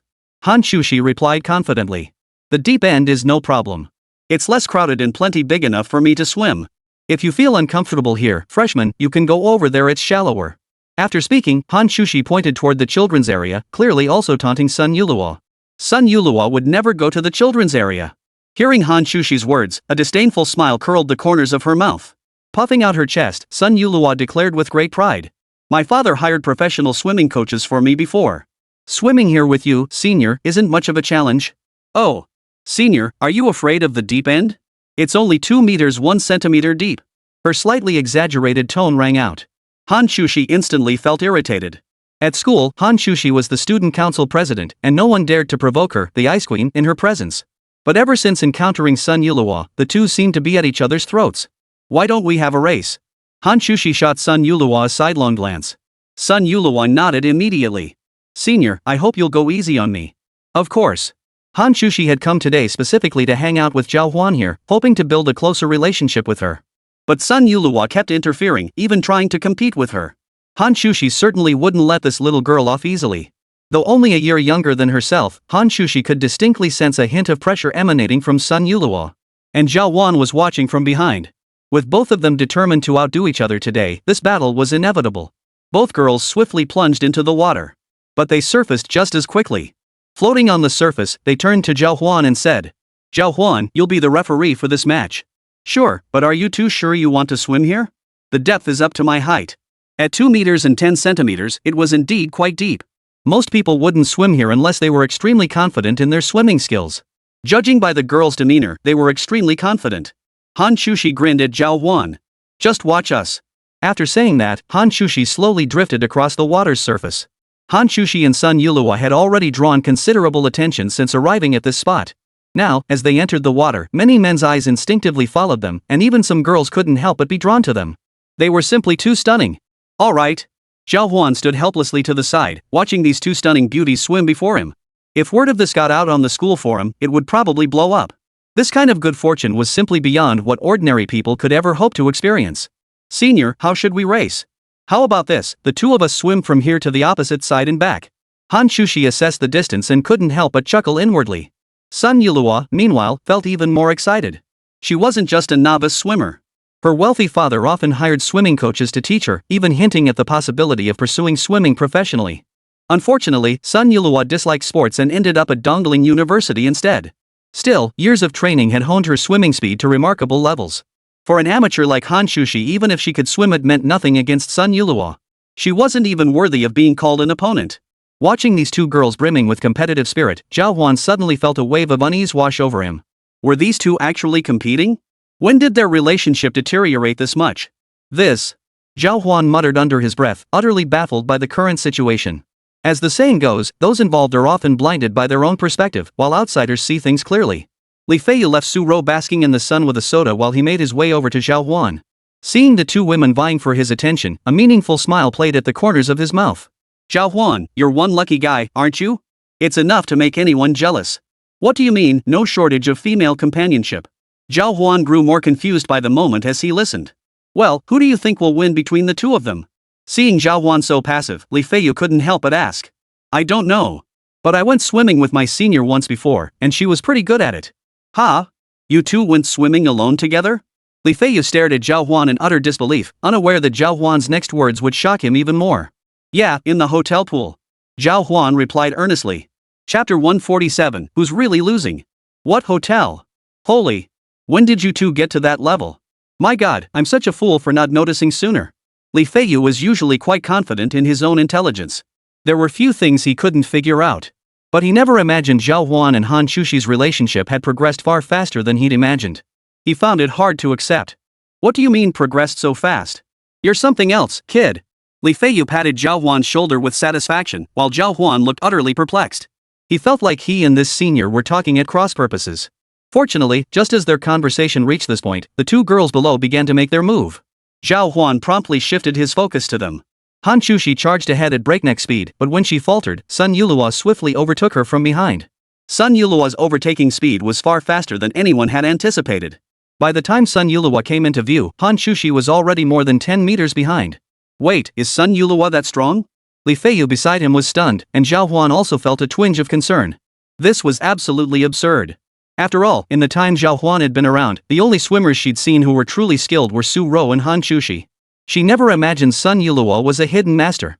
No wonder she had such a great figure. She must have been training in swimming all along. Hán Chǔxī, meanwhile, was internally reeling. A wave of humiliation washed over her. She sensed she was about to embarrass herself in front of Zhào Huān today. If that happened, she'd be devastated. Worse, Zhào Huān might lose interest in her. The thought alone made her kick even harder. But even that was useless. Sun Yulihua's technique far surpassed Hán Chǔxī's. In less than 3 minutes, she arrived directly in front of Zhào Huān. Here I am. Sun Yulihua glanced back with a smile, panting heavily. At that moment, Hán Chǔxī had only covered half the distance back. Yulihua, you're amazing. Zhào Huān couldn't help but exclaim in admiration from the sidelines. Meanwhile, Hán Chǔxī, still dozens of meters away, was filled with frustration. Just as Hán Chǔxī prepared to continue swimming, the sound of splashing waves suddenly echoed from the distance. Waves coming. Some staff members coordinating the event nearby called out to the swimmers in the pool. Everyone prepared with laughter and excitement. But Hán Chǔxī was still in the deep end, over 2 meters deep. Sun Yulihua had already gotten out of the water, but Hán Chǔxī was standing right in the center of the deep end. If the wave hit her there, it would definitely knock her underwater. She could easily choke on water. Choking on water in such a place could be extremely dangerous. Li Feiyu reacted swiftly. Hán Chǔxī might be in danger. Sun Yulihua felt a pang of alarm. At that moment, the dejected Hán Chǔxī remained oblivious to her surroundings, continuing to swim leisurely toward them. She had already prepared her excuse. She'd claimed she hadn't been paying attention earlier, so this written exam shouldn't count. If she said that, Zhào Huān probably wouldn't laugh at her. Her mind consumed by Zhào Huān, Hán Chǔxī failed to notice the ripples forming in the distance. At seaside resorts like this, it was common to find such attractions. Mechanical devices create wave-like impacts, simulating the sensation of ocean waves crashing for visitors. Senior! Come back! Hán Chǔxī, who had been swimming slowly, snapped back to attention at Zhào Huān's shout. She saw Li Feiyu shouting from the shore. Without a moment's hesitation, Zhào Huān leapt into the water. Zhào Huān! Sun Yulihua and Li Feiyu both looked worried, but Zhào Huān didn't respond to them. He jumped in almost instinctively and was now swimming swiftly toward Hán Chǔxī. Turning her head, Hán Chǔxī finally saw the distant waves rapidly surging toward them. Hán Chǔxī froze in terror, momentarily paralyzed by fear. A wave crashed over them, knocking people off balance. Those without life rings were even tossed upside down in the water by the force of the wave. With her petite frame in the deep water over 2 meters deep, Hán Chǔxī naturally had no way to resist. The artificial waves crashed over her, lifting her high before she choked on several mouthfuls of water. Her breathing was severely compromised. Choking on water continuously, she couldn't muster any strength. Just then, a large hand shot out from the surface, firmly scooping Hán Chǔxī up by the waist and lifting her out of the water. As she felt the warmth radiating from that large hand, for some reason, a sense of calm washed over Hán Chǔxī. She knew it was Zhào Huān.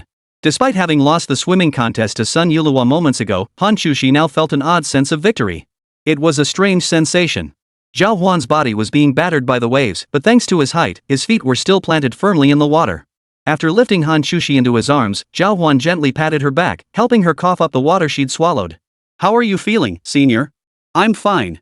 Let's go back. Hán Chǔxī wrapped her arms around Zhào Huān's neck, seemingly unwilling to get out. Zhào Huān nodded and guided Hán Chǔxī out of the 2-meter deep water. Sun Yulihua, watching the scene from the side, felt a pang of envy. What the hell is this? Muttering under her breath, Sun Yulihua could clearly sense she was still a step behind. Are you okay? Li Feiyu hurried over, offering a towel. Hán Chǔxī waved him off but didn't step out of Zhào Huān's embrace. Carry me over there to rest for a bit. Sure. Zhào Huān nodded and carried Hán Chǔxī over to a nearby sun lounger. Su Ro saw Zhào Huān carrying Hán Chǔxī and asked in surprise. What's going on with you two? She just swallowed a few mouthfuls of water earlier. Nothing serious. As Hán Chǔxī passed by Sun Yulihua, she couldn't help but shoot her a sidelong glance. Sun Yulihua rolled her eyes helplessly, her heart brimming with resentment. But now it was Hán Chǔxī who had choked on water, and Zhào Huān had jumped in without a moment's hesitation. In comparison, Sun Yulihua suddenly felt like she'd lost. Chapter 148. Come, hold me. We shouldn't rest here. I'll take you to their medical room. After giving a brief explanation to Li Feiyu and the others, Zhào Huān led Hán Chǔxī to the medical station of this seaside resort. They often have people who've choked on water here, so the medical room is fully equipped with all single rooms. I'm so sorry for making you carry me this long. I must be heavy, huh? Hán Chǔxī blushed, lifting her gaze to meet Zhào Huān's eyes. Zhào Huān smiled. Truth be told, Hán Chǔxī wasn't particularly heavy, and with his strength, he could easily carry 3 more like her. How could you be heavy, senior? You're so slender. You blockhead, when did you learn how to compliment people? Zhào Huān's words flattered Hán Chǔxī, and she playfully raised her hand to lightly tap his shoulder. Feeling her hand brush against him like a spring breeze, Zhào Huān grabbed her in his arms. What are you doing? Hán Chǔxī lay down on the medical bed beside him, her eyes full of anticipation as she looked at Zhào Huān. Just lie still here, senior. I'll go find a doctor to check you out. Zhào Huān felt a bit embarrassed and turned to go find a doctor, but Hán Chǔxī suddenly grabbed his hand with a snap. It's okay, I'm not that fragile. A playful voice came from behind Zhào Huān. Hán Chǔxī gave a gentle tug, and Zhào Huān slid down to sit beside her on the bed. If you're feeling okay, I'll go get you something to eat. What meal? Like I've never eaten before? I don't want you to leave. Stay here with me for a while. Hán Chǔxī smiled as she pulled Zhào Huān closer to her. Zhào Huān felt a bit embarrassed by the situation. Their relationship had grown incredibly close. Yet there remained one unspoken boundary. It was precisely because of this unspoken connection that Zhào Huān had always hesitated to get too close to Hán Chǔxī all this time. What do you think of Sun Yulihua? Hán Chǔxī suddenly asked Zhào Huān. Zhào Huān scratched his head, a bit puzzled. He's great. He's in really good shape. If he entered a swimming competition, he might even win a medal. Hearing Zhào Huān's praise, even though it wasn't about her looks, a faint pang of jealousy welled up in Hán Chǔxī's heart. Is she really that good? Not exactly. Anyway, I think if we have time soon, we could ask Sun Yulihua for his swimming secrets. Sure, then we can swim together. No problem. The two chatted as they rested there. After a while, Hán Chǔxī finally sat up on the bed. Where are my slippers? Hán Chǔxī stretched out her smooth little feet, rubbing them against Zhào Huān's calf. Feeling the milk-like smoothness, Zhào Huān's face flushed instantly. I don't know. After looking around, Zhào Huān couldn't find Hán Chǔxī's slippers anywhere. Did I knock them off earlier? What should we do? Zhào Huān was puzzled, but then she came up with an idea. How about I go buy you another pair? Why buy new ones? The floor here is pretty clean. Just carry me outside. Okay. Zhào Huān gently lifted Hán Chǔxī into his arms. Her tiny feet dangled in the air, and Zhào Huān couldn't help but swallow hard after seeing them. Hán Chǔxī's feet were exceptionally fair and delicate, like jade. Why are you staring at my feet? Senior, you're truly a beauty from every angle. Zhào Huān couldn't help but exclaim as he stood beside her. Oomph, pretty, huh? Come on, pick me up. Hán Chǔxī's sudden request caught Zhào Huān off guard, but he still couldn't resist reaching out his arms. Hán Chǔxī's knees were soft and pink, looking as smooth as silk. Zhào Huān slipped one arm under her knees and placed the other around her waist. He lifted her up in a waist carry. The soft sensation kept feeding back to Zhào Huān's fingertips. Even though he knew he was helping his senior who was feeling unwell, Zhào Huān's thoughts had already wandered off to the far reaches of his imagination. Have you never had a girlfriend before? Hán Chǔxī suddenly asked Zhào Huān a pointed question that left him at a loss for words. To admit he hadn't dated anyone would make him seem weak. But if he admitted he had, the truth was he hadn't actually dated anyone. After a moment's thought, Zhào Huān replied somewhat sheepishly. Senior, I haven't dated anyone before. What about you? Zhào Huān's counter-question made Hán Chǔxī's body stiffen. Truth be told, ever since childhood, Hán Chǔxī had been revered by countless people as a goddess. Even revered as an untouchable, unattainable figure. But when it came to real romance, Hán Chǔxī had never been in a relationship. What do you think? Someone as beautiful as you must have dated many times. Zhào Huān assumed this to be true, but the reality was the complete opposite of what he imagined. Hán Chǔxī's face flushed crimson as she turned her head away, ignoring Zhào Huān. After a long pause, she murmured softly. No. A flicker of joy surfaced in Zhào Huān's heart, though he couldn't quite pinpoint why. But just as he was about to speak, they had already returned to the shade of the sun canopy. It was now 2 p.m., the sun's peak intensity. Alright, that's enough for today. Let's head over to the tea house I run this afternoon for some tea. Seeing how fierce the sun had become, the group felt like catching some breeze. It was late autumn now. While the days weren't usually scorching hot, there were always a few days each month when the sun burned fiercely. Sounds good. Let's go now, I'm parched. Su Ro beside him didn't hesitate at all, immediately nodding in agreement. Li Feiyu also gave a nod. The afternoon was the perfect time for a break. Continuing to play here wouldn't be much fun, and Hán Chǔxī wasn't feeling quite well. Upon their return, Hán Chǔxī had caught Sun Yuluo's reproachful glance. Zhào Huān might not have noticed, but Hán Chǔxī was keenly aware of such things. She smiled but said nothing more. Only, as she lay in Zhào Huān's embrace, the arms wrapped around his neck tightened slightly. Alright, I'll go book a car now. Zhào Huān, hold Senior too. It's been a while time for her to put down the baby and rest. Sun Yuluo muttered resentfully before heading off with Li Feiyu to arrange the car. As for Su Ro, she clung to Zhào Huān, bombarding him with endless questions about the breathing technique. Chapter 149, Quota Reduction, Fierce Competition for Spots. Calm down. I'll teach you some other tricks when we get back. Zhào Huān exerted tremendous effort before finally managing to get Su Ro to settle down. Sun Yuluo and Li Feiyu arrived with the car. After Zhào Huān and the others boarded, they drove into a small alley in the heart of Dongling City. Who knew there were alleys like this in the city center? Truly a quiet oasis in the bustle. Li Feiyu exclaimed in surprise as soon as they arrived. Exactly. My father saw this potential and leased the entire area. It's turned out to be quite profitable. The tea house draws a steady stream of customers every day. The group chatted as they walked deeper into the alley. This tea house was bustling with customers. As soon as they entered, Zhào Huān saw numerous small tables arranged before them. Groups of 3 or 5 gathered around these tables, chatting animatedly. It had a unique charm. The moment Zhào Huān arrived, he was captivated by the bustling, everyday atmosphere of the place. But soon after, he encountered a rather awkward problem. I'm a bit on the larger side, and it seems like none of the tables here can fit me. Oh, no worries. We can skip the main dining area and head to a private room instead. After saying that, Sun Yuluo led the group into a private room nearby. They sipped tea and chatted about the upcoming innovation technology competition. Zhào Huān, I heard you're entering the innovation technology competition, right? That's right. We've already started researching our project, and it's very likely we'll develop an artificial intelligence robot. Zhào Huān, a mechanical engineering student, had recently immersed himself in textbooks on mechanical principles. These past few days, he'd been preparing to integrate the unique algorithms developed by Hán Chǔxī and senior Yan Xiaoju into his work. He was eager to see if they could create something truly remarkable. Who are you teaming up with? Upon hearing this, Zhào Huān initially considered mentioning Yan Xiaoju's name.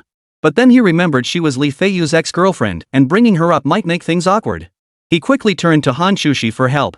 Hán Chǔxī, however, showed no hesitation. She turned to Li Feiyu and stated plainly. Senior Yan. Oh, her.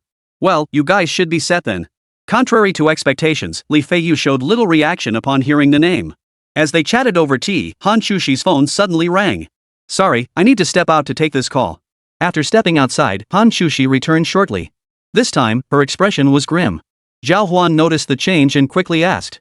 What's wrong, senior? It seems our spots in the innovation technology competition are being cut. Every school has to eliminate at least 3 members. What? With the competition about to begin, this sudden complication would inevitably prevent at least one team from participating. What did the school say? Li Feiyu asked calmly. The school said to find a few people who've competed before and see if they're willing to withdraw. Hearing this, everyone turned their gaze toward Zhào Huān and Hán Chǔxī. If anyone had participated in this competition the most times, it would undoubtedly be Yan Xiaoju. If the number of participants had to be reduced, they would be the first to be affected. Has this decision been finalized? Yes, it's been finalized. Hearing this, everyone sighed. If this were true, the situation would be extremely unfavorable for Zhào Huān and Hán Chǔxī. I'm heading back to school. You guys keep playing. Hán Chǔxī, needing to handle school matters, immediately put aside her leisure activities and prepared to return to campus to see whose spot would be cut this time. As for Zhào Huān, upon hearing this, he stood up since he was also participating in the innovation technology competition. I'll head back with my senior too. Everyone saw Zhào Huān off at the entrance, and he and Hán Chǔxī returned together to Dongling University. Senior, do you think it might be us this time? Zhào Huān sounded worried. After all, they had worked so hard for so long. If they didn't even get the chance to compete, they'd be terribly disappointed. I don't know either, but neither of us has ever participated before. If we really get eliminated because of the number of times we've entered, then we might be in a bit of trouble this time. Plus, Senior Xiaoju's hard work would go to waste. Hán Chǔxī frowned deeply. Truth be told, Yan Xiaoju had contributed the most this time. It would be terribly unfair if she couldn't join us. Why would the organizers cancel? Apparently there's an issue with the investors. They haven't secured a venue or designated competition areas yet. Most critically, they can't arrange accommodations for participants if they show up. After all, this tech innovation competition lasts several days. Hearing this, Zhào Huān understood the situation. Then it hit him. Zhào Huān suddenly remembered he still had over 100 million in funding. It was perfect timing since their construction company needed advertising, and Zhào Huān also wanted to promote Happy Valley. Unfortunately, he'd been struggling to find the right opportunity. Wasn't this situation the perfect chance to advertise? The thought sparked his interest. If this venture could be pulled off, it would actually be quite comfortable. He decided to seize this chance and give it a shot. Senior, how much would it cost to invest in this competition? A few million, I suppose. Then can we run ads? I see many of their investors add advertisements and such. Of course you can. That's their revenue stream, right? After people invest, they repay them through advertising. Our tech innovation competition is a national event. Hearing this, Zhào Huān felt a wave of relief wash over him. In that case, I'll invest in them. That way, they won't have to cut staff. Ha! Hán Chǔxī was taken aback by Zhào Huān's blunt and forceful approach. As they spoke, they had already arrived at the meeting venue for this area. Representatives from every grade and department had gathered here. The moment they arrived, they immediately launched into heated discussions. Even before Zhào Huān and Hán Chǔxī drew near, the clamor of arguments reached their ears from afar. Our department has never won an award before. Civil engineering students will have to compete a few times eventually. At least bring one back this time, then we can talk about letting you have it next time. What do you mean next time? By then, we'll even remember what you said. This time, our math department is definitely taking the spot. You want it? We want it even more. Why should we step aside? Hearing the commotion, Zhào Huān and Hán Chǔxī exchanged a glance, both frowning. They hurried over to the commotion. Chapter 150, The Siege of Hán Chǔxī. When it came to matters involving their own interests, entangling with others always turned into a messy affair. Now, people from various departments had all gathered here. As student council president, Hán Chǔxī arrived relatively late. With no one to take charge, they stood on the sidelines, bickering incessantly.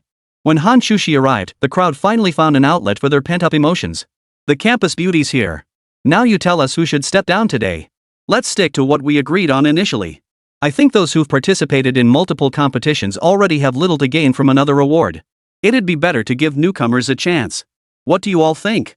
Several student council members from the culture department immediately stepped forward. They were all from the College of Liberal Arts, where winning awards in major competitions wasn't guaranteed. But participating at least gave them some experience. Thus, these individuals were unwilling to relinquish their spots. They even pressured Hán Chǔxī at this moment. Everyone present understood that only one person had participated in the most competitions, Yen Xiaoju. What's the outcome of your discussion? Hán Chǔxī stepped into the center of the group and, alongside Zhào Huān, addressed the others. What could we possibly decide? We're waiting for your call. A male student from the physics department snapped irritably. Zhou Qiuping, the student union president from the cultural department, immediately stepped forward to respond. Exactly. We're all waiting for you, the big shot, to open your mouth. As he spoke, Zhou Qiuping couldn't help but curl his lips in a sneer. If anyone in the entire student union disliked Hán Chǔxī the most, it was undoubtedly him. During the student council president election, Hán Chǔxī had narrowly defeated Zhou Qiuping. He ultimately became president, but this victory also created a significant problem. After the election concluded, the position of student council president was settled. Yet Zhou Qiuping remained convinced that his lower vote count compared to Hán Chǔxī stemmed from the fact that she was a girl. The key is that she's stunningly beautiful. The votes she got were purely because of her looks. When it came to actual talent, Hán Chǔxī definitely couldn't hold a candle to me. Once this thought took root, a sense of injustice began to grow within him.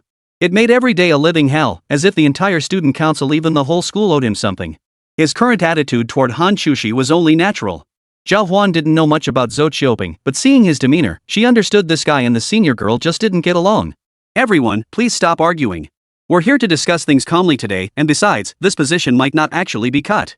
Hán Chǔxī quickly stepped in as peacemaker, urging everyone to calm down. But with everyone fiercely defending their own interests, no one heeded her words. Instead, they swiftly turned their accusations toward her. Exactly. Stop arguing. This whole thing will probably just fizzle out if we drag it on. Then they'll just arbitrarily cut one team. Will be able to say anything about that? How could that be? Hán Chǔxī immediately defended herself against the accusation. But how could one person's words stand against the barrage of accusations from so many? Isn't this exactly the kind of backroom deal you love to pull? Since we're all gathered here today, let's just get this out in the open. No more muddled confusion. Otherwise, no one will accept it later, right? I support getting everything out in the open today. Whoever needs to be removed should be removed, but the College of Liberal Arts stays.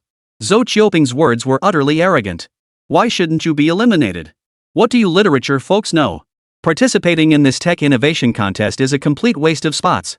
We should be the ones representing the school. Watch your mouth. What does our talent have to do with the spots? Does talent alone determine eligibility? Is that fair?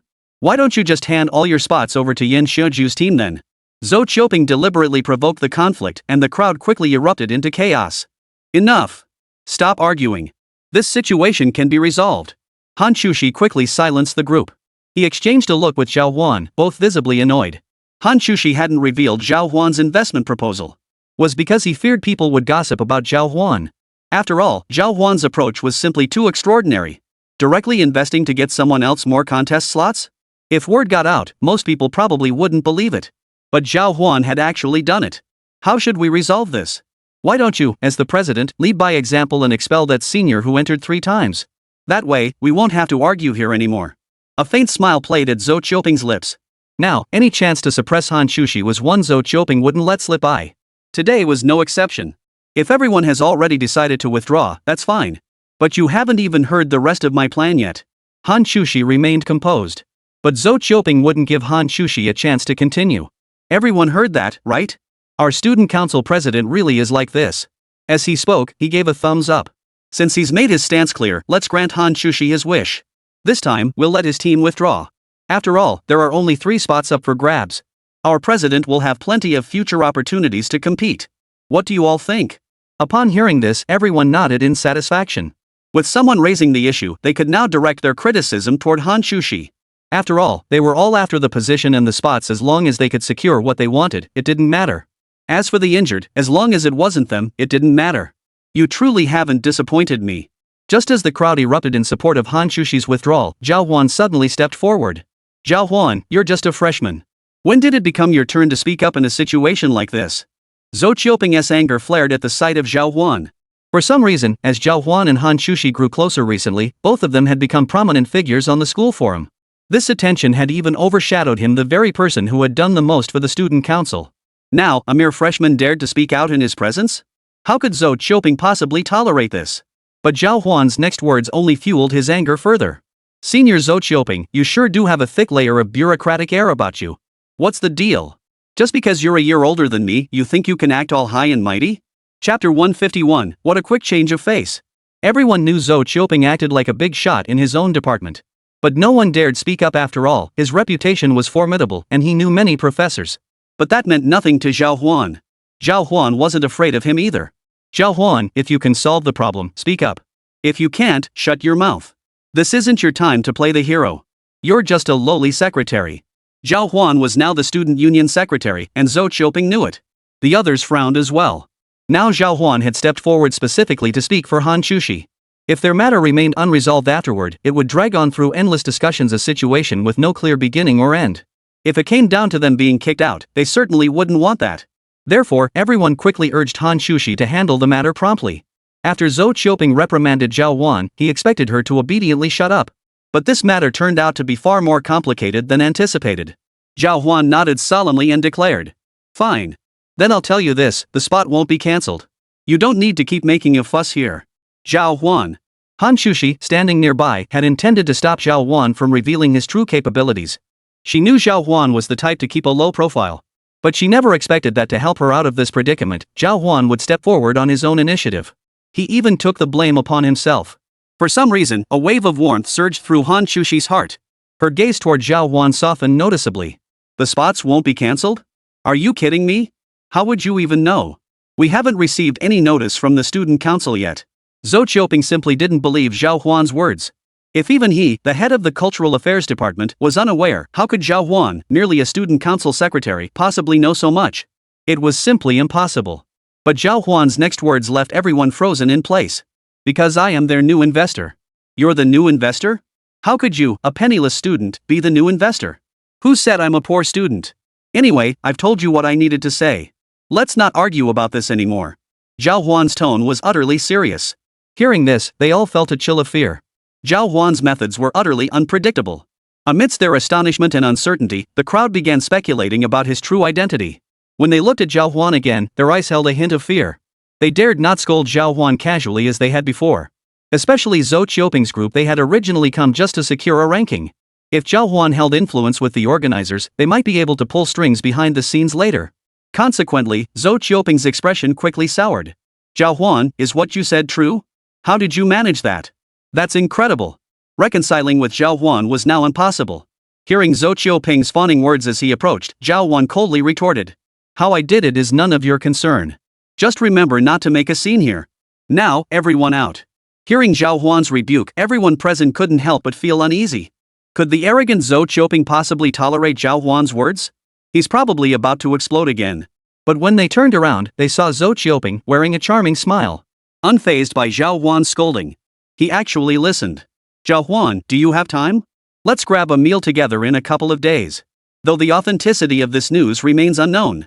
Yet Zhào Huān dared to say it in front of so many people, which means he truly has the means. Let this technological innovation competition continue.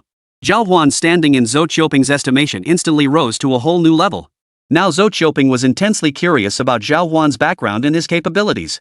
If he could get Zhào Huān to assist him, that would be the absolute best outcome. The thought alone made him eager to give Zhào Huān a shot. To see if he could help their College of Liberal Arts win a major award this time around. Hán Chǔxī, standing nearby, couldn't help but curve her lips into a helpless smile at Zhou Qiuping's blatant opportunism. Zhào Huān was doing all this solely for Hán Chǔxī's sake. It had little to do with Zhou Qiuping. If he were to invite Zhào Huān to dinner now, Zhào Huān would surely ignore him. We'll talk about it when we have time.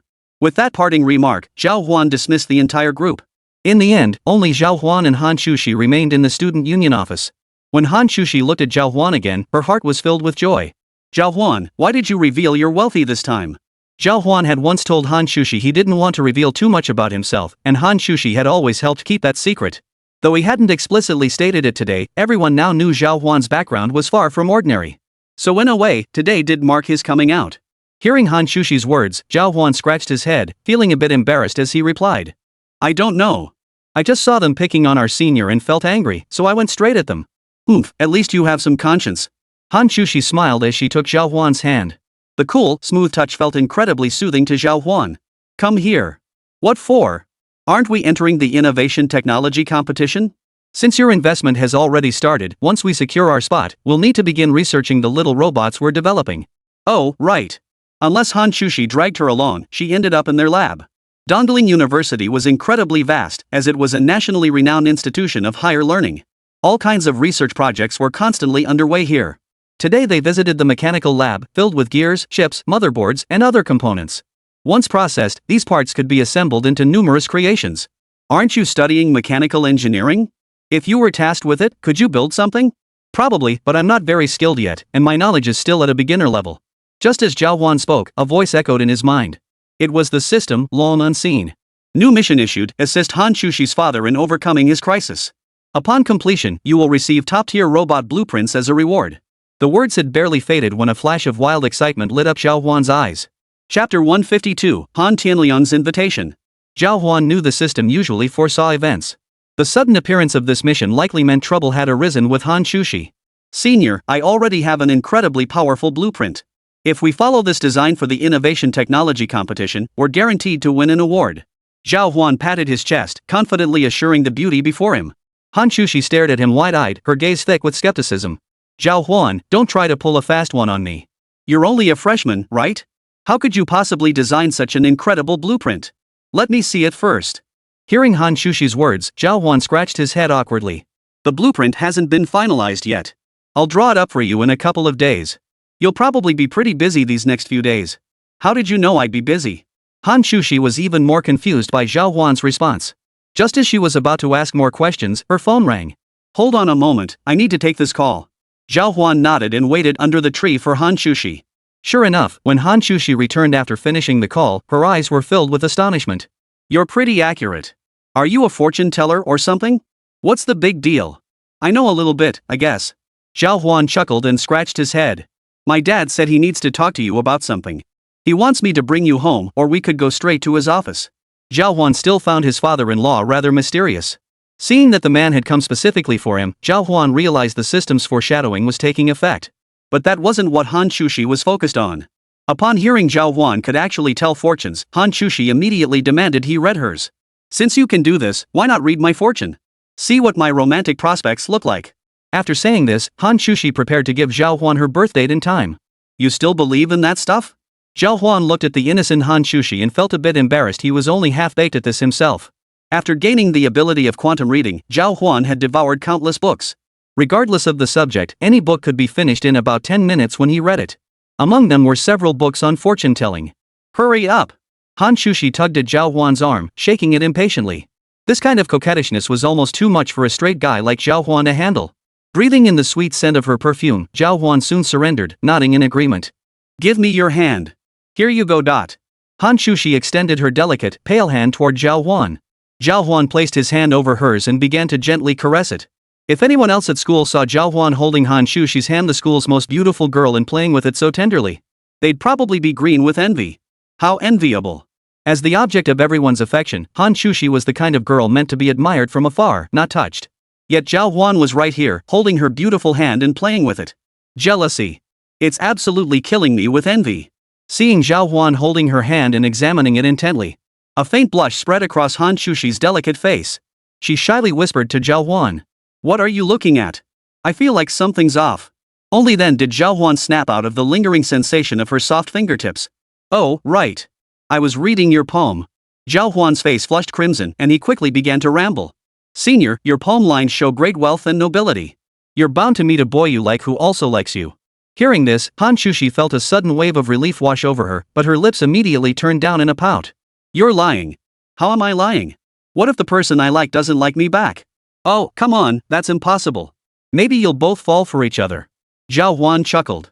"Anyway, fortune-telling like this wasn't always accurate. Believe it if you want, dismiss it if you don't." "Oh? Really? I don't see it." Hán Chǔxī edged closer to Zhào Huān, her wide eyes intensifying the pressure. Zhào Huān scratched his head and shifted his body slightly to the side, quickly changing the subject. "My car is parked right outside the school gate. Let's go find him at his company in a bit." "All right, let's go." Hán Chǔxī didn't tease Zhào Huān any further. The two arrived at the school gate, got into the car, and soon reached Hán Tianliang's company. Hán Chǔxī had previously told Zhào Huān that her father managed various investment tenders. He had numerous projects ready for sale, but some low-profit ventures would inevitably pile up on his desk. That was precisely the situation now. The moment Zhào Huān arrived, he heard several sharp reprimands echoing from the company's office. A young voice was loudly berating someone. "You couldn't find buyers for these measly projects in 3 months? What good are you? You might as well go begging. This little temple can't hold such big Buddhas." As Zhào Huān and Hán Chǔxī approached the office, Hán Chǔxī's anger flared instantly. "This guy has a filthy mouth." Hán Chǔxī and Zhào Huān saw Hán Tianliang standing among those being reprimanded. Several middle-aged men stood beside him, facing a very young supervisor seated before them. As the young man berated them, a look of contempt flashed across their faces. It was clear they held no respect for this young upstart. "I'd heard rumors about this company my dad works for bringing in some young manager from outside. He can't do anything right but loves to pass the buck. Never thought we'd actually run into him today," Hán Chǔxī explained to Zhào Huān with visible anger. Meanwhile, Hán Tianliang and several colleagues began to retort. "These projects have been sitting around for years. You couldn't find investors all this time, and now you dump them on us expecting us to magically find investors overnight?" Hán Tianliang stepped forward first, starting to argue with the young man. But the other party was unreasonable. "No matter what methods you use, I, Li Dongji, only care about results." Li Dongji's words caused everyone's expressions to darken instantly. Dealing with someone this unreasonable was exhausting. "In that case, you'd better find someone else." A colleague of Hán Tianliang stepped forward to counter Li Dongji. Hearing their words, Li Dongji felt his dignity challenged. "Fine. You lot think you're all grown up now, huh? After all these years the company has nurtured you, you show no gratitude. Instead, you dare to talk back to me. Starting today, I'm giving you 3 days. If you can't secure investment within 3 days, pack your bags and get the hell out." Li Dongji's arrogant voice echoed throughout the entire office, causing everyone to clench their fists. Zhào Huān listened, wanting to storm in and beat the crap out of this idiot boss. Chapter 153, No Losses. Is he really that capable? Zhào Huān whispered to Hán Chǔxī from outside the door. "Talented my ass. His family owns shares in this company. He got his job through nepotism, landed some minor leadership position, and now he thinks he's God's gift to the office." "I see." Hán Chǔxī seemed to hear her father complain about him constantly. He harbored significant resentment toward this manager. Word is this guy's never around during work hours. But come quarterly performance reviews, he dumps all the pressure onto my dad and his buddies. Can Uncle handle it? Of course not. Their conversation quickly drew the attention of everyone in the office. Li Dongji was already feeling irritated. Hearing the muttering outside, he assumed someone in the company was gossiping about him behind his back. His anger flared instantly, and he bellowed. "Who's out there? Not working during office hours and eavesdropping? Get your ass in here." Upon hearing his words, Zhào Huān and the other person walked in from behind. Seeing their youthful faces, Li Dongji was taken aback. Where are you from? I'm here to see my father. Hán Chǔxī wasn't intimidated by the man. Instead, she pointed to Hán Tianliang beside her. Well, Hán Tianliang, you actually dared to bring your own child to work here? I really underestimated you. You're packing your things and leaving today. Upon closer inspection, Zhào Huān noticed that Li Dongji was not only extremely thin but also had a gaunt, sunken face. He looked like someone who indulged excessively. No wonder he couldn't show up for work every day. I just called my daughter over to say a few words. What's the problem? Is there a rule that employees can't let their family members set foot in the company? Hán Tianliang argued his case without fear of the other man's rebuke. Hearing this, Li Dongji grew even angrier. This was the second time Hán Tianliang had openly defied him in front of so many people. He could tolerate it once, but a second time was unbearable. He immediately roared. Then let me tell you this, I'm relieving you of your position in my personal capacity. Hearing this, Hán Tianliang sneered coldly. In that case, let's go through the proper contractual channels and fire me. That won't work. The projects you're currently handling belong to the company. If we fire you, you'll need to compensate us for the losses first. Only then can I follow the proper procedures to terminate you. Otherwise, you'll just have to leave on your own. Hearing this, everyone's anger flared. Li Dongji was clearly playing dirty now. A normal termination would require substantial compensation and follow labor contract procedures. Yet Li Dongji was demanding they let him walk away scot-free. How could that be possible? Everyone present was furious at this turn of events. Li Dongji, don't push it too far. Old Han has contributed far more to this company over the years than you ever have. A young man who couldn't stand by any longer immediately stepped in to speak up for Hán Tianliang. But Li Dongji couldn't care less about what the other man said. Ever since he joined the company, he'd realized he and Hán Tianliang were completely incompatible. He'd been looking for an opportunity to fire Hán Tianliang, and today he'd finally found it. With things already escalated to this point, how could he possibly back down now? I advise you not to make a scene here. If you get hurt in the crossfire, don't blame me. Hearing this, the crowd finally fell silent. They all feared being caught in the crossfire, especially since most had families to support. Moreover, some men in their 30s had long since lost the resolve to quit their jobs. Alright, no need to speak for me. If I have to go, so be it. Wherever I go, there will be a place for me. Hán Tianliang understood his colleague's struggles, so he simply nodded and prepared to leave. But he turned back to Li Dongji and asked, Li Dongji, I can leave, but you must compensate me according to the labor contract. After all, it was Li Dongji who had personally fired him. You're dreaming. Let me make this crystal clear, it's impossible. Don't even think about it. Li Dongji laughed heartily at him before leaning back in his executive chair. He looked utterly unfazed, like a dead pig fearing no boiling water. Zhào Huān and Hán Chǔxī beside him couldn't help but laugh at his expression. What are you laughing at? What's so funny? Li Dongji's tone was filled with frustration. He couldn't figure out why, but today he'd felt utterly humiliated. Ever since these two juniors arrived, he'd been getting snapped at non-stop. If this kept happening, how could he maintain his authority in the company? Zhào Huān and Hán Chǔxī were well versed in labor contract disputes, having seen numerous cases in the news. Unlike Li Dongji, they weren't ignorant. We're laughing at how ignorant you are. Ignorant? What do you school-age kids know? Li Dongji pointed angrily at Zhào Huān as he demanded. Don't you know that forcibly dismissing someone in violation of their labor contract, especially someone with such extensive tenure, requires paying substantial compensation? Fuming, Li Dongji pointed at Hán Tianliang in the distance and retorted to Zhào Huān. You think you know best, huh? Then tell me he delayed such a major project for our company. Shouldn't he compensate us? I've got 4 contracts worth over 3 million each that still haven't closed. How do we account for all that lost time? If you make him handle these matters, I'll pay whatever compensation he demands. Hearing this, everyone was once again infuriated by this guy.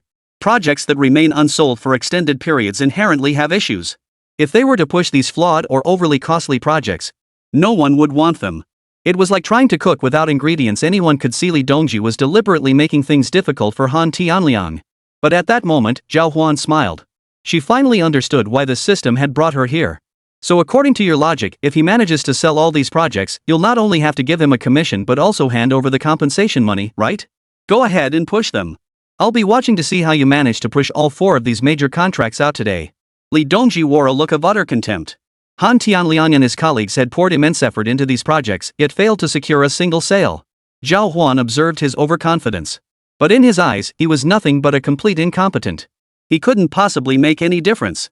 He made a mental note to himself. Chapter 154, buy it, and he's out. The room fell silent. Li Dongji's reckless boasts and arrogant attitude grated on everyone's nerves. Yet there was little they could do.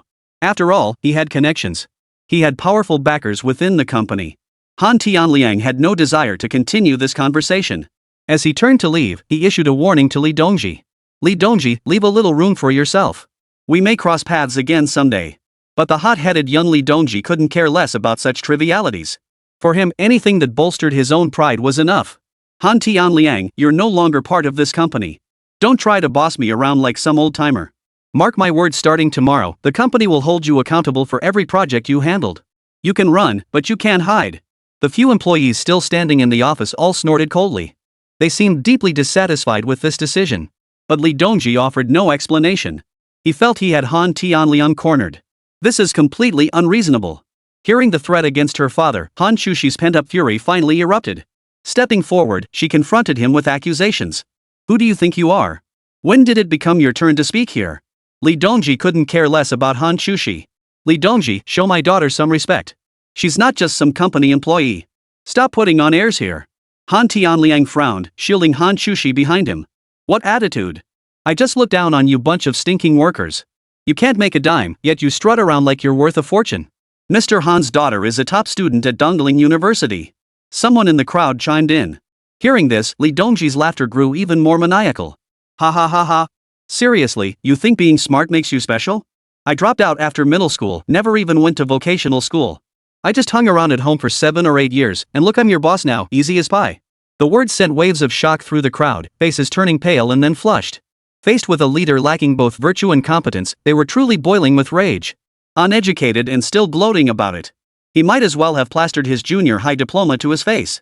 What kind of person was this Li Dongji? Our student council president is outstanding. How dare you compare yourself to her? Do you even deserve it? Just as everyone's anger was boiling over with nowhere to vent, Zhào Huān, who had been standing quietly to the side, spoke up. Hearing this, everyone secretly relaxed their clenched fists. Indeed. Li Dongji? He couldn't hold a candle to any single person here. Such arrogance was truly outrageous. Oh, right. There's you too. After being challenged by Zhào Huān, Li Dongji looked at him with even more contempt. Let me tell you this, no matter how outstanding you are in school, once you step outside, you're nothing but a lowly worker. All of you will end up working for me. As he reached this point, a sneer spread across Li Dongji's face. He felt he had won, regaining the face he had lost.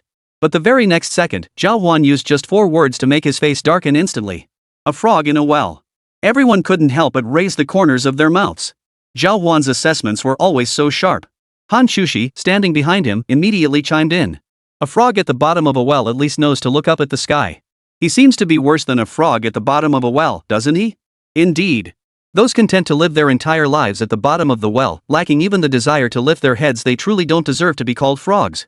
Li Dongji was instantly enraged. Hán Chǔxī and Zhào Huān, singing in unison, had him cornered. What gives you two the right?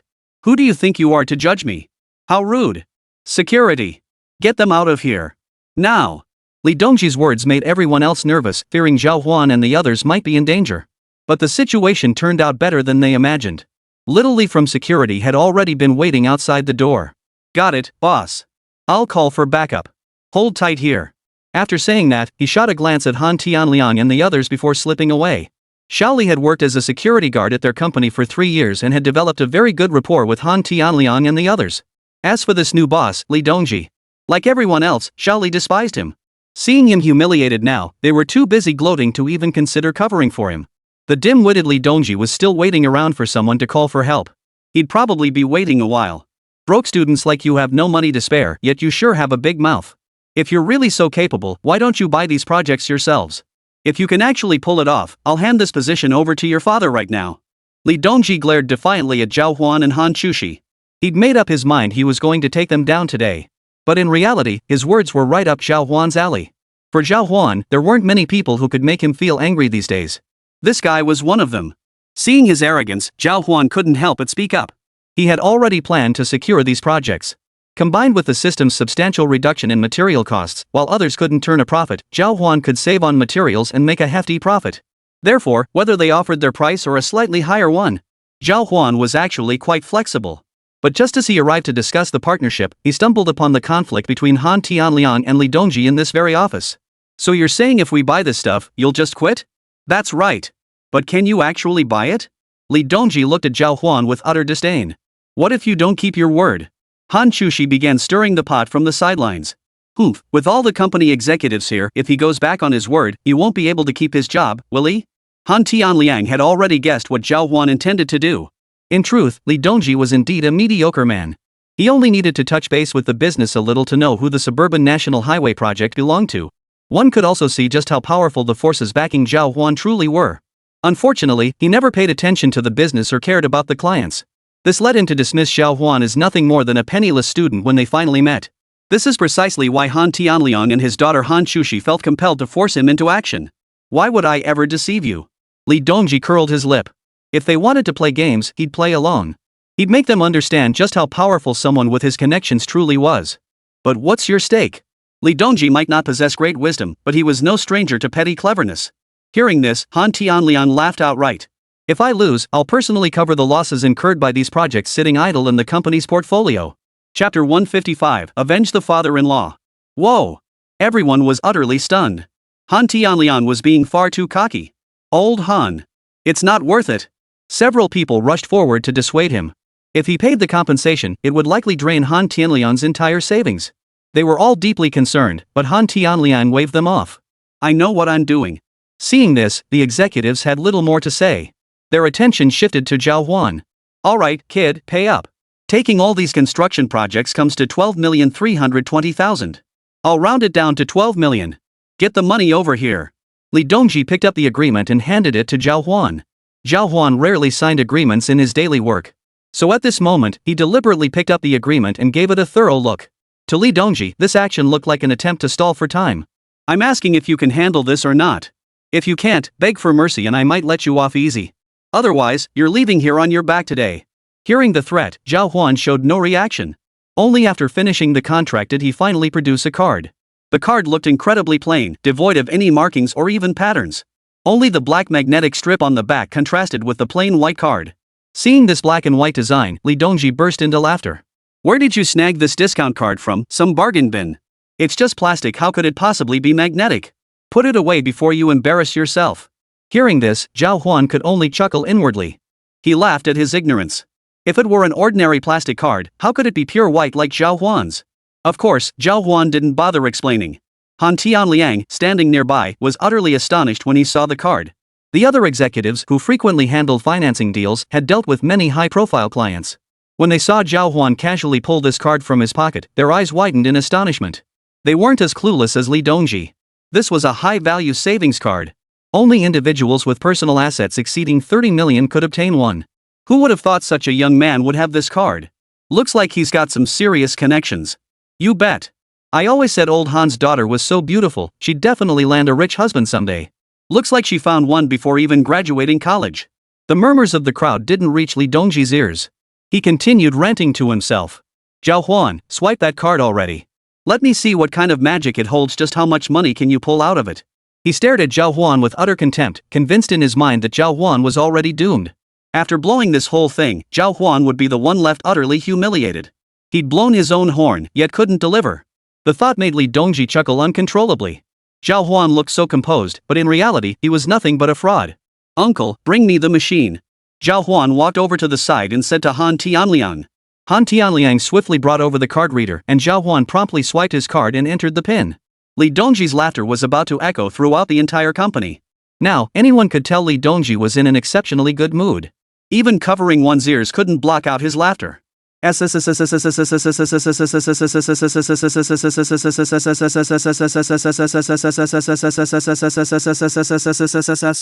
The sound of printing echoed. The payment failure alert he'd imagined never sounded. What's going on? Li Dongji froze in place, staring wide-eyed at the card reader in the distance.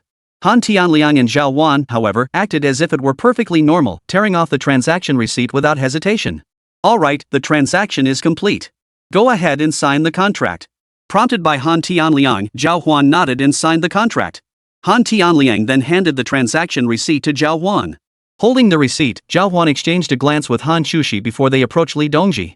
Manager Li, do you remember what you just said? Zhào Huān's accusatory tone made Li Dongji feel as if he were in a dream. He couldn't fathom what had happened to cause the situation to shift so dramatically. What did I say? I didn't say anything. Since you've reached an agreement, let Han Tianliang continue working here. Li Dongji tried to save face. After this dispute, keeping Hán Chǔxī's father on board was his way of doing Zhào Huān a favor. He hoped this would prevent Zhào Huān from holding a grudge against him. But as the saying goes, words spoken cannot be taken back. Now that this guy had agreed to Zhào Huān's terms in front of so many executives, how could he possibly back down now? Your uncle's position at the company is another matter entirely, but you certainly can't hold this position now, can you? Zhào Huān's question instantly made the other man feel a twinge of fear. Zhào Huān, I was just joking earlier. Even if you've secured the deal now, how could you possibly remove me? Seeing him resort to such underhanded tactics, everyone present grew furious. Just then, a man named Chao Liang stepped forward. He was a close friend of Han Tianliang's. Both had worked at the company for many years and had risen to become senior executives. Li Dongji, this young man truly holds no sway over you. Even if the deal is finalized, he can't remove you. But if we executives unite and issue a statement to headquarters, do you think you'll be able to keep your position? At this point, Li Dongji finally felt fear. The main reason for his arrogance was his fear that these executives might be beyond his control. If that happened, they might very well band together to report him to headquarters. That would almost certainly mean he wouldn't be able to hold on to his position. He was insecure and terrified. So upon arriving here, he immediately implemented high-pressure tactics. He's always treated these people terribly, hoping they'd never dare to resist him. But as the saying goes, oppression breeds resistance. These corporate executives are all middle-aged men in their 30s and 40s, and they hold significant resources in their hands. What chance did his threats stand against them? Today, taking advantage of Zhào Huān's oily hair, they were ready to take action against Li Dongji. Brother Chao Liang, let's talk this out calmly. There's no need to make things so tense. At this moment, Li Dongji finally backed down. But after exchanging a glance, Chao Liang and Han Tianliang both shook their heads. With unwavering resolve, they delivered their verdict. Impossible. You have to leave. Chapter 156 scared the life out of him. Hearing this, Li Dongji knew he couldn't stubbornly cling to staying here any longer. Fine. You ungrateful bastards. I've been so good to you and you don't even know how to show gratitude. You'll get your comeuppance. Gratitude? What gratitude? Han Tianliang and the others burst out laughing at his humor. I gave you such great treatment and such high salaries just so you could cause trouble here every day? That's what we deserve. I think it's the opposite. The company should be grateful to us. Several people in the crowd refused to give Li Dongji any face. We create value and get paid, isn't that only fair? What, you want to tie us to the company? Do you really think we have nowhere else to go? After working here for so many years, everyone had accumulated significant resources. Leaving here, there are plenty of better opportunities.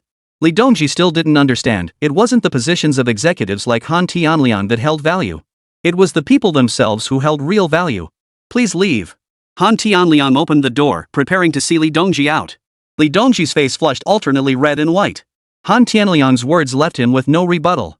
Clenching his fists, the humiliation surged back into his heart. Why? Why had things turned out this way?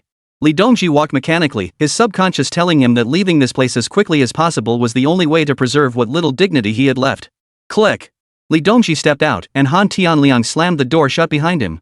The executives present all wore satisfied smiles. Old Han, you found yourself a fine son-in-law. Let's go send the memo to headquarters. This time we'll definitely bring Li Dongji down. Han Tianliang shared the triumphant mood with the others as he approached Zhào Huān. Zhào Huān, I really can't thank you enough. If you hadn't been here today, I'd probably still be getting played by that guy.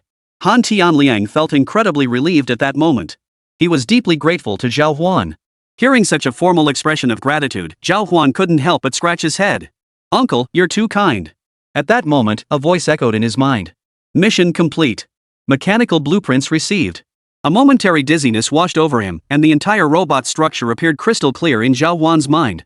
The blueprints for the robot model in this technological innovation competition were now etched into Zhào Huān's mind. By the way, these projects don't make much money. Are you really okay with this? Han Tianliang could sense he'd taken advantage of Zhào Huān. It was impossible for an ordinary person to turn a profit after taking on these projects. Earlier, when they assessed the project's profitability, they estimated returns of less than 10%. After months of grueling work coordinating various construction crews to complete the projects, the effort expended was simply too immense. The meager profits weren't even worthy of being called a business. It was practically charity work. It's okay, uncle, don't worry. Zhào Huān gave 1,000 guarantees. By sourcing materials through Blue Sky Construction, his costs were absurdly low. The profits were countless times higher than others. Hán Chǔxī stood nearby, unable to follow the conversation between Zhào Huān and Han Tianliang. But she knew at least that her father now owed Zhào Huān a favor. Today, Han Tianliang had actually called Zhào Huān over hoping to pitch 1 or 2 projects he had on hand. Stepping out of the company gate, a peculiar expression flickered across Hán Chǔxī's stunningly beautiful face. Zhào Huān, how come you're so good at this?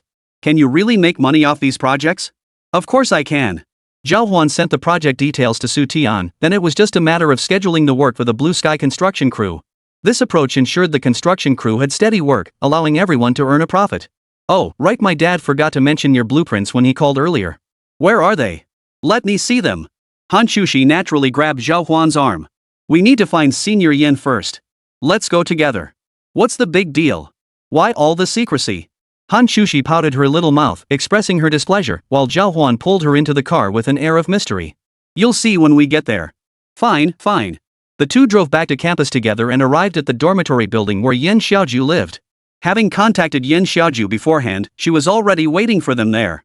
I heard something happened recently. You guys weren't affected, were you? Yin Xiaoju asked the moment they met, referring to the earlier minor incident over the quota. Of course not. We've already taken care of it. Hán Chǔxī nodded in response. That's good to hear. What exactly is this blueprint you mentioned? The moment the conversation turned to matters related to the innovation and technology competition, Yin Xiaoju became visibly intrigued and eager to learn more. Well, Zhào Huān mentioned he's developed some incredibly advanced robot blueprints, but he won't show them to me. He insists on waiting until all 3 of us are here together before revealing them. Hán Chǔxī explained from the side. Oh? Did you build it all by yourself? Yin Xiaoju looked at Zhào Huān with surprise. After all, Zhào Huān was still just a freshman with a shaky grasp of theoretical foundations. It was impossible for him to skip the basics and jump straight into advanced work. Yet today, Zhào Huān claimed he could produce a blueprint which struck Yin Xiaoju as nothing short of miraculous. Well, let me show you first. After saying that, Zhào Huān picked up paper and pen and began sketching rapidly. His speed was astonishing. The moment Zhào Huān started, Yin Xiaoju was stunned. Her eyes widened as she watched his every move. You're drawing freehand? Watching Zhào Huān work with such practiced ease, even Yin Xiaoju couldn't help but marvel. Zhào Huān was like a human printer. Effortlessly, he rendered the blueprint in his mind onto the canvas. In less than half an hour, he produced the finished piece and handed it to Yin Xiaoju. During this time, Yin Xiaoju had been utterly astonished by Zhào Huān. She could already see the feasibility of the robot Zhào Huān had drawn. Combined with the program she had developed, this creation would undoubtedly win the gold medal at the Innovation Technology Competition. Zhào Huān, you're a genius. While Hán Chǔxī stood by in bewilderment, Yin Xiaoju couldn't help but express her admiration. What do you think, Sister Shui? Isn't this little robot he made amazing? Hán Chǔxī quickly asked Yin Xiaoju upon hearing this. At that moment, she was the only one left in the dark. Yin Xiaoju took a deep breath and spoke slowly.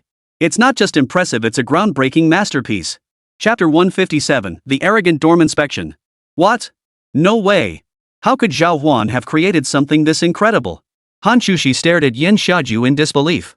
She then turned to Zhào Huān, hoping for an explanation. I adapted a template from some previous research and added our own touches. The system's components were top-notch, but to avoid suspicion, Zhào Huān could only blurt out a lie.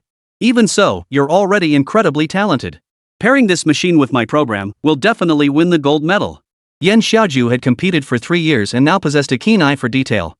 The moment she saw what Zhào Huān had brought out, she understood the whole situation. Alright, in that case, I'll leave it to you, Senior. No problem. After finishing the discussion, Zhào Huān parted ways with Hán Chǔxī and Yin Xiaoju. Back in the dormitory, Zhào Huān reviewed the vast knowledge stored in his mind. He realized the system hadn't just provided him with a blueprint, it had also granted him a wealth of related knowledge. Upon entering the dorm, Zhào Huān saw several people lying on their beds. They were still engrossed in their game. Zhào Huān didn't disturb them. After a quick greeting, he closed the door and climbed into bed. But the moment he lay down, the dorm door was violently pushed open. The loud bang startled everyone inside. Who is it? Are you trying to break the door down? Zhang Qian was the first to jump up and shout. Such behavior was extremely rude, especially since they were about to enter their rest period. To violently kick their door open at this hour was utterly uncivilized.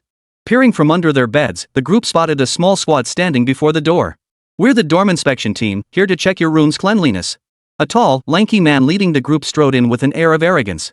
Typically, these tasks were handled by sophomores, not much older than Zhào Huān and his friends. Yet this guy entered with an air of extreme arrogance. Seeing their disheveled state, Wang Jia couldn't help but curl his lip. Go ahead and check. Just look around and get out quickly, we need to rest. How dare you talk to me like that? Believe me, I can dock your dorms points. Wang Jie's dismissive attitude, coupled with the furious glares from the others in the dorm, dealt a severe blow to the tall, thin man's pride. His face flushed with embarrassment and he quickly retorted. Chen Xuan couldn't stand it either and muttered under her breath. So what if you're inspecting the dorm? Why act like you're God's gift to humanity? Do we owe you money? They didn't even know this guy, yet he barged in and started searching their stuff. Fine, search away, but rummaging through their personal belongings like that? That was just outrageous. How dare you talk to the president of our dormitory department like that? You guys are out of line. A chubby boy immediately stepped forward to confront Zhào Huān and the others. We speak our minds. If you can search, search.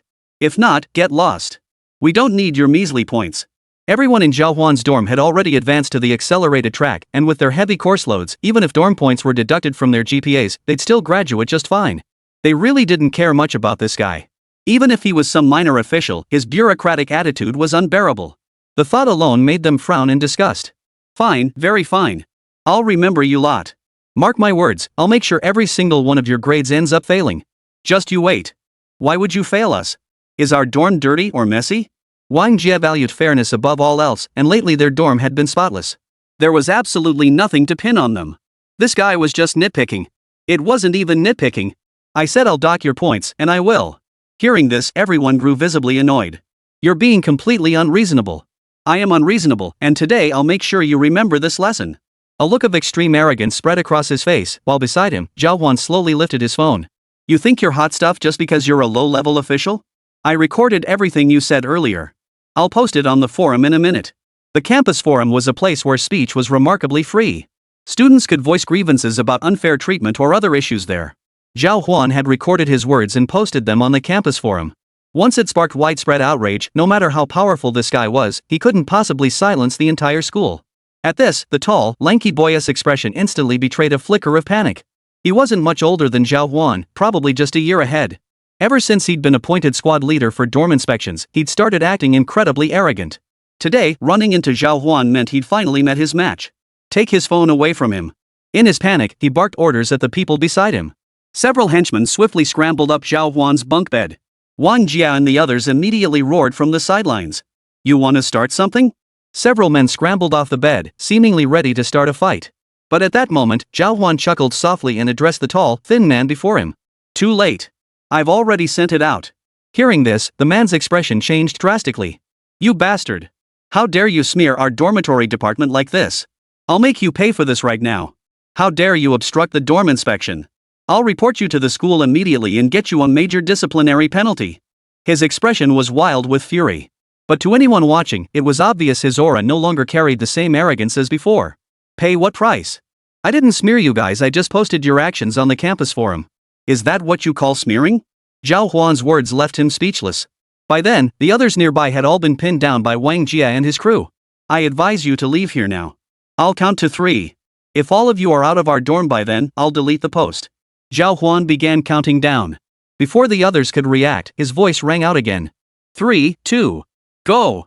The tall, thin man shot Zhào Huān a fierce glare before hastily ordering the dorm inspectors in his group to leave. Chapter 158, Seeking Reinforcements. Brother Tian. We can't just let this slide. That guy's way too arrogant, I can't stand it anymore. The moment they stepped out of Zhào Huān's dorm room, someone immediately spoke up from behind. I, Shi Tian, have never endured such humiliation. Hearing this, the lanky man clenched his teeth in anger. How about we dock their scores this time? The chubby guy beside him quickly offered his suggestion. But the moment he spoke, Shi Tian slammed a fist straight into his head. Are you out of your mind? That guy already recorded us. If we keep deducting their points now, what if he releases our video later? A flash of resentment flickered in the punched chubby guy's eyes. But since he was his boss, he could only grit his teeth and force a smile. Brother Tian is right. I'll handle this matter with Brother Wang. Will Brother Chio's crew back us up? Of course they will. We just need to find an opportunity to treat Brother Chio to a meal. The person they referred to was, of course, Zhou Qiuping. Compared to the school student union, their little dorm inspection department wasn't exactly a powerhouse. Zhou Qiuping is a formidable presence in the student union. Asking Zhou Qiuping for help would surely yield a solution, no matter what. With that thought, they quickly dialed his number. Brother Chio, are you busy? Xiao Tian, what's up? Zhou Qiuping's impatient voice came through the phone. They were classmates from the same year, but within the various departments across different schools. Even though they were just young men in their teens, the atmosphere within each department across the entire school was strikingly real. Take Zhou Qiuping, for instance. As the student council president, he spoke with far more authority than Shi Yuntian. It's like this, Brother Qiu. We're doing dorm inspections lately and ran into some troublemakers. They even threatened to post about us on the campus forum, saying our inspection skills are subpar and stuff. Shi Yuntian quickly relayed the difficulties he'd encountered to Zhou Qiuping. Zhou Qiuping understood perfectly well that these dorm inspectors were arrogant and overbearing. People like them usually had little authority or leverage in their daily lives. They didn't even control the allocation of honors or scholarship spots. The only time they could flex their authority was during dorm inspections and grading. That was precisely why the few who accompanied Zhou Qiuping on this inspection were acting so haughty. After learning the reason behind it, Zhou Qiuping couldn't help but scratch his head. What's the point of you guys doing this nonsense all the time? He was clearly annoyed, especially since these guys had no real connection to him. They'd merely shared a meal once before, a fleeting acquaintance. Now that trouble had arisen, they expected him to handle it. The thought struck Zhou Qiuping as utterly absurd. Did Shi Yuntian really think they were close? Brother Qiu, I absolutely have to get even for this today. Give me a hand, or how can our little dorm inspection team maintain any credibility? Just help me give those freshmen a taste of their own medicine. If this works out, I'll treat you to a trip to the Tanghai Wellness Center. Shi Yuntian knew full well that relying solely on his thin skin charm to get someone to help him was impossible. He needed to offer something tangible to make it worthwhile. Upon hearing the name Tanghai Wellness Center, Zhou Qiuping's tone shifted slightly. That wellness center you mentioned, I think I've heard of it. They say the massages there are pretty good. Realizing his true intentions had been exposed, Zhou Qiuping quickly changed the subject. As it happens, our culture department is running a dormitory culture competition. We'll single out the worst dorms and list them separately. I'll put theirs in the worst dorm category, they'll be the laughingstock for sure. That's fantastic. Upon hearing Zhou Qiuping's words, Shi Yuntian and his crew couldn't help but give him a thumbs up. Shi Yuntian's big brother really knew how to get things done. Alright, nothing else then. I'll hang up now. Just send me the dorm number later. Aren't we going to take pictures or something? If it's a competition and they get labeled the worst dorm without any photos, wouldn't that be baseless? What photos? If I decide to expose them, wouldn't that be as easy as saying the word? Zhou Qiuping pounded his chest arrogantly, offering his guarantee. His assurance eased Shi Yuntian's mind. If Zhou had said so, there was nothing left to worry about. With someone as well connected as Zhou stepping in, Zhao Huān's dorm had no chance this time. The thought of them becoming the laughingstock of the entire school filled Shi Yuntian with quiet glee. Hey, Brother Qiu, when will the results of this selection be announced? Tomorrow morning. Hey, stop asking, I'm busy. Zhou Qiuping didn't want to continue the conversation, he had his own urgent matters to attend to. Hearing this, Shi Yuntian promptly thanked him and hung up. His subordinates immediately began praising Shi Yuntian. Brother Tian, you're the real deal. That guy probably doesn't stand a chance against you. Of course. Once I get involved, what chance does he have? Su Yuntian strode away with his hands behind his back, his confidence evident.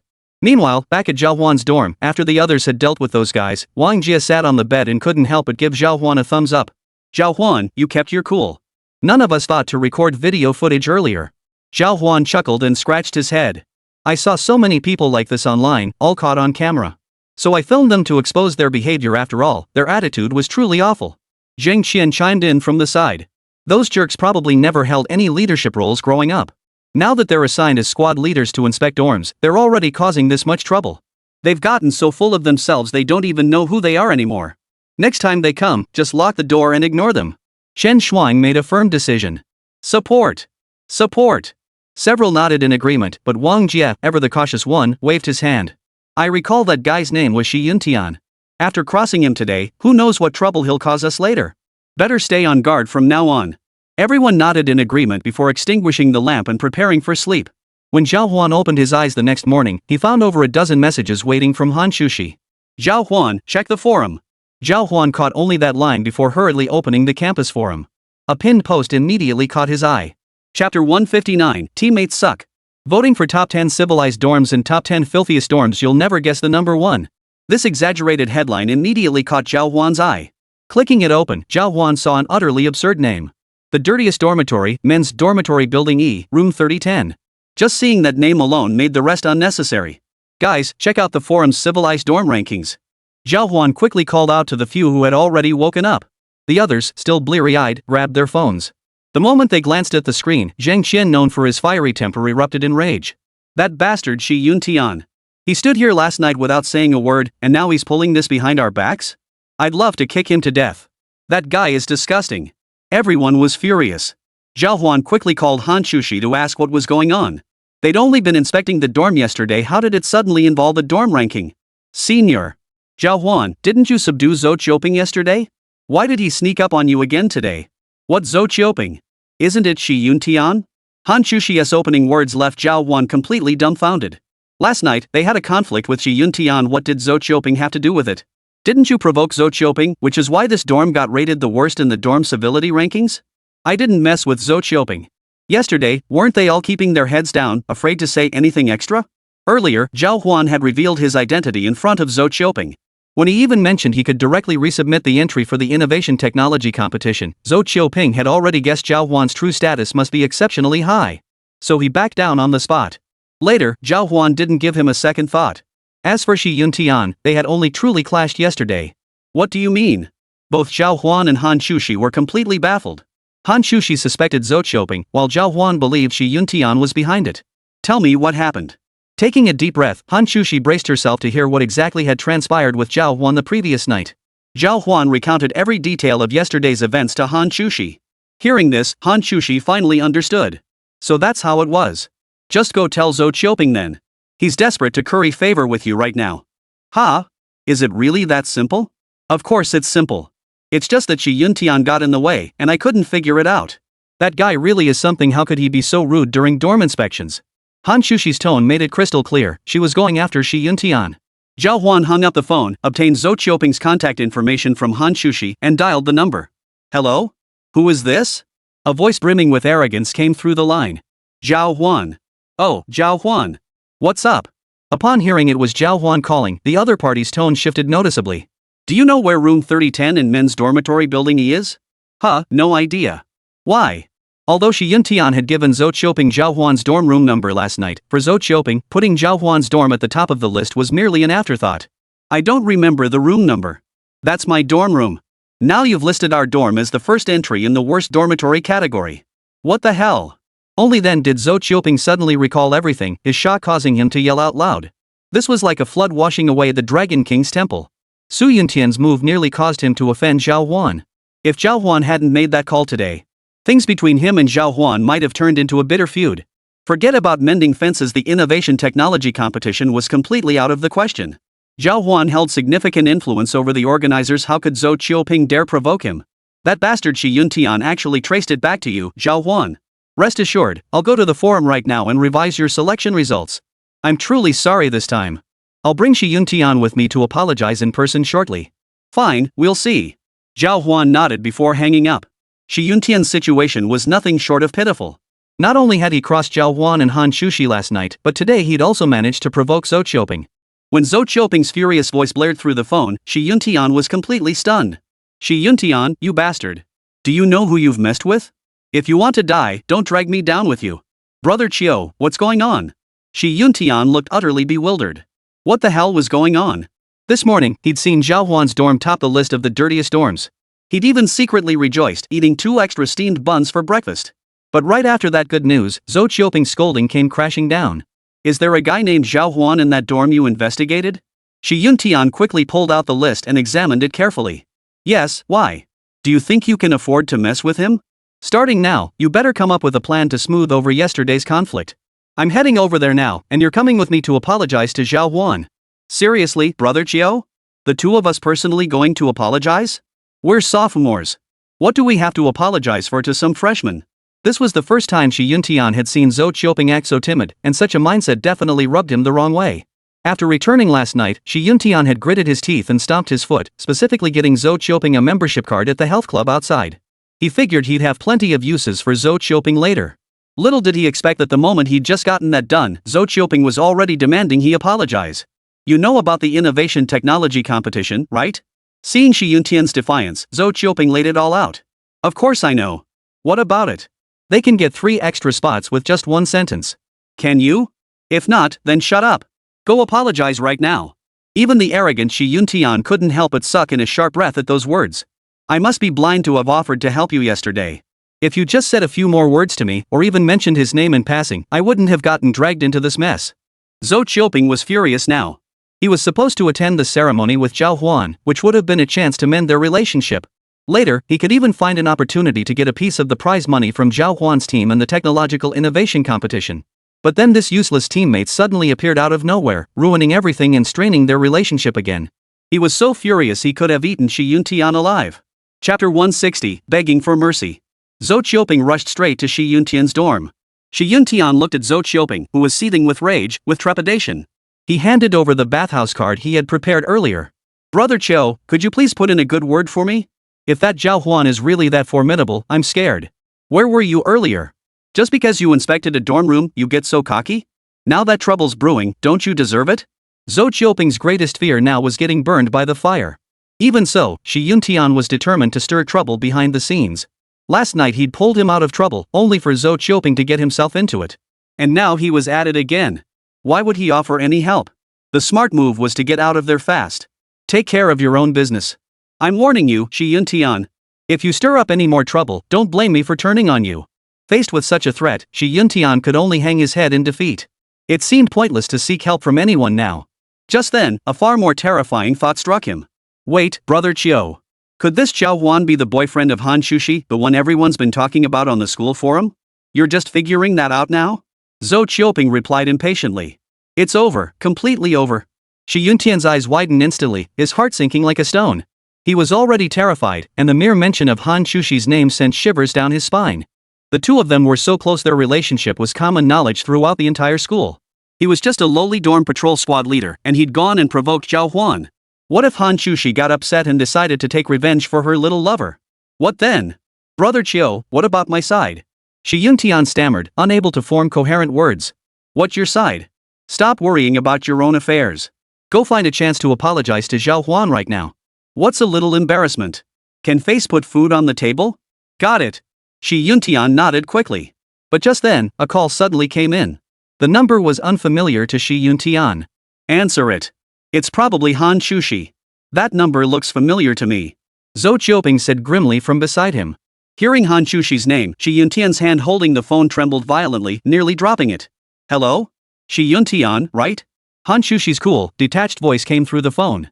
It's me. Shi Yuntian's confidence visibly crumbled. Last night, someone reported that your dorm inspection procedures were overly complicated and that the inspectors had a terrible attitude. Are you aware of this? Huh? No. Who reported it? Shi Yuntian's face turned green. He'd only recently secured this squad leader position and was hoping to earn some honors through hard work to win this year's scholarship.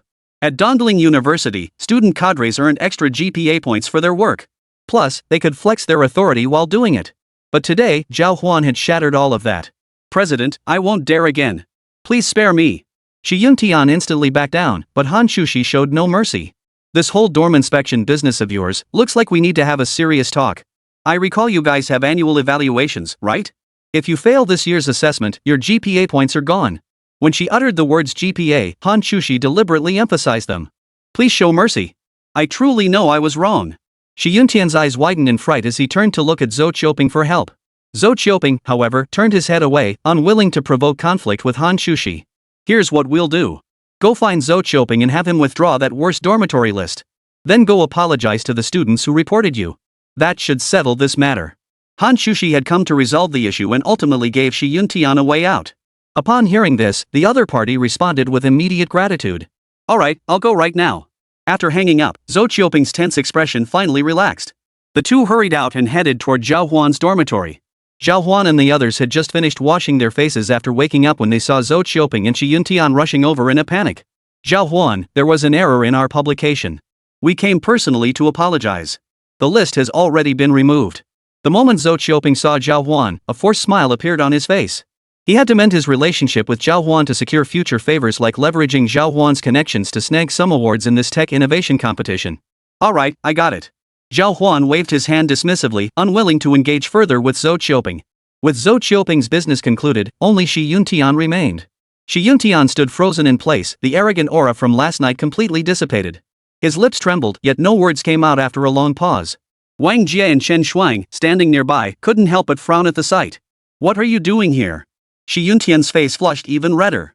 Only now did he finally grasp that his position wasn't meant for him to act so arrogantly. He was just an ordinary dorm evaluator. I'm sorry. I shouldn't have been so arrogant yesterday. Everyone nearby was taken aback by this. After all, when Shi Yuntian had come to their dorm yesterday, he had been strutting around with an air of superiority. Who would have thought that after just one night, his transformation would be so swift? What on earth had happened? They all looked at Zhào Huān in astonishment. Everyone had a hunch that Zhào Huān was behind this. But Zhào Huān merely shrugged, looking utterly bewildered. He hadn't even exerted himself yet, and unexpectedly, so many twists and turns had unfolded in the meantime. Hearing this, the others no longer pressed him and let him leave immediately. After wrapping up matters here, Zhào Huān, seeing he had no classes today, arranged to meet with Yin Xiaoju and Hán Chǔxī. Today they planned to discuss their upcoming participation in the innovation and technology competition. The moment Hán Chǔxī saw Zhào Huān, she asked him, "Zhào Huān, what's the latest with your dorm situation? Zhou Qiuping and Shi Yuntian just came over to apologize." "Oh, that's good." Hearing Hán Chǔxī's words, Zhào Huān immediately realized who had orchestrated the behind-the-scenes maneuver. "Thanks, senior. No need to thank me. Just treat me to a meal later." Perfect timing. There's a new coffee shop near the north gate of campus. Let's go try it out. We can combine our design blueprints with Senior Yan's algorithm while we're there. Zhào Huān's robot was undoubtedly incredibly powerful. Whether used for various surveys or robot competitions, it delivered outstanding results. Zhào Huān had already developed what amounted to a perfect template. All that's left is to integrate Yin Xiaoju's programs, and they'll effortlessly achieve outstanding results. As they spoke, both pairs of eyes turned toward Yin Xiaoju. A faint smile touched Yin Xiaoju's lips as she patted her chest and assured them, "Rest assured, I've got this covered." Chapter 161, Program Written, Power Outage? The trio arrived at the cafe, only to find it bustling with people the moment they stepped inside. Our university sure has high spending power. A new coffee shop just opened and it's already packed. Yin Xiaoju, standing beside Zhào Huān, couldn't help but remark. At a mega-sized university like theirs, the campus was always bustling with students. Wherever crowds gather, spending follows just like this very scene. "I'll go stand in line." Seeing the two girls beside her, Zhào Huān felt awkward about joining the line. She had no choice but to join the line herself and start jostling for position. As soon as Zhào Huān left, Yin Xiaoju beside her couldn't help but sigh. "Chǔxī, your little boyfriend sure comes in handy." Hán Chǔxī had been standing nearby observing, but upon hearing this remark, her face flushed instantly. She quickly spoke up to defend herself. "He's not my boyfriend. We're not even at that stage yet." At this pause, Yin Xiaoju raised an eyebrow. She had her own experiences with romantic entanglements between men and women. She could see right through Zhào Huān and Hán Chǔxī's situation. You two are just a thin layer of paper away. Once you break through that barrier, I think you could easily be together. As someone who'd been there, Yin Xiaoju offered her younger classmate straightforward advice. Upon hearing this, Hán Chǔxī clenched her small fists. "Senior, what if I confess and get rejected? We wouldn't even be able to stay friends. We're good friends now, isn't that just fine? But are you truly content with that? What if Zhào Huān meets someone better? Oh wait, there's no one in our school who can compare to a campus beauty like you." Yin Xiaoju teased from the side. After just a few words with Yin Xiaoju, Hán Chǔxī's face flushed bright red, overcome with embarrassment. "Alright, enough about that. We're heading to the innovation technology competition soon. How many days will we be gone this time?" Seeing Hán Chǔxī's flustered state, Yin Xiaoju tactfully changed the subject. "Probably around 3 days. Which powerhouse teams are competing this time?" Yunbei University, Shiping University. Those two are the top contenders for the championship. Besides them, it's our Dongling University. Hán Chǔxī knew these teams inside out. These universities had consistently delivered outstanding performances over the years. Before the competition even started, Hán Chǔxī had already studied them thoroughly for quite some time. Now that the competition was about to begin, they were prepared to adapt to any situation. Many competitors from Yunbei University and Shiping University are quite formidable. I wonder if we'll see any dark horses emerge this year. If we're talking about the biggest dark horse, wouldn't that be Zhào Huān? I had several upperclassmen look over the mechanical blueprints he submitted, and they're truly incredible. At the mention of his name, Zhào Huān's face lit up with a smug grin. Yin Xiaoju, watching from the side, nearly burst out laughing. And they say there's nothing between them. Just look at Hán Chǔxī's smile, it's practically overflowing. No matter how Yin Xiaoju looked at it, she was convinced something was definitely up between these two. Yeah, Zhào Huān is pretty impressive right now, but I'm more curious about what the other universities came up with after failing to win last time. The two chatted while keeping their eyes on Zhào Huān. Just as they spoke, Zhào Huān emerged from inside holding 3 tickets. "Man, it's packed in there. Come on, let's go inside." The trio entered the cafe with their tickets and settled into a secluded corner. It was remarkably quiet here, a stark contrast to the bustling chaos outside. Many students were inside reading books and working on problems. This place could be perfect for studying when we have free time. Yin Xiaoju remarked as soon as they entered. Xiaoju, didn't you say you wanted to finish the final simulation run today? Zhào Huān paid no mind to the surroundings. As soon as he sat down, he hurriedly asked Yan Xiaoju about her program. Look at you, so impatient. I heard you're a fast reader with sharp reflexes. Could you take a look at my program and see what's wrong with it? Yan Xiaoju picked up her laptop, its screen displaying pages of written code, as she spoke. Sure thing. Ever since Zhào Huān acquired the quantum reading skill, he had devoured all kinds of books. After activating quantum reading mode, he could rapidly absorb all kinds of knowledge from books. Just a couple days ago, he'd even dedicated time to learning programming. The results, of course, were quite impressive. While he couldn't match the expertise of industry leaders, he was more than capable of handling the level of knowledge required by students at their current stage. Zhào Huān, you can actually read code? I really underestimated you. Hán Chǔxī beside him wore a slightly starstruck expression, gazing at Zhào Huān with obvious admiration. Seeing Hán Chǔxī like this, Yan Xiaoju couldn't help but roll her eyes. Most young people these days act like this once they fall in love. Feeling a bit embarrassed under Hán Chǔxī's gaze, Zhào Huān scratched his head and whispered, I just want to help you win, senior. All you know how to do is sweet talk. Seeing Zhào Huān's obvious flirting, Hán Chǔxī's words were cold and distant, but her cheeks had already flushed bright red. Zhào Huān had read all those books specifically because of her. Knowing this, a wave of warmth washed over Hán Chǔxī. It wasn't for nothing that I helped you deal with Zhou Qiuping today. The program began running swiftly. All three of them were intently focused on its operation, but halfway through, a glitch suddenly appeared. Yan Xiaoju beside them scratched her head, ready to make adjustments, but Zhào Huān's hand was already on the keyboard. Zhào Huān's fingers danced across the keyboard at lightning speed. After less than 10 seconds of editing, he restarted the program. Zhào Huān, are you this good? Even Yan Xiaoju beside him couldn't help but be stunned. After all, these were things Yan Xiaoju had worked day and night to develop. Yet Zhào Huān had merely glanced at them a few times, already grasped their intricate structure, and could even make modifications on the spot. Zhào Huān didn't respond, instead focusing intently on the computer screen before him. After a dozen seconds, the program finally finished running. All good. As Zhào Huān spoke, all three of them slowly exhaled in relief. But at that very moment, the entire cafe suddenly lost power. Chapter 162 shocked the entire shop. Yan Xiaoju was trembling with rage. The worst nightmare for a programmer is a sudden power outage. And now, thanks to this cafe's unstable electrical system, the entire place had gone dark. The entire program she'd just finished hadn't been saved yet. This was disastrous. My program. Yan Xiaoju's shrieks quickly drew the attention of the cafe staff. We're truly sorry. We never imagined this neighborhood would experience a power outage. The waiter hurried over to apologize. Zhào Huān and Hán Chǔxī exchanged glances, their hearts sinking. Senior, can this program be saved? Hán Chǔxī tentatively asked Yan Xiaoju. Yan Xiaoju's expression had already turned grim. Probably not. What? The grim suspicions that had been brewing in Zhào Huān and Hán Chǔxī's minds had indeed come true. The coffee shop owner nearby hurried over. Yan Xiaoju's screams had caught his attention long ago. Young lady, is that program really important? I'm truly sorry. How about this? I can offer some compensation as a gesture of apology. Forget it, no need. I'll figure out a way to recover it myself. Yan Xiaoju waved her hand, declining the owner's offer. After all, the sudden power outage wasn't the shop owner's fault. It was an act of God. But that's where the bad luck struck. Senior, we're supposed to leave tomorrow for the innovation technology competition. Hán Chǔxī sat nearby, clenching her fists, feeling a surge of frustration. If the power outage caused a program error and cost them the championship, that would be a huge loss. The power's back. Just as all three were feeling down, the power returned to the cafe. The owner approached them and said, I sincerely apologize for the inconvenience. There was a voltage issue in our neighborhood. Yan Xiaoju didn't listen to his explanation. Instead, she swiftly began typing away on the keyboard, relying solely on memory. But as she typed, her heart ached. Sigh, I guess there's no way I can participate in the innovation technology competition now.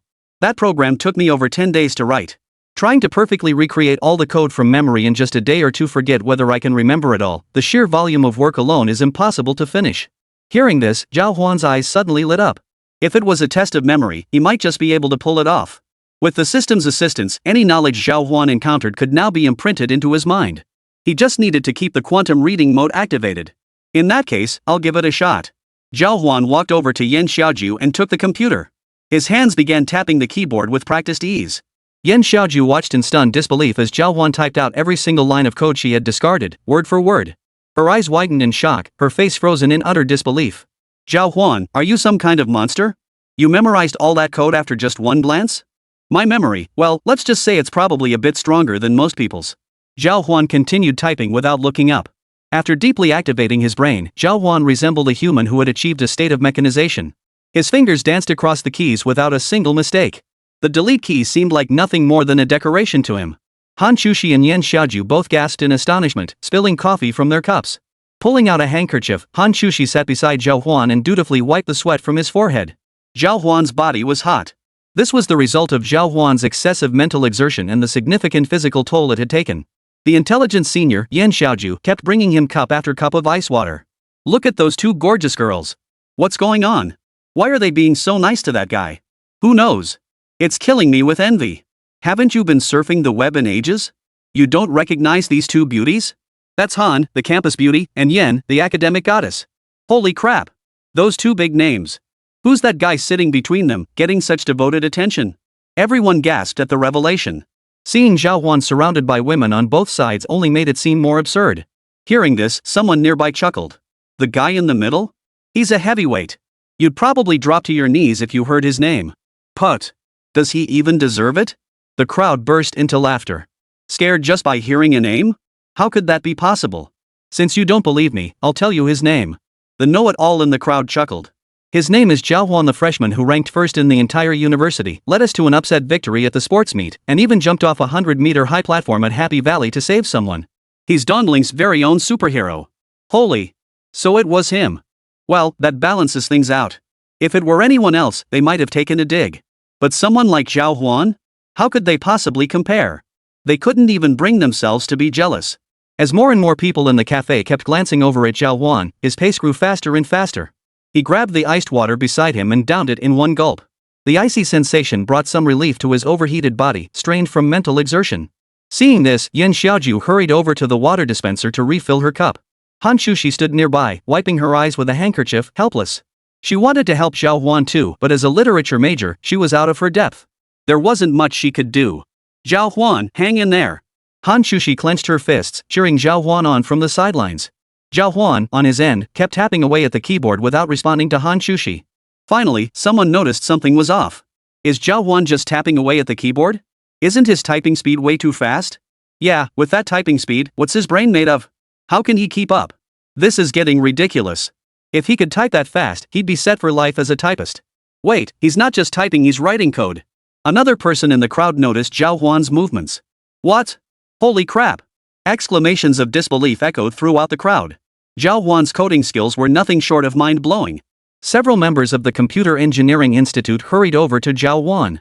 Zhào Huān, I don't get it. Me neither. That's way too fast.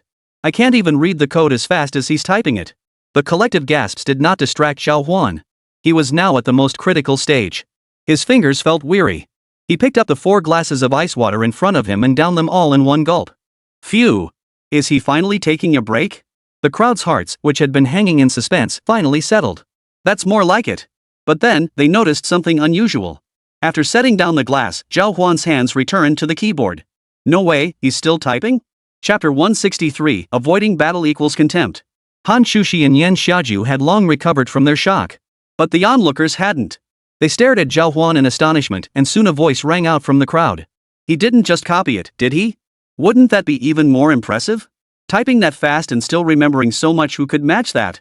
Hearing this, the crowd erupted in gasps of astonishment. At that moment, someone quickly pushed through the crowd. Spotting him, Yan Xiaoju waved. Xiao Chu, you're here too? Senior Yan, you're here too? What's going on? Oh, Zhào Huān is helping me with the coding. The one who had arrived was a young male classmate. Hán Chǔxī asked curiously. Senior Yan, who is this? This is Chu Pingyang from the School of Computing Science. He's a genius too. I learned a lot of my coding from him. Like you, he's a sophomore. Hello, Han, the campus beauty. Chu Pingyang smiled and waved at Hán Chǔxī. Hán Chǔxī's fame meant few on campus didn't recognize her. Hello. May I stand here and watch for a moment?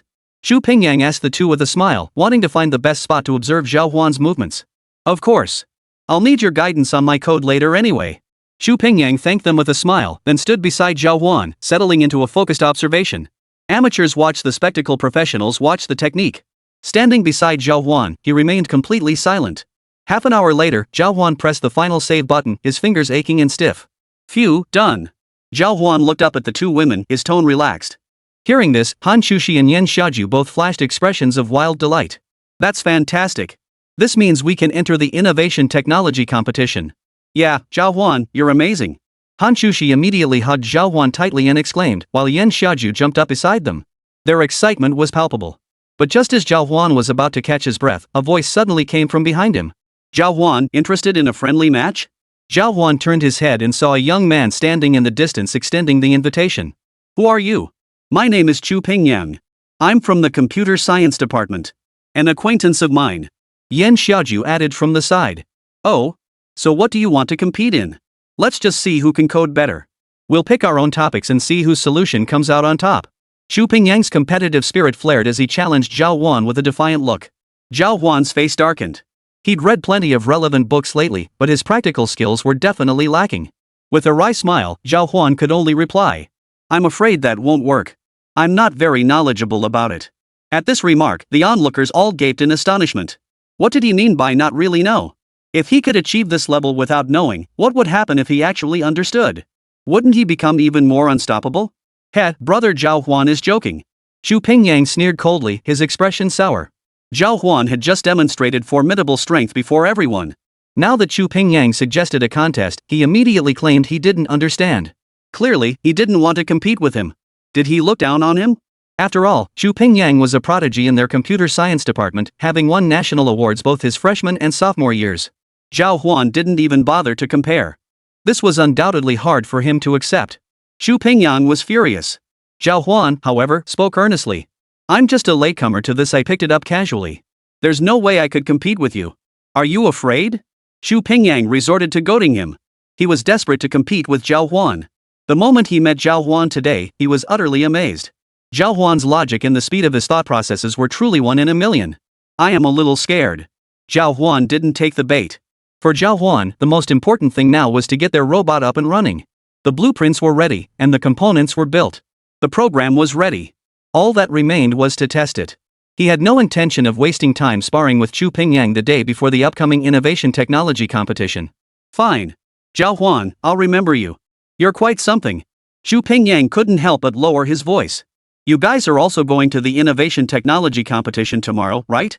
Yeah, why? A look of relief washed over Chu Pingyang's face.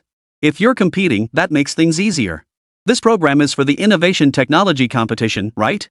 MHM. Seeing this, Chu Pingyang felt even more satisfied.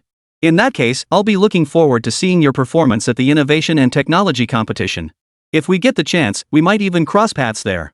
Alright, I'll head out now since I'm a bit busy today. We can chat another time. Zhào Huān was genuinely busy. But in Chu Pingyang's eyes, this behavior came across as pure indifference. Chu Pingyang snorted coldly in anger, swept his sleeves, and left without responding to Zhào Huān. Zhào Huān, for his part, was quite content with the peace.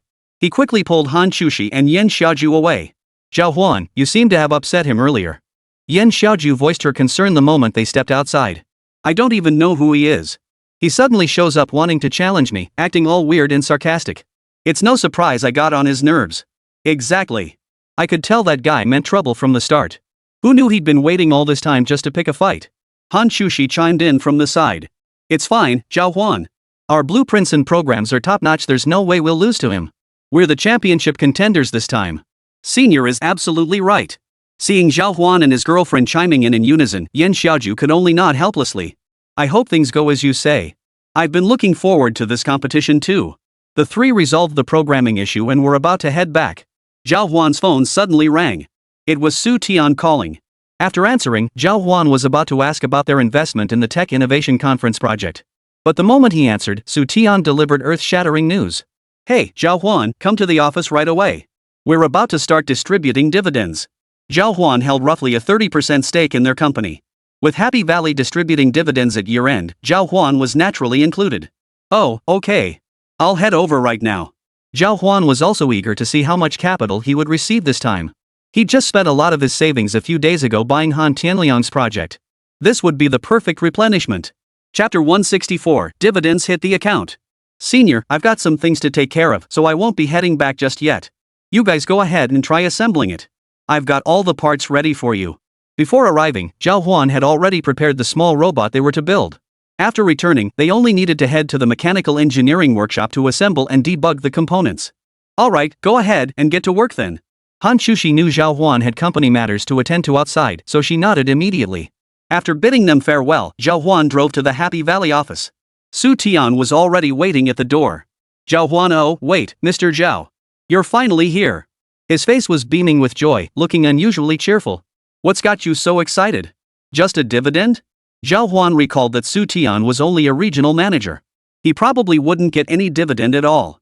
But to his surprise, Su Tian burst into laughter and said, Haha, well, I own 1% of the shares. It's a reward from the company for outstanding employees. Oh, I see. Congratulations. Hearing this, Zhào Huān couldn't help but nod. Su Tian had really made something of himself. Ever since Zhào Huān helped him secure his position within the group last time. This self-made man who'd climbed all the way to director now had Zhào Huān as his backing. His words carried a newfound confidence. It's all thanks to you. Su Tian couldn't help but express his gratitude. Enough about that, let's go check our dividends. With that, Su Tian hurriedly pulled Zhào Huān into the office. How much did we get? Haha, guess how much I got from my 1% stake. Su Tian's monthly salary alone was already tens of thousands, and he usually didn't bat an eye at sums like $1 million or $2 million. Yet this time, just 1% of the dividend had him this excited. Zhào Huān raised an eyebrow. $2 million? Zhào Huān, you're joking. Our Happy Valley Group is a major corporation, how could shareholder dividends be so meager? Su Tian's smile grew even broader. Then how much is it? Zhào Huān's curiosity was finally piqued. Su Tian gave a mysterious shake of his finger. You're the company's second largest shareholder, just imagine, the sky's the limit. I'll show you later. Zhào Huān's heart stirred. Judging by this guy's demeanor, the money he'd received this time was indeed substantial. Alright then. The two entered the office. The office was empty except for 2 agreements on the desk and 2 paper bags. The paper bag was thin, likely containing their dividends or similar items. This is the dividend statement. The bag over there contains our bank cards. With that, Su Tian handed the dividend statement on the desk to Zhào Huān. Take a look. It shows your share amount. Zhào Huān took the thick stack of papers. The moment she glanced at it, she was overjoyed. 430 million? That means you got 10 million. After a period of operation, Zhào Huān's shareholding now stands at 43%. No wonder Su Tian was so excited. Haha, that's right. The two burst into hearty laughter. Awesome. Staring at the dividend statement, Zhào Huān couldn't help but let out a loud shout. Although the system frequently rewarded him, and some rewards were indeed monetary in nature, the cash in Zhào Huān's hands had never reached such a staggering amount before. Over 400 million. Over 400 million. He took several deep breaths in quick succession, forcing himself to suppress the surge of excitement within. Yet his entire body still felt lightheaded. Su Tian promptly brought Zhào Huān a cup of tea. Have some tea and relax. Looks like you're pretty excited, huh? Yeah, a bit. By the way, did you finalize that investment for the tech innovation competition? Zhào Huān's mind raced, he hadn't mentioned today's main business yet. It's done. I invested over 3 million in Blue Sky Construction under your name. Are we the primary sponsor now? Securing exclusive naming rights was crucial for gaining influence over this tech innovation competition. Not really. There's another company called Hán Yuan Machinery. They invested over 7 million, the largest contribution, and secured the exclusive title sponsorship. Su Tian immediately shook his head. Hán Yuan Machinery. Have they always invested that much? Zhào Huān scratched his nose, looking puzzled. Probably. Hán Yuan Machinery has always been enthusiastic about the innovation technology competition. They research the stuff themselves, and they really like a lot of the robots and inventions you guys come up with. I heard that the first place winner gets special recruitment from them. They can join the company right after graduation with pretty good benefits. I see. How about I get some money, and you go invest another 5 million? After saying this, Zhào Huān handed Su Tian another card. What do you mean? Su Tian was instantly dumbfounded. Money doesn't grow on trees. Zhào Huān casually pulled out another 5 million. It was completely unnecessary. They won't engage in favoritism or underhanded dealings later on. You can rest assured. Su Tian had handled the matters entrusted to him by Zhào Huān with great diligence, conducting thorough investigations beforehand. I see. Well, that's acceptable then. Zhào Huān thought it over and agreed it made sense. He then bid farewell to Su Tian and returned to his dormitory. The moment he arrived at the dorm, Zhào Huān immediately transferred 30,000 yuan to each of his parents. He hadn't sent them money before because all his funds had come from the system. He knew the system's ways. If he spent these funds carelessly, they might be gone when the next task required money. That's why he'd never dared to share any of it with his parents. But now, everything was different. Sure enough, not long after, his parents called him back. Zhào Huān, what did you do? Why did you send us so much money? I recently participated in a competition and received some prize money. I thought I'd send it to you too. Zhào Huān casually made up an excuse, and upon hearing it, his parents raised their eyebrows. What kind of competition? And the prize money is that substantial? Zhào Huān, you mustn't get involved in anything illegal. Both parents were deeply concerned for Zhào Huān. Feeling their concern, a helpless smile spread across Zhào Huān's face. Don't worry, I'd never break the law. I'm a pillar of society. All right. You've grown up now, and your father and I are both very pleased. We'll hold on to this money for you for now. If you need it, just let us know directly. Zhào Huān nodded immediately. He chuckled inwardly. Truthfully, this sum was but a drop in the bucket. Zhào Huān had originally wanted to add a few more zeros, but feared it might scare his parents. In the end, he could only give them a smaller amount for now. He'd gradually broaden their horizons later and then slowly hand over the money. Just as Zhào Huān was basking in his satisfaction, a call came in from outside. The caller was Hán Chǔxī. Chapter 165, The School Beauty Bakes a Cake Herself. Zhào Huān, the robot we built is finally debugged. The moment the call connected, Hán Chǔxī shared the good news with Zhào Huān. Great. Then go get some rest. We'll be heading out with the school team tomorrow. Oh, by the way, do you have time to meet up? Just as he was about to hang up, Hán Chǔxī shyly blurted out. Zhào Huān froze. What for? I made some little cakes myself, just yesterday at home. Would you like some? Zhào Huān shot up from the bed. Of course. Where are you? I'll come find you. Who else in school could enjoy the blessing of eating cupcakes made by their senior? Only Zhào Huān could. Just imagining Hán Chǔxī's small hands kneading the dough, sweating buckets, made Zhào Huān certain these cupcakes would be absolutely delicious. I'm over at Lover's Hill. 5 minutes, I'll be right there. Zhào Huān hung up, rolled off the bed, and dashed over at top speed. As for Hán Chǔxī, seeing Zhào Huān's reaction, a little flutter of joy rose in her heart.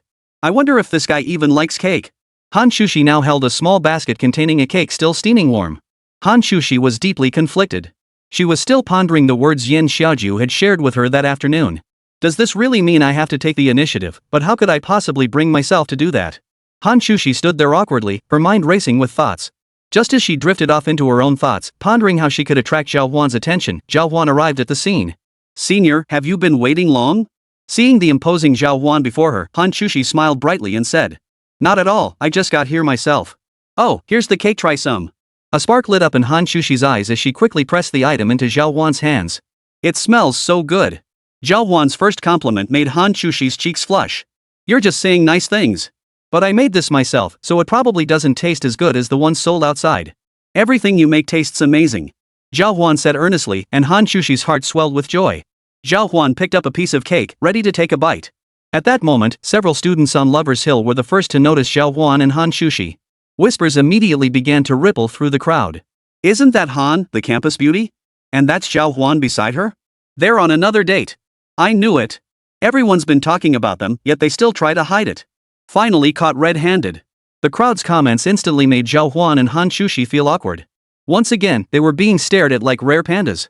Zhào Huān's face darkened. Senior, how about we grab a bite somewhere different? Sure. Hán Chǔxī had been thinking the same thing, so Zhào Huān took the basket of cupcakes from Hán Chǔxī's hands, and the two hurried away from the spot. But this action quickly drew the attention of fellow students strolling nearby. Wait, what are they carrying? I think I smell something sweet. Could it be? Holy crap, Hán Chǔxī made him a cake. It really is. Everyone stared at Zhào Huān in utter shock. What kind of treatment is this? I'm jealous. Snap a pic and post it on the forum, I can't take it. Zhào Huān's got it made. Before the commotion could fully erupt, Zhào Huān and Hán Chǔxī had already slipped away. Who would have thought, Senior? You're the center of attention the moment you show up. After escaping, Zhào Huān couldn't help but laugh and compliment her. Oomph, don't mock me. That little cake couldn't even shut you up, could it? Hán Chǔxī immediately punched Zhào Huān playfully with her little fist. Zhào Huān laughed as he took the blows, reaching into the small basket to pull out a piece of cake. She took a bite, savoring the rich flavor. Senior, you were so modest earlier. This cake is absolutely amazing. Really? Hearing the praise, Hán Chǔxī's eyes lit up instantly. As the saying goes, a woman adorns herself for the one who appreciates her. This principle applied perfectly to the cake Hán Chǔxī had made. Zhào Huān's praise for Hán Chǔxī's cake was, of course, praise for Hán Chǔxī herself. Alright, I'll be going now. You take these back and enjoy them. Hán Chǔxī patted Zhào Huān's shoulder with a satisfied smile before taking her leave. Zhào Huān, however, wore a look of disappointment. She thought Hán Chǔxī had called her out for a chat, only for it to end so abruptly. The elusive Zhào Huān could only nod in response. Come on, I'll walk you back. By the way, why haven't I seen your dorm mates around lately? Lately, both Zhào Huān and Hán Chǔxī had been busy, and the sisters from Hán Chǔxī's dorm hadn't been seen in the comments either. Hearing this, Hán Chǔxī sighed. They've all been under a lot of academic pressure lately. Since I became president, I can get some extra points added to my GPA, but they still have to put in a lot of effort to study and get perfect GPAs. Hearing this, Zhào Huān nodded with a smile. As a nationally renowned institution, Dongling University imposed immense academic demands on its students. Fortunately, they were all exceptionally talented students. Otherwise, if ordinary students were placed here, they probably wouldn't even keep up with the coursework. Call me tomorrow morning. I'll take you and the senior to the meeting point together. Standing below the dormitory building, Hán Chǔxī gave Zhào Huān one final instruction. Zhào Huān nodded in agreement. The two parted ways. The moment she stepped back into the dorm, Hán Chǔxī was ambushed by several clawing hands, tickling her until she was jumping up and down. What the heck are you doing? Hán Chǔxī shrieked in alarm as Donnelly and the other two girls huffed indignantly, interrogating her. Oh, you. Got yourself a boyfriend and forgot about us lonely souls in the storm? You baked little cakes and didn't even share any with us, took them all to Zhào Huān. Ha? How did you find out? Hán Chǔxī's face flushed red and she suddenly felt flustered. Lin Yu picked up her phone, her cheeks puffed out in anger. Look, it's all over the campus forum. Han, the campus beauty, personally made cupcakes for Zhào Huān. Chen Lan teased from the side. What does a cupcake made by Hán Chǔxī herself taste like? We want to try some too. Hearing this, Hán Chǔxī replied shyly. If you guys want some, I'll make a few more and bring them to the dorm in a couple of days. That's more like it. The others finally let Hán Chǔxī off the hook. But soon, a new curiosity arose among them. We haven't asked about your progress with Zhào Huān these past few days. How's it going? What was Zhào Huān's reaction after you gave him the cake today? Hearing their questions, Hán Chǔxī immediately lowered her head, her face flushing as red as a ripe apple. He said, my baking skills are better than the cakes from the bakery. Chapter 166, Young man, your emotional intelligence needs work. Hearing this, the girls in the dorm all exchanged knowing smiles. Aren't you guys heading to the innovation technology competition tomorrow? I heard the school will arrange transportation to take you to neighboring Pingnan City. Hán Chǔxī nodded. Lately, they'd been busy arranging transportation for students heading to the competition. That's tomorrow. So tomorrow is basically like you and your sweetheart going on a little getaway, eating and drinking on the company dime. You're something else. Lin Yu, standing nearby, exclaimed with sudden realization. Hearing this, Hán Chǔxī lowered her head, feeling a bit embarrassed. Not at all. There are so many of us going this time, probably 40 or 50 people, over a dozen teams. Good luck. If you win the prize money, remember to treat us to a meal when you get back. Hán Chǔxī shot Lin Yu a disapproving look.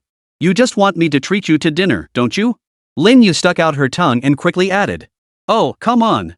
I'll be rooting for you from the sidelines. This time, I, Lin Yu, promise you'll win the championship. That's more like it. Hán Chǔxī climbed into bed with a smile, and soon everyone turned off their lights to sleep. The moment she lay down, Hán Chǔxī saw a message from Zhào Huān. Hán Shào. Guess what? My senior gave me a whole basket of cake she baked herself today. Seeing Zhào Huān's message, a faint smile touched Hán Chǔxī's lips. She hadn't expected the cake she'd given Zhào Huān today to make her so happy. Leveraging her status as Hán Shào, Hán Chǔxī tapped away at the keyboard and chatted with Zhào Huān about the day's events. Moved by the cakes your senior sister made for you? More than touched. But I didn't show it in front of her, gotta keep up the cool guy act. Hán Chǔxī giggled under her blanket. While Zhào Huān was still trying to maintain his persona in front of her, Hán Chǔxī had already seen through him countless times. Well, good luck with that. Oh, and we're heading to the innovation technology competition tomorrow. At that moment, Zhào Huān also mentioned his previous investment to Hán Shào. I recall you mentioned investing in this competition? Could you pull some strings behind the scenes? Hán Chǔxī's question was crucial. Hán Chǔxī had always believed Zhào Huān wasn't the type to resort to underhanded tactics for fame and fortune. But seeing Zhào Huān invest such a large sum of money, Hán Chǔxī now found himself uncertain. Had he misjudged the man? Using her status as Han's daughter, she could now directly question Zhào Huān. Of course I can. But I won't play by the rules. Since we're going there, we'll win this competition with our own strength. Zhào Huān read the message from young Master Han and felt a twinge of doubt. Young Master Han never asked Zhào Huān questions like this normally. Oh, I see. A flicker of satisfaction flickered in Hán Chǔxī's mind. Zhào Huān certainly didn't disappoint me. But why did you invest so much money? Because our company needs to expand during this period, and it also serves as advertising. Unless Hán Chǔxī drifted off to sleep mid-conversation. As for Hán Chǔxī, seeing Zhào Huān hadn't replied, she put down her phone and prepared for bed. Early the next morning, Zhào Huān arrived at Hán Chǔxī's building with Yin Xiaoju in tow. Hán Chǔxī came downstairs looking impeccably put together, carrying a few small bags. We're only going for 3 days, right? Why do you both need to bring so much stuff? Zhào Huān stared at the girls' bags and bundles, his face darkening. You just don't understand women, little brother. Yan Xiaoju murmured softly beside him. She then shoved her own bag and Hán Chǔxī's bag onto Zhào Huān's shoulders. Zhào Huān helplessly hoisted the 2 bulky bundles onto his shoulders. This time out, Zhào Huān had only brought 2 changes of clothes and nothing else. Watching Zhào Huān struggle under the weight of the bags, Hán Chǔxī couldn't help but praise him. Wow, Zhào Huān, you're amazing. I almost couldn't manage them when I tried carrying them earlier. Who knew you could handle both mine and my senior's bags by yourself? Zhào Huān shrugged. Who else could carry them if he didn't? Alright, let's go. As soon as Hán Chǔxī finished speaking, she grabbed Zhào Huān and Yan Xiaoju's hands and led them toward the school-arranged bus. A crowd had already gathered there. Ji Wenming was among them. The moment he spotted Zhào Huān, he quickly made his way over. Zhào Huān, why are you carrying so much? Let me help you. His attitude was now extremely attentive. Tomorrow's competition would likely require Zhào Huān's assistance. Zhào Huān waved him off, declining the offer. This guy was far too calculating. Accepting his help would mean both parties would likely owe each other favors. That would mean Zhào Huān would have to help him maneuver things later in the competition, which would be a huge loss for him. No need. I'll manage. Zhào Huān had intended to lift it himself, but Ji Wenming's hand had already reached up. The moment Ji Wenming touched Zhào Huān's bundle, its immense weight sent his body plunging downward. Zhào Huān gave a helpless chuckle and lifted the bundle once more. How could Ji Wenming's slight frame possibly handle such a load? Hán Chǔxī, watching nearby, couldn't help but cover her mouth and giggle. Embarrassed by his public humiliation, Ji Wenming could only retreat awkwardly. After Zhào Huān stowed Hán Chǔxī and Yan Xiaoju's packages in the car, everyone prepared to follow Hán Chǔxī inside and take their seats. Before boarding, Hán Chǔxī deliberately pulled Zhào Huān aside and gave Yan Xiaoju a meaningful glance. Yan Xiaoju immediately understood. These are all double seats, Zhào Huān. Oh, right, then you 2 girls can sit together. Zhào Huān promptly vacated his spot. But Yan Xiaoju shook her head hastily. What a blockhead. Ha! Yan Xiaoju huffed indignantly, exchanging a glance with Hán Chǔxī. Then she turned back to Zhào Huān with a sour expression. I prefer sitting in the back. You and Chǔxī can take the front seats. Chǔxī still needs to explain the competition rules to everyone. Oh, okay. Zhào Huān couldn't figure out why these 2 girls were suddenly so irritable with him. What Zhào Huān didn't know was that before getting in the car, Hán Chǔxī had already made plans with Lu Fei to sit with Zhào Huān. They devised a plan. They'd pull Zhào Huān into the car and seat them together. But who knew Zhào Huān would actually let them sit together? Now, how were they supposed to bond during the long hours of travel? All that effort from the girls would go to waste. Fuming, Hán Chǔxī stormed past Zhào Huān and boarded the bus. Before getting on, Yan Xiaoju patted Zhào Huān on the shoulder. Young man, your emotional intelligence could use some work. Chapter 167, A Flock of Suitors. Once inside the car, Zhào Huān obediently sat beside Hán Chǔxī, daring not to utter a word. Then, a hostile gaze pierced his back. Zhào Huān's senses were exceptionally sharp. After sensing the hostility, he glanced back. Sure enough, he spotted a tall, slender young man staring at him. Senior, is this guy another one of your admirers? Zhào Huān sat frozen in her seat, feeling like she was sitting on pins and needles. Hán Chǔxī casually sat beside Zhào Huān, leaned in close, and whispered into his ear. The contestants are all top talents from various departments. I have quite a few admirers among them. No sooner had the words left her lips than Zhào Huān felt even more uncomfortable stares directed at him. It was obvious these men also harbored feelings for Hán Chǔxī. Seeing Hán Chǔxī acting so intimately with Zhào Huān now naturally made them extremely uncomfortable. This. Zhào Huān suddenly felt like she had 2 heads. They hadn't even started competing yet, and he'd nearly sparked internal strife within the team. Feeling the tension, Zhào Huān couldn't help but sigh in resignation. What's wrong? Are you scared? Hán Chǔxī looked at Zhào Huān with a hint of provocation, her voice low as she asked. If he couldn't handle even this much trouble, Zhào Huān wouldn't be worthy of being her boyfriend. Zhào Huān himself didn't mind, but he felt these matters were getting a bit troublesome. Shrugging his shoulders, Zhào Huān murmured softly. It doesn't matter what they do to me.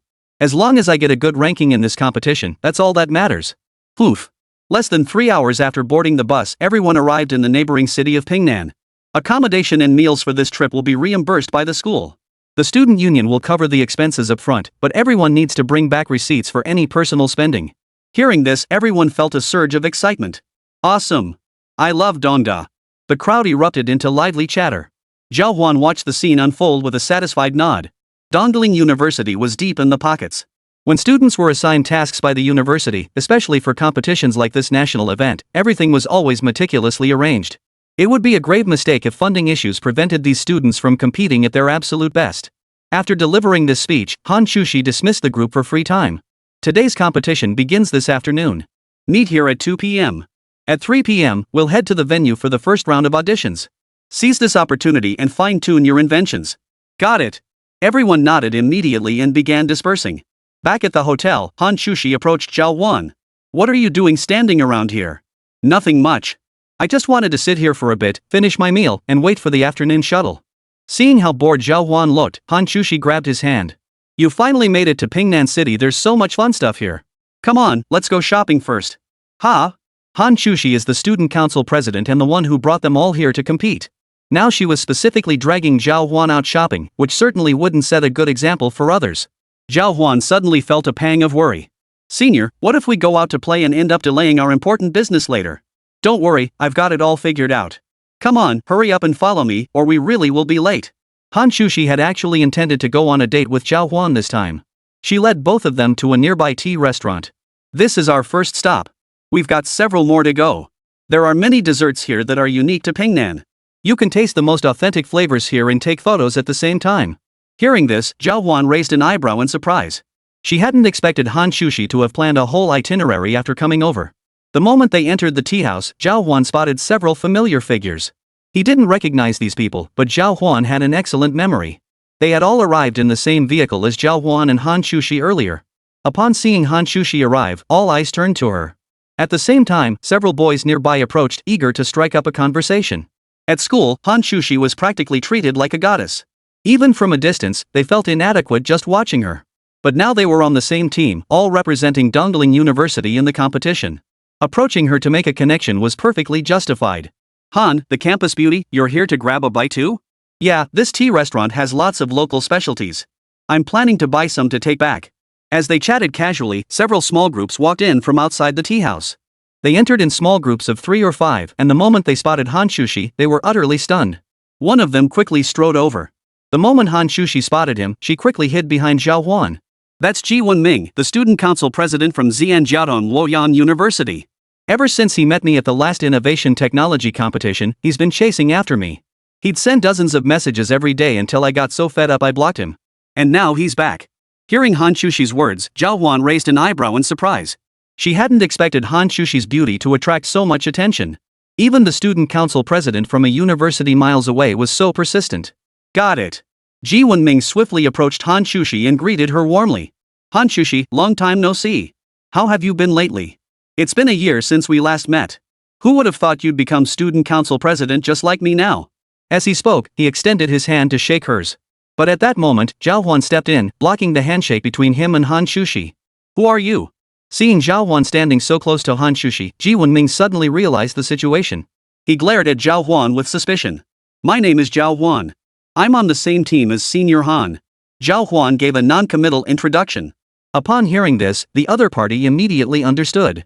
Got it. You're a freshman here to coast by and snag an award, huh? Poor Hán Chǔxī dragging along dead weight like you. His tone was decidedly unpleasant. Hearing this, Hán Chǔxī frowned beside him.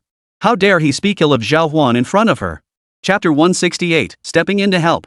Ji Wenming had harbored a secret crush on Hán Chǔxī for nearly a year. For the past few months, aside from his studies, she was the only thing on his mind day and night. Besides bombarding her with messages, he also kept tabs on her school life. Unfortunately, Hán Chǔxī eventually grew so annoyed that she deleted all his contact information from every social media platform. What followed was endless, one-sided longing day and night. It was driving him crazy. Fortunately, seeing Hán Chǔxī again today unleashed Ji Wenming's pent-up longing like a bursting dam, utterly unstoppable. But then he spotted Zhào Huān standing beside Hán Chǔxī, and that infuriated him. Before he could speak, Hán Chǔxī, feeling provoked, immediately stepped in front of Zhào Huān, her face flushed with anger as she snapped. Ji Wenming, Zhào Huān, and I are on the same team. There's no question of one leading the other. Watch your mouth. Seeing Hán Chǔxī address him personally, Ji Wenming's face instantly broke into a broad smile. Oh, Chǔxī, it's all my fault. I spoke out of turn earlier. Don't be angry. Let's grab a bite to eat together. I'm dining with Zhào Huān. Don't bother me. We'll see each other on the field later. With that, Hán Chǔxī walked away, taking Zhào Huān to sit in the farthest corner. But Ji Wenming still had the nerve to plop down on a seat next to them. His henchmen promptly surrounded the seats next to Zhào Huān and Hán Chǔxī. It was clear that if Hán Chǔxī didn't eat with Ji Wenming today, she wouldn't get a decent meal. Ji Wenming, what do you think you're doing? Hán Chǔxī's voice turned cold. Chǔxī, what are you doing eating with this penniless kid? Can he even afford to pay for this meal? Come eat with us instead. They have this candied pineapple cake here, absolutely delicious. I'll order you a serving. Ji Wunming's sycophantic attitude was utterly shameless. Even after being rejected, he still managed to cozy up close. Even Hán Chǔxī found it hard to fend him off. In the end, she could only look to Zhào Huān for help. Zhào Huān sighed helplessly and spoke slowly. Senior, this guy is so annoying. You little brat, who do you think you're talking about? Ji Wunming treated Hán Chǔxī and Zhào Huān with completely different attitudes. Hearing this, he immediately jumped up, pointing at Zhào Huān and yelling. There's plenty of fish in the sea, why fixate on just one? Even if my senior is the prettiest one out there, what isn't meant for you will never be yours. I advise you to give it up. Zhào Huān gave him a heartfelt piece of advice. But this still couldn't break through his love-struck armor. A sneer spread across Ji Wunming's face. Who do you think you are to lecture me? Chǔxī definitely likes me, this is just her testing me. No, Ji Wunming. You should find someone else. Hán Chǔxī immediately declined, but Ji Wunming still insisted on staying seated. Just then, someone else walked in from outside. Ji Wunming, I didn't expect you'd still be causing trouble here. If you're so capable, go prove yourself on the field. What are you doing hovering around our beautiful Han here? Everyone looked up to see a chubby young man standing in the distance, grinning as he spoke. Zhou Dupeng, you're here again this year? What a pain. Ji Wunming frowned the moment he saw the name Zhou Dupeng, his expression turning displeased. How else would we settle who's better? Last year we tied for third. Frankly, that wind turbine contraption you built wasn't worthy of sharing the podium with me. A mischievous gleam flashed in the young man's eyes, his tone decidedly provocative. Ji Wunming had already had a rough day, and now faced with such provocation, he was so furious he felt dizzy. You guys from Central Tech University aren't exactly top tier. Today's just the qualifying round, we're here to see what score your project will actually get this year. Last year, both their teams were the school's top contenders. They'd expected to secure at least second place and compete for the championship. Instead, they ended up tied for third place, with Dongling University taking second. First place went to Northern Polytechnic. Today, the opponents were clearly ranked similarly to them, yet they dared to cause trouble here. Ji Wunming certainly wasn't going to give them a friendly look. This year we're fully prepared. I reckon we'll beat you so badly you won't even make the top 3. Zhou Dupeng's tone was light, as if he truly possessed some special technique. Heh, how about we make a bet? Ji Wunming shot a dark look at Zhào Huān and Zhou Dupeng. Zhào Huān and Hán Chǔxī exchanged a glance, and she nodded in agreement. Right off the bat, we're facing established powerhouses, we can't afford to lose momentum. How do we play? Zhào Huān was supremely confident in the robot he'd obtained from the system. Everything the system provided was the pinnacle of this era. It could even surpass the level of understanding people in this era possessed. Given that, Zhào Huān naturally felt no fear whatsoever. Heh, let's just see who scores higher. The loser gets to make any demand they want. How about it? Ji Wunming was also a prodigy, the center of attention at his school. He relished the prospect of a showdown. If he could dominate Zhào Huān in the competition, Zhào Huān would lose face in front of Hán Chǔxī. And then there was Zhou Dupeng. Ji Wunming had disliked him for quite some time. Of course. Let's settle this properly then. Zhou Dupeng readily agreed. They had already made a technical breakthrough, and their purpose in coming was to compete for the championship. In the afternoon, the judges would score the inventions of all the contestants. Based on scores and practicality, they would compete in 3 rounds. 1 round per day. The bottom 30 teams with the lowest scores would be eliminated outright. In the end, hundreds of teams would compete on the final day for the top 3 spots and victory in this technological innovation competition. Fine, then you'll just have to wait and see.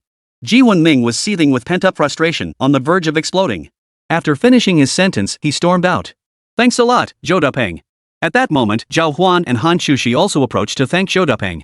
If Zhou Dupeng hadn't intervened today, Ji Wunming would likely still be causing a scene here. No need to thank me, Han Beauty and my junior. Truth is, you two don't know how much I dislike that Ji Wunming.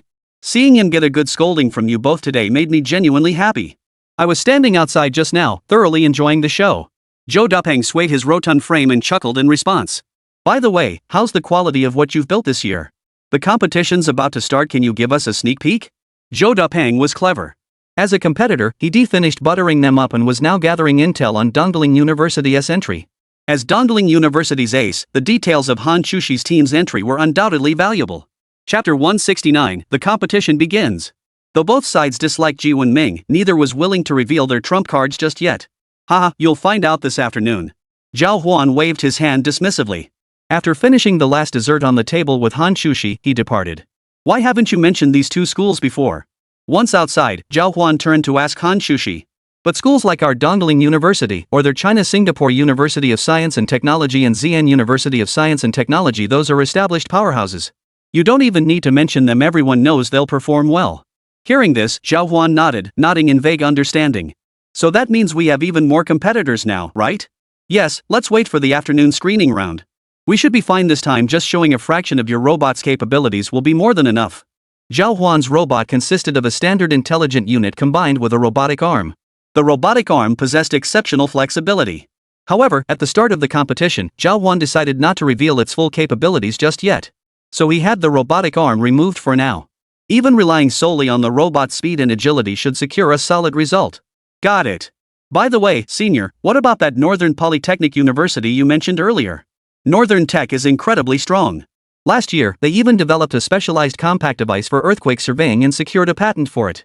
That single invention alone sold for tens of millions.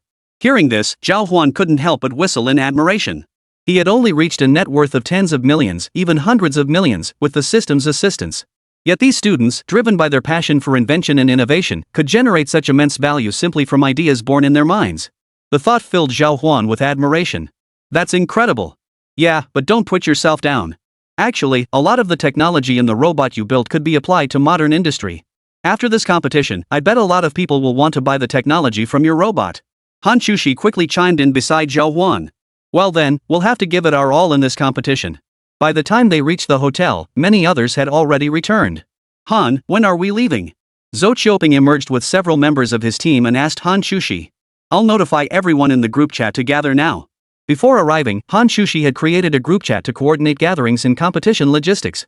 All right. Before long, everyone had returned. Yan Xiaoju also emerged from her room. She approached Hán Chǔxī and Zhào Huān with an air of mystery. Do you know what Northern Polytechnic's latest creation is?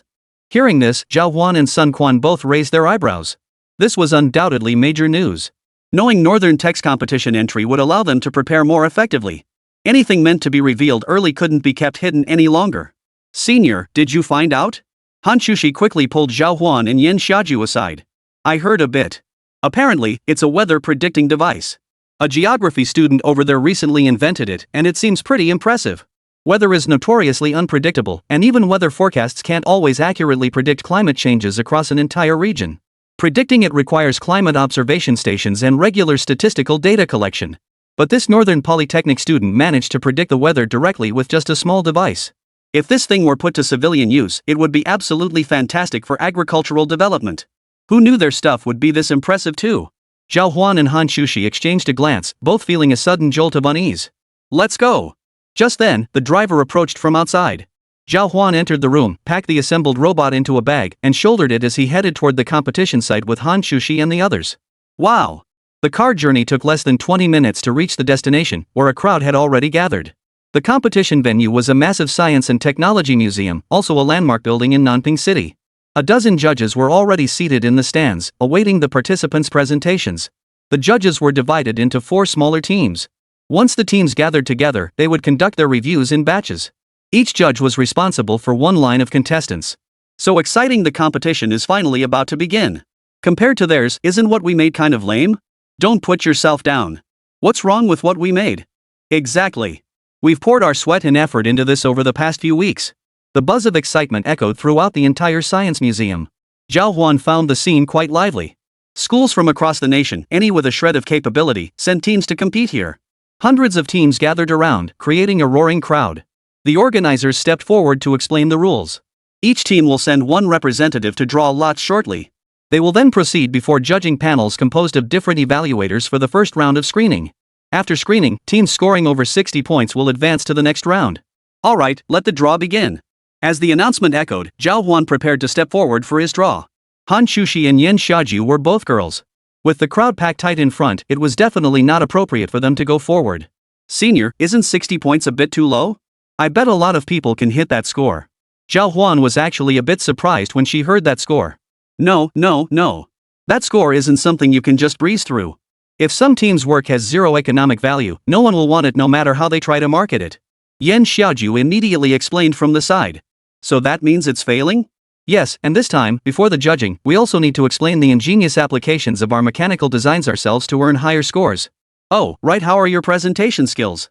At that moment, Hán Chǔxī suddenly remembered the upcoming introductions. She pulled out her speech and prepared to go over it with Zhào Huān and Yen Xiaoju. Hearing this, Zhào Huān burst out laughing. His presentation skills were nothing short of earth-shattering and soul-stirring. After all, after dealing with those idle workers on the construction site, Zhào Huān had acquired a highly useful skill from the system. The gift of public speaking. Chapter 170, Xu Pingyan's creation. With this thought, Zhào Huān felt confident about today's proceedings. If he were to take the stage and explain, it might just attract a lot of attention. Another factor was the sheer novelty of their creation. The new robot was a jack of all trades, capable of achieving strong results in any tech competition. Moreover, Zhào Huān's robot possessed exceptional dexterity. Achieving such flexibility in machinery was notoriously difficult. Yet with the system's assistance, Zhào Huān achieved precisely that. He came into this competition today without fully understanding it himself. But now everything suddenly makes sense. Senior, can I join in? Zhào Huān approached Hán Chǔxī and Yen Xiaoju and asked. After hearing this request, both women looked somewhat surprised. The commentary duties had been assigned to Hán Chǔxī, a literature major with exceptional linguistic skills. She had spent considerable time preparing for it. Now that Zhào Huān suddenly wanted to take over, all her prior efforts would be rendered useless.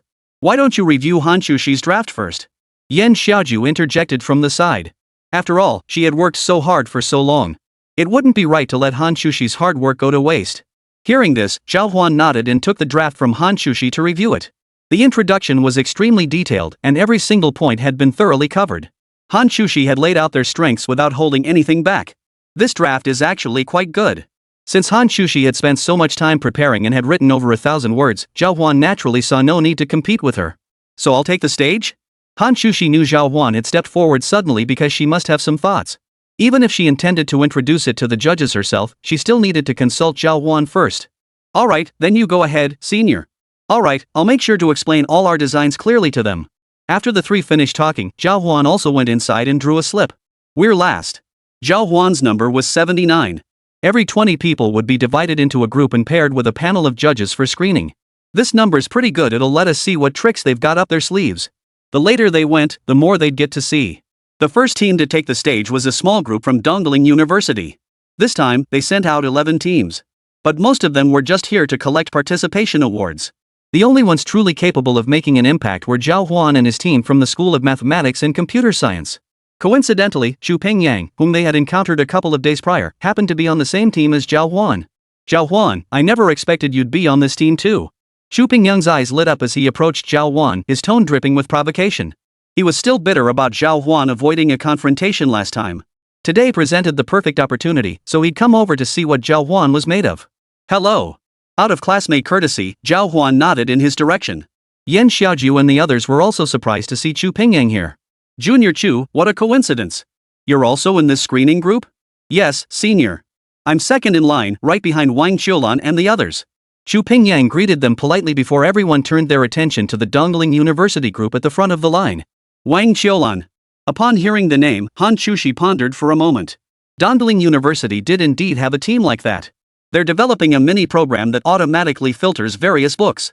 Xu Pingyang explained from the side. A mini program? That probably won't score very high. Yen Xiaoju blurted out her honest assessment. Their competition was all about technological innovation, but a simple app like this lacked originality. This isn't a programming contest, after all. Yeah, probably won't score high. Xu Pingyang nodded in agreement. Then everyone saw the elegantly dressed young woman, Wang Qiulan, walk up to the judges with a laptop in hand. Please introduce your project. You have 5 minutes. As the judges finished speaking, Wang Qiulan nodded and opened her laptop. Good afternoon, judges. Our project is a book classification app. This app can. Upon hearing the word app, several judges immediately shook their heads. Seeing their expressions, Wang Qiulan grew flustered, her speech becoming halting. As for the prepared script, it turned out to be rather short. In less than 5 minutes, the presentation concluded. After a brief whispering exchange, the judges delivered their critique. Ms. Wang Qiulan, your project lacks originality. It doesn't align with the purpose of our innovation technology competition and won't generate significant value. After deliberation, we're not advancing you to the preliminary round. We hope you'll present a stronger entry next time. The judge's words were blunt, like a heavy hammer striking Wang Qiulan's heart. Hearing this, Wang Qiulan froze in place, stunned as if struck by lightning. Tears streamed uncontrollably down her cheeks. Not advancing meant her overall score hadn't even reached 60. How could Wang Qiulan's team, who had worked so hard for so long, possibly cope with this? Thank you for your feedback, judges. I'll strive to do better next time. Her voice trembled as she offered her thanks. Then, her face streaked with tears, Wang Qiulan quickly turned and ran back to her team's formation.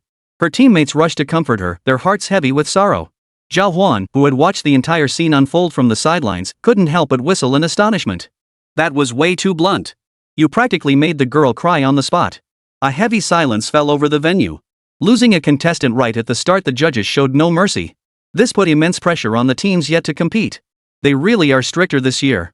Yan Xiaoju was also taken aback. If you've got the skills, there's nothing to fear. Xu Pingyang remarked casually from the sidelines before preparing to take the stage himself. What is his work? Zhào Huān was now equally intrigued by Xu Pingyang's question. I don't know. Each small team's work isn't disclosed unless they choose to reveal it themselves.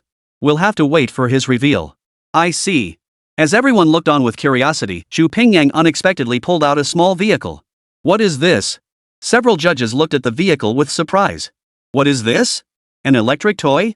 No, this is a toy car equipped with the latest artificial intelligence algorithms. It doesn't require manual operation, just give voice commands, and it'll deliver items right to your doorstep. What? Chapter 171, The True Champion. Xu Pingyang's explanation left everyone utterly astonished. The applications for this invention were incredibly vast. Sure enough, the judges' eyes lit up. Seeing the positive reaction, Xu Pingyang began to speak with great enthusiasm. This thing of his is impressive. Yeah, it'll probably score really high. I didn't expect this year's competition to be so fierce. This thing clearly has significant economic value. After this competition ends, I wonder if anyone will buy his patent? Probably. His approach feels beyond what a typical student would do. Amidst the buzzing discussions, Zhào Huān and his two companions also began talking. Senior, what do you think of his results? Yan Xiaoju understood all this well. It's quite impressive, but winning the championship is practically impossible. His entire approach relies on the program he wrote. In terms of innovation, it only meets the standards, it's just that the economic value is extremely high. I see. Zhào Huān and Hán Chǔxī nodded, nodding with a look of half-understanding. Shortly after, the judges began their critiques. Xu Pingyang, your invention is quite intriguing.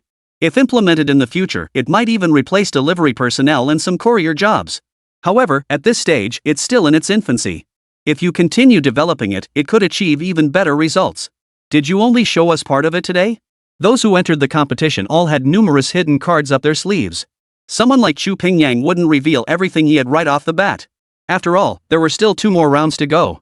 Yes, but I'll save the rest for later rounds. In that case, we're very much looking forward to your performance. Now, let's begin scoring. After a moment of deliberation, the judges revealed their scoreboards.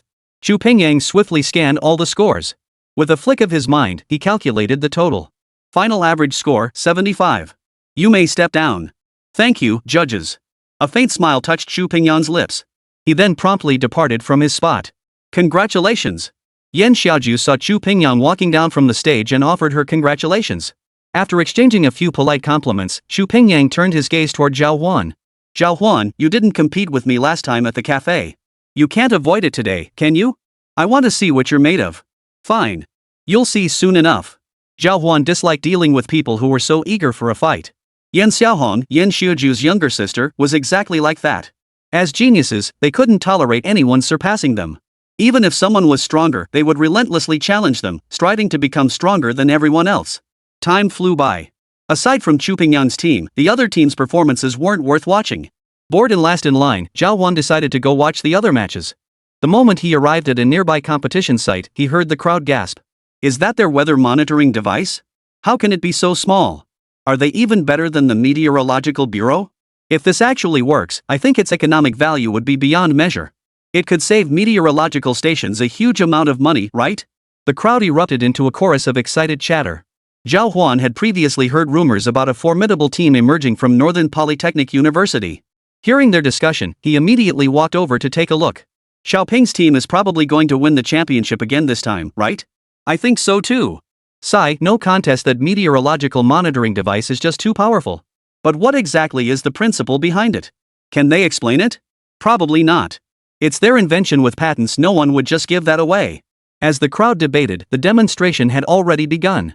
Zhào Huān looked up and saw a young man with a full beard. This must be Xiaoping, the one they'd been talking about. He stepped before the crowd and produced a device adorned with several antennae. Good afternoon, judges. I'd like to introduce a device we've recently developed that can monitor weather conditions within a small area. After completing his presentation according to the established procedure, several judges rose from their seats, their expressions a mix of skepticism and curiosity. Xiaoping, is this for real? Xiaoping, his face framed by a full beard, laughed heartily. Of course. Testing for this instrument has already been submitted to the competition committee. They will compile the data from all the machines afterward. Hearing this, the judges were all stunned.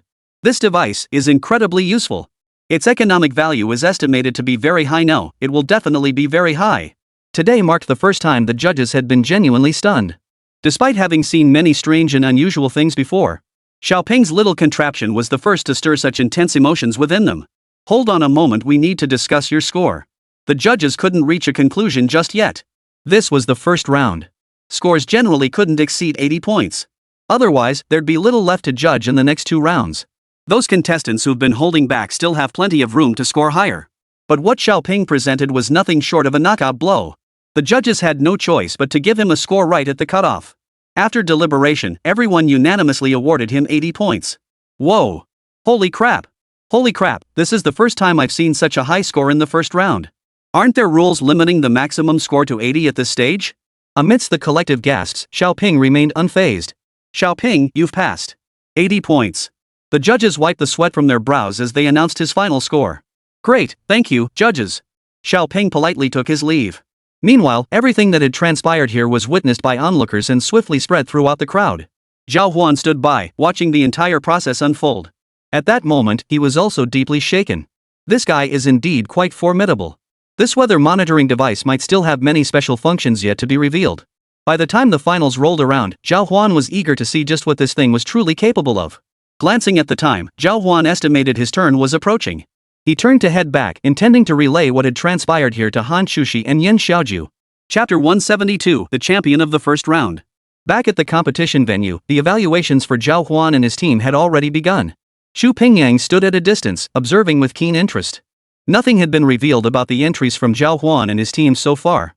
But Yen Xiaoju's reputation had already spread far and wide. After all, she was a 2-time champion. At that moment, Ji Wenming, Zhou Dapeng, and Xiaoping, whom Zhào Huān had noticed earlier, all rushed over. Their competition was scheduled earlier, freeing up time for them to come observe Zhào Huān's team's entry. Before they knew it, a crowd of big names had gathered around. Looks like our later slot isn't so lucky after all. Now we're getting watched by all these people. Yen Xiaoju spotted Zhào Huān returning and couldn't resist whispering a complaint in his ear. Haha, let them watch. We'll be showcasing it sooner or later anyway. Zhào Huān remained quite relaxed. After all, the robots built from the blueprints provided by this system already met the highest specifications available today. The real value lay in the cutting-edge technology and mechanical principles embedded within elements that commanded a hefty price tag. With so much technology integrated into it, the technical expertise embodied in this robot alone could fetch a hefty price. As the two chatted, Xiaoping, Ji Wenming, and Zhou Dapeng gathered nearby. Spotting Xiaoping, Zhou Dapeng stepped forward to greet him. Xiaoping, I just heard your project scored the highest in the first phase. Congratulations! The relationship between Zhou Dapeng and Xiaoping was neither particularly close nor distant. After exchanging pleasantries, Xiaoping responded politely. Not really. Your latest turbo engine is pretty impressive too. It's just that you haven't made any breakthroughs in material selection. Even with the best structural design using current materials, there's no fundamental change. Xiaoping knew Zhou Dapeng's work inside out. He could spot the flaws at a glance. But since Zhou Dapeng dared to present it, it meant their engine structure was already quite solid. At the very least, it was perfectly competitive in this contest. You hit the nail on the head. But don't forget, this new engine design alone is worth tens of millions. Xiaoping nodded non-committally. As for Ji Wenming, his expression darkened upon overhearing their conversation. Oof. Everything has its economic value, but who knows what the judges are thinking? It's far too early to be patting each other on the back. Who knows? Our team might just take first place. Zhou Dapeng snorted coldly at the remark. Cut the crap. Remember our bet at lunch? Of course. We're both at 76 points. Only the seeded team from Dongling University stands between us. I'm eager to see what tricks they have up their sleeves. As he spoke, Ji Wenming fixed his gaze on the field. Xiaoping also turned his head to watch. He was actually quite invested in this final match. After all, standing on that team was Yen Xiaoju. Earlier, their Northern Polytechnic team had lost to Yen Xiaoju's squad. Even though they'd won the championship last year, avenging that previous defeat. But no matter how you looked at it, Yen Xiaoju was an extremely formidable opponent. They absolutely couldn't underestimate her. Please introduce your project. The judges watched as Hán Chǔxī pushed a small robot onto the stage, surprise flickering in their eyes. They'd seen plenty of robotic entries before. After seeing Yan Xiuju's name on the contest roster earlier, they had all been anticipating something special. Yet they hadn't anticipated that Yan Xiuju's team would present nothing more than a single robot. Robotics projects could be wildly diverse. The entry barrier was low, yet the ceiling was incredibly high. Achieving excellence in this field is exceptionally difficult. A robot? Senior Yan Xiuju from Dongling University. Why is her entry so mainstream this year? Unbelievable. How could something made by just 3 people possibly be any good? The crowd erupted into murmurs upon seeing this. Ji Wenming snorted coldly. How amusing. They think they can compete with me by bringing out this kind of junk? They're really overestimating that brat. You're only a year older than him. Why the condescending attitude? What if his creation turns out great? Won't that just slap you in the face? Zhou Dupeng shot back from the sidelines. Xiaoping nodded in rare agreement with Ji Wenming's assessment. Exactly. If they haven't brought anything innovative to the table, their scores won't be high. Amidst the murmurs of discussion, Hán Chǔxī spoke up again. Our robot is called the High Sensitivity Robot, first generation. After finishing, Hán Chǔxī pulled out her phone and began controlling the robot through the connection between the device and the machine. To everyone's surprise, the robot moved with remarkable agility. Unlike standard up, down, left, and right movements, this robot could turn corners. It could even drift on its own. This robot has high sensitivity and is equipped with object recognition programs. This statement immediately caught the attention of several nearby judges. How does it recognize objects? Let me give an example. Could I borrow your notebook? Hán Chǔxī extended her hand. Everyone nodded and handed over their scoring notebooks. Hán Chǔxī promptly tore several pages from the notebooks. After shredding them all, she tossed the pieces on the floor and took a photo with her phone. Everyone watched in astonishment, wondering what this girl was doing. Little did they know, Hán Chǔxī had already started the program. These paper scraps will be swiftly picked up. Hearing this, everyone's faces fell in disbelief. After all, recognizing certain objects is straightforward. But to casually identify any randomly selected object? That was a different story. The difficulty skyrocketed. And this robot could even pick up each item after identifying it. Such flexibility and adaptability were truly extraordinary. Its applications become even more extensive. Are you serious? The judges swallowed hard before turning to Hán Chǔxī with their question. If Hán Chǔxī's claims were true, this groundbreaking invention would undoubtedly stand out among the countless entries at the competition. Its economic value would be astronomical. It would be even more valuable than that previous device that could replace weather stations for monitoring conditions. Many mineral exploration and survey tasks are difficult for ordinary people to perform. Deploying these small robots for reconnaissance would yield excellent results and save a tremendous amount of money. Of course it's true. Hán Chǔxī nodded earnestly before responding, then immediately pressed the switch in her hand. The crowd watching from a distance held their breath after hearing Hán Chǔxī's explanation, especially Xiaoping. He couldn't believe the device Hán Chǔxī had produced could actually work so well. Chapter 173 stunned the entire audience. If this were true, then what they'd brought forth wouldn't just crush Ji Wenming and Zhou Dupeng. It would also crush this weather detection device. Cold sweat beaded on Xiaoping's forehead as he stared wide-eyed, watching Hán Chǔxī's movements. Under the watchful eyes of everyone present, the robot in Hán Chǔxī's hands began rapidly exploring the ground. Then, a mechanical arm extended from its body. Upon seeing this tiny robotic arm, everyone was astonished yet pleasantly surprised. Holy crap! This robotic arm of yours, it's actually this agile? This was yet another tremendous surprise for them. The judges all stared at Hán Chǔxī in utter astonishment. Yes, it's precisely through this robotic arm that we can pick up all these shredded paper pieces so quickly. Hán Chǔxī shot a proud glance at Zhào Huān in the distance before beginning to operate the robot.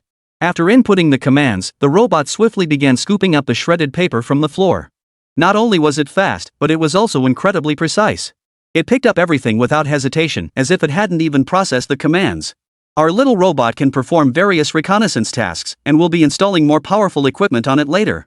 Hán Chǔxī teased the audience, keeping the trump card up his sleeve. The robot they presented today wasn't even the final version. And that was precisely why every judge was utterly stunned at that moment. They stared wide-eyed at Hán Chǔxī, momentarily at a loss for how to evaluate this robot. Your project possesses extraordinary economic value and remarkable innovation. We'll convene for a collective evaluation shortly before announcing your score. After saying this, several judges abruptly left Hán Chǔxī behind and hurried to other competition areas to confer with judges from those sections. Seeing such a commotion, the students below began buzzing with excitement. No way! I thought that weather monitoring device was already impressive, but Yan Xiuju's team has something even more incredible? Did you see that robotic arm? It was incredibly precise. And the fact that it could recognize something from just a quick snapshot? That's impossible. Exactly. The reaction speed was insane, and the recognition was lightning fast. Remember, those shredded paper pieces were all different shapes. To recognize them effortlessly, you'd need complex programming. And the most crucial part, the robotic arms grasping mechanism, must have been a nightmare to get right. Who knew they'd overcome that huge flexibility hurdle? The murmurs of the crowd drifted into the ears of Ji Wenming and Zhou Dupeng. Zhou Dupeng remained silent, having long sensed Zhào Huān's team possessed formidable strength. Seeing just how much Zhào Huān's team had achieved, Ji Wenming felt a bitter taste in his mouth, like he'd swallowed a fly. He could be formidable himself, but he absolutely could not tolerate others being more formidable than him. Noticing Ji Wenming's sour expression, Zhou Dupeng promptly poured fuel on the fire, grinning as he teased, "Ji Wenming, your estimates seem off. This score might be a lot higher than you anticipated, huh?"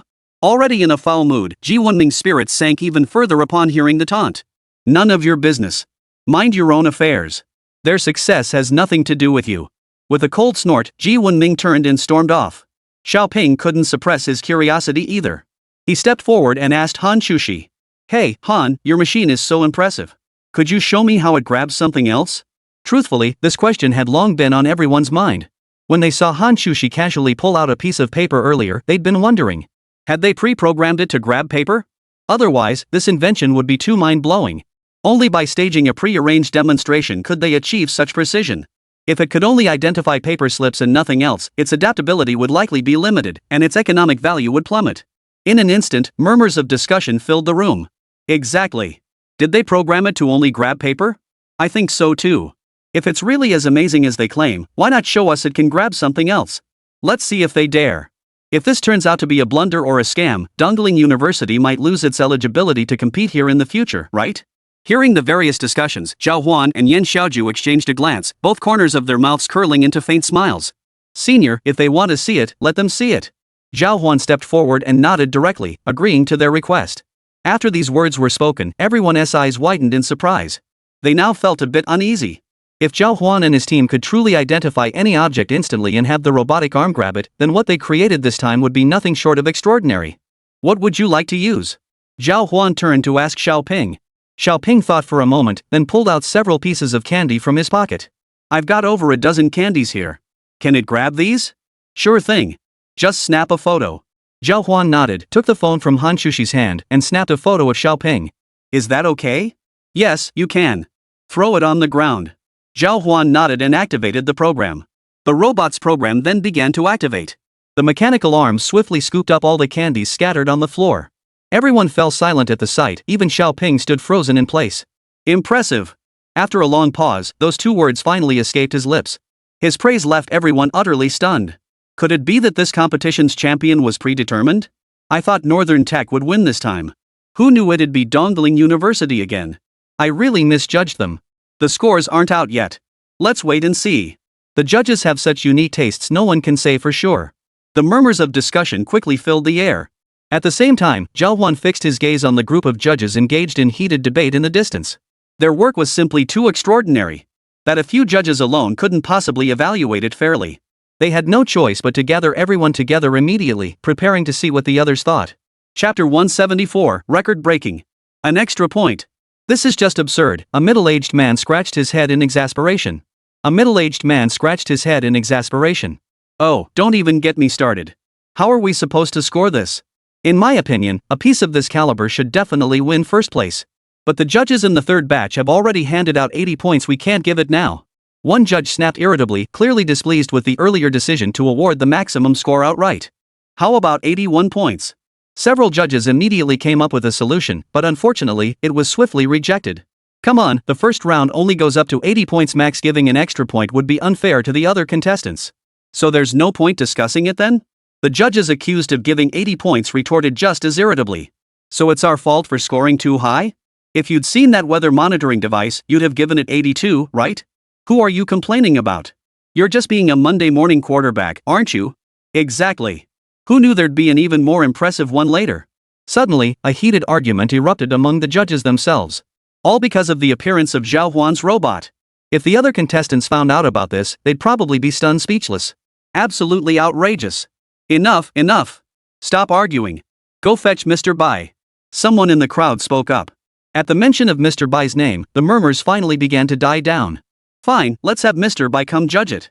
I'll go get him. An elderly man wearing gold-rimmed glasses nodded and promptly walked away. Watching the old man walk past them, Hán Chǔxī and Yen Xiaoju assumed the scores had been announced. Anxiously, they stepped forward to ask. Judge, are the scores for our entry ready? Not yet. Please wait a moment while I go fetch our director Bai. The old man politely replied to the two women. Hearing this, both women were completely dumbfounded. What CEO? Our Mr. Bai, the primary investor in this tech innovation competition. Your scores have sparked a lot of debate, making it hard to judge. We had to bring Mr. Bai in to see if he could make a decision. Whoa! The surrounding crowd gasped in unison at the revelation. Did I hear that correctly? Are they actually going to give us over 80 points? Every student standing nearby instantly grasped the implications. This was nothing short of defying the heavens. Who'd have thought we'd witness someone breaking the rules of the innovation technology competition this time around? Holy! 1,000 words, but deep down, everyone was thinking the same thing. Holy! Moments later, the crisp click-clack of high heels echoed through the venue as a woman's figure appeared outside the conference hall. Turning to look, the crowd saw the elderly man from earlier following a young woman in her late 20s as she entered. Where is it? A cold voice rang out, and the old man immediately approached Zhào Huān and the others. This is the work of that team. Let me see. Zhào Huān and his team promptly demonstrated the operation as they had done earlier. Seeing the small robot's agility and the effects achieved with the program, the female boss surnamed Bai couldn't help but raise an eyebrow. Quite interesting. The woman waved her hand, and several secretaries behind her immediately stepped forward, bowing as they handed her a card. Kid, come here.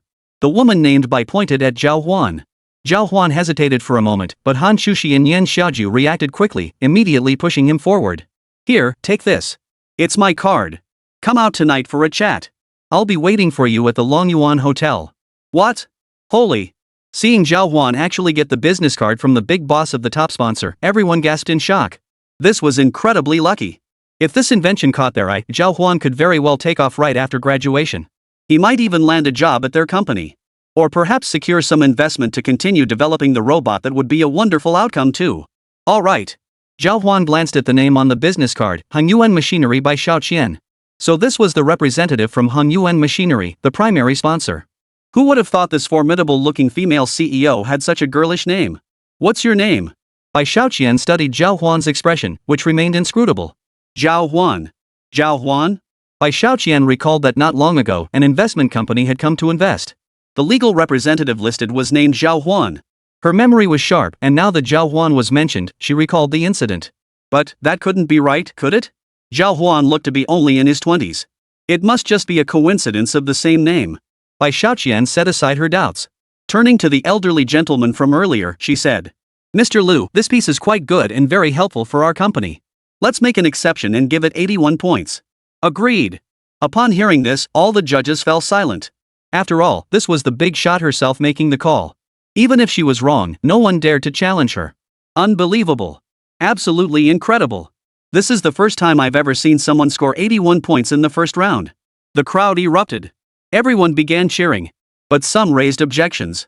But this isn't fair to those competing in the second round. He's already got an extra point. Take your complaints to President Bai. Do you think he'll listen to you? Dongling University's team is more than capable of earning that extra point. I agree they should get it. Those arguing against the bonus, is it because their own work isn't up to par? Relax, your projects won't even be competing against Dongling Universities anyway. They probably won't even make the cut. As the venue erupted in a cacophony of voices, Zhào Huān prepared to make his exit. The first round of today's competition was over. Stepping outside the venue, Hán Chǔxī looked at the card in Zhào Huān's hand and asked, Are you going to meet her? I should. She invited me.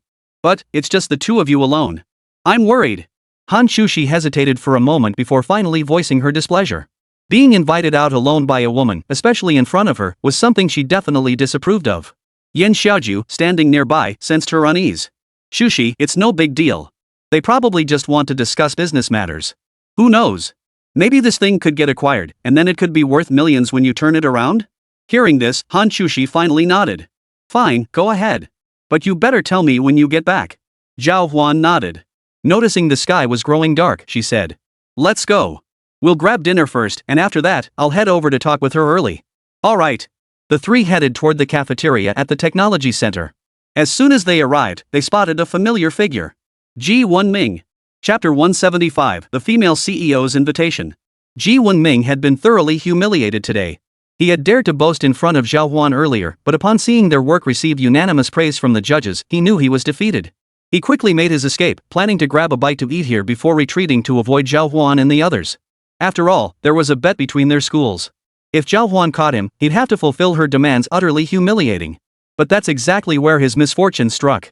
He'd come to the cafeteria precisely to avoid Zhào Huān, only to find that Zhào Huān and his two friends couldn't be bothered to go out for food and had come to the cafeteria too. Hey, isn't this Senior G who was bragging yesterday? Zhào Huān grinned the moment he spotted him, remembering the morning's wager. Zhào Huān, don't get too cocky. It's just that you made something slightly more impressive. Ji Wenming, stung by Zhào Huān's words, reacted like a cat whose tail had been stepped on. Before Zhào Huān could say another word, Ji Wenming pointed at him and started lecturing. Hán Chǔxī immediately stepped in front of Zhào Huān. Ji Wenming, you remember this morning's wager, don't you? Ji Wenming's face flushed alternately red and white.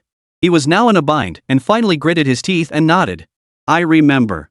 Of course I remember. Name your terms, I won't renege on my word. At this point, it was better to be straightforward. Hán Chǔxī's lips curved into a beautiful smile. Then apologize to our Zhào Huān. Ha? That's it? Are you sure?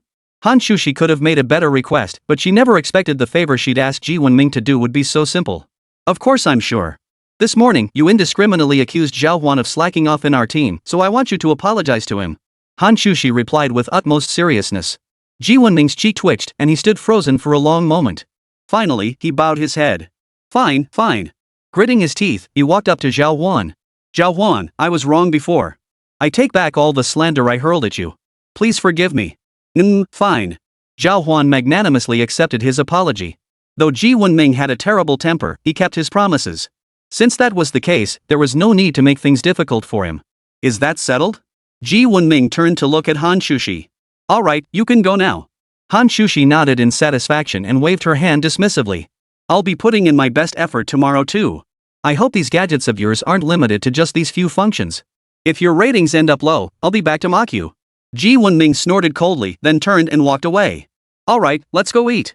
Hán Chǔxī grabbed Zhào Huān and Yin Shiju's hands, leading them toward the cafeteria where they happily joined the queue.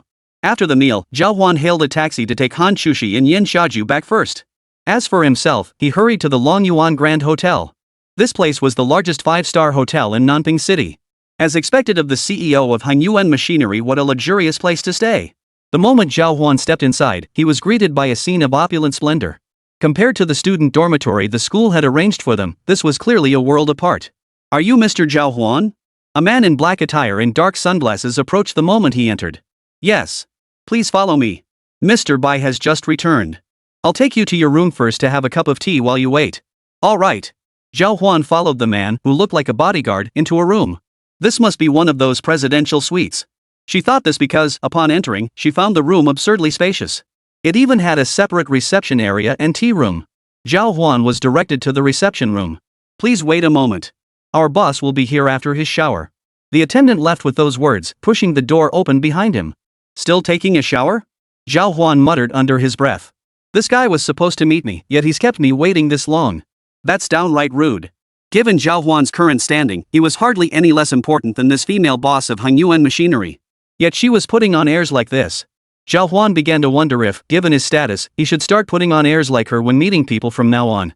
After all, he was a big boss himself now. After waiting nearly half an hour, Zhào Huān finally saw a graceful figure walk in from outside. Fresh from her shower, Bai Shaoqian glowed like a lotus blossom emerging from the water. Her beauty rivaled even Hán Chǔxī's. Zhào Huān was mesmerized. What are you looking at? Bai Shaoqian asked Zhào Huān with a smile as she dried her hair. Looking at a beauty. Zhào Huān replied with remarkable candor. Looking at beautiful women costs money. I wonder if you can afford it. No problem, my wallet can handle it. Zhào Huān curled his lip. His unusually sharp tone today stemmed from the fact that the other party had kept him waiting far too long. But Hán Chǔxī's next words left Zhào Huān speechless. Indeed, the wallet of the second largest sponsor can certainly handle it. You already know about it? Zhào Huān scratched his head. Of course I do. You sounded familiar today, so I looked you up when I got back. Turns out you're the investor behind the scenes. Your company's finances seem solid, right? You were just a few million short of matching my investment and securing the top naming rights. Why did you back out? Bai Shaoqian looked at Zhào Huān, her face full of confusion. No need. Anyway, Hán Yuan Machinery has always been the main organizer of this competition. It wouldn't make sense for us to upstage the hosts. You're quite an interesting little guy, aren't you? Bai Xiaoqian walked over to Zhào Huān, her delicate hand lightly brushing his shoulder. What are you doing? I'm a respectable person. Zhào Huān scrambled backward, chair and all. What are you afraid of? Big sis isn't going to eat you. Bai Xiaoqian giggled at Zhào Huān's teasing and leaned in again. Zhào Huān's face darkened. This girl was way too aggressive. Alright, no more messing around. Sell me the patent for your robot. What do you say? Bai Xiaoqian pulled up a chair, sat down across from Zhào Huān, and got straight to the point. But what she didn't expect was that Zhào Huān was even more direct than her. No deal. Why not? I can add 2 million to the price. Think of it as an investment in our friendship. I don't need the money. I'm counting on this technology to keep me going. Unlike most entrepreneurs, Zhào Huān had ample cash reserves. A few million meant little to him. Moreover, this technology had been granted by the system. If future system quests required its use, Zhào Huān would suffer significant losses. This realization was why Zhào Huān had refused Bai Xiaoqian so decisively. But this only piqued Bai Xiaoqian's interest further. How about this? I've thought of a win-win solution. As she spoke, Bai Xiaoqian produced a thick stack of papers. What solution? Seeing her enthusiasm, Zhào Huān asked curiously. Chapter 176, How to Divide the Money. Here's the deal, you just bring out this technology, and then we can discuss other things like a partnership or something. Bai Xiaoqian gazed at Zhào Huān, her eyes sparkling with allure. Seeing this, Zhào Huān couldn't help but marvel inwardly. Women of a certain age truly knew how to handle men. Unfortunately for Zhào Huān, he'd navigated countless romantic entanglements over the years, and now had a top-tier beauty like Hán Chǔxī by his side. Facing Bai Xiaoqian's advances, Zhào Huān merely shifted his gaze slightly, remaining composed as he replied, Ms. Bai, let's discuss the terms first. Once we have the conditions, we can talk about cooperation later. Bai Xiaoqian felt a pang of irritation when Zhào Huān didn't even glance her way, let alone give her a second look. Who was she? Bai Xiaoqian. The CEO of Hán Yuan Machinery. Thousands worked under her command. Young and beautiful, she looked down on everyone, confident she could easily win over anyone placed before her. But facing Zhào Huān, she found herself utterly helpless? Unless the other person was on par with her, or even above her. At this thought, Bai Xiaoqian immediately abandoned her playful mood, straightening her expression as she said. Zhào Huān, we can work together. I can offer you a pretty good deal. But can this machine of yours really handle exploration in hazardous terrain? Can it perform mining tasks? Absolutely. Zhào Huān said as he pulled out his phone and showed Bai Xiaoqian photos of the fully assembled machinery he had completed earlier. That drill head can mount 3 bits, and the robotic arm can hold 6. 3 heads and 6 arms, how about that? Bai Xiaoqian was stunned upon seeing this. You built all this yourself? Bai Xiaoqian was stunned by Zhào Huān's capabilities. Yes. Zhào Huān nodded and tucked the photos away. Not bad. You really are a genius. Interested in what I mentioned earlier? If we do it, we split it 50-50? Bai Xiaoqian asked tentatively. But unexpectedly, Zhào Huān waved his hand and said. No way. At least 28%, I take 80%. A slight twitch crossed her lips, and Bai Xiaoqian's pretty face began to lose its composure. Do you even know who you're partnering with? The technology we hold at Hán Yuan Machinery is something many companies would kill to get their hands on. A company of this size is offering up its technology to collaborate with you, and you're only willing to give us 20%? Bai Xiaoqian found Zhào Huān utterly unreasonable. My mechanical design is already perfected. With current technological limitations, this structure has no room for improvement. Even if we acquired your technology, it would merely be icing on the cake. Everything the system provided was top tier, even surpassing the current era. It was precisely because of the system's backing that Zhào Huān could speak with such confidence. You seem quite arrogant, little brother. Who knew Dongling University could produce such a talent? Bai Xiaoqian covered her mouth and laughed. You're from Dongling University too? Zhào Huān raised an eyebrow, surprised that Bai Xiaoqian, the organizer of this competition, was also an alumna of Dongling University. MHM. She nodded non-committally. Well then, you should understand that students these days want to create their own work. They won't just sell these things off casually. Alright, if that's the case, I'm willing to give you a chance to try. But we need to adjust the 20-80 split, at least give me 30%. Zhào Huān nodded in agreement. Deal. You're likely to win first place in this competition. Afterward, I'll announce our partnership at the awards ceremony. Is that acceptable? Bai Xiaoqian's move was also to build momentum for Zhào Huān. As long as Zhào Huān's invention could rapidly gain recognition, his robotics would quickly become valuable. This technology would also attract numerous future collaborations. Though the innovation technology competition was merely a contest, it served as an excellent platform. Many major corporations closely monitored the innovations presented by various universities in the competition. Did you eat dinner? I did. You just won't admit you didn't eat. At least then your sister could take you out for something. Bai Xiaoqian shot Zhào Huān a reproachful glance. The two had been chatting for nearly an hour. Add to that the half-hour Zhào Huān had spent waiting for Bai Xiaoqian to finish showering, and nearly 2 hours had passed. Today had been incredibly busy, and Zhào Huān was getting hungry fast. Hearing this, Zhào Huān chuckled helplessly and could only nod. Even though I've eaten, I can still have another meal. Well, that's perfect. You look pretty sturdy. I have a dinner meeting tonight. Why don't you come with me? What does your dinner meeting have to do with my being sturdy? Zhào Huān looked utterly confused. If you were a scrawny little thing, I wouldn't feel comfortable bringing you along. Not sure what was going on, Zhào Huān still tidied himself up and followed Bai Xiaoqian out the door. Tonight's banquet is a bit special. Once in the car, Bai Xiaoqian began explaining the day's events to Zhào Huān. I have this persistent suitor who's been driving me crazy. I'm bringing you along to pretend to be my boyfriend. That way, he'll get the hint and back off.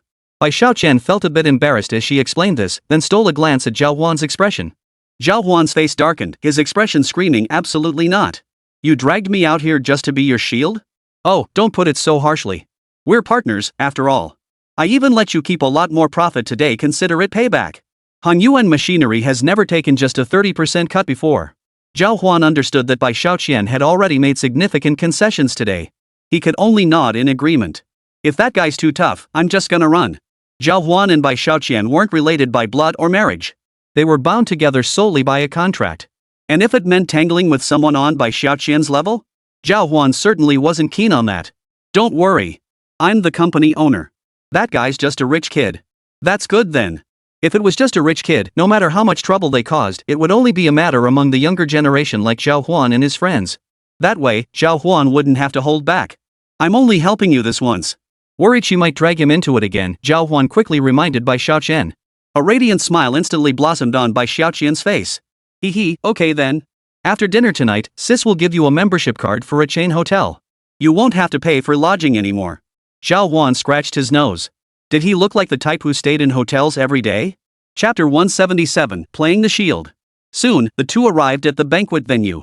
A banner hung overhead, reading Mechanical Manufacturing Exchange Conference. He figured it was probably a banquet for industry insiders like Bai Xiaoqian and her colleagues. Why choose this location? Zhào Huān was puzzled. Hosting an exchange conference in Nanping City wasn't particularly convenient. It would be better to hold it in a major city. Well, you see, these people come here precisely because heavy industries in major cities aren't thriving. Only in remote towns like this can they develop various industries at lower costs. That's why so many people come here regularly. Hearing this, Zhào Huān finally understood Bai Xiaoqian's meaning.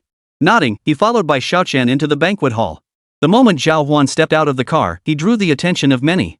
His imposing stature and intimidating features made him look like a bodyguard standing beside Bai Xiaoqian. Bai Xiaoqian's attitude toward Zhào Huān, however, was ambiguous. Several times, she even stood on tiptoe to whisper into his ear. At the entrance, the security guard inspected Bai Xiaoqian's invitation and waved her through. Zhào Huān attempted to follow, but was stopped by the guard. Excuse me, bodyguards are not permitted inside. It was no wonder he said that Zhào Huān's physique made him look like a bodyguard anywhere. Bai Xiaoqian giggled and stepped forward to break the tension. He's my male companion. Let him in. Oh, certainly, Ms. Bai. Seeing Bai Xiaoqian personally vouch for Zhào Huān, the guard naturally dared not stand in their way. The moment they entered the venue, Zhào Huān spotted a group of people rushing toward Bai Xiaoqian. The leader was a man with a bushy beard small in stature, yet his facial hair was remarkably thick. Spotting Zhào Huān standing beside Bai Xiaoqian and looking so intimate, a flash of anger crossed his face. Xiaoqian, who is this? This is my new boyfriend, Zhào Huān. Bai Xiaoqian had been waiting for this guy. After he approached, she promptly introduced Zhào Huān to him and then said to Zhào Huān, "This is Lu Bofeng, the son of the CEO of Datong Heavy Industries." Zhào Huān had heard of Datong Heavy Industries. It was said to be an even more formidable enterprise than Bai Xiaoqian's Han Yuan Machinery. The CEO of that company must certainly be of a high caliber. Fortunately, today Zhào Huān wasn't facing the CEO himself, but rather the son of the CEO. This fact alone made Lu Bofeng seem less intimidating. Your boyfriend? Lu Bofeng's expression shifted the moment Bai Xiaoqian spoke her first words, and everyone nearby instantly fell silent. Yes. I arrived late today and wanted to let you know. Well, finding a new boyfriend is good news. This is Zhào Huān, right? I'll remember him. Lu Bofeng's face flushed alternately red and white as he stared at Zhào Huān, unable to react for a long moment. It seemed he had been pursuing Bai Xiaoqian for quite some time. Now, suddenly seeing Bai Xiaoqian with a new boyfriend, he felt a complex mix of emotions. He immediately regarded Zhào Huān as an enemy. Let's go. With that, Lu Bofeng led his group away. Zhào Huān, on his end, scratched his nose awkwardly and asked Bai Xiaoqian. This guy doesn't seem like he'll let me off the hook. If anything happens, you'll have to cover for me. Zhào Huān hadn't intended to come to this event today. But Bai Xiaoqian had suddenly dragged him along to this banquet. Hearing his words, Bai Xiaoqian nodded immediately and gestured toward the food in the distance. It's fine, just relax and enjoy your meal here. I'll handle whatever comes next. I was just using you as a shield tonight. If he keeps causing trouble, I'll distance myself from you. Hearing this, Zhào Huān finally exhaled in relief. The most crucial rule for navigating the world was to avoid trouble. This was one of the most crucial lessons Zhào Huān had learned from countless martial arts novels. But today, he'd violated his own principles by stepping in to help Bai Xiaoqian. After leaving the place, Lu Buofeng's expression darkened considerably. The others nearby began murmuring among themselves. What's Bai Xiaoqian playing at? Can't she see how devoted our young master Lu is? Exactly. I thought she'd come to her senses about this situation, but it turns out it still had to end this way. What Bai Xiaoqian did today was really embarrassing. Exactly. Young Master Lu, should we give that Zhào Huān a stern warning? Everyone understood the current relationship between Lu Buofeng and Bai Xiaoqian. But just then, Bai Xiaoqian suddenly pulled a man out as a shield. Regardless of whether Zhào Huān was truly Bai Xiaoqian's boyfriend, the fact remained that this had been made public, a direct slap in the face to Lu Buofeng, who had been pursuing Bai Xiaoqian all along. Lu Buofeng certainly wouldn't swallow his pride so easily. Investigate this Zhào Huān. If he has no powerful connections, drag him out tonight after we get back and beat the crap out of him. As a rich kid, he had plenty of ways to deal with an ordinary guy like Zhào Huān. Lu Buofeng chose the most direct one. Make Zhào Huān suffer some physical pain. Though Zhào Huān appeared broad-shouldered and sturdy, his fighting prowess was likely formidable. But under Lu Buofeng's financial pressure, he could muster any number of men. Today would at least give Zhào Huān a beating he'd never forget. At this thought, everyone present nodded in agreement. It's about time. Putting Zhào Huān in his place is like putting Bai Xiaoqian in hers. That woman dared to act so arrogant, let him learn his lesson well. Everyone speaking up for Lu Buofeng here were all dependents of his company. Upon hearing these words, they all began to stir up trouble with remarkable speed. They were all supporters of Lu Buofeng. But when the crowd finished speaking and turned to look at Zhào Huān, they found him leisurely stuffing his face. She sure can eat. Soon enough, she won't be able to swallow another bite. Seeing Zhào Huān standing beside their table, grabbing a cupcake here and a slice of bread there, Lu Buofeng felt as sick as if he'd swallowed a fly. Bai Xiaoqian, observing from a distance, noticed the commotion. A faint smile touched her lips as she slowly approached Zhào Huān. She held out a cup to Zhào Huān. Honey, take your time. Don't choke. Seeing Bai Xiaoqian being so considerate, everyone's eyes widened in surprise. Even some people present who weren't on Lu Buofeng's side couldn't help but feel a bit astonished. Was this really the same decisive and efficient female boss? Chapter 178, A Simple Meal. Seeing Bai Xiaoqian like this, Lu Buofeng naturally felt a surge of anger. For him, at this stage, only by marrying Bai Xiaoqian could he ensure Datong heavy industries would thrive. After all, he himself lacked the necessary skills. His father had long made it clear that the family fortune would only be handed over to him once he found a capable partner. It was precisely because of this red line set by his father that Lu Buofeng had no choice but to move quickly to make this happen. After searching high and low, only one person met Lu Buofeng's criteria, Bai Xiaoqian. She was as beautiful as a painting come to life, not only close in age to Lu Buofeng, but also backed by Hung Yuan machinery. With such a family background, she was simply the best choice. When did this kid get so close to Bai Xiaoqian? To be honest, Lu Buofeng didn't particularly care for Bai Xiaoqian. But he had no choice. After all, his father had issued a strict order: if he couldn't resolve this matter, he might lose his inheritance rights. After all, he had a younger brother waiting in line. In public like this, us two standing so close together, isn't that a bit much? Standing right beside him, the lovely older sister Bai Xiaoqian breathed her sweet scent into his face, making Zhào Huān feel utterly uncomfortable. Oomph. People would burn incense just to shake my hand. How dare they refuse yours? Bai Xiaoqian was clearly annoyed, her large eyes fixed on Zhào Huān with a sharp intensity. Others are others, I'm me. Dear sister, please stand aside. Otherwise, I'm afraid Lu Buofeng might come over and tear me apart. Zhào Huān had long noticed the stares from the crowd. They stared at Zhào Huān as if they'd stumbled upon a major news story. They couldn't believe the relationship between these two had reached such a level. Fine, you stubborn mule. I'll go find someone else to hang out with. Bai Xiaoqian could only nod in resignation, effectively giving up on Zhào Huān. As for her, there were still many business owners she needed to talk to. After leaving Zhào Huān there, she walked over to join the others in conversation. As for Zhào Huān, he displayed an astonishing appetite. Much of the food here was buffet style, and Zhào Huān, having been constantly on the move lately, hadn't eaten properly. Today, he seized the opportunity to eat his fill. This tastes great, give me some more of that. A server approached, and Zhào Huān pointed to the large plate of grilled meat in front of him.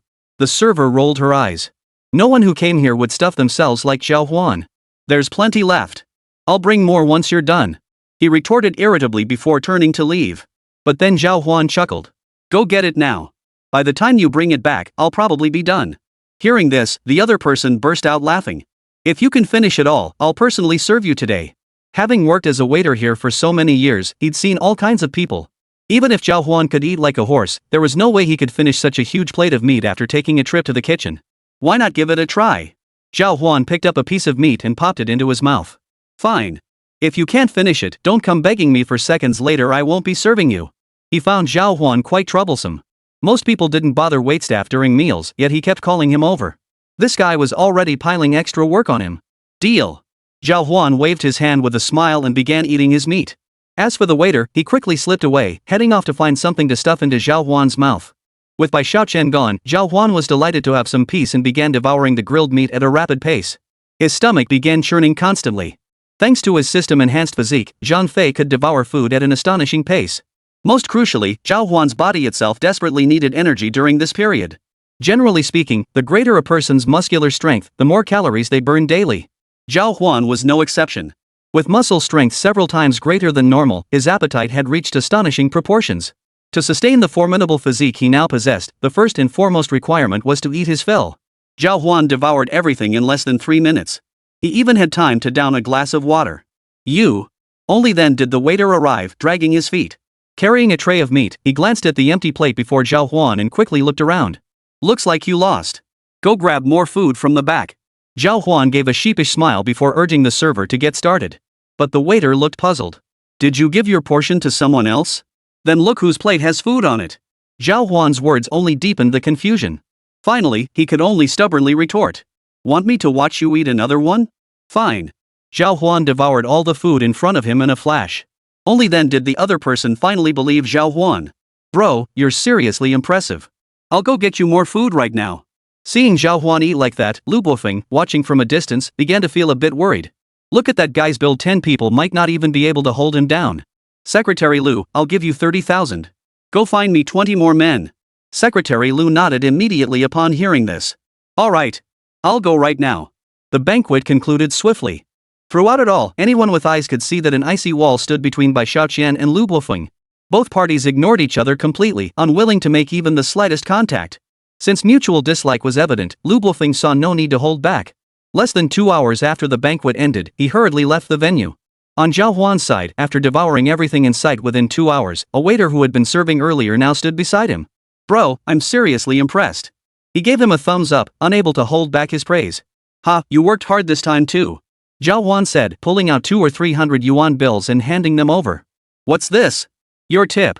You've been running all night. That's no easy feat. Seeing this, the man's face lit up with delight. You see, working as a waiter in this hotel only brings in about 3,000 yuan a month. Zhào Huān's few hundred yuan equaled several days' wages for him. The thought made him lean closer to Zhào Huān. You're really generous.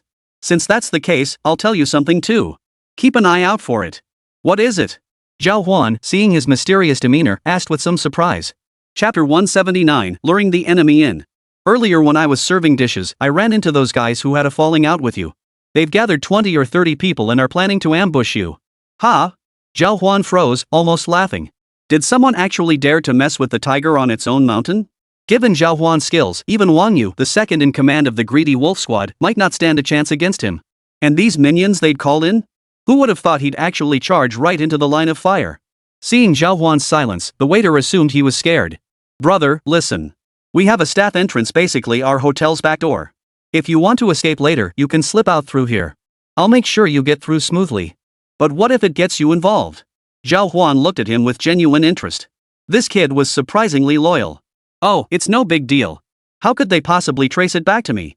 The other guy seemed unconcerned. Seeing this, Zhào Huān waved his hand. No need. I appreciate the thought. With that, Zhào Huān pulled out a few hundred yuan bills and handed them to him. Alright, you can go now. He can't touch me. Ha! The waiter took the money, still looking worried. Zhào Huān, let's go. Just then, Bai Xiaoqian approached from a distance. Humph, had your fill?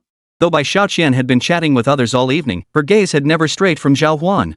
Others might not have noticed, but she had. The sheer volume of food Zhào Huān had consumed tonight was staggering. I'm full, but I might be in a bit of trouble. Zhào Huān repeated what the waiter had just told him to Bai Xiaoqian. Bai Xiaoqian's expression darkened instantly. That bastard really has some nerve, trying to mess with you under my nose? Let's go. With that, she grabbed Zhào Huān's arm and pulled her out of the hall. Pulling her phone from her pocket, Bai Xiaoqian dialed a number. Butler Wang? Come to our banquet hall immediately. Bring some people with you. Zhào Huān stood by silently, not daring to say a word. Were all these executives this volatile? Ready to cause trouble over the slightest disagreement? What Zhào Huān didn't know was that the conflict between Lu Bofeng and Bai Xiaoqian had been simmering for a long time. She had simply chosen to ignore it until now. Today, a slight provocation unexpectedly set Lu Bofeng off. Well then, let's just bring everything out into the open. Bai Xiaoqian had risen to control such a large conglomerate. Her methods were undoubtedly extraordinary. Where are we going? After stepping outside, Zhào Huān tentatively asked. Got something to do? Nothing, but I have a competition tomorrow afternoon. Hold on a sec. Today, I'll get you even. Ever since Bai Xiaoqian learned Zhào Huān was being targeted, she'd been fuming. Alright then, I don't have anything else to do either. Zhào Huān had noticed Lu Bofeng's arrogant pointing and whispering behind her back all evening, which had left her feeling rather uneasy. Walk ahead by yourself for a bit. Once my people arrive, we'll come rescue you. Bai Xiaoqian stood on tiptoe, her delicate hand resting on Zhào Huān's shoulder as she whispered in his ear. Using me as a target? Hee, I still remember the nickname Superman of Dongling. Someone who can jump off a Ferris wheel. He won't be able to touch you, right? Zhào Huān's heart stirred. He hadn't expected this guy to have researched him so thoroughly. Alright then. It's been a while since I'd been targeted like this. Time to stretch my legs. Back in high school, Zhào Huān had often been chased and cornered by street punks. But those who could actually harm him were practically non-existent. Back then, it had its appeal standing up for the weak, taking down these punks, and occasionally completing system-assigned tasks along the way. College, however, offered far fewer opportunities for physical confrontation. Thinking of this, Zhào Huān's body began to feel an unusual surge of excitement. Phew, it's been a while since I felt this way. Zhào Huān waved goodbye to Bai Xiaoqian behind him and walked alone down the empty street. This hotel was located on the outskirts of the city. Land was cheaper here. But this led to a problem. The area was practically deserted. This presented Lu Bofeng with a significant opportunity. After leaving the hotel, he had already arranged for men to wait nearby. Spotting Zhào Huān leaving alone, his men excitedly dialed Lu Bofeng, who was waiting at the original spot. Boss, the guy's on the move. How many? 1. And he's on foot. 1. Are you sure? Lu Bofeng raised an eyebrow. He sensed something was off. But years of alcohol abuse had dulled his wits. Without even processing the words, Lu Bofeng blurted out. I'll take people there right now. Good. At Lu Bofeng's command, 5 minivans sped toward Zhào Huān's location. Zhào Huān, aimlessly wandering the highway and counting the stars overhead, heard the distant hum of engines approaching. Seeing the blinding headlights, a faint smile touched the corners of Zhào Huān's mouth. Finally. All that walking here hadn't been for nothing. Several vehicles pulled over beside the desolate highway. A group of people carrying sticks emerged from the vehicles. Lu Bofeng was the last to step out. What the hell is this? Zhào Huān looked at their imposing stance and couldn't help but want to laugh out loud. Don't you get it? Zhào Huān, you've made our young master Lu lose face today. Kneel here and kowtow a few times. Apologize to young master Lu. Why are you upset? Because Bai Xiaoqian isn't with you? Then you shouldn't be picking a fight with me. You should go and win her back. Even if you beat me up, it would only prove how incompetent you are. Lu Bofeng was already furious, and Zhào Huān's words only poured fuel on the fire. Hearing this, he exploded, pointing at Zhào Huān and shouting curses. Zhào Huān, you bastard. You've got some nerve. Get him. Beat him so badly he ends up in the hospital. The crowd immediately closed in. Within moments, 5 or 6 steel pipes came crashing down toward Zhào Huān's position. Zhào Huān chuckled softly. After dialing Bai Xiaoqian's number from his pocket, he withdrew his hand. Notifying Bai Xiaoqian was secondary. The main reason was that Zhào Huān wanted to stretch his legs. After eating so much earlier, he needed to work it off or he wouldn't sleep well tonight. His hands clamped onto the incoming pipes like 2 magnets. Arrogant. Zhào Huān dared to grab the stick? Seeing their strike land, the thugs all burst into laughter. But then, the leader suddenly realized he couldn't pull his steel rod back. Zhào Huān's hands clamped down on his attack like iron pincers. Chapter 180, Stop fighting, I'm winning anyway. He was like a calf facing an elephant. He was the calf, and Zhào Huān was the colossal elephant before him. Placed side by side, they weren't even in the same weight class. This thug leader put on a tough front, charging at Zhào Huān only to be subdued in less than a second. Now his face burned with fury. Yet he was utterly helpless. Zhào Huān flexed his biceps, let out a thunderous roar, and lifted the man straight up. Witnessing this scene, everyone around instinctively took a step back in shock. Holy? Lu Bofeng, watching from a distance, gaped in disbelief. He had anticipated Zhào Huān wouldn't be easy to subdue. But he hadn't imagined Zhào Huān would be this brutal. The guy Zhào Huān lifted looked to weigh around 150 pounds. That weight would be heavy for most people, yet in Zhào Huān's hands, it seemed as effortless as lifting a dumbbell. Lu Bofeng was stunned. The surrounding thugs were stunned. For a moment, none of them knew what to do. You useless fools! Help me! Their leader, struggling in midair, bellowed urgently. Only then did the others rush forward, steel pipes flying as they all aimed their blows at Zhào Huān. You dare attack me? Zhào Huān raised his hand, using the leader as a shield to block the onslaught. Suddenly, thuds echoed behind him. Several who failed to hold back their blows ended up smashing their steel pipes right into their own leader's back. Ah! A scream like a pig being slaughtered erupted from his throat. You bastards trying to kill me? Damn it! The leader's howl sent the gang of thugs into chaos once more. Lu Bofeng watched this bunch of incompetent fools, his heart already bleeding inside. Turning to Secretary Lu, he demanded furiously. Is this the backup you spent tens of thousands to hire? Secretary Lu's face flushed with embarrassment. At a loss for words, he stammered after a long pause. Young master, we had to call them in such a rush today, and it was already late. In the end, we could only find this group. Lu Bofeng cared nothing for the secretary's predicament. He swung his foot up and kicked him squarely in the gut. Useless! Useless! The force of the kick sent Secretary Lu flying backward, skidding 3 meters across the floor. Struggling to his feet, he could only plaster on a forced smile. What could he do? When you're under someone's roof, you have to bow your head. Young master, perhaps we should leave now. This Zhào Huān is no ordinary man. Staying here risks these men losing control of him and harming you. Today, no matter who gets hurt, Secretary Lu only needs to ensure that her young master remains unharmed. Otherwise, he wouldn't be able to explain it to his boss back at the office. I'm not leaving. Little did he expect Lu Bofeng to be such a hot-headed fool. With that, he grabbed an iron bar and charged straight at Zhào Huān. I'll teach you a lesson myself today. If you dare fight back, you're finished. This was the first time Zhào Huān had ever heard such an unreasonable demand. Just because Lu Bofeng came from a wealthy family, did he really think everyone would give him special treatment? Alright, your usefulness as a shield is over. Zhào Huān glanced at the half-dead ringleader in his grasp, flung him aside with a flick of his wrist, then turned to face Lu Bofeng charging toward him with a smile. Lu Bofeng hadn't acted recklessly today. With so many people around, he figured he'd have a chance to strike from behind. If he could land a single blow with his club and knock Zhào Huān down, he'd feel satisfied. Block him. I'll give him a good whack. Lu Bofeng had offered them absurdly high pay. His henchmen, having pocketed the cash, immediately closed in from the sides to restrain Zhào Huān. In an instant, some grabbed his legs while others yanked at his arms. These petty thugs scrambled to pin Zhào Huān down, trapping him solidly in place. Ah! Young master, why bother? Secretary Lu stood at a distance, his brow deeply furrowed as he closed his eyes in distress. By then, Bai Shaoqian and manager Wang had arrived. Seeing Zhào Huān's predicament, Bai Shaoqian screamed in horror. No! Lu Bofeng saw Bai Shaoqian arrive, and the smug look on his face grew even more pronounced. This was the consequence of not pleasing him.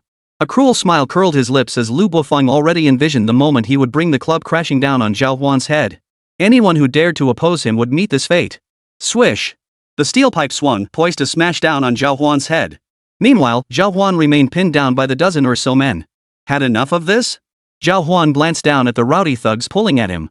His muscle fibers had been system enhanced, each one packing several times the explosive power of an ordinary person's. Want to restrain him securely?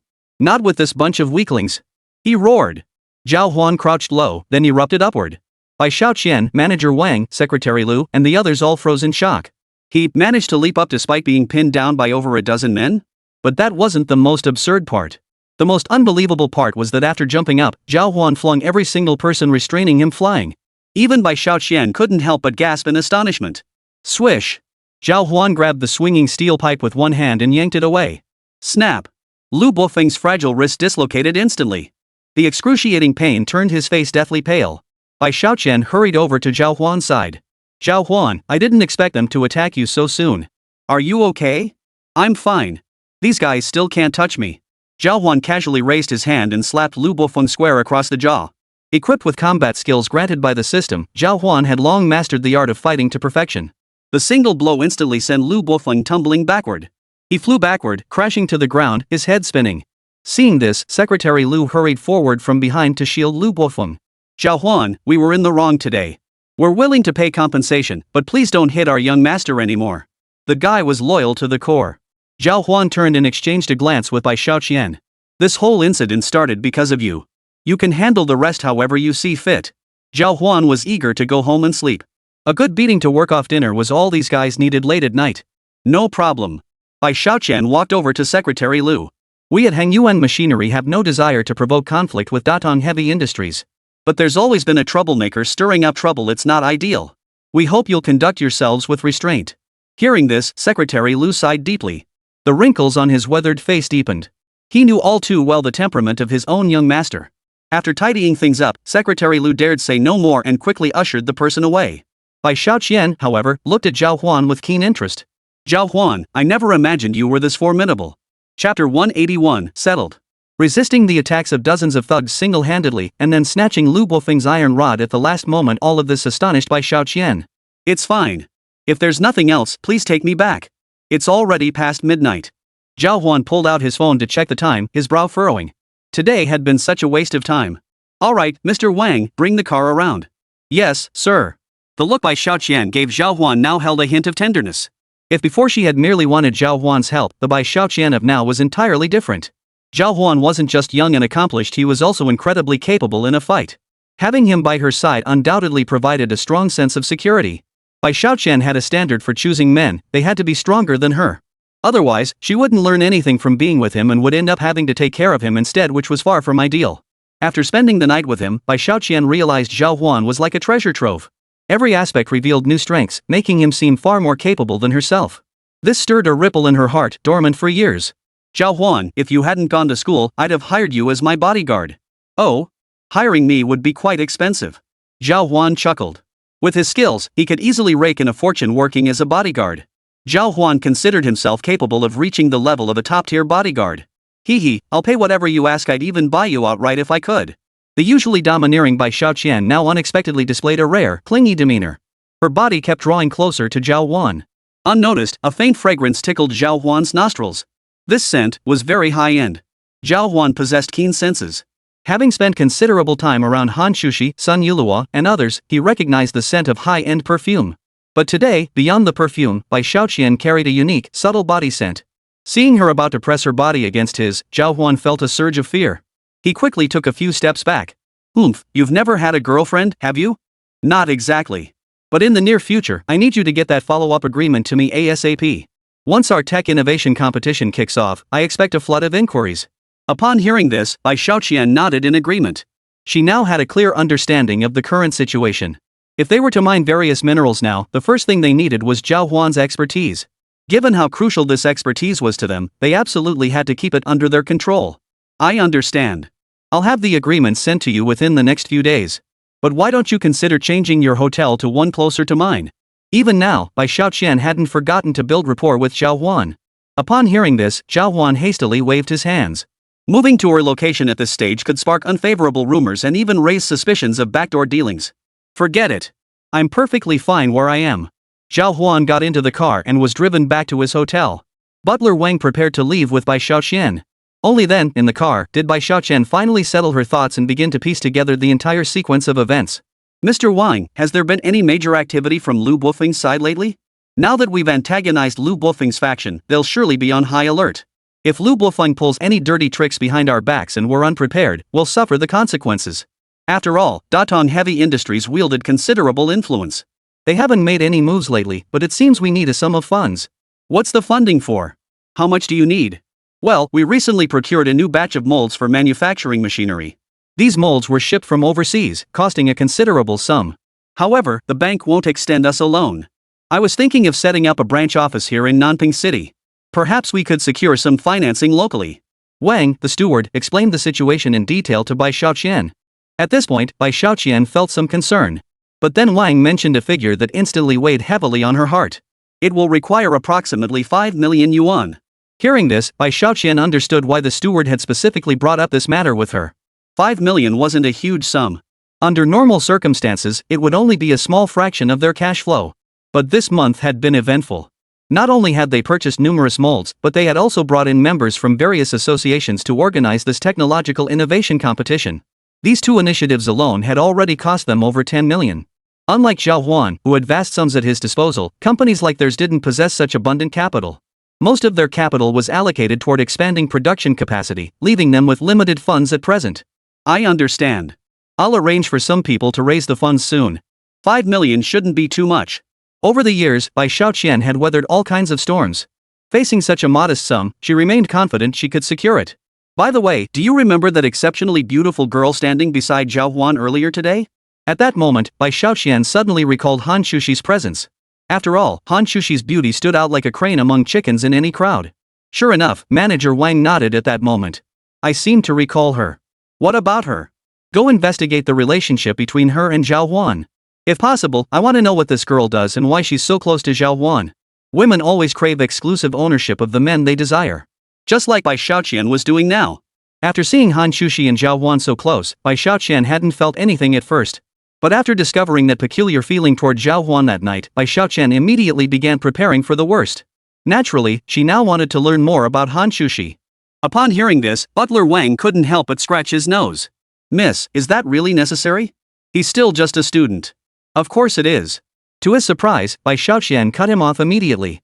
When it came to love, everyone was the same, and they were now competitors standing on the same level. Seeing this, Butler Wang could only sigh inwardly before nodding. I'll look into it tonight. Their record should be with the Innovation Technology Competition. MHM. You may go now. Only then did Bai Xiaoqian nod in satisfaction. Chapter 182, the second round begins. The next morning, as soon as Zhào Huān woke up, she heard a knock on the door. It was Hán Chǔxī. Zhào Huān, open up. Recognizing the voice, Zhào Huān immediately walked to the door and opened it.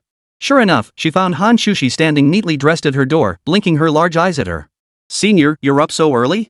Zhào Huān rubbed her eyes and greeted Hán Chǔxī. But Hán Chǔxī paid Zhào Huān no mind. Her face brimming with curiosity, she peered into Zhào Huān's room, her head stretched forward. It seemed she was worried about what might have happened between Zhào Huān and Bai Xiaoqian the night before. Only when she saw no one else in Zhào Huān's room did Hán Chǔxī finally relax. She grinned and asked Zhào Huān, "Where did you go last night?" "I came knocking on your door at 11, but you weren't back yet. We almost sold our technology last night. We discussed follow-up collaborations." Zhào Huān deliberately avoided mentioning the banquet, knowing such details might only worry Hán Chǔxī. Hearing Zhào Huān's explanation, Hán Chǔxī finally patted her chest in relief. "You didn't sell it, did you?" Hán Chǔxī shared Zhào Huān's perspective. As long as they held the technology and continued developing it, its value would only increase over time. "No, I just discussed profit sharing with them. I'll develop this technology within my own company going forward." "That's good." That Bai Xiaoqian I could tell right away she wasn't someone to be trusted. "You'd better be careful not to get screwed over by that old woman." This was because Bai Xiaoqian and Zhào Huān had been extremely intimate yesterday. After returning, Yan Xiaoju and Hán Chǔxī discussed it and suspected she might have feelings for Zhào Huān. This greatly heightened Hán Chǔxī's guard.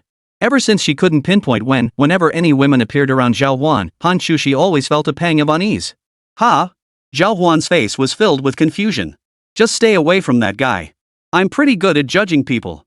Hán Chǔxī said no more, instead pulling Zhào Huān out to grab breakfast. "Today's the second round.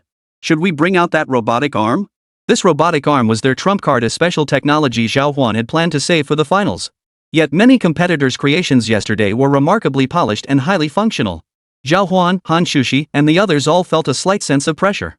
The first round's total score was 80 points, with each of the next two rounds worth 10 points.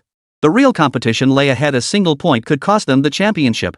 So at this moment, Zhào Huān, Hán Chǔxī, and the others conferred, debating whether to assemble and deploy this robotic arm. Personally, I don't think bringing it out now would serve much purpose. Let's observe their operations first. My recommendation is to hold off. The final round was the most crucial. The second round focused on economic feasibility. Their little robot had already met the requirements, and Zhào Huān believed it shouldn't score too low. At least 8 points or higher. "All right, we'll do as you say." While eating, the two started talking about Yan Xiaoju. "By the way, why didn't Senior Yan Xiaoju come out today?"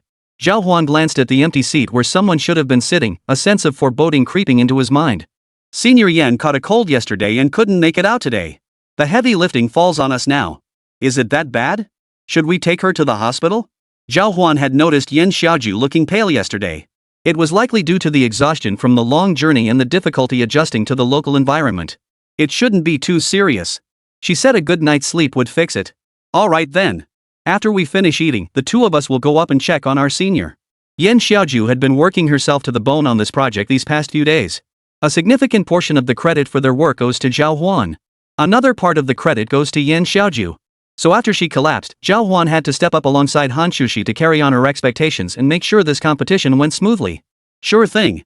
I happen to know the owner of a milk tea shop over there. The two stopped at a nearby bubble tea shop to buy some desserts and drinks for Yan Xiaoju before rushing to the venue. Their science museum was bustling with visitors today. Among them were those who had been eliminated earlier.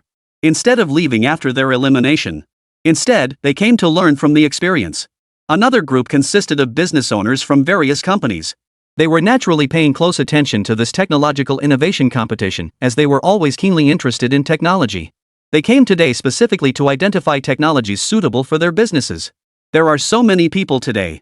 I wonder if we can stand out. Zhào Huān couldn't help but sigh as she looked at the crowd. Hán Chǔxī explained to Zhào Huān beside her. Today's competition will eliminate 80% of the participants. Anyone scoring below 6 points, or whose combined score with yesterday's doesn't exceed 80 points, will be eliminated outright. That harsh? The second round is where the real culling begins. Hearing this, Zhào Huān couldn't help but raise an eyebrow. Yeah, today's elimination rate will be high. But some teams might get lucky even if they get cut. Their tech could get snapped up by other tech companies. As the two were talking, a stocky figure approached them. It was Zhou Dupeng, who had maintained relatively normal relations with Zhào Huān and the others up until now. So, are you guys feeling confident today? Zhào Huān turned to look at Zhou Dupeng and asked. Zhou Dupeng smiled and pointed toward a distant room. Of course we're confident. What we've created is already perfect. Last night we made another round of improvements and sent it to the storage room. Today, when we bring it out, it'll absolutely wow the entire crowd, though, of course, it can't compare to yours. All their entries were stored in the storage room. Whenever someone took the stage, dedicated staff would assist with adjustments before bringing the entries up for competition. It'll be fine. Believe in yourself. Zhào Huān exchanged a few pleasantries with him before heading to the competition venue with Hán Chǔxī to draw lots. This time, they drew first place. When Zhào Huān pulled out the equipment, not only he but even Hán Chǔxī's face was filled with astonishment. Who knew we'd have such good luck today? Let's go. First, let's see what kind of reactions these judges have. Chapter 183, Xiaoping's scheming. The two approached the area where Xiaoping was already waiting. A mocking smile curled at the corners of his mouth the moment he saw Zhào Huān. Little did Zhào Huān know that Xiaoping harbored the deepest jealousy. Ever since witnessing Zhào Huān's actions yesterday, he'd harbored nothing but ill will. Turning to a classmate beside him, Xiaoping asked. Did you bring the infrared jammer? Got it, brother Shao. You can rest assured. After returning to the hotel last night, Xiaoping had been pondering how exactly Zhào Huān's device operated. And how it could recognize all sorts of things. Finally, a flash of insight struck him, and he grasped the principle behind Zhào Huān's robot. For successful object recognition, the first requirement was a device capable of identifying specific items. After carefully recalling the details in his mind, Xiaoping realized that Zhào Huān and his team were using an infrared scanning device. If certain light frequencies were used to interfere with Zhào Huān's system, Zhào Huān's infrared scanning device would become useless. Today's competition would be utterly humiliating, and he wouldn't be able to display the dominance he had shown yesterday. Xiaoping had come here determined to win the prize. He wasn't nearly as magnanimous as he had appeared yesterday, nor was he willing to congratulate Zhào Huān. In truth, he's incredibly petty. Zhào Huān's robot poses an overwhelming threat to him. To eliminate Zhào Huān, even if it meant resorting to unsavory tactics, he had no choice but to proceed. Xiaoping had no other choice. According to their school's regulations, this year marked his final chance to compete in this tournament. Only by winning this competition could his creation propel him to greater heights, leaving a shining mark on his resume. When he starts the competition, activate the infrared shielding device immediately. Xiaoping gave his final instruction to the students under him, who immediately nodded in agreement. Understood, Senior Shao. I'll go prepare my competition entry now. You guys keep watch here. Having settled all matters, Xiaoping hurriedly departed. He seemed determined not to let anyone overhear his conversation with the students. After Zhào Huān finished preparing his materials, he made his way to the judges' table. The moment he arrived, Zhào Huān felt an intense gaze fixed on him. Looking up, he saw Bai Xiaoqian sitting in the audience. He. Spotting Zhào Huān, Bai Xiaoqian flashed him a flirtatious wink from across the room. Fortunately, no one else noticed. Zhào Huān scratched his head, feeling a bit awkward. What is she doing? Beautiful women naturally tend to be mutually exclusive. After Bai Xiaoqian had just shown her attention toward Zhào Huān, Hán Chǔxī quickly noticed the scene unfolding. She promptly tugged at Zhào Huān's sleeve and began questioning him. I have no idea either. Let's just hurry up and introduce the items. Zhào Huān quickly changed the subject. Then, several venerable elders from yesterday's judging panel spoke up. Contestant Zhào Huān, please explain the function and economic value of your robot. Today, we will score your robot based on its economic value. Hearing this, Zhào Huān and Hán Chǔxī exchanged a glance. Both stepped forward. Zhào Huān operated the robot for the demonstration while Hán Chǔxī stood beside him providing commentary. Our robot is equipped with infrared sensors that can rapidly scan its surroundings and collect data according to specific protocols. They began operating the machine as they spoke. But today, something felt off.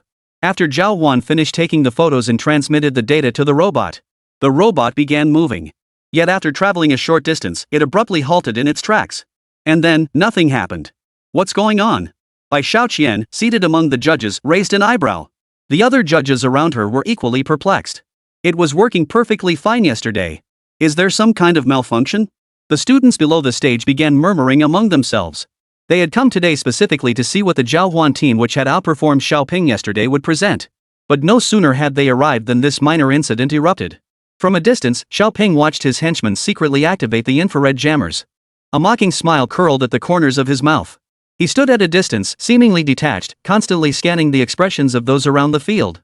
If their equipment has such a high failure rate, it probably won't be ready for production. What do you mean by failure rate? It's only natural that their own products aren't perfectly sensitive. As long as they get some precision machining done in the factory, it should be fine. That's all after the fact talk. If they can't even make it through this round, who's going to want their technology? True. Let's see how they actually solve this first. The crowd of onlookers left Hán Chǔxī frozen in place. Hán Chǔxī was now under immense pressure. After the commentator pointed out the issue with Zhào Huān's unit, she hurried over to inquire about the situation. What's wrong with our robot? It seems the infrared scanning equipment malfunctioned. Zhào Huān had assembled the robot entirely according to the system's instructions. Both structurally and in terms of impact resistance, the robot was exceptionally well built. It shouldn't have developed this kind of problem. Puzzled, Zhào Huān picked up the infrared unit and examined it closely. Suddenly, his eyebrows shot up as if he'd discovered something. He leaned close to Hán Chǔxī's ear and whispered something. It seems someone outside is deliberately interfering with us using infrared jamming equipment. Could it be that bastard Ji Wenming? At this mention, Hán Chǔxī's anger flared instantly. She took large strides, ready to push through the crowd and confront Ji Wenming. But Zhào Huān remained remarkably restrained. At this stage, they had no concrete evidence. Confronting him rashly could alert him. Let's hold off, we're in the middle of the competition. Do you have any ideas? Hán Chǔxī stared at the motionless robot, her face twisted with defiance. She absolutely refused to accept being eliminated through such underhanded tactics. Of course there's a way. Can we replace the mechanical arm? This one uses cameras for various captures, has a higher level, and is much more powerful. Zhào Huān had intended to save this trump card for the final showdown, but now it seemed unnecessary to hold back. Chapter 184, Arm Installation. Zhào Huān's mechanical arm could be installed onto this robot. This would eliminate the need for infrared scanning to identify objects. Gripping speed and weight capacity would also increase significantly. Most crucially, the mechanical arm could accommodate multiple batteries. This ensures reliable endurance. Operational endurance is a key pursuit in modern industry. For deep exploration tasks, such as mining operations in coal mines, the primary requirement is ensuring the robot's mobility. With this capability, adaptability will be significantly enhanced.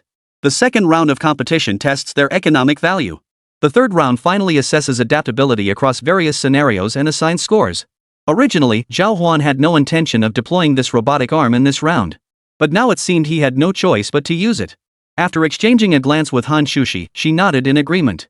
Since that's the case, we'll have to bring out our trump card. But this could very well trigger an investigation by them. They might then target us specifically to outperform us, potentially causing our scores to dip slightly in the third round. Hán Chǔxī's concern was well-founded. Zhào Huān had concealed this technique precisely because of such worries. We'll cross that bridge when we come to it. Hearing Hán Chǔxī and Zhào Huān's exchange below, Bai Xiaoqian hurried downstairs. What's going on, Zhào Huān? Zhào Huān briefly explained the situation. Upon hearing this, Bai Xiaoqian couldn't help but clench her fists, scanning the surroundings. Are you sure who it is? Not entirely, but the infrared scanning device is now difficult to activate. We plan to install a robotic arm instead. Zhào Huān summoned the staff to retrieve the robotic arm stored in the warehouse. Seeing this, Bai Xiaoqian could only nod in agreement. I'll inform the judges. This minor incident shouldn't affect your scores. Thanks. As Bai Xiaoqian turned to leave, Hán Chǔxī, standing beside Zhào Huān, curled her lips in a slight sneer. She seemed unimpressed by this decisive woman. What are they doing? At that moment, Zhào Huān and Hán Chǔxī's movements also drew the attention of everyone present. They all looked at Zhào Huān with puzzled expressions. If something goes wrong, can't you just move your name to the back of the queue? You can retest after debugging and then proceed with the rating. Exactly. This isn't just wasting your time, it's wasting the time of many other contestants too. Seeing everyone growing impatient, Bai Xiaoqian knew she had to step in and calm them down. With that thought, Bai Xiaoqian rose from her seat and addressed the crowd in a clear voice. Everyone, quiet down. Zhào Huān's team is experiencing some equipment issues, but they have an upgrade plan in the works. They're presenting that plan ahead of schedule today. What? It can actually be upgraded? Sure enough, upon hearing that Zhào Huān's robot could still be upgraded, many of the impatient crowd suddenly perked up. At this moment, hardly anyone was left to reproach Zhang for taking up their time. Watching from a distance, Xiaoping felt a sudden wave of unease wash over him. A bad feeling crept over him.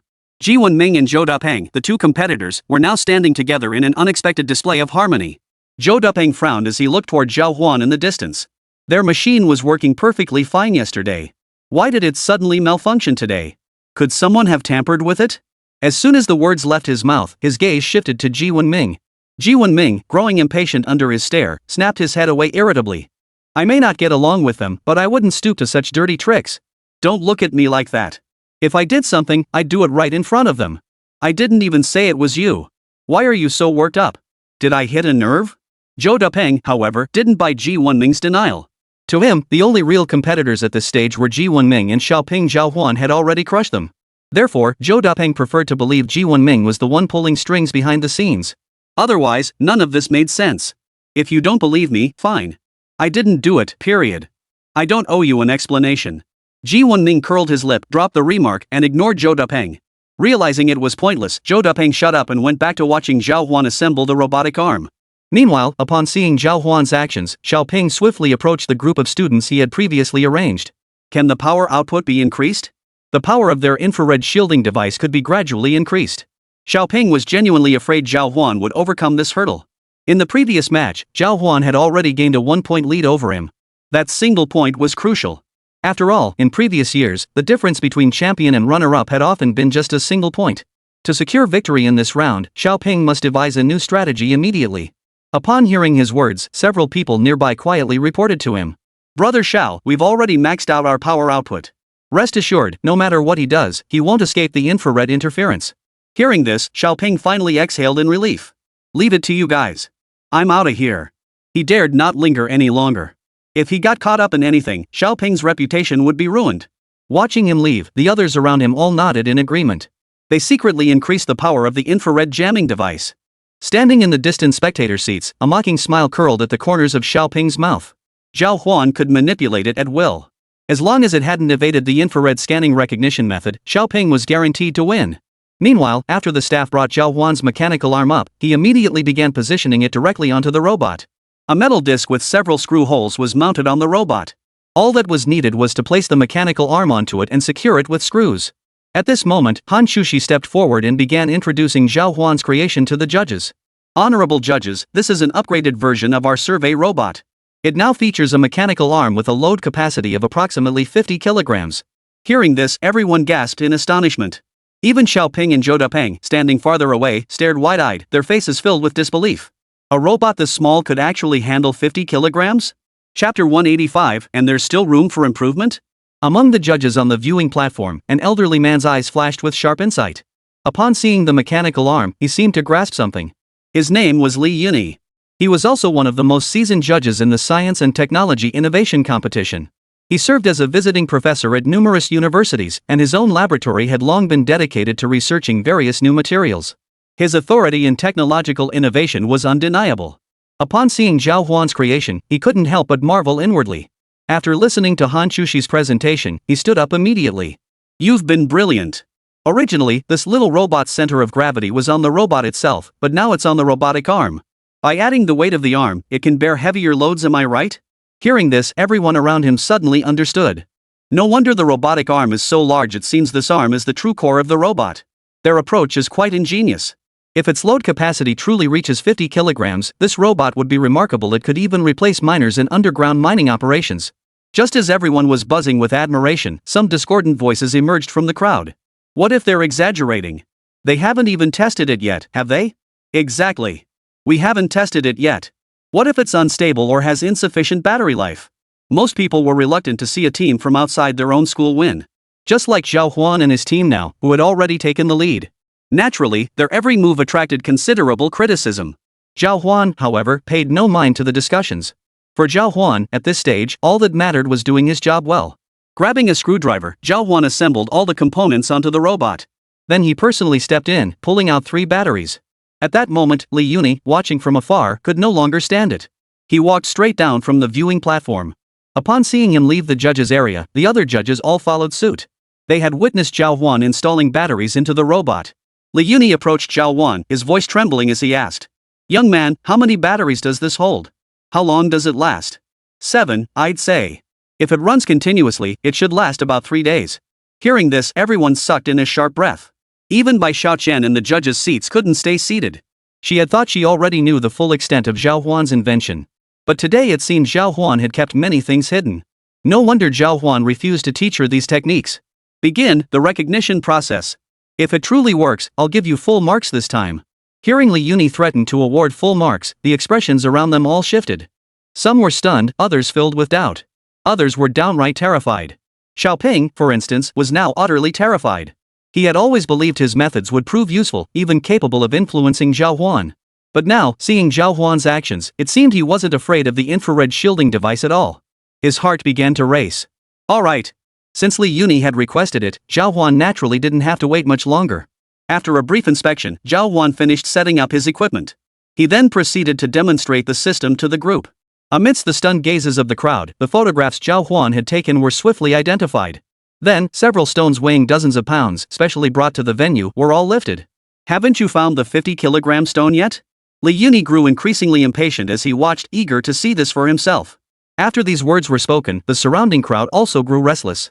All the staff had now rushed out to find stones. But finding suitable stones proved quite troublesome, and moving them was no easy task either. It should be arriving soon. The staff member quickly responded to Professor Li. The surrounding crowd also began searching. They moved incredibly fast, bringing the stones over in just over 10 minutes. After the 50-kilogram stones were brought over, everyone nearby held their breath. Many students in the stand stared wide-eyed, whispering among themselves. Do you think Zhào Huān can actually lift this 50-kilogram stone? He's competing, don't you think he can do it? Who cares? Let's see what he's made of. Just watch. I think they really can lift it. Just then, several staff members approached Zhào Huān and leaned in to ask. Mr. Zhào Huān, this stone weighs over 60 kilograms. It seems to exceed the load capacity of your robot. Shall we chip off a bit? Hearing this, Bai Xiaoqian immediately chimed in from the side. Bai Xiaoqian wanted to see Zhào Huān pass this test quickly, but at that moment, Zhào Huān waved his hand. It's fine. Let's keep it as is. It's only an extra 10 or so kilograms. What? Hearing Zhào Huān's casual response, everyone couldn't help but gasp in shock. What they didn't know was that Zhào Huān's previous tests had only yielded a rough range of data. What Zhào Huān had mentioned was merely the absolute minimum. Under normal circumstances, this robot should easily lift over 50 kilograms. Quick, try it. Li Yuni finally grew excited, quickly pulling Zhào Huān over to the stone in the distance. Zhào Huān then commanded his robot to begin the maneuver. The massive mechanical arm, nearly half a person's height, descended directly onto the stone. Several bolts on its surface were driven forcefully into the stone. The arm then began to slowly lift itself. Xiaoping, Zhou Dupeng, and the others in the distance all stared wide-eyed, fixated on Zhào Huān's mechanical arm. They couldn't believe Zhào Huān's small robot could unleash such immense power. What kind of intricate design could withstand such immense force? And it remained so stable. The massive boulder slowly lifted before their astonished eyes, lifted directly off the ground. Not done yet.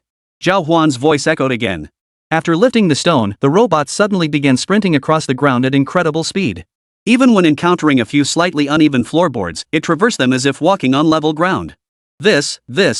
Xiaoping's face turned ashen, his heart feeling as though a heavy stone had suddenly been dropped into it.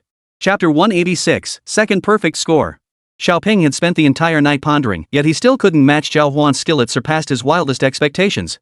Faced with such skill, he couldn't even find an opening to showcase himself in front of everyone. Meanwhile, the people around him kept piling on the pressure.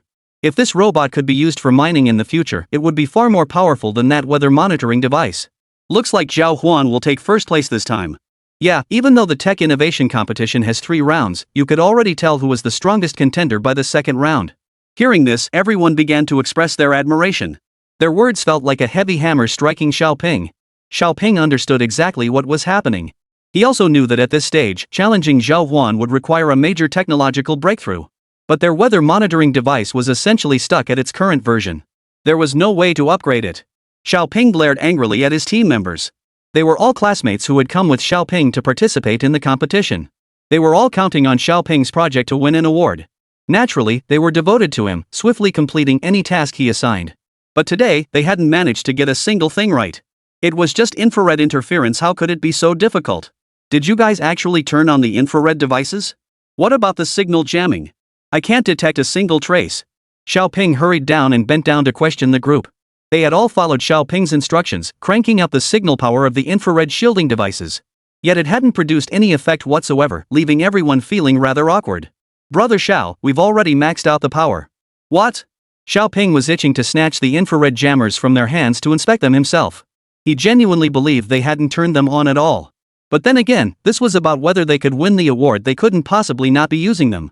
Just then, someone whispered a warning to Xiaoping. What if Zhào Huān's robotic arm isn't using an infrared scanner for surveying? Hearing this, Xiaoping froze in place. He should have thought of this earlier. Now he was swinging between good moods and bad moods over here. He hadn't achieved anything at all. He felt like a complete fool.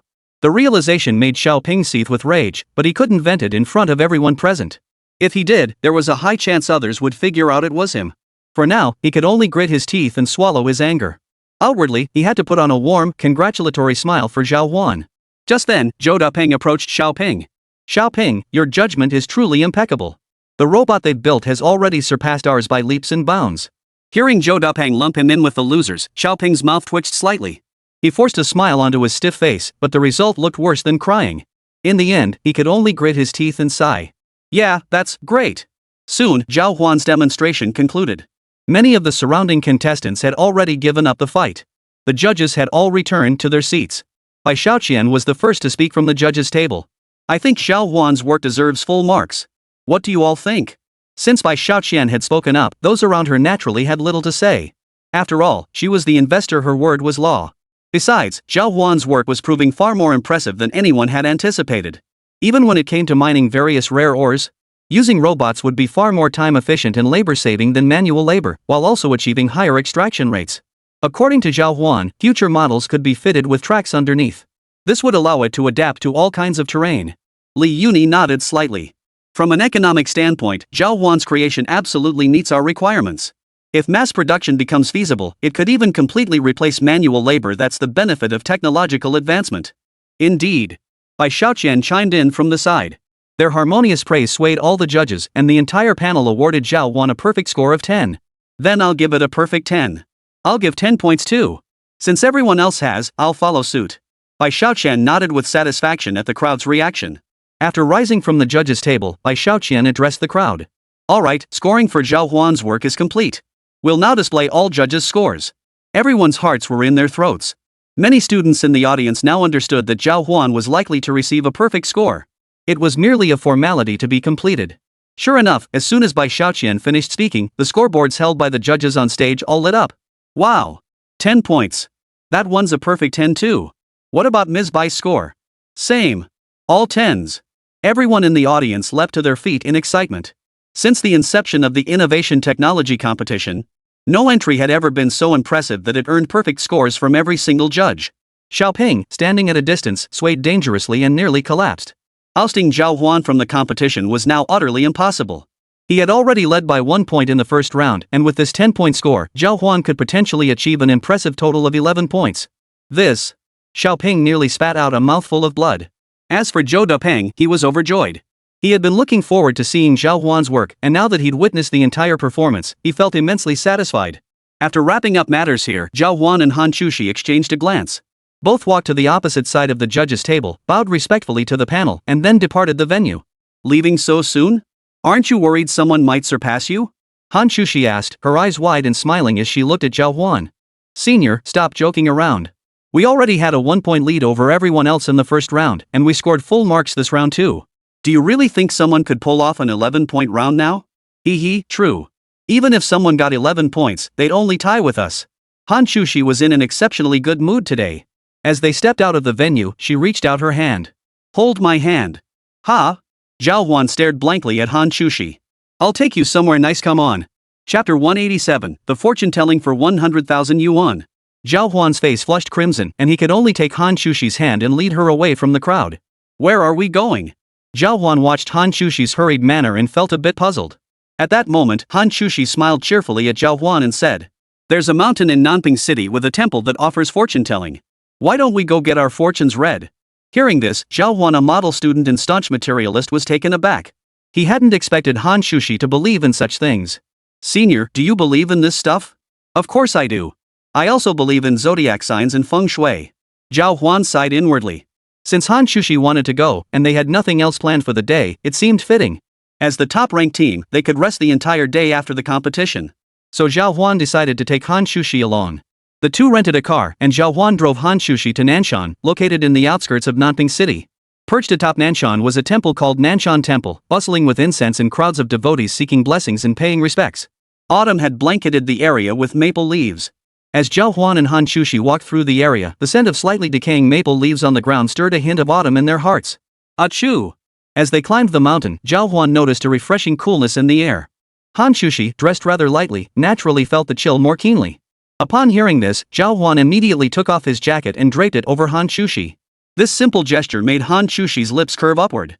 Actually, Hán Chǔxī had brought a jacket earlier, but she'd left it in the car. She had done so precisely to receive Zhao Huān's coat at this very moment. Of course, Zhao Huān would never notice these subtle schemes. Meanwhile, shortly after arriving at this location, Bai Xiaoqian's butler Wang followed suit. He snapped photos as he walked, then positioned himself far enough away that Zhao Huān couldn't hear him as he sent a voice message to Bai Xiaoqian. "Miss, it looks like Zhao Huān is on a date with this little girl." Hearing this, Bai Xiaoqian flew into a rage, immediately sending a long string of voice messages. "That guy went on a date right after the competition. Doesn't he have any respect for our innovation technology contest? He dares to sneak out on a date behind my back? If I catch him, I'll dock every single point from his score." Butler Wang couldn't help but sigh upon hearing this. He knew his young mistress's temper all too well. Ever since childhood, if anyone dared to take something that belonged to Bai Xiaoqian, she would find a way to get it back. She was a girl with a rather eccentric personality. Though in recent years, dealing with more people through business had softened her edges somewhat. But deep down, that stubborn refusal to lose and her possessive nature remained deeply ingrained. "Young miss, what should we do?" Having received Bai Xiaoqian's assignment, Manager Wang was determined to see it through. Upon hearing his question, Bai Xiaoqian immediately issued instructions. "Go get me 100,000 yuan. Bribe the fortune-telling monk here. When he's reading their fortunes, tell him the two of them are incompatible. That being together spells disaster. Then say Zhao Huān is meant to be with me." "Ha? Isn't that a bit too contrived?" Butler Wang was completely baffled by Bai Xiaoqian's scheme. Could she really pull this off? His boss's way of thinking was truly remarkable. Upon hearing this, Manager Wang hurried over to a nearby sightseeing tram. Zhao Huān and Hán Chǔxī, wanting to take in the scenery, chose not to board the shuttle. Butler Wang could take this shuttle and arrive at the temple ahead of Zhao Huān and the others. This would allow Bai Xiaoqian's plan to proceed. Upon realizing this, the butler swiftly boarded the sightseeing vehicle. He pulled out 300 yuan bills. "Driver, take me straight to the summit now, no stops along the way. I'm chartering your vehicle for the entire trip." Hearing this, the driver beamed with delight. "Alright, I love customers like you." After receiving the 300 yuan bills from Wang, the driver accelerated to top speed. He drove straight to the temple at the summit. Meanwhile, when Zhao Huān and Hán Chǔxī arrived at the summit, the crowd had already swelled considerably.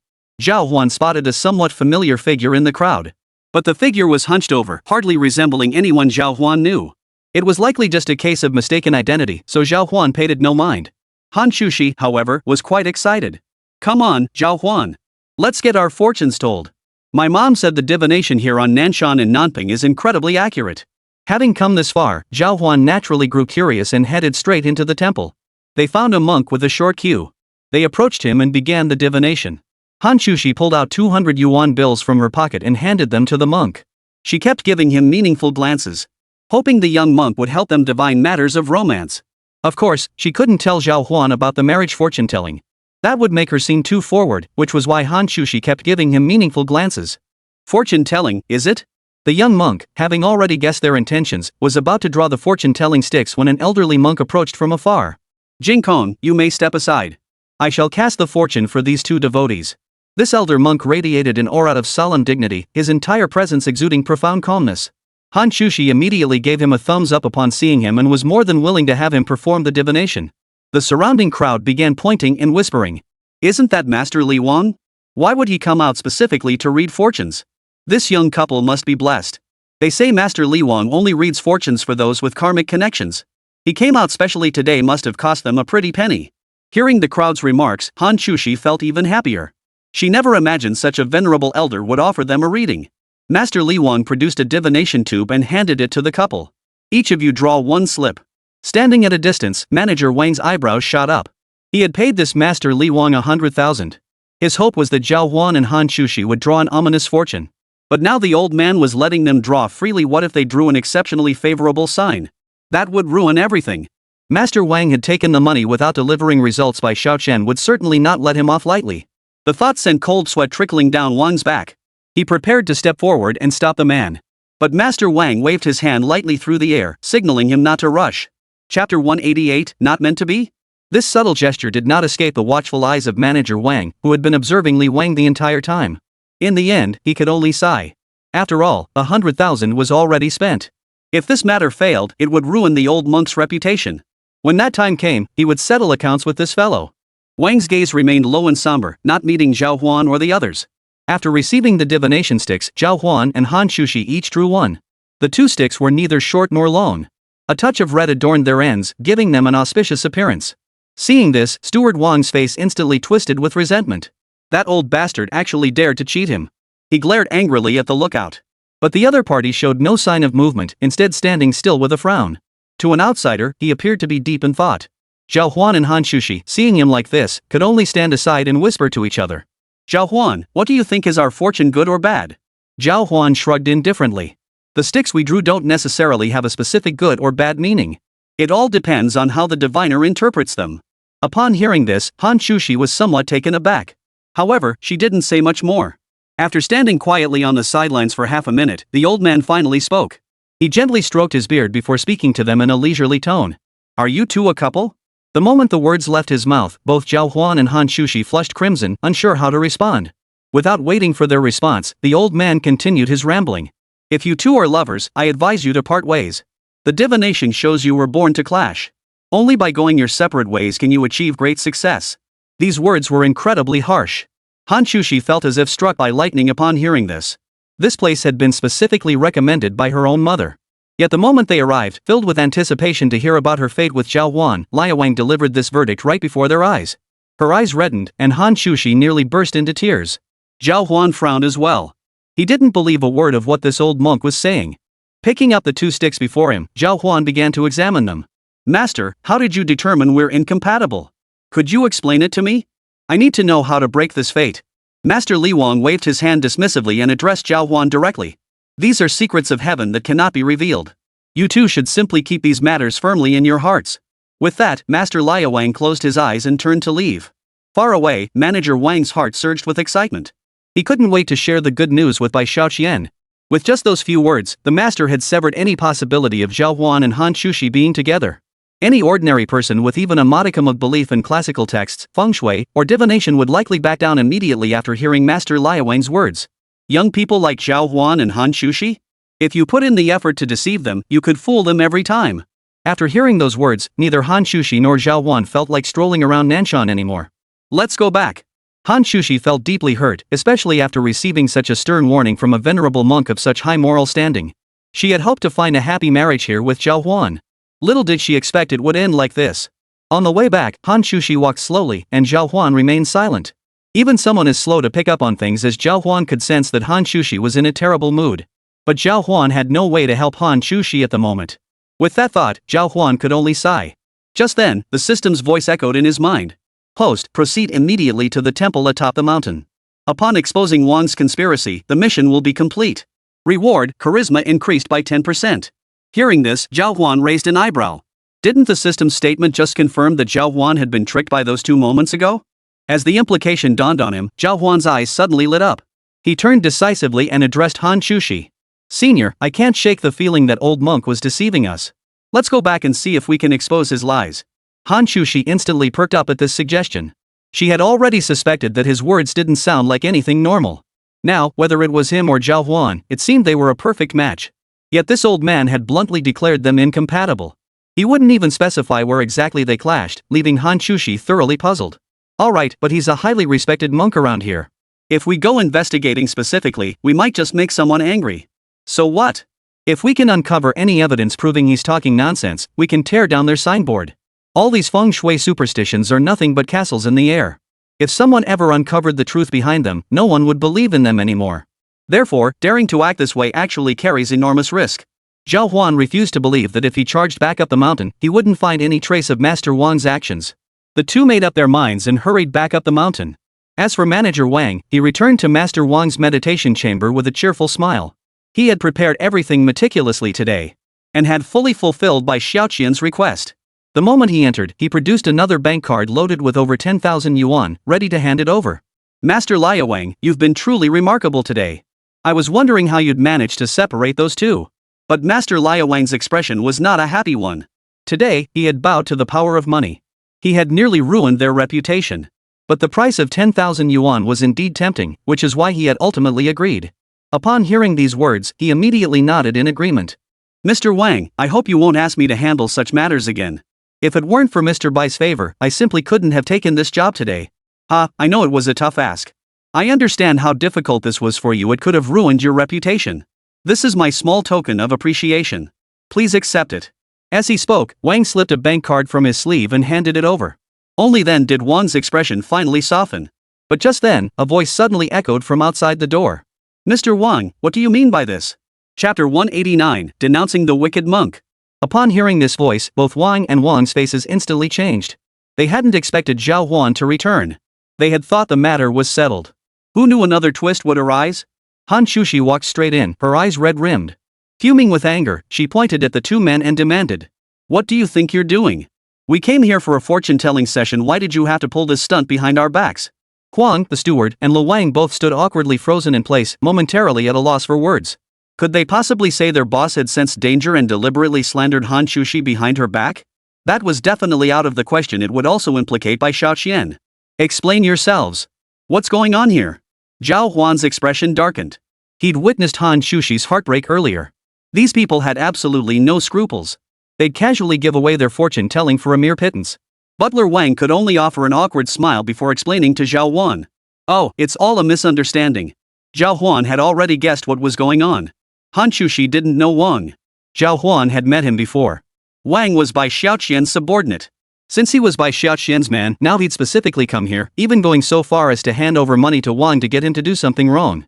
The reason behind it was now crystal clear. A misunderstanding? Master Wang, we truly believed you were someone who genuinely understood these matters. Little did we know you were just another greedy opportunist. I recorded every word you two just exchanged. Soon, I will expose your temple's wicked deeds to the media outside. Hearing this, Wang and Lu Wang felt a chill run through their bodies. They never imagined Zhào Huān would turn the tables on them like this. They had even created such a massive crisis. The realization sent shivers down both their spines. At this stage, they were clearly in the wrong. If Zhào Huān truly decided to pursue the matter, not only will their temple be unable to continue operating, but many people who previously had their fortunes told there will come knocking on their door demanding repayment. Once they lost their credibility, they'd be in big trouble. Upon hearing this, Li Wang quickly grabbed Zhào Huān's arm. "Young man, you absolutely mustn't ruin our reputation. I realize my mistake today and am willing to give you all the money I received. I don't need your money, but you've upset my senior today." That's not something a few words can fix. Zhào Huān himself didn't care much, but the problem was Hán Chǔxī had been in a terrible mood all day. Originally, Hán Chǔxī had been in high spirits when she brought Zhào Huān along to consult the oracle today. But they never expected to run into these two jerks halfway through. Their entire day's good mood vanished in an instant. Seeing Hán Chǔxī hurt made Zhào Huān furious too. Now he was here to seek revenge for her. Hearing Zhào Huān's words, Hán Chǔxī felt a wave of warmth wash over her. Much of her earlier grievance melted away. "Zhào Huān, maybe we should just let it go." Truthfully, Hán Chǔxī had been feeling uneasy about today's events all along. After all, this was a scenic spot in the area. And this temple had been standing for a very long time. No issues had ever arisen over the past decades. If Zhào Huān caused this temple to lose its credibility, then they would certainly bear some responsibility. Therefore, Hán Chǔxī now sought to resolve the matter quietly and smoothly. Wang, the steward, was sweating profusely with anxiety, unsure how to handle the situation. He dared not contact his boss in front of Zhào Huān. If Bai Xiaoqian found out about this, she'd probably skin Wang alive. Hearing this, Zhào Huān sighed. Since Hán Chǔxī wasn't pursuing the matter, Zhào Huān certainly wouldn't pursue it either. Besides, they now understood the underlying reason.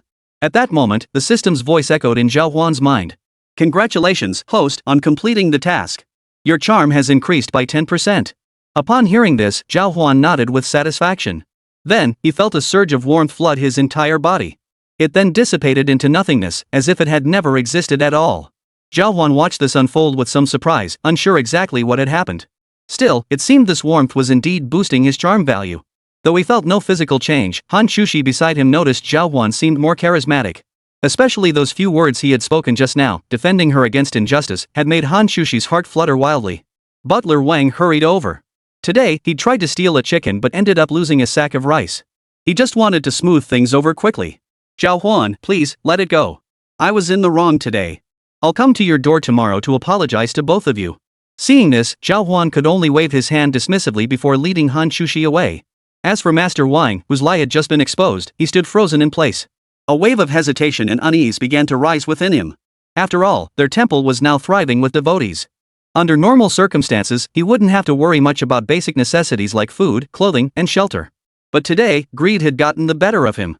He had even tampered with the fortune sticks drawn by Zhào Huān and Hán Chǔxī. Could this be the Buddha's punishment for me? Master Li Wang murmured as he knelt on the ground, utterly drained. He had lost his heart for Buddhist cultivation. Steward Wang, who had watched Zhào Huān leave, turned to see Master Li Wang slumped on the ground. His heart ached deeply. Left with no choice, he dialed by Xiaoqian's number and reported every detail of what had just transpired. Even if he managed to conceal these matters now, he couldn't possibly handle them. It was better to tell Bai Xiaoqian everything immediately. Ms. Bai. On the other end of the line, Bai Xiaoqian listened to the entire account and clenched her teeth in fury. How did Zhào Huān know you two would be talking behind the scenes? How did he manage to make such a sudden return? Hearing this, Manager Wang looked utterly bewildered. I have no idea. Mr. Wang, you've disappointed me. Get back here immediately. I'll handle the aftermath. Tomorrow, go buy some pastries. The two of us will go find Zhào Huān. Besides, I'd like to meet that girl named Hán Chǔxī myself. Bai Xiaoqian wasn't the type to give up at the first sign of trouble. On the contrary, after this minor setback, her competitive spirit was reignited. Tomorrow, she planned to meet Hán Chǔxī directly and apologize to Zhào Huān while she was at it. Meanwhile, Zhào Huān remained completely oblivious to all this, contentedly strolling through the wilderness with Hán Chǔxī. Chapter 190, Greed Takes Hold. After resolving all matters, Zhào Huān and Hán Chǔxī found themselves with free time. Meanwhile, Xiaoping on the competition field showed no signs of stopping.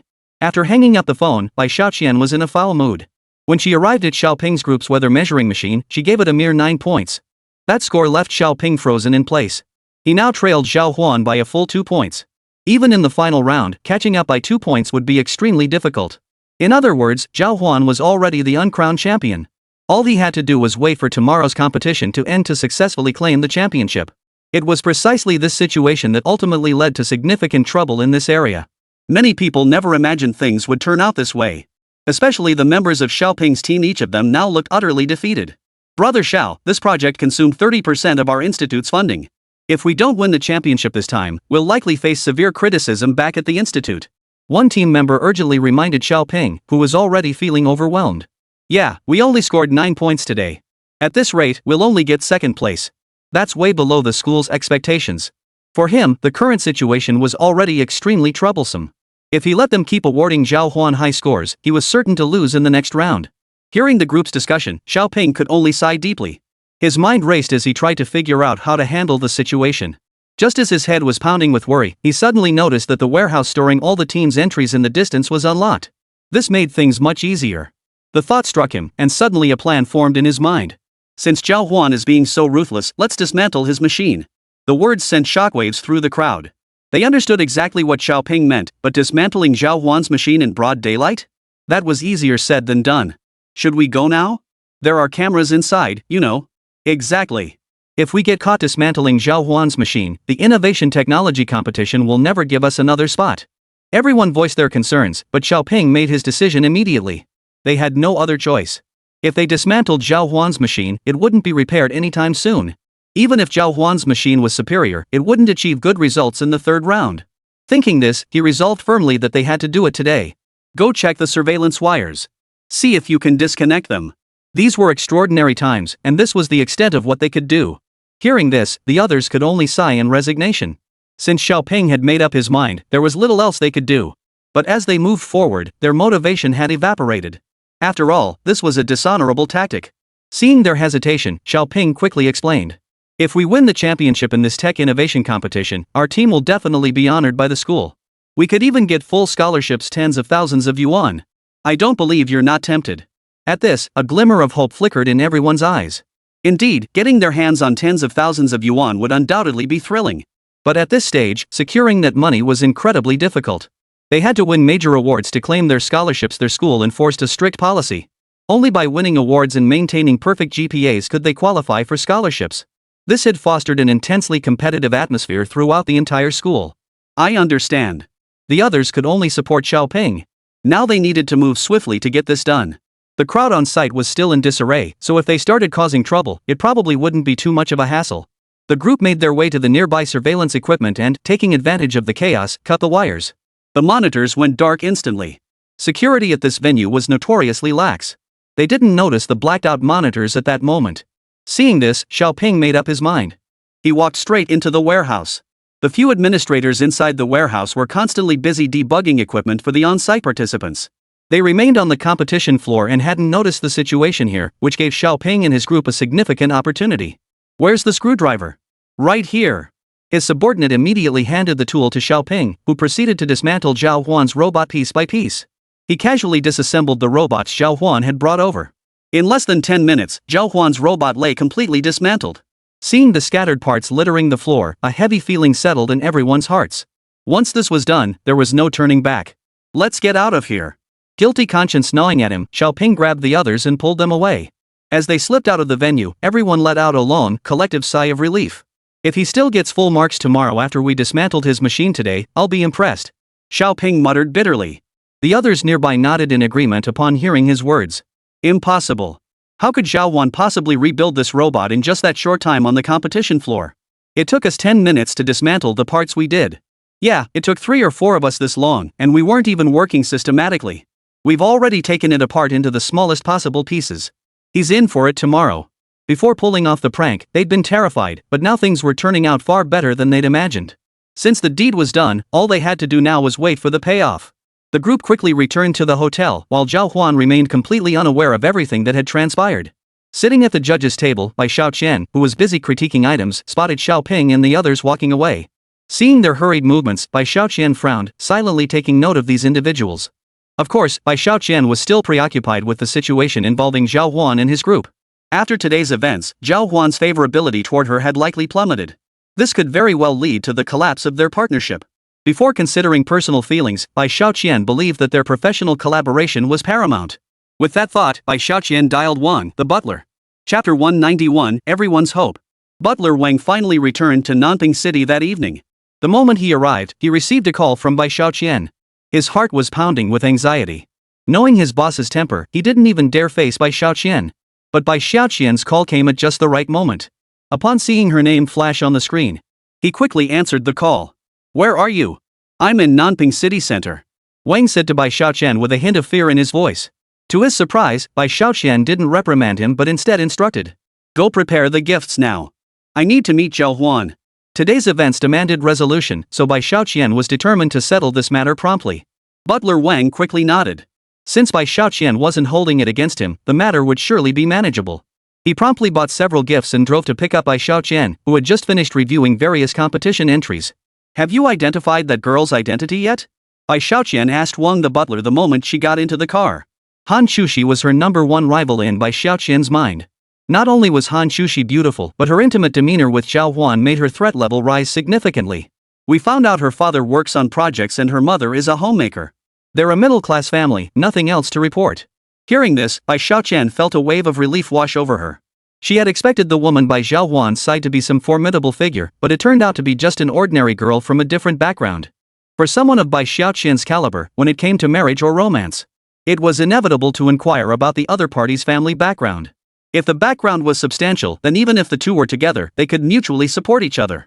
Of course, none of this would be mentioned to Zhào Huān after all, today's meeting was with him. But upon arriving at the hotel, Butler Wang went downstairs to inquire and discovered Zhào Huān wasn't there. Madam, it seems Zhào Huān hasn't returned yet. Bai Xiaoqian raised an eyebrow, surprised she hadn't caught him today. Since that was the case, there was no point in forcing the issue. Sighing, she waved her hand, signaling Butler Wang to drive back first. Then there's no need to rush it. Zhào Huān and Hán Chǔxī finally returned to the hotel at 10 o'clock that night. Many people were already waiting for Zhào Huān as soon as they arrived. The moment Chu Pingyang saw Zhào Huān, he gave a wry smile and offered his congratulations. Zhào Huān, congratulations. I never imagined your work would surpass mine by such a significant margin. That weather monitoring device only scored 9 points today. As long as you guys perform consistently from here on out, you'll definitely take the championship. Chu Pingyang had previously harbored resentment, for he too was a programming prodigy. Yet his creations never matched Zhào Huān's brilliance, nor did they possess comparable economic value or practicality. Now, seeing Zhào Huān poised to take the championship from them, Chu Pingyang was genuinely pleased from Dongling University's standpoint. But from his personal perspective, he felt a bit defeated. Because Zhào Huān had now completely crushed him. A few days ago, Zhào Huān hadn't challenged him to a programming contest. At the time, Chu Pingyang had assumed Zhào Huān was afraid, never imagining that Zhào Huān was simply too formidable to bother competing with him. Zhào Huān and Hán Chǔxī exchanged a surprised glance. I didn't expect Xiaoping's device to fall short of a perfect score. Upon hearing this, Chu Pingyang quickly explained to the two. Actually, only one team can get full marks. Why is that? Zhào Huān had calculated that he himself might tie with Xiaoping for first place today, but he hadn't expected Xiaoping to actually fall 1 point short. That single point made all the difference in the world. He hadn't imagined the judges would be so strict. Thinking about it, Zhào Huān felt a bit sorry for Xiaoping. Chu Pingyang chuckled and explained to Zhào Huān, there's a reason for that. They basically only award full marks to one person. The runner-up must miss 1 point. Otherwise, if there's a tie later, it would be awkward for them. Zhào Huān grasped the implication. By securing a perfect score early, he had effectively capped the maximum achievable score. Any subsequent contestant, no matter how talented, could only receive 9 points if they failed to surpass Zhào Huān. The judges had determined Xiaoping fell short of Zhào Huān's performance, hence his 9-point score. If the scoring had been higher, like awarding Xiaoping and his team full marks in the first round, then Zhào Huān, being superior, would have had to exceed the rules by gaining an extra point. The situation was now crystal clear. Zhào Huān had outperformed Xiaoping in both rounds to take first place, and the third round should pose no further issues. After exchanging pleasantries with the crowd, Zhào Huān and Hán Chǔxī headed to Yan Xiaohong's room to check on her. But as soon as they arrived, Chu Pingyang quickly caught up and informed them. Our senior is in the hospital today. What? The news sent shockwaves through both of them. Just this morning before leaving, Zhào Huān and Hán Chǔxī had seen her perfectly fine. They never imagined such a problem could arise in such a short span of time. What happened? The two anxiously pressed Chu Pingyang for answers. Chu Pingyang waved his hand, signaling them not to panic. Don't worry. She just went to the hospital for an 4 drip. She should be fine by tomorrow. However, she won't be able to join you for the competition tomorrow. She asked me to tell you both to win the championship. Upon hearing this, Zhào Huān and Hán Chǔxī immediately nodded in understanding. If it was just in 4 drip, there was nothing to worry about. I've already called a few classmates to look after her. You two just focus on preparing. We've all been eliminated in this second round. Tomorrow, it's entirely up to you. Zhào Huān and Hán Chǔxī's team now carried everyone's hopes, so at this moment, the others were doing everything they could to create favorable conditions for them. Hearing this, both Zhào Huān and Hán Chǔxī felt a warm glow in their hearts. Alright, thank you for looking after our senior. Zhang Hui and Hán Chǔxī returned to their room to sleep, preparing to face tomorrow's challenge with their best energy. Meanwhile, at the hotel front desk, a dark figure rummaged through Hán Chǔxī's backpack. In the dead of night, a single sheet of paper was tossed aside. Chapter 192, The Biggest Loophole. After a night's rest, Zhào Huān and Hán Chǔxī met directly at the hotel entrance early the next morning. Zhào Huān, we're probably going to win an award today. You'd better think of something to say. You'll need to deliver a nice speech when you go up to accept it. Hán Chǔxī felt remarkably relaxed today. As long as they followed the established procedure, neither Zhào Huān nor Hán Chǔxī would make any mistakes, and they would secure the championship afterward. Alright, I'll handle it when the time comes. Zhào Huān had long wanted to showcase his talent for public speaking. Unfortunately, Hán Chǔxī also wanted to contribute to the competition. Therefore, all the scripts for the competition were handed over to Hán Chǔxī. The two entered the venue, instantly drawing everyone's attention. Zhào Huān was now the top seed, or rather, the pre-selected contestant. Look, Zhào Huān is here. Today's champion is bound to be Zhào Huān, right? Absolutely. He's already 2 points ahead of second place today. That gap is insurmountable. Not necessarily. What if Zhào Huān and his team have an off day today? You're just jealous they're winning, aren't you? What do you mean play poorly? How could anyone play poorly in a competition like this? The crowd erupted into heated debate, with many expressing regret for Xiaoping. Truthfully, Xiaoping's design was exceptionally practical. It could even revolutionize certain weather monitoring devices. Unfortunately, he faced an even more formidable opponent in Zhào Huān. If Zhào Huān's innovations were applied to mining projects, They could drastically reduce costs for mining various ores. These were the real game changers that could propel development forward. Spotting Zhào Huān approaching, Bai Shaoqian quickly followed suit. Yesterday's incident had left both sides feeling awkward, and Bai Shaoqian came today specifically to resolve the tension. Good morning, Zhào Huān. Bai Shaoqian greeted Zhào Huān as if nothing had happened. Seeing her approach, Zhào Huān was somewhat taken aback. He hadn't expected Bai Shaoqian to have such thick skin to actually show up looking for him today. Don't you owe me an explanation for yesterday? Zhào Huān cut straight to the chase, bringing up the incident with the old monk from yesterday. Bai Shaoqian grinned at Zhào Huān. Oh, come on, it was just a joke. You guys took it so seriously? Didn't you catch me anyway? I'll bring you some gifts or something later to make it up to you, okay? Seeing her try to brush it off so casually, Hán Chǔxī beside her grew annoyed. Some people are just so bitter. Can't stand seeing others happy, huh? Unlike Zhào Huān, Hán Chǔxī had a fiery temper, especially after being deceived by Bai Shaoqian. Seeing her today only fueled her anger. It was all a misunderstanding.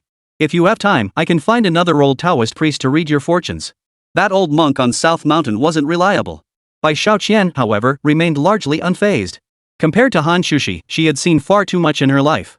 Engaging with Hán Chǔxī would only lower her own standing, so she chose not to dwell on the matter. Forget it. Let's not bring this up again.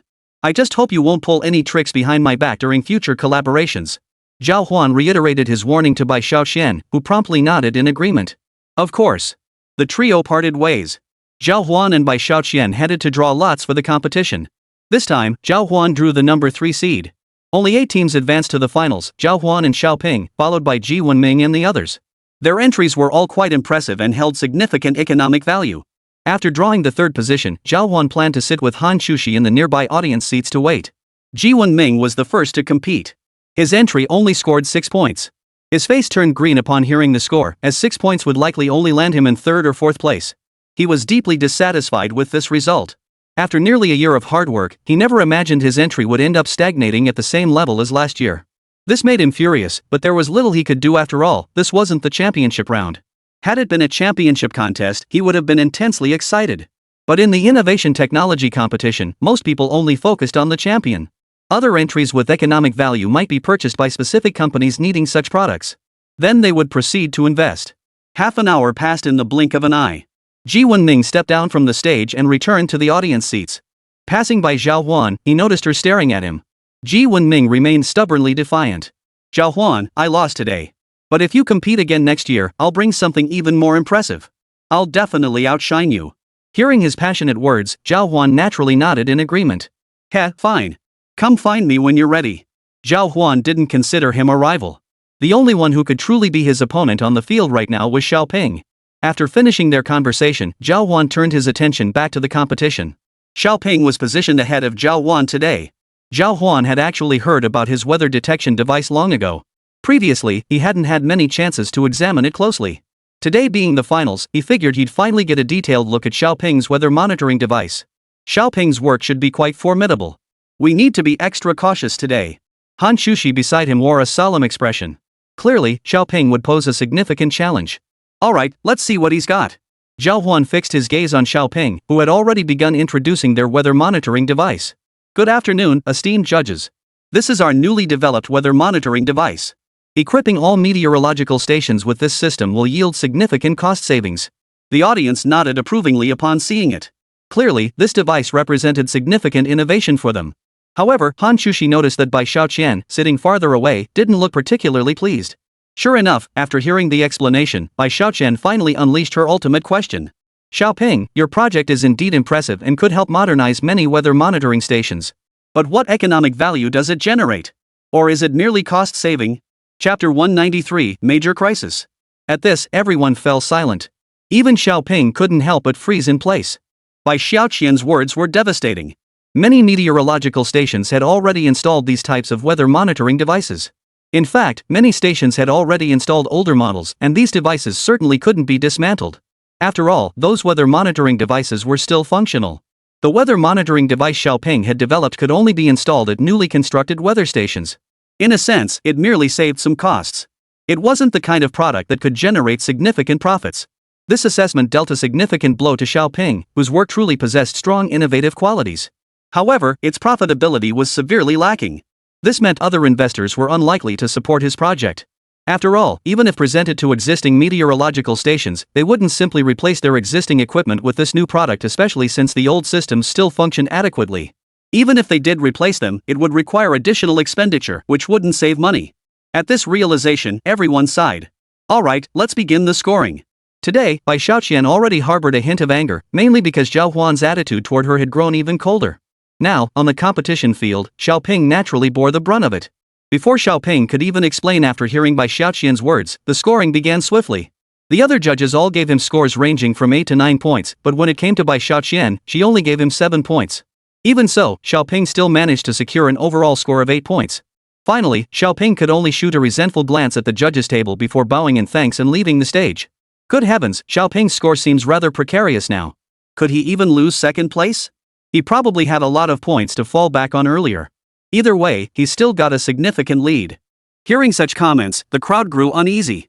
In terms of the outcome, Xiaoping was indeed at a disadvantage.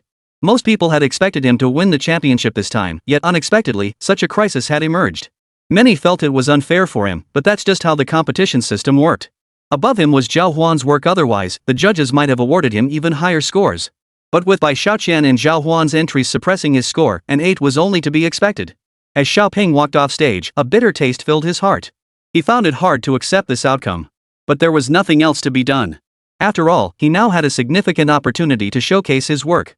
He had done his utmost in these matters, especially since Zhào Huān still had his useful methods.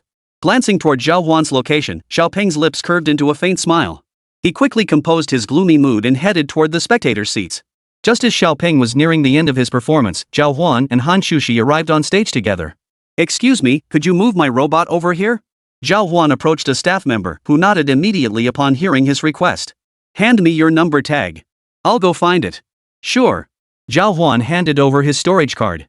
That storage card served as their identity credential for accessing the warehouse where their standing artworks were stored. After receiving the card, the staff member immediately dashed outside to retrieve Zhào Huān's belongings from the storage area. Zhào Huān and Hán Chǔxī waited there for less than 2 minutes. The warehouse manager hurried over with a small group of people. "Zhào Huān, we're truly sorry. When we went to retrieve it, we found your robot had been completely dismantled, every single screw had been removed." Hearing this, everyone was taken aback, especially Zhào Huān and Hán Chǔxī. They never imagined things would turn out this way. Bai Xiaoqian on stage also noticed the commotion. Standing at a distance, she couldn't make out their conversation. But it was clear Zhào Huān was in trouble now. Bai Xiaoqian had already felt guilty toward Zhào Huān since yesterday. Seeing him in difficulty today, she naturally wanted to lend a hand and immediately stepped down from the judges' table. "What's going on?" Several warehouse managers under her command immediately explained the situation to Bai Xiaoqian. Upon hearing it, she flew into a rage. "What the hell are you lot doing? How could a perfectly good robot be delivered to the warehouse only to be torn to shreds overnight? Go check the surveillance footage right now. If you don't find the culprit, you're all looking at getting fired." Not a single one of her subordinates dared utter a word. They had all witnessed Bai Xiaoqian's temper before, but today her fury was more intense than ever. Terrified, they all quickly bowed their heads. The warehouse manager hurriedly summoned several security guards, preparing to investigate the surveillance room. Meanwhile, Bai Xiaoqian turned to Zhào Huān and demanded, "All your stuff's been dismantled. What are we supposed to do now? You definitely can't compete in the contest. With so many parts, just reassembling them will take ages and you don't even have the blueprints." The surrounding students finally grasped the situation upon witnessing this. Who was so despicable as to dismantle Zhào Huān's work? Typical of people who can't stand seeing others succeed. "If I catch that guy, I'll give him a beating. What a disgrace. Why do people like this exist? And that warehouse must be a pain to sneak into. Who even has access? This should be considered a management oversight. The organizers should take responsibility, not Zhào Huān." Everyone was buzzing with opinions. Throughout the discussion, Xiaoping and the others remained silent. They dared not speak up. After all, they were the ones who had dismantled it. Hán Chǔxī was on the verge of tears. They were on the verge of winning the championship, only to face this situation at the last moment. It was utterly unacceptable. Zhào Huān frowned at the scattered parts on the floor before beginning a careful inspection. "Hold on, let me first see how many parts are missing here." Zhào Huān carefully recalled the blueprint the system had provided. After processing through the system, the blueprint had taken root in Zhào Huān's mind. No matter how much time passed, he would never forget them. As Zhào Huān swiftly compared the parts, he made a surprising discovery. All the parts for this robot were still preserved here. Then, wouldn't it be fixed if he just reassembled it? Chapter 194, Reassembly. Now, everyone in the stands felt an overwhelming sense of heaviness. For them, the current situation seemed beyond redemption. Zhào Huān had been the top contender. Everyone had hoped to witness Zhào Huān claim the championship. Despite the presence of many ill-intentioned individuals, it was the shared belief that Zhào Huān would ultimately triumph. Yet now, Zhào Huān had fallen victim to someone striking from behind a turn of events few could accept. It's over. It's shattered beyond repair. Putting it back together is impossible now. Yeah, if only the organizers could find out who's behind this sabotage. Come on, if they could find out, they'd have results by now. I bet it was just a lapse in their security that gave someone an opening. Yeah, it's hard to trace. If they really dared to do this, they must be confident they won't get caught. Hearing this, everyone let out a slow sigh. Xiaoping and his group, however, couldn't suppress the smiles tugging at their lips. They had been waiting for Zhào Huān to run into trouble. Now, as expected, Zhào Huān had fallen right into the trap they'd dug. Just then, someone suddenly spoke up. Does that mean Xiaoping is the champion this time? The moment those words left his lips, every pair of eyes in the room turned to fix on Xiaoping. Truth be told, if this battle had reached its final conclusion, Zhào Huān wouldn't have made it. There would only be one person left standing: Xiaoping. If Xiaoping truly emerged as the ultimate victor, his suspicion would become the strongest. At that moment, Xiaoping was drenched in cold sweat. He never imagined his plan would unravel at the very last moment. The allure of the championship title had been too overwhelming. It had completely clouded his judgment, leaving him unable to see that after setting Zhào Huān up, he'd be unable to shake off suspicion. Panicked, Xiaoping could only force a smile onto his face. He stood frozen in place, unable to utter a word.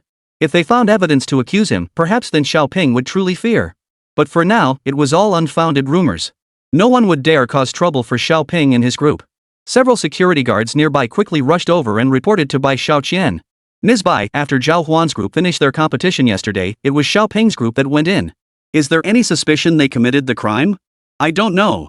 The surveillance system malfunctioned at that exact time. The timing is just too convenient. We have absolutely no evidence right now. Hearing this, Bai Xiaoqian abruptly lifted her eyes and shot a fierce glare toward Xiaoping in the distance. It was clear that Xiaoping was now her prime suspect.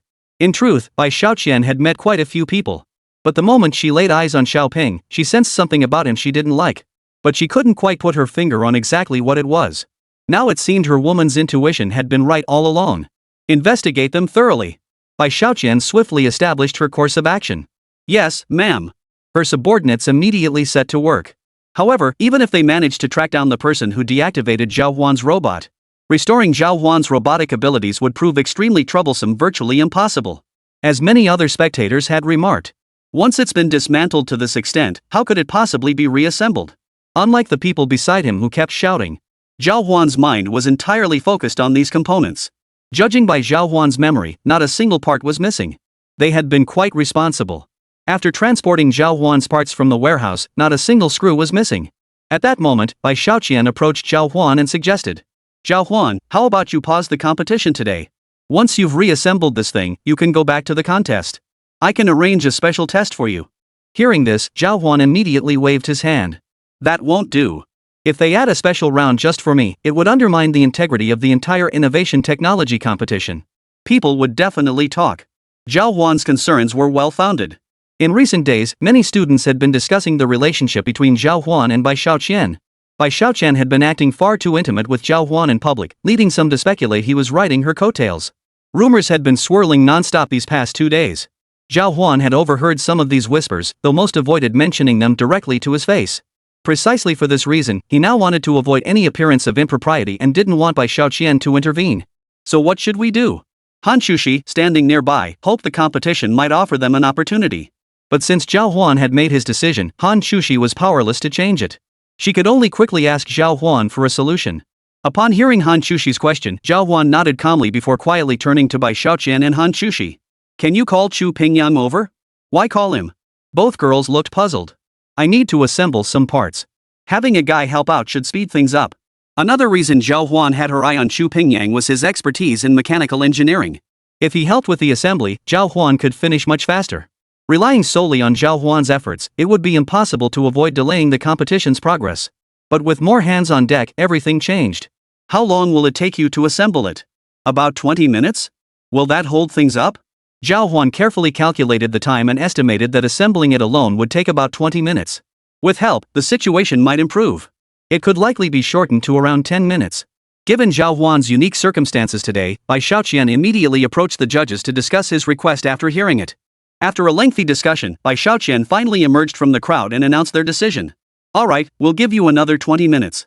Go get someone to help you. Don't send him. I'll go. Hán Chǔxī, who had overheard their exchange, volunteered and promptly turned toward the audience seating. Xu Pingyang, come here. Sitting in the stands, Xu Pingyang clenched his fists, his palms drenched in sweat. He was genuinely worried about Zhào Huān and Hán Chǔxī. After all, this was the honor of Dongling University. If the victory slipped through their fingers, they would undoubtedly be devastated. Hearing Hán Chǔxī's call, Xu Pingyang immediately stood up. What's up? Zhào Huān says he can fix the machine within 20 minutes. Come help him assemble it. The moment those words left her mouth, the entire venue erupted in an uproar. Chapter 195, The 20-Minute Miracle. Did I hear that correctly? With so many parts and such complex procedures, Zhào Huān claims he can repair it that quickly? What kind of speed is that? It's not just about speed, it's about memory. How does he remember the layout of hundreds of parts? I don't think he even brought the manual. You're overlooking the most crucial factor, proficiency. If Zhào Huān can assemble the entire machine from scratch in under 20 minutes, it proves his familiarity with this device has reached an otherworldly level. The crowd's murmurs grew louder as they unanimously agreed Zhào Huān must be one of those legendary geniuses. Amidst their heated debate, Xiaoping, standing at a distance, caught snippets of their conversation. He had originally intended to leave, especially since Bai Shaoqian's gaze was making him feel uneasy. But upon hearing Zhào Huān claim he could complete the task within 20 minutes, Xiaoping changed his mind. A heavy weight settled in his chest. Impossible, absolutely impossible. Xiaoping muttered to himself, standing to the side, his eyes bloodshot as he stared at Zhào Huān. He couldn't believe that after all his efforts yesterday, he still couldn't bring Zhào Huān down. Zhào Huān was like a treasure trove. No matter what obstacle he threw at her, she always found a way to swiftly overcome it. There was simply no opening to bring him down. The thought filled Xiaoping with fury. Brother Xiao, we should go. The nervous teammates hurriedly urged Xiaoping, but he had no intention of leaving. You guys go ahead. I'll stay here and watch. Xiaoping impatiently waved his hand. His usually composed and gentle demeanor was about to crack. The championship that had been within his grasp was now slipping away. The crushing disappointment nearly drove Xiaoping mad. His heart pounded wildly, and the glare he shot at Zhào Huān grew fierce. Yet no one on the field noticed him at that moment. Most eyes were fixed on Zhào Huān. After meeting up with Xu Pingyang, Zhào Huān swiftly pulled out paper and pen, handing over the completed blueprints. You just handle these larger mechanical sections. Leave the detailed work to me. Zhào Huān handed the larger modules to Xu Pingyang. Time was money now. Xu Pingyang silently nodded upon receiving the documents and immediately began assisting. Meanwhile, Zhào Huān activated his quantum computing mode. This was an exceptionally powerful tool granted to Zhào Huān by the system, capable of amplifying his brain's computational capacity. Previously, Zhào Huān had only used it while studying. Later, he discovered that activating this supercomputing mode while working yielded remarkably efficient results. Truthfully, Zhào Huān hadn't anticipated encountering such a treacherous ambush here at the outset. But since it had happened, he had no choice but to fight fire with fire. After activating this high-speed brain processing skill, Zhào Huān swiftly assembled the various small components.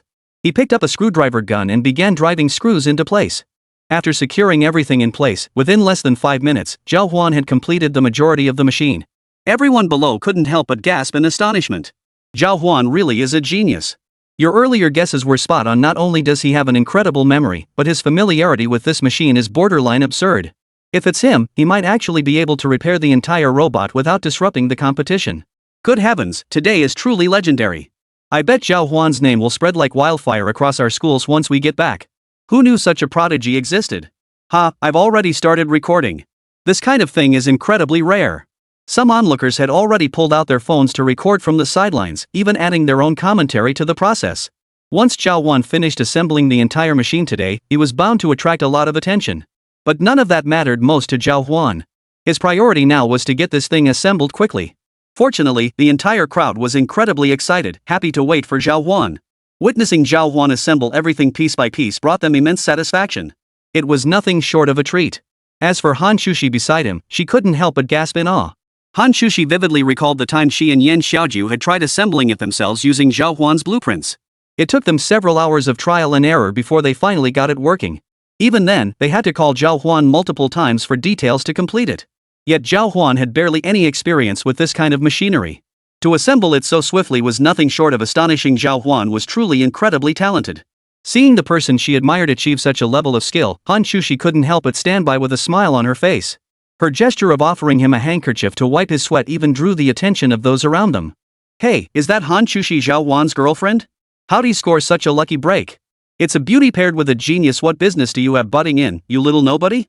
Man, I wish I were a genius too. If only I could have a girlfriend this gorgeous someday. Dream on. When you finally have the skills to build something like Zhào Huān's surveying robot, maybe then some girl will throw herself at you. That's probably never gonna happen.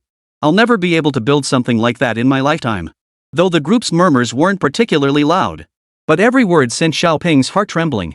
Today's spotlight was supposed to be on him, but despite everyone's efforts, Xiaoping still hadn't achieved any positive results. The thought alone made Xiaoping sigh deeply. He had a premonition that if Zhào Huān continued assembling here, he would inevitably lose today. But what leverage did Xiaoping have now to stop Zhào Huān? He could only watch helplessly as Zhào Huān steadily completed the assembly of these machines. Before he knew it, 20 minutes had passed. After carefully inspecting his work, Zhào Huān turned to the judges and announced, "My apologies for wasting everyone's time, but my machine is now fully assembled." Whoa! Chapter 196, Perfect Score? Everyone present sucked in a sharp breath. They never imagined Zhào Huān could reach such a level. Remember, when they first saw all the parts scattered on the floor, many thought Zhào Huān wouldn't even be able to compete today. Yet Zhào Huān had replicated a miracle in just 20 minutes. I don't think it was even 20 minutes, more like 17 or 18. Yeah, Zhào Huān's speed is just too fast. It feels unreal. Absolutely unbelievable. That's what a genius looks like, right? The collective gasps reached Xiaoping's ears, turning his face green with envy. He never imagined Zhào Huān could reach such a level. He even regretted not stealing some of Zhào Huān's parts. Back when they'd gone to steal Zhào Huān's equipment, Xiaoping had already considered taking some of his special components. But considering the immense value of Zhào Huān's creation, if caught, he could very well be breaking the law. So at that moment, Xiaoping didn't attempt to steal directly. Instead, he chose to dismantle everything. Yet to his astonishment, after taking it all apart, Zhào Huān managed to rebuild everything from scratch. This was beyond belief. Defeated by such an opponent, Xiaoping could only accept his misfortune.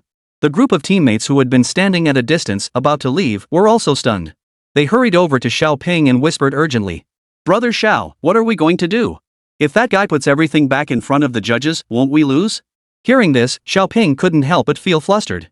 For him, the championship was already slipping away. Now, there was only one thing left for them to do: clear their own suspicions as quickly as possible. The first step was to stay out of anything. As long as they kept quiet, the investigation probably wouldn't reach them.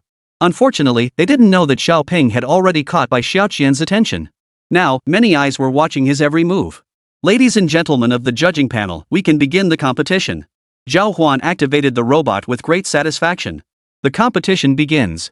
By Xiaoqian's signal, the others nearby immediately nodded their approval for Zhào Huān to participate. Just then, Hán Chǔxī stepped forward, intending to retrieve the speech she had prepared earlier. But the moment she lifted her backpack, Hán Chǔxī realized her speech was gone. Her face paled as she hurried over to Zhào Huān and explained the situation. "Zhào Huān, my speech seems to be missing. This was the introduction document I specifically prepared for the finals."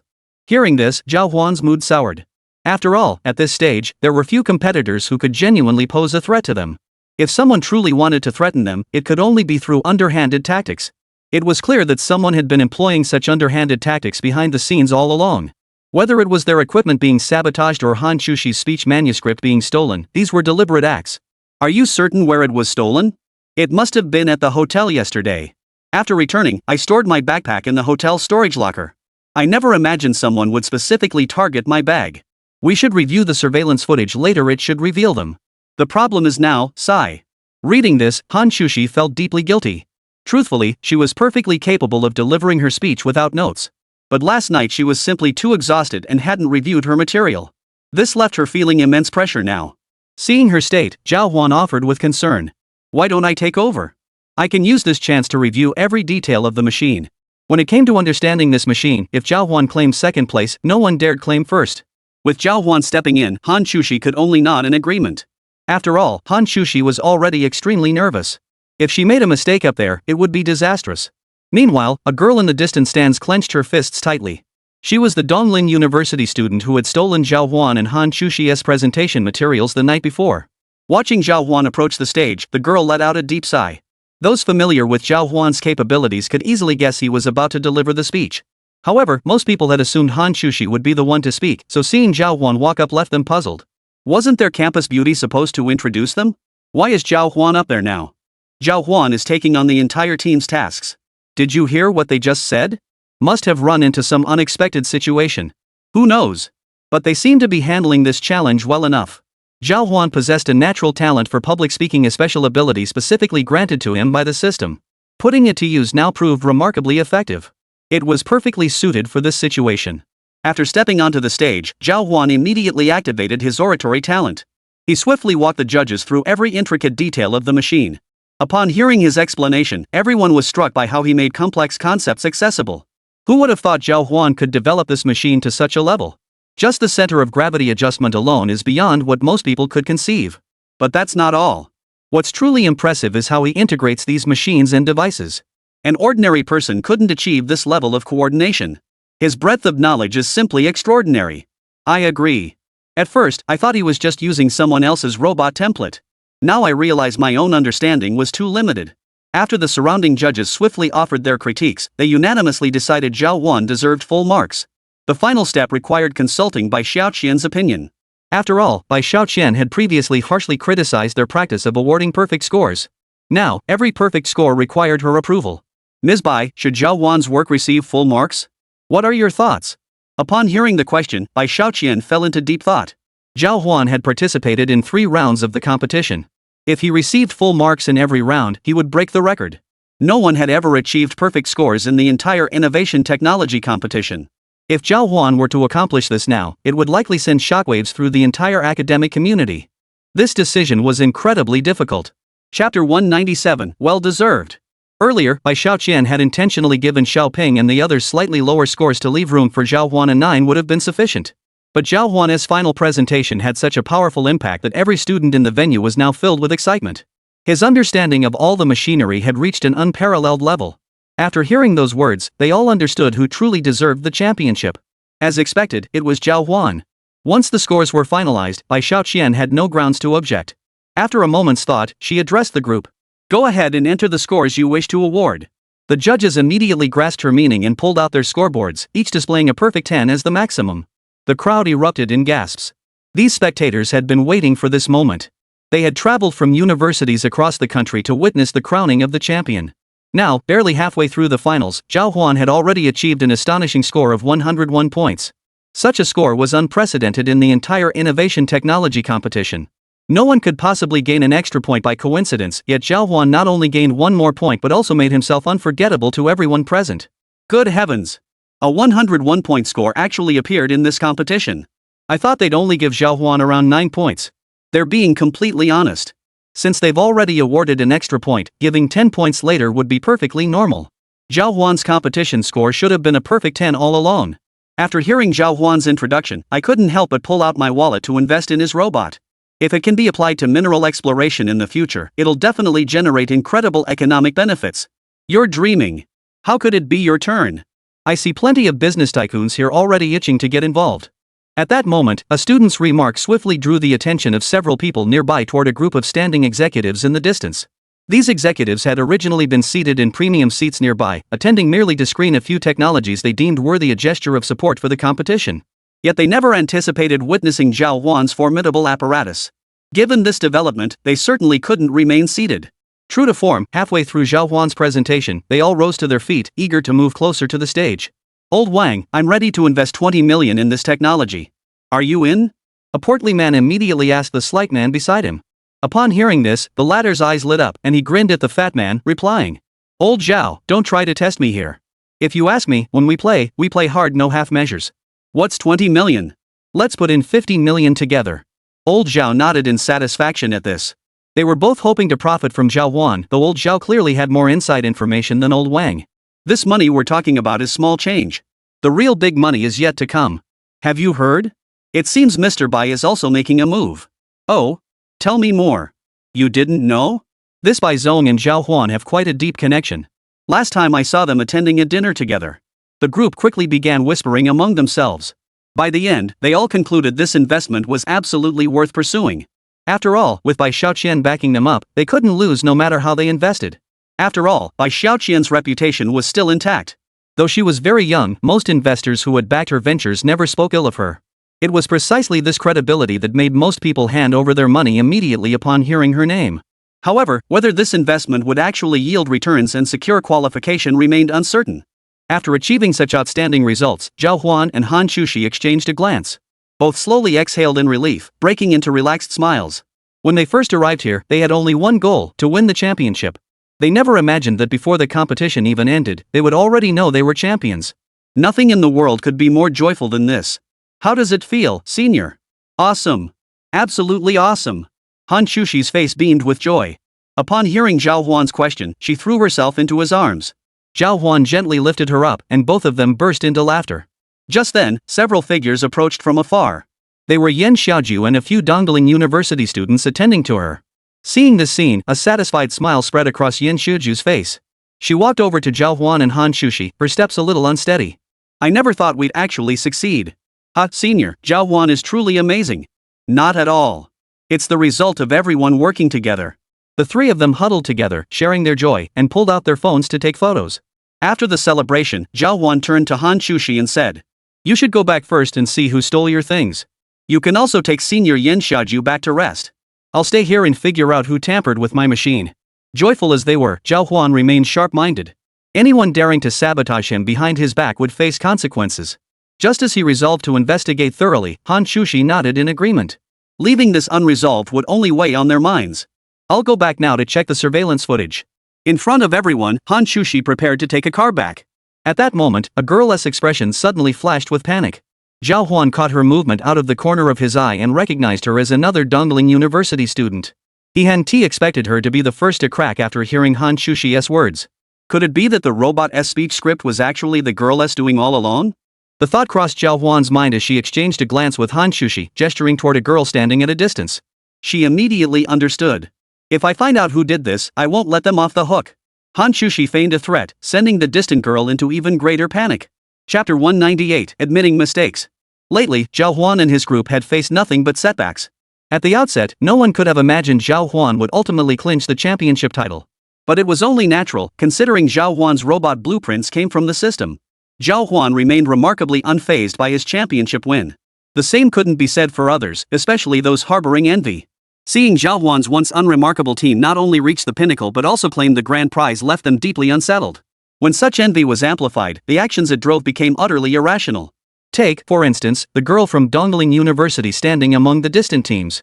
What's her name? Zhào Huān whispered to Hán Chǔxī. I don't know her well, but I heard her name is Li Xiaohong. Upon hearing this, Zhào Huān felt a pang of doubt. It was quite rare for someone to commit such an act that undermined the collective honor. Go back and investigate first. There should be surveillance footage in the hotel. All right. The two parted ways. Just as Hán Chǔxī was about to leave, Li Xiaohong suddenly stepped out from the crowd. Hán Chǔxī, come here. I need to talk to you. Oh? Invite Zhào Huān to come along too. Since this person was capable of such despicable acts, Hán Chǔxī might face danger if they were being threatened behind the scenes. So Hán Chǔxī directly brought Zhào Huān along. Zhào Huān didn't mind after all, it was just a girl. However, upon hearing that Zhào Huān would be joining them, Li Xiaohong's expression shifted noticeably.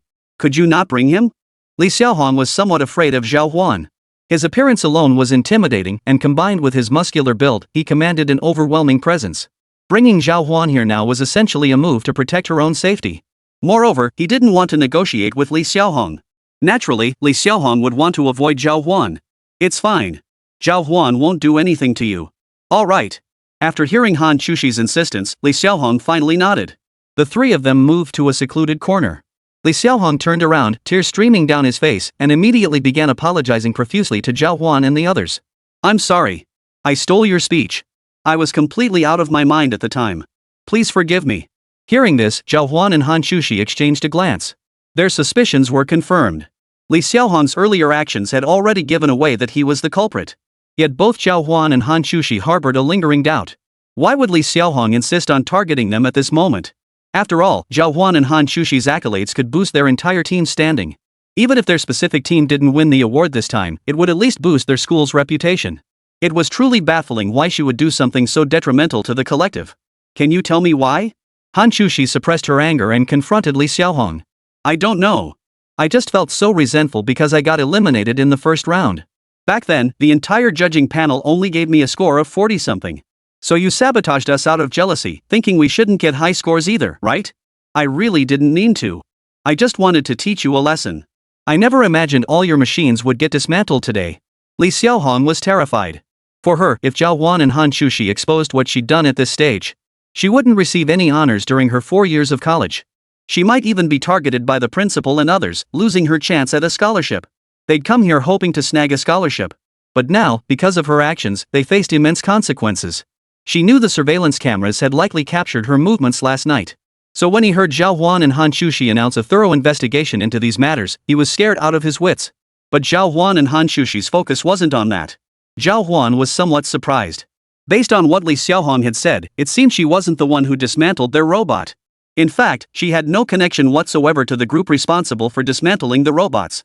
This meant they had to broaden their search significantly. Stunned, Zhào Huān could only ask directly. So you're saying you didn't dismantle our robots? How could I have even gotten near your robots? I didn't even come to watch your competition yesterday. I just heard others say your performance was outstanding, and that made me feel resentful. I guess I'm just a petty person. Li Xiaohong was scared out of her wits. Now Zhào Huān was actually trying to pin the blame for the robot's destruction on her. There was no way Li Xiaohong could admit to that. Seeing her expression, both Zhào Huān and Hán Chǔxī could tell this definitely wasn't Li Xiaohong's doing. But that's when the question arises, if it wasn't Li Xiaohong, then who could it be? Someone with a deep grudge against Zhào Huān. Suddenly, Hán Chǔxī thought of someone. Could it be Ji Wenming? Zhào Huān also felt a twinge of suspicion upon hearing that name. But if it was them, the first thing needed was evidence. The dismantling of Zhào Huān's robot was far more serious than the theft of the speech draft. After all, this was outright cheating on their part. Zhào Huān absolutely couldn't let them sweep this under the rug. Therefore, Zhào Huān decided to personally investigate the scene. I'll go find Bai Xiaoqian shortly to see if she can open a backdoor for us. You take Li Xiaohong back first. How he's handled afterward is up to you to decide. Hearing this, Li Xiaohong immediately burst into tears and begged for mercy. She knew full well she was at fault for today's events, but pleading for forgiveness now was utterly futile. Hán Chǔxī was now prepared to impose some punishment on the spot. I will report this matter to the school afterward. At this, Li Xiaohong's face instantly wilted like an eggplant hit by frost. No, please don't. If you really tell the school about this, I won't be able to stay here. If only you'd known then what you know now. Wrongdoing is wrongdoing. If someone commits a mistake, especially one with serious consequences, and gets off with just a flimsy apology, that would be utterly unfair to Zhào Huān and Hán Chǔxī, who had been wronged by Li Xiaohong. Chapter 199, Xiaoping's Suspicion. Please, I beg you. I know I was wrong. I was completely blinded by my own stupidity this time. I know I was wrong. Li Xiaohong's face turned grim as she repeated the same words over and over. In that moment, Li Xiaohong felt her entire life had turned bleak. If this incident were reported to the school or even resulted in disciplinary action, Li Xiaohong would be terrified. All her honors would be revoked, her scholarship would be lost, and even graduation would be in jeopardy. The thought alone made her feel utterly miserable. Securing a spot in this innovation and technology competition had taken her relentless effort and persistence. Even though she hadn't achieved outstanding results, at least she had one significant advantage: participating in this competition would add a valuable entry to her resume. Most importantly, participating in this competition would also boost her GPA upon returning. However, Hán Chǔxī wasn't entirely without compassion. How about this? Hán Chǔxī offered Li Xiaohong an alternative path. I will still report this matter to the school, but I'll do my best to help reduce your punishment. You'll likely lose your scholarship for this year, but if you're willing to complete a year of community service, you can still try to regain it next year. Upon hearing this, Li Xiaohong nodded vigorously. At this stage, being able to escape punishment, and if it didn't affect her future prospects, that was good enough. With that thought, Hán Chǔxī swiftly concluded the matter with Li Xiaohong. Meanwhile, Zhào Huān swiftly moved to another location, the backstage area of the judge's booth. There, she spotted Bai Xiaoqian. Seeing Zhào Huān come specifically for her, Bai Xiaoqian immediately beamed with joy. She walked up to Zhào Huān with a smile and asked, "Hey, handsome, what brings you here? Missing your big sister? I want you to investigate thoroughly the person who sabotaged my machine backstage. If possible, I'd like them to face disciplinary action. Do you have any leads?" Bai Xiaoqian certainly wouldn't let such people off the hook. For Bai Xiaoqian, anyone daring to cause trouble on her turf at this stage, and even disrupt the entire competition process. That was precisely why Bai Xiaoqian turned to Zhào Huān for inquiries. By observing each other, they could at least eliminate some suspects. If Zhào Huān could nod in agreement and handle this matter properly, they could then attempt to conduct some investigations. I have a suspect in mind. Do you know Ji Wenming? I've heard of him, but I doubt it's him. The real mastermind behind the scenes is likely someone else. A mysterious smile flitted across Bai Xiaoqian's face before she slowly began explaining to Zhào Huān. Zhào Huān had initially suspected Ji Wenming, but he hadn't anticipated Bai Xiaoqian having another candidate in mind. Logically speaking, Bai Xiaoqian shouldn't be privy to Zhào Huān's personal grudges. Now she suddenly claimed to know the mastermind behind it all, and Zhào Huān certainly didn't believe her. With that thought, Zhào Huān quickly asked Bai Xiaoqian. What do you mean? It's like this. Lately, I've been keeping an eye on someone. I noticed his demeanor was unnatural, and my investigation revealed he's very petty. Personality-wise, this person is the most likely candidate to have targeted you. But for some reason, none of you suspected him. Who is it?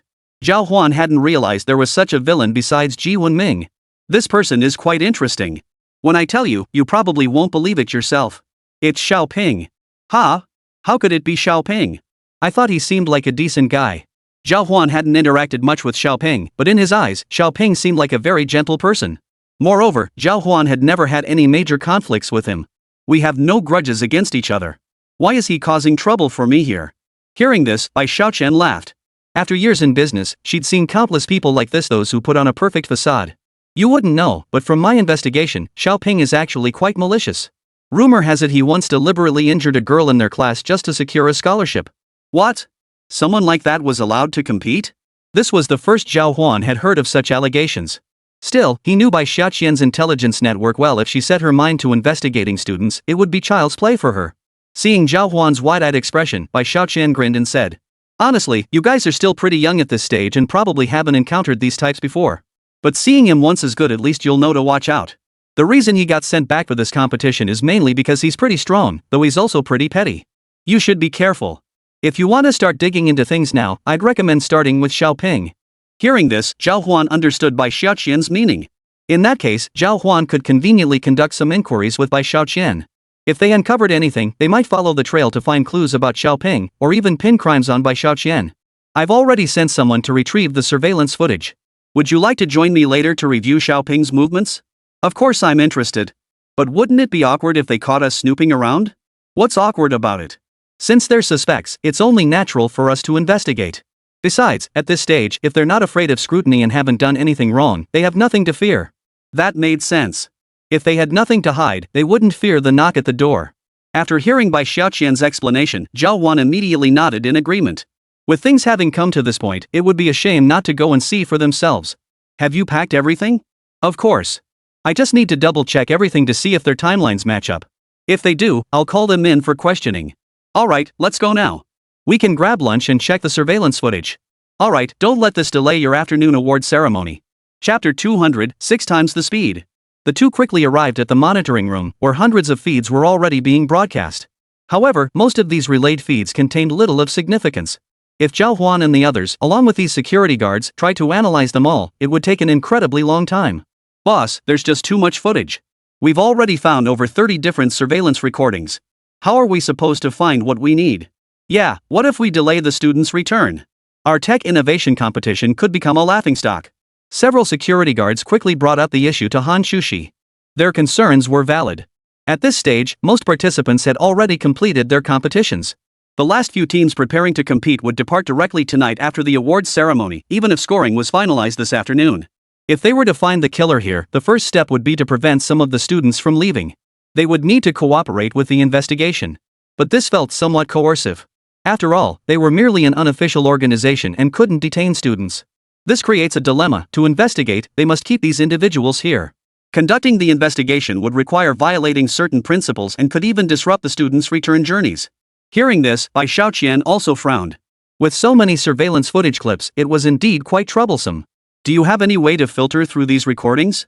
Going through each video one by one would be extremely difficult.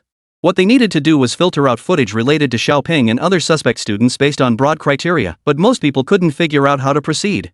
Nothing. We never really knew much about that backstabber in the first place. Everyone looked troubled, unsure how to proceed. Hearing this, Zhào Huān sighed. It seemed he'd have to handle things himself for the foreseeable future. With that thought, Zhào Huān immediately switched to hyperspeed thinking. Let me handle it. I'm pretty fast at reading and watching videos. Stepping forward, Zhào Huān voiced his plan.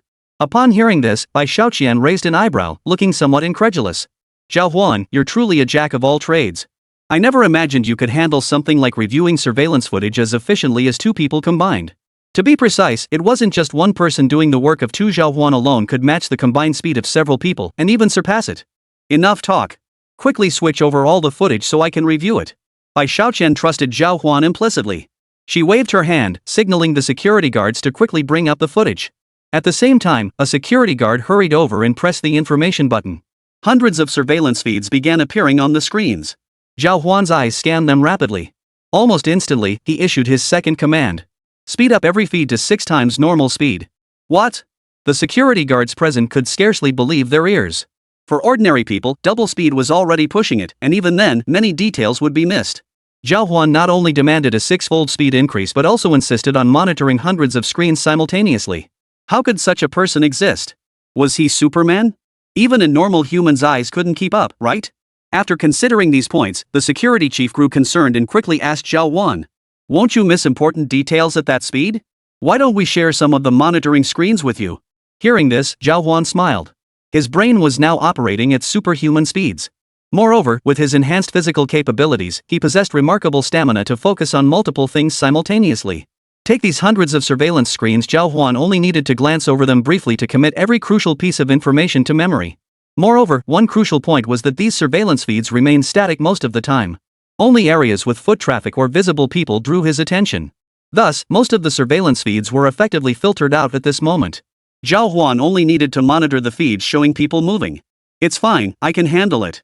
Everyone thought Zhào Huān was putting on a brave front and turned to look at Bai Xiaoqian. Bai Xiaoqian, however, just smiled cheerfully, showing no reaction whatsoever. She just stared wide-eyed, her gaze fixed on Zhào Huān.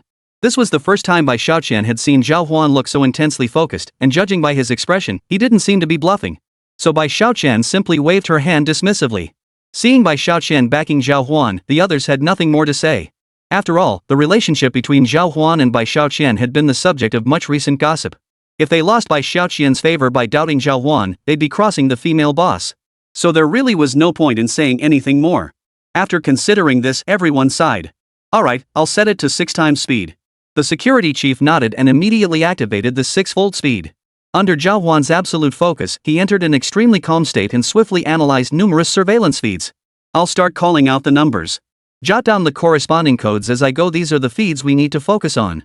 Bai Xiaoqian immediately pulled out paper and pen, nodding as she began taking notes. "Go ahead. Number 1, 3, 25, and 38. Zhào Huān systematically screened all surveillance footage before pinpointing these 4 most suspicious feeds. Every person captured within them was Xiaoping and his associates. These feeds detailed Xiaoping and his group entering the warehouse, exiting it, and then hurrying away from the entire venue. Seeing Zhào Huān actually apply logical reasoning to distinguish the footage here, everyone sucked in a cold breath. Who would have thought he could actually make sense of this? Just as everyone was stunned, the security chief began compiling information related to Xiaoping. After observing Xiaoping's actions, everyone realized a crucial issue: Xiaoping and his group had ample time and opportunity to commit the crime. Is there something fishy about this Xiaoping? Finally, the security chief voiced the question. The others finally caught on too. They realized that after leading so many people into the warehouse, Xiaoping had hurriedly walked out. He hadn't taken anything during that entire trip. Are all these people their team members? Why do I notice a few who don't look like contestants? Weren't they eliminated long ago? Chapter 201, Panic. Exactly. So many people went in empty-handed and came out empty-handed. It's obvious they're up to no good. Did you notice? Some of them looked scared, glancing around nervously. What the hell is going on? The crowd's confusion deepened. For them, the situation inside had already become extremely troublesome at this stage. If this had happened at the beginning, they might not have reacted this way, but now it was clear the problem was already massive. If this case couldn't be resolved, it could severely damage the reputation of the entire innovation technology competition. By this point, Bai Xiaoqian had also watched numerous videos alongside them. After reviewing the footage, Bai Xiaoqian furrowed her brow. Exchanging a glance with Zhào Huān, she smiled and asked him, "Zhào Huān, I wasn't lying to you, was I? It's exactly as I said. Since Xiaoping and his group are major suspects, why not bring them in for questioning?" Zhào Huān intended to use the science and technology innovation competition as a pretext to question them. After all, the matter of his machine being dismantled couldn't simply be swept under the rug. Most would likely cooperate with the investigation. If they didn't show up, it would only prove their guilt. Upon hearing Zhào Huān's words, Bai Xiaoqian immediately nodded and called the organizers. "Hello, there was an incident during the judging today." Bai Xiaoqian swiftly explained the entire situation to the organizers, who proved reasonably accommodating. After all, it was Bai Xiaoqian calling. Upon hearing her complaint, the other party made a decision immediately. "Alright, you can ask them first, but don't make a big deal out of it. We're not an official organization, after all." "Understood." Bai Xiaoqian hung up and prepared to call Xiaoping and the others over. After dialing the number they had provided during registration, Xiaoping answered just as the call connected. His heart skipped a beat. Hello, who is this? This is Bai Xiaoqian. You should be familiar with my name. We're currently investigating the dismantling of Zhào Huān's robot. Please come in to assist with the investigation. Oh, and bring everyone from your team. Hearing this, Xiaoping froze in place. He never imagined his seemingly flawless frame-up.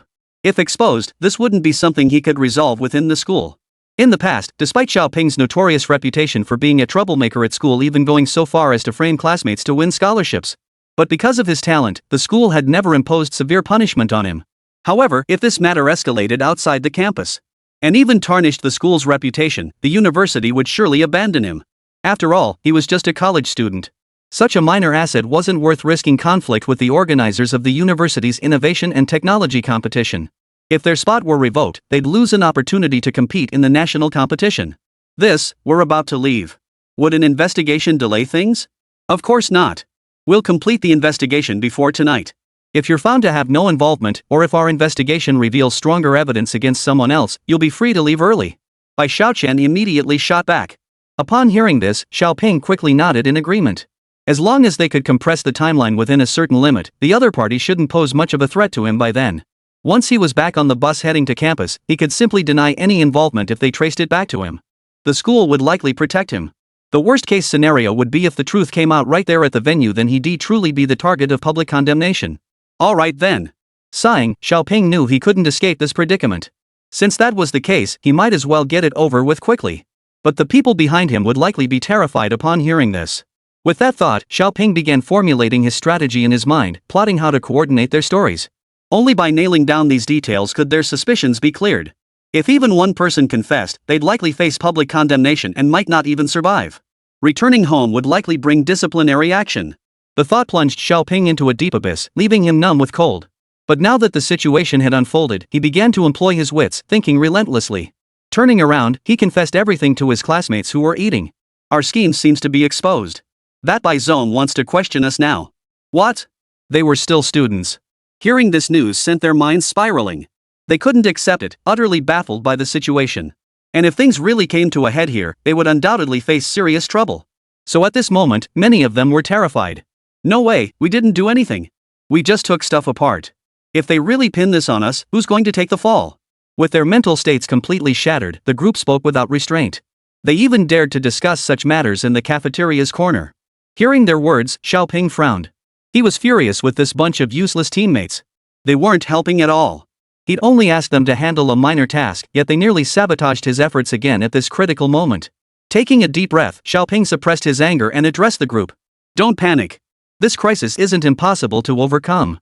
As long as we coordinate our stories properly, we just need to answer whatever he asks when we go up. Despite Xiaoping's reassurance, the group remained anything but calm. The situation was already overwhelmingly difficult for them. One person even stepped forward and said to Xiaoping, "Brother Xiao, we dismantled the machine because of you. If we really get exposed, can you take the blame alone?" Xiaoping now felt the situation was painfully real. Earlier, they'd debated how to regain control of the situation. But now it seemed utterly impossible to control them. When trouble hit, these guys only thought about how to escape, not how to help him solve the problem. Xiaoping clenched his fist, ready to punch the guy, but then took a deep breath, forcing down his anger. He put on a smile and said to him, "No need to panic. As long as our stories match up, we won't face any consequences. Once we board the train tonight and leave this place, even if they're powerful, they won't be able to chase us down for answers, right?" Hearing this, the others finally relaxed their expressions a little. Truthfully, their current situation was already quite favorable. At this stage, they hadn't incurred any substantial suspicion. The key factor was that the surveillance in the warehouse had malfunctioned. As long as the footage from those cameras couldn't be found, they were as safe as houses.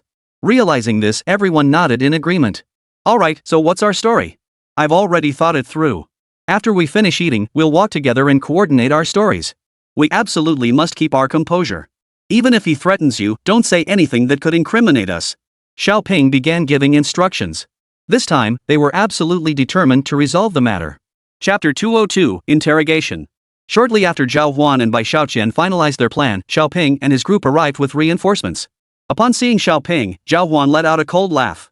All the evidence now pointed squarely at Xiaoping. The things this guy had done behind the scenes were truly unacceptable. If he was indeed the one pulling strings behind the scenes, Zhào Huān wouldn't hesitate to make him pay. Recently, Zhào Huān had placed immense trust in him. Yet even so, the other party still refused to compete with Zhào Huān under normal circumstances. Instead, he resorted to such underhanded tactics behind the scenes. It must be said, he's truly an irritating individual. Bai Xiaoqian spotted Xiaoping approaching and quietly warned Zhào Huān. This guy is very clever. Don't let your guard down. Zhào Huān nodded. At that moment, Xiaoping approached them, grinning broadly as he addressed both. What brings you here? If you have time, I can share everything I know with you. Hearing his cooperative tone, Zhào Huān and Bai Xiaoqian beside him both frowned. Bai Xiaoqian immediately waved her hand. Hold on a moment. Let's first figure out what's going on with you. Have the others step aside for now, or take them elsewhere for questioning. After speaking, Bai Xiaoqian turned her gaze toward Zhào Huān. It was clear she intended to separate them. Only by questioning them individually could she extract the truth. The group had received the message and rushed over in less than half an hour. Within that half hour, it would be difficult for them to seamlessly coordinate all their stories. Therefore, if any inconsistencies could be uncovered during this period, it would be possible to turn the tables on them. Xiaoping's expression finally shifted. Turning to his classmates, he exchanged knowing glances while smiling broadly and saying, "Everyone, share everything you know with Zhào Huān and Mr. Bai. Don't hold anything back. When the time comes, we need to clarify any issues thoroughly." Hearing this, everyone was somewhat taken aback. They hadn't expected this guy to accept things so readily. With that thought, the group began following Xiaoping as he walked toward the distance. But lately, hardly anyone had managed to get anything worthwhile from Zhào Huān. After all, few could escape Zhào Huān's grasp anymore. Once Zhào Huān activated his precise mental processing mode, he could pick up on countless details about them. Bai Xiaoqian didn't dwell on it much, as they already knew how to proceed afterward. The purpose of summoning Zhào Huān now was to separate these individuals later, to see if they could be dealt with. After considering this, Zhào Huān nodded and began testing his abilities from a distance. Approaching a classmate, Zhào Huān looked at him and asked, "What were you doing yesterday afternoon?" Upon hearing Zhào Huān's question, the other student smiled and replied, "After leaving here yesterday afternoon, I just wanted to go home and rest. I slept the whole afternoon." "Why? Is there a problem?" Zhào Huān had already reviewed the surveillance footage. This guy's whereabouts that afternoon were indeed hard to trace. But one crucial point stood out. At this stage, there must be some gaps in their story. After turning over the information in his mind, Zhào Huān realized what the man must have done. After a moment of simple reflection, a small doubt surfaced in Zhào Huān's mind. Could it be that this guy still had some unfinished business from the competition? Otherwise, it would be impossible for him to have entered the warehouse. With this thought in mind, Zhào Huān prepared to question him. "I saw on the surveillance footage that you were searching for something over there yesterday afternoon, right?" The location Zhào Huān referred to was, of course, the warehouse. But Zhào Huān didn't state it directly. Upon hearing Zhào Huān's words, the man grew flustered and immediately shook his head. "No, I didn't go to the warehouse yesterday. I only said you were looking for something inside the venue. Who said you went to the warehouse? Did you go there because you left something behind?" Zhào Huān began to trap him. Upon hearing this, the other man grew even more flustered and immediately responded, "I did leave something behind yesterday and went back to get it. I've got it now. What's the problem?" After hearing his words, Zhào Huān couldn't help but laugh. This guy's claims were utterly ridiculous. Previously, Zhào Huān hadn't even considered getting rid of him. But now it seemed he'd walked right into the trap. Clearly, when they left yesterday, there was nothing left to take. Each of them had left empty-handed, yet now he suddenly claimed he'd gone back to retrieve something? That was downright bizarre. After pondering this, Zhào Huān decided to inquire about the situation. From another perspective, though, the current situation was actually quite favorable for him. If he could test the waters, he'd be quite satisfied. But Zhào Huān wouldn't let him get away with it so easily, for he had now acquired numerous means to handle various crises. After a brief observation, Zhào Huān prepared to expose his scheme. But just then, a sudden commotion erupted around them. It turned out that while Bai Xiaoqian was questioning someone, a student had managed to escape. Bai Xiaoqian's voice echoed from afar, seemingly in pursuit of the fleeing student. Meanwhile, Zhào Huān had already made some progress. The student in front of him had begun to reveal numerous inconsistencies in his statements. "Catch him for me." Bai Xiaoqian's urgent voice echoed from behind. Zhào Huān began looking for an opportunity to handle the situation here. But from another perspective, if Zhào Huān were to handle this personally now, it would likely provoke resentment from others. With this in mind, Zhào Huān turned and gave chase after the fleeing student, determined to resolve the situation. Before long, Zhào Huān caught the fleeing individual. Xiaoping's face had turned completely dark in the distance. He never imagined he'd suffer such a major setback today. These guys' mental states were just too unstable today. If they were all like Xiaoping, he might have managed to scrape by for a while longer. But now it seemed all was lost. He didn't even dare face the fleeing student anymore. He watched Zhào Huān with trembling eyes, clearly reluctant to engage with him. At this stage, he dared not utter another word. After hearing this exchange, Zhào Huān had already pieced together much of the situation.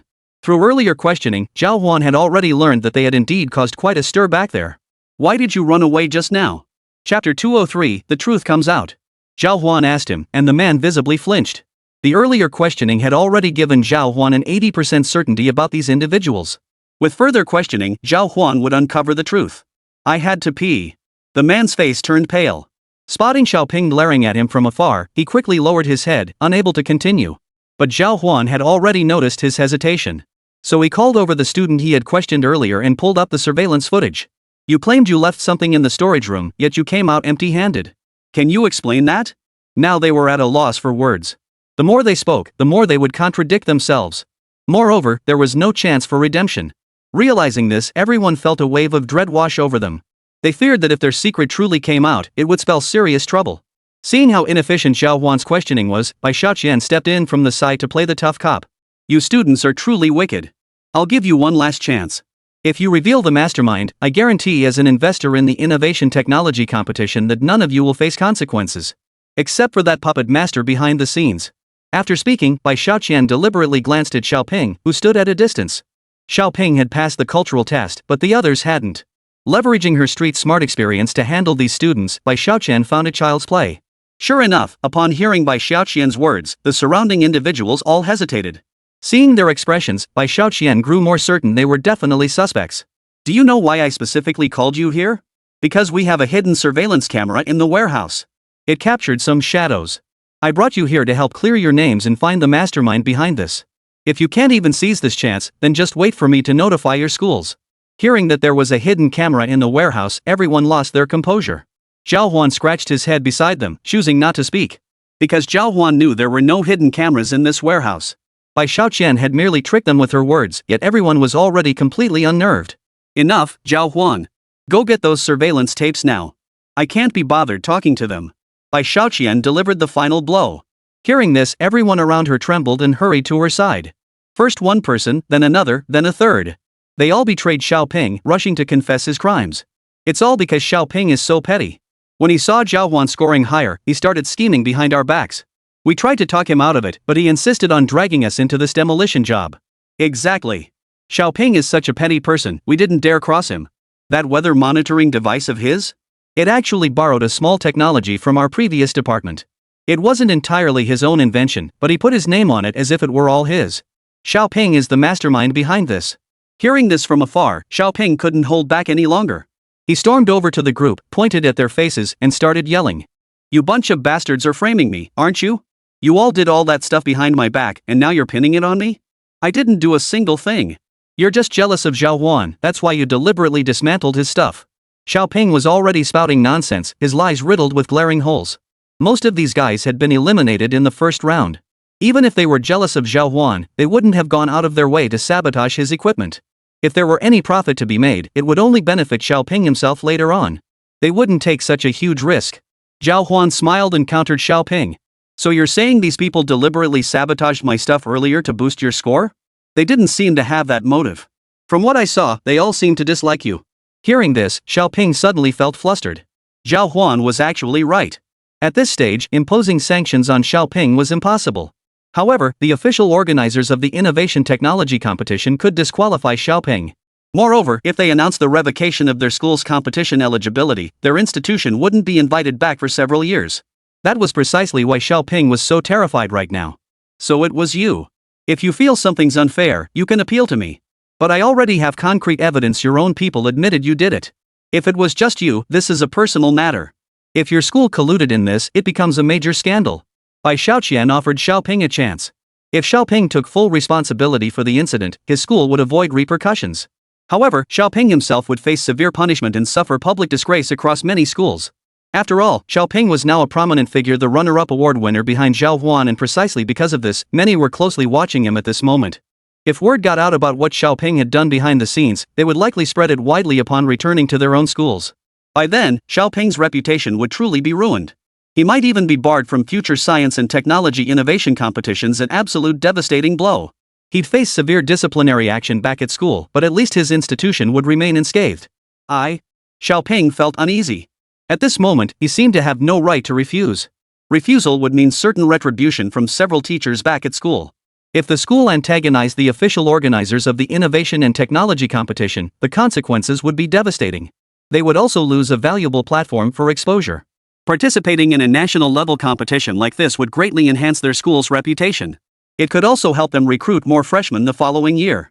But if Xiaoping elevated this incident to a matter between the school and the organizers, they would lose any chance of securing such competition qualifications in the future. Seeing this, Bai Xiaoqian's lips also curved upward. Zhào Huān, do you think it was him? Zhào Huān nodded. He wasn't exactly a saint. Since the other guy had already stabbed him in the back, Zhào Huān certainly wouldn't let him off the hook. I think it was him. Chapter 204, Punishment. Xiaoping felt completely numb. He never imagined he'd find himself in such a situation one day. Now that he's run into this problem, there's no way he can avoid it. Most crucially, he'd been caught red-handed. If Zhào Huān and the others wanted to, they could even give him a major demerit this time. Xiaoping had no way to clear himself of suspicion now. With several classmates identifying him, Xiaoping now found himself in a state of complete isolation. Precisely because of this situation, Xiaoping's predicament had become rather troublesome. After a long silence, Xiaoping finally nodded. For him, there was no way left to clear his name. He had no choice but to confess. Nodding, Xiaoping sighed and said, I did it. It was out of jealousy. This has nothing to do with anyone else. I specifically called them over, they had no idea. Hearing this, the surrounding students finally exhaled in relief, their tension easing. Truthfully, this incident had been entirely Xiaoping's doing from start to finish. Moreover, he was the ringleader who had led them to dismantle Zhào Huān's machine. Now that he had stepped forward to take full responsibility, it seemed his last shred of conscience was driving him. After this matter was settled, Zhào Huān nodded in satisfaction. In recent times, Zhào Huān had deployed all the power at his disposal. The results had been quite favorable, and Bai Xiaoqian had finally received answers to her questions. We will suspend you from competitions for 3 years and report your recent actions to your school. Upon hearing this punishment, Xiaoping slumped helplessly to the ground. As the saying goes, those who do evil will meet their match. Today, Bai Xiaoqian had dealt Xiaoping a severe punishment. After this incident, he'd likely face disciplinary action from the school upon returning. He might even be barred from receiving scholarships for several years. This was the harshest punishment he could receive. Zhào Huān was thoroughly satisfied with this outcome. As for Xiaoping, he encountered a minor complication. Although Xiaoping had been punished, his awards remained intact. Now ranked second, if he were to appear at the afternoon award ceremonies, there was a strong possibility his misconduct would need to be publicly announced. So should his second place finish also be revoked? Just as Zhào Huān was about to voice this question, Bai Xiaoqian spoke up directly. Since you've already confessed, your competition results are also being revoked. After these words, Xiaoping's eyes widened in shock, but he soon slumped his shoulders in defeat. With such a major scandal now exposed, it would be absurd to let him accept any awards. After resolving the matter here, Zhào Huān departed. Before leaving, Bai Xiaoqian asked Zhào Huān with a smile. How about that? Pretty impressive, huh? I found the culprit for you in one go. Bai Xiaoqian truly was an extraordinary individual. Before Zhào Huān could even grasp what was happening, she had already identified the suspect. She even managed to intercept them at lightning speed, preventing their escape. You really are impressive. By the way, when can we start that collaboration you mentioned? Maybe I'll swing by your dondling place in a couple days? Sure, come on over. Zhào Huān knew he and Bai Xiaoqian had discussed some collaborations before. If these deals could be finalized, both parties stood to make a significant profit. Alright, I'll reach out to you afterward. But you'll have to host me properly then. Of course. We're partners, after all. Zhào Huān waved goodbye and left. As for Bai Xiaoqian, she had already eased the awkwardness from yesterday when she had tripped Zhào Huān from behind. In truth, Bai Xiaoqian had another motive for helping Zhào Huān today. She wanted to mend the fractured relationship from yesterday. After Zhào Huān had caught on to her little tricks yesterday, Hán Chǔxī felt a bit awkward too. By helping Zhào Huān today, she figured he wouldn't bring it up again later. That afternoon, Zhào Huān, Hán Chǔxī, and Yan Xiaoju arrived together at the venue. They had completed all their events for the day, and Zhào Huān's team had secured first place as they'd hoped. It still feels like a dream. I never imagined I could actually win first place. Hán Chǔxī beamed with joy today. Seeing this, Zhào Huān remarked with satisfaction. It would be strange if our team didn't win a prize with this combination. You're right. It's a shame I couldn't join you two for the last 2 rounds. Otherwise, I'd have loved to hear what they thought of our robot. Yan Xiaoju's condition had improved significantly today and she was nearly fully recovered. Even so, she deeply regretted not being able to join Zhào Huān and Hán Chǔxī for the finals here. Hearing this, Zhào Huān smiled and reassured Yan Xiaoju. Senior, don't worry too much about it. At least you're here for today's award ceremony. Plus, I've got a surprise for you guys later. We might be raking in a huge pile of prize money. You sold our technology? Yan Xiaoju instantly understood Zhào Huān's plan and maneuvering. In truth, over the past period, numerous individuals had approached Zhào Huān. They all wanted to buy his technology. Even after today's finals concluded, numerous individuals handed her business cards outside the venue. But Zhào Huān hadn't accepted a single one. Yan Xiaoju and Hán Chǔxī both assumed Zhào Huān was the type who simply didn't want to sell his technology. But to their surprise, Zhào Huān announced they would be receiving prize money today. No, I just finalized a deal with someone. It'll be unveiled here today. Zhào Huān knew full well that selling the technology would be detrimental. His bottom line was never to sell the technology, it was the most crucial tool for their sustainable income. All contestants, please line up by team. The award ceremony will now begin. Just as the group was chatting, a voice echoed from the stands. Zhào Huān saw Bai Xiaoqian and several judges waiting for them to come forward and receive their awards. Let's go. As they walked up, Zhào Huān noticed something quite interesting. Xiaoping stood alone in the venue. Not a single classmate was by his side. They all knew they'd be reprimanded if they showed up today, so none dared to come. Only Xiaoping had gotten into trouble today and needed to face punishment. Moreover, the Science and Technology Innovation Competition would announce his disciplinary measures, making his presence mandatory at this stage. According to the normal procedure, Zhào Huān and the other two third-place and second-place winners were supposed to be here to receive their awards. But today, Xiaoping's seat was missing from the runner-up section. What's Xiaoping doing? Zhào Huān and the others have already gone up. Why isn't Xiaoping going up? I saw the competition judges and president by today. They seem to have called Xiaoping into their office. I wonder what happened. Could it be related to this? Anyway, he's the runner-up. I recall several manufacturers were already preparing to collaborate with Xiaoping on developing his device. That guy should be raking in quite a bit of money. That's not necessarily true. His device requires significant investment, but the actual output isn't that high. But he did win second place. While everyone was buzzing with discussion, Xiaoping felt utterly miserable. At this stage, he was truly reaping what he had sown. Chapter 205, Post-Competition Prize Distribution. Bai Xiaoqian spotted the noisy crowd and stepped forward to deliver her closing remarks for the awards ceremony. I'm delighted to see everyone here today. I have two final matters to address. Once these are settled, the awards ceremony will conclude, and you may all return to your respective schools. At this, the crowd quieted down. The first matter concerns the collaboration between myself and Zhào Huān. Our factory plans to partner with Zhào Huān to develop his robot design for mass production. Business owners with demand are welcome to purchase these robots from us. Hearing this, a group of business owners from various industries standing on the distant viewing platform all sighed deeply. I was hoping to get Zhào Huān over here sooner so I could secure his technology. What are you thinking? I haven't even gotten a response from Zhào Huān yet. When did it become your turn? Since Mr. Bai has already made his move, you guys can all take a break. I think even if we buy finished products, we can still turn a profit. I have access to a lot of mineral resources. Anyone interested in investing with me? Let's partner up and buy some stuff from Mr. Bai. As the crowd buzzed with discussion, all eyes turned to Zhào Huān. Every student sucked in a sharp breath. Past years' innovation technology competitions had indeed featured many promising products. But those that actually made it to mass production and went straight into mass production were few and far between.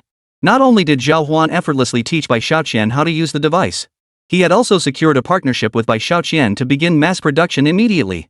This meant Zhào Huān stood to earn a substantial fortune. Compared to many other students, Zhào Huān was practically a mini-millionaire.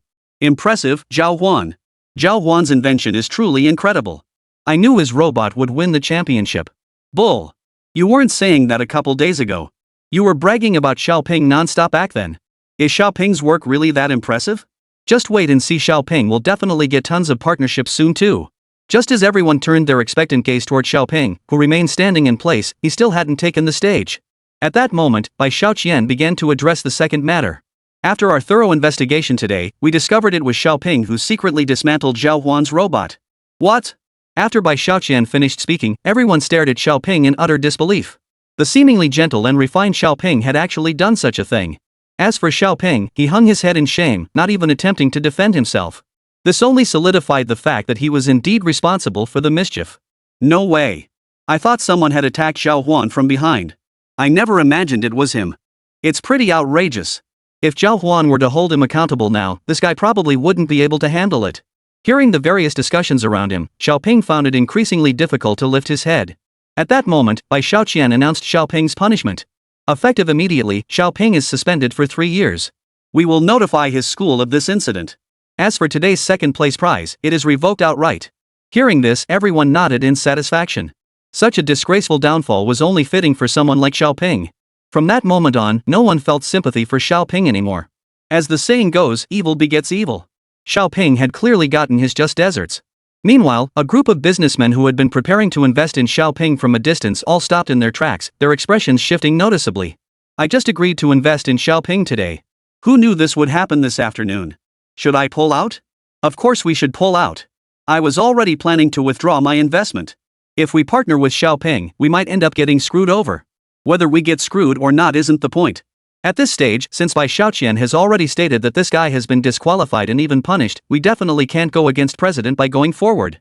I suggest you all withdraw your investments immediately. After deliberating, everyone decided to abandon their investment in Xiaoping's technology. Upon reflection, it made sense. Xiaoping's technology wasn't particularly profitable to begin with. It was merely an expansion of infrastructure. Compared to Zhào Huān's mining robot capable of lifting heavy objects, it was practically insignificant. So abandoning Xiaoping at this point wouldn't mean much loss for most people. Who would have thought it was Xiaoping? Hán Chǔxī, standing beside Zhào Huān, couldn't help but sigh. When Zhào Huān had told Hán Chǔxī and Yan Xiaoju earlier, they hadn't quite believed him. In past years, this guy had never resorted to any underhanded tactics. But this year, for some reason, he'd completely changed. It seemed college really was a melting pot. Anyway, he's gotten what he deserved. Let's get ready to accept our award. Zhào Huān and Hán Chǔxī walked up to the podium together and received a golden trophy. At that moment, Bai Xiaoqian began announcing the various awards for them, along with the prize money for their participation in the competition. The prize money this time amounted to a full 200,000 yuan. However, this sum was hardly significant to Zhào Huān. His own businesses were already worth over 100 million. You two can split this money. I'll continue collaborating with Bai Xiaoqian on our technology, and we'll learn even more in the future. Zhào Huān didn't care much about the exact amount, so he prepared to split it directly between Bai Xiaoqian and Yan Xiaoju. Yan Xiaoju and Bai Xiaoqian both nodded quickly. They were well aware of Zhào Huān's capabilities. Yet at that moment, Yan Xiaoju suddenly voiced an idea. Our school has just approved 2 more days of vacation for us. Why don't you two go on a trip? I'm planning to travel too. Hearing this, Zhào Huān and Hán Chǔxī perked up. They hadn't explored much of Nanping City since arriving, and Bai Xiaoqian's previous objections had left them frustrated. Now they finally had the chance and some spare cash to enjoy themselves. Alright, I'll take you both out these next 2 days. I'll rent a car. Zhào Huān nodded in satisfaction, but Yan Xiaoju immediately waved her hands. Exchanging a glance with Hán Chǔxī, both Yan Xiaoju and Hán Chǔxī saw a hint of resignation in each other's eyes. Any reasonable person could see that Yan Xiaoju was creating an opportunity for Zhào Huān and Hán Chǔxī. But the fact that Zhào Huān insisted on bringing Yan Xiaoju along when going out was downright infuriating. I'll go out on my own. I don't need you to take me. Your senior can drive too. Hearing this, Zhào Huān scratched his head. Since that was the case, he'd have to take Hán Chǔxī with him. Turning around, Zhào Huān asked Hán Chǔxī, "Senior, shall we two go out together?" Only then did Hán Chǔxī nod in satisfaction. Sure. Where to? Chapter 206, Nanping Ski Resort. I recall there's a ski resort deep in the mountains over in Nanping City. It's supposedly pretty challenging, though. You two could give it a try together. Even if you can't ski, you could learn. Seeing Zhào Huān and Hán Chǔxī hesitating, Yan Xiaoju, standing nearby, stepped up like the senior she was. She directly recommended a great spot for them. Upon hearing this, Zhào Huān nodded. Skiing felt like a bit of a fantasy to him. Having come from the south to study, he had rarely seen snow before. At that moment, the idea of skiing piqued his interest. Sure, I'd love to give it a try. Hán Chǔxī jumped up excitedly. For Hán Chǔxī, the chance to go skiing was a wonderful opportunity. I've never been skiing before. Have you, Zhào Huān? I've seen snow about as often as you have. That's just how the climate is in the south generally speaking. It's quite pleasant for people to live in most of the time. But this comes with a significant drawback. Sometimes they struggle to witness beautiful natural phenomena like the changing seasons. Then it's settled. We'll rest tonight and head out tomorrow. Hey, senior, where are you going? At that moment, Hán Chǔxī shot a grateful glance at Yan Xiaoju beside her. She then prepared to ask Yan Xiaoju where she wanted to go. At this stage, if Yan Xiaoju went out alone, she might feel a bit lonely. If possible, Hán Chǔxī and the others could have taken Yan Xiaoju along, but she waved them off. You guys can't travel with me. When I go on trips, I usually buy outdoor gear and hike on my own. I have my own dedicated team. Zhào Huān understood what she meant. Hobbies like Yan Xiaoju's were actually quite dangerous. Sometimes she ran into trouble. That's when she needed professionals to form a team with her. That way, they could explore uncharted territories. This was incredibly exciting for them. Zhào Huān and Hán Chǔxī, on the other hand, are a man and a woman. Both young students, they lack significant experience in this area. Although Zhào Huān had acquired wilderness survival knowledge from the system, practical application proved challenging. Therefore, they definitely couldn't join Yan Shiju's group. Hearing this, Zhào Huān and Hán Chǔxī could only nod in agreement. Xing, if you need anything, just call either of us directly. Ha, of course. I'll definitely be bothering you guys then, but you'd better pray nothing happens to me. After chatting for a bit, the group dispersed. That evening, Hán Chǔxī, Zhào Huān, and Yan Shiju returned to the hotel together. After they mentioned wanting to stay out for 2 more days, Xu Pingyang nodded and said to them, "In that case, I'll lead the team back first." "Alright, thanks for that." Zhào Huān, Yan Shiju, and the others could return later on their own, finding transportation as they pleased. And would find their way back regardless. But with so many other students needing to return to campus early. Moreover, most of them weren't here for sightseeing. Therefore, Hán Chǔxī decided to escort them all back immediately. After settling this matter, the group returned to the hotel to rest. Meanwhile, Zhào Huān failed to notice several security guards already stationed at the hotel entrance. These security guards blended seamlessly into the crowd. They appeared indistinguishable from the hotel's own security personnel. But if one could observe their movements, subtle differences would become apparent. As soon as Zhào Huān entered the hotel, they swiftly began making calls to report to their superiors. "Mr. Liu, Zhào Huān has entered the hotel. Should we continue surveillance here?" On the other end of the line was Liu Bofeng, the man Zhào Huān had reprimanded just 2 days prior. Liu Bofeng was a petty man, nitpicking over every minor detail. After Zhào Huān received those awards yesterday, Liu Bofeng finally learned about Zhào Huān's background. He had even conducted a thorough investigation. Upon hearing his subordinate's report, Liu Bofeng immediately nodded. "Continue your investigation here. Report any new developments directly to me. If Zhào Huān doesn't leave this place within the next few days, I'll make him pay the price." In all his years, Liu Bofeng had never suffered such a blow as the one dealt by Zhào Huān. Zhào Huān's strength was formidable. Only when his fist landed on Liu Bofeng did the latter truly grasp his power. But once Liu Bofeng came to his senses, he felt utterly humiliated by that day's events. His petty nature demanded he reclaim that day's honor, which was why he'd specifically returned to pick a fight. Of course, Zhào Huān remained completely unaware of all this. Zhào Huān was currently preparing to get a good night's sleep at the hotel. The past few days had been exhausting for Zhào Huān. Not only had he been bogged down with preparations, but he'd also endured immense pressure from spectators and judges during the competition. This had kept his nerves constantly on edge. Now he could finally rest. Zhào Huān was determined to unwind properly. After Zhào Huān fell asleep, a group of security guards swiftly gathered outside his door. Some were even ready to jump in and take credit for the situation. They wanted to show off in front of their boss, Mr. Liu. They were ready to beat Zhào Huān senseless. But their captain swiftly stopped them. Without Liu Bofeng's orders, they dared not make a move. Meanwhile, after hanging up the phone, Liu Bofeng sat in his presidential suite and began waiting. Shortly after, one of his subordinates hurried in. This shifty-eyed fellow, upon seeing Liu Bofeng, hurried over with a submissive demeanor. Liu Bofeng gave a cold snort as he approached. "What took you so long? Did you find Zhào Huān's information?" The shifty-eyed man quickly nodded. "We've found everything. This kid's background is pretty outrageous. I never imagined investigating a student would cost me over 100,000 yuan. What? You mean you spent that much just on Zhào Huān? Usually, your investigations only cost 2 or 3,000 yuan, right?" Liu Bofeng was utterly astonished.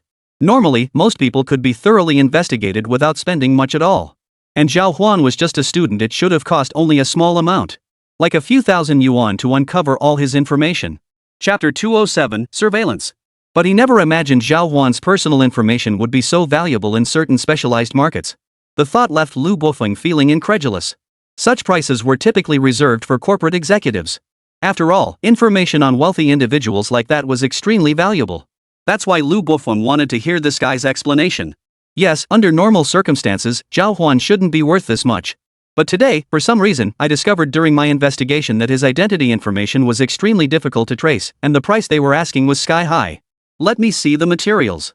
Seeing he couldn't get a coherent answer from the other party, Liu Bofeng quickly demanded the documents. After the other party handed over the documents, Liu Bofeng was taken aback at first glance. He's the owner of Blue Sky Construction Company and has even contracted some road repair projects in Dongling City? Worth over 100 million? Liu Bofeng froze. He wanted to ask the man in front of him, could it be he really hadn't mistaken the person?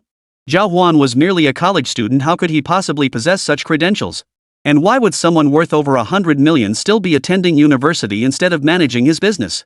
After pondering these questions, Lu Bofeng was thoroughly perplexed. If Zhào Huān truly had such achievements, even Lu Bofeng wouldn't dare mess with him. I don't know. That's just the information they provided. They said if it's wrong, they'll pay 10 times the compensation. I figured it must be correct. Hearing this, even Lu Bofeng was stunned. He never imagined his opponent could be such a formidable presence. Typically, someone of Zhào Huān's age would be easily eliminated by Lu Bofeng. But now it seemed Zhào Huān wasn't as simple as he appeared on the surface. In truth, Lu Bofeng had noticed certain peculiarities about Zhào Huān during their very first encounter. No wonder Bai Shaoqian had remained by Zhào Huān's side all this time. He had long realized Bai Shaoqian would never truly be with Zhào Huān. Her persistent presence clearly signaled ulterior motives, and now Lu Bofeng understood exactly what those motives were. Someone like Zhào Huān, young and wealthy, was the perfect partner for Bai Shaoqian. This way, they could establish a solid long-term partnership. It could even open up numerous opportunities for future collaborations. Bai Shaoqian is quite an interesting woman, but unfortunately, I don't want her handling anything for me lately. Lu Bofeng said as he pulled out a phone book. Since Bai Shaoqian wants to ditch us and work with Zhào Huān alone, we absolutely cannot let Zhào Huān connect with Bai Shaoqian. Even if it means taking Zhào Huān out, it doesn't matter. Having worked in this industry for so many years, Bai Shaoqian understood one truth deeply. At this stage, no one could realistically secure any meaningful opportunities or results from Zhào Huān.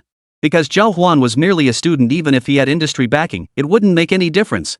But one person held immense importance: Bai Shaoqian, her peer. If Bai Shaoqian secretly supported Zhào Huān, it could easily propel her own business interests to surpass hers. That would make things quite complicated. Therefore, he absolutely cannot allow Bai Shaoqian to expand her business so effortlessly at this juncture. So what should we do? The slight man asked Lu Bofeng with some surprise. Truthfully, he had no idea what Lu Bofeng was planning. Lu Bofeng's ideas were always wildly unconventional. As the heir to a prominent family, his capabilities were lacking, and his methods were often extreme, a trait frequently reprimanded by his father. This time, Lu Bofeng's proposed solution was just as extreme. Go eliminate Zhào Huān. Then Zhào Huān won't be able to collaborate with Bai Shaoqian anymore. But if Zhào Huān is taken out now, won't that put us under immense pressure? No problem. I'll handle the fallout. Hearing this, the other party had little to say. Since Lu Bofeng had made such a demand, refusal was impossible. After a moment's thought, he nodded and agreed to Lu Bofeng's request outright. Clutching the contact information Lu Bofeng had provided, he hurried off to reach out to his backers. If he could handle Lu Bofeng's business properly this time, he'd likely receive a substantial reward. Early the next morning, Zhào Huān woke up in the hotel. After Zhào Huān woke up, he discovered Yan Xiaoju had already checked out, leaving only himself and Hán Chǔxī in the hotel. Knocking on Hán Chǔxī's door, she opened it with a sleepy expression. Spotting Zhào Huān, Hán Chǔxī quickly covered her face. What are you doing here so early? I haven't even put on my makeup yet. Hán Chǔxī was extremely particular about her appearance. She would only step out in public after meticulously preparing herself, and it was precisely this rigorous pursuit of perfection that had made her the campus beauty queen. That's why Hán Chǔxī had become the campus beauty queen. But Zhào Huān had always believed that even without makeup, Hán Chǔxī was already exceptionally beautiful. After all, few people in the world possessed her level of beauty. Moreover, Hán Chǔxī possessed an exceptionally refined aura. After being sent away, Zhào Huān scratched his head helplessly. He walked downstairs to grab some breakfast and finally spotted Hán Chǔxī, fully dressed and carrying her small bag, stepping out the door. Where exactly is that ski resort we're going to? Did you look it up yesterday? I did. It's about an hour's drive from here. I've already rented a car. If we leave now, we can be back before 8 p.m. Hearing Zhào Huān's words, Hán Chǔxī nodded with satisfaction. She was very pleased with his proactive planning. Alright, let's get going then. No time to waste. Zhào Huān nodded and walked with Hán Chǔxī toward the distant rental car agency. Once they turned away, the smile on Zhào Huān's lips slowly faded. He had just noticed several pairs of eyes watching him from the surrounding area.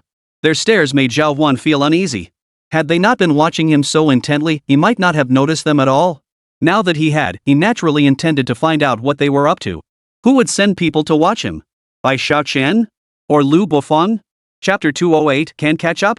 Just as Zhào Huān was puzzled, the system's voice echoed in his mind. Avoid the tracker's investigation. Task successful. Reward, skiing skills. The system usually provided Zhào Huān with exceptional skills.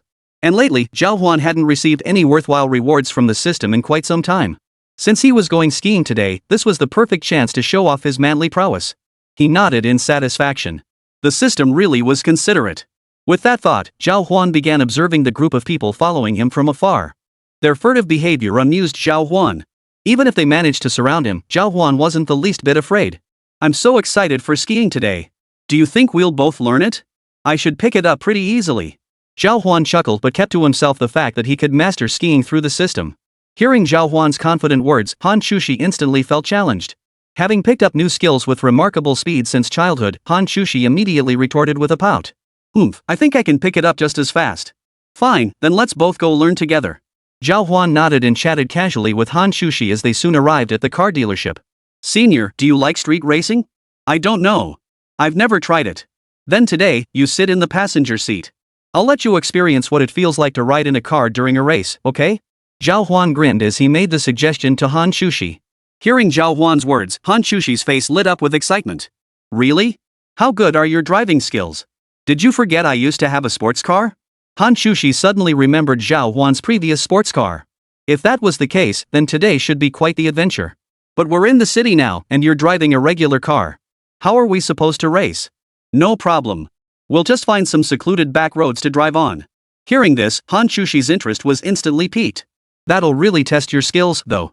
Even on back roads, you can't go too fast. Are you sure you can handle it? Watch me. Zhào Huān's reflexes and driving skills were top tier.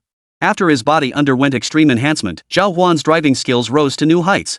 Moreover, now possessing immense strength, Zhào Huān was determined to complete the mission. Meanwhile, a group of people in the distance quickly caught up to Zhào Huān. After seeing Zhào Huān get into his vehicle, they boarded a van.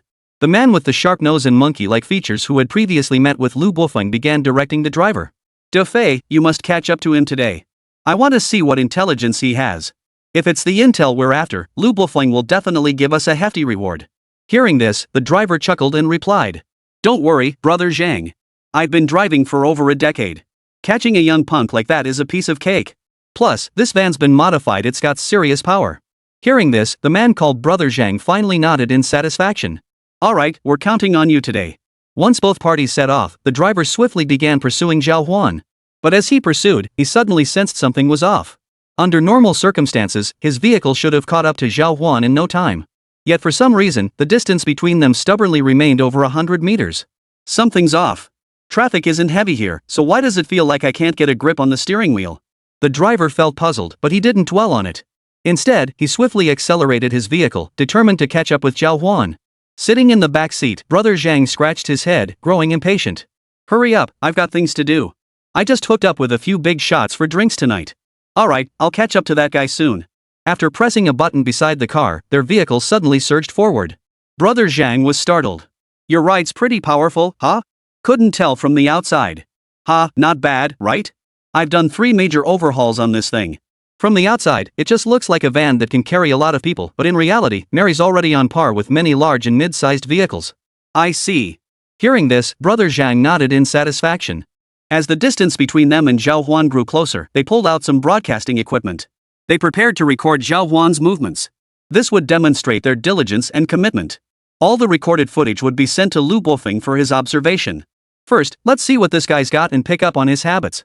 If we end up in some remote backwater later, we'll force him to stop, drag him out, and beat the crap out of him. Alright, I'll pull up alongside him first. The driver nodded immediately, then revved the engine to catch up with Zhào Huān. To maintain parity with Zhào Huān, he needed to observe him first. But just then, Zhào Huān's speed suddenly surged. Weaving through traffic like a razor-sharp blade. He kept scraping past vehicles ahead in places that seemed impossible. In the blink of an eye, he had left Brother Zhang and his group far behind.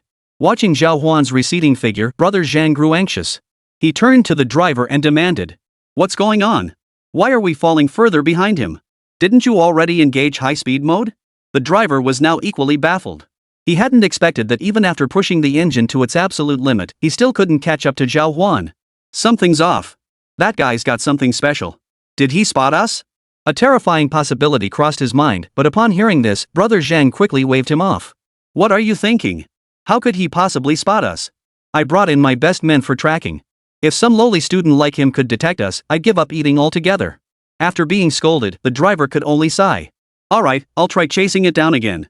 As he spoke, the driver grew increasingly anxious. A traffic light lay ahead, its green signal fading rapidly. Time was running out, yet he still had over 100 meters to cover before reaching it. Traffic ahead was still heavy, yet Zhào Huān was already approaching the intersection. If this continued, Zhào Huān would pass through the intersection while they were forced to wait. If they couldn't catch up to Zhào Huān ahead, they risked falling far behind him at this traffic light. By then, they might not even see his taillights. Chapter 209, Overtaking and Retreat. At this moment, Brother Zhang also noticed the situation. Pass him. Pass him now. I can't wait. Hearing his command, the driver accelerated even more. Just then, the distant traffic light finally turned from green to red. They still hadn't caught up to Zhào Huān. Guess we'll just have to wait for the red light.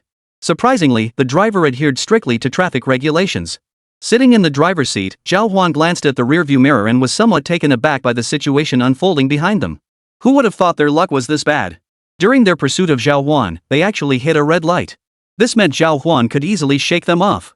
The thought brought a faint smile to Zhào Huān's lips. He then began weaving through the traffic. As Zhào Huān's figure grew increasingly blurry, Brother Zhang finally exploded. Are you messing with us? Why am I going so slow? Well, the driver was actually a bit nervous. Because for him, even if Zhào Huān was a student with exceptional driving skills, couldn't possibly compare to a seasoned driver like himself. But unexpectedly, Zhào Huān not only left him in the dust, but even used a traffic light to make him lose sight of the car entirely. It was precisely because of this that the situation became slightly complicated. For them, the current circumstances felt all too real. If this had happened at the beginning, many might not have been able to pull it off. But now, it seemed the situation had become a bit more real. I honestly have no idea how he's driving so fast, but I should be able to catch up soon if I can still see his car. Run the red light. At this point, Brother Zhang couldn't stay calm anymore. He directly ordered the driver to run the red light. The driver scratched his head, gritted his teeth, and had no choice but to plow through the red light. As they sped toward Zhào Huān's location, Zhào Huān had already left Nanping City behind.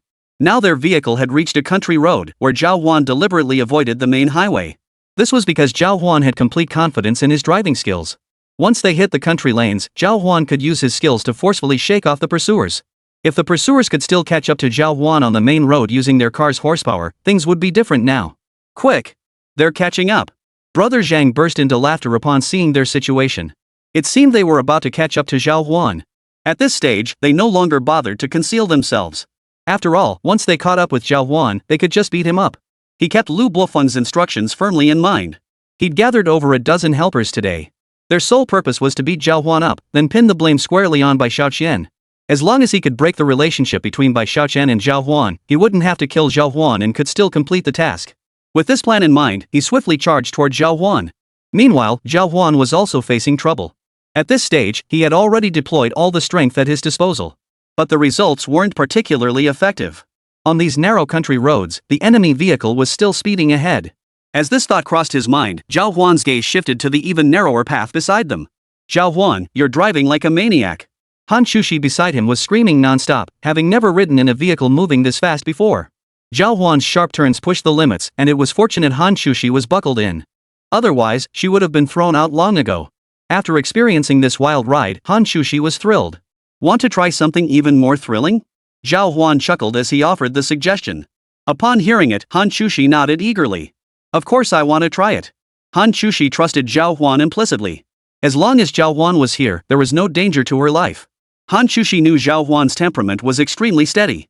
He wouldn't rush into reckless risks either. Precisely because of this, she was completely eager for Zhào Huān to seek out more thrilling adventures. Upon hearing these words, Zhào Huān smiled. With that, Zhào Huān had plenty of options to choose from. Gripping the steering wheel, Zhào Huān activated the car's sport mode. In fact, the car Zhào Huān rented today was a high-end model. It even featured additional speed-enhancing features, like the button Zhào Huān pressed now. This action immediately opened an exhaust vent at the rear of the vehicle. This allowed the engine to rev at higher speeds. This allowed Zhào Huān to accelerate even faster. After opening the exhaust valve, he immediately turned the wheel and drove onto a narrower country lane. Lately, anyone could see just how skilled Zhào Huān truly was. His driving prowess had completely outclassed the group led by Brother Zhang, who were chasing after him. This kid's driving skills are seriously impressive. At that moment, Brother Zhang finally grasped the truth. Zhào Huān wasn't just an ordinary driver. Zhào Huān's ability to shake them off was built on a foundation of exceptional skill. That's why he'd been able to shake them off so quickly. Now that Zhào Huān had entered some winding mountain paths, they could no longer catch up. Brother Zhang stomped his foot in frustration, finally grasping the situation. Enough, stop chasing him. We can't keep up with Zhào Huān's speed. That road seems to lead toward the ski resort. Just take the main road straight there. The driver finally exhaled in relief upon hearing the order. If they'd kept chasing today, he would have lost face big time, not only getting schooled by some greenhorn, but ultimately having to abandon the pursuit altogether. Brother Zhang's words now offered him a way out. He quickly nodded and said, "Taking the main road should get us there quickly." With their decision made, the group headed toward the ski resort, leaving the narrow path far behind. At the same time, Zhào Huān caught their movements in his rearview mirror. The system's voice instantly echoed in his mind. "Congratulations, host, on completing the mission. Reward, skiing skill." Hearing this, Zhào Huān nodded with satisfaction. It seemed today's skiing would be incredibly enjoyable. As for these guys arriving, Zhào Huān wasn't afraid. If they dared to come, he could use his formidable skiing skills to make them run around in circles. Chapter 210, Skiing and Tracking. Driving the car, Zhào Huān quickly arrived at the ski resort. The sight of the pristine white snow thrilled both Hán Chǔxī and Zhào Huān. Zhào Huān swiftly purchased tickets before leading Hán Chǔxī to a nearby slope for some practice runs. After getting their skis fitted, Zhào Huān was ready to give it a try with Hán Chǔxī. But just then, a middle-aged man approached them, instantly putting Zhào Huān on guard. "Hello, I'm Coach Lu from here. Would you like a private instructor? You two look like first-timers at skiing." Seeing how awkwardly Zhào Huān and Hán Chǔxī struggled with their protective gear, he knew they were likely first-timers. First-timers like them were easy targets. It was easy to line his own pockets with their money. That's precisely why Coach Lu had targeted them now, hoping to become their instructor. Hearing this, Hán Chǔxī hesitated. They were indeed first-time skiers. Coach Lu noticed the look on their faces and immediately said, "It's not easy to come here for a trip. If learning to ski alone takes up most of your time, your experience today will be significantly diminished. I don't think hiring an instructor is a waste of money. At the very least, it'll make your time here more enjoyable. Don't you agree?" His attitude was perfectly earnest. If an ordinary person had come here and heard his words, they'd likely be swayed. But Zhào Huān had just gained the max-level skiing skill special effect, so he didn't need any guidance at this point. Apart from being a bit clumsy while putting on his protective gear, Zhào Huān's skiing skills were undoubtedly top-notch. With that thought, Zhào Huān simply waved his hand. "No thanks, we can ski just fine on our own." Hearing Zhào Huān's swift refusal, Coach Lu's expression shifted slightly. If he could make money off this, his expression would have been quite pleasant. But now that Zhào Huān had turned them down, there was no need to put on a friendly face. "Well then, I'll be watching to see how you two manage. You kids act like you're something special every day." Hearing the other party's foul mouth, Hán Chǔxī frowned at that moment. "If we don't want to learn, we don't want to learn. What's with all this talk? So what if I said it? Got a problem? Come hit me." Coach Lu spat out the words with pure arrogance. He spat on the ground and walked away, leaving Zhào Huān and the others feeling thoroughly annoyed. Who would have thought we'd run into scum like this in a scenic area? Hearing this, Hán Chǔxī also felt annoyed. After all, they were here to enjoy themselves, yet the man's attitude had left them both deeply unsettled. "It's okay, senior. I can teach you how to ski later. I've been thinking about it, and I should be able to ski now." Hearing this, Hán Chǔxī was taken aback. But upon reflection, if this had happened to Zhào Huān, it would have been understandable. After all, Hán Chǔxī had now fully grasped Zhào Huān's physical capabilities. "Alright then, you can teach me later." Hán Chǔxī thought about it. She could even have Zhào Huān hold her later. A flutter stirred in her heart at the thought. Her cheeks flushed crimson, whether from the bitter cold or sheer embarrassment, she couldn't tell. When they arrived at the ski resort, Zhào Huān took Hán Chǔxī's hand without hesitation. Feeling the chill of her small hand, Zhào Huān smiled warmly and said to Hán Chǔxī, "Senior, I'll demonstrate first. After you see my movements, feel free to ask if anything's unclear." With that, Zhào Huān picked up his skis and began gliding across the snow. Her body twisted and turned with astonishing speed as she accelerated, even executing a mid-air somersault. "Good heavens, Zhào Huān, you're incredible." Hán Chǔxī couldn't help but gasp at Zhào Huān's performance. Zhào Huān, who had never learned to ski before, managed to reach this level of skill right after her first attempt. It had to be said that Zhào Huān's learning ability was truly remarkable. Moreover, this required exceptional physical coordination. Zhào Huān clearly possessed remarkable talent in that area. After demonstrating for a while, Zhào Huān ran back up the slope, satisfied with his performance. Watching Zhào Huān run up the slope, Hán Chǔxī hurried over to stand before him. "Zhào Huān, teach me quickly. I want to learn how to ski from you too." "Sure." The two quickly began exchanging tips. With Zhào Huān's guidance, Hán Chǔxī soon mastered basic skiing techniques. They then slowly glided down the steep slope. Seeing this, Hán Chǔxī felt incredibly happy. This meant she could enjoy the slopes just like everyone else. But halfway down, Hán Chǔxī ended up sprawled on the snow. Zhào Huān immediately rushed up behind her. "Are you okay?" "I'm fine. A few tumbles won't hurt me." Seeing Hán Chǔxī's resilience, Zhào Huān smiled and offered his hand. "Shall I pull you along?" Hearing Zhào Huān offer to pull her along, Hán Chǔxī nodded contentedly. Today was supposed to be just the two of them, and now this romantic gesture had fallen to her. The thought alone made Hán Chǔxī's heart blossom with joy. The two quickly began skiing, while in the distance, several burly men approached the ski resort's rest area. They were Brother Zhang and his henchmen. Brother Zhang, should we move against Zhào Huān now? One of his men asked urgently. Brother Zhang shot him a glance and replied impatiently. Are you stupid? How can we do anything with so many people around? If you want to make a move, wait until they get to a less crowded spot. The subordinate nodded immediately. At this stage, they hadn't figured out how to subdue Zhào Huān either. But as long as Zhào Huān kept hanging around here, they were sure to get their chance to subdue him. Then they could easily beat him up. Truth be told, this group had been seething with anger all along. Recently, Zhào Huān had caused them no end of trouble. Especially during the chase earlier, they hadn't found any effective way to catch him. They'd even been humiliated by Zhào Huān, so now they were determined to get their revenge. Get ready. We're going skiing too. Brother Zhang pondered for a moment before deciding to confront Zhào Huān directly. He'd been sitting in the car earlier, so Zhào Huān probably hadn't seen his face. Chapter 211, Chaos on the Slopes. In a situation like this, where they were in the shadows and Zhào Huān was in the spotlight, it was actually quite simple for them to carry out their plans. When the group arrived at the ski resort fully geared up, Zhào Huān also spotted Brother Zhang and his crew. Though he didn't know their names, he'd already caught glimpses of their faces in the rearview mirror earlier. These guys seem to have underestimated Zhào Huān's eyesight. After undergoing the system's enhancement, Zhào Huān possessed exceptionally powerful vision. He could see extremely far. And precisely because of this, upon spotting them, Zhào Huān found the situation intriguing. These guys were pretty bold. They actually dared to run straight over and confront Zhào Huān face to face. Well then, Zhào Huān naturally intended to teach them a lesson. Senior, are you tired? I'll go buy you something to eat over there. Seeking an opportunity, Zhào Huān thoughtfully offered to take Hán Chǔxī aside first. Hearing his thoughtful offer, Hán Chǔxī immediately nodded. Sure. Zhào Huān guided Hán Chǔxī to a nearby rest area where he bought some Odin. He planned to let Hán Chǔxī eat there for a while he continued skiing toward Brother Zhang and the others. Zhào Huān's skiing technique was incredibly natural, as if he were merely gliding past them. This left Brother Zhang and the others with their hearts in their throats, as they'd feared they'd been spotted.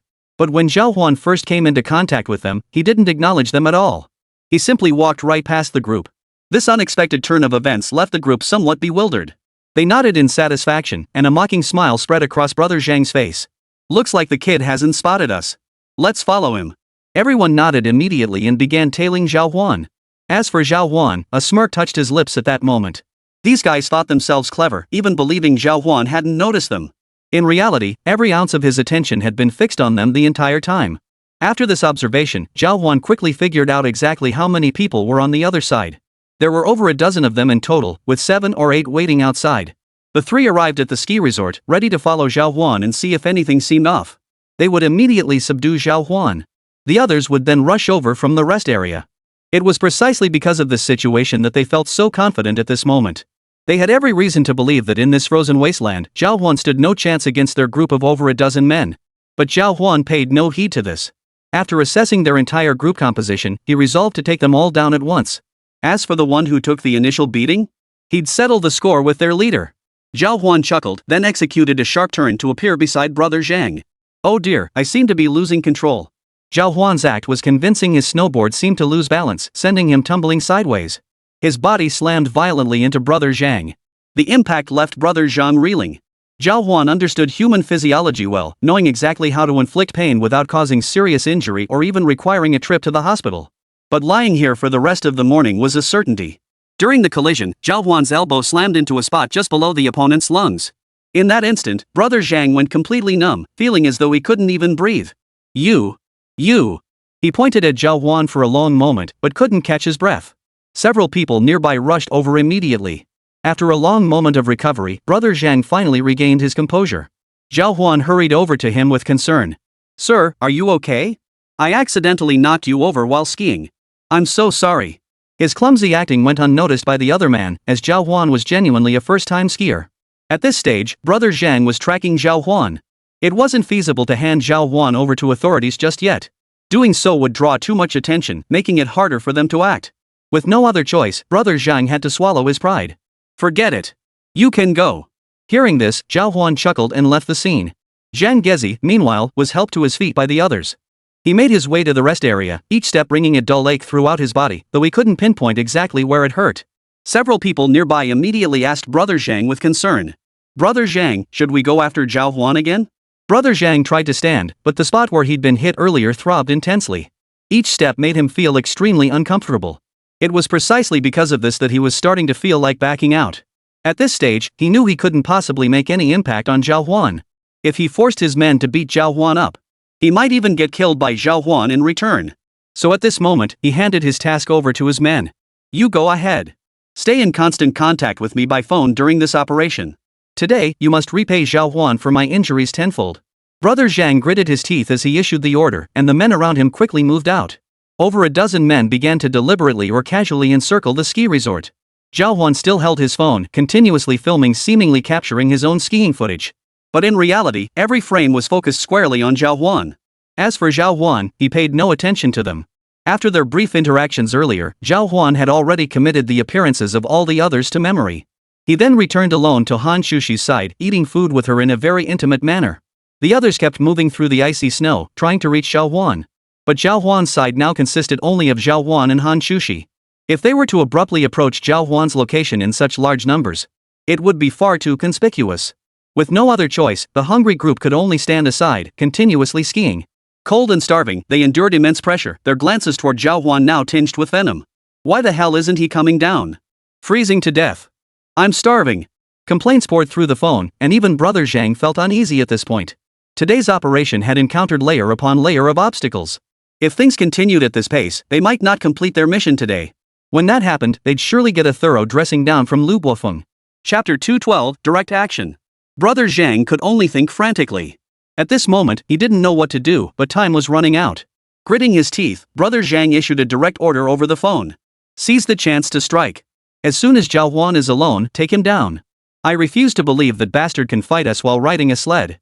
As the voice echoed through the phone, the 7 or 8 people around him all flashed menacing glances. We should have done this ages ago. That guy's been rubbing me the wrong way. That time he bumped into you, brother, it was definitely on purpose. I think it was on purpose too. How could a normal person knock someone down like that with just one bump? The group began discussing it heatedly, further fueling Brother Zhang's rage. Go take care of that kid right now. Yes, sir. A group of men, rubbing their hands together in anticipation, advanced toward Zhào Huān. As for Zhào Huān, he had already noticed their movements. While eating with Hán Chǔxī, Zhào Huān had already assessed their numbers. Seeing them advance toward him, Zhào Huān's lips curled into a smirk. He then turned to Hán Chǔxī and said, Wait for me, senior. I need to use the restroom. Hán Chǔxī nodded obediently. Zhào Huān then turned away. He headed down a quiet path nearby. The others nearby noticed Zhào Huān deliberately choosing the side path. Nodded approvingly. With Zhào Huān isolated, their chances of making a move would greatly increase. With that thought, they all swiftly followed her. Little did they know, this move had actually led them straight into Zhào Huān's trap. Who was the hunter and who was the prey remained undecided. But since they were so confident, Zhào Huān didn't mind giving them a taste of their own medicine. Upon seeing the group closing in, Zhào Huān stood in a secluded corner and asked them. Seems like you've been following me for quite a while. What's your game? You've messed with the wrong people, kid. Now we're coming for you. A young man with fierce eyes glared at Zhào Huān. A quick glance revealed every one of them was exceptionally muscular, clearly trained fighters. They'd chosen this particular group to deal with him. These guys were far tougher than the street thugs Lu Buofeng had sent after him last time. Lu Buofeng sent you, didn't he? Zhào Huān pressed. A flicker of panic immediately crossed the man's face. They hadn't planned to reveal their boss today. That way, Zhào Huān would suffer a silent loss. It might even sever the partnership between Zhào Huān and Bai Shaoqian. But they hadn't anticipated Zhào Huān's sharpness. He'd recognized their boss the moment he saw them. Who cares who's behind us? You're getting beaten up anyway. Hearing this, Zhào Huān laughed. Since you're being so secretive, it proves you're indeed Lu Buofeng's men. Only someone as brain dead as him would come all the way here to attack me. Hearing Zhào Huān mock Lu Buofeng, the expressions on the faces of the surrounding men became awkward. They dared not admit any connection to Lu Buofeng, leaving them no choice but to endure Zhào Huān's scolding. Save your breath, kid. You'll see what happens when we get our hands on you. The leader was the second in command of the entire group, and he had been waiting for quite some time. And that's precisely why Zhào Huān was ready to fight them right then. The man who had been taunting Zhào Huān earlier thrust out his massive fist, aiming to slam it into Zhào Huān's chest. If that punch connected, it would look painful. But such an assessment only applied to ordinary people. Zhào Huān's physique was extraordinary. Not only his explosive power but also his reaction speed, defensive capabilities, and more had all reached an extremely formidable level. It was impossible for the opponent to knock Zhào Huān down with just one punch. Zhào Huān took a step forward with a smile, charging straight into the oncoming fist. Seeing Zhào Huān brace his chest against the full force of the punch, the man laughed. The others standing nearby didn't even bother to intervene. This kid's got some nerve. He's built himself up with dead muscle, and now he actually thinks he can fight? They recognized Zhào Huān's strength, but these men who'd come to confront him weren't pushovers either. They were handpicked by Lu Bufeng tough fighters who, once they joined forces, would make a significant impact on Zhào Huān. The laughter from the surrounding crowd abruptly froze. Because they saw Zhào Huān forcefully meet the opponent's fist with his chest. Then he extended a palm like iron pincers, clamping down on the guy's throat. Even all of you together might not be able to touch me. Zhào Huān chuckled, then yanked the man off the ground and flung him away. Everyone who witnessed this scene was stunned. They never imagined a young man in his 20s could possess such overwhelming strength. And judging by how effortless it looked, Zhào Huān likely still had reserves of strength left. If that was truly the case, then Zhào Huān was a formidable force they could hardly hope to oppose. The thought alone spurred several nearby figures to charge toward Zhào Huān. Zhào Huān smiled, then swiftly sidestepped the attacks of 3 or 4 men. Then, he executed a sweeping kick on the ground. The kick was so swift that even those nearby couldn't react in time, and in an instant, a group of them fell to the ground. Zhào Huān leapt off the ground, landing a punch squarely on each of their faces. The men present immediately began bleeding profusely from their noses. They were utterly stunned, unable to believe Zhào Huān could possess such skill. After beating them all senseless and confirming they were incapacitated, Zhào Huān nodded in satisfaction and departed. Tell your boss to wait. I'm coming for him now. With those words, Zhào Huān slowly walked away from them. The remaining men exchanged glances, their hearts filled with dread. Why is this guy so strong? Brother Zhang never mentioned anything about him when he brought us here. Fear gripped them all. The man Zhào Huān had tossed aside struggled to his feet, scrambling through the snow to retrieve his phone. He's gone to find Brother Zhang. Call him immediately. If Zhào Huān found Brother Zhang, they were in for a world of trouble. Not only had they failed to defeat Zhào Huān, but they provoked him and even allowed him to run straight to Brother Zhang. They all knew Brother Zhang's fighting prowess, none of them could match him. If Zhào Huān really caught him, it would be a brutal beating. Chapter 213, Where's the Senior? After a frantic search, they finally retrieved the phone and dialed Brother Zhang's number. Brother Zhang was still at the restaurant eating his meal while watching the snowfall outside. A wave of exhilaration washed over him. Today's mission was nearly complete. Once this job was done, Lu Bufeng's big spending nature would surely reward him handsomely. The thought alone made him feel incredibly satisfied. Zhào Huān had caused them far too much trouble today. If they could just beat him up, Brother Zhang would at least feel a sense of relief. But just then, Brother Zhang's phone rang. Seeing it was one of his men calling, Brother Zhang assumed they had already completed the task. He happily answered, only to hear frantic voices on the other end. Brother Zhang, run! Zhào Huān is coming for you. Hearing this, Brother Zhang was momentarily lost for words. Moreover, at this stage, most people hadn't anticipated that Zhào Huān could actually defeat these men. He certainly hadn't imagined Zhào Huān could beat them like this. Therefore, in Brother Zhang's mind, Zhào Huān shouldn't have been able to get here. He hesitated for a moment before asking the person. What's going on? He defeated all of us. You need to get out of here fast. Hearing this, Brother Zhang finally grasped the gravity of the situation. He'd thought he was just here to teach a student a lesson, but it turned out he'd hit a brick wall today. This was going to be trouble. Realizing this, Brother Zhang quickly glanced behind him. Sure enough, a towering figure now stood at the restaurant entrance. The instant he saw Zhào Huān, Brother Zhang felt a chill run through his body. He saw that Zhào Huān bore not a single trace of struggle on his body. How had he subdued and defeated all those men? The thought sent a chill through Brother Zhang's heart. Didn't like that little bump earlier, did you? Zhào Huān strolled up to Brother Zhang, asking with a cheerful smile. Only then did Brother Zhang realize that Zhào Huān hadn't bumped into him by accident, he'd deliberately run over to collide with him. Seeing this, Brother Zhang quickly stood up from the bench and took 2 steps back. Zhào Huān, I'm warning you. This is a tourist attraction. If you lay a finger on me here, you'll pay the price. Hearing the threat, Zhào Huān laughed. It seemed this guy had finally backed down. If this had happened earlier, Zhào Huān might not have given him so many chances to deal with his troubles. But now, it was clear this guy had absolutely no means left to deal with Zhào Huān. The thought made Zhào Huān chuckle. So his courage wasn't all that great after all. Earlier, he'd even dared to charge right up to Zhào Huān and try to attack him, yet now he seemed to lack the strength to confront Zhào Huān. You think I won't touch you here, huh? Zhào Huān chuckled, casually placing his hand on the man's shoulder. At that moment, Brother Zhang tried to scream for help, but a wave of excruciating pain suddenly overwhelmed him. His entire face contorted instantly, and his body began trembling uncontrollably where he stood. If you dare make a sound, I'll crush your shoulder right here. Zhào Huān was now pinching one of his joints. If Zhào Huān really went through with it, Brother Zhang could easily end up crippled. That's precisely why he was terrified now, too afraid to even resist. I admit defeat this time. Let me go, and I'll tell you everything about Lu Bufeng's dirty business. Brother Zhang's change of heart was swift. Seeing the situation was hopeless, he immediately prepared to sell out Lu Bufeng. After hearing his words, Zhào Huān curled his lip in disdain. Seems this guy's cooperation isn't as solid as it seemed. What exactly do you know about him? Zhào Huān asked with genuine interest. Seeing Zhào Huān's interest, Brother Gang quickly chimed in. I know Lu Bofeng has some kind of deal going on lately. If you team up with Bai Xiaoqian to snatch the deal away from him, it'll definitely pay off big time, maybe even land us a lot of cash. What kind of deal? It's a deal with a major energy supplier. They've been negotiating for a while now, but the other party finds him morally corrupt and doesn't want to continue working with him. The problem is they have no way to contact Bai Xiaoqian. If you could make the connection, maybe this time your deal could actually go through. Upon hearing this seemingly straightforward scheme, Zhào Huān curled his lip. It was clear this guy was going to great lengths to protect himself from harm. With that thought, Zhào Huān pressed further. Seems you've been tailing me for quite some time.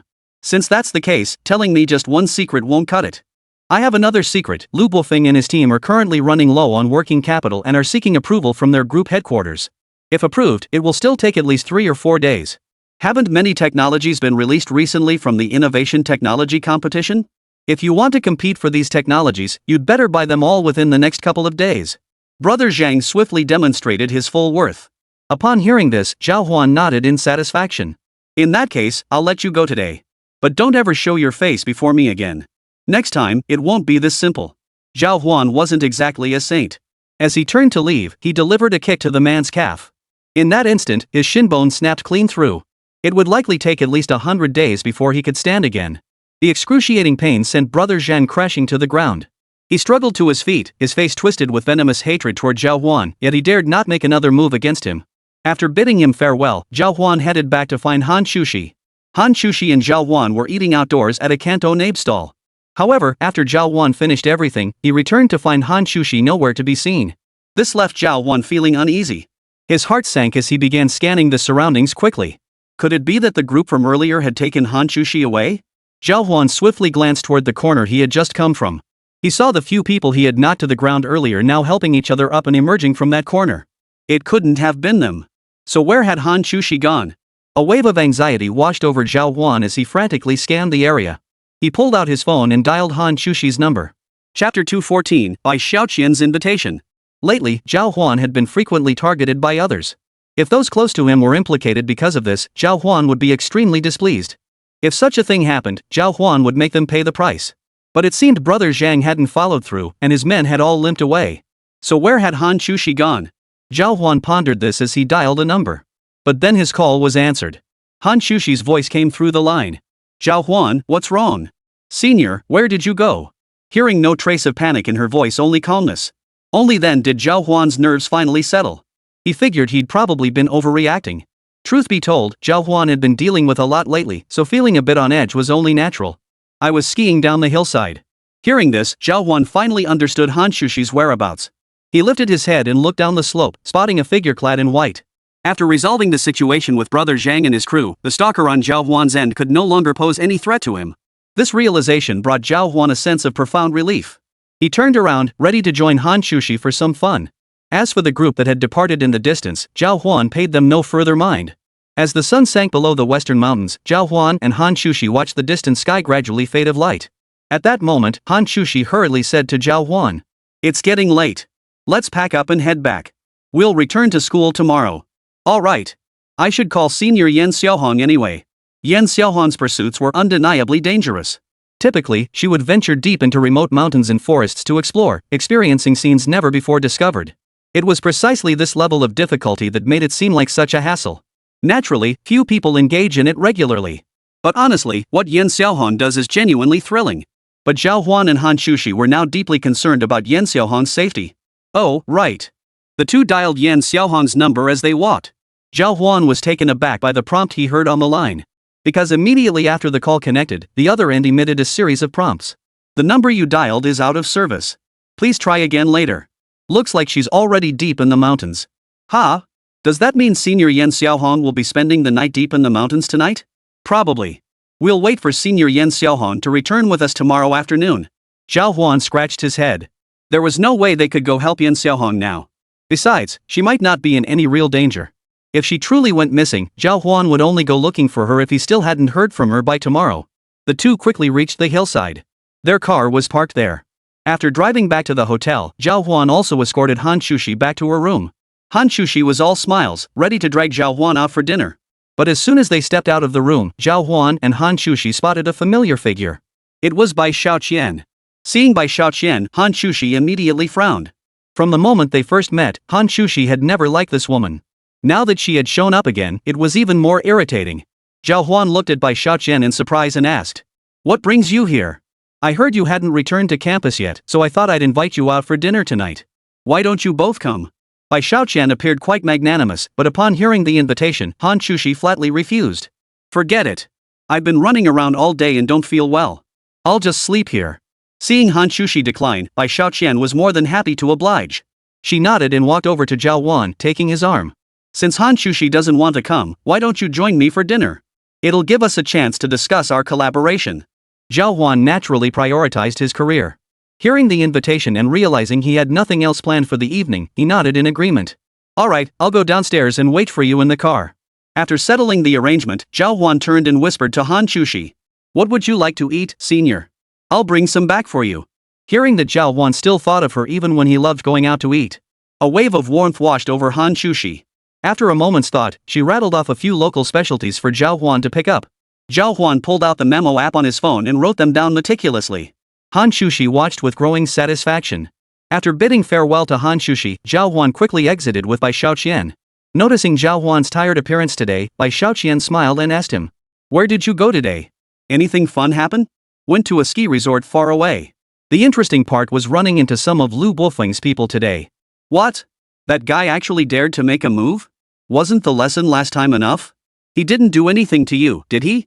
Bai Xiaoqian's brows immediately furrowed at the mention of Lu Buofeng's name.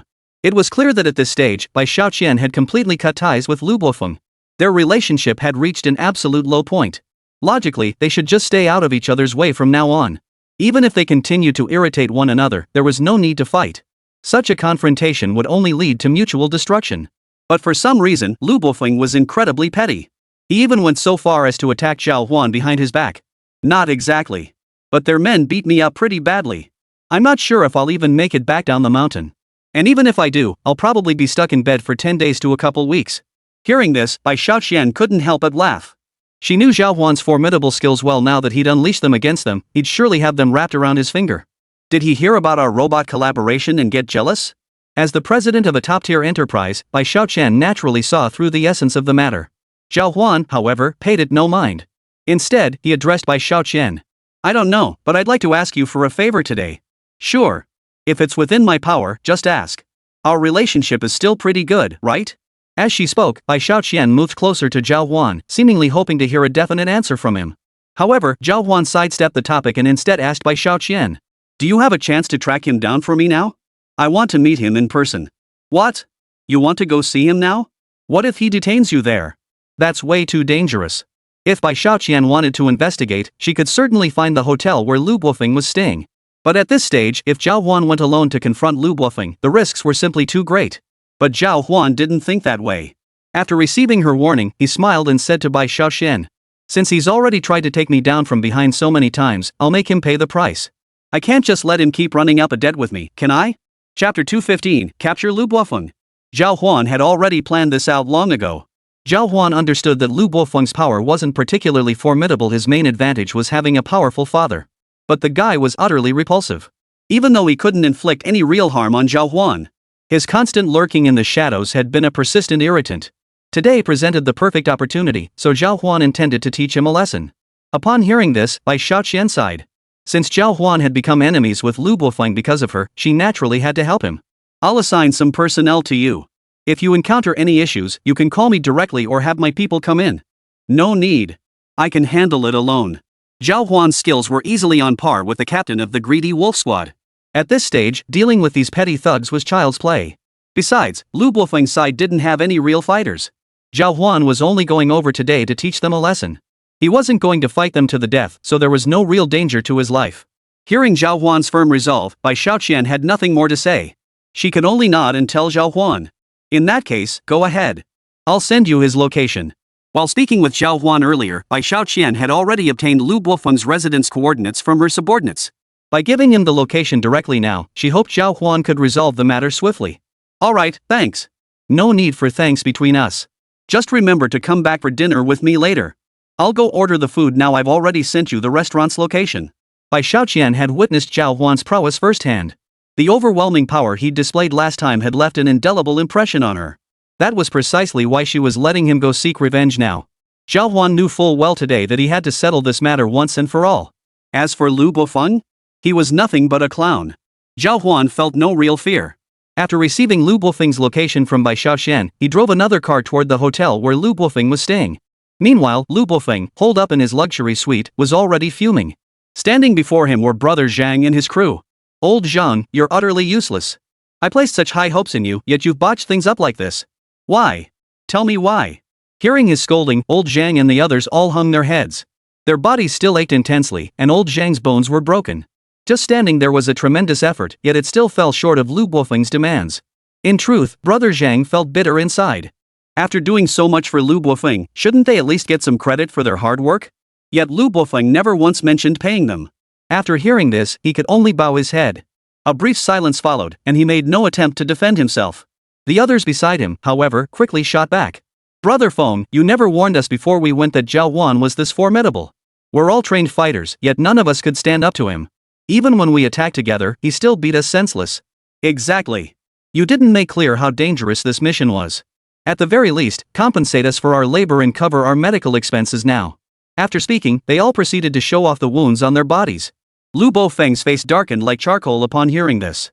These guys hadn't even completed the mission, yet they were each more ruthless than the last when it came to demanding money. You didn't even finish the job I gave you, and now you have the nerve to ask me for money? Let me tell you, you won't get a single penny. Hearing this, the men under brother Zhang all looked utterly defiant. After all, they had at least put in the effort. Seeing his men all looking so resentful, brother Zhang quickly stepped in to smooth things over. If we can't handle Lu Bofeng and Zhào Huān's business, then no one else can either. Today, regardless of anything else, I've been running around all day with the brothers. You should at least show some consideration, right? Lu Bofeng snorted coldly, plopping himself down on a stool without a word. He seemed determined to give up. The others around him were too injured to confront Lu Bofeng. Moreover, Lu Bofeng's status was undeniable. Laying a hand on him would violate the unwritten rules of the underworld. Consequently, everyone's mood was sour. Who would have thought this employer turned out to be such scum? Brother Zhang let out a deep sigh at that moment. They were about to leave when suddenly, the door burst open. A figure appeared before them. Upon recognizing the newcomer, everyone sucked in a sharp breath. Zhào Huān? What are you doing here? Brother Zhang stared at Zhào Huān in disbelief. But the one even more shocked than him was Lu Bofeng. Earlier that day, Lu Bofeng had assumed that after ambushing Zhào Huān, the latter would simply die outside. But to his surprise, Zhào Huān had not only dodged all his attacks but had now appeared right beside him. Having witnessed Zhào Huān's combat prowess before, Lu Bofeng knew he'd stand no chance if Zhào Huān moved against him now. This has nothing to do with you. I only came today to find Lu Bofeng and make him pay his debt, Zhào Huān said, fixing his gaze on Lu Bofeng. Seeing this, Lu Bofeng quickly took a few steps back. Zhào Huān, I warn you not to make a move here. There are plenty of security guards around. If you try anything, I guarantee you won't leave this hotel alive today. Lu Bofeng's feeble threat drew a laugh from Zhào Huān. After all the times you've screwed me over, don't you think it's time to pay up? Since I'm here today, do you really think I'm afraid of these security guards? Put away your naive thoughts. The moment those words left his mouth, Lu Bofeng knew he'd hit a brick wall. As the saying goes, he who walks by the river often is bound to get his shoes wet. A schemer like Lu Bofeng had finally met his Waterloo. Today, he might just get the most brutal beating of his life. But then Lu Bofeng suddenly remembered the group of men around him, including brother Zhang. He quickly turned his head, his eyes pleading as he looked toward them. Old Zhang. Hold him off. I'll call security right now. Hearing his plea, Zhào Huān also turned to look at old Zhang and the others. Yet at this critical moment, the group remained utterly motionless. After Lu Bofeng's desperate plea, they just stood frozen in place, utterly unwilling to move. Lu Bofeng was stunned. He had called them over for help. But unexpectedly, they stood completely still. Zhào Huān smiled and asked them, "What's the matter? Are you going to keep working?" "Of course not. Do whatever you want." "This guy doesn't even want to pay us our wages. I'll take the loss today, but I'm out of this mess going forward." Brother Zhang had made a losing deal today. He'd have to pay out money to appease the guys back at the shop. But Lu Bofeng was in an even worse predicament. Not only had he failed to take action against Zhào Huān today, but he also had to endure Zhào Huān's wrath. Zhào Huān raised an eyebrow, surprised that these guys were actually fighting amongst themselves. He grinned and said, "Then cut the phone line for me." Brother Zhang and his crew immediately got to work, cutting the phone line to prevent Lu Bofeng from calling security later. Then they stood aside, watching with keen interest. Chapter 216, No One to Turn to. Truthfully, if Lu Bofeng had paid Brother Zhang and his crew their wages earlier, they might have stuck around to help him for a bit longer. But now it seemed this matter had nothing to do with Brother Zhang and his crew. Without an employer-employee relationship, they naturally saw no reason to intervene. Precisely because of this, everyone immediately began acting according to their own preferences. Just like when Zhào Huān demanded they cut the phone lines earlier, the men didn't hesitate for a second. Except for Brother Zhang, all the other thugs under him immediately moved toward the telephone lines. One snatched the phone from Lu Bofeng's hand, while another pulled out a pair of nail clippers and severed the line cleanly. Seeing them treat him this way, Lu Bofeng's eyes nearly popped out of his head. You traitorous scum! How dare you treat me like this? What do you mean, traitors? We never stood with you in the first place. Otherwise, you wouldn't have paid us a single penny. At this, several of them sneered, clearly holding no regard for the man. Hearing their voices, Lu Bofeng's arrogance instantly evaporated. For him, the most crucial thing now was to get them to help him fend off Zhào Huān's attack. Otherwise, he was bound to get beaten up today. With that thought, Lu Bofeng softened his tone, almost pleading with them. How about this? Help me subdue Zhào Huān first. If it works this time, I'll pay you double your wages. Hearing this, Zhào Huān raised an eyebrow. In truth, Lu Bofeng's current decision was quite sound. After all, most of these underworld types only recognized money. If the pay was right, they'd set aside their grudges and go after Zhào Huān. But today was different. This group had just been humiliated by Lu Bofeng. As the saying goes, if not for the bread, then for the pride. At this stage, if they were to bow down to Lu Bofeng again, it would undoubtedly leave a bitter taste in their mouths. At this thought, they all burst into laughter simultaneously. Lu Bofeng, you're only willing to pay up now, huh? Too bad this young master doesn't want your money. I just want to see you get beaten. I feel the same way. Stop struggling. Take your beating today. Once we brothers let off some steam, we might not bother you again. That's right. Otherwise, after Zhào Huān beats you today, we'll be back in a couple of days to collect what you owe us. The realization that he was about to be beaten and not just once hit him like a ton of bricks. At that moment, Lu Bofeng nearly fainted from terror. He never imagined the saying, "He who sows the wind shall reap the whirlwind," would come true for him. Seeing him isolated and helpless, Brother Zhang in the distance made no move to stop his men. He knew that to manage these underlings effectively, he first needed to provide them with an outlet for their pent-up emotions. Truthfully, Brother Zhang himself was seething with pent-up anger today. It wasn't that these men had actively provoked trouble here to beat up Lu Bofeng, rather, it was more accurate to say Brother Zhang had tacitly allowed them to act under his guidance. Seeing his pleas for help fall on deaf ears, Lu Bofeng quickly turned his gaze to Brother Zhang. Old Zhang, this isn't right. If I get beaten up today, how are we supposed to do business once word gets out? I didn't take your money. Old Zhang's attitude shifted completely. Earlier, Lu Bofeng was his boss, so he could freely criticize and scold him. But since Lu Bofeng had refused to pay, their relationship had instantly cooled. Now, Brother Zhang didn't even want to acknowledge Lu Bofeng. Hearing these words, Lu Bofeng felt a wave of dizziness wash over him. He knew he was definitely going to get beaten today. With no other choice, he turned to face Zhào Huān. His eyes narrowed as he threatened Zhào Huān. Zhào Huān, do you know who my father is? Our family's enterprise is on the same level as Bai Xiaoqian's. If you dare lay a finger on me here, I guarantee your business will suffer major repercussions. And I'll definitely ask my father to send people to deal with you. Oh? And what exactly do you plan to do about it? Hearing such naive words, Zhào Huān felt like laughing. Meanwhile, several of Brother Zhang's men standing nearby were already laughing out loud. If he'd shown a shred of backbone then even resisted Zhào Huān, they might have considered Lu Bofeng a real man. But now it was clear Lu Bofeng was nothing but a spineless coward, utterly unworthy of standing here causing trouble any longer. And Lu Bofeng still had no idea why everyone was laughing at him. It had to be said, he was truly a pitiful man. After hearing those words, everyone quickly began looking for opportunities to deal with their own issues. If they couldn't stand up to Zhào Huān, all they could do now was stand aside and watch. So at this moment, no one dared to obstruct Zhào Huān. They stepped aside, clearing the space for him to teach Lu Bofeng a lesson. Upon hearing his opponent's words, Zhào Huān posed a question that left Lu Bofeng stunned. After pondering for a moment, Lu Bofeng addressed Zhào Huān. I think we can shake hands and call it even now. From then on, we'll mind our own business and stay out of each other's way. What do you say? At this, everyone around them burst into laughter. They couldn't hold back any longer.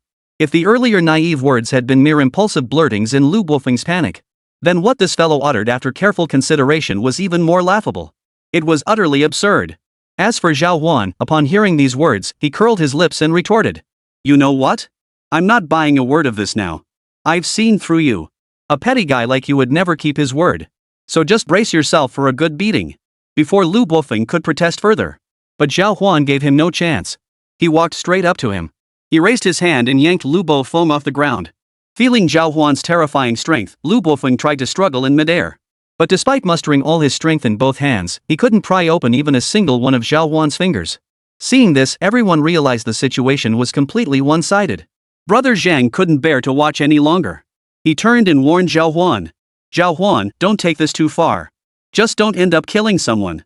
Chapter 217, One Punch to Subdue. That last line was something he added on the spot. Upon hearing it, Lu Bofeng flew into a rage. Did this guy mean that as long as he wasn't beaten to death, he could take any beating? He glared furiously at Brother Zhang, but with his throat clamped shut, Lu Bofeng couldn't utter a word as Zhao Huān landed punch after punch on his face. Know why I came looking for you? Because you've been stirring trouble behind my back. And because you nearly ruined my date with my senior today. If you had succeeded, you'd be missing limbs by now. Hearing Zhao Huān's ruthless words, even Lu Bofeng couldn't help but break out in goosebumps. Zhao Huān radiated an intense aura of menace. For some reason, after the system enhanced his physical strength, it also amplified his imposing presence. Whenever Zhao Huān spoke seriously or sternly to others, many felt an overwhelming sense of pressure. This moment was no exception. After hearing Zhao Huān's words, Lu Bofeng immediately began searching for an opening to beg for mercy. But with his throat constricted, he couldn't utter a word. As Zhao Huān held him in his grasp, Lu Bofeng couldn't help but tremble all over. Before long, a single tear rolled down the corner of his eye, making him look rather pitiable. Seeing this, Brother Zhang and the others nearby couldn't help but laugh. This guy's actually crying. First time I've seen someone his age whimpering like this, ha ha ha. Hope he doesn't wet his pants next. That'd be embarrassing. If the physical blows were the first layer of torment. Now these people have inflicted a second layer of harm upon Lu Bofeng. This harm is psychological in nature. Lu Bofeng was overcome with grief and anger, yet he dared not resist when facing Zhao Huān. Before long, his head swelled up in a ring from the blows. His entire face resembled a sponge that had been soaked in water. As for his pants, water stains had begun appearing on them at some point. Drops of water began trickling down his pant legs.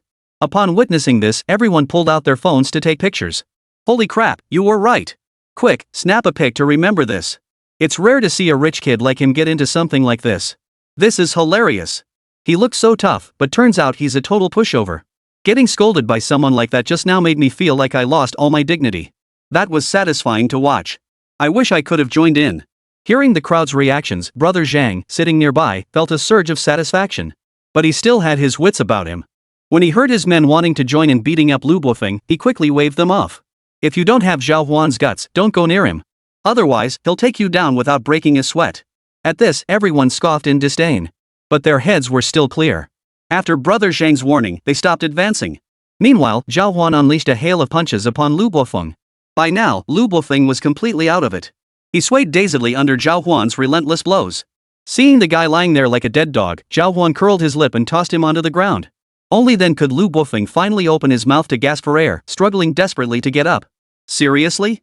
After taking all that punishment, he's only now thinking about fighting back? At least he's fighting back. Honestly, if a grown man can't even stand up for himself when he's getting beaten, what kind of man is he? Let's see. I kinda feel like he's trying to get up to beg for mercy. No way. If he really gets up to beg, I'll laugh my ass off. Seeing his state, the crowd had initially thought he was about to fight back, and opinions were divided. They all watched Lu Bofeng with a sense of amusement, but after he stood up, he made a move that surprised everyone. Struggling, he ran toward the door. He was trying to escape. After taking all that beating, his first reaction upon being released was to run away? You had to admit he was a real coward. The people around him all burst out laughing. Turtlehead coward. Ha ha ha, who'd have thought none of us guessed right? He's actually trying to run away. What a piece of work. Ha ha ha ha. Seeing him try to walk out, Zhao Huān called out a warning from the side. If I were you, I wouldn't leave through here. The distance from here to the door is more than enough for them to catch you and drag you back over a dozen times. Hearing this, Lu Bofeng slumped down onto the floor. At this moment, he no longer wanted to resist. He even considered just giving up right there. But Zhao Huān wouldn't give him that chance. Stepping beside Lu Bofeng, Zhao Huān issued his final warning. I don't want to see anyone connected to you ever again. Otherwise, even if you run all the way back to your own city, I'll track you down and beat the crap out of you. These words sent shivers down Lu Bofeng's spine. He lowered his head, unable to meet Zhao Huān's gaze. Seeing that he had subdued his opponent with a single confrontation, Zhao Huān saw no reason to linger and prepared to leave immediately. Brother Zhang and the others followed shortly after. Brother Zhang was deeply impressed by Zhao Huān's fighting skills. Though he too had felt overwhelming fear facing Zhào Huān today, like Lu Buofeng, at least now they were on the same side. Zhào Huān, you're truly formidable. If you'd be so kind, could you leave a business card? Whenever we have any good jobs around here, we'll come looking for you. I'm old Zhang, everyone on the streets calls me Brother Zhang. After saying this, Brother Zhang handed his card to Zhào Huān. Zhào Huān, who didn't particularly care for them, simply pushed the card back. No thanks. I wouldn't touch the kind of money you guys make. Zhào Huān's words were incredibly arrogant, but Brother Zhang, who knew him well, understood there was truth to what he said. After all, Zhào Huān now controlled numerous businesses. By any normal measure, his accomplishments far surpassed Lu Buofeng's. Lu Buofeng's wealth stemmed solely from his father's fortune, not from his own hard work. But for some reason, Zhào Huān, despite his youth, had amassed considerable assets under his own name. Therefore, upon hearing Zhào Huān's refusal, he didn't feel particularly disappointed. Instead, he plastered on a smile and asked Zhào Huān for his contact information. Chapter 218, Dinner with Mr. Bai. After such remarks, Zhào Huān naturally rejected him without mercy. Bai Xiaoqian was still waiting for Zhào Huān over there, ready to discuss their upcoming investment promotion trip to Dongling University. Zhào Huān had no desire to waste time here with them now. Ignoring Brother Zhang, Zhào Huān walked straight out. Arriving at the restaurant Bai Xiaoqian had directed him to, Zhào Huān entered the room to find Bai Xiaoqian already seated there. How did it go today, Zhào Huān? I heard Lu Buofeng hasn't made a move yet. While Zhào Huān was dealing with Lu Buofeng, Bai Xiaoqian's people had been waiting nearby the entire time, ready to rush into the hotel and rescue him if any danger arose. But strangely enough, throughout the entire confrontation, Lu Buofeng hadn't raised his voice once. Zhào Huān remained remarkably quiet as well. The nature of their conflict remained inscrutable, which is precisely why Bai Xiaoqian didn't order her men to assist Zhào Huān. Now, seeing Zhào Huān return safely, Bai Xiaoqian was naturally overjoyed. He's fine. Lu Buofeng probably won't dare to make a move again. He was scared out of his wits today. That's great news. Bai Xiaoqian had always disliked Lu Buofeng intensely. Now she'd finally found an opportunity to teach him a lesson. Even though it was through Zhào Huān's actions, Bai Xiaoqian was still overjoyed. She promptly ordered several premium dishes for Zhào Huān. Delicacies like Buddha jumps over the wall and clear steamed Chinese cabbage were promptly served. Zhào Huān had spent the entire day skiing, and had also faced off against Lu Buofeng that evening, leaving him famished. Zhào Huān possessed an extraordinary physical trait. He could control his appetite during regular meals. If he didn't have much time to eat, Zhào Huān could get by on just a couple of bread rolls. But when given the chance to eat freely, he'd instantly shift into battle mode, devouring his food with lightning speed. That's exactly what happened now. The last time Bai Xiaoqian brought Zhào Huān to a banquet, she witnessed his eating habits firsthand. This time, she deliberately came alone with Zhào Huān, without inviting others. She even ordered a table full of dishes, all to accommodate Zhào Huān and let him eat his fill here. As Zhào Huān ate, he recalled the matters Bai Xiaoqian had previously discussed with him. The investment costs in Dongling are substantial. If you want to establish a factory there, I think it would be better to set up in Nanping City. Earlier that day, Bai Xiaoqian had messaged Zhào Huān, expressing her desire to build a warehouse and factory in the suburban areas near Dongling University. This way, they could leverage the university's laboratories to continuously refine and optimize Zhào Huān's robots. It would also foster deeper collaboration with Zhào Huān. Bai Xiaoqian possessed remarkable determination.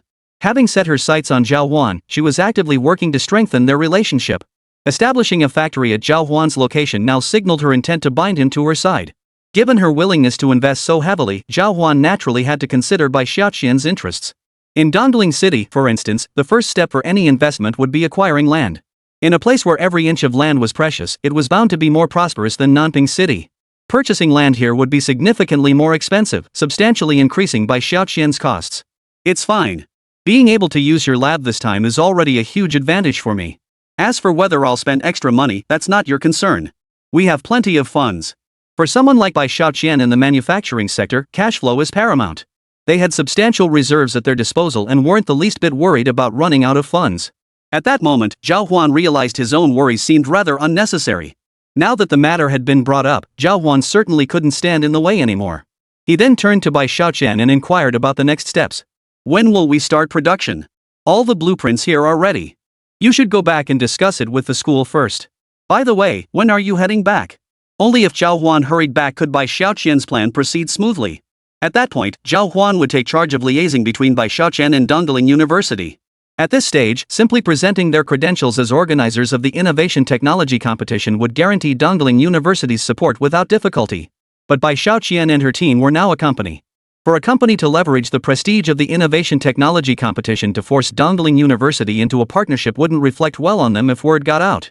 Precisely for this reason, Bai Xiaoqian intended to leverage Zhào Huān's connections to see if she could arrange a meeting with the university president. Zhào Huān immediately agreed. Of course. But I'll likely only be able to return tomorrow, heading back tomorrow evening, arriving the day after tomorrow morning. Ha? Why so long? Bai Xiaoqian was taken aback. Her insistence on staying in Nanping City stemmed primarily from her urgency to finalize the collaboration with Zhào Huān. For executives of Bai Xiaoqian's caliber, time was generally extremely precious. Delaying even a single day could mean missing out on numerous opportunities or overlooking critical operational gaps. At this moment, Bai Xiaoqian cherished her time immensely. Otherwise, she wouldn't have rushed over to find Zhào Huān today, immediately after he'd spent the entire day out. Because my senior classmate is out hiking right now. She probably won't be back until tomorrow. What mountain is she climbing? I'm not sure, probably some remote wilderness around Nanping City. She really enjoys that sort of thing. Well, she needs to be careful. Anyway, if you can get back tomorrow night, try to come back early. I've already wasted too much time here these past few days. Logically speaking, having a company president personally oversee this competition was already extremely time-consuming. And now Bai Xiaoqian would be staying here a few extra days. In contrast, Lu Bofeng's situation was much simpler. His father was actually on the same level as Bai Xiaoqian. But he hadn't even bothered to show up himself, merely sending his son to take a quick look. Alright, I understand. After the meal, Zhào Huān returned to the street without letting Bai Xiaoqian walk him out. He still needed to bring food to Hán Chǔxī. As he walked, Zhào Huān picked up his phone, intending to call Yan Xiaoju again to check if her trip today had been safe. Chapter 219, The Deserted Forest. Meanwhile, Zhào Huān had also noticed a small issue. When he encountered Bai Xiaoqian earlier today, she seemed unusually eager to establish a connection with Dongling University. Zhào Huān understood Bai Xiaoqian's motive. She wanted to tie him down, preventing him from collaborating with others so they could split the technology evenly. But this woman's behavior was far too obvious. It made Zhào Huān wonder if there were ulterior motives at play. Zhào Huān was quite reluctant to deal with clever women like Bai Xiaoqian. After all, the power she wielded was simply too formidable. If he were to be tricked by her, Zhào Huān would be left with nowhere to turn. The ringing sound came through, and Zhào Huān nodded in satisfaction as he listened to the voice on the phone. Yan Xiaoju's phone had been unreachable earlier, likely because she was deep in the mountains. Now it seemed she had reached an area with signal. Upon seeing this, Zhào Huān immediately began waiting. Not long after, the call connected. Zhào Huān, what's wrong? Yan Xiaoju's voice carried a hint of breathlessness. At this stage, they were likely setting up camp on the mountain. Zhào Huān guessed they were still on the move. How was your day, senior? Where did you go? It was pretty interesting. We ended up in a forest no one's ever been to before. I'll send you the photos and location later. Hearing this, Zhào Huān couldn't help but gasp in surprise. He hadn't expected Yan Xiaoju to be this daring. Not only had they ventured into an uninhabited forest, but they were also trekking through the jungle at night. Zhào Huān knew survival skills from the system. But she'd hardly ever used them, and at this stage, she was tied up with all sorts of things. He certainly couldn't just casually dash out for adventures like Yan Xiaoju. Naturally, Zhào Huān was filled with anticipation. Alright, send it over later then. By the way, when are you coming back, senior? I should be back tomorrow afternoon. Why? Yan Xiaoju's voice remained excited, as if she'd already glimpsed countless wonders in nature. Zhào Huān understood her feelings completely. He shook his head immediately and said, "Nothing, I was just saying I'll come pick you up at the mountain edge when you get back." Having finally gotten a chance to get out and enjoy themselves, Zhào Huān and Hán Chǔxī were feeling exceptionally happy today. They couldn't possibly stop Yan Xiaoju from continuing her trip just because they wanted to head back early. So at this moment, Zhào Huān showed Yan Xiaoju great respect and didn't mention Bai Xiaoqian's urging. Sounds good. I'll hang up now, it's kinda inconvenient to walk while holding my phone. No problem. Zhào Huān nodded and hung up. After buying some snacks, he hurried back to the hotel. Back at the hotel, Hán Chǔxī was already bored out of her mind. All the classmates had already returned to Dongling University. Only Zhào Huān and herself remained, along with Yan Xiaoju. But at this moment, Zhào Huān had gone out to eat with Bai Xiaoqian. Yan Xiaoju had plunged straight into the deep mountains. Now, the entire hotel was empty except for Hán Chǔxī. At that moment, Hán Chǔxī suddenly felt a pang of loneliness. Out of sheer boredom, she could only watch dramas alone under the covers. Suddenly, a series of thuds echoed through the room, startling Hán Chǔxī. In the dead of night, with Hán Chǔxī alone in the hotel and someone unknown pounding on the door outside. This sent a chill down her spine. Terrified, Hán Chǔxī didn't dare to force herself to stay awake at this moment. She quietly turned off her phone. She approached the door, peering through the crack to see who was outside. She wondered if it could be Zhào Huān. But upon calculating the time, Zhào Huān had only been gone for 2 hours. How could he be back so soon? This thought only strengthened Hán Chǔxī's resolve not to engage. But when she reached the door, Hán Chǔxī froze in shock. The hotel room door had no peephole. The only way to see who was there was through the door crack. But the view through the crack was extremely limited.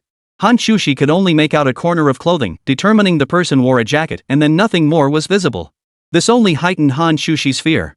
She couldn't recall what Zhào Huān had been wearing when he left earlier. Who are you? Me. Zhào Huān hoisted several bags onto his shoulder and managed to utter the words with effort. Hearing this, Hán Chǔxī finally let out a sigh of relief. She hurriedly opened the door and saw Zhào Huān walking in, carrying several boxes of local specialties and a few desserts she wanted to eat. You gave me quite a scare. I thought some bad guy might be here. Hán Chǔxī had strong security awareness. If it weren't for Zhào Huān's voice, which she recognized immediately, she never would have opened the door today. Seeing this, Zhào Huān couldn't help but give her a thumbs up. Senior, your guard is really up. If I were a bad guy, I'd never be able to pry open your door. Oof. Even you left earlier, leaving me all alone here. Of course I have to be careful. Well, it's safe now that I'm back. I can protect you, senior. Hearing Zhào Huān's earnest words and looking at his sturdy frame, Hán Chǔxī felt a small wave of sweetness wash over her. Alright then, you can keep protecting me from now on. Sure, if you'd like. Zhào Huān tore open a few small snacks and began eating them casually, responding to Hán Chǔxī in passing. Such a simple phrase made Hán Chǔxī incredibly happy, even though she understood Zhào Huān had likely just answered casually. After a light snack, Zhào Huān prepared to leave, but Hán Chǔxī suddenly grabbed his arm. We finally have time to hang out here, let's go see a movie tonight. Seeing Hán Chǔxī's high spirits, Zhào Huān scratched his head. Considering they'd need to wait here all day tomorrow for Yen Xiaoju and could use tomorrow to catch up on sleep, Zhào Huān nodded in agreement. Sure, but why do you want to go see a movie at night, senior? Because the atmosphere is better at night. There'll be fewer people in the theater. Hearing this explanation, Zhào Huān remained non-committal. Alright, since that's the case, let's check the map and find a theater to catch a movie together. Let's go. The two made up their minds and started walking away. Just then, the phone at Zhào Huān's waist suddenly rang. Chapter 220, In Peril. Zhào Huān picked up the phone with a puzzled look. After learning that Yen Xiaoju was heading deep into the mountains for an expedition, he had marked her number as a special concern. That way, he could ensure her safety. Now, Zhào Huān received the call at around 10 o'clock. Typically, after 10 o'clock, Zhào Huān's phone would enter rest mode. Any calls coming through at this hour were ones Zhào Huān considered important and had specifically enabled. Glancing down, Zhào Huān recognized the number as Yen Xiaoju's. Hán Chǔxī leaned over and caught sight of the number on Zhào Huān's phone, looking slightly surprised. Didn't you just say you'd already spoken with Senior Yen Xiaoju? Yeah, let's just answer it first. Zhào Huān scratched his head, unsure what was going on. He quickly answered the call. After a brief beep, Zhào Huān heard a man's voice. Hello, are you a friend of Yen Xiaoju? What's going on? Hearing the voice on the other end, Zhào Huān instantly grew wary. Well, Yen Xiaoju twisted her ankle while hiking earlier. Then she slipped off a cliff and injured her leg. If you have time, could you come pick them up? I'll bring Yen Xiaoju to the mountain's edge. Hearing this, both Zhào Huān and Hán Chǔxī sucked in a sharp breath. Getting into trouble during outdoor activities was always a huge hassle. Moreover, there had been no word from Yen Xiaoju recently. If Zhào Huān tried to find Yen Xiaoju now, it would likely be quite difficult. Alright, give me the location. I'll go pick Yen Xiaoju up. Alright, I'll find a spot with better signal soon and send you the coordinates. After the other person finished speaking, Zhào Huān sighed and turned to look at Hán Chǔxī. Here's Bai Xiaoqian's number. If I run into any transportation issues over there, I'll notify you. You can bring Bai Xiaoqian over then. Got it. Both of them couldn't go on this rescue mission together. Otherwise, there'd be no one left to receive messages from the rear. If both of us were to encounter danger, it would be disastrous. Therefore, Zhào Huān planned to leave Hán Chǔxī here. Hán Chǔxī knew she had no wilderness experience and would only be a liability. So she could only bite her finger and wait behind. At this moment, Hán Chǔxī couldn't dwell on the rift between herself and Bai Xiaoqian. Rescuing Yen Xiaoju was the urgent priority. Zhào Huān went downstairs, rented a car from a rental agency, and then drove deep into the mountains following the coordinates Yen Xiaoju's teammates had sent him earlier. This time, Zhào Huān anticipated needing to travel deep into the mountains for quite some time. Fortunately, during the previous picnic, Zhào Huān had acquired a wilderness survival skill from the system. So now, even venturing off-road alone posed no problem. Just as Zhào Huān got into the car and accelerated toward the deep mountains, the system's voice echoed in his mind. Host, please rescue Yen Xiaoju immediately. Upon mission completion, reward, physical constitution +3. The physical strength boosts granted by the system were exceptionally potent. Even a single point increase could significantly elevate Zhào Huān's overall combat prowess. Hearing the physical constitution +3 reward, Zhào Huān couldn't help but raise an eyebrow. He hadn't expected such a reward to appear, suggesting this mission was likely quite challenging. The realization weighed heavily on Zhào Huān's mind. Zhào Huān was an excellent driver. After less than half an hour of driving, he arrived at the foot of the mountain. A parking lot stood here, with the untouched mountain range stretching beyond it. Within these mountains lay numerous natural wonders, though most people never had the chance to witness them firsthand. After all, no one would casually venture deep into these mountains for leisure. Only professional members like Yan Xiaoju could venture there. Can the system offer some assistance? Since the system had assigned the task, Zhào Huān naturally sought assistance from it. In previous time periods, Zhào Huān had always completed tasks swiftly with the system's assistance. Today was no exception. Once deep within the mountains, Zhào Huān lost all means of positioning and navigation. Cell phone signals were extremely weak here, leaving the system as his only reliable resource. Host request received. Execution commencing. As the system's cold voice echoed in Zhào Huān's mind, Zhào Huān observed a mental image of flat map. On this map, a tiny red dot marked the approximate location of Yan Xiaoju. At this moment, Zhào Huān saw that the red dot was positioned beside a cliff. For some reason, the dot remained completely still. Could they have encountered some new situation? Zhào Huān quickly dialed the number, intending to inquire. But after the call went through, the response was that the number was out of service. Seeing this, Zhào Huān could only sigh deeply before swiftly walking toward the distance.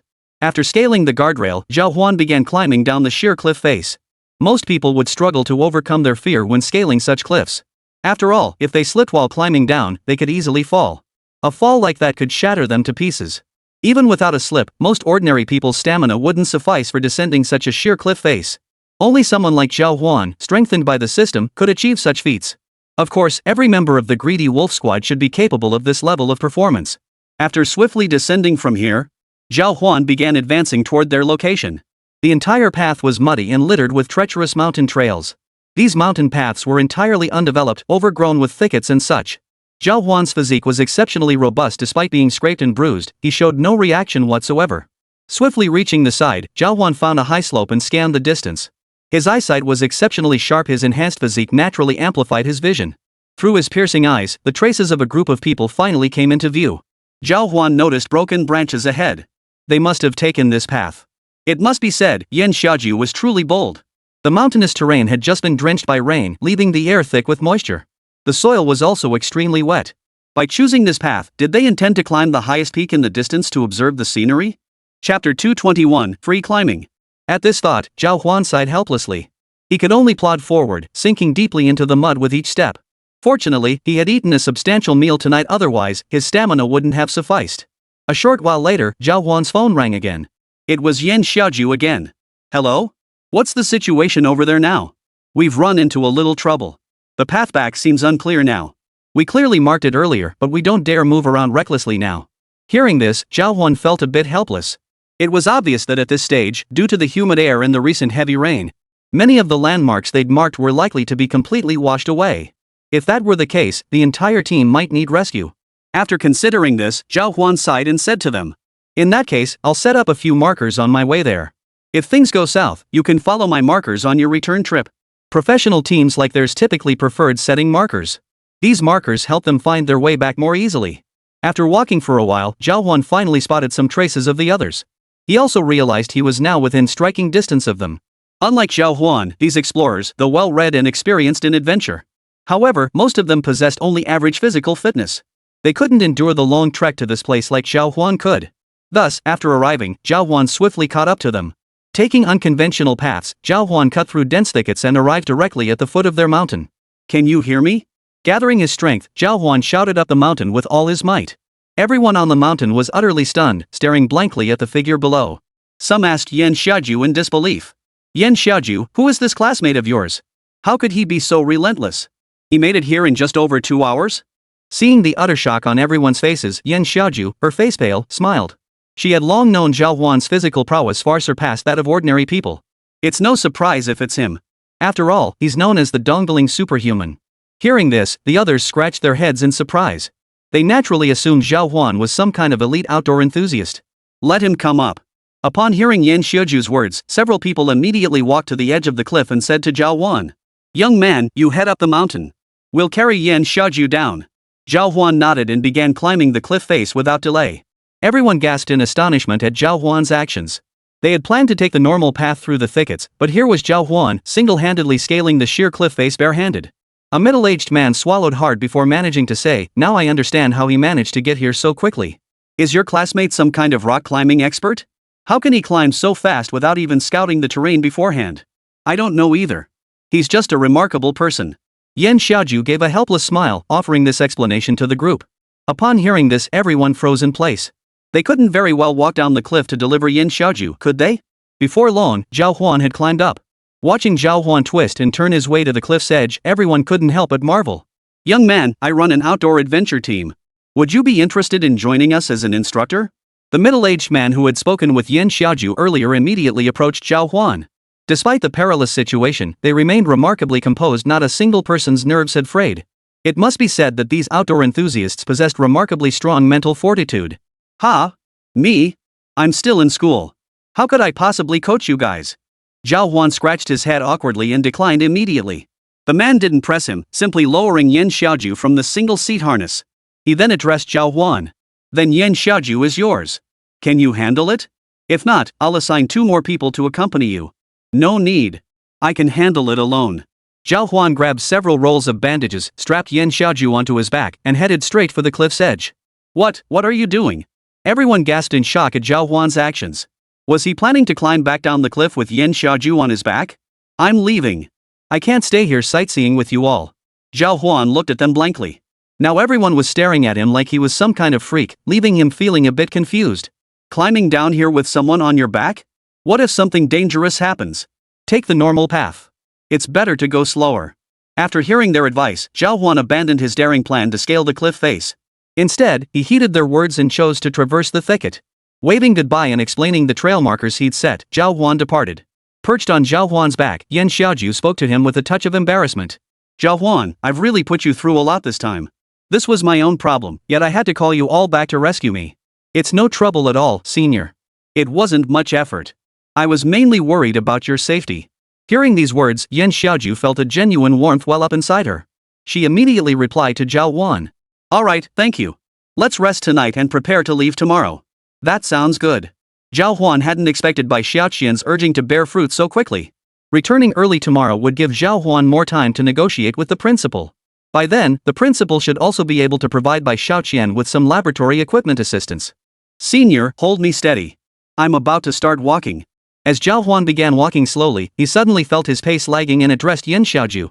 Hearing his words, Yan Xiaoju looked at him in surprise. But you're already walking. No, I'm actually moving pretty fast. I'm afraid you'll get thrown off, so you'd better hold onto my neck.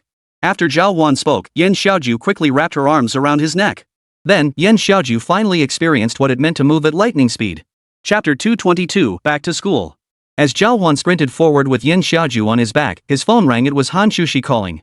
Calculating the time, Hán Chǔxī realized Zhào Huān must have already reached the deep mountains. She wanted to confirm his safety first. As soon as the call connected, her urgent voice came through. Zhào Huān, have you reached your destination yet? We've got her. Everything's fine now. Hán Chǔxī paused for a moment, but then thought that if it was Zhào Huān, he could indeed pull it off. Finally, she let out a long sigh of relief. How's Senior Yan? She's doing quite well. She just needs to go back and rest for a while. That's good. Since Zhào Huān was on the road, it wasn't convenient for her to take the call. After updating Hán Chǔxī on the situation, Zhào Huān ended the call. In less than half an hour, he returned to his parking spot with Yan Xiaoju. Senior, can you sit up there? That's no problem at all. It's just a broken leg. Yan Xiaoju braced herself and hopped into the passenger seat beside him. Zhào Huān watched Yan Xiaoju display such strength and couldn't help but nod in agreement. Alright, I'll drive back then. After returning to the hotel, Hán Chǔxī immediately came down to greet Zhào Huān and the others. Let my senior stay with me tonight. I'll take care of her. Hearing Hán Chǔxī's words, Zhào Huān nodded in agreement. At this stage, Zhào Huān certainly couldn't take care of Yan Xiaoju, so they had to rely on Hán Chǔxī. I'll arrange for a private car to take us back tomorrow. Alright. Early the next morning, the three of them returned to campus together. The private car was faster than the bus. After less than 3 hours on the road, Zhào Huān arrived back at Dongling University. After having Yan Xiaoju's roommate escort her back to the dormitory, Zhào Huān and Hán Chǔxī finally breathed a long sigh of relief together. Yesterday's situation had indeed been far too dangerous. Just then, a figure rushed up to Zhào Huān and Hán Chǔxī. Zhào Huān, what happened to my sister? Zhào Huān recognized the person as Yan Xiaohong, a classmate of his. Well, it's like this. After briefly recounting last night's events involving Yan Xiaoju, the girl didn't have time to continue talking with Zhào Huān and the others. Instead, she immediately went upstairs to check on her sister's injuries. Seeing this, Zhào Huān smiled to himself before preparing to escort Hán Chǔxī back to the dormitory and then go find the principal himself. The moment they reached the cafeteria, they saw a banner already hung there. Congratulations to the Zhào Huān, Hán Chǔxī, and Yan Xiaoju team for winning first place in the Innovation Technology competition. Simultaneously, banners were unfurled on the sports field. It was clear that Dongling University placed great importance on the awards won by Zhào Huān and Hán Chǔxī's team. Zhào Huān felt a bit awkward at that moment. If word of this spread far and wide, Zhào Huān would find it even harder to live in peace. The thought left Zhào Huān feeling helpless. He had originally thought that after winning the award this time, a modest recognition ceremony upon returning would suffice. He hadn't anticipated the university would place such importance on this matter. Have you seen the campus forums these past couple of days? No, why? Zhào Huān had been pretty busy lately and hadn't had much time to check his phone. Hán Chǔxī was sitting in the hotel room, bored out of her mind, so she scrolled through the campus forum. She stumbled upon something truly astonishing. Lately, people on the campus forum have been saying you sold the robot we developed for 10 million yuan. Now everyone's really looking up to you. That's impossible. It's all made up. Even if I could get that much money, I'd never sell the technology. Zhào Huān chose to collaborate with Bai Xiaoqian. That's why, at this stage, he was helping Bai Xiaoqian negotiate access to Dongling University's lab facilities.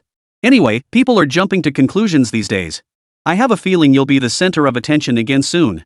Hán Chǔxī chimed in with a grin from the side. Zhào Huān nodded with a heavy heart. He couldn't clarify this matter, yet the more he tried, the worse it would get.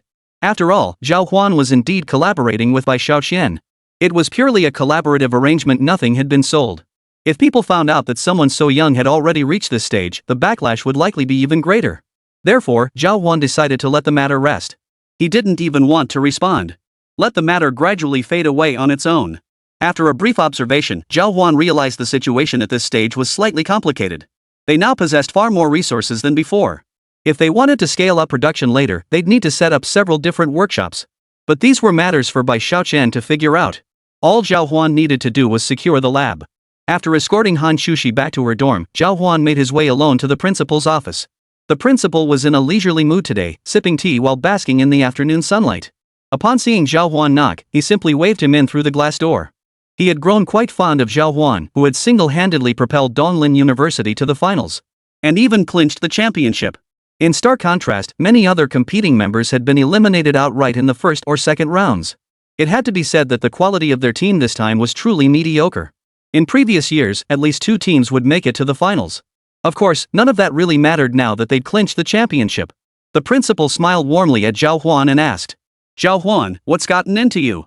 Why suddenly come looking for me? Is it about your prize money?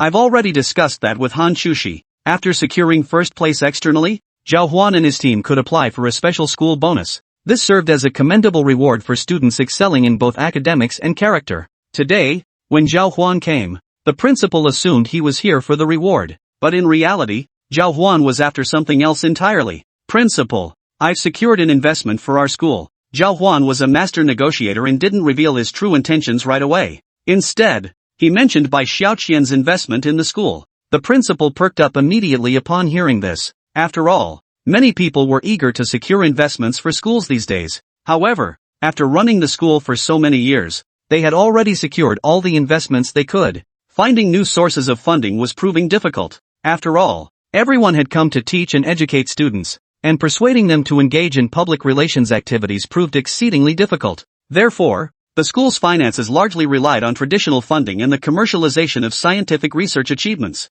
What do you mean? The principal had Zhào Huān sit before him and then asked earnestly. Chapter 223, Bai Xiaoqian arrives. Seeing this opening, a faint smile touched Zhào Huān's lips. He then slowly explained Bai Xiaoqian's request to the principal. It's like this. While participating in the Innovation Technology competition, I met a CEO named Bai Xiaoqian. She hopes to collaborate with me on developing a robotics project. If you're willing, she'd like our lab here to provide some convenience. In return, she'll invest to help establish a lab within the school. Hearing this, the principal immediately fell into deep thought. After all, at this stage, their own labs were barely sufficient. It was simply impossible to extend resources to an external party, and certainly not to assist executives from major corporations in conducting research here. Moreover, The technology's rights were held by Zhào Huān, Hán Chǔxī, and others. If the goal was to make money, the university wouldn't get much of a share. At best, they might secure some laboratory funding. Pondering this, the principal asked Zhào Huān,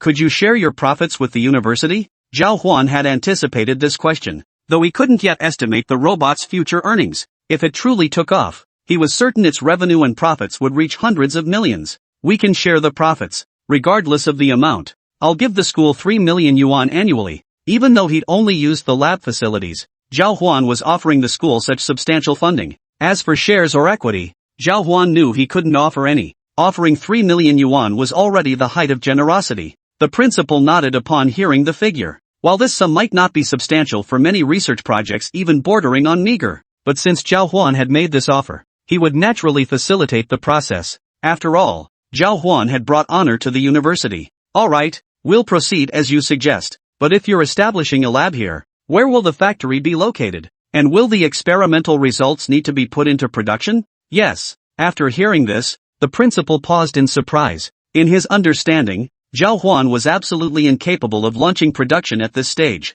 After all, if Zhào Huān were to actually start production now, the costs and scale involved could easily reach tens of millions. This was far beyond Zhào Huān's means, which is why the principal looked at him with surprise. "Is that Mr. Bai going to invest in you?" "Yes." Zhào Huān felt a bit embarrassed. From this perspective, Bai Xiaoqian had already offered him the most generous terms and benefits possible. In return, Zhào Huān had only offered her a profit margin of 2 or 3 times. However, even if Zhào Huān took advantage of her now, the returns later on should still be substantial. Therefore, Zhào Huān wasn't overly concerned at this moment. After a brief observation, Zhào Huān prepared to leave. As the principal had already drafted the lab usage guidelines for him, "Take this to the Education Commission. They'll assign you a position. Have MS. By liaise with them." "Understood." After bidding farewell, Zhào Huān stepped outside and immediately saw a message. It was from Bai Xiaoqian, asking if the arrangements on his end had been finalized. Earlier that morning, before leaving, Zhào Huān had informed Bai Xiaoqian that he would be returning early. Bai Xiaoqian had immediately boarded the high-speed train to Dongling. After sending a message confirming everything was settled, Zhào Huān prepared to return to the dormitory for some rest. By the time he returned today, everyone in the dorm likely knew about his big win. With some free time, Zhào Huān planned to invite them out for a meal. But just as he took a few steps, his phone rang. "Zhào Huān, where are you?"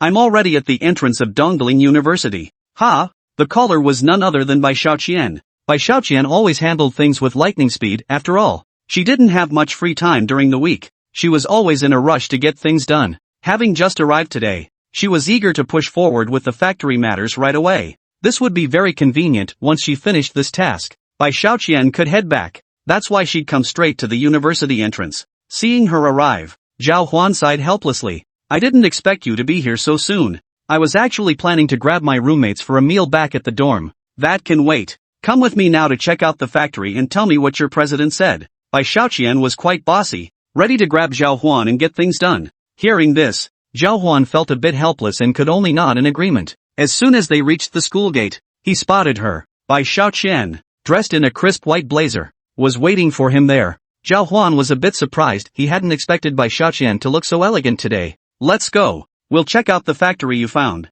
"Hold on. I'm a bit hungry. Let's grab something to eat first." Bai Xiaoqian took Zhào Huān's hand and led him straight into the school grounds. "What kind of meal? If I go into the school with you, what will people think of me?" The princess was stunned. After all, Bai Xiaoqian now embodied the image of a wealthy woman, and a woman like her would be incredibly popular with the boys. If Zhào Huān dared to walk into school with Bai Xiaoqian now, it would inevitably spark rumors. Some might even say Zhào Huān was being kept by a rich woman. That would definitely cause a lot of trouble. But Bai Xiaoqian paid no heed to Zhào Huān's awkwardness. "I'm starving, and I went out of my way to come to your school. Don't you think you should take me to your cafeteria for something to eat?" Hearing this, Zhào Huān sighed. If that was the case, things would indeed get complicated. "Fine, let's go." With a resigned sigh, Zhào Huān pulled out his mask. After putting it on, he and Bai Xiaoqian walked toward the school together. As for Bai Xiaoqian, she burst out laughing the moment she saw Zhào Huān put on the mask. "Why are you wearing a mask?" "I'm afraid people will recognize me and think I'm being kept by a rich woman like you."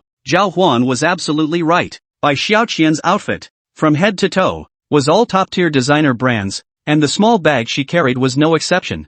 The entire ensemble easily cost over 100,000 yuan. But then, Bai Shaoqian smiled cheerfully at Zhào Huān and said, with a figure like yours, do you really think anyone wouldn't recognize you? That made sense. Zhào Huān stopped in her tracks, no longer willing to proceed. Then I'm not going. You're going whether you like it or not. Otherwise, I won't take you to see the factory grounds.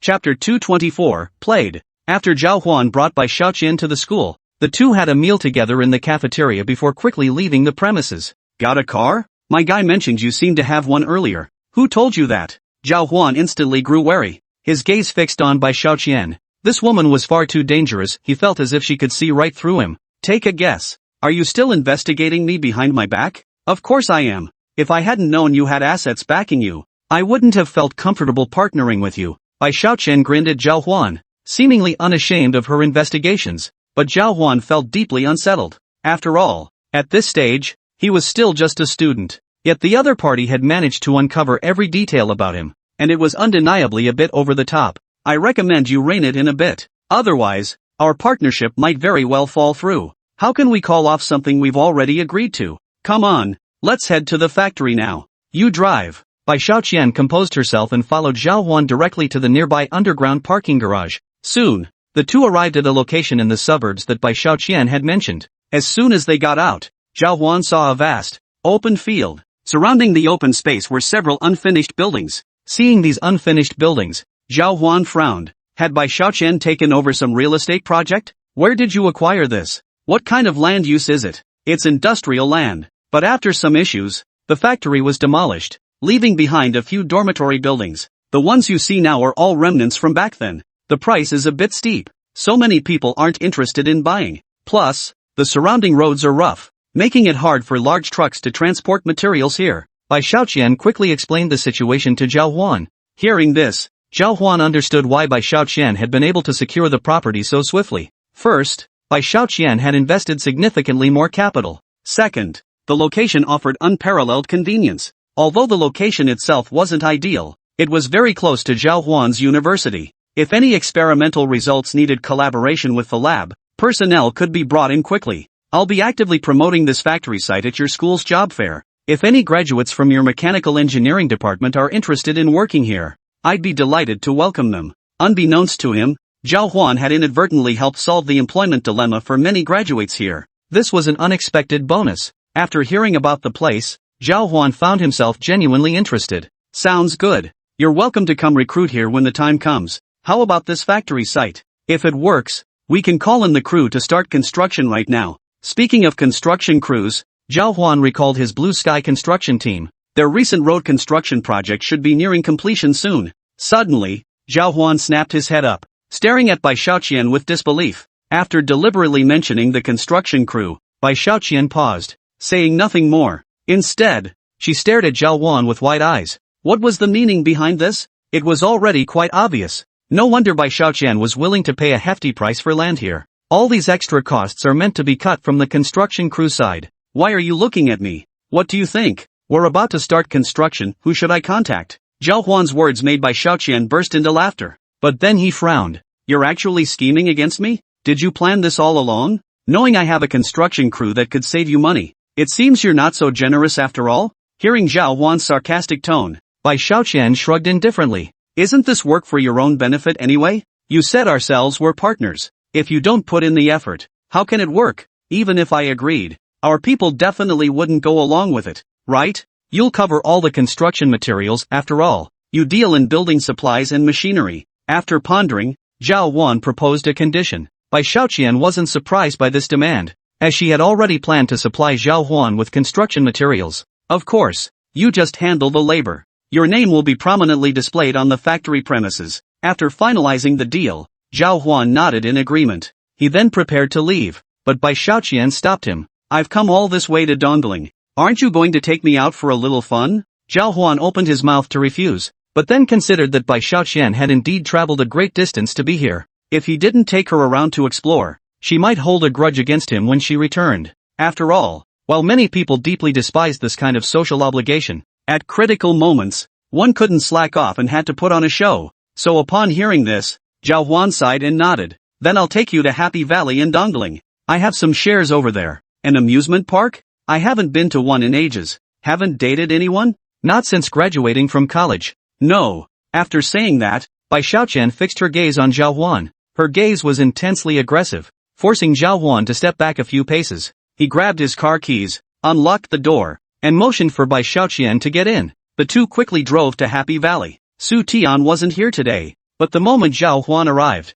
he was promptly given a warm welcome. In the afternoon, they enjoyed nearly 3 hours of attractions with free admission and skip-the-line access before finally taking a break. Throughout their time there, Bai Xiaoqian kept dropping hints, hoping Zhào Huān would agree to be her boyfriend. But Zhào Huān remained steadfast, resisting her advances until the very end. Bai Xiaoqian, resigned to the situation, simply enjoyed the games and stopped paying attention to Zhào Huān. The afternoon flew by, and by evening, Bai Xiaoqian was finally feeling tired. Is your body made of iron? How come you never get tired? Bai Xiaoqian asked breathlessly, hands on her hips. After disembarking the roller coaster, Zhào Huān chuckled, scratching his head. I've got pretty good stamina. Just as he was about to speak with Wang Yu, Zhào Huān's phone suddenly rang. Glancing down, he saw it was Wang Yu calling. This surprised Zhào Huān. He hadn't been in touch with Wang Yu for quite some time, and Wang Yu had consistently treated him as an outsider, never assigning him to the greedy Wolf Squad's missions. What could this sudden call mean? Chapter 225, Settling Disputes with Fists. After quickly answering the call, Zhào Huān hurriedly asked, Brother Wang Yue, what's up? Zhào Huān, over in the bar district south of the city, over 30 people are about to start a fight with weapons. It's about to kick off any second. I saw from the tracking device on your car that you're pretty close by. Could you please make yourself available? At some point, an unknown party had installed a tracking device in Zhào Huān's vehicle, but that was actually quite convenient. After all, if Zhào Huān was handling matters within the city and unexpected situations arose, he could be dispatched to resolve them. Alright, I'll be right there. Stay here and eat first. I'll come back for you shortly. After tossing out that sentence, Zhào Huān left Bai Xiaoqian with the staff here. Seeing Zhào Huān's urgent demeanor, Bai Xiaoqian nodded in understanding. After all, who doesn't have urgent matters to attend to these days? Since Zhào Huān was in such a hurry, she wouldn't hold him back, one of the advantages of being a mature woman. Zhào Huān bid farewell to Bai Xiaoqian and sped his car to the bar district in the southern part of the city. The area was filled with young people who looked like troublemakers, but Zhào Huān wasn't looking for them. They seemed to be there just to drink. After searching through one bar after another, Zhào Huān finally spotted a group of people shouting at each other inside a bar at the far end of the street corner. Leading the two opposing factions were a young punk with dyed yellow hair and a man with long black hair. Yellow hair, I've put up with you long enough today. Just drink your beer over there. Why do you have to point fingers at me? Today, I'm gonna beat you so bad you'll be crawling on the floor looking for your teeth. Shut your mouth, you two-faced bastard. I was just playing rock paper scissors with my buddies while drinking. You say I was pointing at you? Looks to me like you're just looking for trouble. You think I'm gonna put up with your? Hearing this utterly pointless exchange, Zhào Huān sighed. After briefly considering his options, he decided it wasn't worth the effort. He strode over to where they stood. Can you two give it a rest? Watching this is exhausting. Stop fighting. Hearing Zhào Huān's words, everyone around the black-haired straight-laced guy and the yellow-haired guy froze. The two main protagonists of the incident also stared at Zhào Huān in confusion. The blonde-haired guy spoke first, sneering at Zhào Huān. Kid, you look big and strong enough to play peacemaker, but I suggest you get the hell out of here fast. Otherwise, I'll beat you up too. The effeminate man with long hair beside him also sneered at Zhào Huān. Hey buddy, we don't have anything to do with you, right? He's right. If you keep standing here, we won't hold back when the fight breaks out. As the saying goes, the one who gets beaten the worst is often the one trying to break up the fight. Generally speaking, no one would step in to break up a fight in this kind of situation. Most people just let things blow over after the fight. But if someone tries to intervene, it's bound to pour fuel on the fire, and that's exactly what happened to Zhào Huān. The main reason for this is that the peacemaker can't stop either side. But Zhào Huān had one peculiar trait: no matter how many people ganged up on him, they couldn't make a dent. So at this moment, Zhào Huān just smiled and said to the two of them, you two are quite amusing. If you have time, you should go out more often instead of showing off your strength here. Seeing Zhào Huān's lecturing tone, everyone grew furious. They clearly had no desire to accept his lecture. My own parents wouldn't dare lecture me. What gives you the right? Hearing the young punk's insolent words, Zhào Huān smiled again before extending his hand toward him. What are you doing? Before the young punk could react, Zhào Huān swiftly grabbed him. Displaying astonishing arm strength before everyone, Zhào Huān lifted the young punk straight up into the air. The long-haired youth beside him was startled. Just as he prepared to curse at Zhào Huān, Zhào Huān extended his other hand and lifted both of them into the air. Anyone else want to start something here? Seeing Zhào Huān's fierce demeanor, the surrounding crowd grew visibly afraid. At this stage, few among them could possibly challenge Zhào Huān. After all, Zhào Huān possessed such immense strength, a single punch from him would leave them badly hurt. Realizing this, the group of thugs and hoodlums quickly backed away. As for the blonde punk and the dark-haired guy with straight hair, they froze in place. Once Zhào Huān had grabbed them, they didn't even have the strength to struggle. The blonde punk mustered his last ounce of strength and kicked Zhào Huān's thigh, but the kick didn't hurt Zhào Huān at all. Instead, it was the tough skin of Zhào Huān's leg that made the kid wince in pain. Still dare to attack? Zhào Huān slammed him down onto the ground with a thud so loud that several people retreating nearby heard the solid impact. Sigh. They sucked in a sharp breath, unable to help but mutter in astonishment beside him. Zhào Huān had really gone all out this time. Big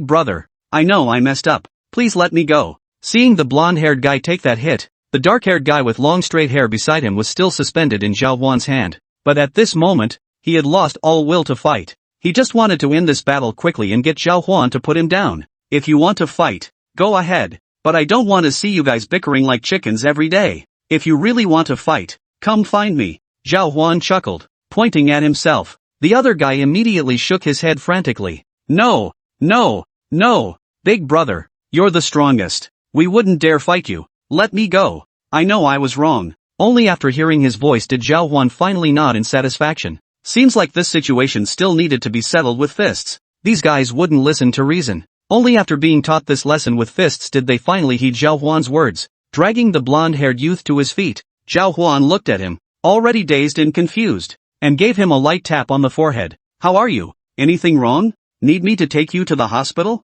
The young punk trembled all over. Hearing Zhào Huān's question, he waved his hands frantically. He certainly didn't want to stand by Zhào Huān any longer. Chapter 226, The Storm Rages On. Watching the crowd scatter like birds and beasts, Zhào Huān nodded in satisfaction. It seemed these guys really were bullies who picked on the weak. The earlier scuffle had been fueled mainly by youthful bravado. Now that he'd dealt with them, things should settle down. He dialed Wang Yu's number, intending to report today's events. Captain Wang Yu, the matter is resolved. They've all dispersed. Wang Yu nodded in satisfaction upon hearing Zhào Huān's report, then said over the phone, Didn't expect you to wrap it up so fast. I thought it'd take all night. Who did you run into? Just a punk kid and a guy with long hair. At this pause, Wang Yu grew visibly surprised. Where's that punk's dad? What dad? Zhào Huān had just been marveling at how incredibly simple the task Wang Yu had given him today turned out to be, but he hadn't expected there to be more to it. For an ordinary task, the other party wouldn't have sent Zhào Huān over.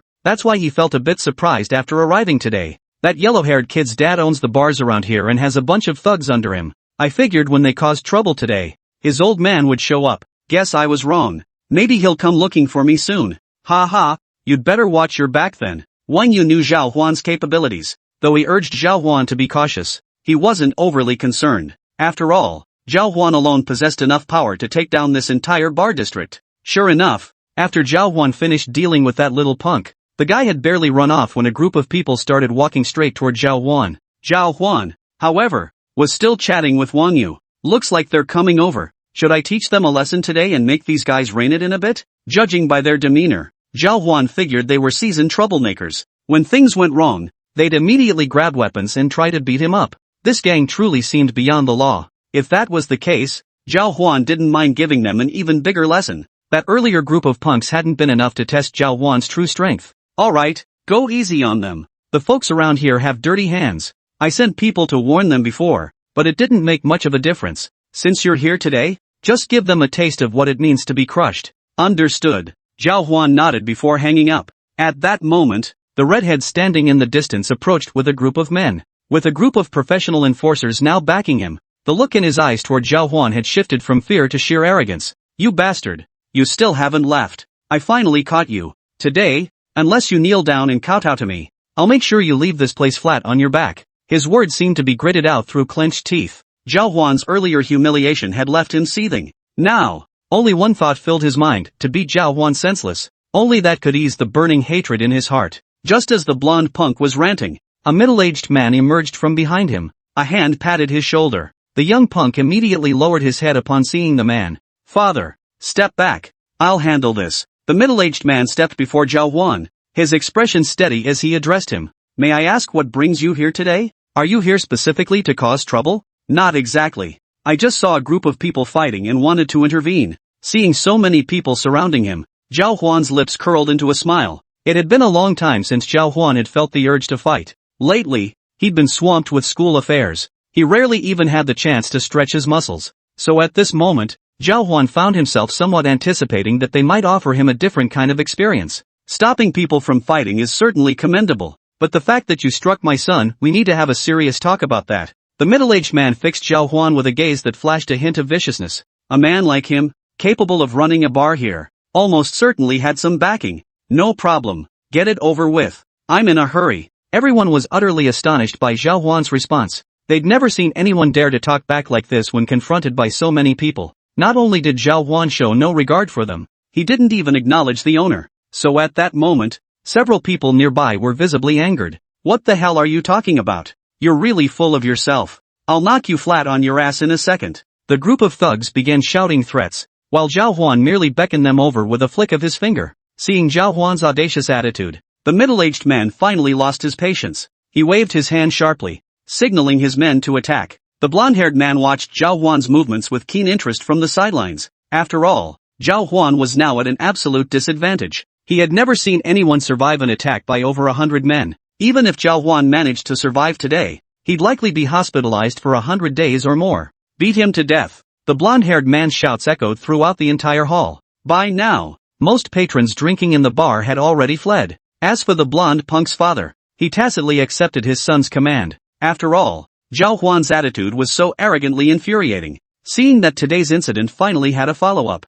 Zhào Huān stood calmly in place. He waited for the 100 or so people in front of him to attack, but when they did charge, Zhào Huān swiftly dodged their blows. He then deftly snatched a steel pipe from one attacker's grasp, flicked it under his foot, and sent him flying through the air. Witnessing this move, everyone nearby sucked in a sharp breath. That reaction speed and agility were truly astonishing. He's trained? The middle-aged man standing nearby couldn't help but frown. In his view, Zhào Huān was indeed here to cause trouble. The others all charged forward at that moment. When facing Zhào Huān, each of them was extremely direct. They swung their weapons directly at Zhào Huān's vital points. Seeing this, Zhào Huān smiled. Then, with a single arm, he raised his weapon and swung it upward with tremendous force. Chapter 227, Teaching the Bar Owner a Lesson. A tremendous force erupted from Zhào Huān's arm. Several attackers above him were instantly flung backward. As over 100 men charged toward Zhào Huān, they were mowed down like straw before him. Anyone who touched Zhào Huān was instantly sent flying.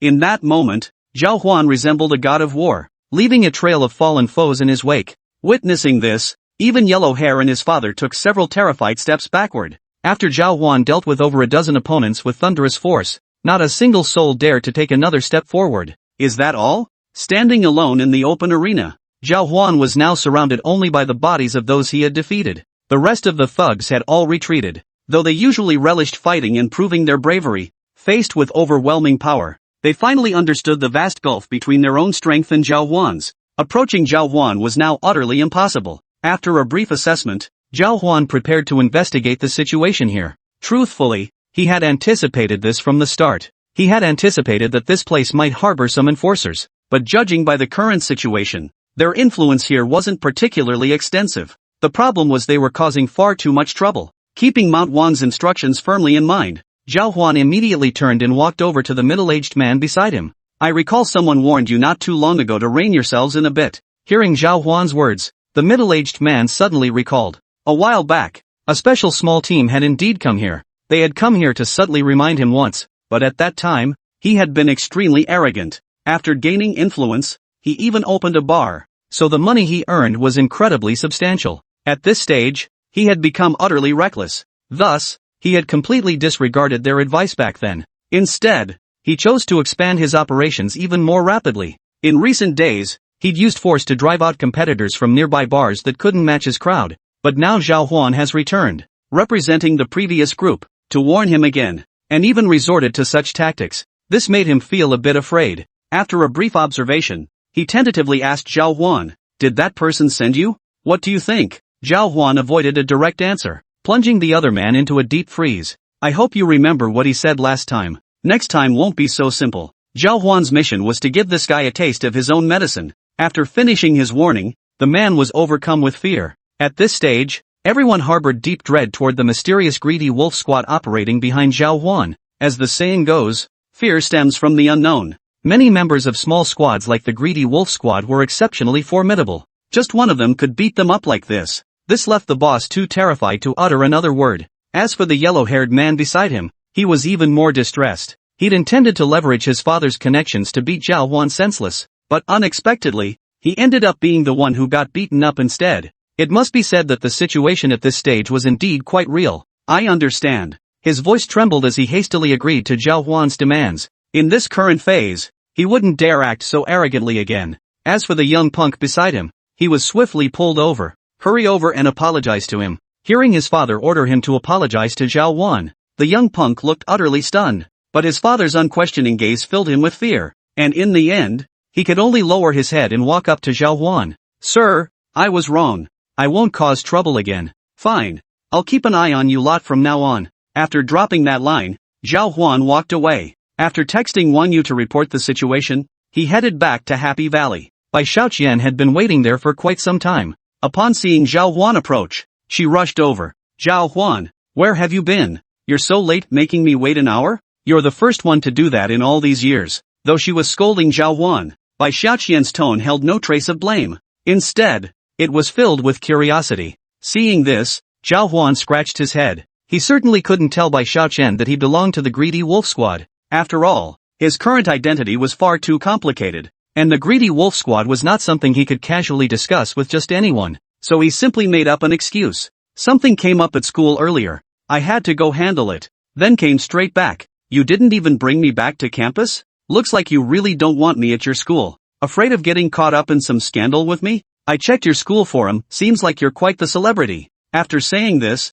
Bai Xiaoqian pulled out her phone. Several replies appeared on the screen, with numerous posts discussing the matter. Zhào Huān saw all the gossip about himself on the campus forum and felt his head was about to explode. That's exactly why I don't want you at my school. Driving Bai Xiaoqian back to her hotel, she said to Zhào Huān as she was leaving, I'll be setting up a branch office here over the next few days. You'll come work as the deputy manager. That way, you'll be the first to know about anything that happens. Okay, I'll see you off tomorrow. No need. I have a private jet. Why would you need to drive me? Hearing this, Zhào Huān scratched his head. It seemed the world of the wealthy was still beyond his comprehension. Even though Zhào Huān's assets had now reached over 100 million, most of it was. He still lacked genuine business experience and wasn't well-versed in handling money and such. If he needed that kind of knowledge, he should seek out Su Tian. He'd seen more of the world. Then I'll have Blue Sky Construction Company's crew come over tomorrow to start work at your site. Just hand me the blueprints for the factory buildings you need beforehand. After pondering for a moment, Zhào Huān decided to push forward with the next steps. That works. Bai Xiaoqian nodded immediately. If Zhào Huān brought in his own construction crew, she'd definitely get a huge advantage. Chapter 228, Midterm Evaluations are here. After bidding farewell to Bai Xiaoqian, Zhào Huān returned to campus. The moment he arrived, he saw a message from Hán Chǔxī. Zhào Huān, where are you? Come find me right now. Okay.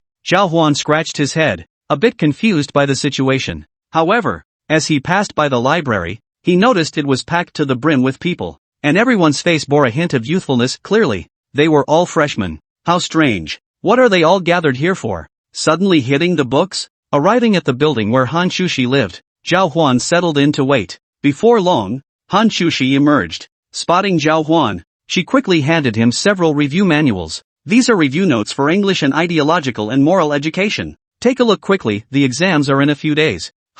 This news truly came as a huge shock to Zhào Huān. Earlier, Zhào Huān had received word that there might very well be a midterm diagnostic exam. In theory, universities shouldn't have these kinds of periodic exams anymore. However, Dongling University was a prestigious international institution, and as such, it imposed strict standards on every student. Will this exam be extremely difficult? It probably will be. You've missed several classes due to participating in various activities, and I'm worried you might struggle. These review notes for English and ideological and moral education are just to help you prepare for those two subjects. For your major courses, you'll have to rely on yourself. Hán Chǔxī only learned about this after returning today. After relaying the information to Zhào Huān, Hán Chǔxī found herself genuinely worried for her friend. Senior, why do you seem more anxious than I am? Haven't you seen the forum? It's all about you. Since this is a college-wide exam, everyone's saying you could take first place in the entire college. After all, you got first place in the whole university last time. Hearing this, Zhào Huān finally understood Hán Chǔxī's meaning. Hán Chǔxī was implying that Zhào Huān's starting point was too high. Now, many were waiting for Zhào Huān to fall from grace. If Zhào Huān couldn't take first place in the college again this time, there would undoubtedly be plenty of people whispering behind her back. That was precisely why Hán Chǔxī was so concerned about Zhào Huān's reputation. As soon as Zhào Huān returned, she began discussing review plans with him.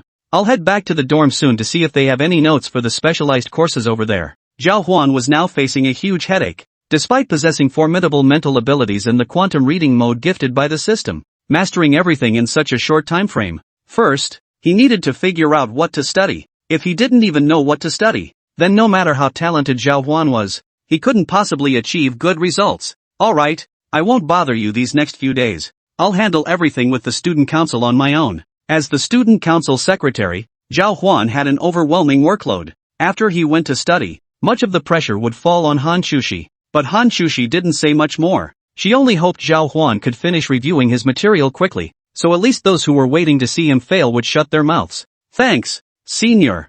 Humph. Being polite with me? Ha! Hearing Zhào Huān's polite tone, Hán Chǔxī immediately raised her tiny fist and smacked it against Zhào Huān's arm. The force was so light it didn't even sting. It almost felt like a playful poke. Hearing this, Zhào Huān scratched his head helplessly. I had to show my gratitude somehow. Go on. Hurry up. Hán Chǔxī patted Zhào Huān's chest, urging him to hurry to the library. Zhào Huān, however, headed back to the dormitory first. The moment he entered, Zhào Huān saw one small desk lamp after another. The other three roommates were all burning the midnight oil studying, all for the sake of securing decent grades in this upcoming exam. The moment Zhào Huān returned, the others in the dorm erupted in loud shrieks. Zhào Huān, our savior is back, Chen Shuang shrieked. Zhào Huān, do you know how much hype there is about you on the school forum right now? I almost didn't dare recognize you. Wang Jia was equally impressed. Congrats! Who knew you'd be so ruthless? You actually snagged first prize, that's gotta be a hefty sum, right? As for Zhang Qian, he couldn't care less about the prestige of Zhào Huān's first prize. What mattered to him was the cash after all. His attitude toward money was different, but the bond between men was always genuine. The moment Zhào Huān returned, the others immediately swarmed him, showering him with congratulations. Seeing their enthusiasm, Zhào Huān chuckled and scratched his head. I was planning to treat you guys to a meal with my prize money after getting back, but right after arriving, I found out midterms are starting soon. At the mention of midterms, Wang Jia and the others instantly slumped, their spirits crushed. Forget dinner for now. We need to focus on studying for the exams. If we fail this time, we'll get expelled. Damn it! Expulsion? Zhào Huān froze. He hadn't expected them to be so ruthless this time. Dongling University seemed to be getting serious. Yeah, this time, the bottom 2% will be expelled outright. Every year, over a dozen students get kicked out. This major course is impossible. I haven't even bothered with English or ideological and moral education lately, it's this major course I just can't wrap my head around. Aside from the major courses, the other two general education courses could be passed purely on the strength of their memory and foundational knowledge. But the specialized course material? Pure gibberish. All this mechanical dynamics and physics just made their brains freeze up whenever they tried to think about it. It was incredibly difficult to find a way to break through their current level of understanding, especially since they'd only been in college for a few months. You guys don't get it either?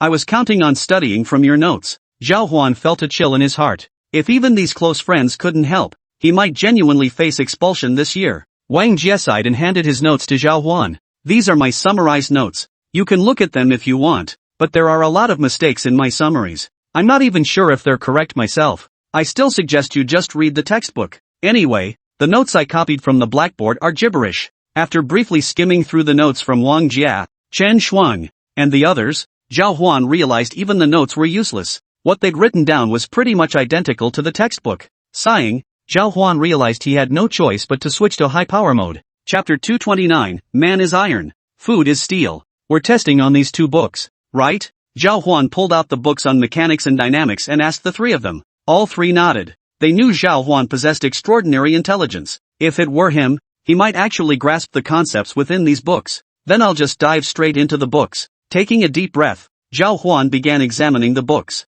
He then handed all three sets of notes back to them. As the three sighed and quickly resumed their review, Zhào Huān activated his quantum reading mode, and his entire brain felt amplified. Every single character he saw instantly evoked a multitude of meanings. After a bit more simple observation, Zhào Huān realized that although his comprehension was a bit slower, compared to ordinary people, he was still far more efficient. He swiftly began scanning the book for various knowledge points. Within just 2 hours, Zhào Huān had committed everything in the book to memory. Closing his eyes, Zhào Huān began rapidly deriving the various formulas and theorems within his mind. He sought to gain a deeper understanding of all the knowledge within. However, this process of derivation proved extremely taxing, as it involved the crystallized wisdom of generations past. Before long, Zhào Huān's stomach began to growl. Evidently, activating quantum reading mode had caused his energy reserves to deplete at an alarming rate. Once the pangs of hunger became unbearable, Zhào Huān couldn't hold back any longer and ordered 10 takeout meals. This was all part of the price he paid for his studies. Among the 10 orders were meals for several roommates. I ordered some takeout. Let's eat together in a bit, Zhào Huān said to the 3 people beside him, fighting off his hunger. They immediately nodded. Yay! Thanks a lot, Zhào Huān. How much is it? I'll transfer it to you. Zhào Huān waved his hand, signaling Wang Jie not to be so formal. He then closed his eyes again, rapidly processing the vast array of knowledge and connections within the entire book. Before long, Zhào Huān felt ravenously hungry, his stomach growling loudly. Reading such high-level texts, Zhào Huān felt he could scarcely make any deductions. Moreover, his brain was working far harder than before. Processing all the knowledge in these books caused his hunger to skyrocket. Compounding this, he had just dealt with those bar thugs earlier today and hadn't eaten dinner yet. His body hadn't yet adjusted to the energy deficit, so it swiftly began sending signals back to Zhào Huān. Feeling this situation, Zhào Huān could only take a deep breath. He then forced himself to endure the hunger and continued thinking. Unfortunately, as the hunger persisted, Zhào Huān's strength began to wane significantly. Even this quantum reading state could no longer be sustained. Left with no choice, Zhào Huān had to stop. He took a quick sip of water and began waiting for his takeout order. The few people around him froze upon seeing his actions. They assumed he was giving up. After all, his earlier behavior had been downright suspicious. Zhào Huān, you can't give up. This exam determines our future happiness. They say once you survive this one, there won't be any more hell-level exams. Wang Jie hurried over to Zhào Huān's side to urge him. Zhào Huān froze, watching as the other 2 approached him, one patting his back, the other his shoulder. They completely flustered Zhào Huān. I haven't given up. Who said I gave up? Then why aren't you studying? My brain needs fuel to function. If there's no energy in my body, my mind can't work. Zhào Huān explained this to them in astonishment. Only then did they finally grasp his meaning, and they all burst into laughter. Alright, I've got some instant noodles here. Have some to tide you over. Wang Jie and Shen Shuang both pulled out some snacks for Zhào Huān to eat. As for Zhang Qian, he swiftly produced a massive baguette. This is the baguette I bought last time. Tough to bite into, but it really fills you up. Hearing this, Zhào Huān accepted the food from everyone. He devoured everything in mere minutes. Yet he remained ravenous. After enhancing his physique, the system had also amplified his digestive capacity. Even with these snacks, Zhào Huān felt no sense of fullness. Just then, a knock sounded at the door. Their takeout had arrived. This is perfect. Everyone nodded in satisfaction. After giving 1 portion each to the other 3, Zhào Huān placed the remaining 7 portions of rice in front of himself. This time, Zhào Huān had ordered beef rice and various curry rice dishes. Grasping a soup spoon, Zhào Huān shoveled mouthful after mouthful of food into his mouth. Only then did the gnawing hunger in his body finally begin to subside. Zhào Huān's mind began to function properly again. While eating, Zhào Huān began to ponder the various knowledge contained in those books on mechanics. With energy restored, his thoughts raced faster. Before long, he had finished processing the entire first chapter, followed by the second and third chapters. After thoroughly processing all this material, Zhào Huān lay back in his hammock, exhausted as if drained of all strength. This hammock had been purchased collectively by their dormitory. Each person had one. With everything settled, Zhào Huān nodded in satisfaction. He then quickly began looking for opportunities to experiment and practice. Following the various problems in Wang Jie's notebook, Zhào Huān worked through the calculations and solved over a dozen of them. Take a look at my answers. Are they correct? And is my reasoning process sound? These problems were all assigned by the teacher during class for students to ponder. Typically, the teacher wouldn't explain them until the next class period, but the teacher explained them too quickly, and most students couldn't grasp them. They had to work through them slowly on their own after class. Everyone knew that since arriving at university, Zhào Huān often found time to take on various tasks. His class attendance was also quite sparse. Now, seeing Zhào Huān suddenly pull out his lightning-fast skills to solve the problems the teacher had left behind, everyone was utterly astonished. You mean you've already grasped the entire textbook and solved these problems? That's impossible. The difficulty level was undeniable, and they understood the situation better than anyone. So when they saw Zhào Huān's solutions, they were deeply puzzled. I'm not sure if it's correct. You guys take a look. Zhào Huān wasn't sure either, so he could only let them take a look first. Only this way could he ensure he hadn't misunderstood anything. With puzzled expressions, the others approached and began examining Zhào Huān's rough draft. Chapter 230, The Night of Instruction. Everyone else had done these problems before. It was just that Zhào Huān hadn't tackled them yet, so now they could instantly spot whether many of the answers were correct. Back when Wang Jia and the others tackled these problems, it had been an immense struggle. These problems were exceptionally difficult, equivalent to many high school competition questions. Even so, the teacher moved at a breakneck pace in class, handing them all this material. This created immense pressure for them. This is why, even now upon seeing these problems, the group still felt overwhelmed. After comparing their answers for a long time, they realized Zhào Huān's solution process was remarkably concise. Something's off. How could this be? Good heavens. Hearing the trio's voices, Zhào Huān hurried over. Earlier, Zhào Huān had only mentally processed the knowledge from these books once, so there might still be some oversights. Still, Zhào Huān trusted his quantum reading technique. So, with a nervous heart, he asked the three of them. So, what do you think, Zhào Huān? Every single problem you solved is correct, not a single mistake. The entire process was remarkably concise, and in some places, even more streamlined than what the teacher wrote on the board during class. Wang Jia swallowed hard before offering his assessment of Zhào Huān's calculations. Hearing such words, Zhào Huān scratched his head. He hadn't expected that after putting in so much effort today, his solutions would turn out to be completely correct. He'd been expecting to find a few mistakes so he could review and fill in the gaps. This is surprising. I thought there'd be a few mistakes. Do you have any other problems? I'd like to keep working on them. The teacher already said that mastering these problems will be enough to score well on the exam. Chen Shuang,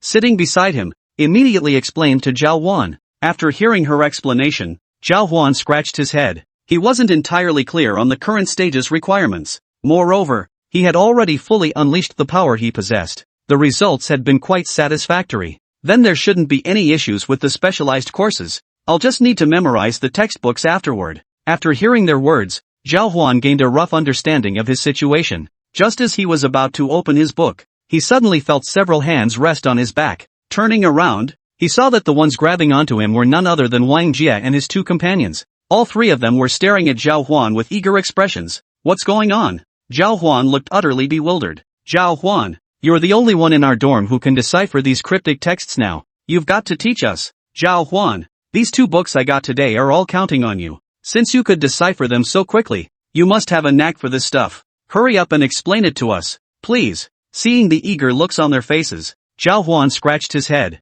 Truthfully, Zhào Huān himself wasn't sure exactly how advanced his skills had become, but since all three were urging him to speak, Zhào Huān couldn't really refuse. With that thought, Zhào Huān quickly nodded. Alright then, since that's the case, I'll give it a shot. Upon hearing this, everyone promptly pulled out their small stools, along with their small blackboards. In their dorm, many students routinely discussed and verified things they'd learned. This set them apart from many other dorms. After all, many students in university today were just coasting through their days. Once everything was set up, they promptly invited Zhào Huān to the front. After a moment's thought, he addressed them. I'll start by analyzing those problems we just went over. I feel like I have a lot going on in my head, but explaining it out loud might take a while, probably over half an hour per problem. Only half an hour? All three stared at Zhào Huān in disbelief. After all, their own professors needed nearly 2 full class periods to cover everything in their lectures. Yet Zhào Huān claimed he could explain everything from scratch in just half an hour. It was undeniably beyond their comprehension.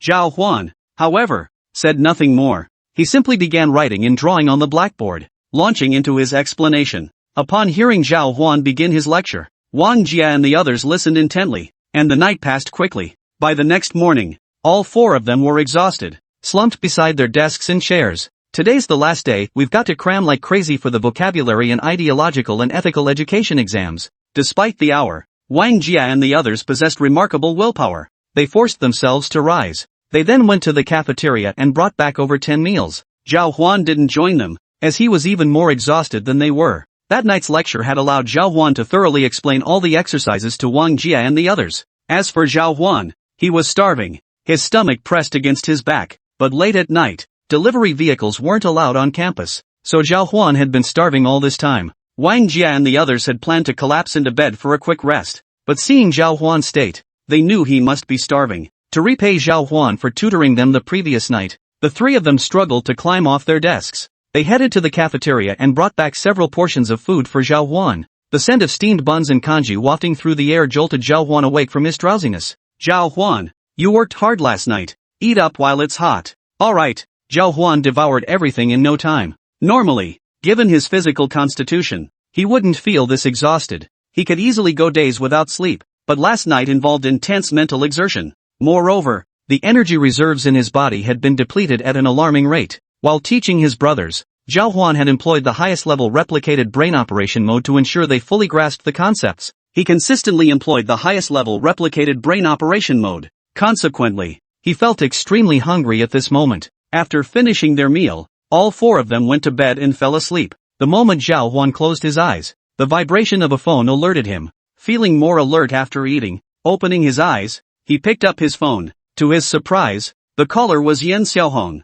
What are you doing? Zhào Huān asked Yan Xiaohong in surprise after answering the call. Zhào Huān, I've been transferred to your class. If you have time, let's meet up to discuss some specialized coursework. I want to hear your perspective and declare war on you while I'm at it. Ha,